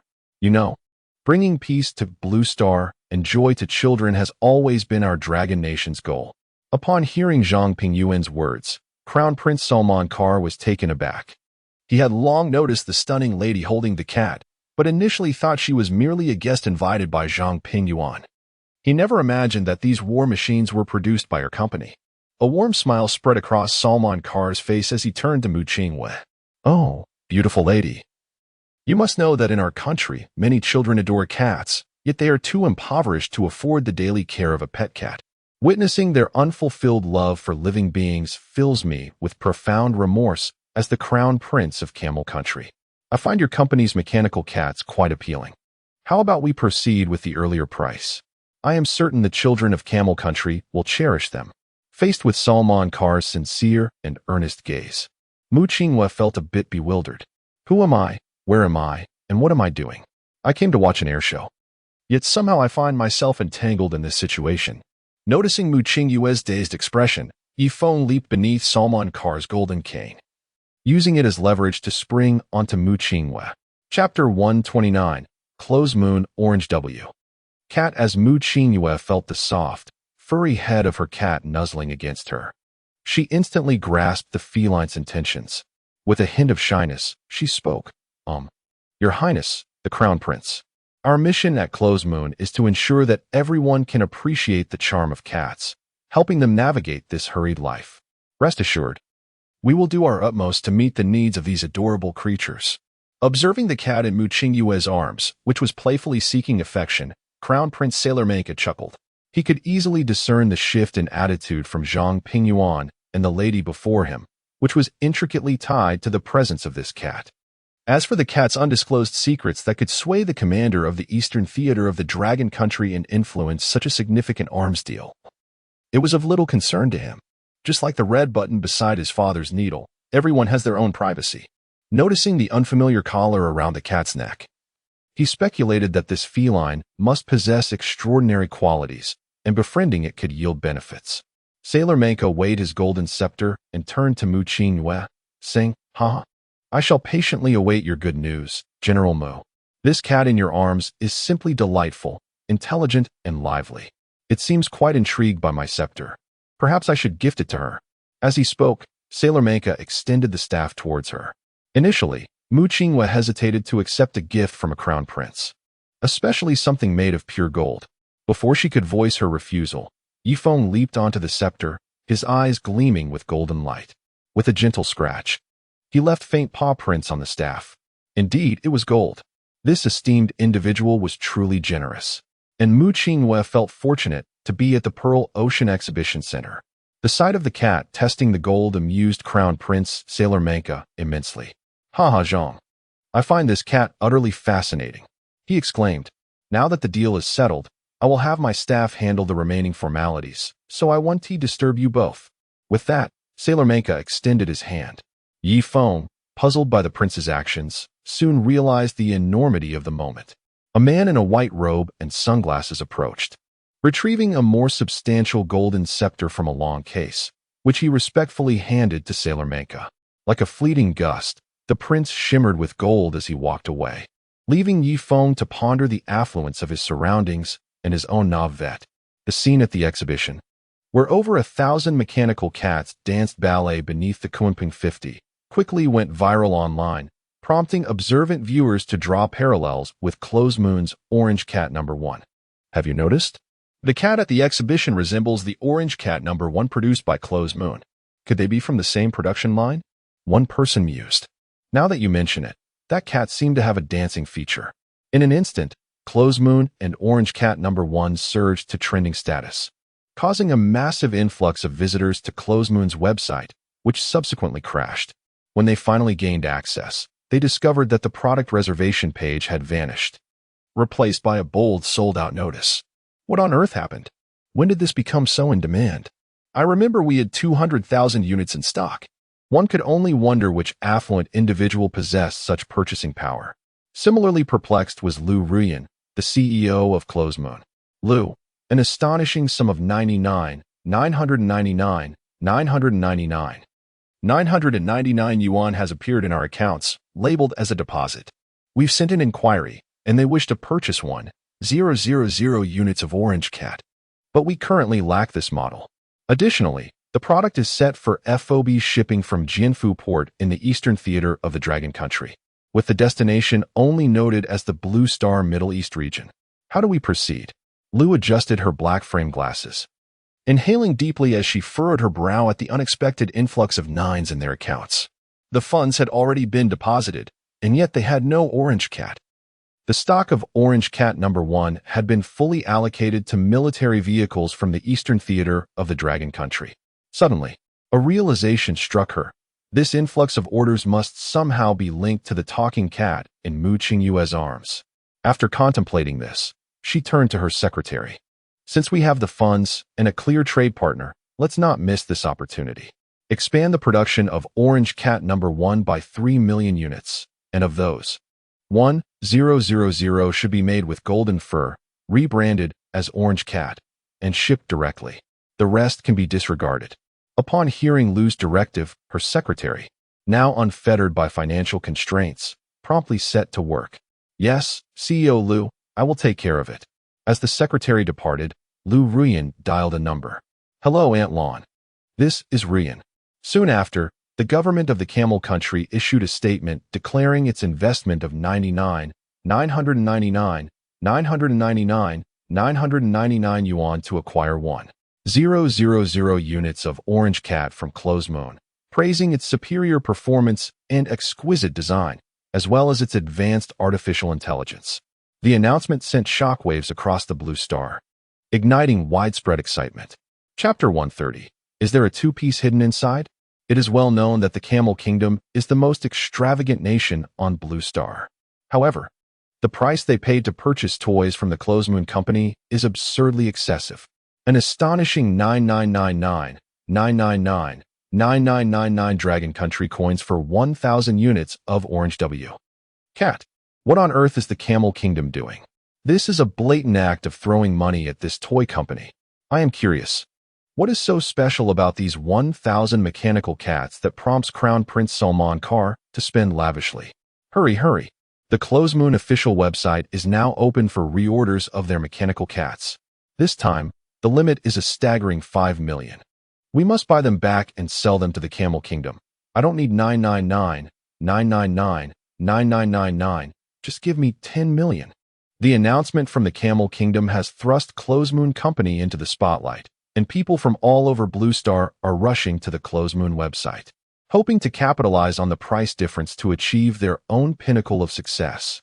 The pre-order for 5 million units of Orange W. Cat has sold out in an instant, in stark contrast to the frenzy felt by the global populace due to the Camel Kingdom's toy order. Feng was bustling about in the workshop at Jianfu Post in the eastern war zone of the Dragon Country. Apart from replacing the laser in the eyes with a dual-barrel Gatling gun, each Orange W. Cat, now affectionately called that, was outfitted with 2 air-to-air missiles and 1 air-to-ground missile. Feng thoughtfully coated all the ammunition with 2 bottles of golden spray paint. After all, this is a toy that the top boss specifically requested. How could the color not reflect his power? To enhance the technological appeal of the Orange W. Cat and satisfy the curiosity of the top boss, Feng even sprayed fluorescent powder on the fur. Whenever night operations commenced, the opponents would undoubtedly be astonished by the touch of green against the dark surroundings. The modifications for 1,000 units of the Orange W. Cat were swiftly completed. In an effort to make this transaction appear more legitimate, Feng placed each cat into specially designed reusable cardboard boxes, all crafted from recycled waste materials. He guaranteed that no one could package their products more sustainably than he did. After completing everything, Feng pushed open the factory's large door. Upon seeing Feng emerge, Zhang Pingyuan greeted him with a smile and an umbrella. Comrade Feng, you've worked hard. There won't be any mishaps with this toy, right? Feng cast a sidelong glance at Zhang Pingyuan and replied tersely, what mishaps could there be? Everything that needed to be dismantled has been. Just look at the amount of spray paint used in the factory. I was wondering if I should ask you for special operation subsidies. But really, where's my gold? That's a staggering 299,999 tons of gold. How did it turn into Dragon Country coins? Zhang Pingyuan looked a bit embarrassed. Oh, Comrade Feng. Haven T, we already sent 999 Dragon Country coins to your Xinhua company. That's merely a deposit, and it has reached the maximum value currently possible in the Dragon Country banking system. If you need anything else in the future, we can always add more. You know our Dragon Country is resource poor, technologically weak, and poorly equipped. We need gold for everything. Besides, didn't our Eastern War Zone provide them with aircraft? We're not demanding gold in return. Comrade Feng, you should prioritize the bigger picture. If you have any research projects in the future, I assure you that I will not hinder your funding. Upon hearing Zhang Pingyuan's words, Feng immediately seized upon the key phrase. Wait a moment. Then, dozens of cameras emerged from the collar around Feng's neck, all directed at Zhang Pingyuan, while a printer nearby lit up with its indicator light. Commander Zhang, could you please repeat what you just said? The sea breeze was too strong. I didn't catch it. Seeing the dozens of cameras and the nearby typing machine at work, Zhang Pingyuan gulped. Your cat is as cautious as ever. But what can be done now? A man's word is his bond. Anyway, the gold isn't in my possession. Ahem. Comrade Yi Feng, as the commander of the Dragon Country's Eastern War Zone, I solemnly promise you that within controllable limits, I will absolutely not hinder your research funding. This is my formal statement. As soon as he finished speaking, the printer began to produce the written statement, capturing every expression of Zhang Pingyuan clearly on the cameras, which then retracted back into Yi Feng's collar. Yi Feng handed the printed A4 paper to Zhang Pingyuan. Haha, Commander Zhang, we've known each other for 126 chapters now. I trust you completely. How about you sign and fingerprint this? As he spoke, a stamp pad appeared from nowhere and was pushed forward. Zhang Pingyuan's eye twitched. Damn it, it's been over 100 chapters, and you're still pulling this? What happened to trust between man and cat? What about sincerity? With a sigh, he pulled out a pen from his pocket and solemnly signed his name on the A4 paper, then pressed his fingerprint down. Watching the cat blow on the still wet ink and fingerprint on the paper, Zhang Pingyuan shook his head, smiling helplessly. Well, Comrade Yi Feng, can I take the items now? Yi Feng showed no inclination to look up, still blowing on the marks on the paper. No problem, Commander Zhang. Those piles of junk are yours now. By the way, just a reminder, those cardboard boxes are made from recycled, eco-friendly materials, and they disintegrate when wet, so be sure to take waterproof precautions. You're quite the shrewd businessman, aren't you? The profit margins are terrifying. Can't you use better materials? Zhang Pingyuan shouted into the intercom. All personnel, load the cargo onto the ship. As soon as he finished speaking, a group of soldiers from the Eastern War Zone of the Dragon Country rushed over, carefully relocating the Orange W Cat to the nearby 095 destroyer. Soon, the batch of toys ordered by Crown Prince Salman Kar began its journey through the Middle East of Blue Star. This time, the transport did not shy away from anyone. The entire Liao Yuan aircraft carrier group was dispatched to escort it, with over 50 J-00000 aircraft accompanying. Even more alarmingly, during the escort, several bright points appeared once again in the sky above Blue Star. In a military base in the beautiful country, Ace stared in disbelief at the scene unfolding before him. What the heck? You're making such a big deal over a toy shipment. Is there a two-piece hidden inside? Chapter 131. A dog before Esther could ponder any further questions. The ancient telephone on his desk suddenly rang. The sound of the incessant ringing caused his eye to twitch, and he clenched his fists so tightly that he felt as if he might shatter his molars. This was the war command center of his beloved nation. How could this wretched relic penetrate so many electromagnetic shields to reach him? There was no choice. The fact that the call had come through indicated that the accursed old man had observed everything happening here. His anger flared but subsided in mere seconds as he respectfully retrieved the ancient phone, bowed his head, and pressed it to his ear. Oh, esteemed Lord Detfeller, what a pleasant surprise it is to receive a call from you. Is there something you require? Rest assured, I shall procure the finest for you. Esther answered with obsequiousness. Yet Detfeller's silence lingered. Esther dared not hang up. He continued to hold the phone reverently. After 20 seconds, the voice of Detfeller finally came through. Esther, what exactly has the Dragon Kingdom sold to the Camel Kingdom? Upon hearing this question, Esther's heart leapt into his throat. Indeed, Detfeller possessed his own intelligence and satellite network. The Dragon Kingdom's fleet had only recently set sail, and here he was, already inquiring. Moreover, how had Detfeller's voice suddenly regained such youthful vigor? Wasn't he supposed to be bedridden? Oh, esteemed Lord Detfeller, I see this matter troubles you. To be frank, I am not entirely certain of the specifics. Joseph's Central Intelligence Agency is currently engaged in a rigorous investigation.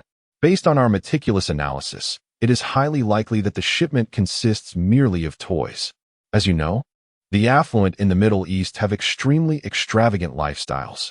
The Dragon Kingdom's deployment of a large fleet for this shipment must surely be due to the lucrative price involved. But rest assured, since you are interested in the particulars of this cargo, I shall promptly request Joseph to investigate further. The intelligence network within the Dragon Kingdom is difficult to penetrate. Yet we can still ascertain such information with ease in the Camel Kingdom. Esther's response evidently did not meet Detfeller's approval. Following his request for the production of more T-768 units, The United States had exerted comprehensive pressure on the Camel Kingdom to contribute additional oil. At such a critical juncture, the Camel Kingdom's high-priced import of toys from the Dragon Kingdom was glaringly suspicious. This excuse was clearly a faade to cover their own incompetence. Esther was becoming increasingly ineffective.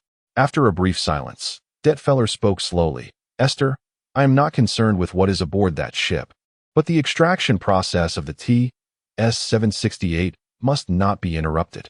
If you fail to deliver the required amount within the stipulated time, prepare to face the consequences. Without waiting for Esther's reply, Detfeller abruptly hung up.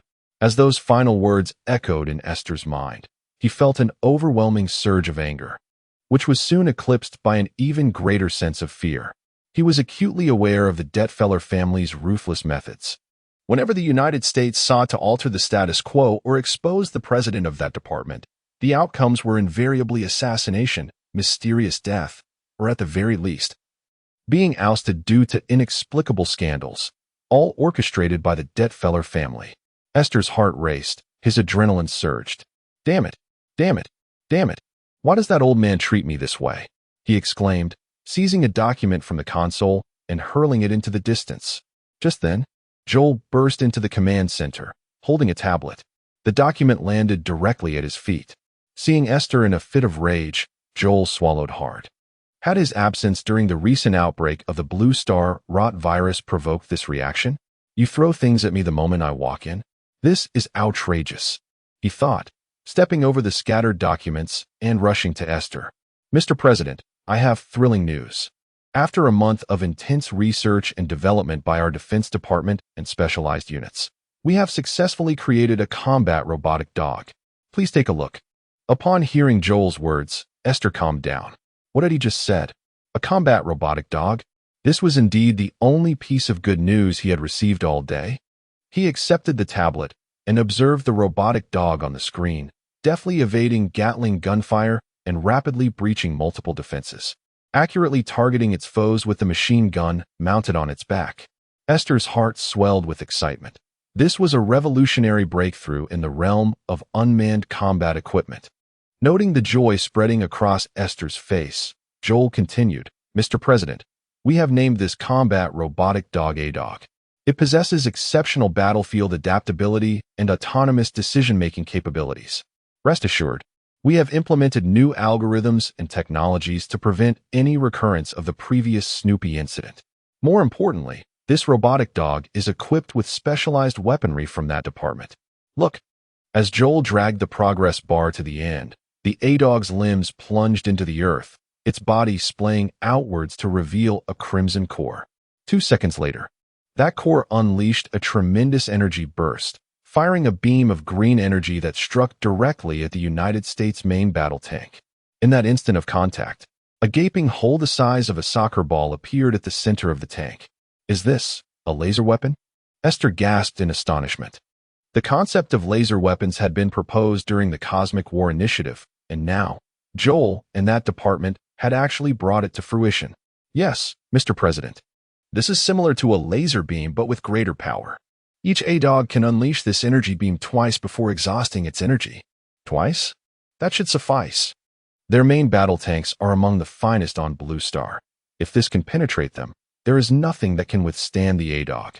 Esther exclaimed, his excitement palpable as he turned to Joel. Oh, my dear Joel, can we mass produce them? How many do we currently have? Mr. President, the cost of producing a single A-Dog is a mere 30 million beautiful coins. If the funds are available, I am confident that we can manufacture 2,000 units within a month. Chapter 132. The cat does not rule the house. Unaware of the value of essentials. What? How much did you say? Hearing Joel's words, Esther's blood pressure soared, not because the price was exorbitant, but rather absurdly low. When has anything crafted by Joel ever been under 50 million beautiful coins?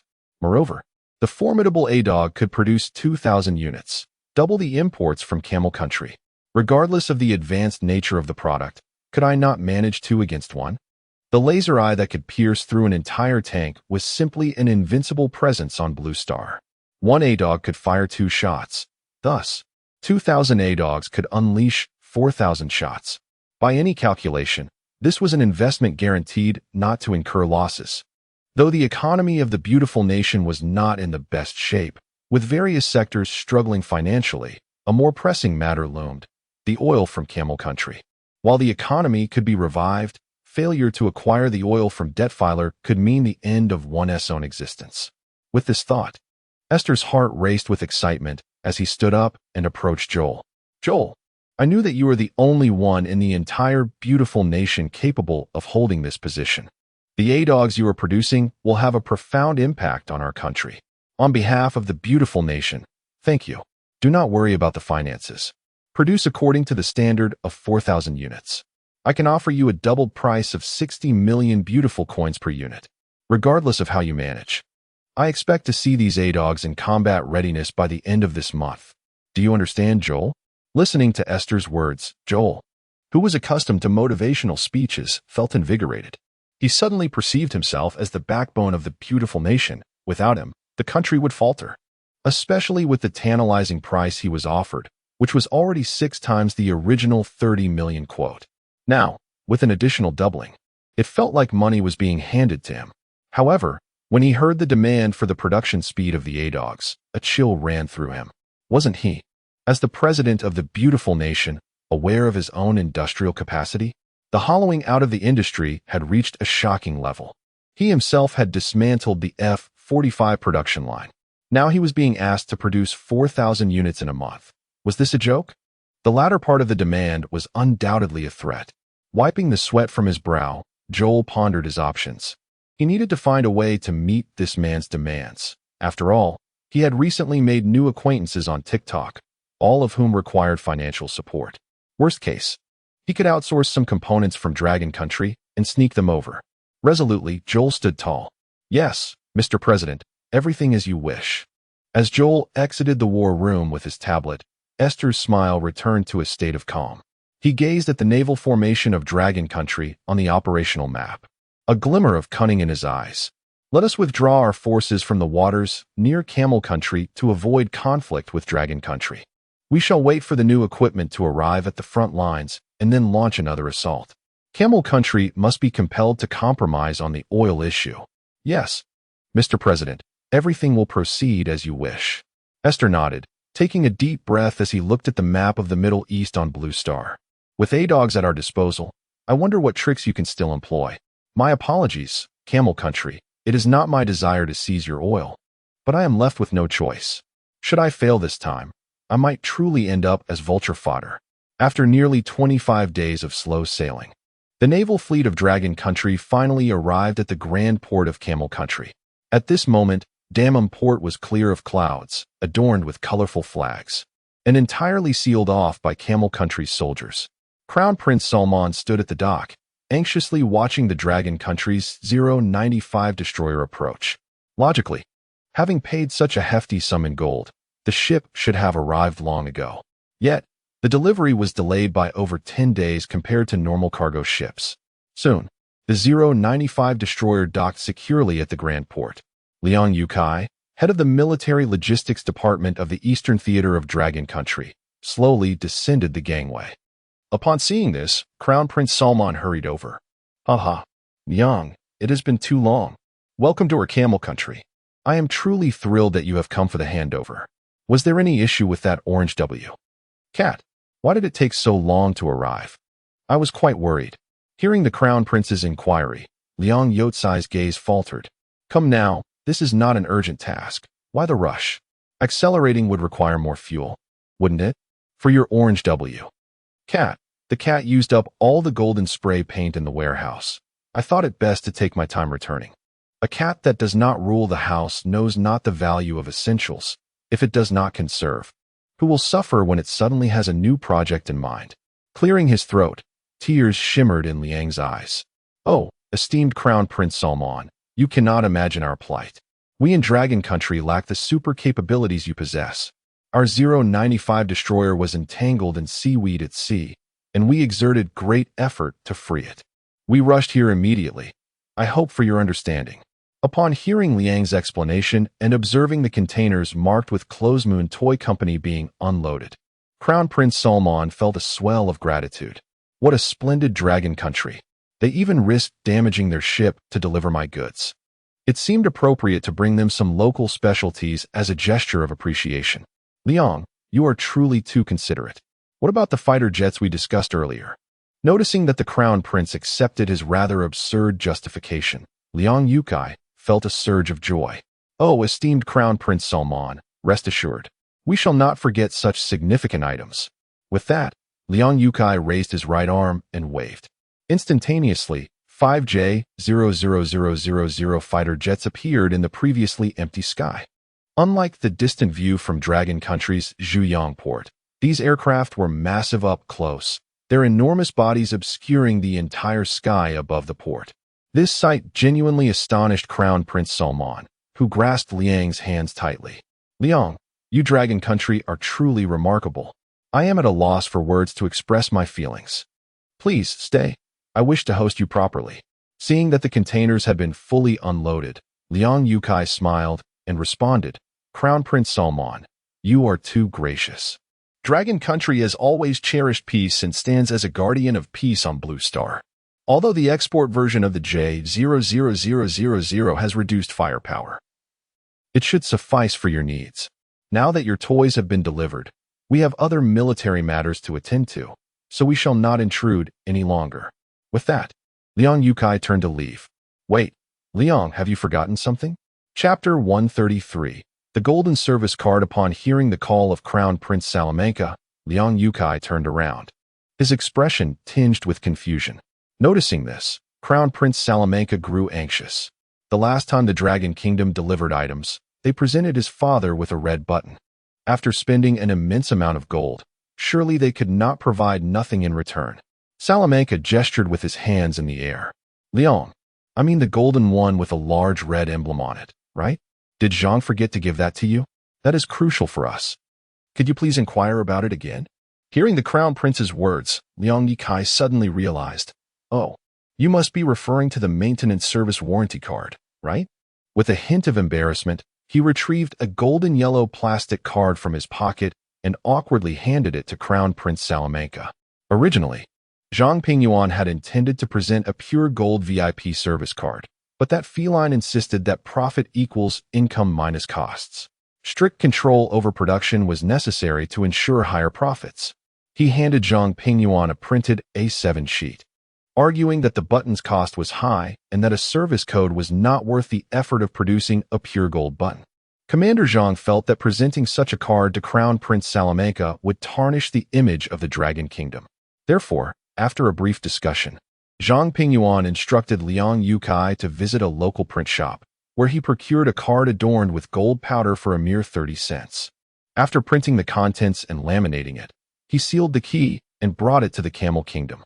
Crown Prince Salamanca took the distinctly plastic card, his mind in utter disarray. After spending 999 tons of gold, this is what you offer me. My father spent less than I did back in the day, and you gifted him a gold button base. Why can't I even receive a pure gold card? Surely, the Dragon Kingdom could not be in such dire straits. Moreover, what was this special QR code from the Dragon Kingdom all about? Seeing the astonished expression on Crown Prince Salamanca's face, Liang Yukai felt equally embarrassed. This feline stinginess in external affairs was truly outrageous. However, there was little he could do given the task at hand. Liang Yukai quickly adjusted his mindset, stood straight, and cleared his throat. Cough. Crown Prince Salamanca, times are evolving, society is progressing, and the technological advancements of humankind on Blue Star are ever-changing. The days of remote quantum transmission buttons are long gone. They no longer align with the current trends. You see, this card features our Dragon Kingdom's special QR code. In case of an emergency, simply scan it with your phone, scratch off the layer, and input the key above. Within approximately 20 seconds, we will arrive at your location. Rest assured, although the form of VIP rescue has changed, the essence remains the same. Enhanced service at no additional cost. We refer to this as SVIP service. Compared to traditional VIP services, the current speed of rescue and response capabilities far surpass those of the ordinary buttons of the past.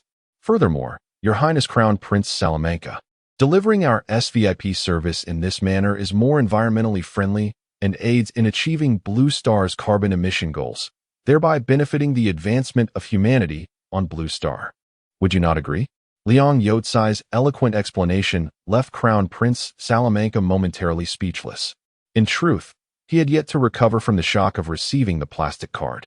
Noticing the Crown Prince's silence, Liang Youcai realized he could no longer linger.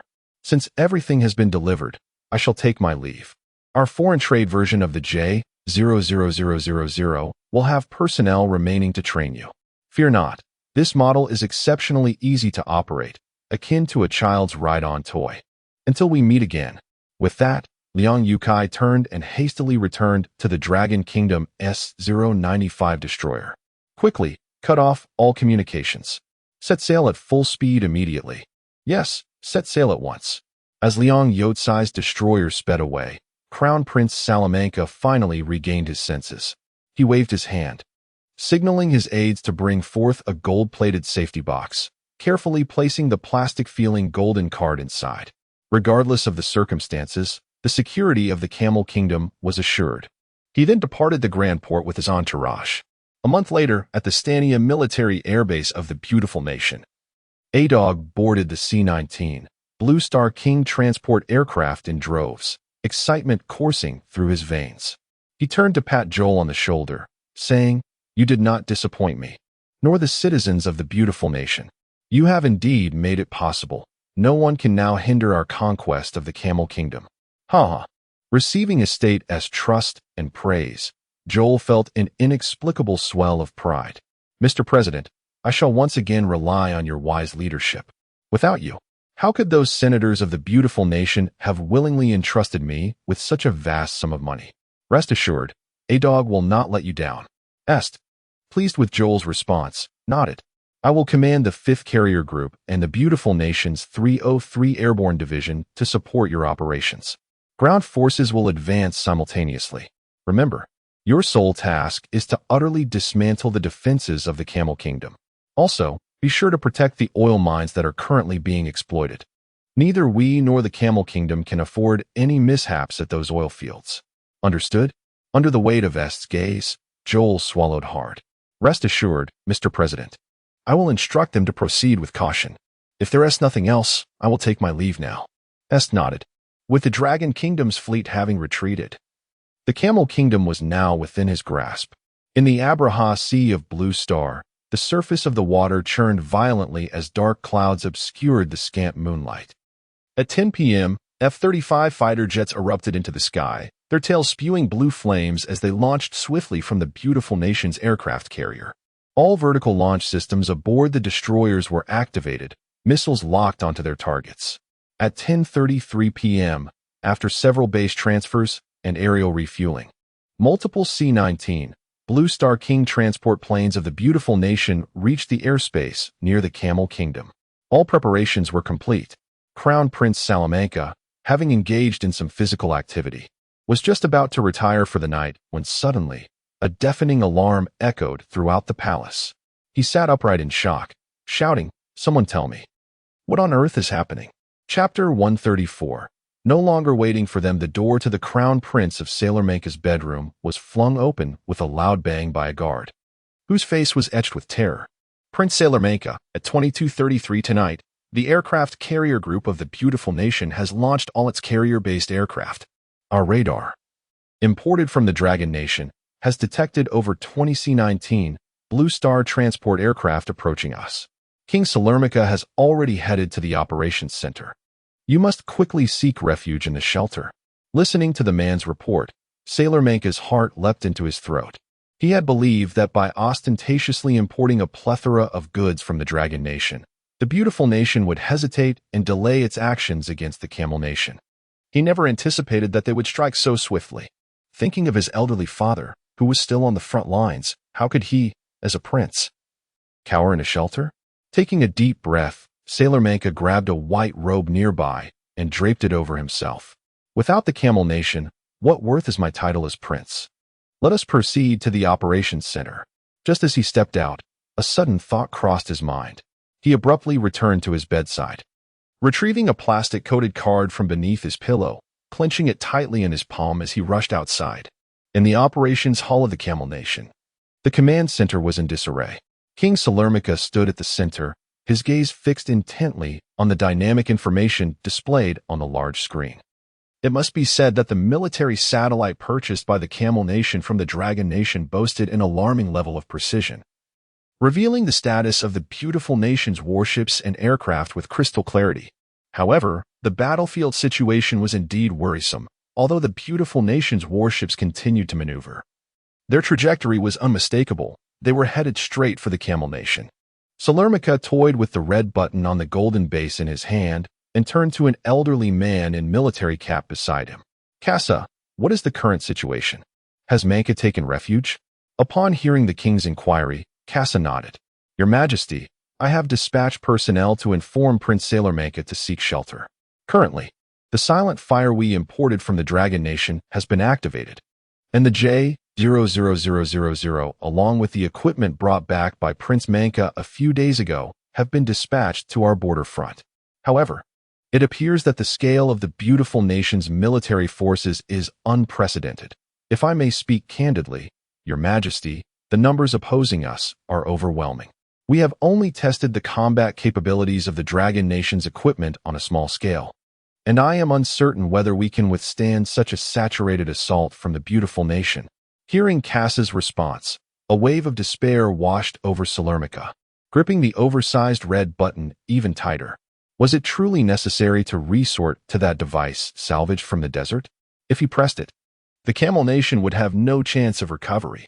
After all, that device had only one shot, while the beautiful nation possessed formidable fusion strike capabilities. At that moment, the door to the operations center was pushed open forcefully. Salermica's brow furrowed in displeasure as he recognized the intruder, his heart swelling with anger. Salermica, what are you doing here? Did I not instruct you to seek refuge? How dare you defy my orders and come here? Do you wish to court death? Salermica's stern reprimand was directed at his only son, the future hope of the Camel Nation. If the beautiful nation's underground missiles were to obliterate this place, he would never forgive himself. Meeting his father's conflicted gaze, Salermica took a deep breath, facing the man resolutely. Father, it is not that I do not obey your orders. I am the crown prince of the Camel Nation. As our nation faces invasion from those beautiful nation people, if you insist on sending me to the shelter, even if I manage to survive, I would likely perish at their hands. Rather than that, I would prefer to stay here and devise a strategy with you to weather this storm. You, how dare you? I have said. Salermica was about to retort when Casa interjected. Your Majesty, their advanced units have breached our territorial waters and are rapidly approaching the beach. What did you say? Cold sweat broke out on Salermica's forehead. Meanwhile, 50 nautical miles off the southeastern coast of the Camel Nation, aboard the industrial aircraft carrier of the beautiful nation's 5th carrier group, Commander Smith chewed gum disdainfully while observing the scene before him. Over 50 F-36S aircraft soared past the carrier's deck. As the youngest commander of a carrier group in the beautiful nation, Smith was known for his audacity and aggression, and he was a staunch supporter of Esther, which partly explained how such a young man could lead a military operation of this scale. After chewing a couple of times, he turned to his aide. Are our forces in position? When will those old-timers from 303 arrive? Sir, our 24C-19 Blue Star transport aircraft have reached the designated airspace, and all 58 carrier-based aircraft have been launched. The landing troops are already in the water, awaiting orders. According to the operational system, the 303 Airborne Division is expected to reach the coastline in 40 minutes. Upon hearing his aide's report, Smith blew a bubble with his gum. Those old-timers, boasting about their accomplishments in the Blue Star's second season, often paraded their prowess in operational meetings, reveling in their past glories. They were nothing but a group of opportunists, waiting to reap the benefits after we cleared all obstacles for them. The aide remained silent, unsure how to respond. After all, it was not his place to comment on the superior's disputes. Smith chuckled, blowing another bubble as he gazed out at the distant coastline. Since the president's secret weapon is in place, we shall not wait for them any longer. Order our aircraft to immediately penetrate the airspace of the Camel Nation and turn those antiquated relics into fireworks. Launch a saturated attack on that silent fire we acquired from the Camel Nation. I refuse to believe anything can survive the barrage of fire from my beautiful nation. Command our landing forces to storm the beaches of the Camel Nation. Inform the 303 Airborne Division that if they do not hurry, there will be nothing left for them. Yes, sir. Chapter 135. Silent fire. As Smith's command reverberated, incandescent trails ascended from the American carrier fleet, bathing the seascape in a fiery glow. A volley of 700 missiles hurtled towards the Camelot Command Center. Simultaneously, the entire American expeditionary force surged into action.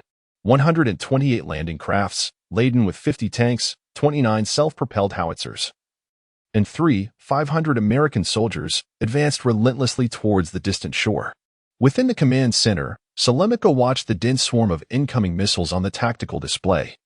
His brow furrowed with concern. Had the Americans lost all reason? Even their previous engagement with the neighboring nation hadn't warranted such an exorbitant missile barrage. It seemed they were intent on obliterating their command structure entirely. He seized Salamanca, his voice urgent. Someone, get Salamanca out of here. This place is becoming an American shooting gallery. Do you truly wish to see Camelot vanquished forever? Only your survival offers us a glimmer of hope.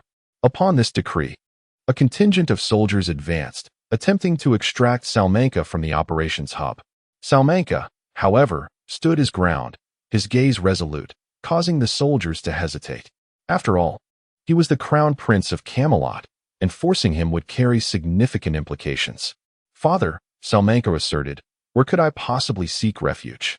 At least here. We possess the silent fire acquired from the Dragon Country. You are well aware that, while other locations might evade the initial onslaught, what then? Before Salemica could retort, a cacophony of explosions erupted outside the base. Report. American missiles have reached our coordinates. The Great Bear's S-800 and Cashton air defense systems are engaging. Silent fire has locked onto its targets. On the ground, the S-800 and Cashton air defense systems illuminated the city in a scarlet blaze. A torrent of red projectiles ascended, intercepting over 1,000 incoming missiles. Moments later, some of the missiles succumbed, erupting in fiery blossoms across the heavens. However, Smith's saturation tactic proved overwhelming. Conventional air defense measures were insufficient to completely repel the assault. Report. Approximately 385 missiles have breached the S-800 and Cashton's defensive perimeter and are closing in. Salemica's anxiety intensified. He reassured himself, it's all right, it's all right. We still have the Dragon Country's silent fire. In the skies above, the American subterranean fire missiles pierced the initial defense line, poised to strike their targets. But then, from the rooftop of the operations center, a spherical apparatus slowly unfurled. Instantly, a potent laser beam lanced out, engulfing a missile in a burst of incandescent energy. Contrary to conventional technology, the Dragon Country's silent fire emitted an invisible laser. Consequently, the 385 American missiles appeared to collide with an unseen circular barrier, transforming the city's airspace into a spectacle of pyrotechnic displays. The American subterranean fire missiles, intended to deliver death and destruction, were reduced to harmless bursts of light. Some audacious citizens even ventured onto rooftops, capturing the surreal scene on their mobile phones. Report. Silent fire operation complete. 985 missiles neutralized, a 100 interception rate. Power consumption, 785, 865 kilowatt-hours. Hearing the commander's words, Salemica was elated. Such interception prowess was nothing short of miraculous. As for the power consumption, did Saudi Arabia lack resources? It was a mere pittance. Truly, the Dragon Country was a paragon of integrity. He never imagined that the silent fire defense system, acquired on a whim at the Dragon Country's Zhuhai Airshow the previous year, would possess such formidable capabilities. Such an exceptional air defense system, priced at a mere 98 million Dragon Country currency per unit, warranted the acquisition of a dozen more to fortify Camelot's borders. Meanwhile, aboard the industrialist carrier, sir, all of our launched missiles have been intercepted. The enemy command center remains intact. Smith, who had just inflated a bubble with his chewing gum, watched it burst with a pop. What? What did you say? Sir, our missiles appear to have encountered some sort of barrier, falling harmlessly 8 kilometers from the command center. It's an air defense system unlike anything we've ever encountered. Smith crammed the gum back into his mouth, a flicker of unease crossing his face. A saturation attack on the enemy's command hub, designed to cripple their operational capabilities, was his infallible tactic. Yet, he couldn't fathom how he had stumbled in this insignificant nation of Camelot. Those were 700 subterranean fire missiles. How could the Bears' antiquated air defense systems possibly thwart them? However, he was now trapped, squandering so many missiles without even breaching the enemy's defenses. If the operation failed, he would face a court-martial upon his return to America, or at the very least, be removed from the American command structure. Smith chewed his gum with increasing ferocity. The distant landing force nearing the coastline. He had no recourse. Inform the old guard of the 303rd Airborne Division to expedite their operation and directly assault the enemy's operations center.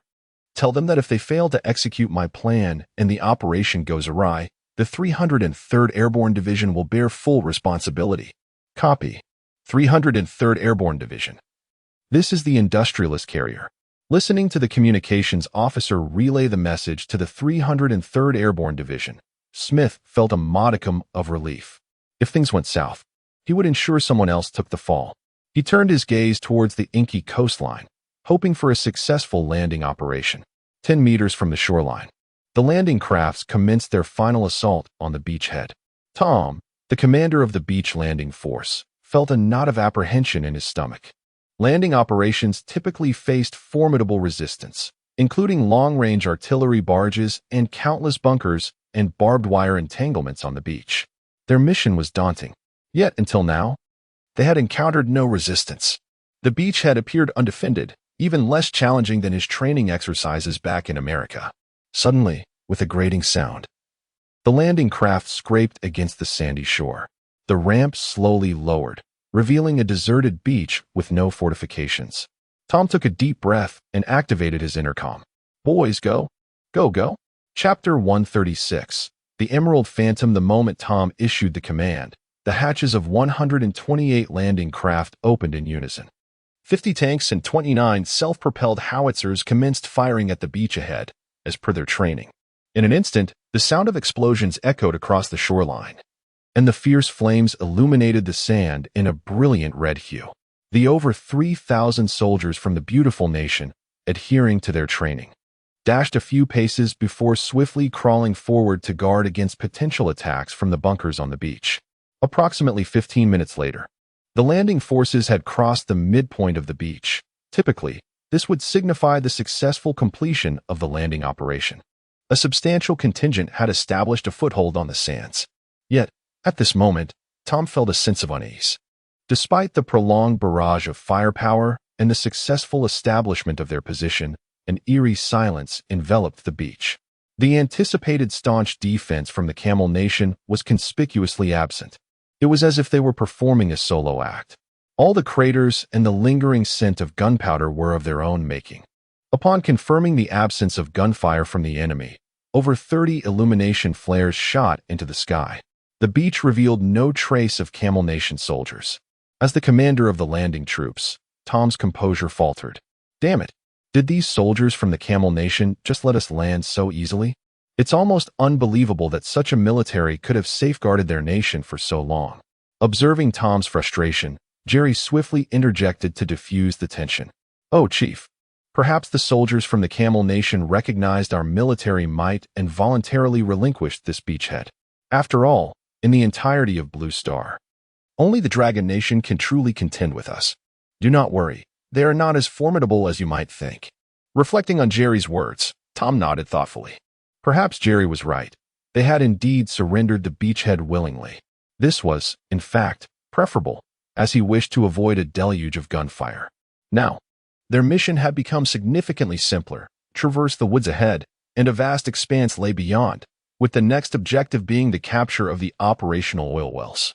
Tom retrieved a thermal imager and scanned the distant woods. Noting their emptiness, he felt a slight sense of relief, though caution remained paramount. Let our tanks and howitzers bombard the woods ahead before we advance. Yes, sir. As you command. The resounding cannon fire reverberated across the beach once more. thoroughly plowing through the distant woods. Following the barrage, the mood among the landing troops became notably relaxed. After all, it was unlikely anyone could survive such an onslaught.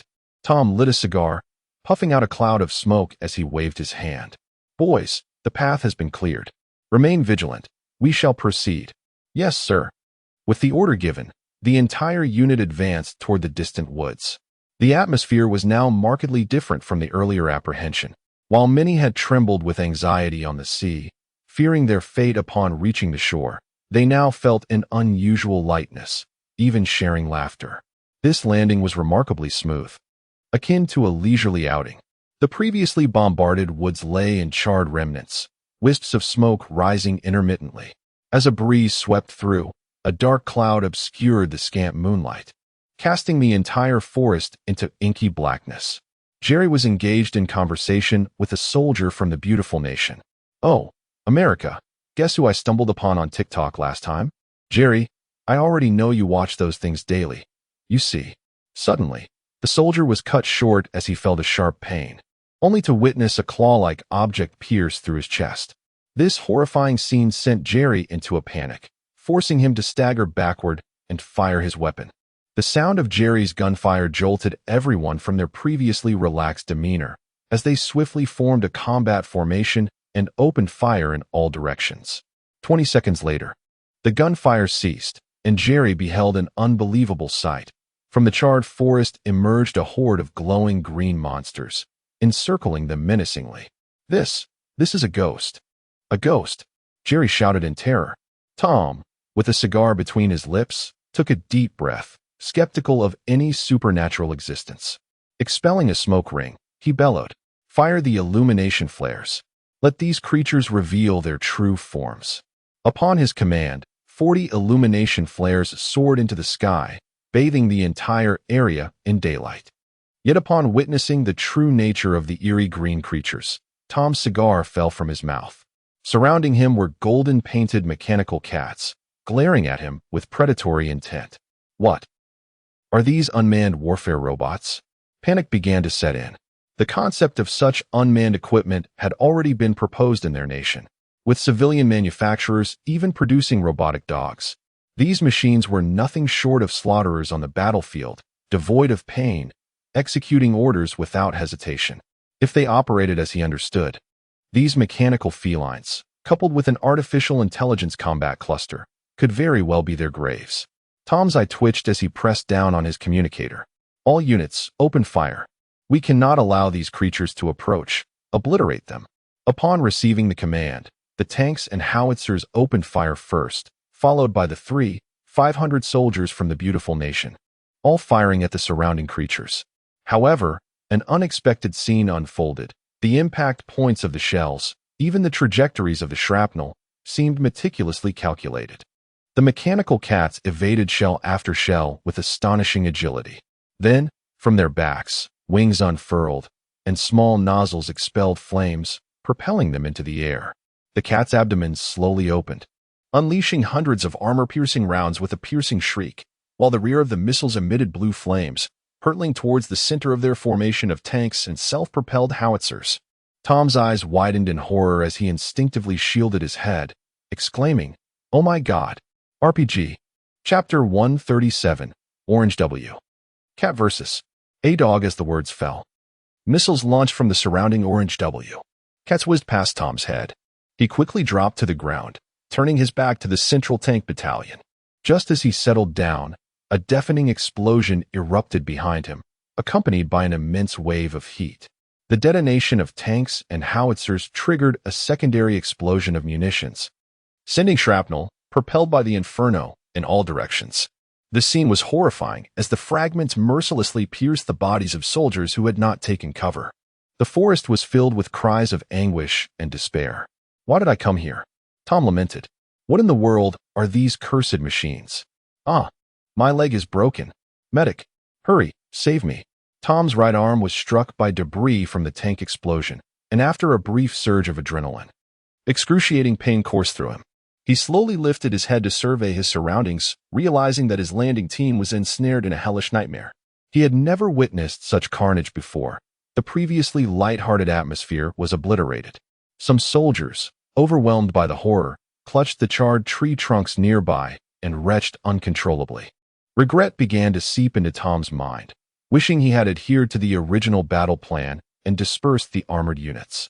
Perhaps that could have mitigated some of the casualties.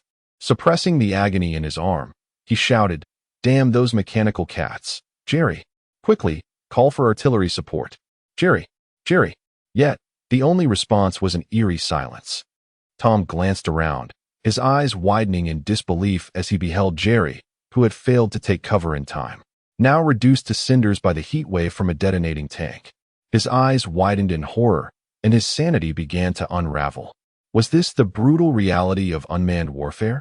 Before he could further ponder, 1,000 orange W. Cats simultaneously extended 2 gun barrels from their eyes and unleashed a barrage of fire towards the epicenter. Tom watched helplessly as golden-painted bullets rained down, and in his final moments, he uttered a poignant realization. The era has changed. In the command center of Camelot, Salermica watched in sheer terror as the live feed from the Orange W. Cats unfolded before him. He could hardly fathom the destructive power of the mechanical cats imported from Dragon Country. The sight of these war machines instilled fear within him. If the battlefield were to resemble this in the future, traditional troops would be utterly expendable. The command center fell into a hushed silence, everyone stunned by the Orange W. Cat's might. Unable to contain himself, Sailorman retched, his expression a tumult of emotions as he patted his son's back. He had witnessed the harsh realities of war before, but such a scene would likely haunt his dreams. Just then, an alarm blared through the command center, announcing, "Report to His Majesty the King, 4,000 unidentified objects detected approaching the beach from the air." What did you say? The enormous fireball that erupted on the beach sent Smith, aboard the industrial aircraft carrier, into a frenzy. That was nearly his entire landing force of 3,800 soldiers. Without a moment's hesitation, Smith turned to his aide. "What the hell is happening over there? Give me the satellite imagery." "Yes, General." Before long, the entire battlefield was transmitted back. Witnessing the devastation in the forest, surrounded by the shimmering golden-painted mechanical cats, Smith nearly spat out his gum in shock. Damn Camelot. When did they acquire such terrifying, unmanned equipment? Cold sweat broke out on his brow as he realized that these autonomous combat machines were precisely the lethal assets President Esther had prepared for him. Originally, his plan entailed bypassing Camelot's defenses from the skies and airdropping behind enemy lines to execute a pincer maneuver alongside Tom's landing forces. But that was no longer feasible. As long as those mechanical cats remained on the battlefield, sending in troops would only be a death sentence. He had no desire to end up before a military tribunal. Clenching his fists, Smith barked at his aide, "Immediately order our C-19 Blue Star Dominator to divert to the beach position and deploy all ADOCs. We must eliminate those accursed green-glowing mechanical cats, no matter what." As the command was given, the C-19 Blue Star Dominator, which had already crossed the beach, turned back. Upon reaching an altitude of 20,000 feet above the target location, the cargo bay slowly opened, and 4,000 ADOGs leaped from the aircraft, adjusting their positions in the air. Sensing a threat from above, the 1,000 Orange W. Cats rapidly regrouped, embedding their hind legs deep into the ground to form an arched formation. Gun barrels extended from their eyes, unleashing torrents of fire into the sky. Amidst the cacophony, the descending ADOGs found themselves engulfed in a hail of gunfire. Unlike their agile ground movements, 365 ADOGs were swiftly struck by the dense barrage, losing control. Nevertheless, they did not cease their operations. Their bodies spread wide, revealing their red cores. After calculating their orientation, hundreds of red lasers shot towards the Orange W. Cats. In an instant, a quarter of the arch formation was obliterated, with 200 mechanical cats reduced to ash. Seizing the opportunity, 635 ADOGs successfully landed. After a brief 2-second self-check, they surged towards Camelot's Orange W. Cats. Sensing they were under siege, the mechanical felines scattered into the remaining woods for cover, intending to counterattack. However, They underestimated the A-Dog's superior speed and agility, amplified by their luminescent coatings, which made them easily detectable, no matter where they hid. The A-Dogs showed no regard for their own sacrifices. Upon spotting an orange W cat, they would selflessly unleash 2 beams of laser fire. After all, the export version of Orange Cat Number 1 could not withstand such ferocious firepower. Soon, only one mechanical cat remained in Camelot S formation, sensing its imminent demise as 645 A-Dogs encircled it. 5J-00000 fighters from Camelot attempted to provide reinforcement, but after launching several air-to-ground missiles, they were shot down by 5 self-destructing A-Dogs. The unshielded export models could not endure the laser onslaught. Witnessing this, King Salermica of Camelot began to panic. The war machines his son had brought were the last line of defense for Camelot. If they were entirely annihilated, the consequences would be dire. Salermica turned to Sailorman. Chapter 138. The hidden card of the Camel Kingdom. At this moment, he was engulfed in a whirlpool of complex emotions. A sudden realization struck him. Had he truly grown old? The realm of unmanned combat military weapons had become so widespread on Blue Star. Just moments ago, the Orange W cat was effortlessly overpowering the landing forces of the beautiful nation, yet now it had been vanquished by a mechanized canine descending from the skies. Even more astonishing was the fact that these robotic dogs could emit lasers and effortlessly lock onto the stealth aircraft that his child had just procured from the Dragon Kingdom. These very aircraft had recently dominated the F-36S of the beautiful nation, yet now they shattered at the slightest touch. Sailmica felt a wave of anxiety wash over him as he anxiously twisted the golden button on his base, inquiring of Sailmanaka, "When you received the goods, did the Dragon Kingdom provide you with any sort of reinforcement button?"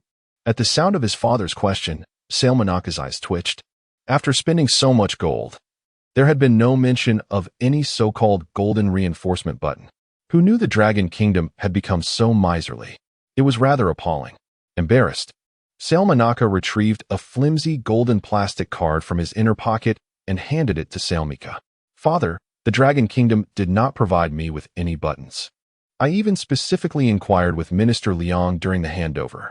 He stated that, in order to protect the environment of Blue Star, they had transitioned to a more eco-friendly method for SVIP support. This is it." Upon hearing this, Salemika's heart soared with joy.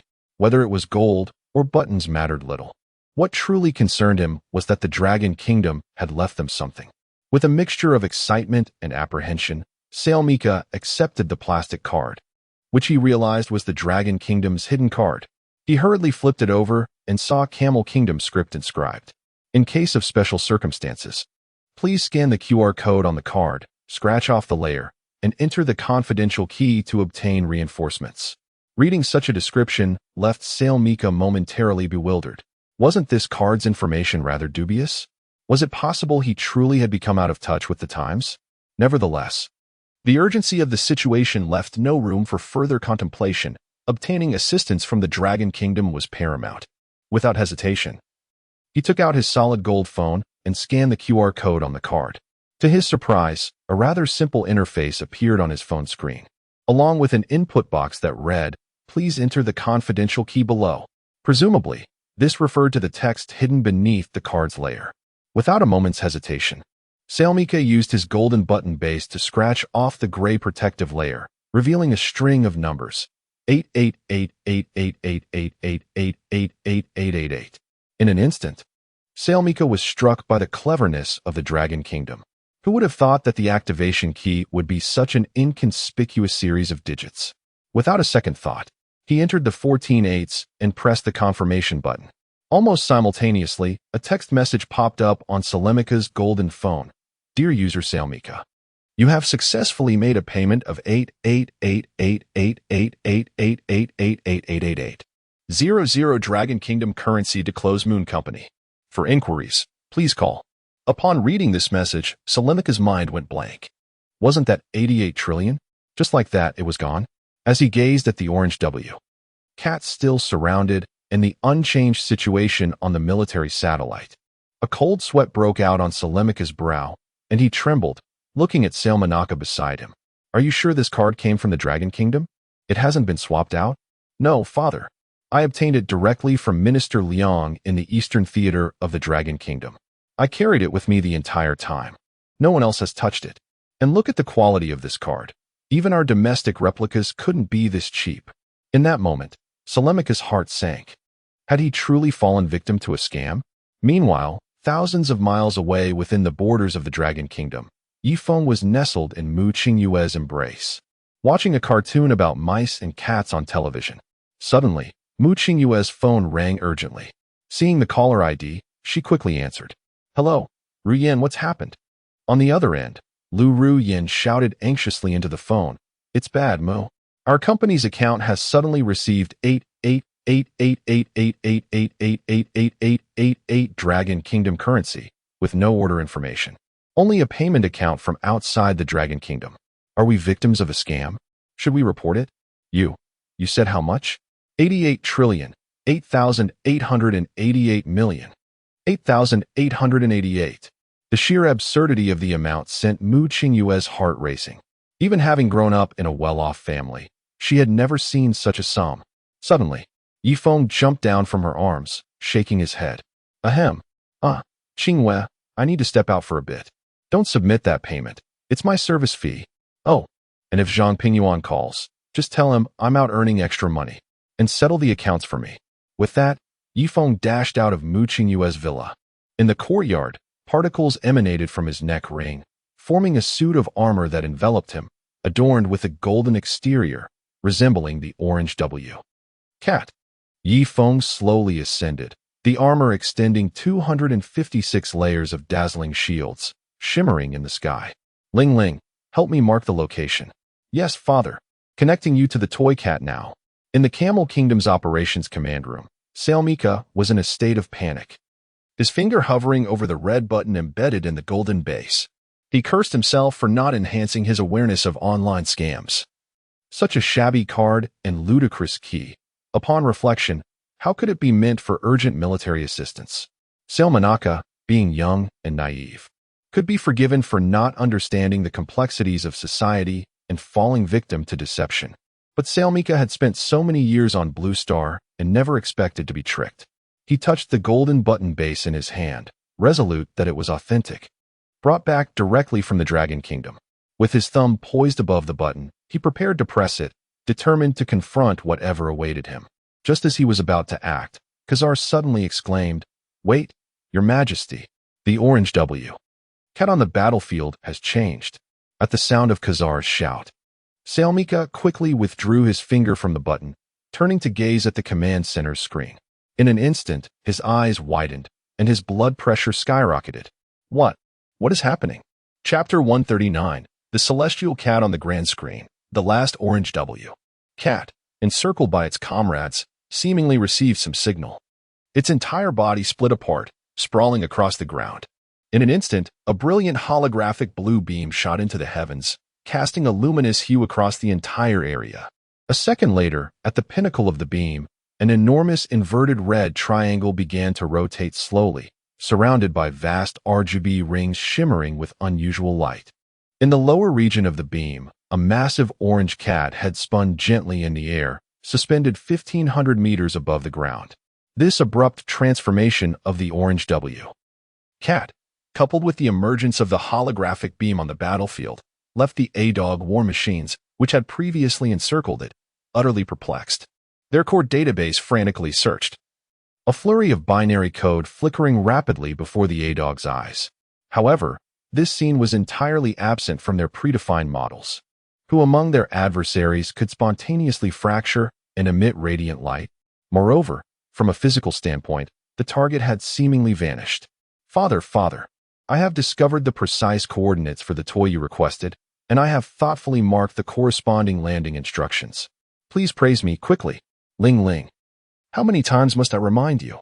A young lady should maintain her composure. Be good. I shall return shortly. With that, Feng surged into the sky at a staggering speed of 1073 Mach.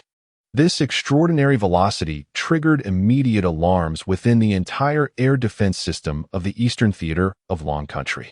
Zhang Pingyuan, on duty, glanced at the radar data just handed to him, along with the hazy image of a luminous point captured moments ago. His eyes twitched. Such vibrant radiance and that incredible speed could only belong to that peculiar cat. Before long, Zhang Pingyuan's phone rang, connecting him to Mu Qingwei. Mu Qingwei. We have detected yet another unidentified flying object ascending near your residence, breaching the atmosphere. I suspect Comrade Yifeng has concocted something new. Could you please inquire what new gadget he has for my records? My heart can't handle this constant stream of scientific endeavors. Upon hearing Zhang Pingyuan's inquiry, Mu Qingwei recalled her earlier conversation with Tai Tai. Uncle Zhang, Tai Tai hasn't created anything new. He must have flown up by himself. By the way, he asked me to tell you that he intends to earn some extra cash and will definitely settle the debts owed to you upon his return. So please do not worry. Extra cash? And outside of Long Country? Zhang Pingyuan's cold sweat instantly drenched him. Thoughts of the current situation in Camel Country flashed through his mind. Could that cat have ventured there alone? Recalling Qingyue's mention of repaying debts to the Eastern Theater of Long Country, he regretted having detailed the invoices so thoroughly. The funding for the Eastern Theater was ample. Those debts could have been cleared long ago. Yet if something were to happen to Yifeng over such trivial matters, he would bear the burden of guilt towards Long Country. Without hesitating, Zhang Pingyuan shouted towards the door, Communications Officer. Communications Officer. Immediately summon our Kuan 50 to carry Orange Cat number 1 for an urgent mission to Camel Country. All J00000 units. Take to the skies at once. Within the command center of Camel Country, Salermica and his son were astounded as they observed the scene on the beachhead through military satellites. The cat's head was immensely large, even visible beyond the atmosphere. Salermica felt a sense of relief wash over him. Although the method employed by Long Country to extract service fees was rather unorthodox, the Orange W Cat on the battlefield finally exhibited some action. While the distant A-dogs were still analyzing how to address the beam of light, a sonic boom suddenly erupted above the beam, followed by a colossal fireball crashing into the atmosphere, aimed directly at the center of the cat's light column. At the core of the fireball, vibrant colors flickered. The immense speed compressed the air directly in front of Yifeng's shield, instantaneously dispersing the ominous clouds above the beachhead, allowing moonlight to once again grace the sands. Sensing an object approaching at high velocity, the A-dogs on the ground appeared to find clarity within their database models. Over 100 A-dogs simultaneously revealed their cores, unleashing 238 searing lasers toward Yifeng's position. As those lasers pierced the high-temperature air masses and made contact with the outermost layer of Yifeng's 256-layer shield, they abruptly bent, redirecting skyward. With a resounding boom, Yifeng stood at the vertex of the light column, the powerful wind pressure ravaging the already charred forest below, transforming everything in its path into dust. The remaining 1,900 A-dogs struggled to remain grounded, their hind legs embedded in the earth, barely resisting the onslaught of the shockwave. Moments later, the A-dogs slowly raised their cameras, witnessing Yifeng, radiant with vibrant light, floating serenely in the air where the beam had once existed, resembling a deity. Salermica gazed in astonishment, his eyes brimming with awe. Was this truly the complete version of Orange Cat number 1 from Long Country? The entrance was simply magnificent. Salermica picked up a card that had fallen to the ground. Handing it to his son, Salermica, your father is lagging behind the times. The gold you've spent in Long Country is worth it. Keep this SVIP service card safe. When entering the key, ensure your account holds sufficient funds. I will transfer the fees to you subsequently. Salermica, somewhat bewildered, accepted the card and turned to the large screen. At this moment, chaos erupted within the A-dog program. All training database models had become obsolete. What they were now detecting was beyond the comprehension of Blue Star humanity. Much like the previously ascending beam of light, there was no prior experience to draw upon. After a brief pause of 2 seconds, the battlefield AI concluded that retreat was the only option for survival. A wave of radio signals spread throughout the area, and nearly all A-dogs turned simultaneously, fleeing at an astonishing speed in every direction. Chapter 140. The battle armor's atmosphere lights ignite. Upon sensing the A-dogs on the ground preparing to flee, The combat intelligence within Yi Feng's battle armor swiftly locked onto the targets. It had identified all ground targets and recommended the use of an energy pulse, estimating a time expenditure of merely 0.0001 seconds. Glancing at the notification, Yi Feng scoffed. After all, the Camel Kingdom had invested a substantial sum, 88 trillion, to be precise. He felt it prudent to ensure that their expenditure was justified. If he were to defeat those toy dogs so swiftly, they might hesitate to recharge their accounts in future crises. In business, it is essential to provide clients with sufficient emotional value. Therefore, he opted for the most primal method of pursuit, engaging maximum speed to close in on the adversary. When in proximity, he would utilize high-energy weaponry to penetrate the core of the target. He reminded himself that the energy density must be low while the luminosity should be intense, allowing the laser's trajectory to be visible from 100 meters above. Should the core fail to produce a significant explosion, he would deploy a nanobomb to ensure a conspicuous display of light and a fierce blaze. Execute. Acknowledging the command, the L-52G high-energy particle beam weapon was set to a power level of 0.001, while the targeting beam was adjusted to luminous mode with a power setting of 1140. The nanobomb was readied, and the battle armor's vibrant atmospheric lights were activated. The smoke dispersion system was primed, and thus the operation commenced. In an instant, Yi Feng, suspended within a dazzling shield, emanated an even more resplendent array of colors, his brilliance surpassing that of the outer shield. A sonic boom erupted in the vicinity as he trailed a blue luminescent mist towards a distant A-dog. The creature sensed a presence behind it, and its energy core erupted with immense power, causing its joints to whir rapidly. With a resounding bang, the A-dog accelerated to near supersonic speed. However, such velocity was unsustainable. Within 3 seconds, its motors began to emit smoke. When the A-dog believed it had evaded the enigmatic feline behind it, a glance from its frontal camera revealed the glowing mechanical cat still closely pursuing, motionless yet relentless. The mechanical cat appeared unfazed, and if its AI possessed emotions, it would surely be cursing in frustration. How could it, as a fellow electronic entity from Blue Star, react so differently? Before the A-dog's combat system could become disoriented, a robust crimson beam illuminated the scene, followed swiftly by a high-energy particle beam piercing its energy core. The core emitted a soft blue halo before imploding, consuming all surrounding components of the A-dog, leaving behind a meter-wide crater. Yi Feng observed this spectacle from above, incredulous that such technology existed on Blue Star. It bore an uncanny resemblance to the dark matter reaction devices in his own system. Had the beautiful nation stumbled upon alien technology? Shaking his head to dispel these chaotic thoughts, he commanded the deployment of the nanobomb. Yes, deploying the nanobomb. A tiny point of light was released into the crater, which instantly erupted into a massive fireball. As Feng darted through the woods at the beachhead, every time the blue light refracted, another fireball ascended at that spot. Sailor Mecha, at the command center of the Camel Kingdom, watched in astonishment as the screen displayed a mesmerizing spectacle of intertwining blue and red lights. Flames erupting with an ethereal beauty far surpassing the previous fireworks display they had commissioned from the Dragon Kingdom. This was simply too fantastical, too exquisite. Father, I can hardly believe we are witnessing a battle. Sailor Mecha nodded slowly. The mechanical cat, summoning a staggering 88 trillion Dragon Kingdom currency, was undeniably formidable. Its methods of attack more surreal than any film produced by Beautiful Nation. Was it true that he had aged, unable to keep pace with the tides of modernity? Sailor Mecha turned away slowly. Sailor Mecha, the Camel Kingdom will ultimately rest in your hands. Remember, forge strong ties with the Dragon Kingdom.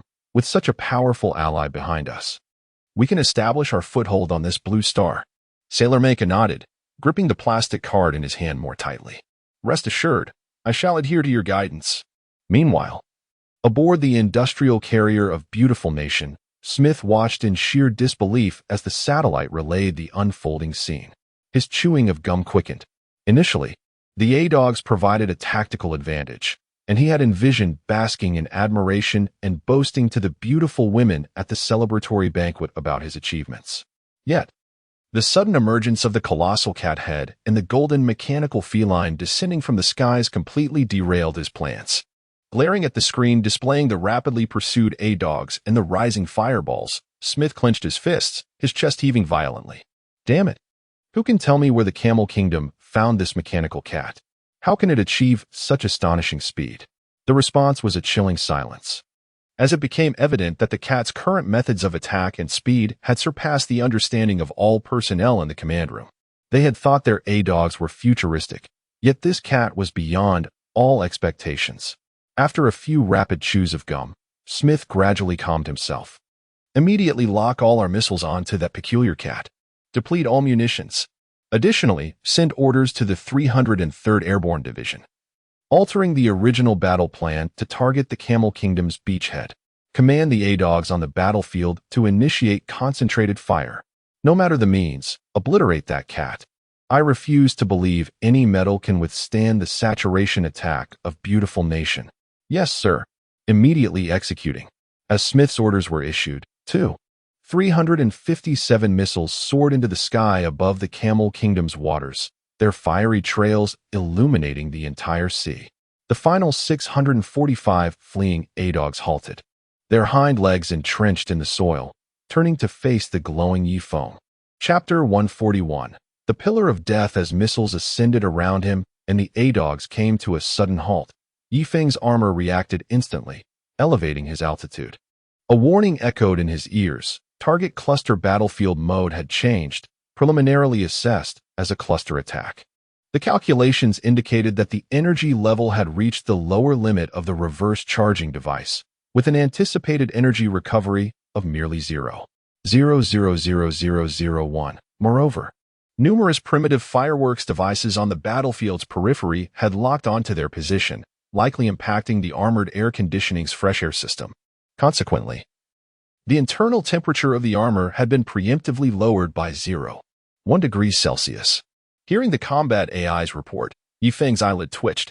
Must you persist in this fleeing pattern, courting death? He lamented. The fireworks display was splendid. How could you ruin it for the top-tier audience? How am I to showcase my luminous smoke trails now? Suddenly, a thought struck him. Could the incoming energy support the rescue of the luminous beacon? Almost instantaneously, the system provided an answer. Insufficient energy, necessitating an additional expenditure of one of the system's energy. With a sigh, Feng mused, could you not be a tad stronger? He prepared for a wide-range attack, aiming to eliminate the vessels at sea as well, reminding, ensure the coordinate pillar shines brightly, with RGB strobe effects added. Acknowledged.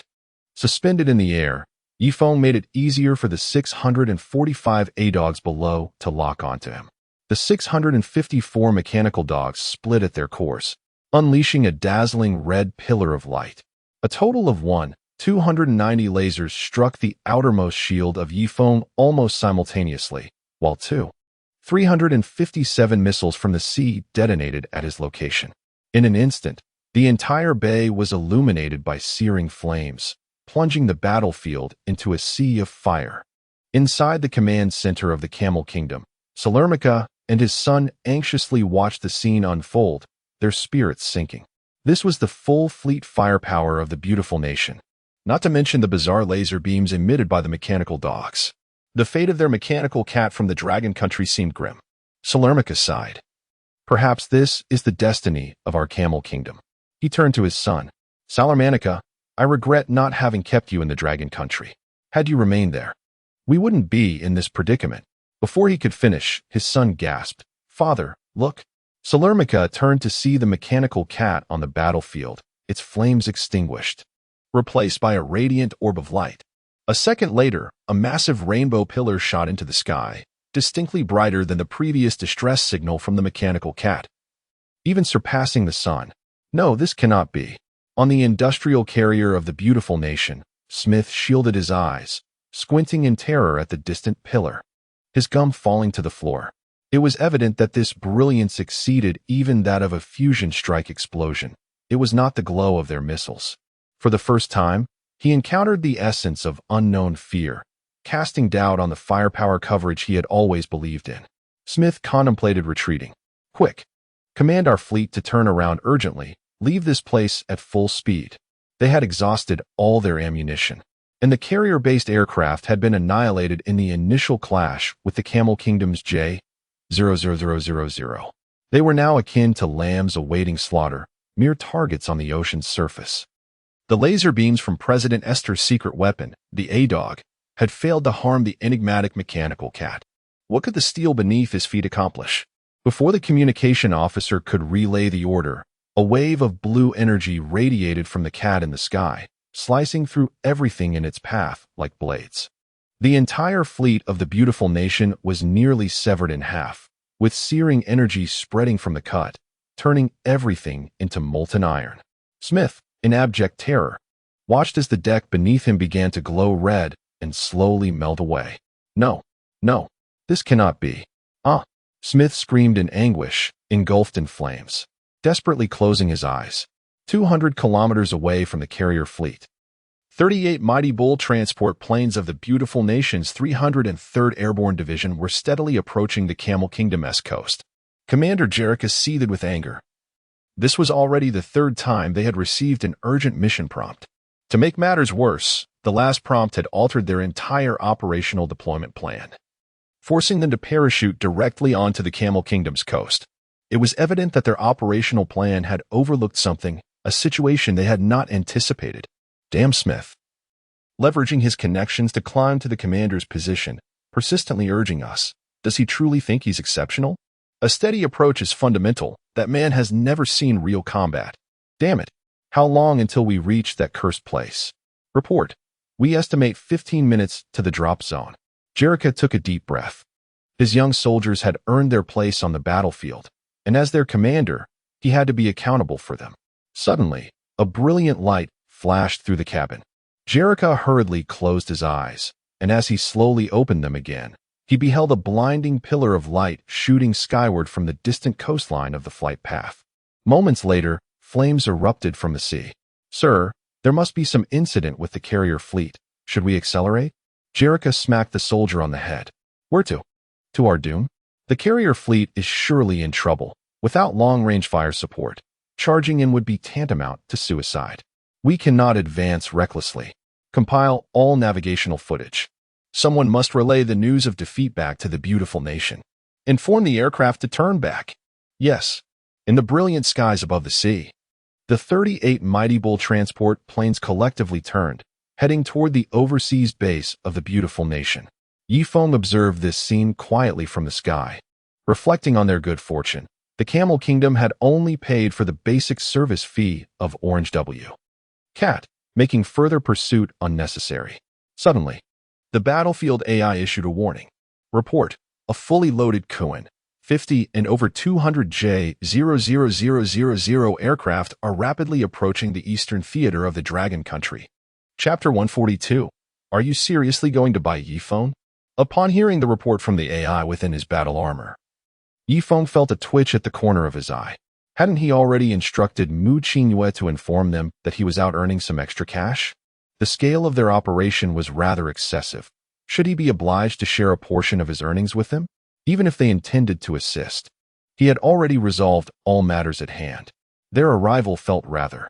Feng was too weary to criticize further. The 36 stratagems dictate that fleeing is the best tactic. If they cannot catch me in the act, surely they cannot demand fuel expenses. What are we waiting for? Let's make a swift exit. With that, Feng propelled himself upward, creating a sonic boom that surged into the heavens, breaking through the atmosphere.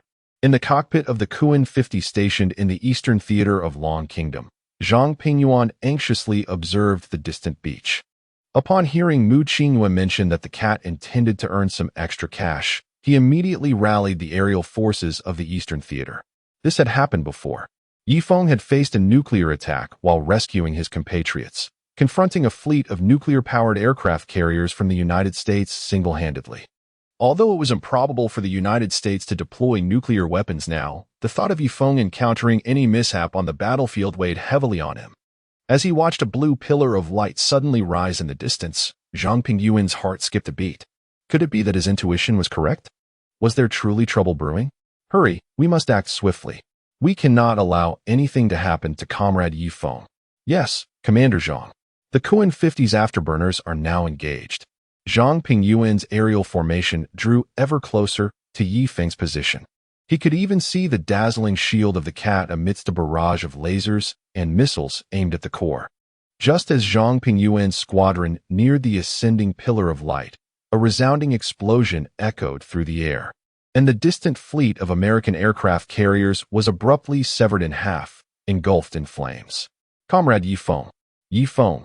Zhang Pingyuan had intended to inquire about the situation on the battlefield through radio communication, but before he could finish his thought, he witnessed the brilliant orb within the light pillar explode, releasing a sonic boom that surged skyward.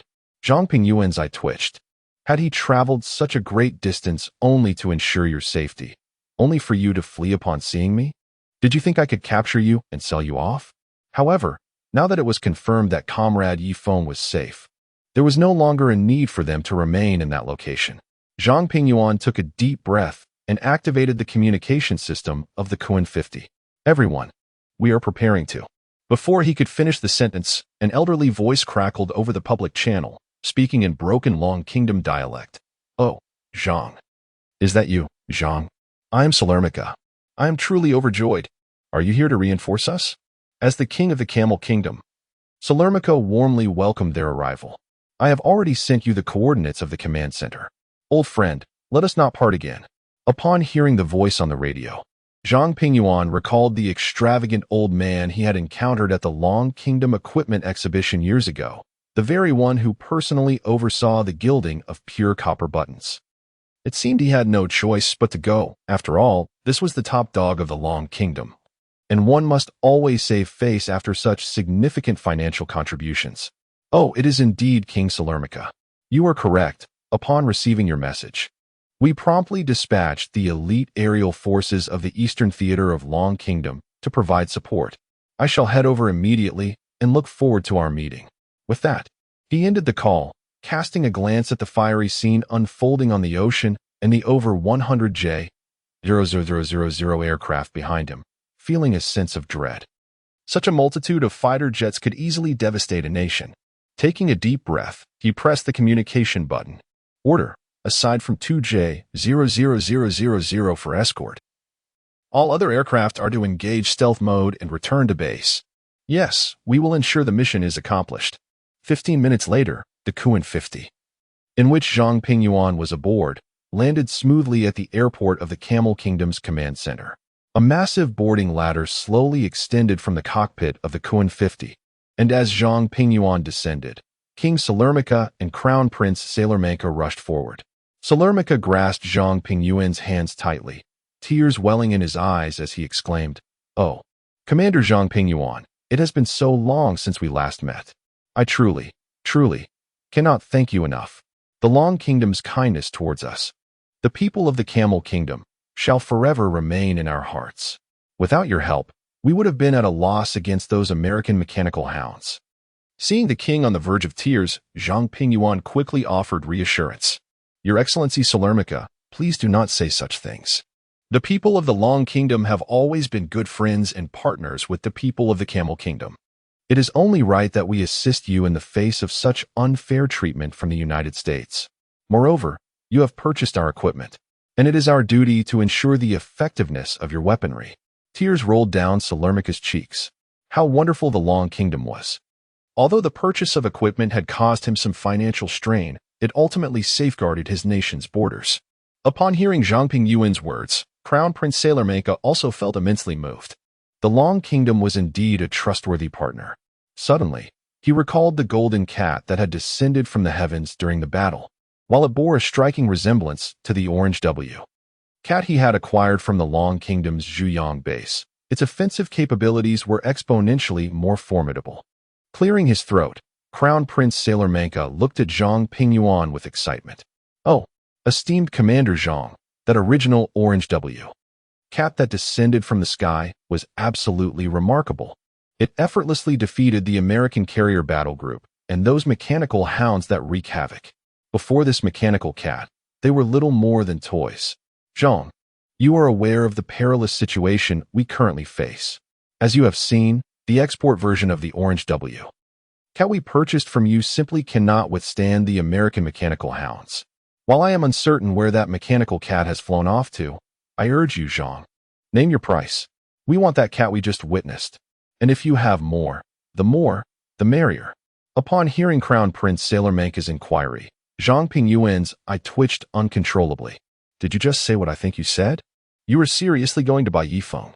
Chapter 143. That cat is not for sale. At this moment, Zhang Pingyuan's heart raced, and his mind whirled. If only there were more the merrier. If there were more Yifengs in Dragon Country, we would have already dominated the entire universe. I even wished for more cats. We have monitored no less than 2 million cats across the nation's prestigious universities. Do you think I wouldn't want more? Alas, Yifeng, really, if you were short on funds, you could have just said so. Must you come out to earn extra money yourself? Look, people want to buy you out. How am I supposed to explain that? After a long while, Zhang Pingyuan extricated himself from his chaotic thoughts and gazed earnestly at Prince Sailor Manka. Oh, esteemed Prince Sailor Manka, the cat you just saw is not for sale in our Dragon Country.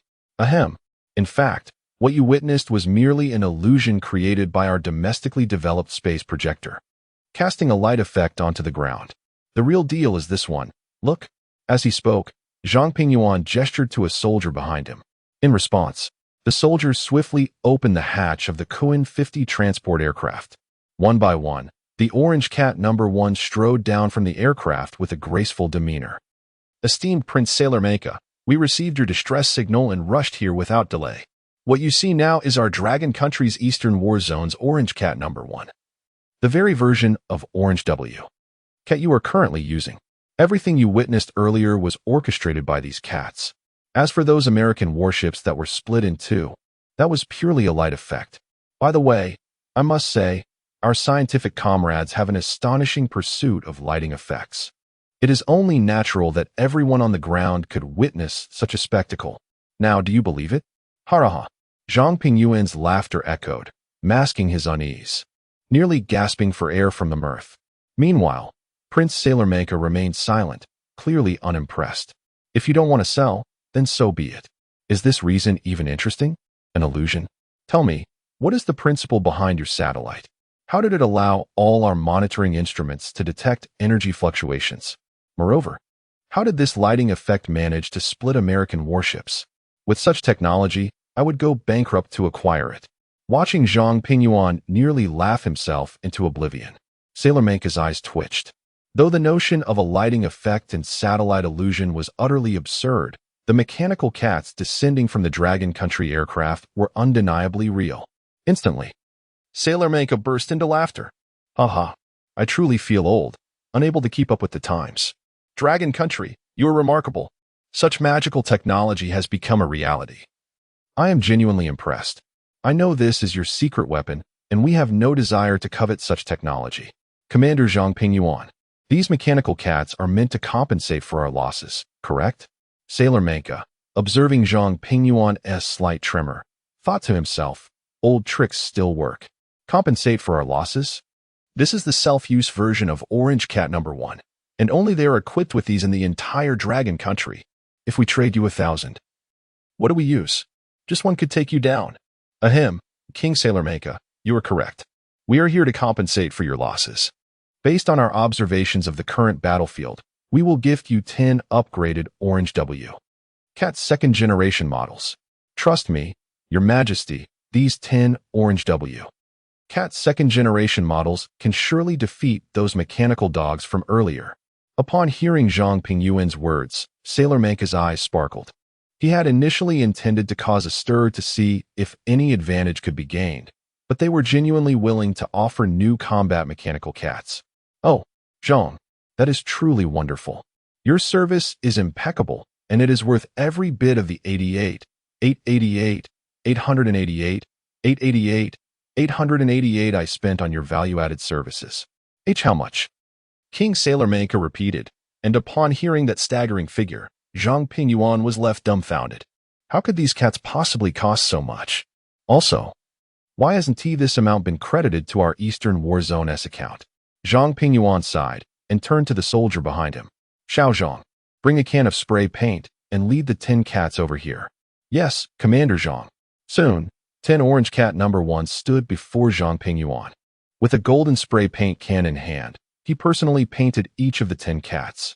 10 minutes later, with sincere eyes, he looked at Sailor Manka. King Sailor Manka, the 10 substitutes have been delivered. I am now taking my leave.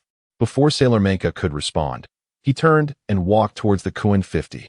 After a series of explosions, he soared towards the heart of Dragon Country. The immense wind pressure whipped up a storm, drying the golden spray paint on the 10 orange cat ones that remained in place. Sailor Manka and his son waved their golden-handled scepters in farewell. What a splendid Dragon Country. When their equipment malfunctions, they even take responsibility for providing replacements. Gazing at the freshly painted orange Cat's second-generation models, Sailor Manka felt immense satisfaction. After all, he had seen these come from Zhang Pingyuan's squad of combat mechanical cats. This was indeed the self-use version from Dragon Country, and its performance was beyond question. Regaining his composure, Sailor Manka raised his hand slightly, and 10 of his royal bodyguards rushed forward. With an expressionless face, Sailor Manka commanded, "Go. Wash off the spray paint from these 10 divine cats and coat them in 24K gold. The gold leaf thickness must not be less than 20 centimeters. Serve them well. Do you understand?" "Yes, Your Majesty, we will attend to it immediately." With that, the 10 guards each carried a cat and departed into the distance.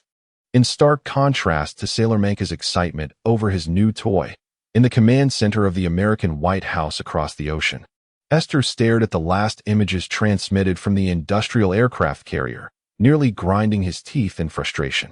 He had thought that with Joel's A-Dogs, their operation would be foolproof, but to his astonishment, all his strategic deployments were defeated by those descending mechanical cats. And that terrifying final blow, where did such technology come from? Could it be that aliens had set their sights on Saudi Arabia's oil? The more Esther pondered, the angrier he became. He had staked his entire fortune on this. In a fit of rage, Esther grabbed a file folder from his desk and hurled it at Joel. "Damn it! Damn it! Damn it! Did you not say it was foolproof?" Chapter 144. I am the president of the beautiful nation. The sharp corner of the document bag struck Joel's forehead with sudden ferocity. He pressed his hand against the wound, not daring to utter a word. How could he have foreseen that the A-Dog would face utter defeat in this battle? The technology obtained from Meow-tech Lab 501, including the energy core and advanced high-energy laser weaponry, was supposed to be cutting-edge, even superior to that of Blue Star. The core had been directly supplied by Meow-tech Lab 501. Who could have predicted the emergence of that formidable feline? Damn it! Damn it! Joel, do you realize the implications of this? The oil from Camel Nation is now forever beyond our grasp, and it is all your fault. All your fault. Damn it! Damn it! As Aster continued his tirade, the ancient phone in his pocket rang once more, causing him to freeze in place, trembling uncontrollably. In a panic, he retrieved the phone, and before the other party could speak, Aster hurriedly began to explain, "Deathfeller, please let me explain. It is all the fault of that cat. That cat. That could absolutely not be a weapon from Blue Star. It is utterly impossible. I have not failed. I have not failed. Deathfeller, I implore you for another chance, just one more. I promise I will procure what you desire." As he spoke, beads of sweat began to form on Aster's brow, and his body quaked incessantly. The final words he could not bring himself to utter were that, despite mobilizing the last of Beautiful Nation's elite aircraft carrier battle groups and deploying Joel's A-Dog, they still had not gained the upper hand in Camel Nation. Now, aside from their ultimate weapon, he had nearly exhausted all options. Suddenly, he recalled a piece of intelligence that Joseph had brought back from Dragon Nation long ago. Concerning that absurd scientific cat, could it all be true? Was there indeed extraterrestrial involvement in the technological advancements of Dragon Nation? Yes, it must be so. It must be so, Deathfeller. It was that cat which has vanquished our entire beautiful nation. Grant me another chance. I will capture that cat and present it as your pet. As Aster's frantic pleas echoed through the phone, Deathfeller grew increasingly impatient. He had already observed the mechanical cat on the battlefield through Beautiful Nation's military satellites.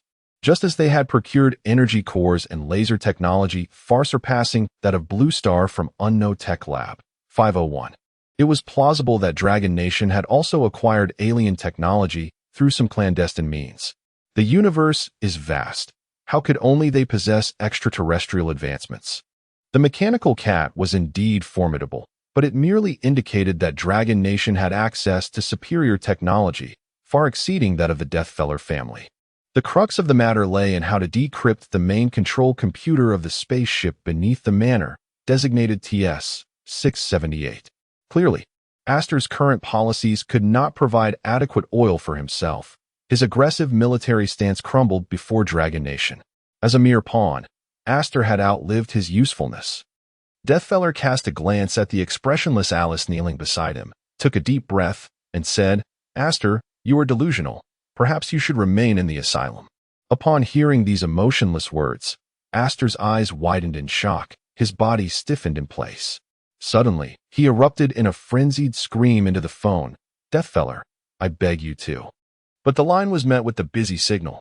Astor's chest heaved violently, his breath becoming rapid. With a crash, the ancient and eerie phone fell to the ground. Joel, clutching his forehead, stared incredulously at Astor. Although he knew Astor was backed by the largest monopolistic capital in Beautiful Nation, which had opened numerous doors for the oil interests behind it, he had never witnessed the president of Beautiful Nation so utterly unhinged. Just as he prepared to inquire about the matter, his own phone began to vibrate violently in his pocket. Furrowing his brow, Joel realized this was the command center of Beautiful Nation. How could ordinary signals penetrate here? Upon retrieving his phone, Joel's eyes widened in disbelief as he saw an emergency broadcast message. Moments later, the screen displayed a masked figure, whose voice was clearly altered by computer processing, speaking slowly. "Greetings, esteemed citizens of Beautiful Nation. This message pertains to the fate of our nation. For decades, Beautiful Nation has stood at the forefront of Blue Star, but now it has fallen into despondency, all due to your president. His series of policies have rendered Beautiful Nation voiceless on Blue Star, prioritizing personal gain and inciting a crisis of intelligence machinery, culminating in the uncontrollable threat of nuclear war, and orchestrating a nuclear attack on the evacuation personnel of Dragon Nation, pushing Blue Star to the brink of nuclear conflict. All while placing the blame on a mere prop artist. Accompanying this narrative were videos of Astor making critical decisions at every pivotal moment, along with extensive financial reports and footage of the prop artist being drugged and abducted. Joel's phone was on speaker, and as the accusations poured forth, Astor lunged forward. The masked Tamari represented the greatest stain on his administration. He distinctly remembered having ordered his security detail to erase all traces of his existence. How could this be? He then saw Tamari, with clear eyes, standing before the screen, holding Astor's headpiece aloft. "Hello, everyone. My name is Tamari, a prop maker.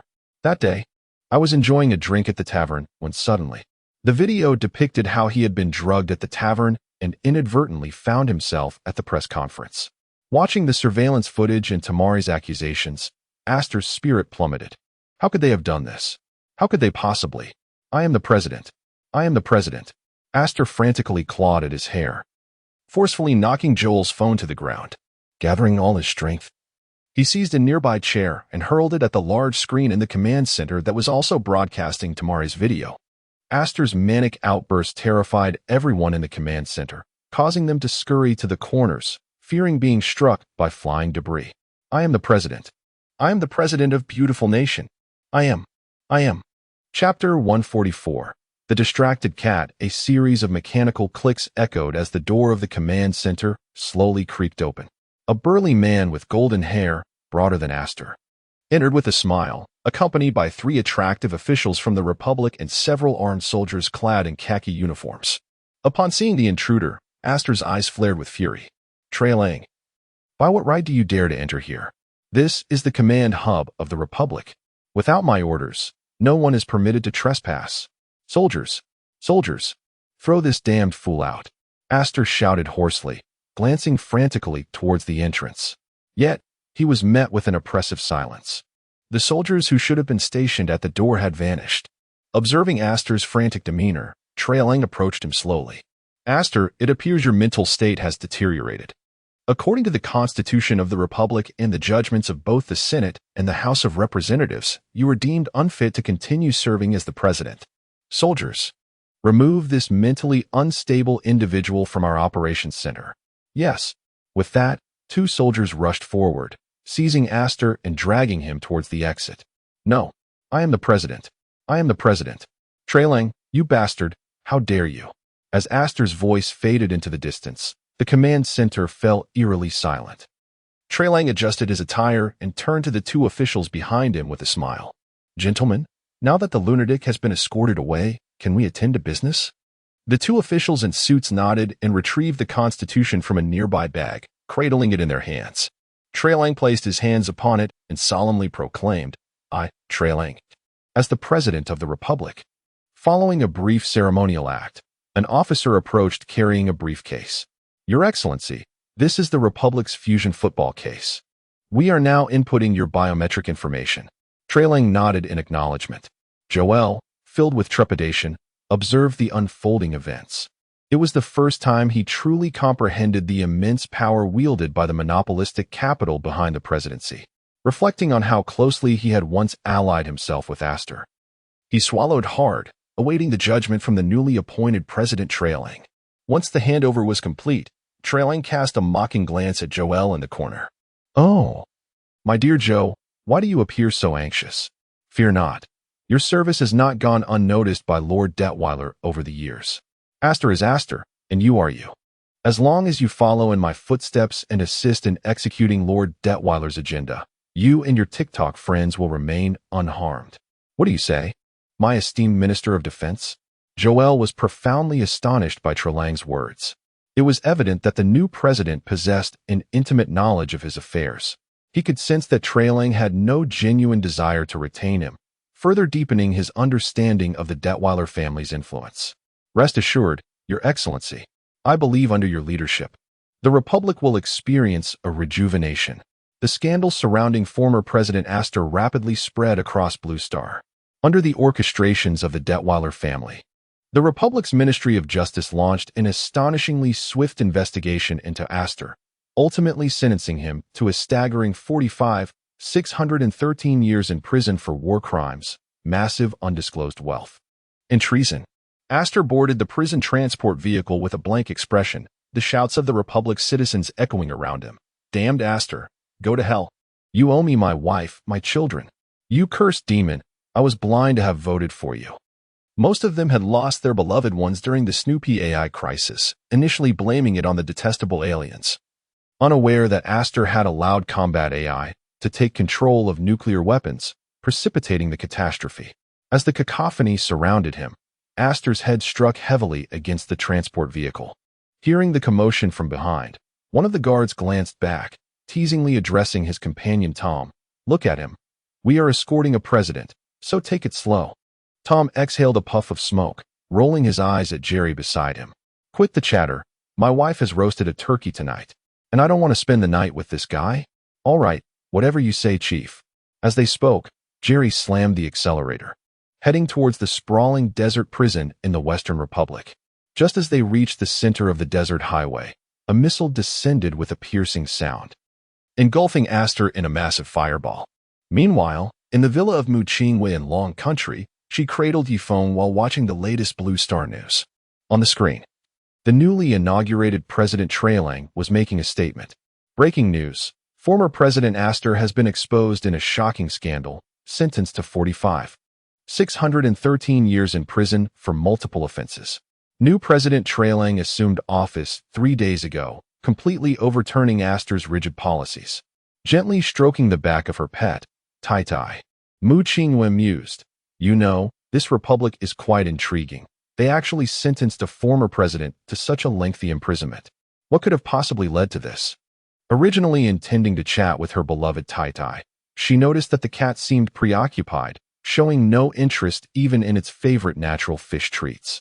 At that moment, Feng recalled the battle against the A-Dog of the Republic and felt increasingly uneasy, particularly about the scene of the mechanical dog's core exploding, which left his heart racing. He needed to confirm something. He began to fervently call out to the system in his mind. System RC0465, for heaven's sake, wake up. Tell me, is there another traveler on this timeline? However, the only response was an overwhelming silence. At this point, Feng was exasperated. Damn it, this system is utterly useless. Do I really have to die once to see it again? He sighed, thinking that it would be quite embarrassing to be the first host to die from overeating fish treats just to meet the system again. Tai-tai. Tai-tai. Chapter 145. The cat who forgot to turn off the shield upon hearing Mu Qingyue's call. Yifeng suddenly snapped back to reality. Qingyue, what did you say? I was lost in thought and didn't catch that. Noticing the unusual demeanor of her cat, Mu Qingyue's face clouded with worry. Ever since Tai-tai had returned from earning extra money outside, it seemed as if he carried a secret burden. Could it be that he had contracted some virus while out? Mu Qingyue adjusted the position of her cat in her arms, turning his head to face her. Tai-tai, are you feeling unwell? Should I take you to the veterinary clinic? Your appetite has been quite poor lately. Seeing the concern etched on Mu Qingyue's face warmed Yifeng's heart. With such a stunningly beautiful and caring owner, he felt that his life as a cat was already worthwhile. Nevertheless, with his own shield and the specially formulated serum he had obtained from high-exine biotechnology coursing through his system, Mu Qingyue's worries were entirely unfounded. Do not fret, Qingyue. I've merely encountered some peculiar circumstances recently that have been a bit puzzling. I will sort them out in due time. Mu Qingyue held her cat even tighter. Tai-tai, if something is troubling you, don't hesitate to share it with us. We might just be able to provide some insights. In response, Yifeng nodded noncommittally. Although Qingyue's intentions were noble, the core technology behind that enigmatic A-dog from the United States was beyond even him, a scholar with a system maul who had traversed worlds. What could they possibly discern about it now? Just as he was about to offer some comforting words to the anxious Qingyue, Zhang Pingyuan's antiquated secure phone rang. Shattering the moment, Yifeng was genuinely curious how Zhang Pingyuan managed to interrupt their intimate conversation every time with a call. If he hadn't scanned the house from top to bottom over 20 times, he might have suspected Zhang Pingyuan had installed surveillance in Qingyue's home. Upon receiving the call, Mu Qingyue quickly set Yifeng down and answered on speakerphone.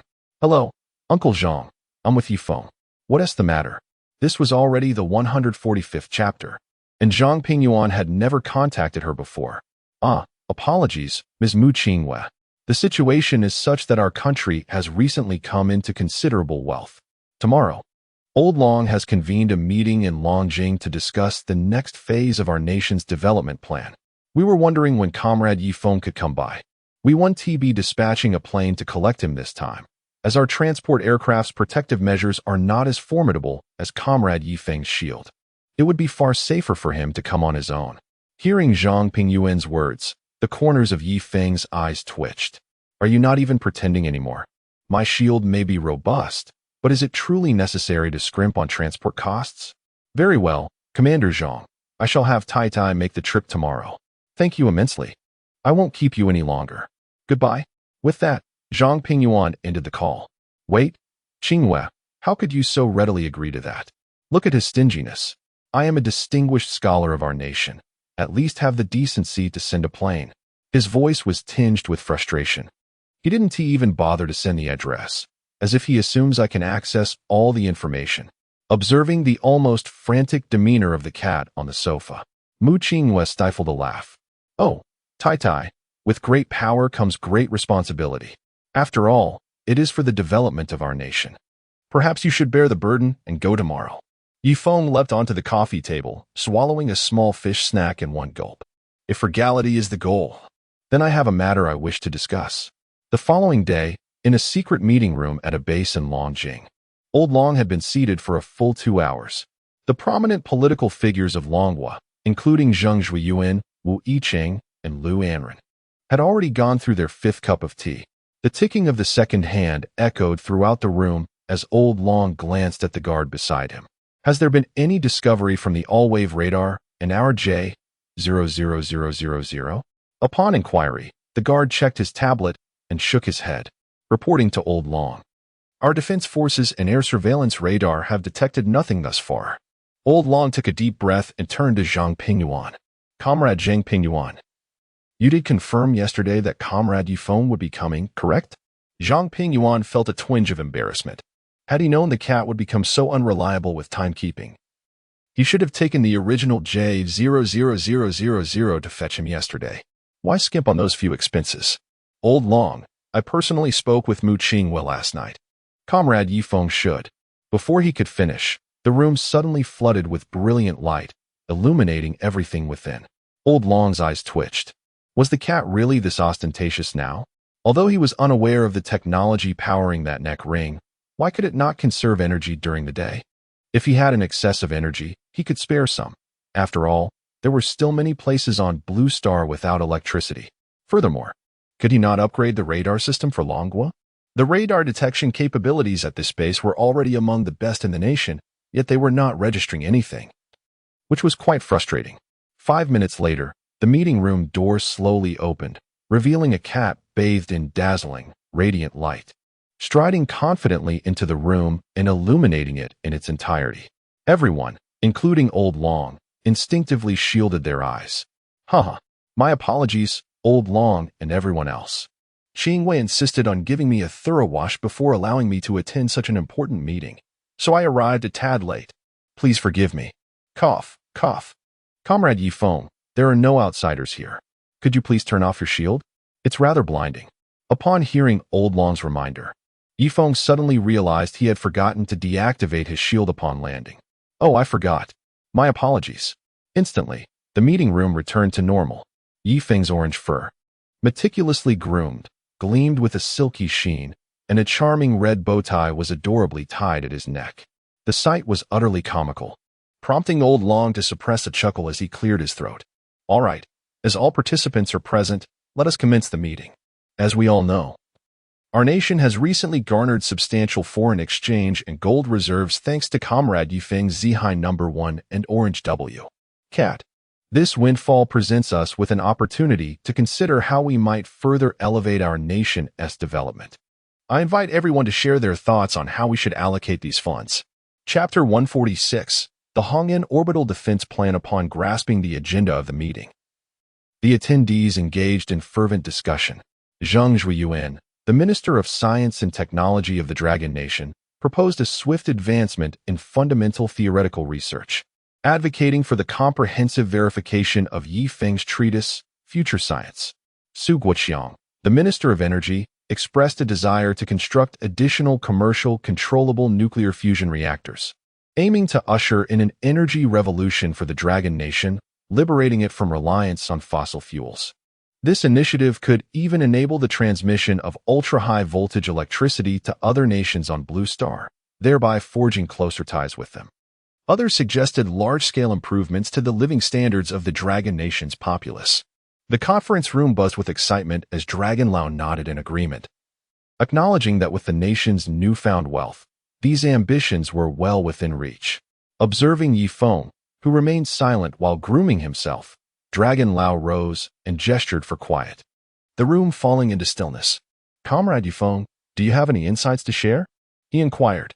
Given your esteemed position in our nation's scientific community, your perspective is invaluable. Fear not, our funding is ample. Responding to Dragon Lao's words, Yifeng finally paused his grooming, standing up. Honorable Dragon Lao and esteemed ministers, I have listened to your discussions, and I find your ideas sound. However, there is a matter we must consider. Please take a look. With a subtle thought, a brilliant light emanated from the collar around his neck, conjuring a swirling mass of purple mist above the conference table.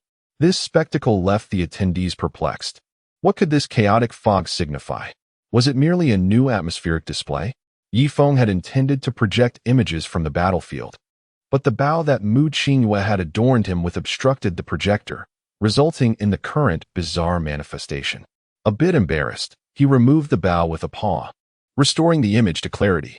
Before them appeared an A-dog from the beautiful nation, struck by a high-energy particle beam, its core igniting in a halo of blue particles before collapsing inward and vanishing. This sight drew furrowed brows from all present. Zheng Zhuiyuan inhaled deeply, muttering, "The collapse resembles that of a black hole in the universe. Could the A-dog rely on such a power source?" Acknowledging Zheng Zhuiyuan's insight, Yifeng nodded slightly. Indeed, Minister Zheng, the energy core of this A-dog is precisely that. It has the capacity to power 2 high-energy laser beams. This core is reminiscent of ghost energy particles. However, Harnessing such particles necessitates a thorough analysis of neutrino characteristics to create ghost energy channels through neutrino collisions. Yet, based on our current progress in neutrino research on Blue Star, we are far from achieving this level. As they watch the holographic image of the A-Dog unleashing a red laser beam, Dragon Lau's initial enthusiasm for investing in the nation's development quickly waned, replaced by concern. Wait a moment, Comrade Yifeng. Are you suggesting that the beautiful nation has acquired energy technology beyond our reach? How significant is this for us? How did they obtain such technology? Responding to Dragon Lau's inquiry, Yifeng nodded thoughtfully. Yes, Dragon Lau, as I mentioned, given Blue Star's current capabilities, the beautiful nation should not possess the preconditions for such an energy core. The energy level of the A-Dog they deployed is still in a primitive stage regarding ghost energy core utilization. However, we cannot discount the possibility that they may be concealing a more advanced ghost energy reactor. The power of ghost energy is formidable. If a large-scale energy core were indeed established, a single high-energy beam could potentially cause a planetary collapse. Yifeng's words made Dragon Lau's heart skip a beat. The ghost energy core's energy supply evidently existed on a different plane than controllable nuclear fusion. A particle beam capable of annihilating a planet was reminiscent of a doomsday weapon from a science fiction narrative. If this were true, what place would Blue Star hold? A single particle beam from the enemy could obliterate the entire planet, rendering fusion strikes mere child's play in comparison. Noticing Dragon Lau's furrowed brow, Yifeng's tone grew more serious. As for the source of this technology, I am uncertain. Isn't there a persistent rumor about UFOs crashing in the beautiful nation? Have we not recovered any extraterrestrial craft? Dragon Lau's expression shifted, his eye twitching. Do you think those UFOs are merely made of paper, easily dropped to the ground? In my long tenure, no reports have indicated any extraterrestrial craft crashing in our territory, including the highly classified files of the Dragon Nation. The UFOs in the beautiful nation have already been investigated by our clandestine forces, and most evidence suggests they were mere smoke screens to mislead and undermine the Great Panda at the time. Could they be concealing something more profound? If so, our position could become precarious.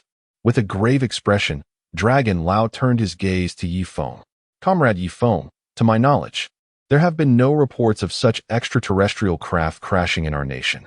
If this is indeed the case, what should we do? The moment Dragon Lau finished speaking, everyone, including Zhang Pingyuan, turned their attention to the feline standing at the conference table. This was a question of the Dragon Nation's fate. Sensing the scrutiny of those around him, Yifeng licked his paw. Dragon Lau and esteemed ministers, there is no cause for alarm. Although the beautiful nation has begun to tap into ghost energy, their development level remains quite rudimentary. Grant me some time and resources to create an ultra-large ghost energy reactor and miniaturize high-energy ghost reactors. It is merely a matter of time. My greater concern lies in the threats from outer space. If that craft from the beautiful nation indeed crashed in the 1960s, it stands to reason that their extraterrestrial military technology has likely surpassed our own on Blue Star. Therefore, we must prioritize the advancement of cutting-edge high-energy weaponry and systems.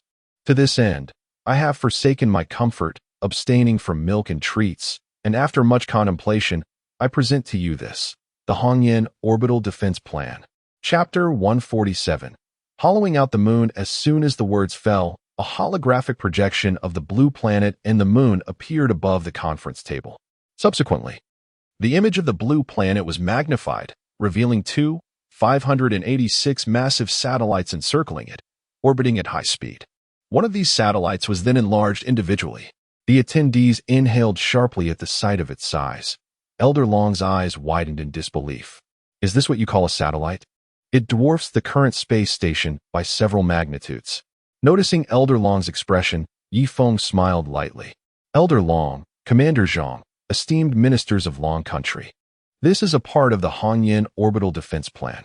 The Hongyan Satellite Defense System comprises 586 orbital attack satellites, capable of providing continuous 24-hour surveillance over the blue planet's surface. No matter the location or target on the blue planet, there will always be at least 28 Hongyan attack satellites hovering overhead. As you can see, The Hongyan attack satellites are designed in a rhomboid shape, measuring 209 meters in length.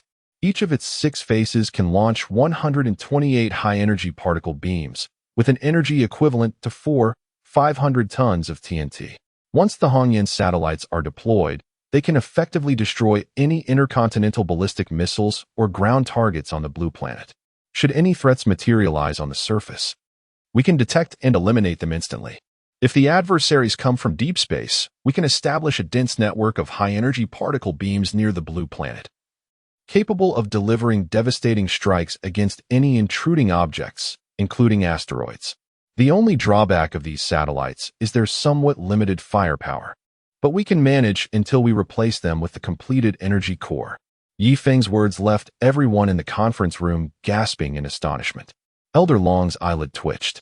Listen to this. 500 tons of TNT for just one high-energy particle beam. That rivals fusion strikes. And a concentrated attack from 128 beams amounts to a staggering 576,000 tons. Are you certain this won't turn the inhabitants of the blue planet into carbon atoms? Oh, I forgot. You're a cat, not human. Faced with such terrifying data, Zhang Pingyuan slowly raised his hand. Comrade Yifeng, this power is indeed somewhat alarming. If we were to use this against the surface of the blue planet, would we have any chance of survival? Upon hearing Zhang Pingyuan's question, everyone nodded in agreement. The firepower was overwhelmingly potent, and a miscalculation could obliterate humanity on the blue planet. This was akin to the current fusion strikes, but unlike the humans who might hesitate due to survival instincts. Extraterrestrial threats would show no regard for the survival of the blue planet's inhabitants. Yifeng nodded, licking his paw with a hint of admiration for Zhang Pingyuan's strategic insight. Commander Zhang, you have a keen understanding of the core issue. However, there's no need for concern. The primary distinction between energy weapons and traditional fusion strike weapons lies in the manner of their attack. Energy weapons release energy in particle beams, allowing us to adjust their thickness. In other words, we can concentrate immense energy over a limited area, ensuring both high energy density and precise strikes. If the development of the energy core proceeds smoothly, our urban energy shields will soon become a reality. Therefore, Commander Zhang, your concerns are unfounded. The attendees nodded in relief, reassured that this technology wouldn't instantly revert humanity to atomic states. Meanwhile, Elder Long grasped the core point during Yi Feng's exposition. His chest heaved with excitement. Having previously contemplated how to apply the dazzling shield technology to the cities of Long Country, he now saw a path forward. As long as that large-scale energy core could be realized, establishing an energy barrier over the cities would not be overly challenging. Thus, Long Country would no longer fear missile attacks from the blue planet. Even if the Hongyan satellites unleashed a barrage, the outer world would be desolate while life thrived within the barrier. Are there any further questions? If not, I shall continue. Elder Long's heart raced at the thought of this already formidable satellite attack system having more to unveil. Noticing the silence among the gathered, Yifeng enlarged the holographic image of the moon at the center. A collective gasp echoed through the room. This cat was taking things to a whole new level. The moon, as depicted in the hologram, had been entirely hollowed out, transformed into a colossal space fortress, with a conspicuous passage traversing through its core. Ahem. This is what I refer to as the moon's Hongyan fortress. Firstly, we will excavate the entire moon, replacing its original core with a planetary-grade energy core, since the existing one has ceased functioning. Following this, we will tunnel through the entire moon from east to west, installing planetary-grade high-energy particle defense cannons. Around the equator and the poles, we will deploy planetary-grade maneuvering engines. This way, leveraging the interstellar energy from the core, the high-energy particle cannons can achieve maximum output power while also providing adequate shielding. Consequently, the moon will serve as our defensive bastion for the blue planet. Should a formidable threat arise, we can swiftly send them back home. Moreover, the moon's fortress will facilitate our further exploration of outer space. After all, constructing large cosmic warships and launching them from the ground is rather cumbersome, but it will be much easier from the moon. Upon hearing Yifeng's proposal, Lu Anren slowly raised her hand. Does that mean we will no longer see the moon as it is now? Yifeng licked his paw and nodded slightly. There will be some impact, but fret not. I understand many people have deep emotional ties to the moon. Rest assured, no one comprehends illumination better than I do. I will devise a plan to install large-scale holographic light devices on the moon's surface, ensuring it resembles what we see today. Chapter 148. I suspect you are that alien upon hearing the cat before him speak of the moon in the future resembling the moon of the past. Lu Anren felt a wave of relief wash over him and nodded in agreement. After all, the Dragon Nation, steeped in 5 millennia of civilization, has harbored boundless imagination regarding the moon throughout history, inspiring a wealth of poetry and lyrical compositions. To alter the moon drastically in the face of a potential alien assault would indeed be a lamentable loss for the industrious, courageous, kind-hearted, romantic, and imaginative populace of the Dragon Nation. However, the elder Long, who was well-versed in Yifeng's scientific endeavors, was not so calm. What had he just mentioned? A large luminous device. The elder's heart ached at the thought, recalling the cat's past scientific achievements, be it fighter jets, quantum supercomputers, controllable nuclear fusion, or the recent Zihai-1 project. Each of these innovations was characterized by their luminosity, and the costs incurred could only be described as astronomical. While the allure of Yifeng's cutting-edge military technology was undeniable, the sole drawback seemed to be the expense. The elder had already resolved to muster the resources to develop the first phase of the satellite attack system, which might even provide funding for the lunar competition project. Yet, what had the cat just said? It would emit light? Such illumination would undoubtedly inflate costs by 4 to 5 times. Elder Long gazed at Yifeng, who was still grooming his paws. This was no ordinary cat. It was undoubtedly a veritable treasure trove. Clearing his throat, Elder Long addressed the assembly, ahem. Comrade Yifeng, your Hongyan orbital defense plan is indeed audacious and holds significant potential for enhancing the security of Blue Star. However, given the magnitude of this undertaking, even with the gold you recently acquired and the resources of the Dragon Nation, it would be exceedingly challenging to bring it to fruition. Moreover, you mentioned the Hongyan attack satellite's prismatic structure, which measures 209 meters from end to end. Our nation's largest operational rocket, the Expedition 6, may struggle to launch your satellite. Would you not agree, Minister Zheng?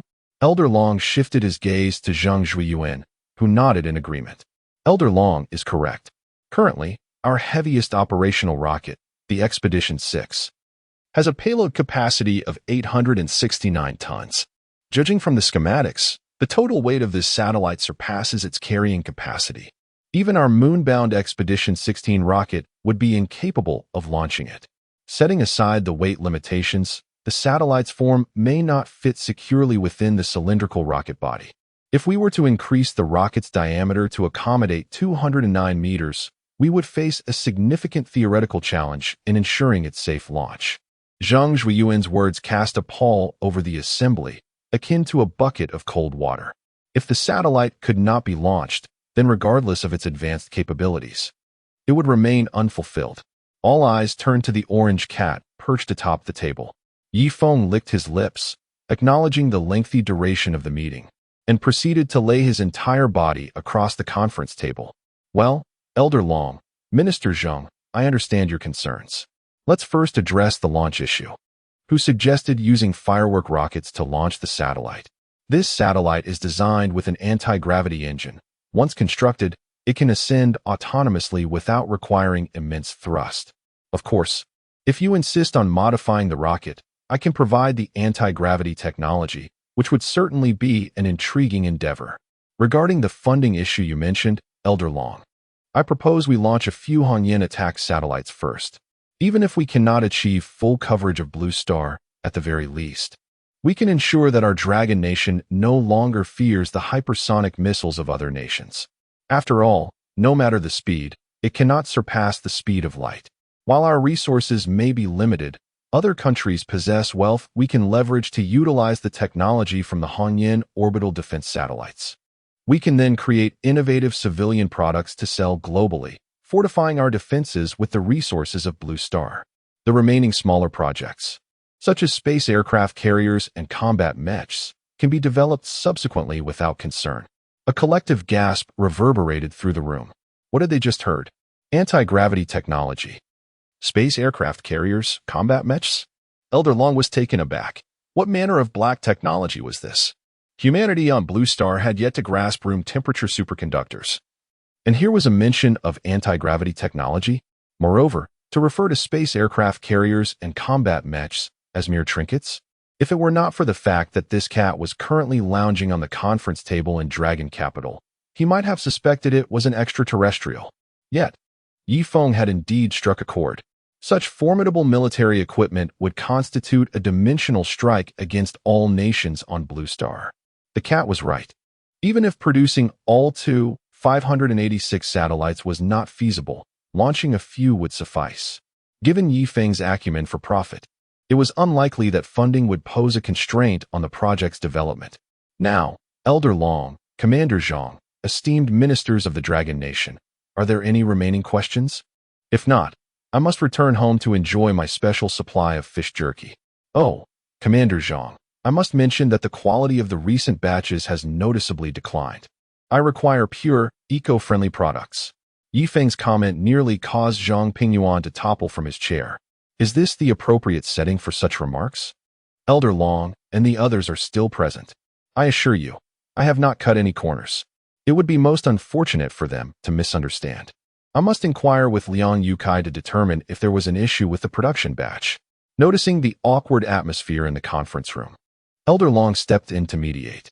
Comrade Feng, you are indeed a distinguished figure in our nation's scientific community, demonstrating a comprehensive approach to problem solving. Everyone should learn from Comrade Feng, always considering the bigger picture and placing faith in science. Comrade Feng, I know you miss your master.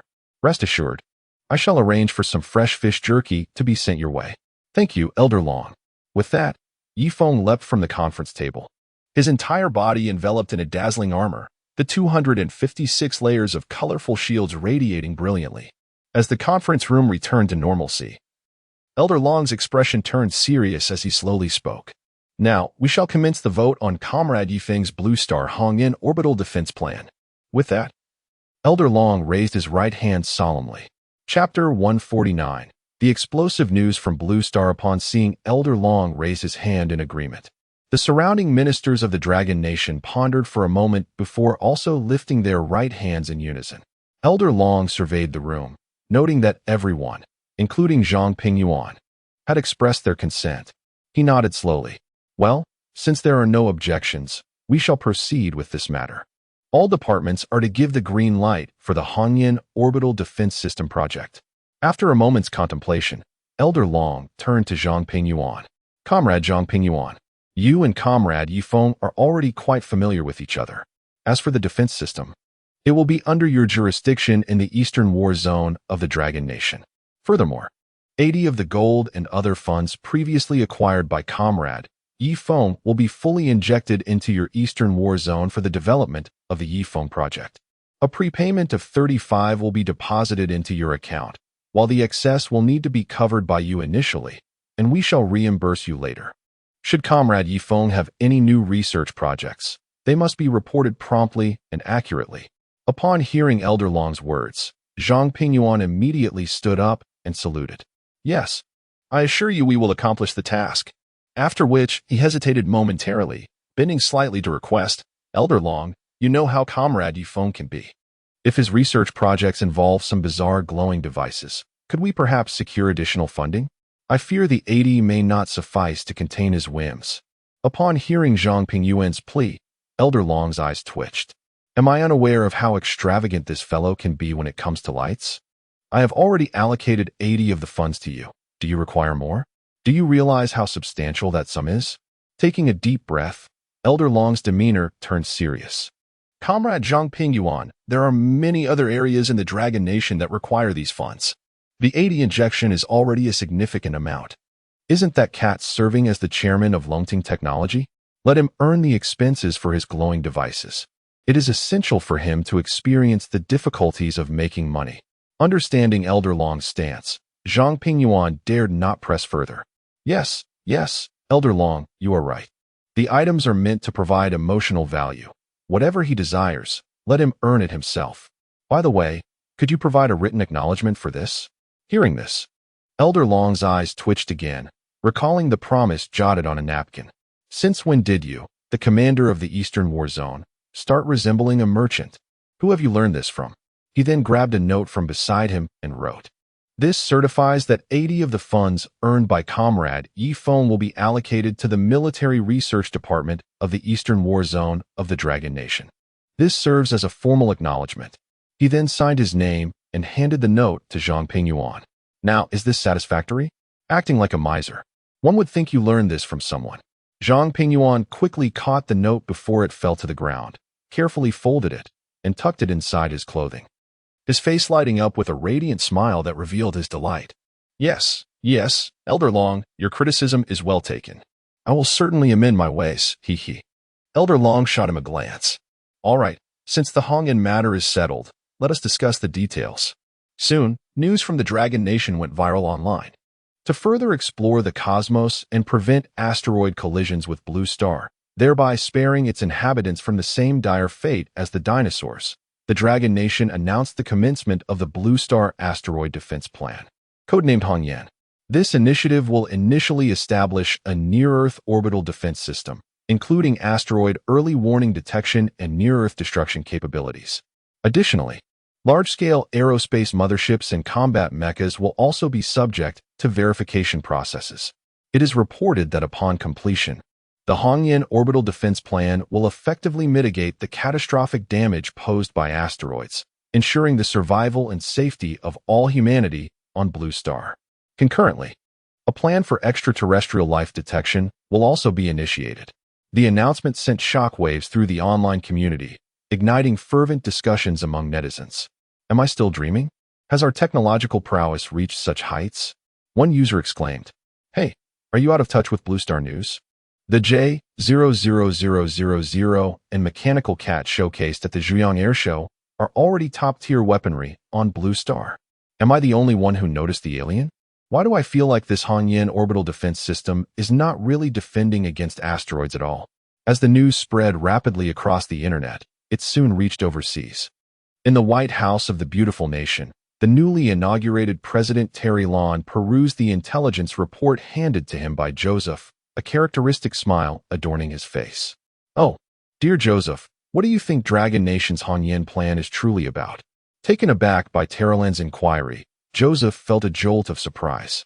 Though Terry Lawn had not troubled him since taking office, he was far less predictable than his predecessor, who was always openly expressive. Joseph swallowed hard and cautiously responded, "Respected President Terry Lawn, I personally believe that Dragon Nation's plan bears a striking resemblance to our previous strategy of undermining the Great Bear. According to their outlined plan, whether in terms of orbital weaponry or the briefly mentioned aerospace motherships and combat mechas, there is no theoretical technology present on Blue Star to support such equipment. Although Dragon Nation has made considerable advancements in military affairs, I suspect that this mirrors our former Star Wars initiative, aiming to keep us on our toes, drain our economy, and ultimately strip us of our dominance over Blue Star." Terry Lawn reclined in his presidential chair, listening to Joseph's report with a hint of mockery. Once Joseph finished, Terry Lawn straightened up and extracted a cigar. "Oh, dear Joseph, I am truly grateful for your insights. Your analysis is genuinely commendable. However, we must remain vigilant and cautious. Better to err on the side of caution than to dismiss potential threats. The lines between reality and illusion are often blurred in this world." With that, Terry Lawn exhaled a cloud of smoke and boldly retrieved a peculiar phone akin to the one used by his predecessor, dialing a number. Soon, the call connected. "Oh, esteemed Lord Dethaler, you must be aware of Dragon Nation's Hongyan orbital defense plan. I wish to inquire about your stance on this matter. Chapter 150. Has that object on the moon been dealt with?" Listening to Traylan's words on the phone, Detfiler plucked a grape from the plate held by Alice, who knelt beside him. Observing Traylan's nonchalant demeanor within the office of the President of the United States, he felt a tinge of dissatisfaction. However, compared to the impulsive decisions made by Esther previously, he found Traylan's attitude quite satisfactory. Perhaps the entire Blue Planet regarded the defense against extraterrestrial asteroids or alien invasions as mere science fiction, a topic for casual conversation. Yet, for the Detfiler family, the existence of aliens was an undeniable truth. In their underground Meow-tech lab, 501, two alien corpses lay in repose. Many believe the United States' relentless pursuit to land on the moon was merely a facet of the Star Wars program aimed at undermining the Soviet Union. Only the Detfiler family understood the true motives behind their nation's lunar endeavors. After a moment of contemplation, Detfiler slowly spoke. Traylon, we must follow up on the Dragon Nation's initiative. You know what to do. As you wish, Lord Detfiler. I will allocate 90 trillion to the relevant departments promptly. Wishing you a pleasant day. With minimal exchange, Traylon ended the call. Detfiler smiled. Although Traylon's demeanor was evidently less reverent than that of the former President Esther, he excelled in efficiency, executing his directives without fail. For Detfiler, that was sufficient. After all, one could understand the airs associated with the presidential position. However, he still needed to inquire about the situation regarding the object on the moon. He promptly dialed another number. Within Meow-tech Lab, 501, Plenster was engaged in slicing and examining a gray alien organism when his phone rang unexpectedly. Startled, he realized that the only person capable of reaching him was Detfiler, the financial backer of the entire laboratory. Offending him was simply out of the question. Plenster wiped his hands on his lab coat and answered quickly. Oh, esteemed Lord Detfiler. It is an honor to receive your call amidst your busy schedule. Your call illuminates our entire Meow-tech Lab, 501. Listening to Plenster's incessant flattery, Detfiler frowned. He was not fond of Plenster's verbose nature. Nevertheless, he was the core of the laboratory's research and the foremost expert on the alien spacecraft below, having been involved in its development from the outset. Enough, Plenster. I did not call to hear your tiresome compliments. Tell me, how is the situation with that object on the moon? Upon hearing Detfiler's reprimand, Plenster immediately ceased his prattle, swallowed hard, and slowly began to respond. Oh, esteemed Lord Detfiler, are you inquiring about the second vessel? You know, when the first ship was brought back, its main system was not entirely incapacitated. I vaguely recall it was a clear night, the sky devoid of clouds, with stars visible, when I excitedly entered the interior of the spacecraft. The holographic display on the control panel revealed the trajectory of its descent. I was quite curious and inadvertently touched the ship's flight log. It was evident that this vessel had engaged in fierce combat with another near the moon's orbit. The sight was truly spectacular. Do you know how beautiful a sky filled with high-energy particle beams can be? The two ships exchanged fire, creating the most exquisite symphony in the cosmos, with massive energy beams tracing vibrant arcs through space. Our downed ship fell into the western desert of our nation, while the other landed upon our beautiful moon. You see, that moon, as Plenster's account began to stray further off course, Detfiler's chest heaved with frustration. Damn, how did I ever let this guy in? Can't you just get to the point? Stop. Damn it. Plenster, I'm not here to listen to your boring tales. I've heard them 100 times already. I want to know if the vessel on the moon has been dealt with. Plenster swallowed again, realizing that while Lord Detfiler was generous, he lacked patience. Oh, esteemed Lord Detfiler, please do not rush me. I am getting to it. We obtained some research data during the final moments of the main control computer's shutdown, which allowed us to develop the large-scale Saturn IX and initiate our lunar program. After several close lunar observations, we found that the breach in the ship had sunk deeply into the lunar soil. Hence, we decided to forcibly breach the ship's exterior for further study. We initially thought the explosives brought by Armstrong would suffice to penetrate the ship's defenses, but they failed to even create a dent. Subsequently, we dispatched multiple crews of astronauts for similar tasks. However, as you know, at that time, our knowledge of high-energy weapons was almost non-existent, and we had no better methods. My idea was rather ingenious. After 17 unsuccessful attempts to breach it, I proposed deploying small nuclear devices around the ship to completely dismantle it. Detfiler listened with growing impatience to Plenster's lengthy explanation. There was no stopping him until he finished. However, just as he sensed they were nearing a crucial point in the story, the voice on the other end abruptly ceased, as if the power had gone out, leaving an eerie silence. Detfiler inhaled deeply, his dissatisfaction evident. And then, There is no and then. Esteemed Lord Debt Filer, after that, our funding was drastically cut, and all lunar missions were immediately halted. Do you not recall? You instructed me to first clarify the situation with our current vessel, acquire advanced weaponry, and then address the one on the moon. You said that yourself. Upon hearing this, Debt Filer's eyes widened in shock. Did I actually say that? Did I cut off their funding? What was I thinking? Are you implying that the object remains on the moon? Chapter 151. The Honghu rocket engine. Upon hearing Debt Filer's inquiry, Plinster was momentarily taken aback. Could it be that the shattered spacecraft could take flight once more? Were you planning to go up and repair it? Oh, my esteemed Lord Debt Filer, your sense of humor is truly remarkable. Your imagination is the most vivid I have ever encountered. My admiration for you shines like the moon in the sky, illuminating all of humanity on Blue Star.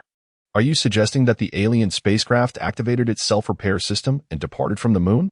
Or perhaps it sent out a distress signal, prompting a large-scale rescue fleet to come and retrieve it?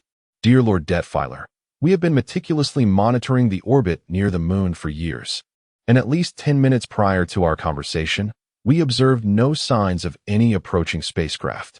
Therefore, esteemed Lord Debt Filer, it seems that the second spacecraft remains on the moon. You are aware that there is no atmosphere on the moon, and everything. Debt Filer, upon hearing this lengthy discourse from Plinster, could no longer endure it. He had already grasped that the spacecraft was indeed still on the lunar surface, and that no humans had entered its interior. That was sufficient. He did not wish to listen to any more of Plinster's ramblings over the phone, and promptly hung up. Plinster, not having finished his sentence, was met with the busy signal. Oh my heavens, what has come over Debt Filer? He must have developed a keen interest in the lunar environment and decided to research it. Ah, what a diligent and studious Lord Debt Filer. Truly a model for my own learning. I cannot afford to delay any longer. Indeed, I must not tarry. With that, he turned, donned his gloves, and resumed his examination of the alien tissue samples in the isolation chamber. Meanwhile, Debt Filer, feeling somewhat bewildered, pondered how he had been so easily swayed by some enchanting lady to issue such an order. The thought of Long Country's orbital defense plan filled him with trepidation. If they were to successfully develop such technology and discover the existence of that object on the moon, then the United States would never again have the chance to launch a rocket to the lunar surface. With this thought, Debt Filer closed his eyes and, after a moment of contemplation, retrieved his phone to make a call. Hello, Stima. I am prepared to transfer you 30 trillion beautiful coins. Cease your futile attempts to launch your contraption toward Mars. Focus on finalizing your spacecraft. We need to land on the moon. As you wish. Soon. The day after Debt Filer's funds were transferred, Spacey's Starship 6 commenced its 11th test launch. As the colossal rocket belched forth flames and steadied itself on the launch pad, the crowd erupted in cheers. Stima promptly announced that his company would initiate a series of launches, reigniting the United States' plans to return to the moon. In no time, news of the successful 11th test launch of Starship 6 and its impending lunar landing spread rapidly across the corners of Blue Star via the internet. Joseph seized this opportunity to launch a propaganda campaign against Long Country. This is the beacon of humanity. Spacey's Starship 6 will usher in a new era of cosmic exploration. Just 3 days after the proposal of Long Country's Hongyan program, the United States successfully launched Starship 6. We must confront the disparity. Such rhetoric was exploited by Joseph, disseminating it in the comments of relevant videos within Long Country. In the depths of a mountain in the southwestern region of Long Country, a vast cavity with a diameter of 40 meters had been excavated from the mountainside. One end of the cavity opened to the lush interior of the mountain, while the other led to a sprawling valley. Within the cave, a rocket engine with a nozzle measuring 5 meters lay quietly on the test bench, surrounded by numerous large cables connected to it. Within a massive central control room nestled deep within the mountain, dozens of researchers in white lab coats nervously verified the data displayed on their computer screens. Report to Director Gua. All parameters have entered the final testing procedure. The tie key sensor data is all normal. The engine fuel has been fully loaded, and the emergency team is prepared. Please give instructions. Upon hearing the report from a nearby staff member, Guo Tingyu, the director of the National Aerospace Administration of Long Country, adjusted his thinning hair, and nodded slowly. After personally verifying the final parameter settings, he gazed upon the rocket engine before him, named Honghu, which served as the core of Long Country's new manned lunar rocket, the Long Range 19. After years of diligent effort by countless researchers, this engine had finally transformed from blueprints into a tangible reality. As the core of Long Country's manned lunar project, the Honghu engine theoretically boasted a terrifying thrust of 309 tons. If this engine test were to succeed, it would signify a significant advancement for Long Country in achieving manned lunar exploration. The countdown for the lunar landing plan would commence. With that in mind, he began to speak, but was abruptly interrupted by a staff member. Director Gua, something's wrong. Upon hearing this string of urgent calls, Guotingyu's brow furrowed. Could it be that a component of the Honghu rocket engine had malfunctioned, necessitating a halt to the test? This was a crucial step for Long Country's manned lunar project. Nothing could go amiss. With a grave expression, Guotingyu turned to the newcomer, anxiously inquiring, Xiaozhang, has something gone awry with the Honghu propulsion rocket engine? Quickly, let me see the data. Hearing Guotingyu's question, Zhang Ming shook his head. No, Director Gua, it's not about our Honghu propulsion system. It's about the United States. Spacey Starship 6 unexpectedly conducted a test launch today and achieved success. They have announced their immediate intention to commence the Lunar Return Project. Upon hearing Zhang Ming's words, Guotengyu felt a wave of relief wash over him. Although this news was indeed astonishing, considering the numerous complications encountered during previous test launches, he understood that the development of any new equipment involved a continuous process of trial and error. After so many failures, a successful test launch was not entirely unexpected. However, the announcement from Spacey regarding their immediate lunar plans caught Guotengyu off guard. This indicated that the competition between Long Country and the United States in the aerospace field would be exceptionally fierce. Yet, what puzzled Guotengyu was that Stima of Spacey had always aimed for Mars. Why had they suddenly shifted their focus to the moon? Chapter 152. What did you say? All rocket projects cancelled? After merely 2 seconds of bewilderment, Guotengyu swiftly dismissed the chaotic thoughts from his mind. He ran his fingers through the 30 strands of hair atop his head, inhaled deeply, and gazed solemnly at the young man before him. Xiaozhang, when faced with adversity, do not panic. Is it not simply that the Starship experiment of the beautiful nation, America, has succeeded? They will pursue their endeavors, while we must focus on our own. It is imperative that we first excel in our own tasks. As long as our Honghu rocket test is successful, our lunar landing plan shall commence its countdown. Concentrate on your responsibilities. Do you understand? Upon hearing Guotingyu's words, Zhang Ming nodded in agreement. Well, it's just that they launched a metal object into the sky, only for it to fall back down. There's no need for such alarm. Seeing his director refer to America's pride, the Starship, as merely a metal object prompted a wave of laughter from the crowd, instantly alleviating the tense atmosphere. In the realm of scientific research, particularly in innovative aerospace endeavors, it is inevitable to encounter moments of despondency. This was precisely when his role as director was most crucial. Observing the restoration of composure among the control center staff, a slight smile crept upon Guotingyu's face, though it soon turned serious. All right, we shall now commence the testing of the Honghu rocket engine. All personnel, prepare for a 3-minute countdown. Yes, commencing the 3-minute countdown. As commands were issued, the fuel supply for the Honghu engine was activated, and hydrogen and oxygen compounds surged into the combustion chamber. Despite having just eased the tension within the experimental center, Guotingyu's palms grew clammy with sweat, akin to a parent watching their child take their first independent steps. 5, 4, 3, 2, 1. Ignition. With the commander's finger pressing the button on his desk, the nozzle of the Honghu rocket engine erupted into a brilliant display of light. A tremendous flame surged forth, illuminating the entire valley in a fiery glow. Within a second, the flames transformed into a deep azure as the nozzle adjusted its operations. 25 Mach rings unfurled prominently within the long plume of fire. Report: the engine has operated for 12.5 seconds, achieving optimal output conditions. The thrust value detected at the test stand is stable at 1,398 tons. Upon receiving this report, Guotingyu relaxed his grip, his anxious heart finally at ease. A thrust of 1,398 tons achieved in 12.5 seconds signified that their design was sound and the manufacturing processes met all requirements. Now, all that remained was to patiently observe and test the stability of the entire Honghu engine. Guotingyu fixed his gaze on the engine output power curve displayed on the screen, silently urging, it must succeed. 15 minutes later, the fuel tank of the Honghu engine was nearly exhausted. Report: the fuel for the Honghu Rocket S propulsion system has been depleted. With a total runtime of 15 minutes and 48 seconds. Initiating engine shutdown procedure. Yes, initiating engine shutdown procedure. Command set 0577 has been input and confirmed. As the shutdown command was issued, the fuel supply to the Honghu engine was gradually severed. The flame at the nozzle diminished, ultimately leaving only a glowing, red-hot opening. Report: the Honghu rocket engine has come to a stop. Feedback signals are normal, and the temperature and pressure sensors are functioning correctly. No structural damage detected.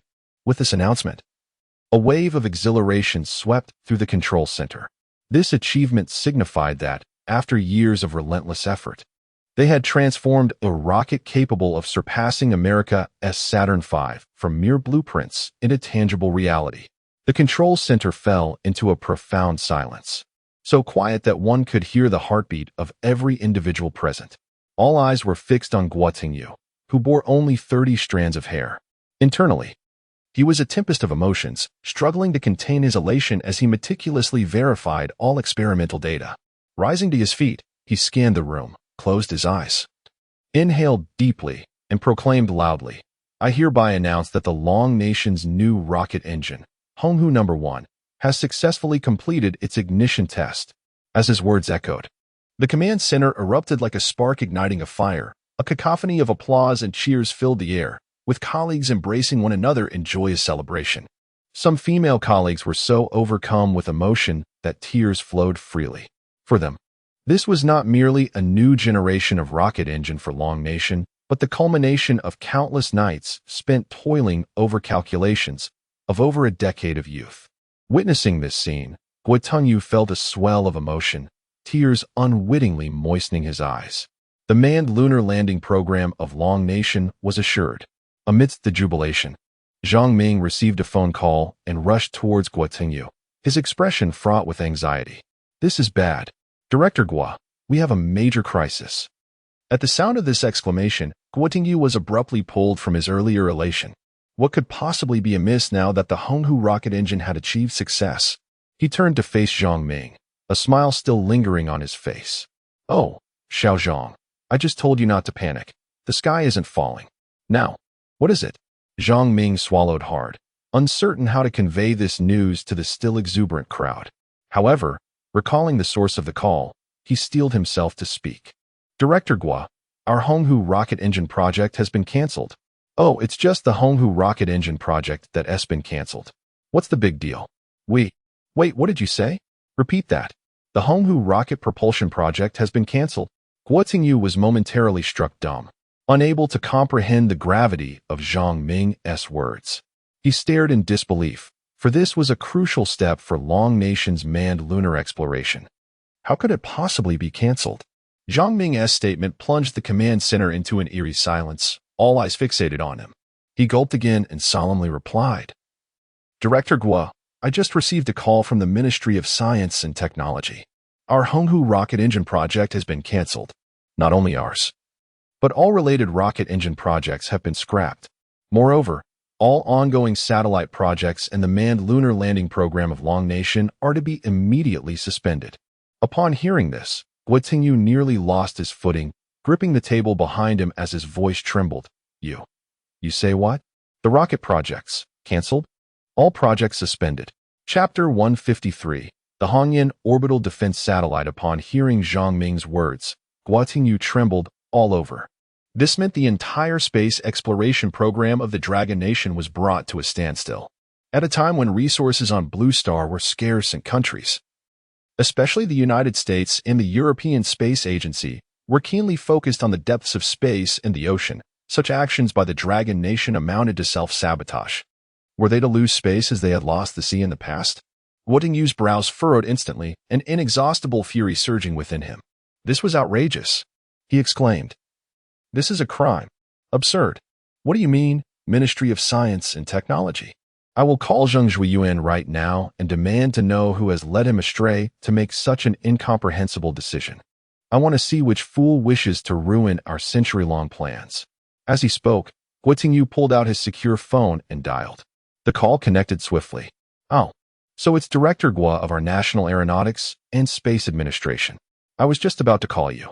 Zheng Zhuiyuan began, but before he could finish, Guo Yu erupted with anger.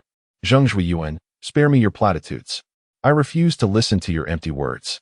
You must explain why all the satellites under development at the Aeronautics and Space Administration have been halted. Moreover, after much effort, I have just completed the test of the Honghu Rocket-S propulsion engine, and you tell me to stop this project? Do you realize this is a crucial element of our manned lunar exploration program? You are effectively burying the Dragon Nation's lunar ambitions. You are a national sinner. I must speak with Old Long. How much silver have you taken from the United States? Knowing that smart spacecraft has successfully launched, are you not severing our own limbs? Zheng Zhuiyuan, hearing this tirade, was utterly bewildered. How had he become the Dragon Nation's unforgivable villain? Had he been bewitched by someone? Could he claim it was a cat? As Guo Yu continued to vent his frustration, Zheng Zhuiyuan's expression darkened.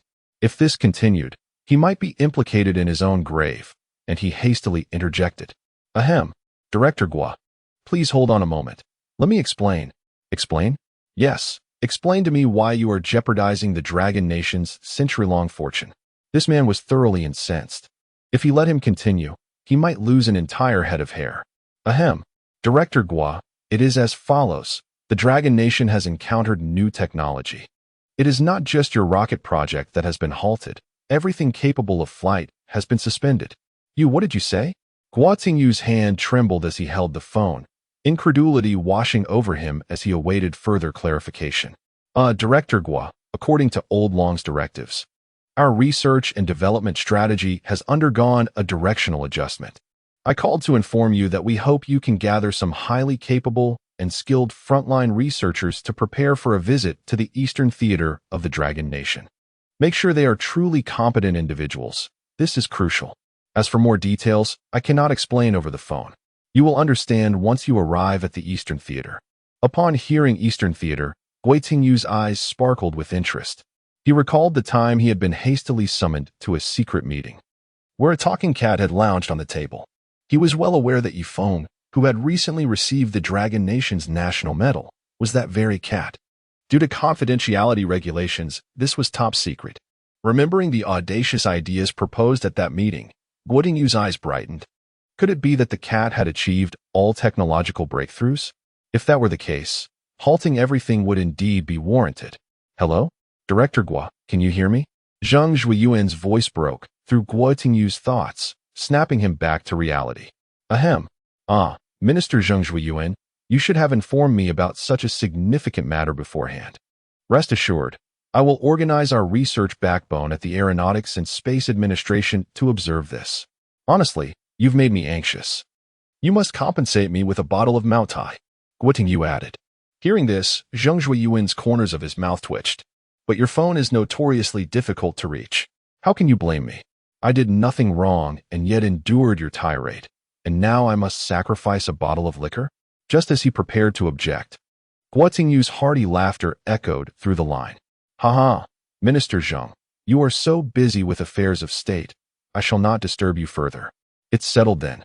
7 days later, at the military scientific research base in the Eastern Theater of the Dragon Nation, the entire area was completely cleared.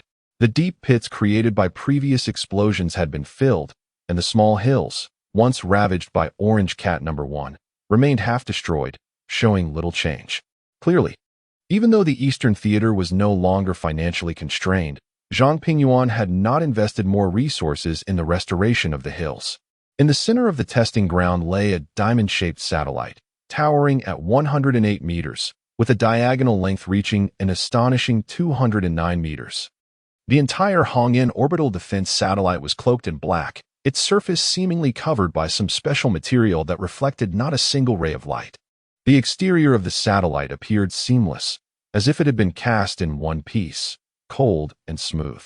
From a distance, Zhang Pingyuan gazed in astonishment at the dark orbital attack satellite, although he had seen the outrageous dimensions of the Hongyan satellite in the blueprints.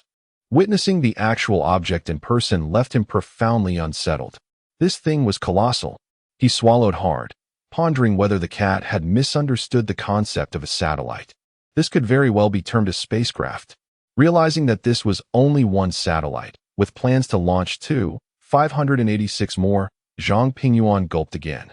Glancing at the orange cat lounging on the table, Yifeng's mechanical arm opened a can of dried fish, delivering a specially made yellow fish to his mouth. Indeed, this time the flavor was notably more authentic and fresher than that which he had tasted at Qingyue's house. After swallowing the small yellow fish, the mechanical arm retracted, and Yifeng licked his paw, turning his attention to Zhang Pingyuan. "Commander Zhang, what are we waiting for? Are we flying today or not? Qingyue is still waiting to give me a bath." Chapter 154. The observation group of Guotingyu. Upon hearing the news, Zhang Pingyuan furrowed his brow. "Is it not enough that I, the commander of the Eastern Theater Command of Longhua, am anxious? What is this cat so agitated about? However, Guotingyu is taking his sweet time. Is it really necessary to be this slow just for him to bring over a few specialized research personnel for observation?" Zhang Pingyuan turned to his guard behind him, Xiao Li, when his director was flight expected to arrive. Upon hearing the inquiry, Li Ming quickly retrieved his communication device, glanced anxiously, then stood at attention and reported, "Commander, our 15th Army Aviation Group's 128 transport helicopters have already taken off and are expected to arrive in 3 minutes." Zhang Pingyuan nodded, satisfied. 3 minutes. It seems we shall launch soon. Suddenly, he appeared to realize something. "How many did you say?" "Commander, a total of 128 military transport helicopters." Zhang Pingyuan's eyes twitched. Is Guotingyu attempting to relocate the entire National Aerospace Administration of Longhua here? The military transport helicopters assigned to our Eastern Theater Command are the latest Z-19 models, capable of deploying 35 personnel each. That amounts to 480 individuals. Zhang Pingyuan's composure began to waver. "Is this an observation group? Are you certain they are not here to occupy the target range of the Eastern Theater Command?" Yet, he could only blame himself for not specifying a limit on the number of attendees. Before he could devise a strategy to manage this nearly 5,000 strong observation group. The distant sky resonated with the drone of helicopters.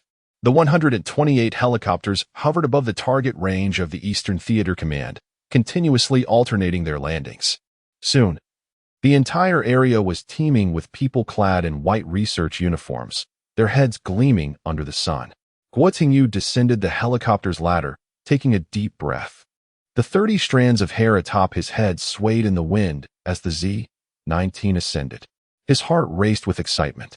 Even as the helicopters hovered above, he had glimpsed the enormous black object on the ground, hardly believing it was a creation of humanity from Blue Star. He was eager to learn the specifics of the so-called Hongyan satellite's parameters and operational principles, practically yearning to rush over and touch it. However, since he had arrived in Longhua's Eastern Theater Command, it would be remiss not to greet Zhang Pingyuan first. Moreover, he was keen to meet the esteemed scientific feline. Guotingyu smoothed his 30 strands of hair and strode toward the observation platform beside the target range. "Haha, Commander Zhang, it has been a long time. It is truly an honor to observe at your Eastern Theater Command's target range." Upon seeing Guotingyu approach, with his flowing 30 strands of hair and the throng of 480 individuals behind him, Zhang Pingyuan smirked, his eyes reflecting a hint of skepticism. "Director Guo, were you not supposed to bring only the key personnel from your aerospace administration? How is it that you have brought over 400 people? How am I to manage confidentiality with this?" Zhang Pingyuan glanced at Yifeng beside him, not to mention the distant Hongyan attack satellite. Yifeng himself was also a top-secret matter. Before he could finish his thought, Guotingyu adjusted his hair and spoke slowly. "Commander Zhang, please do not worry. This team of over 4,000 has been meticulously selected from within our National Aerospace Administration. You can rest assured, they all possess independent project experience, are reliable, and are of excellent quality. If you wish, feel free to conduct checks. Currently, our satellite, crewed spacecraft, and rocket development projects are all on hold. This is the smallest team we could muster. After listening to Guo Tingyu's words, Zhang Pingyuan sighed. Meanwhile, Yifeng's face broke into a smile. He had not anticipated that Longhua had such a wealth of aerospace talent. This was indeed a generous supply of free labor. How could he let them slip away easily? Yifeng suddenly leaped onto Zhang Pingyuan's shoulder, who steadied himself to avoid being toppled over. How does this cat possess such strength? How does Mu Qingyue manage to hold him? Yifeng gazed intently at Guo Tengyu, who had left a profound impression on him during their last meeting. Despite his mere 30 strands of hair. Ah, Director Guo, it is a pleasure to finally meet. I had no idea Longhua possessed such an abundance of aerospace talent. And they are all so young. Although your hairline is indeed somewhat receding, it is a testament to your capabilities. Upon hearing the cat's flattering remarks from Zhang Pingyuan's shoulder, Guo Tengyu felt a bit bashful. Oh, cat god, it is not that I am unwilling to reduce the size of this observation group. It is simply that there are too many halted projects at present. I fear, before he could finish, Yifeng interrupted, Director Guo, you are too modest. I would prefer even more people to come. It is a bit embarrassing to have so many come from afar just for this small endeavor. However, you can rest assured. I guarantee that all of you will return fully satisfied. Saying this, Yifeng patted Zhang Pingyuan's shoulder with his paw. Commander Zhang, I believe having more hands is beneficial. After all, relying solely on myself will take eons to complete the Hongyan orbital defense plan. More people mean more creativity. Do you not agree? Listening to his shoulder-mounted feline's words, Zhang Pingyuan nodded. These researchers were already engaged in highly classified aerospace-related tasks for Longhua, so their collective competence was unquestionable. Initially concerned that Yifeng might be displeased about sharing his technology with so many, he realized that the cat seemed to be delighted by the prospect. Since Comrade Yifeng had already agreed, the remaining task was to ensure confidentiality. After a moment of contemplation, Zhang Pingyuan turned and waved his hand.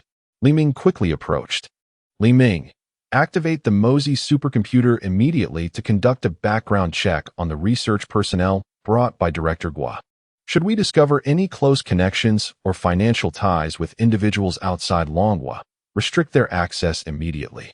Additionally, print 480 copies of the utmost confidentiality agreements for each member of this observation group to sign.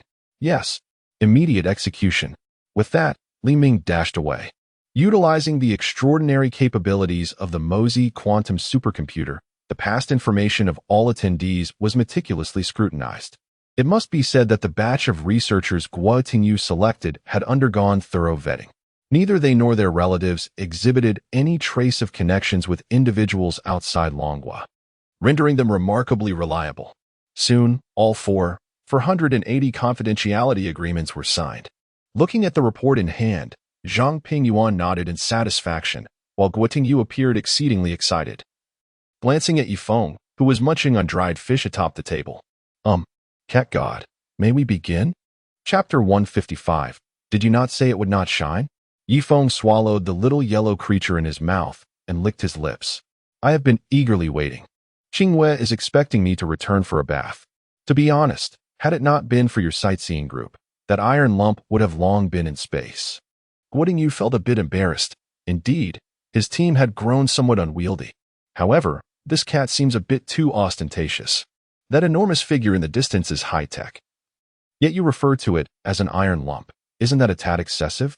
Yifeng turned to Zhang Pingyuan. So, Commander Zhang, are we ready for launch now? Upon hearing this, Zhang Pingyuan's expression turned serious. He nodded and instructed, Shaoli, go to the warehouse and distribute those boxes of sunglasses to everyone. If there aren't enough, request more from Liang Yukai. Yes, I will ensure the task is accomplished. After issuing this command, Zhang Pingyuan felt a sense of relief. He vaguely recalled the incident at this very test site, when Yifeng's so-called gadget nearly blinded everyone. Based on past experiences, This cat was bound to have something dazzling up its sleeve. Originally, he had prepared a box of sunglasses, thinking it would suffice for Guotingyu's group. But to his surprise, the fellow had brought a team of 4,000. Consequently, the sunglasses in the warehouse would have to be distributed today. This expense would certainly need to be attributed to this cat. Having seen the price of the satellite, which had reached a staggering 965 for 123, 312, 545, 21 Dragon Kingdom coins, he estimated that the funding from Old Long would not last long. Although the note from the meeting was still tucked away in his pocket. If the sunglasses were included in the accounts, it would complicate matters when reporting to Liang Yukai. All efforts were for the construction of the Dragon Kingdom, and this cat had some savings. It was best to save wherever possible.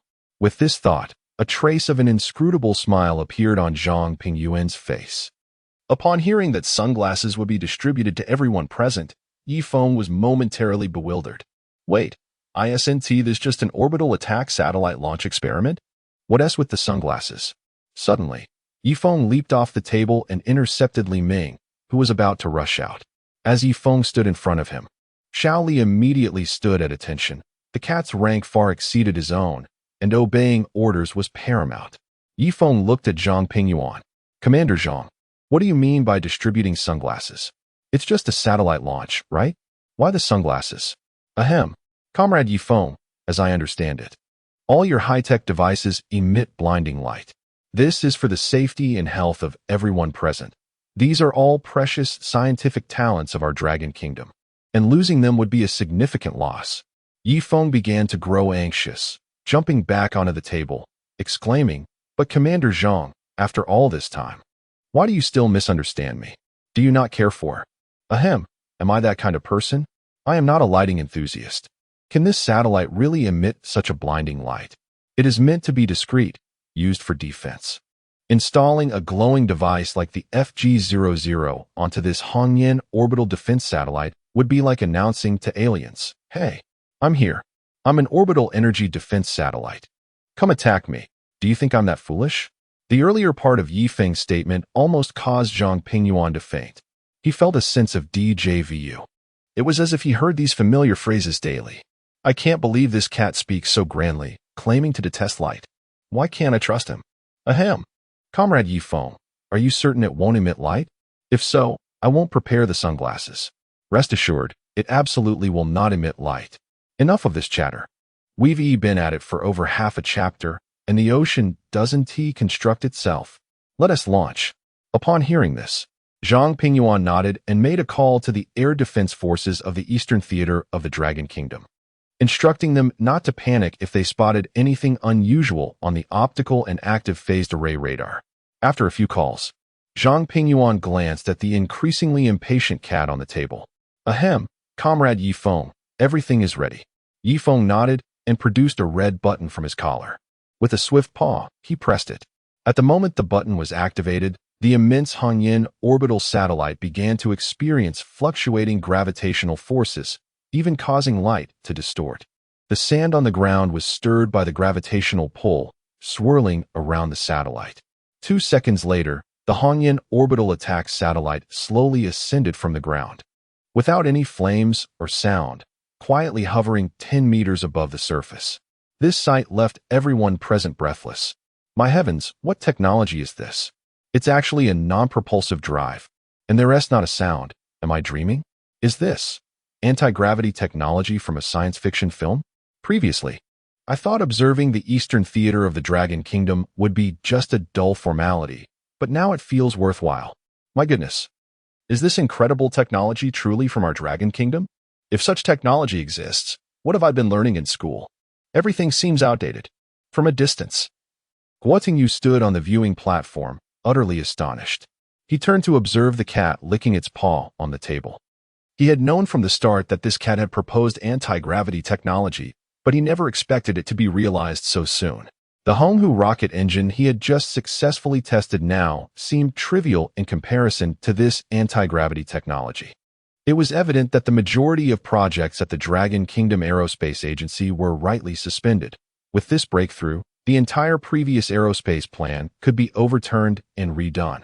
With the advent of anti-gravity technology, who would still utilize propellant-based rockets. As everyone marveled at the satellite's ascension technology, a few bright red characters suddenly appeared around the diamond-shaped attack satellite in the distant sky. Warning, the satellite is about to ascend. Please prepare nearby personnel. 3 seconds later, a colossal holographic projection of a rocket enveloped the satellite, its luminous particles resembling a real rocket, albeit far thicker than any rocket on Blue Star. Witnessing this, Zhang Pingyuan's eyelid twitched in disbelief as he turned to Yi Feng on the table. Wait, comrade Yi Feng, did you not say it would not shine? Chapter 156. Shall we try? Initiate Plan 1. Upon hearing Zhang Pingyuan's inquiry, Yi Feng shot him an exasperated glance. Was it not your own eye that beheld the satellite's luminescence? But Commander Zhang, he retorted, isn't your assertion that this device does not emit light? Yet the satellite itself appears devoid of any glow. This is a quintessentially high-brightness holographic image, one so lifelike it can easily deceive the senses. This technology is intended for future applications on the moon. Surely, we cannot allow the lunar surface to be devoid of any visible craters. Covering such an expansive area with glow-gel fiber optics is simply unfeasible. Furthermore, mere luminescence cannot replicate the nuanced textures we require. The holographic image I painstakingly developed is capable of achieving a peripheral particle brightness of 1 billion nits. My previous statement stands unchallenged. The device indeed lacks illumination. Upon hearing that the peripheral brightness of Yi Feng's holographic image could reach an astounding 1 billion nits, Zhang Pingyuan felt a sudden jolt of realization. 1 billion nits. This brightness is comparable to that of the sun. Reflecting on the last comprehensive review of the Glow Fiber Optics project, he recalled the exorbitant costs associated with the 8,646-layer photon gradient deceleration device in controllable nuclear fusion. And his heart ached with the knowledge that this endeavor would not be inexpensive. The insatiable pursuit of light had reached an outrageous crescendo. Swallowing hard, Zhang Pingyuan clutched tightly to the note from Old Long which lay against his chest. In stark contrast to Zhang Pingyuan's astonishment regarding the luminescent holographic image, Guo Tingyu's eyes now sparkled with boundless enthusiasm. What had he just heard? The prospect of deploying a luminous device with 1 billion nits of brightness on the moon? What sort of project would necessitate completely covering the lunar surface with such holographic imagery? A multitude of thoughts surged within him. Cat God, he ventured cautiously. You mentioned setting up this holographic luminous device on the moon. May I inquire if we possess any infrastructure there? Just as Yi Feng was about to respond, Zhang Pingyuan cleared his throat twice. Ahem. Director Guo, that information is classified. You will be informed when the time is appropriate. Under Zhang Pingyuan's piercing gaze, Guo Tengyu instinctively recoiled, his sparse hair fluttering in the air, yet he bore no complaint. After all, Commander Zhang had not denied the prospect and had classified it as a matter of utmost secrecy, suggesting that the Dragon Nation indeed had plans for the moon. He silently resolved to be part of this monumental endeavor and fell silent. At that moment, the Hongyan orbital attack satellite, cloaked in a robust holographic image, had unknowingly ascended to an altitude of 500 meters. Even from such a distance, the satellite's presence was still awe-inspiring. Suddenly, a tremendous sonic boom erupted as Yi Feng's Hongyan orbital satellite released an immense mushroom cloud into the void of space. 2 seconds later, Zhang Pingyuan's secure phone rang. Upon seeing the call was from the Mosey Command Center, he hastily answered. Commander Zhang, the Mosey Command Center has successfully connected with the Hongyan orbital satellite.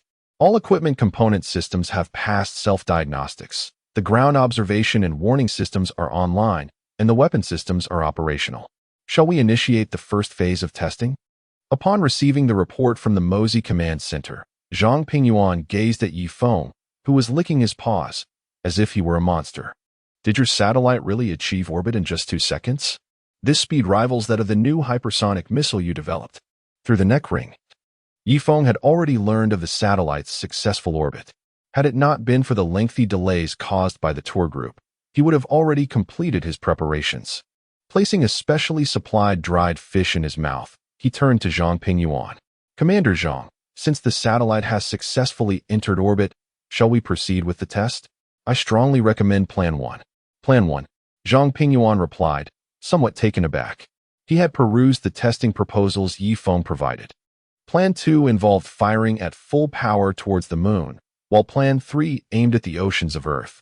Considering Yi Feng's creations, it was evident that full-power firing would unleash tremendous energy, compared to creating a crater on the moon or vaporizing vast amounts of Earth's oceans. Plan 1. Testing using his new hypersonic missile seemed innocuous. Zhang Pingyuan slowly nodded. Please hold on. I will consult Old Long. Shortly after, Zhang Pingyuan dialed Old Long report. Old Long, our Hongyan orbital defense satellite has ascended. Comrade Yi Feng wishes to test it and strongly recommends Plan 1. I concur that, compared to Plans 2 and 3, Plan 1 appears to be the safer option. What do you think? Plan 1, you say? Old Long, seated in his chair, tapped his fingers rhythmically against the document titled Hongyan 1 Test Plan. The 3 testing proposals lay on the table before him. Hearing Zhang Pingyuan's agreement with Plan 1, Old Long scrutinized the figures on the document, slightly furrowing his brow. Have you truly reviewed this plan? Very well. Since we have already committed to fully supporting Yi Feng with the Hongyan orbital satellite. Taking a deep breath, Old Long spoke slowly. Comrade Zhang Pingyuan, I consent to the implementation of Plan 1 for the testing of the Hongyan orbital satellite. However, I must clarify, testing expenses will not be covered by the budget I mentioned. That cat will have to manage that himself. Upon hearing Old Long's directive, Zhang Pingyuan felt a twinge of confusion. Isn't this merely a test using the Dragon Nation's new hypersonic missile? Why does it seem as though Old Long is reluctant? Nevertheless, since Old Long had granted approval, he resolved to proceed with the plan. Understood, Old Long. We will initiate the test immediately. Await our good news. After hanging up, Zhang Pingyuan turned to Yi Feng. You haven't set any traps for me, have you? Ahem. Comrade Yi Feng, are you certain there are no issues with our Plan 1 testing? I have such faith in you. You must not let me down. Yi Feng shot Zhang Pingyuan an exasperated glance. Rest assured, Commander Zhang, as we previously discussed, Plan 1 involves utilizing our new hypersonic missile for the test. There are absolutely no issues. You can trust me. With Yi Feng's assurance, Zhang Pingyuan nodded and promptly called the Mosey Quantum Command Center. Hello, this is Zhang Pingyuan. Following my confirmation with Old Long, we will proceed with Plan 1 for the testing of the Hongyan orbital satellite. Understood. Initiating Plan 1 for testing. 564 hypersonic missiles have been launched, targeting the testing facility in the eastern theater of the Dragon Nation. The missile body has ascended. What? What did you just say? Chapter 157. The power of the Hongyan. As soon as the words were spoken, the sky became densely populated with 564 brilliantly luminous points. Witnessing this scene, cold sweat trickled down Zhang Pingyuan's forehead. What on earth? Are you employing the new type of hypersonic missile from Dragon Country in its luminous version? You didn't mention using 564 of them when you initially spoke of testing the hypersonic missile. Had I known you would deploy such a vast number for testing, I would never have consented to the first plan, even if it meant my own demise. Do you not comprehend the destructive power of these luminous hypersonic missiles? There are nearly 5,000 research elites from Dragon Country on this range. If anything were to go awry, the entire aerospace team would be obliterated. As the luminous points in the sky grew brighter, Zhang Pingyuan's heart raced. He glanced at Yi Feng beside him, who, oblivious, munched on a small yellow fish. Damn it, all you do is eat. You have a shield from your battle armor to protect you from the impending bombardment of these hypersonic missiles, while we are merely flesh and blood. Beside him, Guotingyu gazed at the multitude of bright dots in the sky, his curiosity piqued. Could this be the power of the orbital defense satellite the cat god had just mentioned? It was breathtaking, a marvel of aesthetic beauty. Cat god, this is simply magnificent. Zhang Pingyuan lost his composure, waving his arms and shouting to the nearly 480 aerospace researchers within the venue. Quick, get out of the way, hurry and run. The missiles are about to descend. Missiles? Guotingyu was instantly drenched in cold sweat, his sparse hair fluttering in the wind as his body trembled. Did he just hear that correctly? Missiles?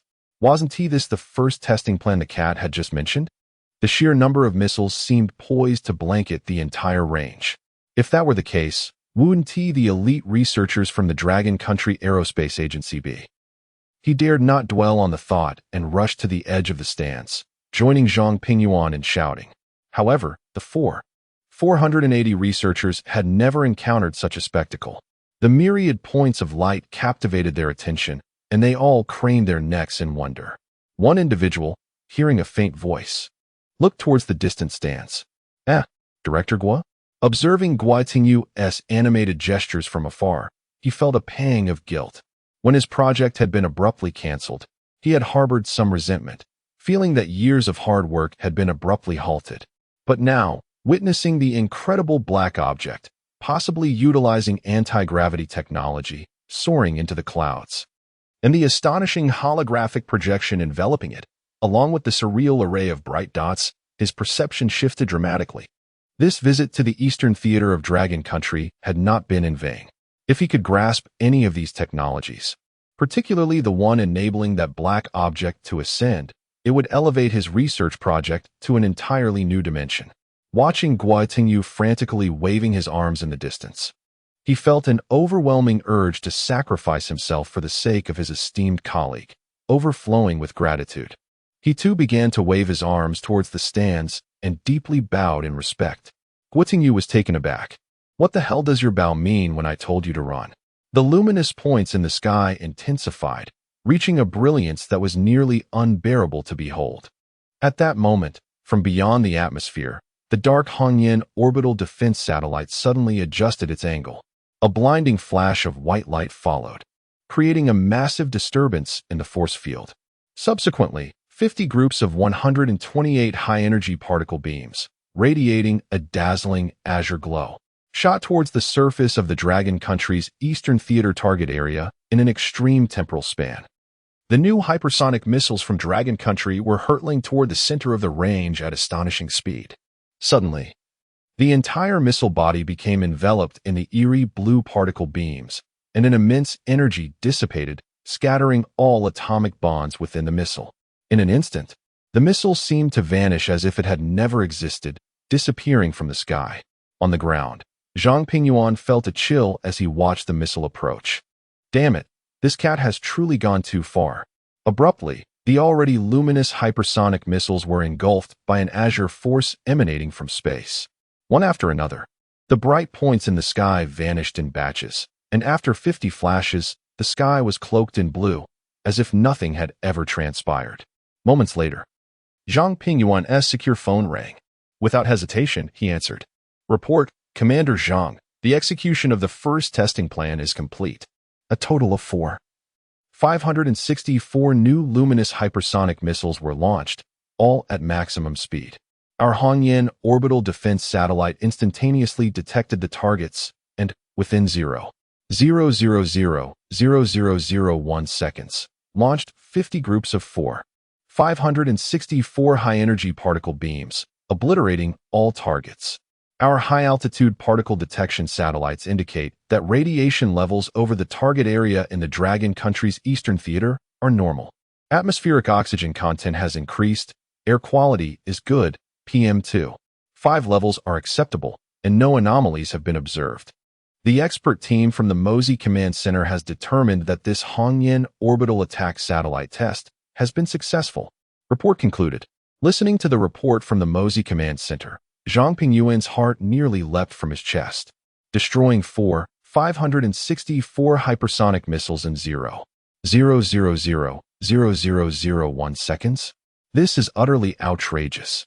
The new hypersonic missiles from Dragon Country have already reached a level unattainable by other nations on Blue Star. Yet when compared to the power of Feng's Hongyan orbital attack satellite, they are of an entirely different magnitude. This is just the power of a single satellite. It is unfathomable to consider what might occur when 586 such Hongyan satellites are fully deployed. At that point, no object would be able to leave Blue Star without the express permission of Dragon Country. With this thought, even Zhang Pingyuan, who had witnessed numerous groundbreaking inventions by Feng, could not help but gasp in astonishment, gazing at the lazy, yawning orange cat on the table. Noticing Zhang Pingyuan's unusual gaze, Yifeng shook his fur and slowly spoke. All right, Commander Zhang. It seems the situation has been resolved. We've already delayed long enough. If you need anything, just call Qinghua. Saying this, he donned his battle armor and prepared to ascend into the sky. Yifeng, wait a moment. Chapter 158. I am determined to make money. Do not hinder me. Just as Yifeng was about to take off, he halted. The armor on his cat-like head flipping upwards, his eyes glaring with a hint of anger at Guotingyu beside him. What was this old man thinking? Summoning so many people to observe? It was already quite enough that he had delayed the proceedings for so long. I have demonstrated the satellite's launch into orbit and conducted relevant tests on its firepower. What on earth could be so urgent that it couldn't wait until tomorrow or the day after? Why, of all times? Must he question me while I am preparing to bathe? Yifeng shot a glare at him. Is there something you wish to discuss, old man? My time is quite precious. Noticing the hostile gaze of the cat and the deep, rumbling sounds emanating from his throat, Guotingyu swallowed hard. It felt as if a dark mist enveloped the cat, and he shivered slightly. Steadying his nerves, Guotingyu slowly began, Cat God, your satellite is simply unbelievable. To be capable of utilizing non-material propulsion to reach space is a stroke of fortune for our Dragon Nation. I truly. Stop right there. If you have no pressing matters, please write me a report later. I really need to return. Yifeng interrupted, his mood further dampened. Wait, Cat God. What I meant to say is, could you possibly share the technology behind the satellite's ascent with our Dragon Nation's National Aerospace Administration? You may not be aware, but all our aerospace projects are currently on hold, likely due to your anti-gravity technology. If we had such technology, the entire aerospace sector of the Dragon Nation could ascend to a new dimension. Upon hearing Guotingyu's words, the dark aura surrounding Yifeng intensified. Cough. Director Gua. This technology was always intended for you. I will find time to bring your team along to recreate some devices. I believe that after a period of exploration, you and the over 4,000 researchers under you will master it. Unless there is anything else, I shall take my leave. Yifeng's words filled Guotingyu with excitement. The aerospace engineering of the Dragon Nation was on the cusp of a transformative leap. He bowed deeply, exclaiming, Thank you so much, Cat God.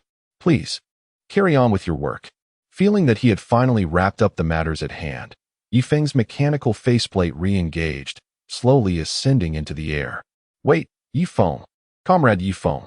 Having already activated 2 layers of shields, Yifeng nearly plummeted from the sky. What on earth was happening today? Was he destined to be stuck at this target range in the eastern war zone of the Dragon Nation? All he wanted was to hurry home for a bath. Why were there so many interruptions? Yifeng turned, a dark expression on his face as he looked at Zhang Pingyuan. Commander Zhang, do you have something to say? Let us be brief and get to the point. Zhang Pingyuan swore that since he had met Yifeng, this was the first time he had seen the cat display such fury, making him feel somewhat apprehensive. Cough. Comrade Yifeng, during my earlier conversation with Elder Long, while he consented to your use of Plan 1 for the satellite's testing, he also mentioned that the consumables for this test, specifically the 564 new hypersonic missiles from our nation, are not included in the special funds allocated for your satellite research. According to Elder Long's instructions, you will need to pay an additional amount. Let me calculate. You are required to pay an extra 28 billion Dragon Nation currency. We have known each other for some time now, and all of us are working towards the nation's prosperity. As the commander of the Eastern War Zone, I will personally take charge of the personnel allocation costs during the launch. Consider it waived. Yifeng immediately plummeted to the ground, tumbling over a dozen times before finally stopping at the edge of a table. What? What did you say? 65 trillion? And you're waiving the labor costs? Yifeng lost his composure, realizing he had dug himself into a grave. The Dragon Nation had always seemed generous with its research funding. After all, they had repaired the massive hole he created with the laser gun in the Eastern War Zone and the pits he had blasted into the sky during the Mosey quantum computing project. But now, being asked to pay 65 trillion was simply unbearable, although the funds he had earned through perilous endeavors could cover some of it. How could he sustain such expenses in the future? He still had many aspirations in the field of illumination yet to be realized. If further cuts were made, it would be painfully detrimental. Feng deactivated all his shields and armor, leaping onto the table. Commander Zhang, you agreed to use Plan 1 as well. This burden is too great. I cannot bear it. 6 trillion. If you could find it in your heart to reconsider, I could design some new and exciting devices for you in return, ensuring your satisfaction and peace of mind. What do you say? Perhaps you could contemplate waiving this fee? Zhang Pingyuan shook his head repeatedly at the sight of the adorable and pleading cat before him. Did you not consider the cost when designing the plan? It seems I have been too lenient. I accepted everything without hesitation, leading to your lack of budgetary awareness. While I am indeed intrigued by the new equipment you mentioned, the finances of the Eastern War Zone are under strict scrutiny from Elder Long. Just last week, Liang Yukai returned from the headquarters, and now the accounts of the Eastern War Zone are no longer solely under my control. Elder Long has organized a team of experts, particularly in the fields of lighting and optical effects, to conduct strict budgeting. All potential costs will be relayed to that department for review. I truly wish I could assist you, but I am powerless in this situation. Upon hearing Zhang Pingyuan's words, Feng retracted his previously charming demeanor, pulling out 18 data storage devices from his neck ring and tossing them onto the table. He then enveloped himself in armor, activating 256 layers of shields that radiated brilliant light as he ascended into the air. These are all the materials regarding the satellite and anti-gravity technology. Study them at your leisure. Should you have any questions, feel free to call. With that, Feng soared into the sky. Witnessing this scene, Zhang Pingyuan panicked. What was happening? Was the cat preparing to abandon his responsibilities? Why, Feng? Where are you going? I am determined to make money. Chapter 159. The cat returns home. As soon as the words left his mouth, Feng abruptly surged into the air, creating a colossal blast cloud that loomed over the eastern battlefield of the Dragon Kingdom. With a resounding boom, it vanished above the target range, leaving the 480 elite researchers from the National Aeronautics and Space Administration of the Dragon Kingdom, gazing curiously at the brilliant light that had shot from the grandstand above. Heavens! What is that? Is it a new aerospace vehicle? It looks remarkably like a UFO. Have we, the Dragon Kingdom, established a collaboration with extraterrestrials? I am utterly fascinated by how it emitted such a kaleidoscope of white light, in stark contrast to the spectacle unfolding below. Zhang Pingyuan furrowed his brow as he watched Feng disappear into the distance. What did he just say? Something about making money? No. Did he just provoke that cat again? Initially, during the testing, he had mentioned to Guotingyu his intention to guide the entire research team through the manufacturing process step by step, addressing all their queries. How could he abandon so much data storage in an instant? Damn it! The anti-gravity technology he possesses is entirely distinct from the rocket propulsion technology currently available on Blue Star. Is he truly certain that leaving behind such a plethora of data and blueprints poses no issues? In an instant, Zhang Pingyuan began to regret his earlier assumptions.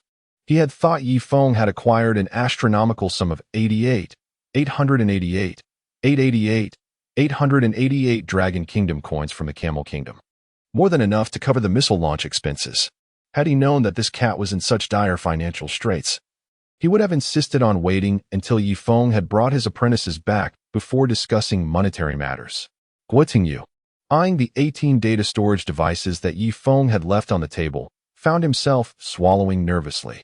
Within them lay the entire design scheme for the satellite, and more critically, the anti-gravity flight technology of the Dragon Kingdom's Aeronautics and Space Administration.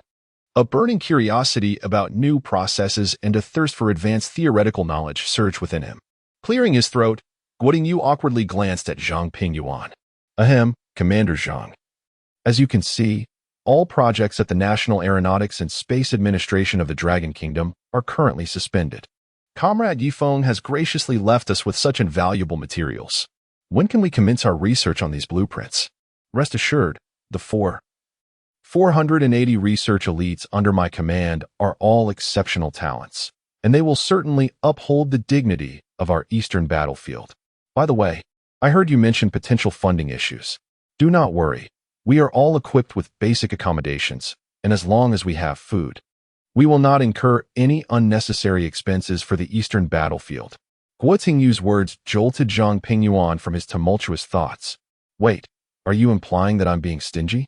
Brother, if you were aware that Yi Feng's missile tests could finance the operations of your aeronautics and space administration for the next 49 years, your reaction would be far more pronounced than mine. Nevertheless, according to the original plan, these individuals were supposed to engage with Yi Feng's Hongyan orbital project. However, it appeared that this task would need to be expedited significantly. Zhang Pingyuan sighed. Director Guo, it's not that I'm being stingy. You simply don't understand how extravagantly this cat spends money. In due time, you'll grasp the gravity of the situation. Since Comrade Yi Feng has entrusted these documents to you, rest assured that I will report to the Elder Long and, after further vetting by the Security Bureau, you will temporarily be incorporated into our military academy of the Eastern Battlefield to undertake classified projects.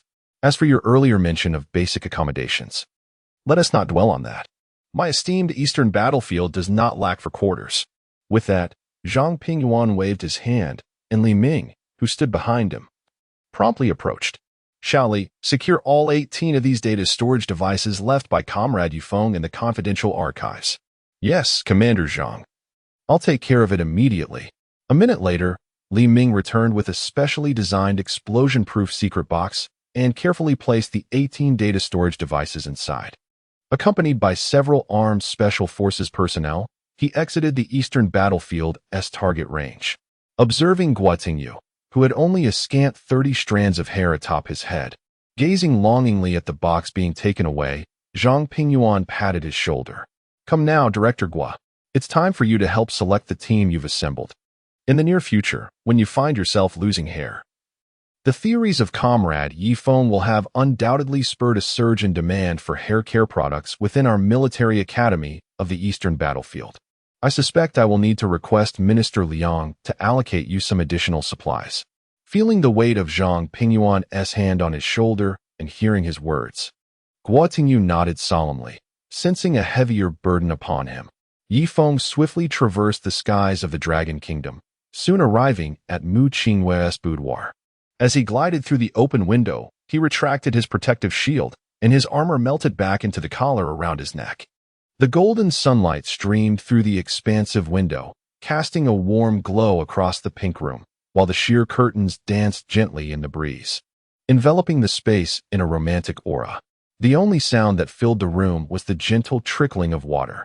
Sensing movement within, Mu Qingwe softly called out, Tai Tai, is that you back? Why did you take so long? Come in quickly. The target range is awfully dusty. You must wash up properly. Upon hearing Mu Qingwe's call, Yi Feng swallowed hard, casting aside thoughts of the 4.6 trillion in the pursuit of wealth. For now, all he desired was to be cleansed. An hour and a half later, Mu Qingwe, cradling her cat, languidly settled onto the sofa, with a piece of dried fish in hand. She attempted to entice her feline companion, but it seemed that her beloved cat had reverted to its earlier state, showing no interest in its favorite treat. Tai Tai, what transpired today? You seem rather unenthusiastic. At Mu Qingwe's inquiry, Yi Feng turned his head. To be candid, he considered himself a conscientious merchant in the eyes of nations beyond the Dragon Kingdom. However, the prospect of earning 4.6 trillion domestically left him at a loss for ideas. His previous ventures had either involved emergency supplies or weaponry. He had not truly contemplated legitimate goods.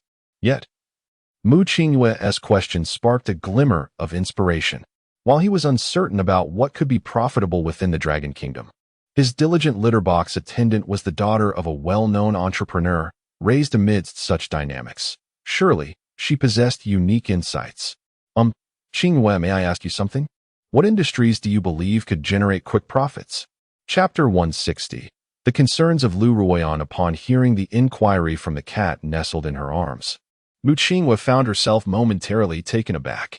But, Tai Tai, didn't you recently venture out to earn some extra money? She mused. The substantial sum still resided in her company's account. Reflecting on the small yellow fish and other treats she had provided for Tai Tai over the last few days, she realized she had not been stingy. Why then, did Tai Tai suddenly have the urge to earn more? Changing her position, She crossed her legs and placed the cat in the center, cradling its head with both hands, and asked earnestly, Tai, is there something you've been hiding from me? Why the sudden curiosity about profitable industries after just one outing? That enormous sum that appeared in our company is still sitting there. If you need it, I can transfer it to you. I just worry that you might be overexerting yourself. You haven't mentioned financial matters much before. Tai-Dai's feline head looked comical, resembling that of a pig. Hearing Mu Qingyue's inquiry, Yifeng felt a sense of helplessness swell within him. Tilting his head, he gazed at her and said, Qingyue, do you know? I've incurred a tremendous debt, 6 trillion. This is merely for the testing expenses. Who knows what other luminous projects might require additional funding? As you understand, light effects are a crucial indicator of technological advancement. Without light, how can technology evolve? I absolutely refuse to compromise on this matter. So I'm considering how to find a reliable industry to support future research. Mu Qingyue was astonished by Yifeng's response, covering her mouth in disbelief. Tai, how much did you say? 6 trillion? Yifeng nodded. After a brief silence, Mu Qingyue exhaled deeply. Tai, while this sum is not negligible, it is manageable. If you're in urgent need, I can transfer the 888 Dragon Kingdom coins sitting in my account. It's no big deal. Even without this money, Tai company can still operate. Lu Ruoyan had previously informed her that ever since the last airshow in the Dragon Kingdom, many were eager for their orange cat, number 1. Some clients from beyond the Dragon Kingdom had even sent deposits without requesting anything specific. Regarding the industries you mentioned, I believe that to accommodate such a large market quickly, aside from real estate, only the automotive industry remains viable. My father has also remarked that the current market for autonomous electric vehicles is still a blue ocean. However, Tai, you know that several enterprises have already established a foothold in the Dragon Kingdom's new energy market. If you enter now, the investment cycle will be lengthy. Gaining recognition in a short time will be exceedingly challenging. Upon hearing Mu Qingyue's words, Yifeng's eyes brightened instantly. Yes, new energy vehicles. Qingyue, you truly have the insight of a prominent family. That's an excellent idea. In this current market environment, nothing serves as a better entry point than new energy vehicles. And as for the fact that several giants have already entered this field, that's not a problem at all. It's all about differentiation. If we can't compete on the ground, why not in the air? We can pioneer a new avenue. Transforming flat driving models into three-dimensional aerial designs and create flying cars.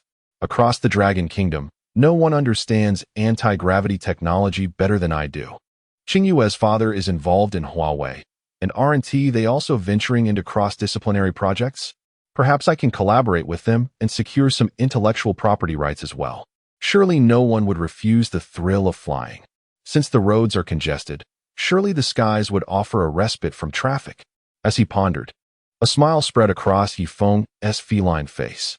Observing the delighted expression of the cat beside her, Mu Qingyue was astonished. Wait, I didn't say anything just now. Why does it seem like you're even happier than when I was giving you a bath? Tai, what are you grinning about? Have you thought of something? I'm genuinely curious. Yifeng wriggled free from her hands, tilting his head to look at her. Qingyue, tomorrow. You must amend your company's business scope to include the manufacturing of new energy vehicles and aerospace vehicles. This time, I intend to earn abundantly. Also, I recall that uncle is working in a research lab at Huawei, right? I have a new project that I'm sure will pique their interest. If the timing is right, perhaps you could arrange a meeting with the company's executive for a private discussion? What? Tai, are you really going to build cars? Mu Qingyue gazed incredulously at the cat in her arms. I already explained that it's quite challenging to penetrate the new energy market in the Dragon Kingdom. Are you sure this isn't a wild goose chase? Yet, contemplating the 888 Dragon Kingdom coins lying in my company's account, it seems only reasonable to support my pet. After all, if it comes to worst, I can always ask my mother for an advance on my future allowance. With that thought, Mu Qingyue hugged the cat tightly. Tai, I believe in you. You will surely succeed. Saying this, she reached for her phone and dialed out. Meanwhile, In the executive office of Taidayu Close Moon Company, Lu Ruoyan sipped her coffee, adjusting her black-framed glasses as she scrutinized the financial report before her. Sighing. She was not distressed due to the company's cash flow issues, but rather because there was simply too much money lying in the Close Moon Company's accounts. Aside from the sudden influx of 88, 888, 888, 888, 888 Dragon Kingdom coins, they had also received numerous orders from outside the Dragon Kingdom, particularly from the Middle East. With no specified delivery dates or items purchased, it seemed as though these buyers were merely depositing money into the company's account, which left Lu Ruoyan feeling quite perplexed. Ever since she joined the company, Chairman Mu Qingyue had acted like a hands-off manager, and figuring out how to spend this money had become a significant headache. Currently, the employee benefits at Taidayu Close Moon Company were nearing an absurd level, with daily work hours capped at 6, a schedule of 3 days on and 4 days off, and a strict prohibition against overtime. Even the cleaning staff earned a monthly salary of 210,000 Dragon Kingdom coins, while ordinary employees earned 520,000, and research personnel's salaries were outrageously high.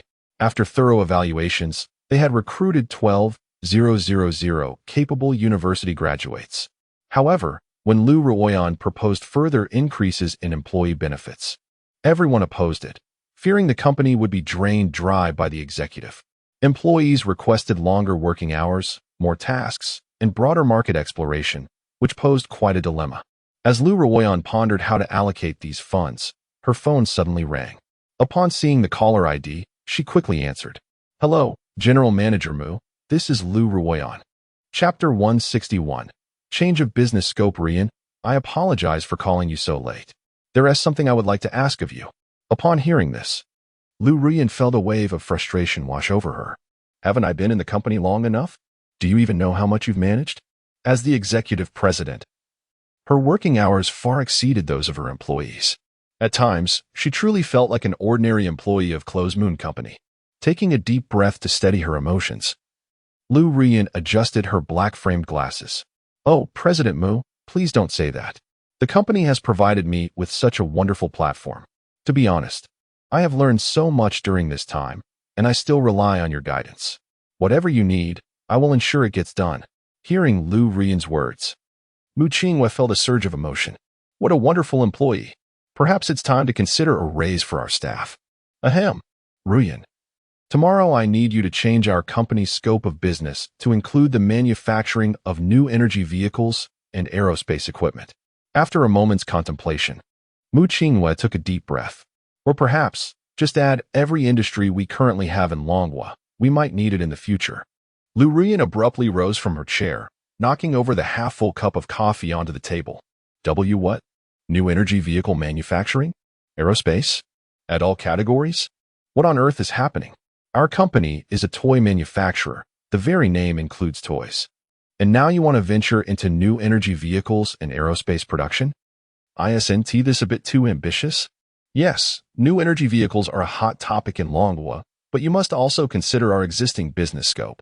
How many people would actually buy new energy vehicles from a toy manufacturer like us with no automotive manufacturing experience? Don't you have a sense of reality as the president? Sure, there is plenty of money in the accounts, and while I understand the desire for heavy investment, isn't this a bit too grand? Are you not concerned about the risks? Ruoyan, you did not mishear. Please proceed with the changes. Soon we will have a new automotive project, including research and promotion. Explain everything to our staff. Reassure them that everything will be fine. Listening to Mu Qingyue's response, Lu Ruoyan swallowed hard. Since the company's president had spoken, she felt compelled to comply. Considering the substantial sum of 88, 888, 888, 888, 888 Longhua currency in the account, it seemed unlikely they would go bankrupt anytime soon. If this young lady wished to take risks, so be it. Very well, President Mu. I will take care of this matter tomorrow. Rest assured, regardless of how the company evolves, I will steadfastly support you. If there is nothing else, I shall hang up now to arrange things. Thank you, Ruoyan. I can hardly imagine what the company would be like without you. Once you're done, do take some rest. After all, health is the true wealth. Don't overexert yourself. Of course, President Mu, you too. After hanging up, Lu Ruyan returned to her seat, adjusted her black-framed glasses, and then picked up the phone to make another call. Although it was quite late, in a high-end residential area where Close Moon Company was located, Zhang Ming was diligently studying new legal knowledge under a lamp, not for job hopping, but because the company provided so much. Since joining Close Moon, he had been compensated handsomely. However, what troubled him was that apart from the recently released half-baked cat-shaped companion robot, he had mostly been in a state of idleness in the office. This made Zhang Ming uneasy. With such a generous salary and no new products, he worried the president might one day decide to let him go. In the current environment, his company had reached an almost mythical status. The true owner had only worked intensively during the launch of Orange Cat No. 1, after which she had vanished from sight, leaving everything to the executive president. Like others, he had tried to persuade Lu Ruyan to reduce their salaries, but the company seemed indifferent to financial constraints, which filled him with apprehension. He was determined to learn more so he could assist the company if needed. Zhang Ming feverishly jotted down notes when suddenly his phone rang. Seeing Lu Ruyan's name, he felt a rush of excitement. This was the first time he had received a call from his superior during the night. His hands trembled slightly as he answered. Hello, Lu. President, how may I assist you? Hearing the slightly agitated voice on the other end, Lu Ruyan felt perplexed. Is this a bad time for my call? Ahem. Director Zhang, I apologize for calling you so late. I just received a call from President Mu. She wants to expand our company's business. Can you make arrangements tomorrow to broaden our scope of operations? Zhang Ming's heart raced with excitement. The president, who rarely visits the company and only knows how to distribute funds, is finally ready to embark on a significant endeavor. It sounds like the company is set to expand its business, which is fantastic news. With that half-baked companion robot, I couldn't even fathom how the company managed to break even. Director Zhang, what are you saying? The company has treated us exceptionally well, never requiring overtime. With such a generous salary, I feel uneasy. Expanding the business is certainly a good thing. Rest assured, I will ensure the scope of operations is changed by tomorrow. What new business does President Mu intend to pursue? I would like to prepare accordingly. Oh, it's nothing much. President Mu wishes to primarily develop the new energy vehicle sector while also venturing into aerospace equipment. As for the business scope, she wants to include all categories currently available in Longhua, such as artificial intelligence, chip manufacturing, and energy mining. In essence, whatever categories exist in Longhua, we shall engage in. The changes must encompass everything. Upon hearing this, Zhang Ming was momentarily stunned. Is President Mu really taking such a big leap? Money shouldn't be spent recklessly. Why would a toy company venture into aerospace, chip manufacturing, and energy? Does President Mu think money grows on trees? Isn't she concerned about the company's stability? Not receiving a response, Lu Ruyan assumed the workload was daunting and gently spoke up. Director Zhang, I realize that changing so many business categories at once is quite a task. Perhaps you and your team could manage? Chapter 162. Oh no. Is that cat up to something? Upon hearing those words, Zhang Ming instantly realized that Lu Ruyan had misunderstood him, and he hurriedly explained, No, Director Lu. It's not that I think the workload has increased. To be honest, we've been quite idle lately, and we would welcome some tasks. However, is President Mu's expansion into such bold business areas a bit too ambitious? Zhang Ming's clarification relieved Lu Ruyan. From the company's inception, there had been no culture of overtime. Suddenly requiring employees to work extra hours to alter the business scope left her feeling somewhat guilty. It seemed she had overthought the situation. Minister Zhang, I understand your concerns. I've discussed this matter with President Mu, who was quite resolute in his tone. The proposed expansion appears to be the result of careful consideration. Since President Mu has already defined the company's future direction, we must devote ourselves to executing this plan effectively. Wouldn't you agree? As long as Zhang Ming was aware that President Mu had not made this decision impulsively, it was reassuring. Certainly, Director Lu. Leave this matter to me. I will ensure it is executed flawlessly. Well then, I won't disturb you further. I look forward to your good news. Rest assured, and take care. After hanging up the phone, Zhang Ming felt a rush of excitement as he glanced at the 678 000 yuan bonus that had unexpectedly arrived in his account the previous day. Finally, it was time to make significant strides. In an environment where secrets are hard to keep, especially within the company, news of the impending expansion into the realms of new energy and aerospace manufacturing swiftly spread to every corner. Like Zhang Ming, everyone was invigorated by the prospect. This is fantastic. The company is finally gearing up for substantial endeavors.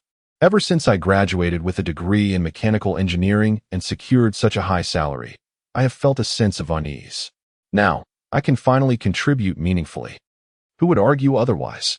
My recent in-depth study of Blue Star's latest papers has sparked new ideas. At last, I can lend my strength to the company.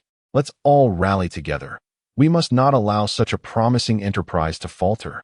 In an instant, every employee of Closed Moon Toys was brimming with enthusiasm. The next day, at the local Dragon State Administrative Hall, Li Shui stood perplexed before the extensive application for the company's business scope alteration. She glanced at Zhang Ming, who sat outside the window, adorned with gold-rimmed glasses and a broad smile. Her brow furrowed. Typically, changing a company's operational procedures was a matter of mere clicks on a computer. Yet, the application she held was over 100 pages long. Are you certain this wasn't copied from somewhere? This toy company of yours suddenly expands into so many areas. What exactly are you planning to do? She felt uncertain. Li Shui decided to be cautious and sought to consult her superior. Sir, please hold on a moment. Our computer is experiencing some issues. Could you possibly return this afternoon? Alternatively, once processed, we can deliver the revised business license to you. What do you think? Initially filled with determination to support his excellent company, Zhang Ming felt equally thrilled at the prospect of returning later. Oh, that is perfectly fine. If it's a computer issue, I'll certainly return this afternoon. Thank you for your hard work. With that, Zhang Ming exited the local administrative hall, leaving Li Shui puzzled. Was everyone in this company so spirited? Nonetheless, she needed to report this matter promptly. On the second floor of the Dragon State Administrative Hall, the head of business approvals was engrossed in his work. With Dragon State's rising military stature on Blue Star and the gradual improvement of industrial transformations, the economy, particularly in foreign trade, had experienced significant growth, resulting in a plethora of new enterprises emerging. Suddenly, the office door swung open. Director Wang, there's a rather peculiar business scope alteration application here. I brought it for you to review. At the sound of Li Shui's voice, Director Wang paused his work and took a sip of Longjing tea. Ah, Xiaoli, you've become a key member of our team. What could possibly stump such a talented individual as yourself? Let me see. However, when he glanced at the application that resembled a tome, his eyes began to twitch. This must be a complete copy of the entire business scope. Ridiculous. Didn't you explain that the company's business scope should be filled out accurately and based on its actual operations? I must see which company has submitted this entire directory. As he flipped to the application's first page, his heart sank upon seeing the name Closed Moon Toys. If it were an ordinary company, such careless submissions could easily be dismissed. However, Closed Moon was different. It was a company that had been specifically highlighted for special consideration by the Ministry of Commerce. Unless there was something particularly egregious, they were to receive a smooth path forward. Yet, the over 100 pages of proposed changes were indeed outrageous, leaving him at a loss. Cough, cough. Xiaoli, please inform the gentleman who just visited that our computer is malfunctioning, and I will provide a prompt response. After dismissing Li Shui, he wasted no time reaching for the phone. Hello, leader. I have a document here. Soon. The application for the business scope alteration from Closed Moon Toys was escalated through various levels, eventually landing on the desk of Wu Yichen, the Minister of Commerce for Dragon State. As he scrutinized the cover of the business alteration application, Wu Yichen shook his head, noting the need for improvement in the operational capabilities below him. How is it possible that an application for a company's business scope alteration ends up on my desk? As he leafed through the 100-plus pages, even Wu Yichen frowned. What kind of company expands its scope to include the entire directory? Curiosity piqued. He was taken aback when he finally recognized the name of the applicant company. Closed Moon Toys? This company was one that Long Lao had specifically instructed to prioritize. He was familiar with its legal representative, Mu Qinghua. Suddenly, He recalled a recent clandestine meeting where a certain cat spoke eloquently about a rail defense system, and a chill ran down his spine. Oh no. Is that cat up to something? Chapter 163. The call from Elder Long upon reflecting on the recent application for a change in the business scope of the Closed Moon Toy Company. Wu Yichen felt a chilling sense of foreboding, particularly regarding the aerospace equipment involved. It seemed rather reckless to entrust such matters to a private enterprise. Wasn't that cat recently engaged in the Hongyan orbital defense program in the Eastern Theater of Long Nation? Why was there suddenly a connection to Muqing Yue's toy company? The more he pondered, the more uneasy he became, prompting Wu Yichen to seize the application and rush out of the office. This was an issue that could not be resolved by Tucker alone. It was best to report directly. In Longying, Long Nation, within Elder Long's office, Wu Yichen stood upright. The room enveloped in silence, save for the sound of pages being turned. Elder Long, adjusting his glasses, scrutinized each added item on the application submitted by Closed Moon, his brow gradually furrowing. This cat intended to transform Qingyue's company into a unique, comprehensive industrial chain on the entire Blue Star. Reflecting on recent events, he realized there had been no provocations towards that cat. Could it be that there were issues on Zhang Pingyuan's end? After a moment's contemplation, Elder Long spoke slowly. Comrade Wu Yichen, I am in principle in agreement with the expansion of this toy company's business operations. However, we must communicate with their president, Ms. Mu Qingyue, regarding the specifics. Our state-owned assets in Long Nation need to participate as stakeholders, similar to the investment made by Longting Technology Group and Haixin Bio. Furthermore, we will not interfere with the company's operations. In return, provided we adhere to major principles, we will facilitate matters concerning funding, talent, technology, and policies of Long Nation. Correspondingly, we shall prioritize obtaining authorization for advanced technologies. Comrade Wu Yichen, you must understand that while this company appears to be under Ms. Mu Qingyue's leadership, it cannot be denied that Comrade Feng is also involved in the background. Therefore, you must ensure the necessary safeguards are in place. Do you comprehend? Upon hearing Elder Long's words, Wu Yichen gained a deeper understanding of the Closed Moon Toy Company. This was a company personally chosen by Elder Long, and he must provide meticulous support. Yes, Elder Long, rest assured, we will ensure comprehensive assistance for this company. A slight nod from Elder Long signaled his approval. Go now. And do not keep this company waiting too long. Yes, Elder Long, I will attend to it immediately. With that, Wu Yichen respectfully exited the office. Elder Long's fingers rhythmically tapped on the application from Closed Moon as he contemplated before picking up a secure phone to make a call. Just after Feng had departed from the Eastern Theater's test site, a bewildered Zhang Pingyuan found himself compelled to convene an analysis discussion at the Military Academy of the Eastern Theater, organizing efforts to tackle the technological data that Feng had left behind, categorized by phase, department, and type. Commander Zhang, the situation is as follows. We plan to prioritize research and development on the anti-gravity technology from Comrade Feng's data, aiming for a breakthrough within a year, to apply this technology to our aircraft and spacecraft. Upon hearing Guotingyu's report, Zhang Pingyuan nodded. Given the expanded capabilities of the Eastern Theater's Military Academy, the only personnel relevant to Feng's anti-gravity technology were those brought by Guotingyu. After all, he had provoked that cat, who, in a fit of anger, had turned to business. With a sigh, Zhang Pingyuan rose. Comrades, this pertains to the future development of Long Nation. You must.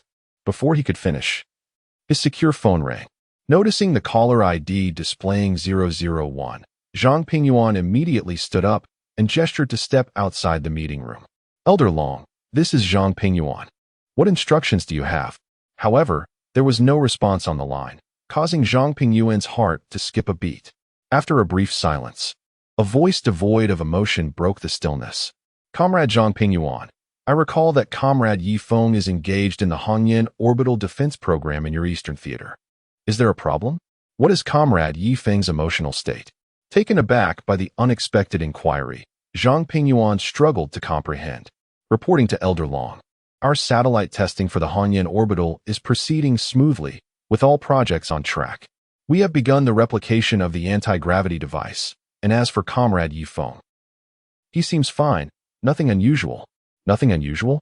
Then please explain to me why this cat, who was diligently engaged in research, suddenly altered the business scope of Moon to include new energy vehicles and aerospace manufacturing? What? What is that cat trying to achieve? Zhang Pingyuan's heart sank upon hearing the latest news about Feng. Isn't this about me returning for 6 trillion? Are you truly in such dire need of funds? Upon reflection, he realized he could not shoulder the blame. Ahem, Elder Long, this matter cannot be attributed to me. You were the one who stated that the materials for this experiment were not included in the budget, leaving that cat to bear the costs. Elder Long was momentarily taken aback by Zhang Pingyuan's explanation. How much? For 6 trillion? That certainly clarifies his actions. However, having said that, can we take those words back now? Ahem, Comrade Zhang Pingyuan, one must be adaptable in all matters. Let this incident pass for now. In the future, should you encounter such substantial expenditures, report directly. By the way, you must closely monitor what Comrade Feng is doing with those new energy vehicles. Provide assistance wherever possible. That cat's creations are anything but ordinary. Yes, Elder Long, you can rest assured that I will respond to any request from Comrade Feng. After hanging up the phone, Zhang Pingyuan gazed at the rising moon and sighed, deciding it best not to disturb them further, planning to inquire the following day. Meanwhile, at the entrance of a high-end residential area, Zhang Ming felt somewhat dejected. He had intended to visit the Long Nation Service Hall that afternoon to collect a new business license, only to discover that the computers there were still under repair. Having been there for quite some time, this was a first. He had been eager to embark on ambitious endeavors, full of enthusiasm, only for the grand declarations made last night to come to naught today, leaving him feeling profoundly disheartened. Just then, a red flag vehicle approached swiftly, coming to a sudden halt beside Zhang Ming. Chapter 164. Is this a confidentiality agreement? The sudden screech of brakes startled Zhang Ming. Could it be that today was already fraught with misfortune, and now he was to face yet another calamity? However, upon turning around, his eyes widened in disbelief. Emerging from the red flag vehicle was a man clad in an administrative jacket, clutching a sizable folder in his hand. You are that business official from the television. Before he could finish his sentence, the man took a couple of steps forward, excitedly grasping Zhang Ming's hand. Ah, comrade. You must be the employee from Moon Toys. I've finally found you. My apologies. Our service hall-esque computer has just been repaired, and I didn't want to delay your normal operations. Here, I brought your new business license. As he spoke, he handed the folder to Zhang Ming. Cough, cough. Comrade, your newly applied business scope is indeed extensive. We printed a couple of extra copies. It's getting late, so I won't impose on you any further. If you need anything, do remember to contact us.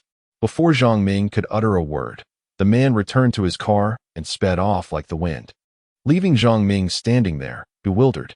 What had just transpired? Was the current level of service already at such a remarkable standard? Nonetheless, he was relieved that his matters were settled, providing a satisfactory report to General Liu. At this very moment, the headquarters of Longwohui was ablaze with light.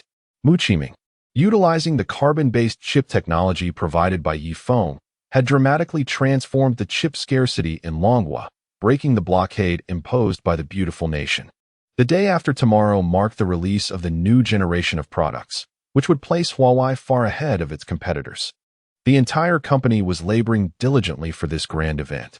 Mu Qiming had just completed the testing of the next-generation smartphone chip, removed his work attire, and was preparing to return to the dormitory provided by the company.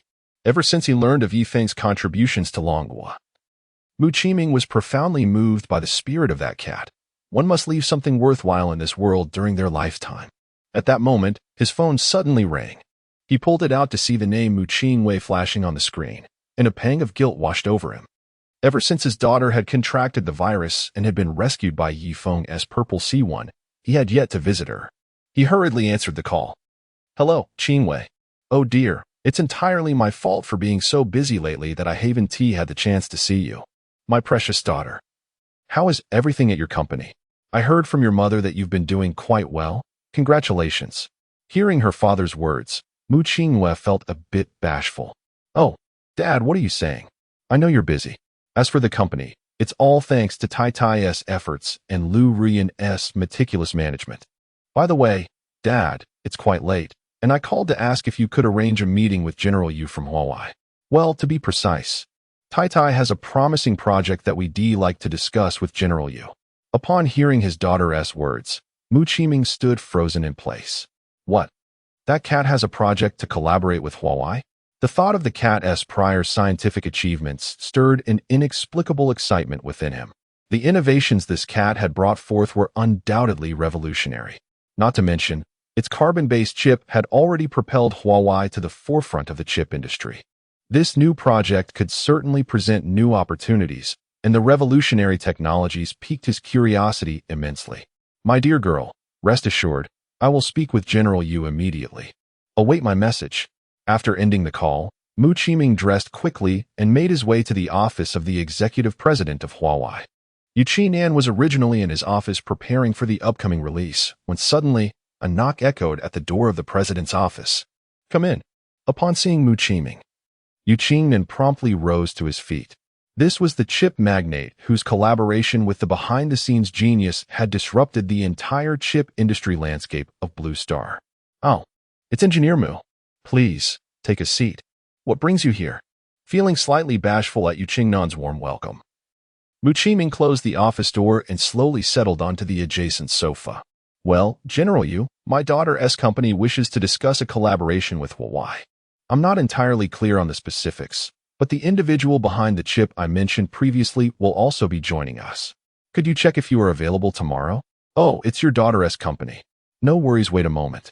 Did you just say who is coming? Is it the one providing the carbon-based chip technology? Yu Qingnan abruptly stood, his mind racing. The current situation of Huawei was largely due to the contributions of that behind-the-scenes genius. If they could connect with this individual, he could hardly fathom the magnitude of what lay ahead for Huawei. Nodding in affirmation, Mu Qiming replied, Yes, General Yu, that person is indeed coming. And I believe they are eager to collaborate with our company. Yu Qingnan paced excitedly around the office. Excellent. I've longed to meet this remarkable scientific talent. Rest assured, I will clear my schedule tomorrow to ensure I meet this distinguished individual. All right, General Yu, I'll call my daughter right away. The next day, well before the appointed time, Yu Qingnan and Mu Qiming eagerly awaited at the entrance of Huawei headquarters, astonishing all the employees.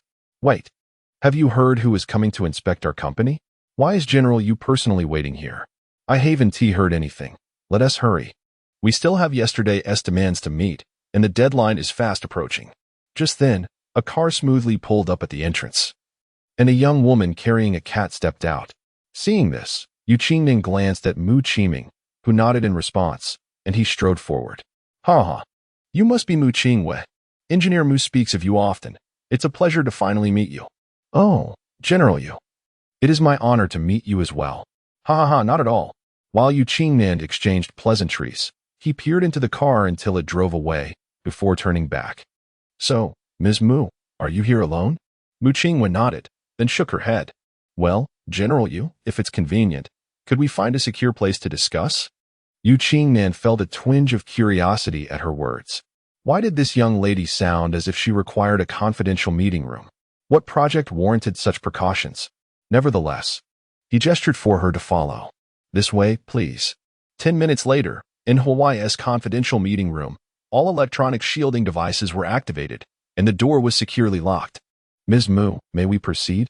Mu Qingwen nodded, then retrieved a document from her bag and handed it over. Yu Qingnan smiled and shook his head as he accepted it, but his eyes widened in shock upon reading the contents. This is a confidentiality agreement. Chapter 165.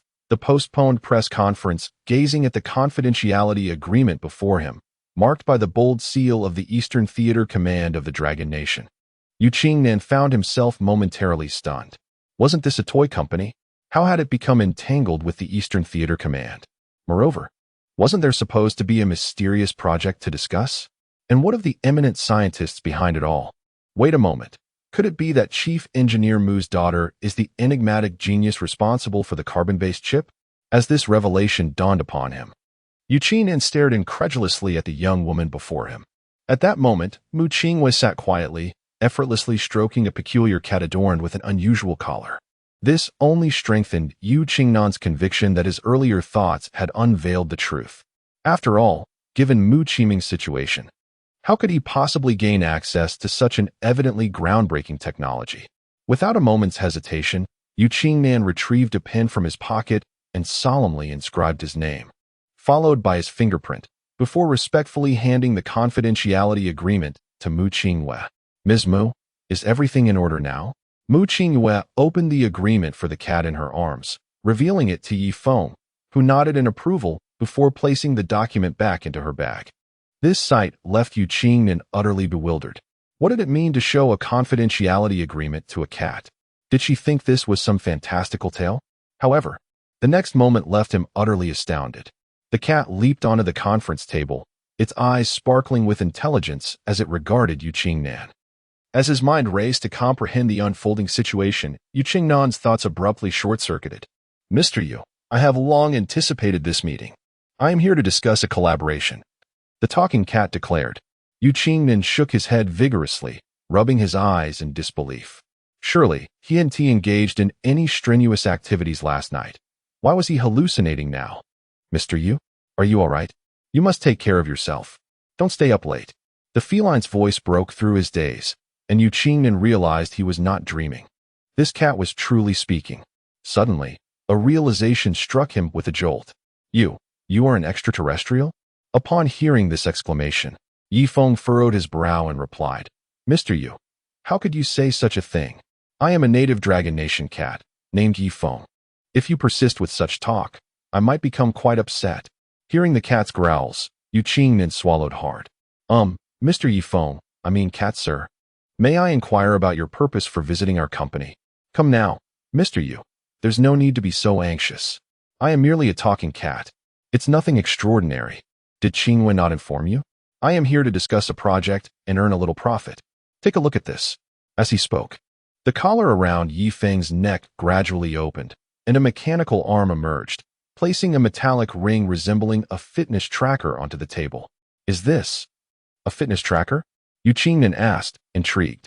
Indeed, it appears to be a fitness tracker, and it functions as one, albeit significantly more advanced than the models you released years ago.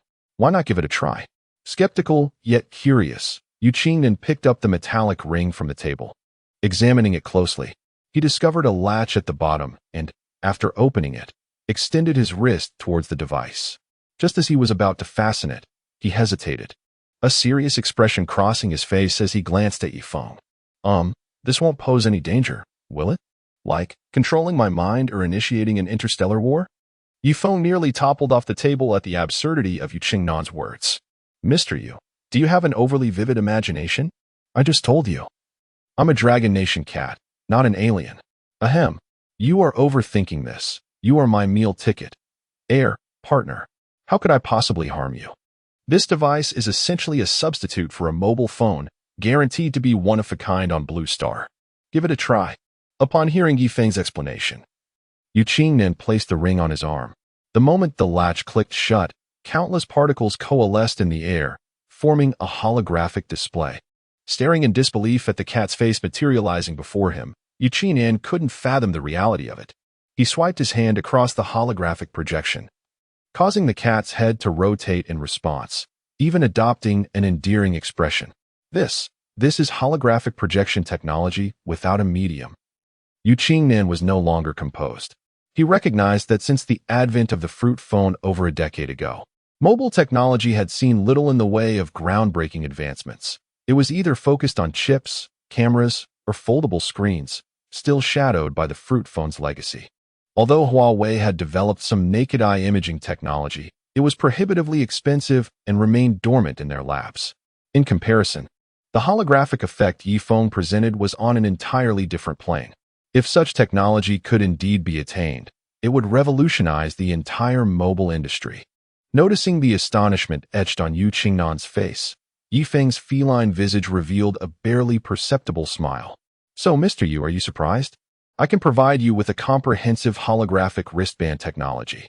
The entire holographic projection operating system can be tailored to your unique system. And this wristband supports all current communication protocols, connecting seamlessly to the Dragon Nation's satellite network for real-time communication across Blue Star. All that was required from you is a modest revenue share. So what do you think? Are you interested? Upon hearing Yi Feng's proposition, Yu Qingnan's heart raced with excitement.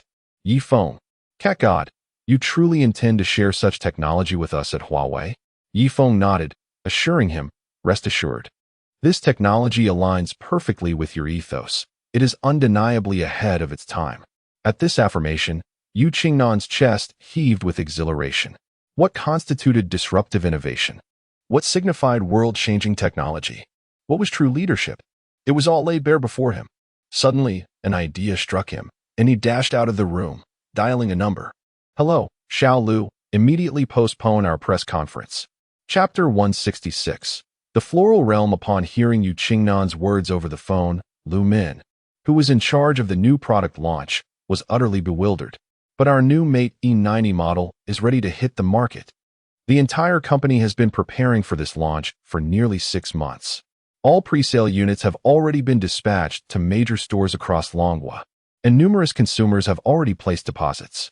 With just 1 day left before the launch, I have secured the venue, arranged for the media, and booked the band. Are you really saying that we must urgently halt the launch? The press conference is scheduled for tomorrow, and the media hype has already begun. Isn't calling it off a bit extreme? Now we have updated technology, and if we must delay, so be it. This time, we will utilize the new model to stage a complete turnaround and revolutionize the Blue Star mobile industry. Lu Min felt a chill run down her spine at Yu's resolute declaration. It was clear that he was unwavering in his decision to postpone the launch. What could she do? Yu, what about the phones that have already been sent to our distributors across Longhua? Let them hold on to them for now and give them away as gifts. First come, first served. I have other matters to attend to, so please proceed with the execution. With that, Yu Qingnan hung up the phone. This was a gamble he was willing to take, and the odds were in his favor. This time, Huawei would ascend to the pinnacle of the world. Yu Qingnan straightened his clothes and returned to the secret meeting room.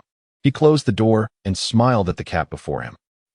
Cat god, I have just canceled the press conference to fully promote our wristband. By the way, what did you say about meal tickets? I would like to inquire about the pricing of our tickets. Hearing Yu Qingnan's words, Yi Feng's eyes twitched in disbelief. Is your execution capacity too high? You canceled the launch without even asking about the production timeline? Isn't that a bit too costly? However, it might be for the best. The wristband would surely yield substantial profit upon release, and for the sake of his 46 trillion debt, it was worth the risk. To be honest, I'm a bit short on funds. I will give you 45, the entire profit margin. Cat god, you know that our company has recently faced sanctions from the beautiful country, and R&D expenses have been quite significant. Moreover, even with your complete set of technical blueprints, we still need to manufacture new equipment and create a new automated production line. The costs involved are quite considerable. So this is the best I can offer. I hope you understand. What? 45? Are you being a bit excessive as a president? I was just about to propose 15, and now you raise it to such a standard that I feel rather embarrassed. Cough. That's not a problem. I fully understand our Huawei situation. Assisting our Longhua enterprises in rapid development is a responsibility I cannot shirk. As for the production line issue, you need not worry. Your existing wristband production line can be adjusted for immediate mass production, and as for the holographic core, Qingyue's Closemoon Company will supply everything. Rest assured, we will provide ample quantities, and I can produce as much as you need. Corresponding technology will also be provided to cultivate more holographic technology talents, which would undoubtedly benefit Longhua. Yi Feng's words instantly illuminated Yu Qingnan's eyes. If what this cat claimed was true, and they only needed minor adjustments to commence mass production, it was entirely possible that this groundbreaking communication device could be launched across Longhua by next month. Huawei would leap to become the leading communication supplier across the Blue Star. At that moment, you felt justified in his willingness to concede 45 of the profits. Fearing that the cat might change its mind, he quickly interjected. Cat god, let's finalize this matter immediately. I will prepare the contract right away. With that, Yu Qingnan rushed towards the door. Wait a moment, Yu. Upon hearing Yi Feng's words, Yu Qingnan spun around, his eyes seemingly brimming with tears. Cat God, you must not go back on your word. We at Huawei have suffered suppression for so many years. If you stop. When did I say I would go back on my word? The tears in Yu Qingnan's eyes vanished as quickly as they had appeared. Cough. Cat God, I might have been a bit presumptuous. Is there anything else you need me to do? The scene before Yi Feng left him momentarily stunned. Where did you learn such acting skills? There is not a hint of discord. Since a connection had already been established with Huawei, it was time to leverage his reputation. It is like this. I am aware that Huawei has made significant advancements in the field of autonomous driving over the past couple of years, and the vehicles you have released are leading the entire new energy vehicle sector. Our Close-Moon company also plans to enter the new energy vehicle market. Upon hearing the words new energy vehicles, a thought sparked in Yu Qingnan's mind. He was quite familiar with the autonomous driving domain. Without waiting for Yi Feng to finish, he patted his chest and declared, Cat God, I understand your intention. Rest assured, we will provide our complete autonomous driving system to the Qingwei company free of charge, ensuring that your vehicles remain far ahead with our best algorithms. As he spoke, you wore an expression of immense pride. You misunderstood my point. I actually have a proposal for you to consider.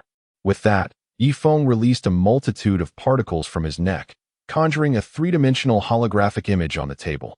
At the center floated a futuristic, sci-fi-inspired shuttle car, surrounded by endless skyscrapers. This sight left Yu Qingnan, standing nearby, utterly astonished. Is this a flying car? Yi Feng nodded. Indeed, Yu. This is the second project I wish to discuss with you, the flying new energy vehicle. This car utilizes non-material anti-gravity technology, allowing it to fly freely above the surface of the blue star. It can reach speeds of 1,800 kilometers per hour and is equipped with luxurious leather seats. The entire exterior is made from high-strength, luminescent materials that can change color according to the owner's mood. Unlike traditional road traffic, this flying car can effectively avoid congestion by fully utilizing vertical space, forming a three-dimensional traffic network and alleviating the urban traffic burden. Following your ideas for the vehicle, I have named this car the Celestial Realm. As Yi Feng elaborated, Yu Qingnan was once again left in awe. Huawei's Celestial Realm. Chapter 167. You must compensate for this as he gazed at the holographic screen displaying the shuttle-shaped vehicle and listened to Yi Feng's narrative. Yu Qingnan felt a surge of excitement within him. If they could truly bring such a vehicle to fruition, it would not merely signify being ahead. It would be akin to soaring into the heavens. They provided not only the concept, but also the technology. And what was even more commendable was that they had already named it Flower for the Heavenly Realm. This was nothing short of a nurturing level of technological support. How could one possibly refuse the opportunity to leverage the technology priced by Blue Star? Yu Qingnan abruptly dashed to Yi Feng's side, his eyes gleaming with fervor. Cat God, what merit or virtue do I possess to receive such favor from you? Rest assured, the new vehicle from Close-Moon, under Mu Qingwei, will be front and center at the next launch event. Do express any requirements you may have. This extraordinary technology soaring into the skies was something they simply had to acquire. Observing Yu Qingnan's enthusiastic demeanor, Yi Feng licked his lips and chuckled. Indeed, this is splendid. With the support of Flower for the Heavenly Realm, Close-Moon's vehicles will attract a substantial audience, sparing them from being dismissed as mere toy cars. Ahem, Mr. Yu. Witnessing your company soar on Blue Star has always been my aspiration. As a feline representative of Longhua, I am genuinely delighted to collaborate with you. Thus, my demands are modest. Aside from the Heavenly Realm, I will still require a 35 licensing profit on other vehicles. How does that sound? Upon hearing such terms, Yu Qingnan felt he had struck gold in this negotiation. Compared to the cost of leading the entire Blue Star with flying cars, this fee was practically a gift. Very well, Cat God. I will prepare the contract immediately. Let us finalize this matter at once. Just as the words left his mouth, a deafening explosion rang out as the meeting room's door was blown off its hinges. In quick succession, several tear gas canisters were launched into the room, filling it with a dense white fog. The tear gas stung everyone's eyes, and violent coughing ensued. Witnessing this chaos, Yi Feng furrowed his brow, thinking to himself, damn it. Was I too cautious? Who has the audacity to invade Longwa for an armed kidnapping? And what is that Zhang Pingyuan up to? After all the advanced equipment I've provided, how could he not fend off the airborne invaders? Noticing Mu Qingwei, who was weeping and coughing violently beside him, Feng acted without hesitation. He leapt to her side, and countless particles erupted from his neck ring, enveloping her securely. His armor instantly covered him, and the dazzling 256-layer shield illuminated the meeting room brilliantly. Whoever you are, you have provoked my wrath. Do not blame me if I turn you into atoms. Yet, the next scene caused Feng to lose his composure. Amidst the thick tear gas, 3 Orange Cat No. 1 units strode in, their eyes flashing with red targeting lasers. An artificial intelligence crisis? The appearance of these 3 Orange Cat No. 1 units startled Feng. However, something felt amiss, given Lingling's presence. These units from Longwa should not have succumbed to such inferior control. Lingling, come forth. At Feng's command, a pink cat leaped into his armor's holographic display. What is your command, father? Wait, Lingling, you haven't inadvertently unleashed any peculiar entities in Longwa, have you? Is there any rogue artificial intelligence in rebellion? Lingling puffed up her cheeks, clearly displeased. Father, how could that be? I haven't sensed any low-level artificial intelligence. However, the military systems are outside my routine monitoring. Please allow me a moment to investigate. As her words fell, the systems, including the Mosey Command Center and all internal supercomputers of Longwa's military, momentarily stalled for 0.01 seconds. Father, I have checked, and there is no evidence of artificial intelligence like last time with Snoopy.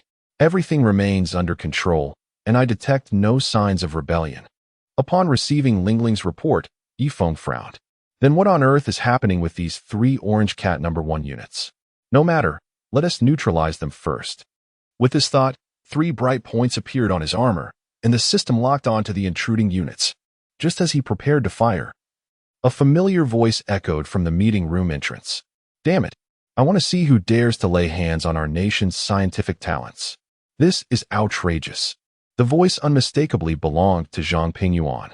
The bright points surrounding Feng vanished in an instant, and he swiftly exited his armor to confront Zhang Pingyuan, who had intended to uncover which spy had the audacity to intrude.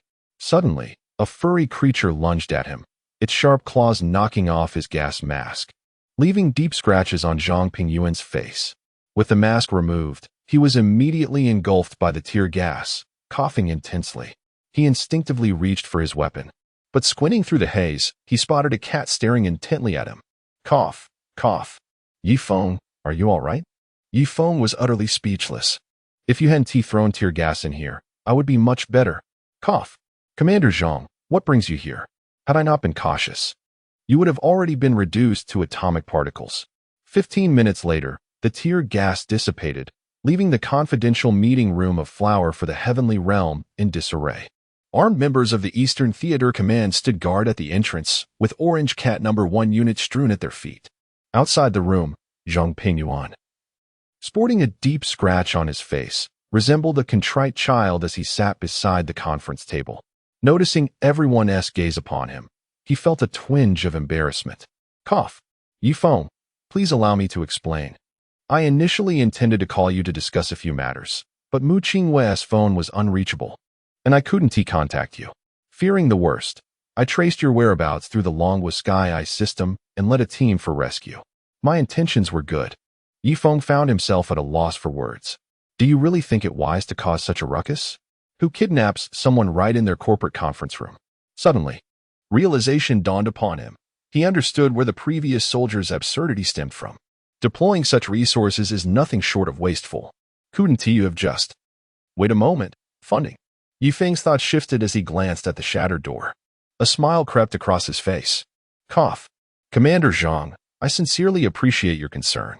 However, let us be clear, you must compensate for that door. Chapter 168. Exorbitant compensation what? You want me to pay for the door? Zhang Pingyuan stood in a daze, gazing at the conference room door that lay broken on the ground in the distance. What is going on? Why are we discussing compensation without any explanation? However, considering the material of the door, it shouldn't cost too much. If I must pay, so be it. Ahem. Comrade Feng, You are absolutely right. We have indeed damaged the conference room door, and compensation is warranted. This is a mistake on our part. He then turned his gaze to the side, towards Yu Qingnan. Rest assured, Mr. Yu, please assess the losses caused by this operation, and I will ensure that the Eastern War Zone of Longwa reimburses you in full. Seeing Zhang Pingyuan, adorned with military insignia, make such a promise, Yu Qingnan felt a pang of anxiety. It was merely a door, after all, and even with the soiled tables and chairs, the cost was minimal.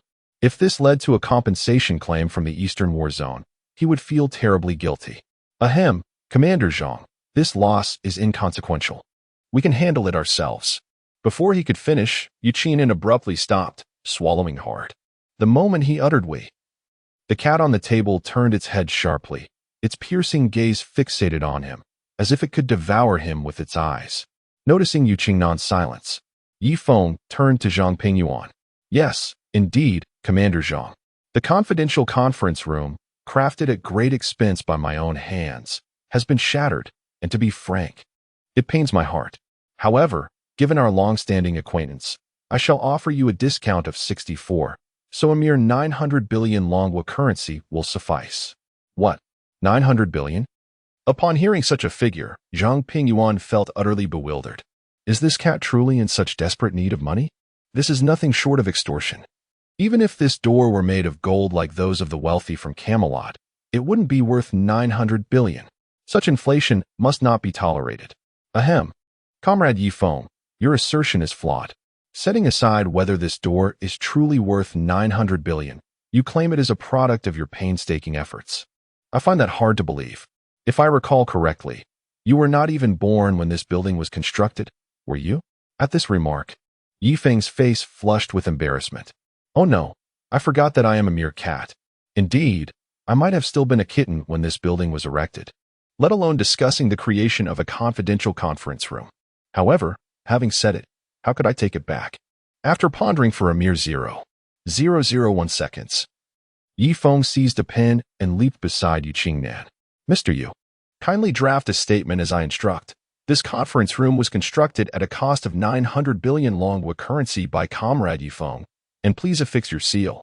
Yu Qingnan was utterly incredulous. Are you seriously fabricating a document right under the commander of the Eastern War Zone's nose? But, cat god, could this be? Holographic wristband. Upon hearing those words, Yu Qingnan gulped. Cat god, even so, I cannot. Huawei Tianjie. Those 4 words sent Yu Qingnan into a frenzy. Very well, those 8 words are priceless. He picked up the pen. This is not merely about my greed for advanced technology. It pertains to the rise of Longwa's mobile and automotive industries. Yes, indeed, I am acting in the interest of the nation, not for personal gain. For the sake of Longwa, what is a small sacrifice? Yu Qingnan's pen danced across the A4 paper, fervently signing his name. He took a deep breath, solemnly stamping it before respectfully handing the document to Yi Feng. Zhang Pingyuan was utterly astonished by the scene before him. Are you two truly treating me as heir? Committing fraud in front of me? Yet, he understood that Yu Qingnan relented only after hearing about Huawei Tianjie. This is undoubtedly a groundbreaking innovation. Yi Feng extended a mechanical arm, taking the document Yu Qingnan provided and presenting it respectfully to Zhang Pingyuan. Commander Zhang, I did not lie. This conference room was indeed crafted with great care by me. You see, this is the proof provided by Huawei. Surely, you can proceed with the payment now? Observing the still-drying ink on the paper, Zhang Pingyuan's eyelids twitched. Nonetheless, this serves as a form of evidence, allowing him to report back. Very well. Since Comrade Yi Feng has produced such a document, and the conference room was indeed created with your efforts, it is only reasonable for us to compensate accordingly. Now that our misunderstanding has been resolved, Comrade Yi Feng, you may return with Mu Qingyue. Given your status, we will transfer the funds to the account of Tai Yu Closemoon Toy Company. Does that sound acceptable? Upon hearing Zhang Pingyuan's promise, Yi Feng nodded. Subsequently, particles surged from the collar, replaying the scene of Zhang Pingyuan's assurance. Very well, Commander Zhang, since all matters are concluded, my companion and I shall take our leave. He then turned to Yu Qingnan. Mr. Yu, regarding our earlier discussions, please liaise with Qingyue's Tai Yu Closemoon Company. We shall be on our way. Yu Qingnan nodded, while Zhang Pingyuan let out a sigh, as if accustomed to the cat's methods. Truly, a paragon of scientific diligence, always meticulous in leaving a trace. Once Mu Qingwei exited the conference room with Yu Feng in her arms, Zhang Pingyuan turned to Mu Qiming. Mr. Mu, please step outside for a moment. I wish to discuss some matters with Mr. Yu. Upon hearing Zhang Pingyuan's authoritative words, Mu Qiming nodded. Understood, Commander Zhang. Mr. Yu, I shall excuse myself. Soon. The conference room was left with only Yu Qingnan and Zhang Pingyuan. Zhang Pingyuan's penetrating gaze made Yu Qingnan uneasy. So, Mr. Yu, can we now discuss the wristband and Huawei Tianjie? For the next half hour, Yu Qingnan divulged everything regarding the holographic wristband and flying cars, leaving Zhang Pingyuan thoroughly astonished. No wonder Yu Qingnan, the president of such a substantial corporation, would support that cat's antics. These inventions, particularly the flying car, could indeed transform the very fabric of Longhua. This matter was beyond his capacity to resolve. 2 hours later, Yifeng's document claiming 900 billion and a detailed explanation of the flying car and holographic wristband projects lay on Long Lao's desk.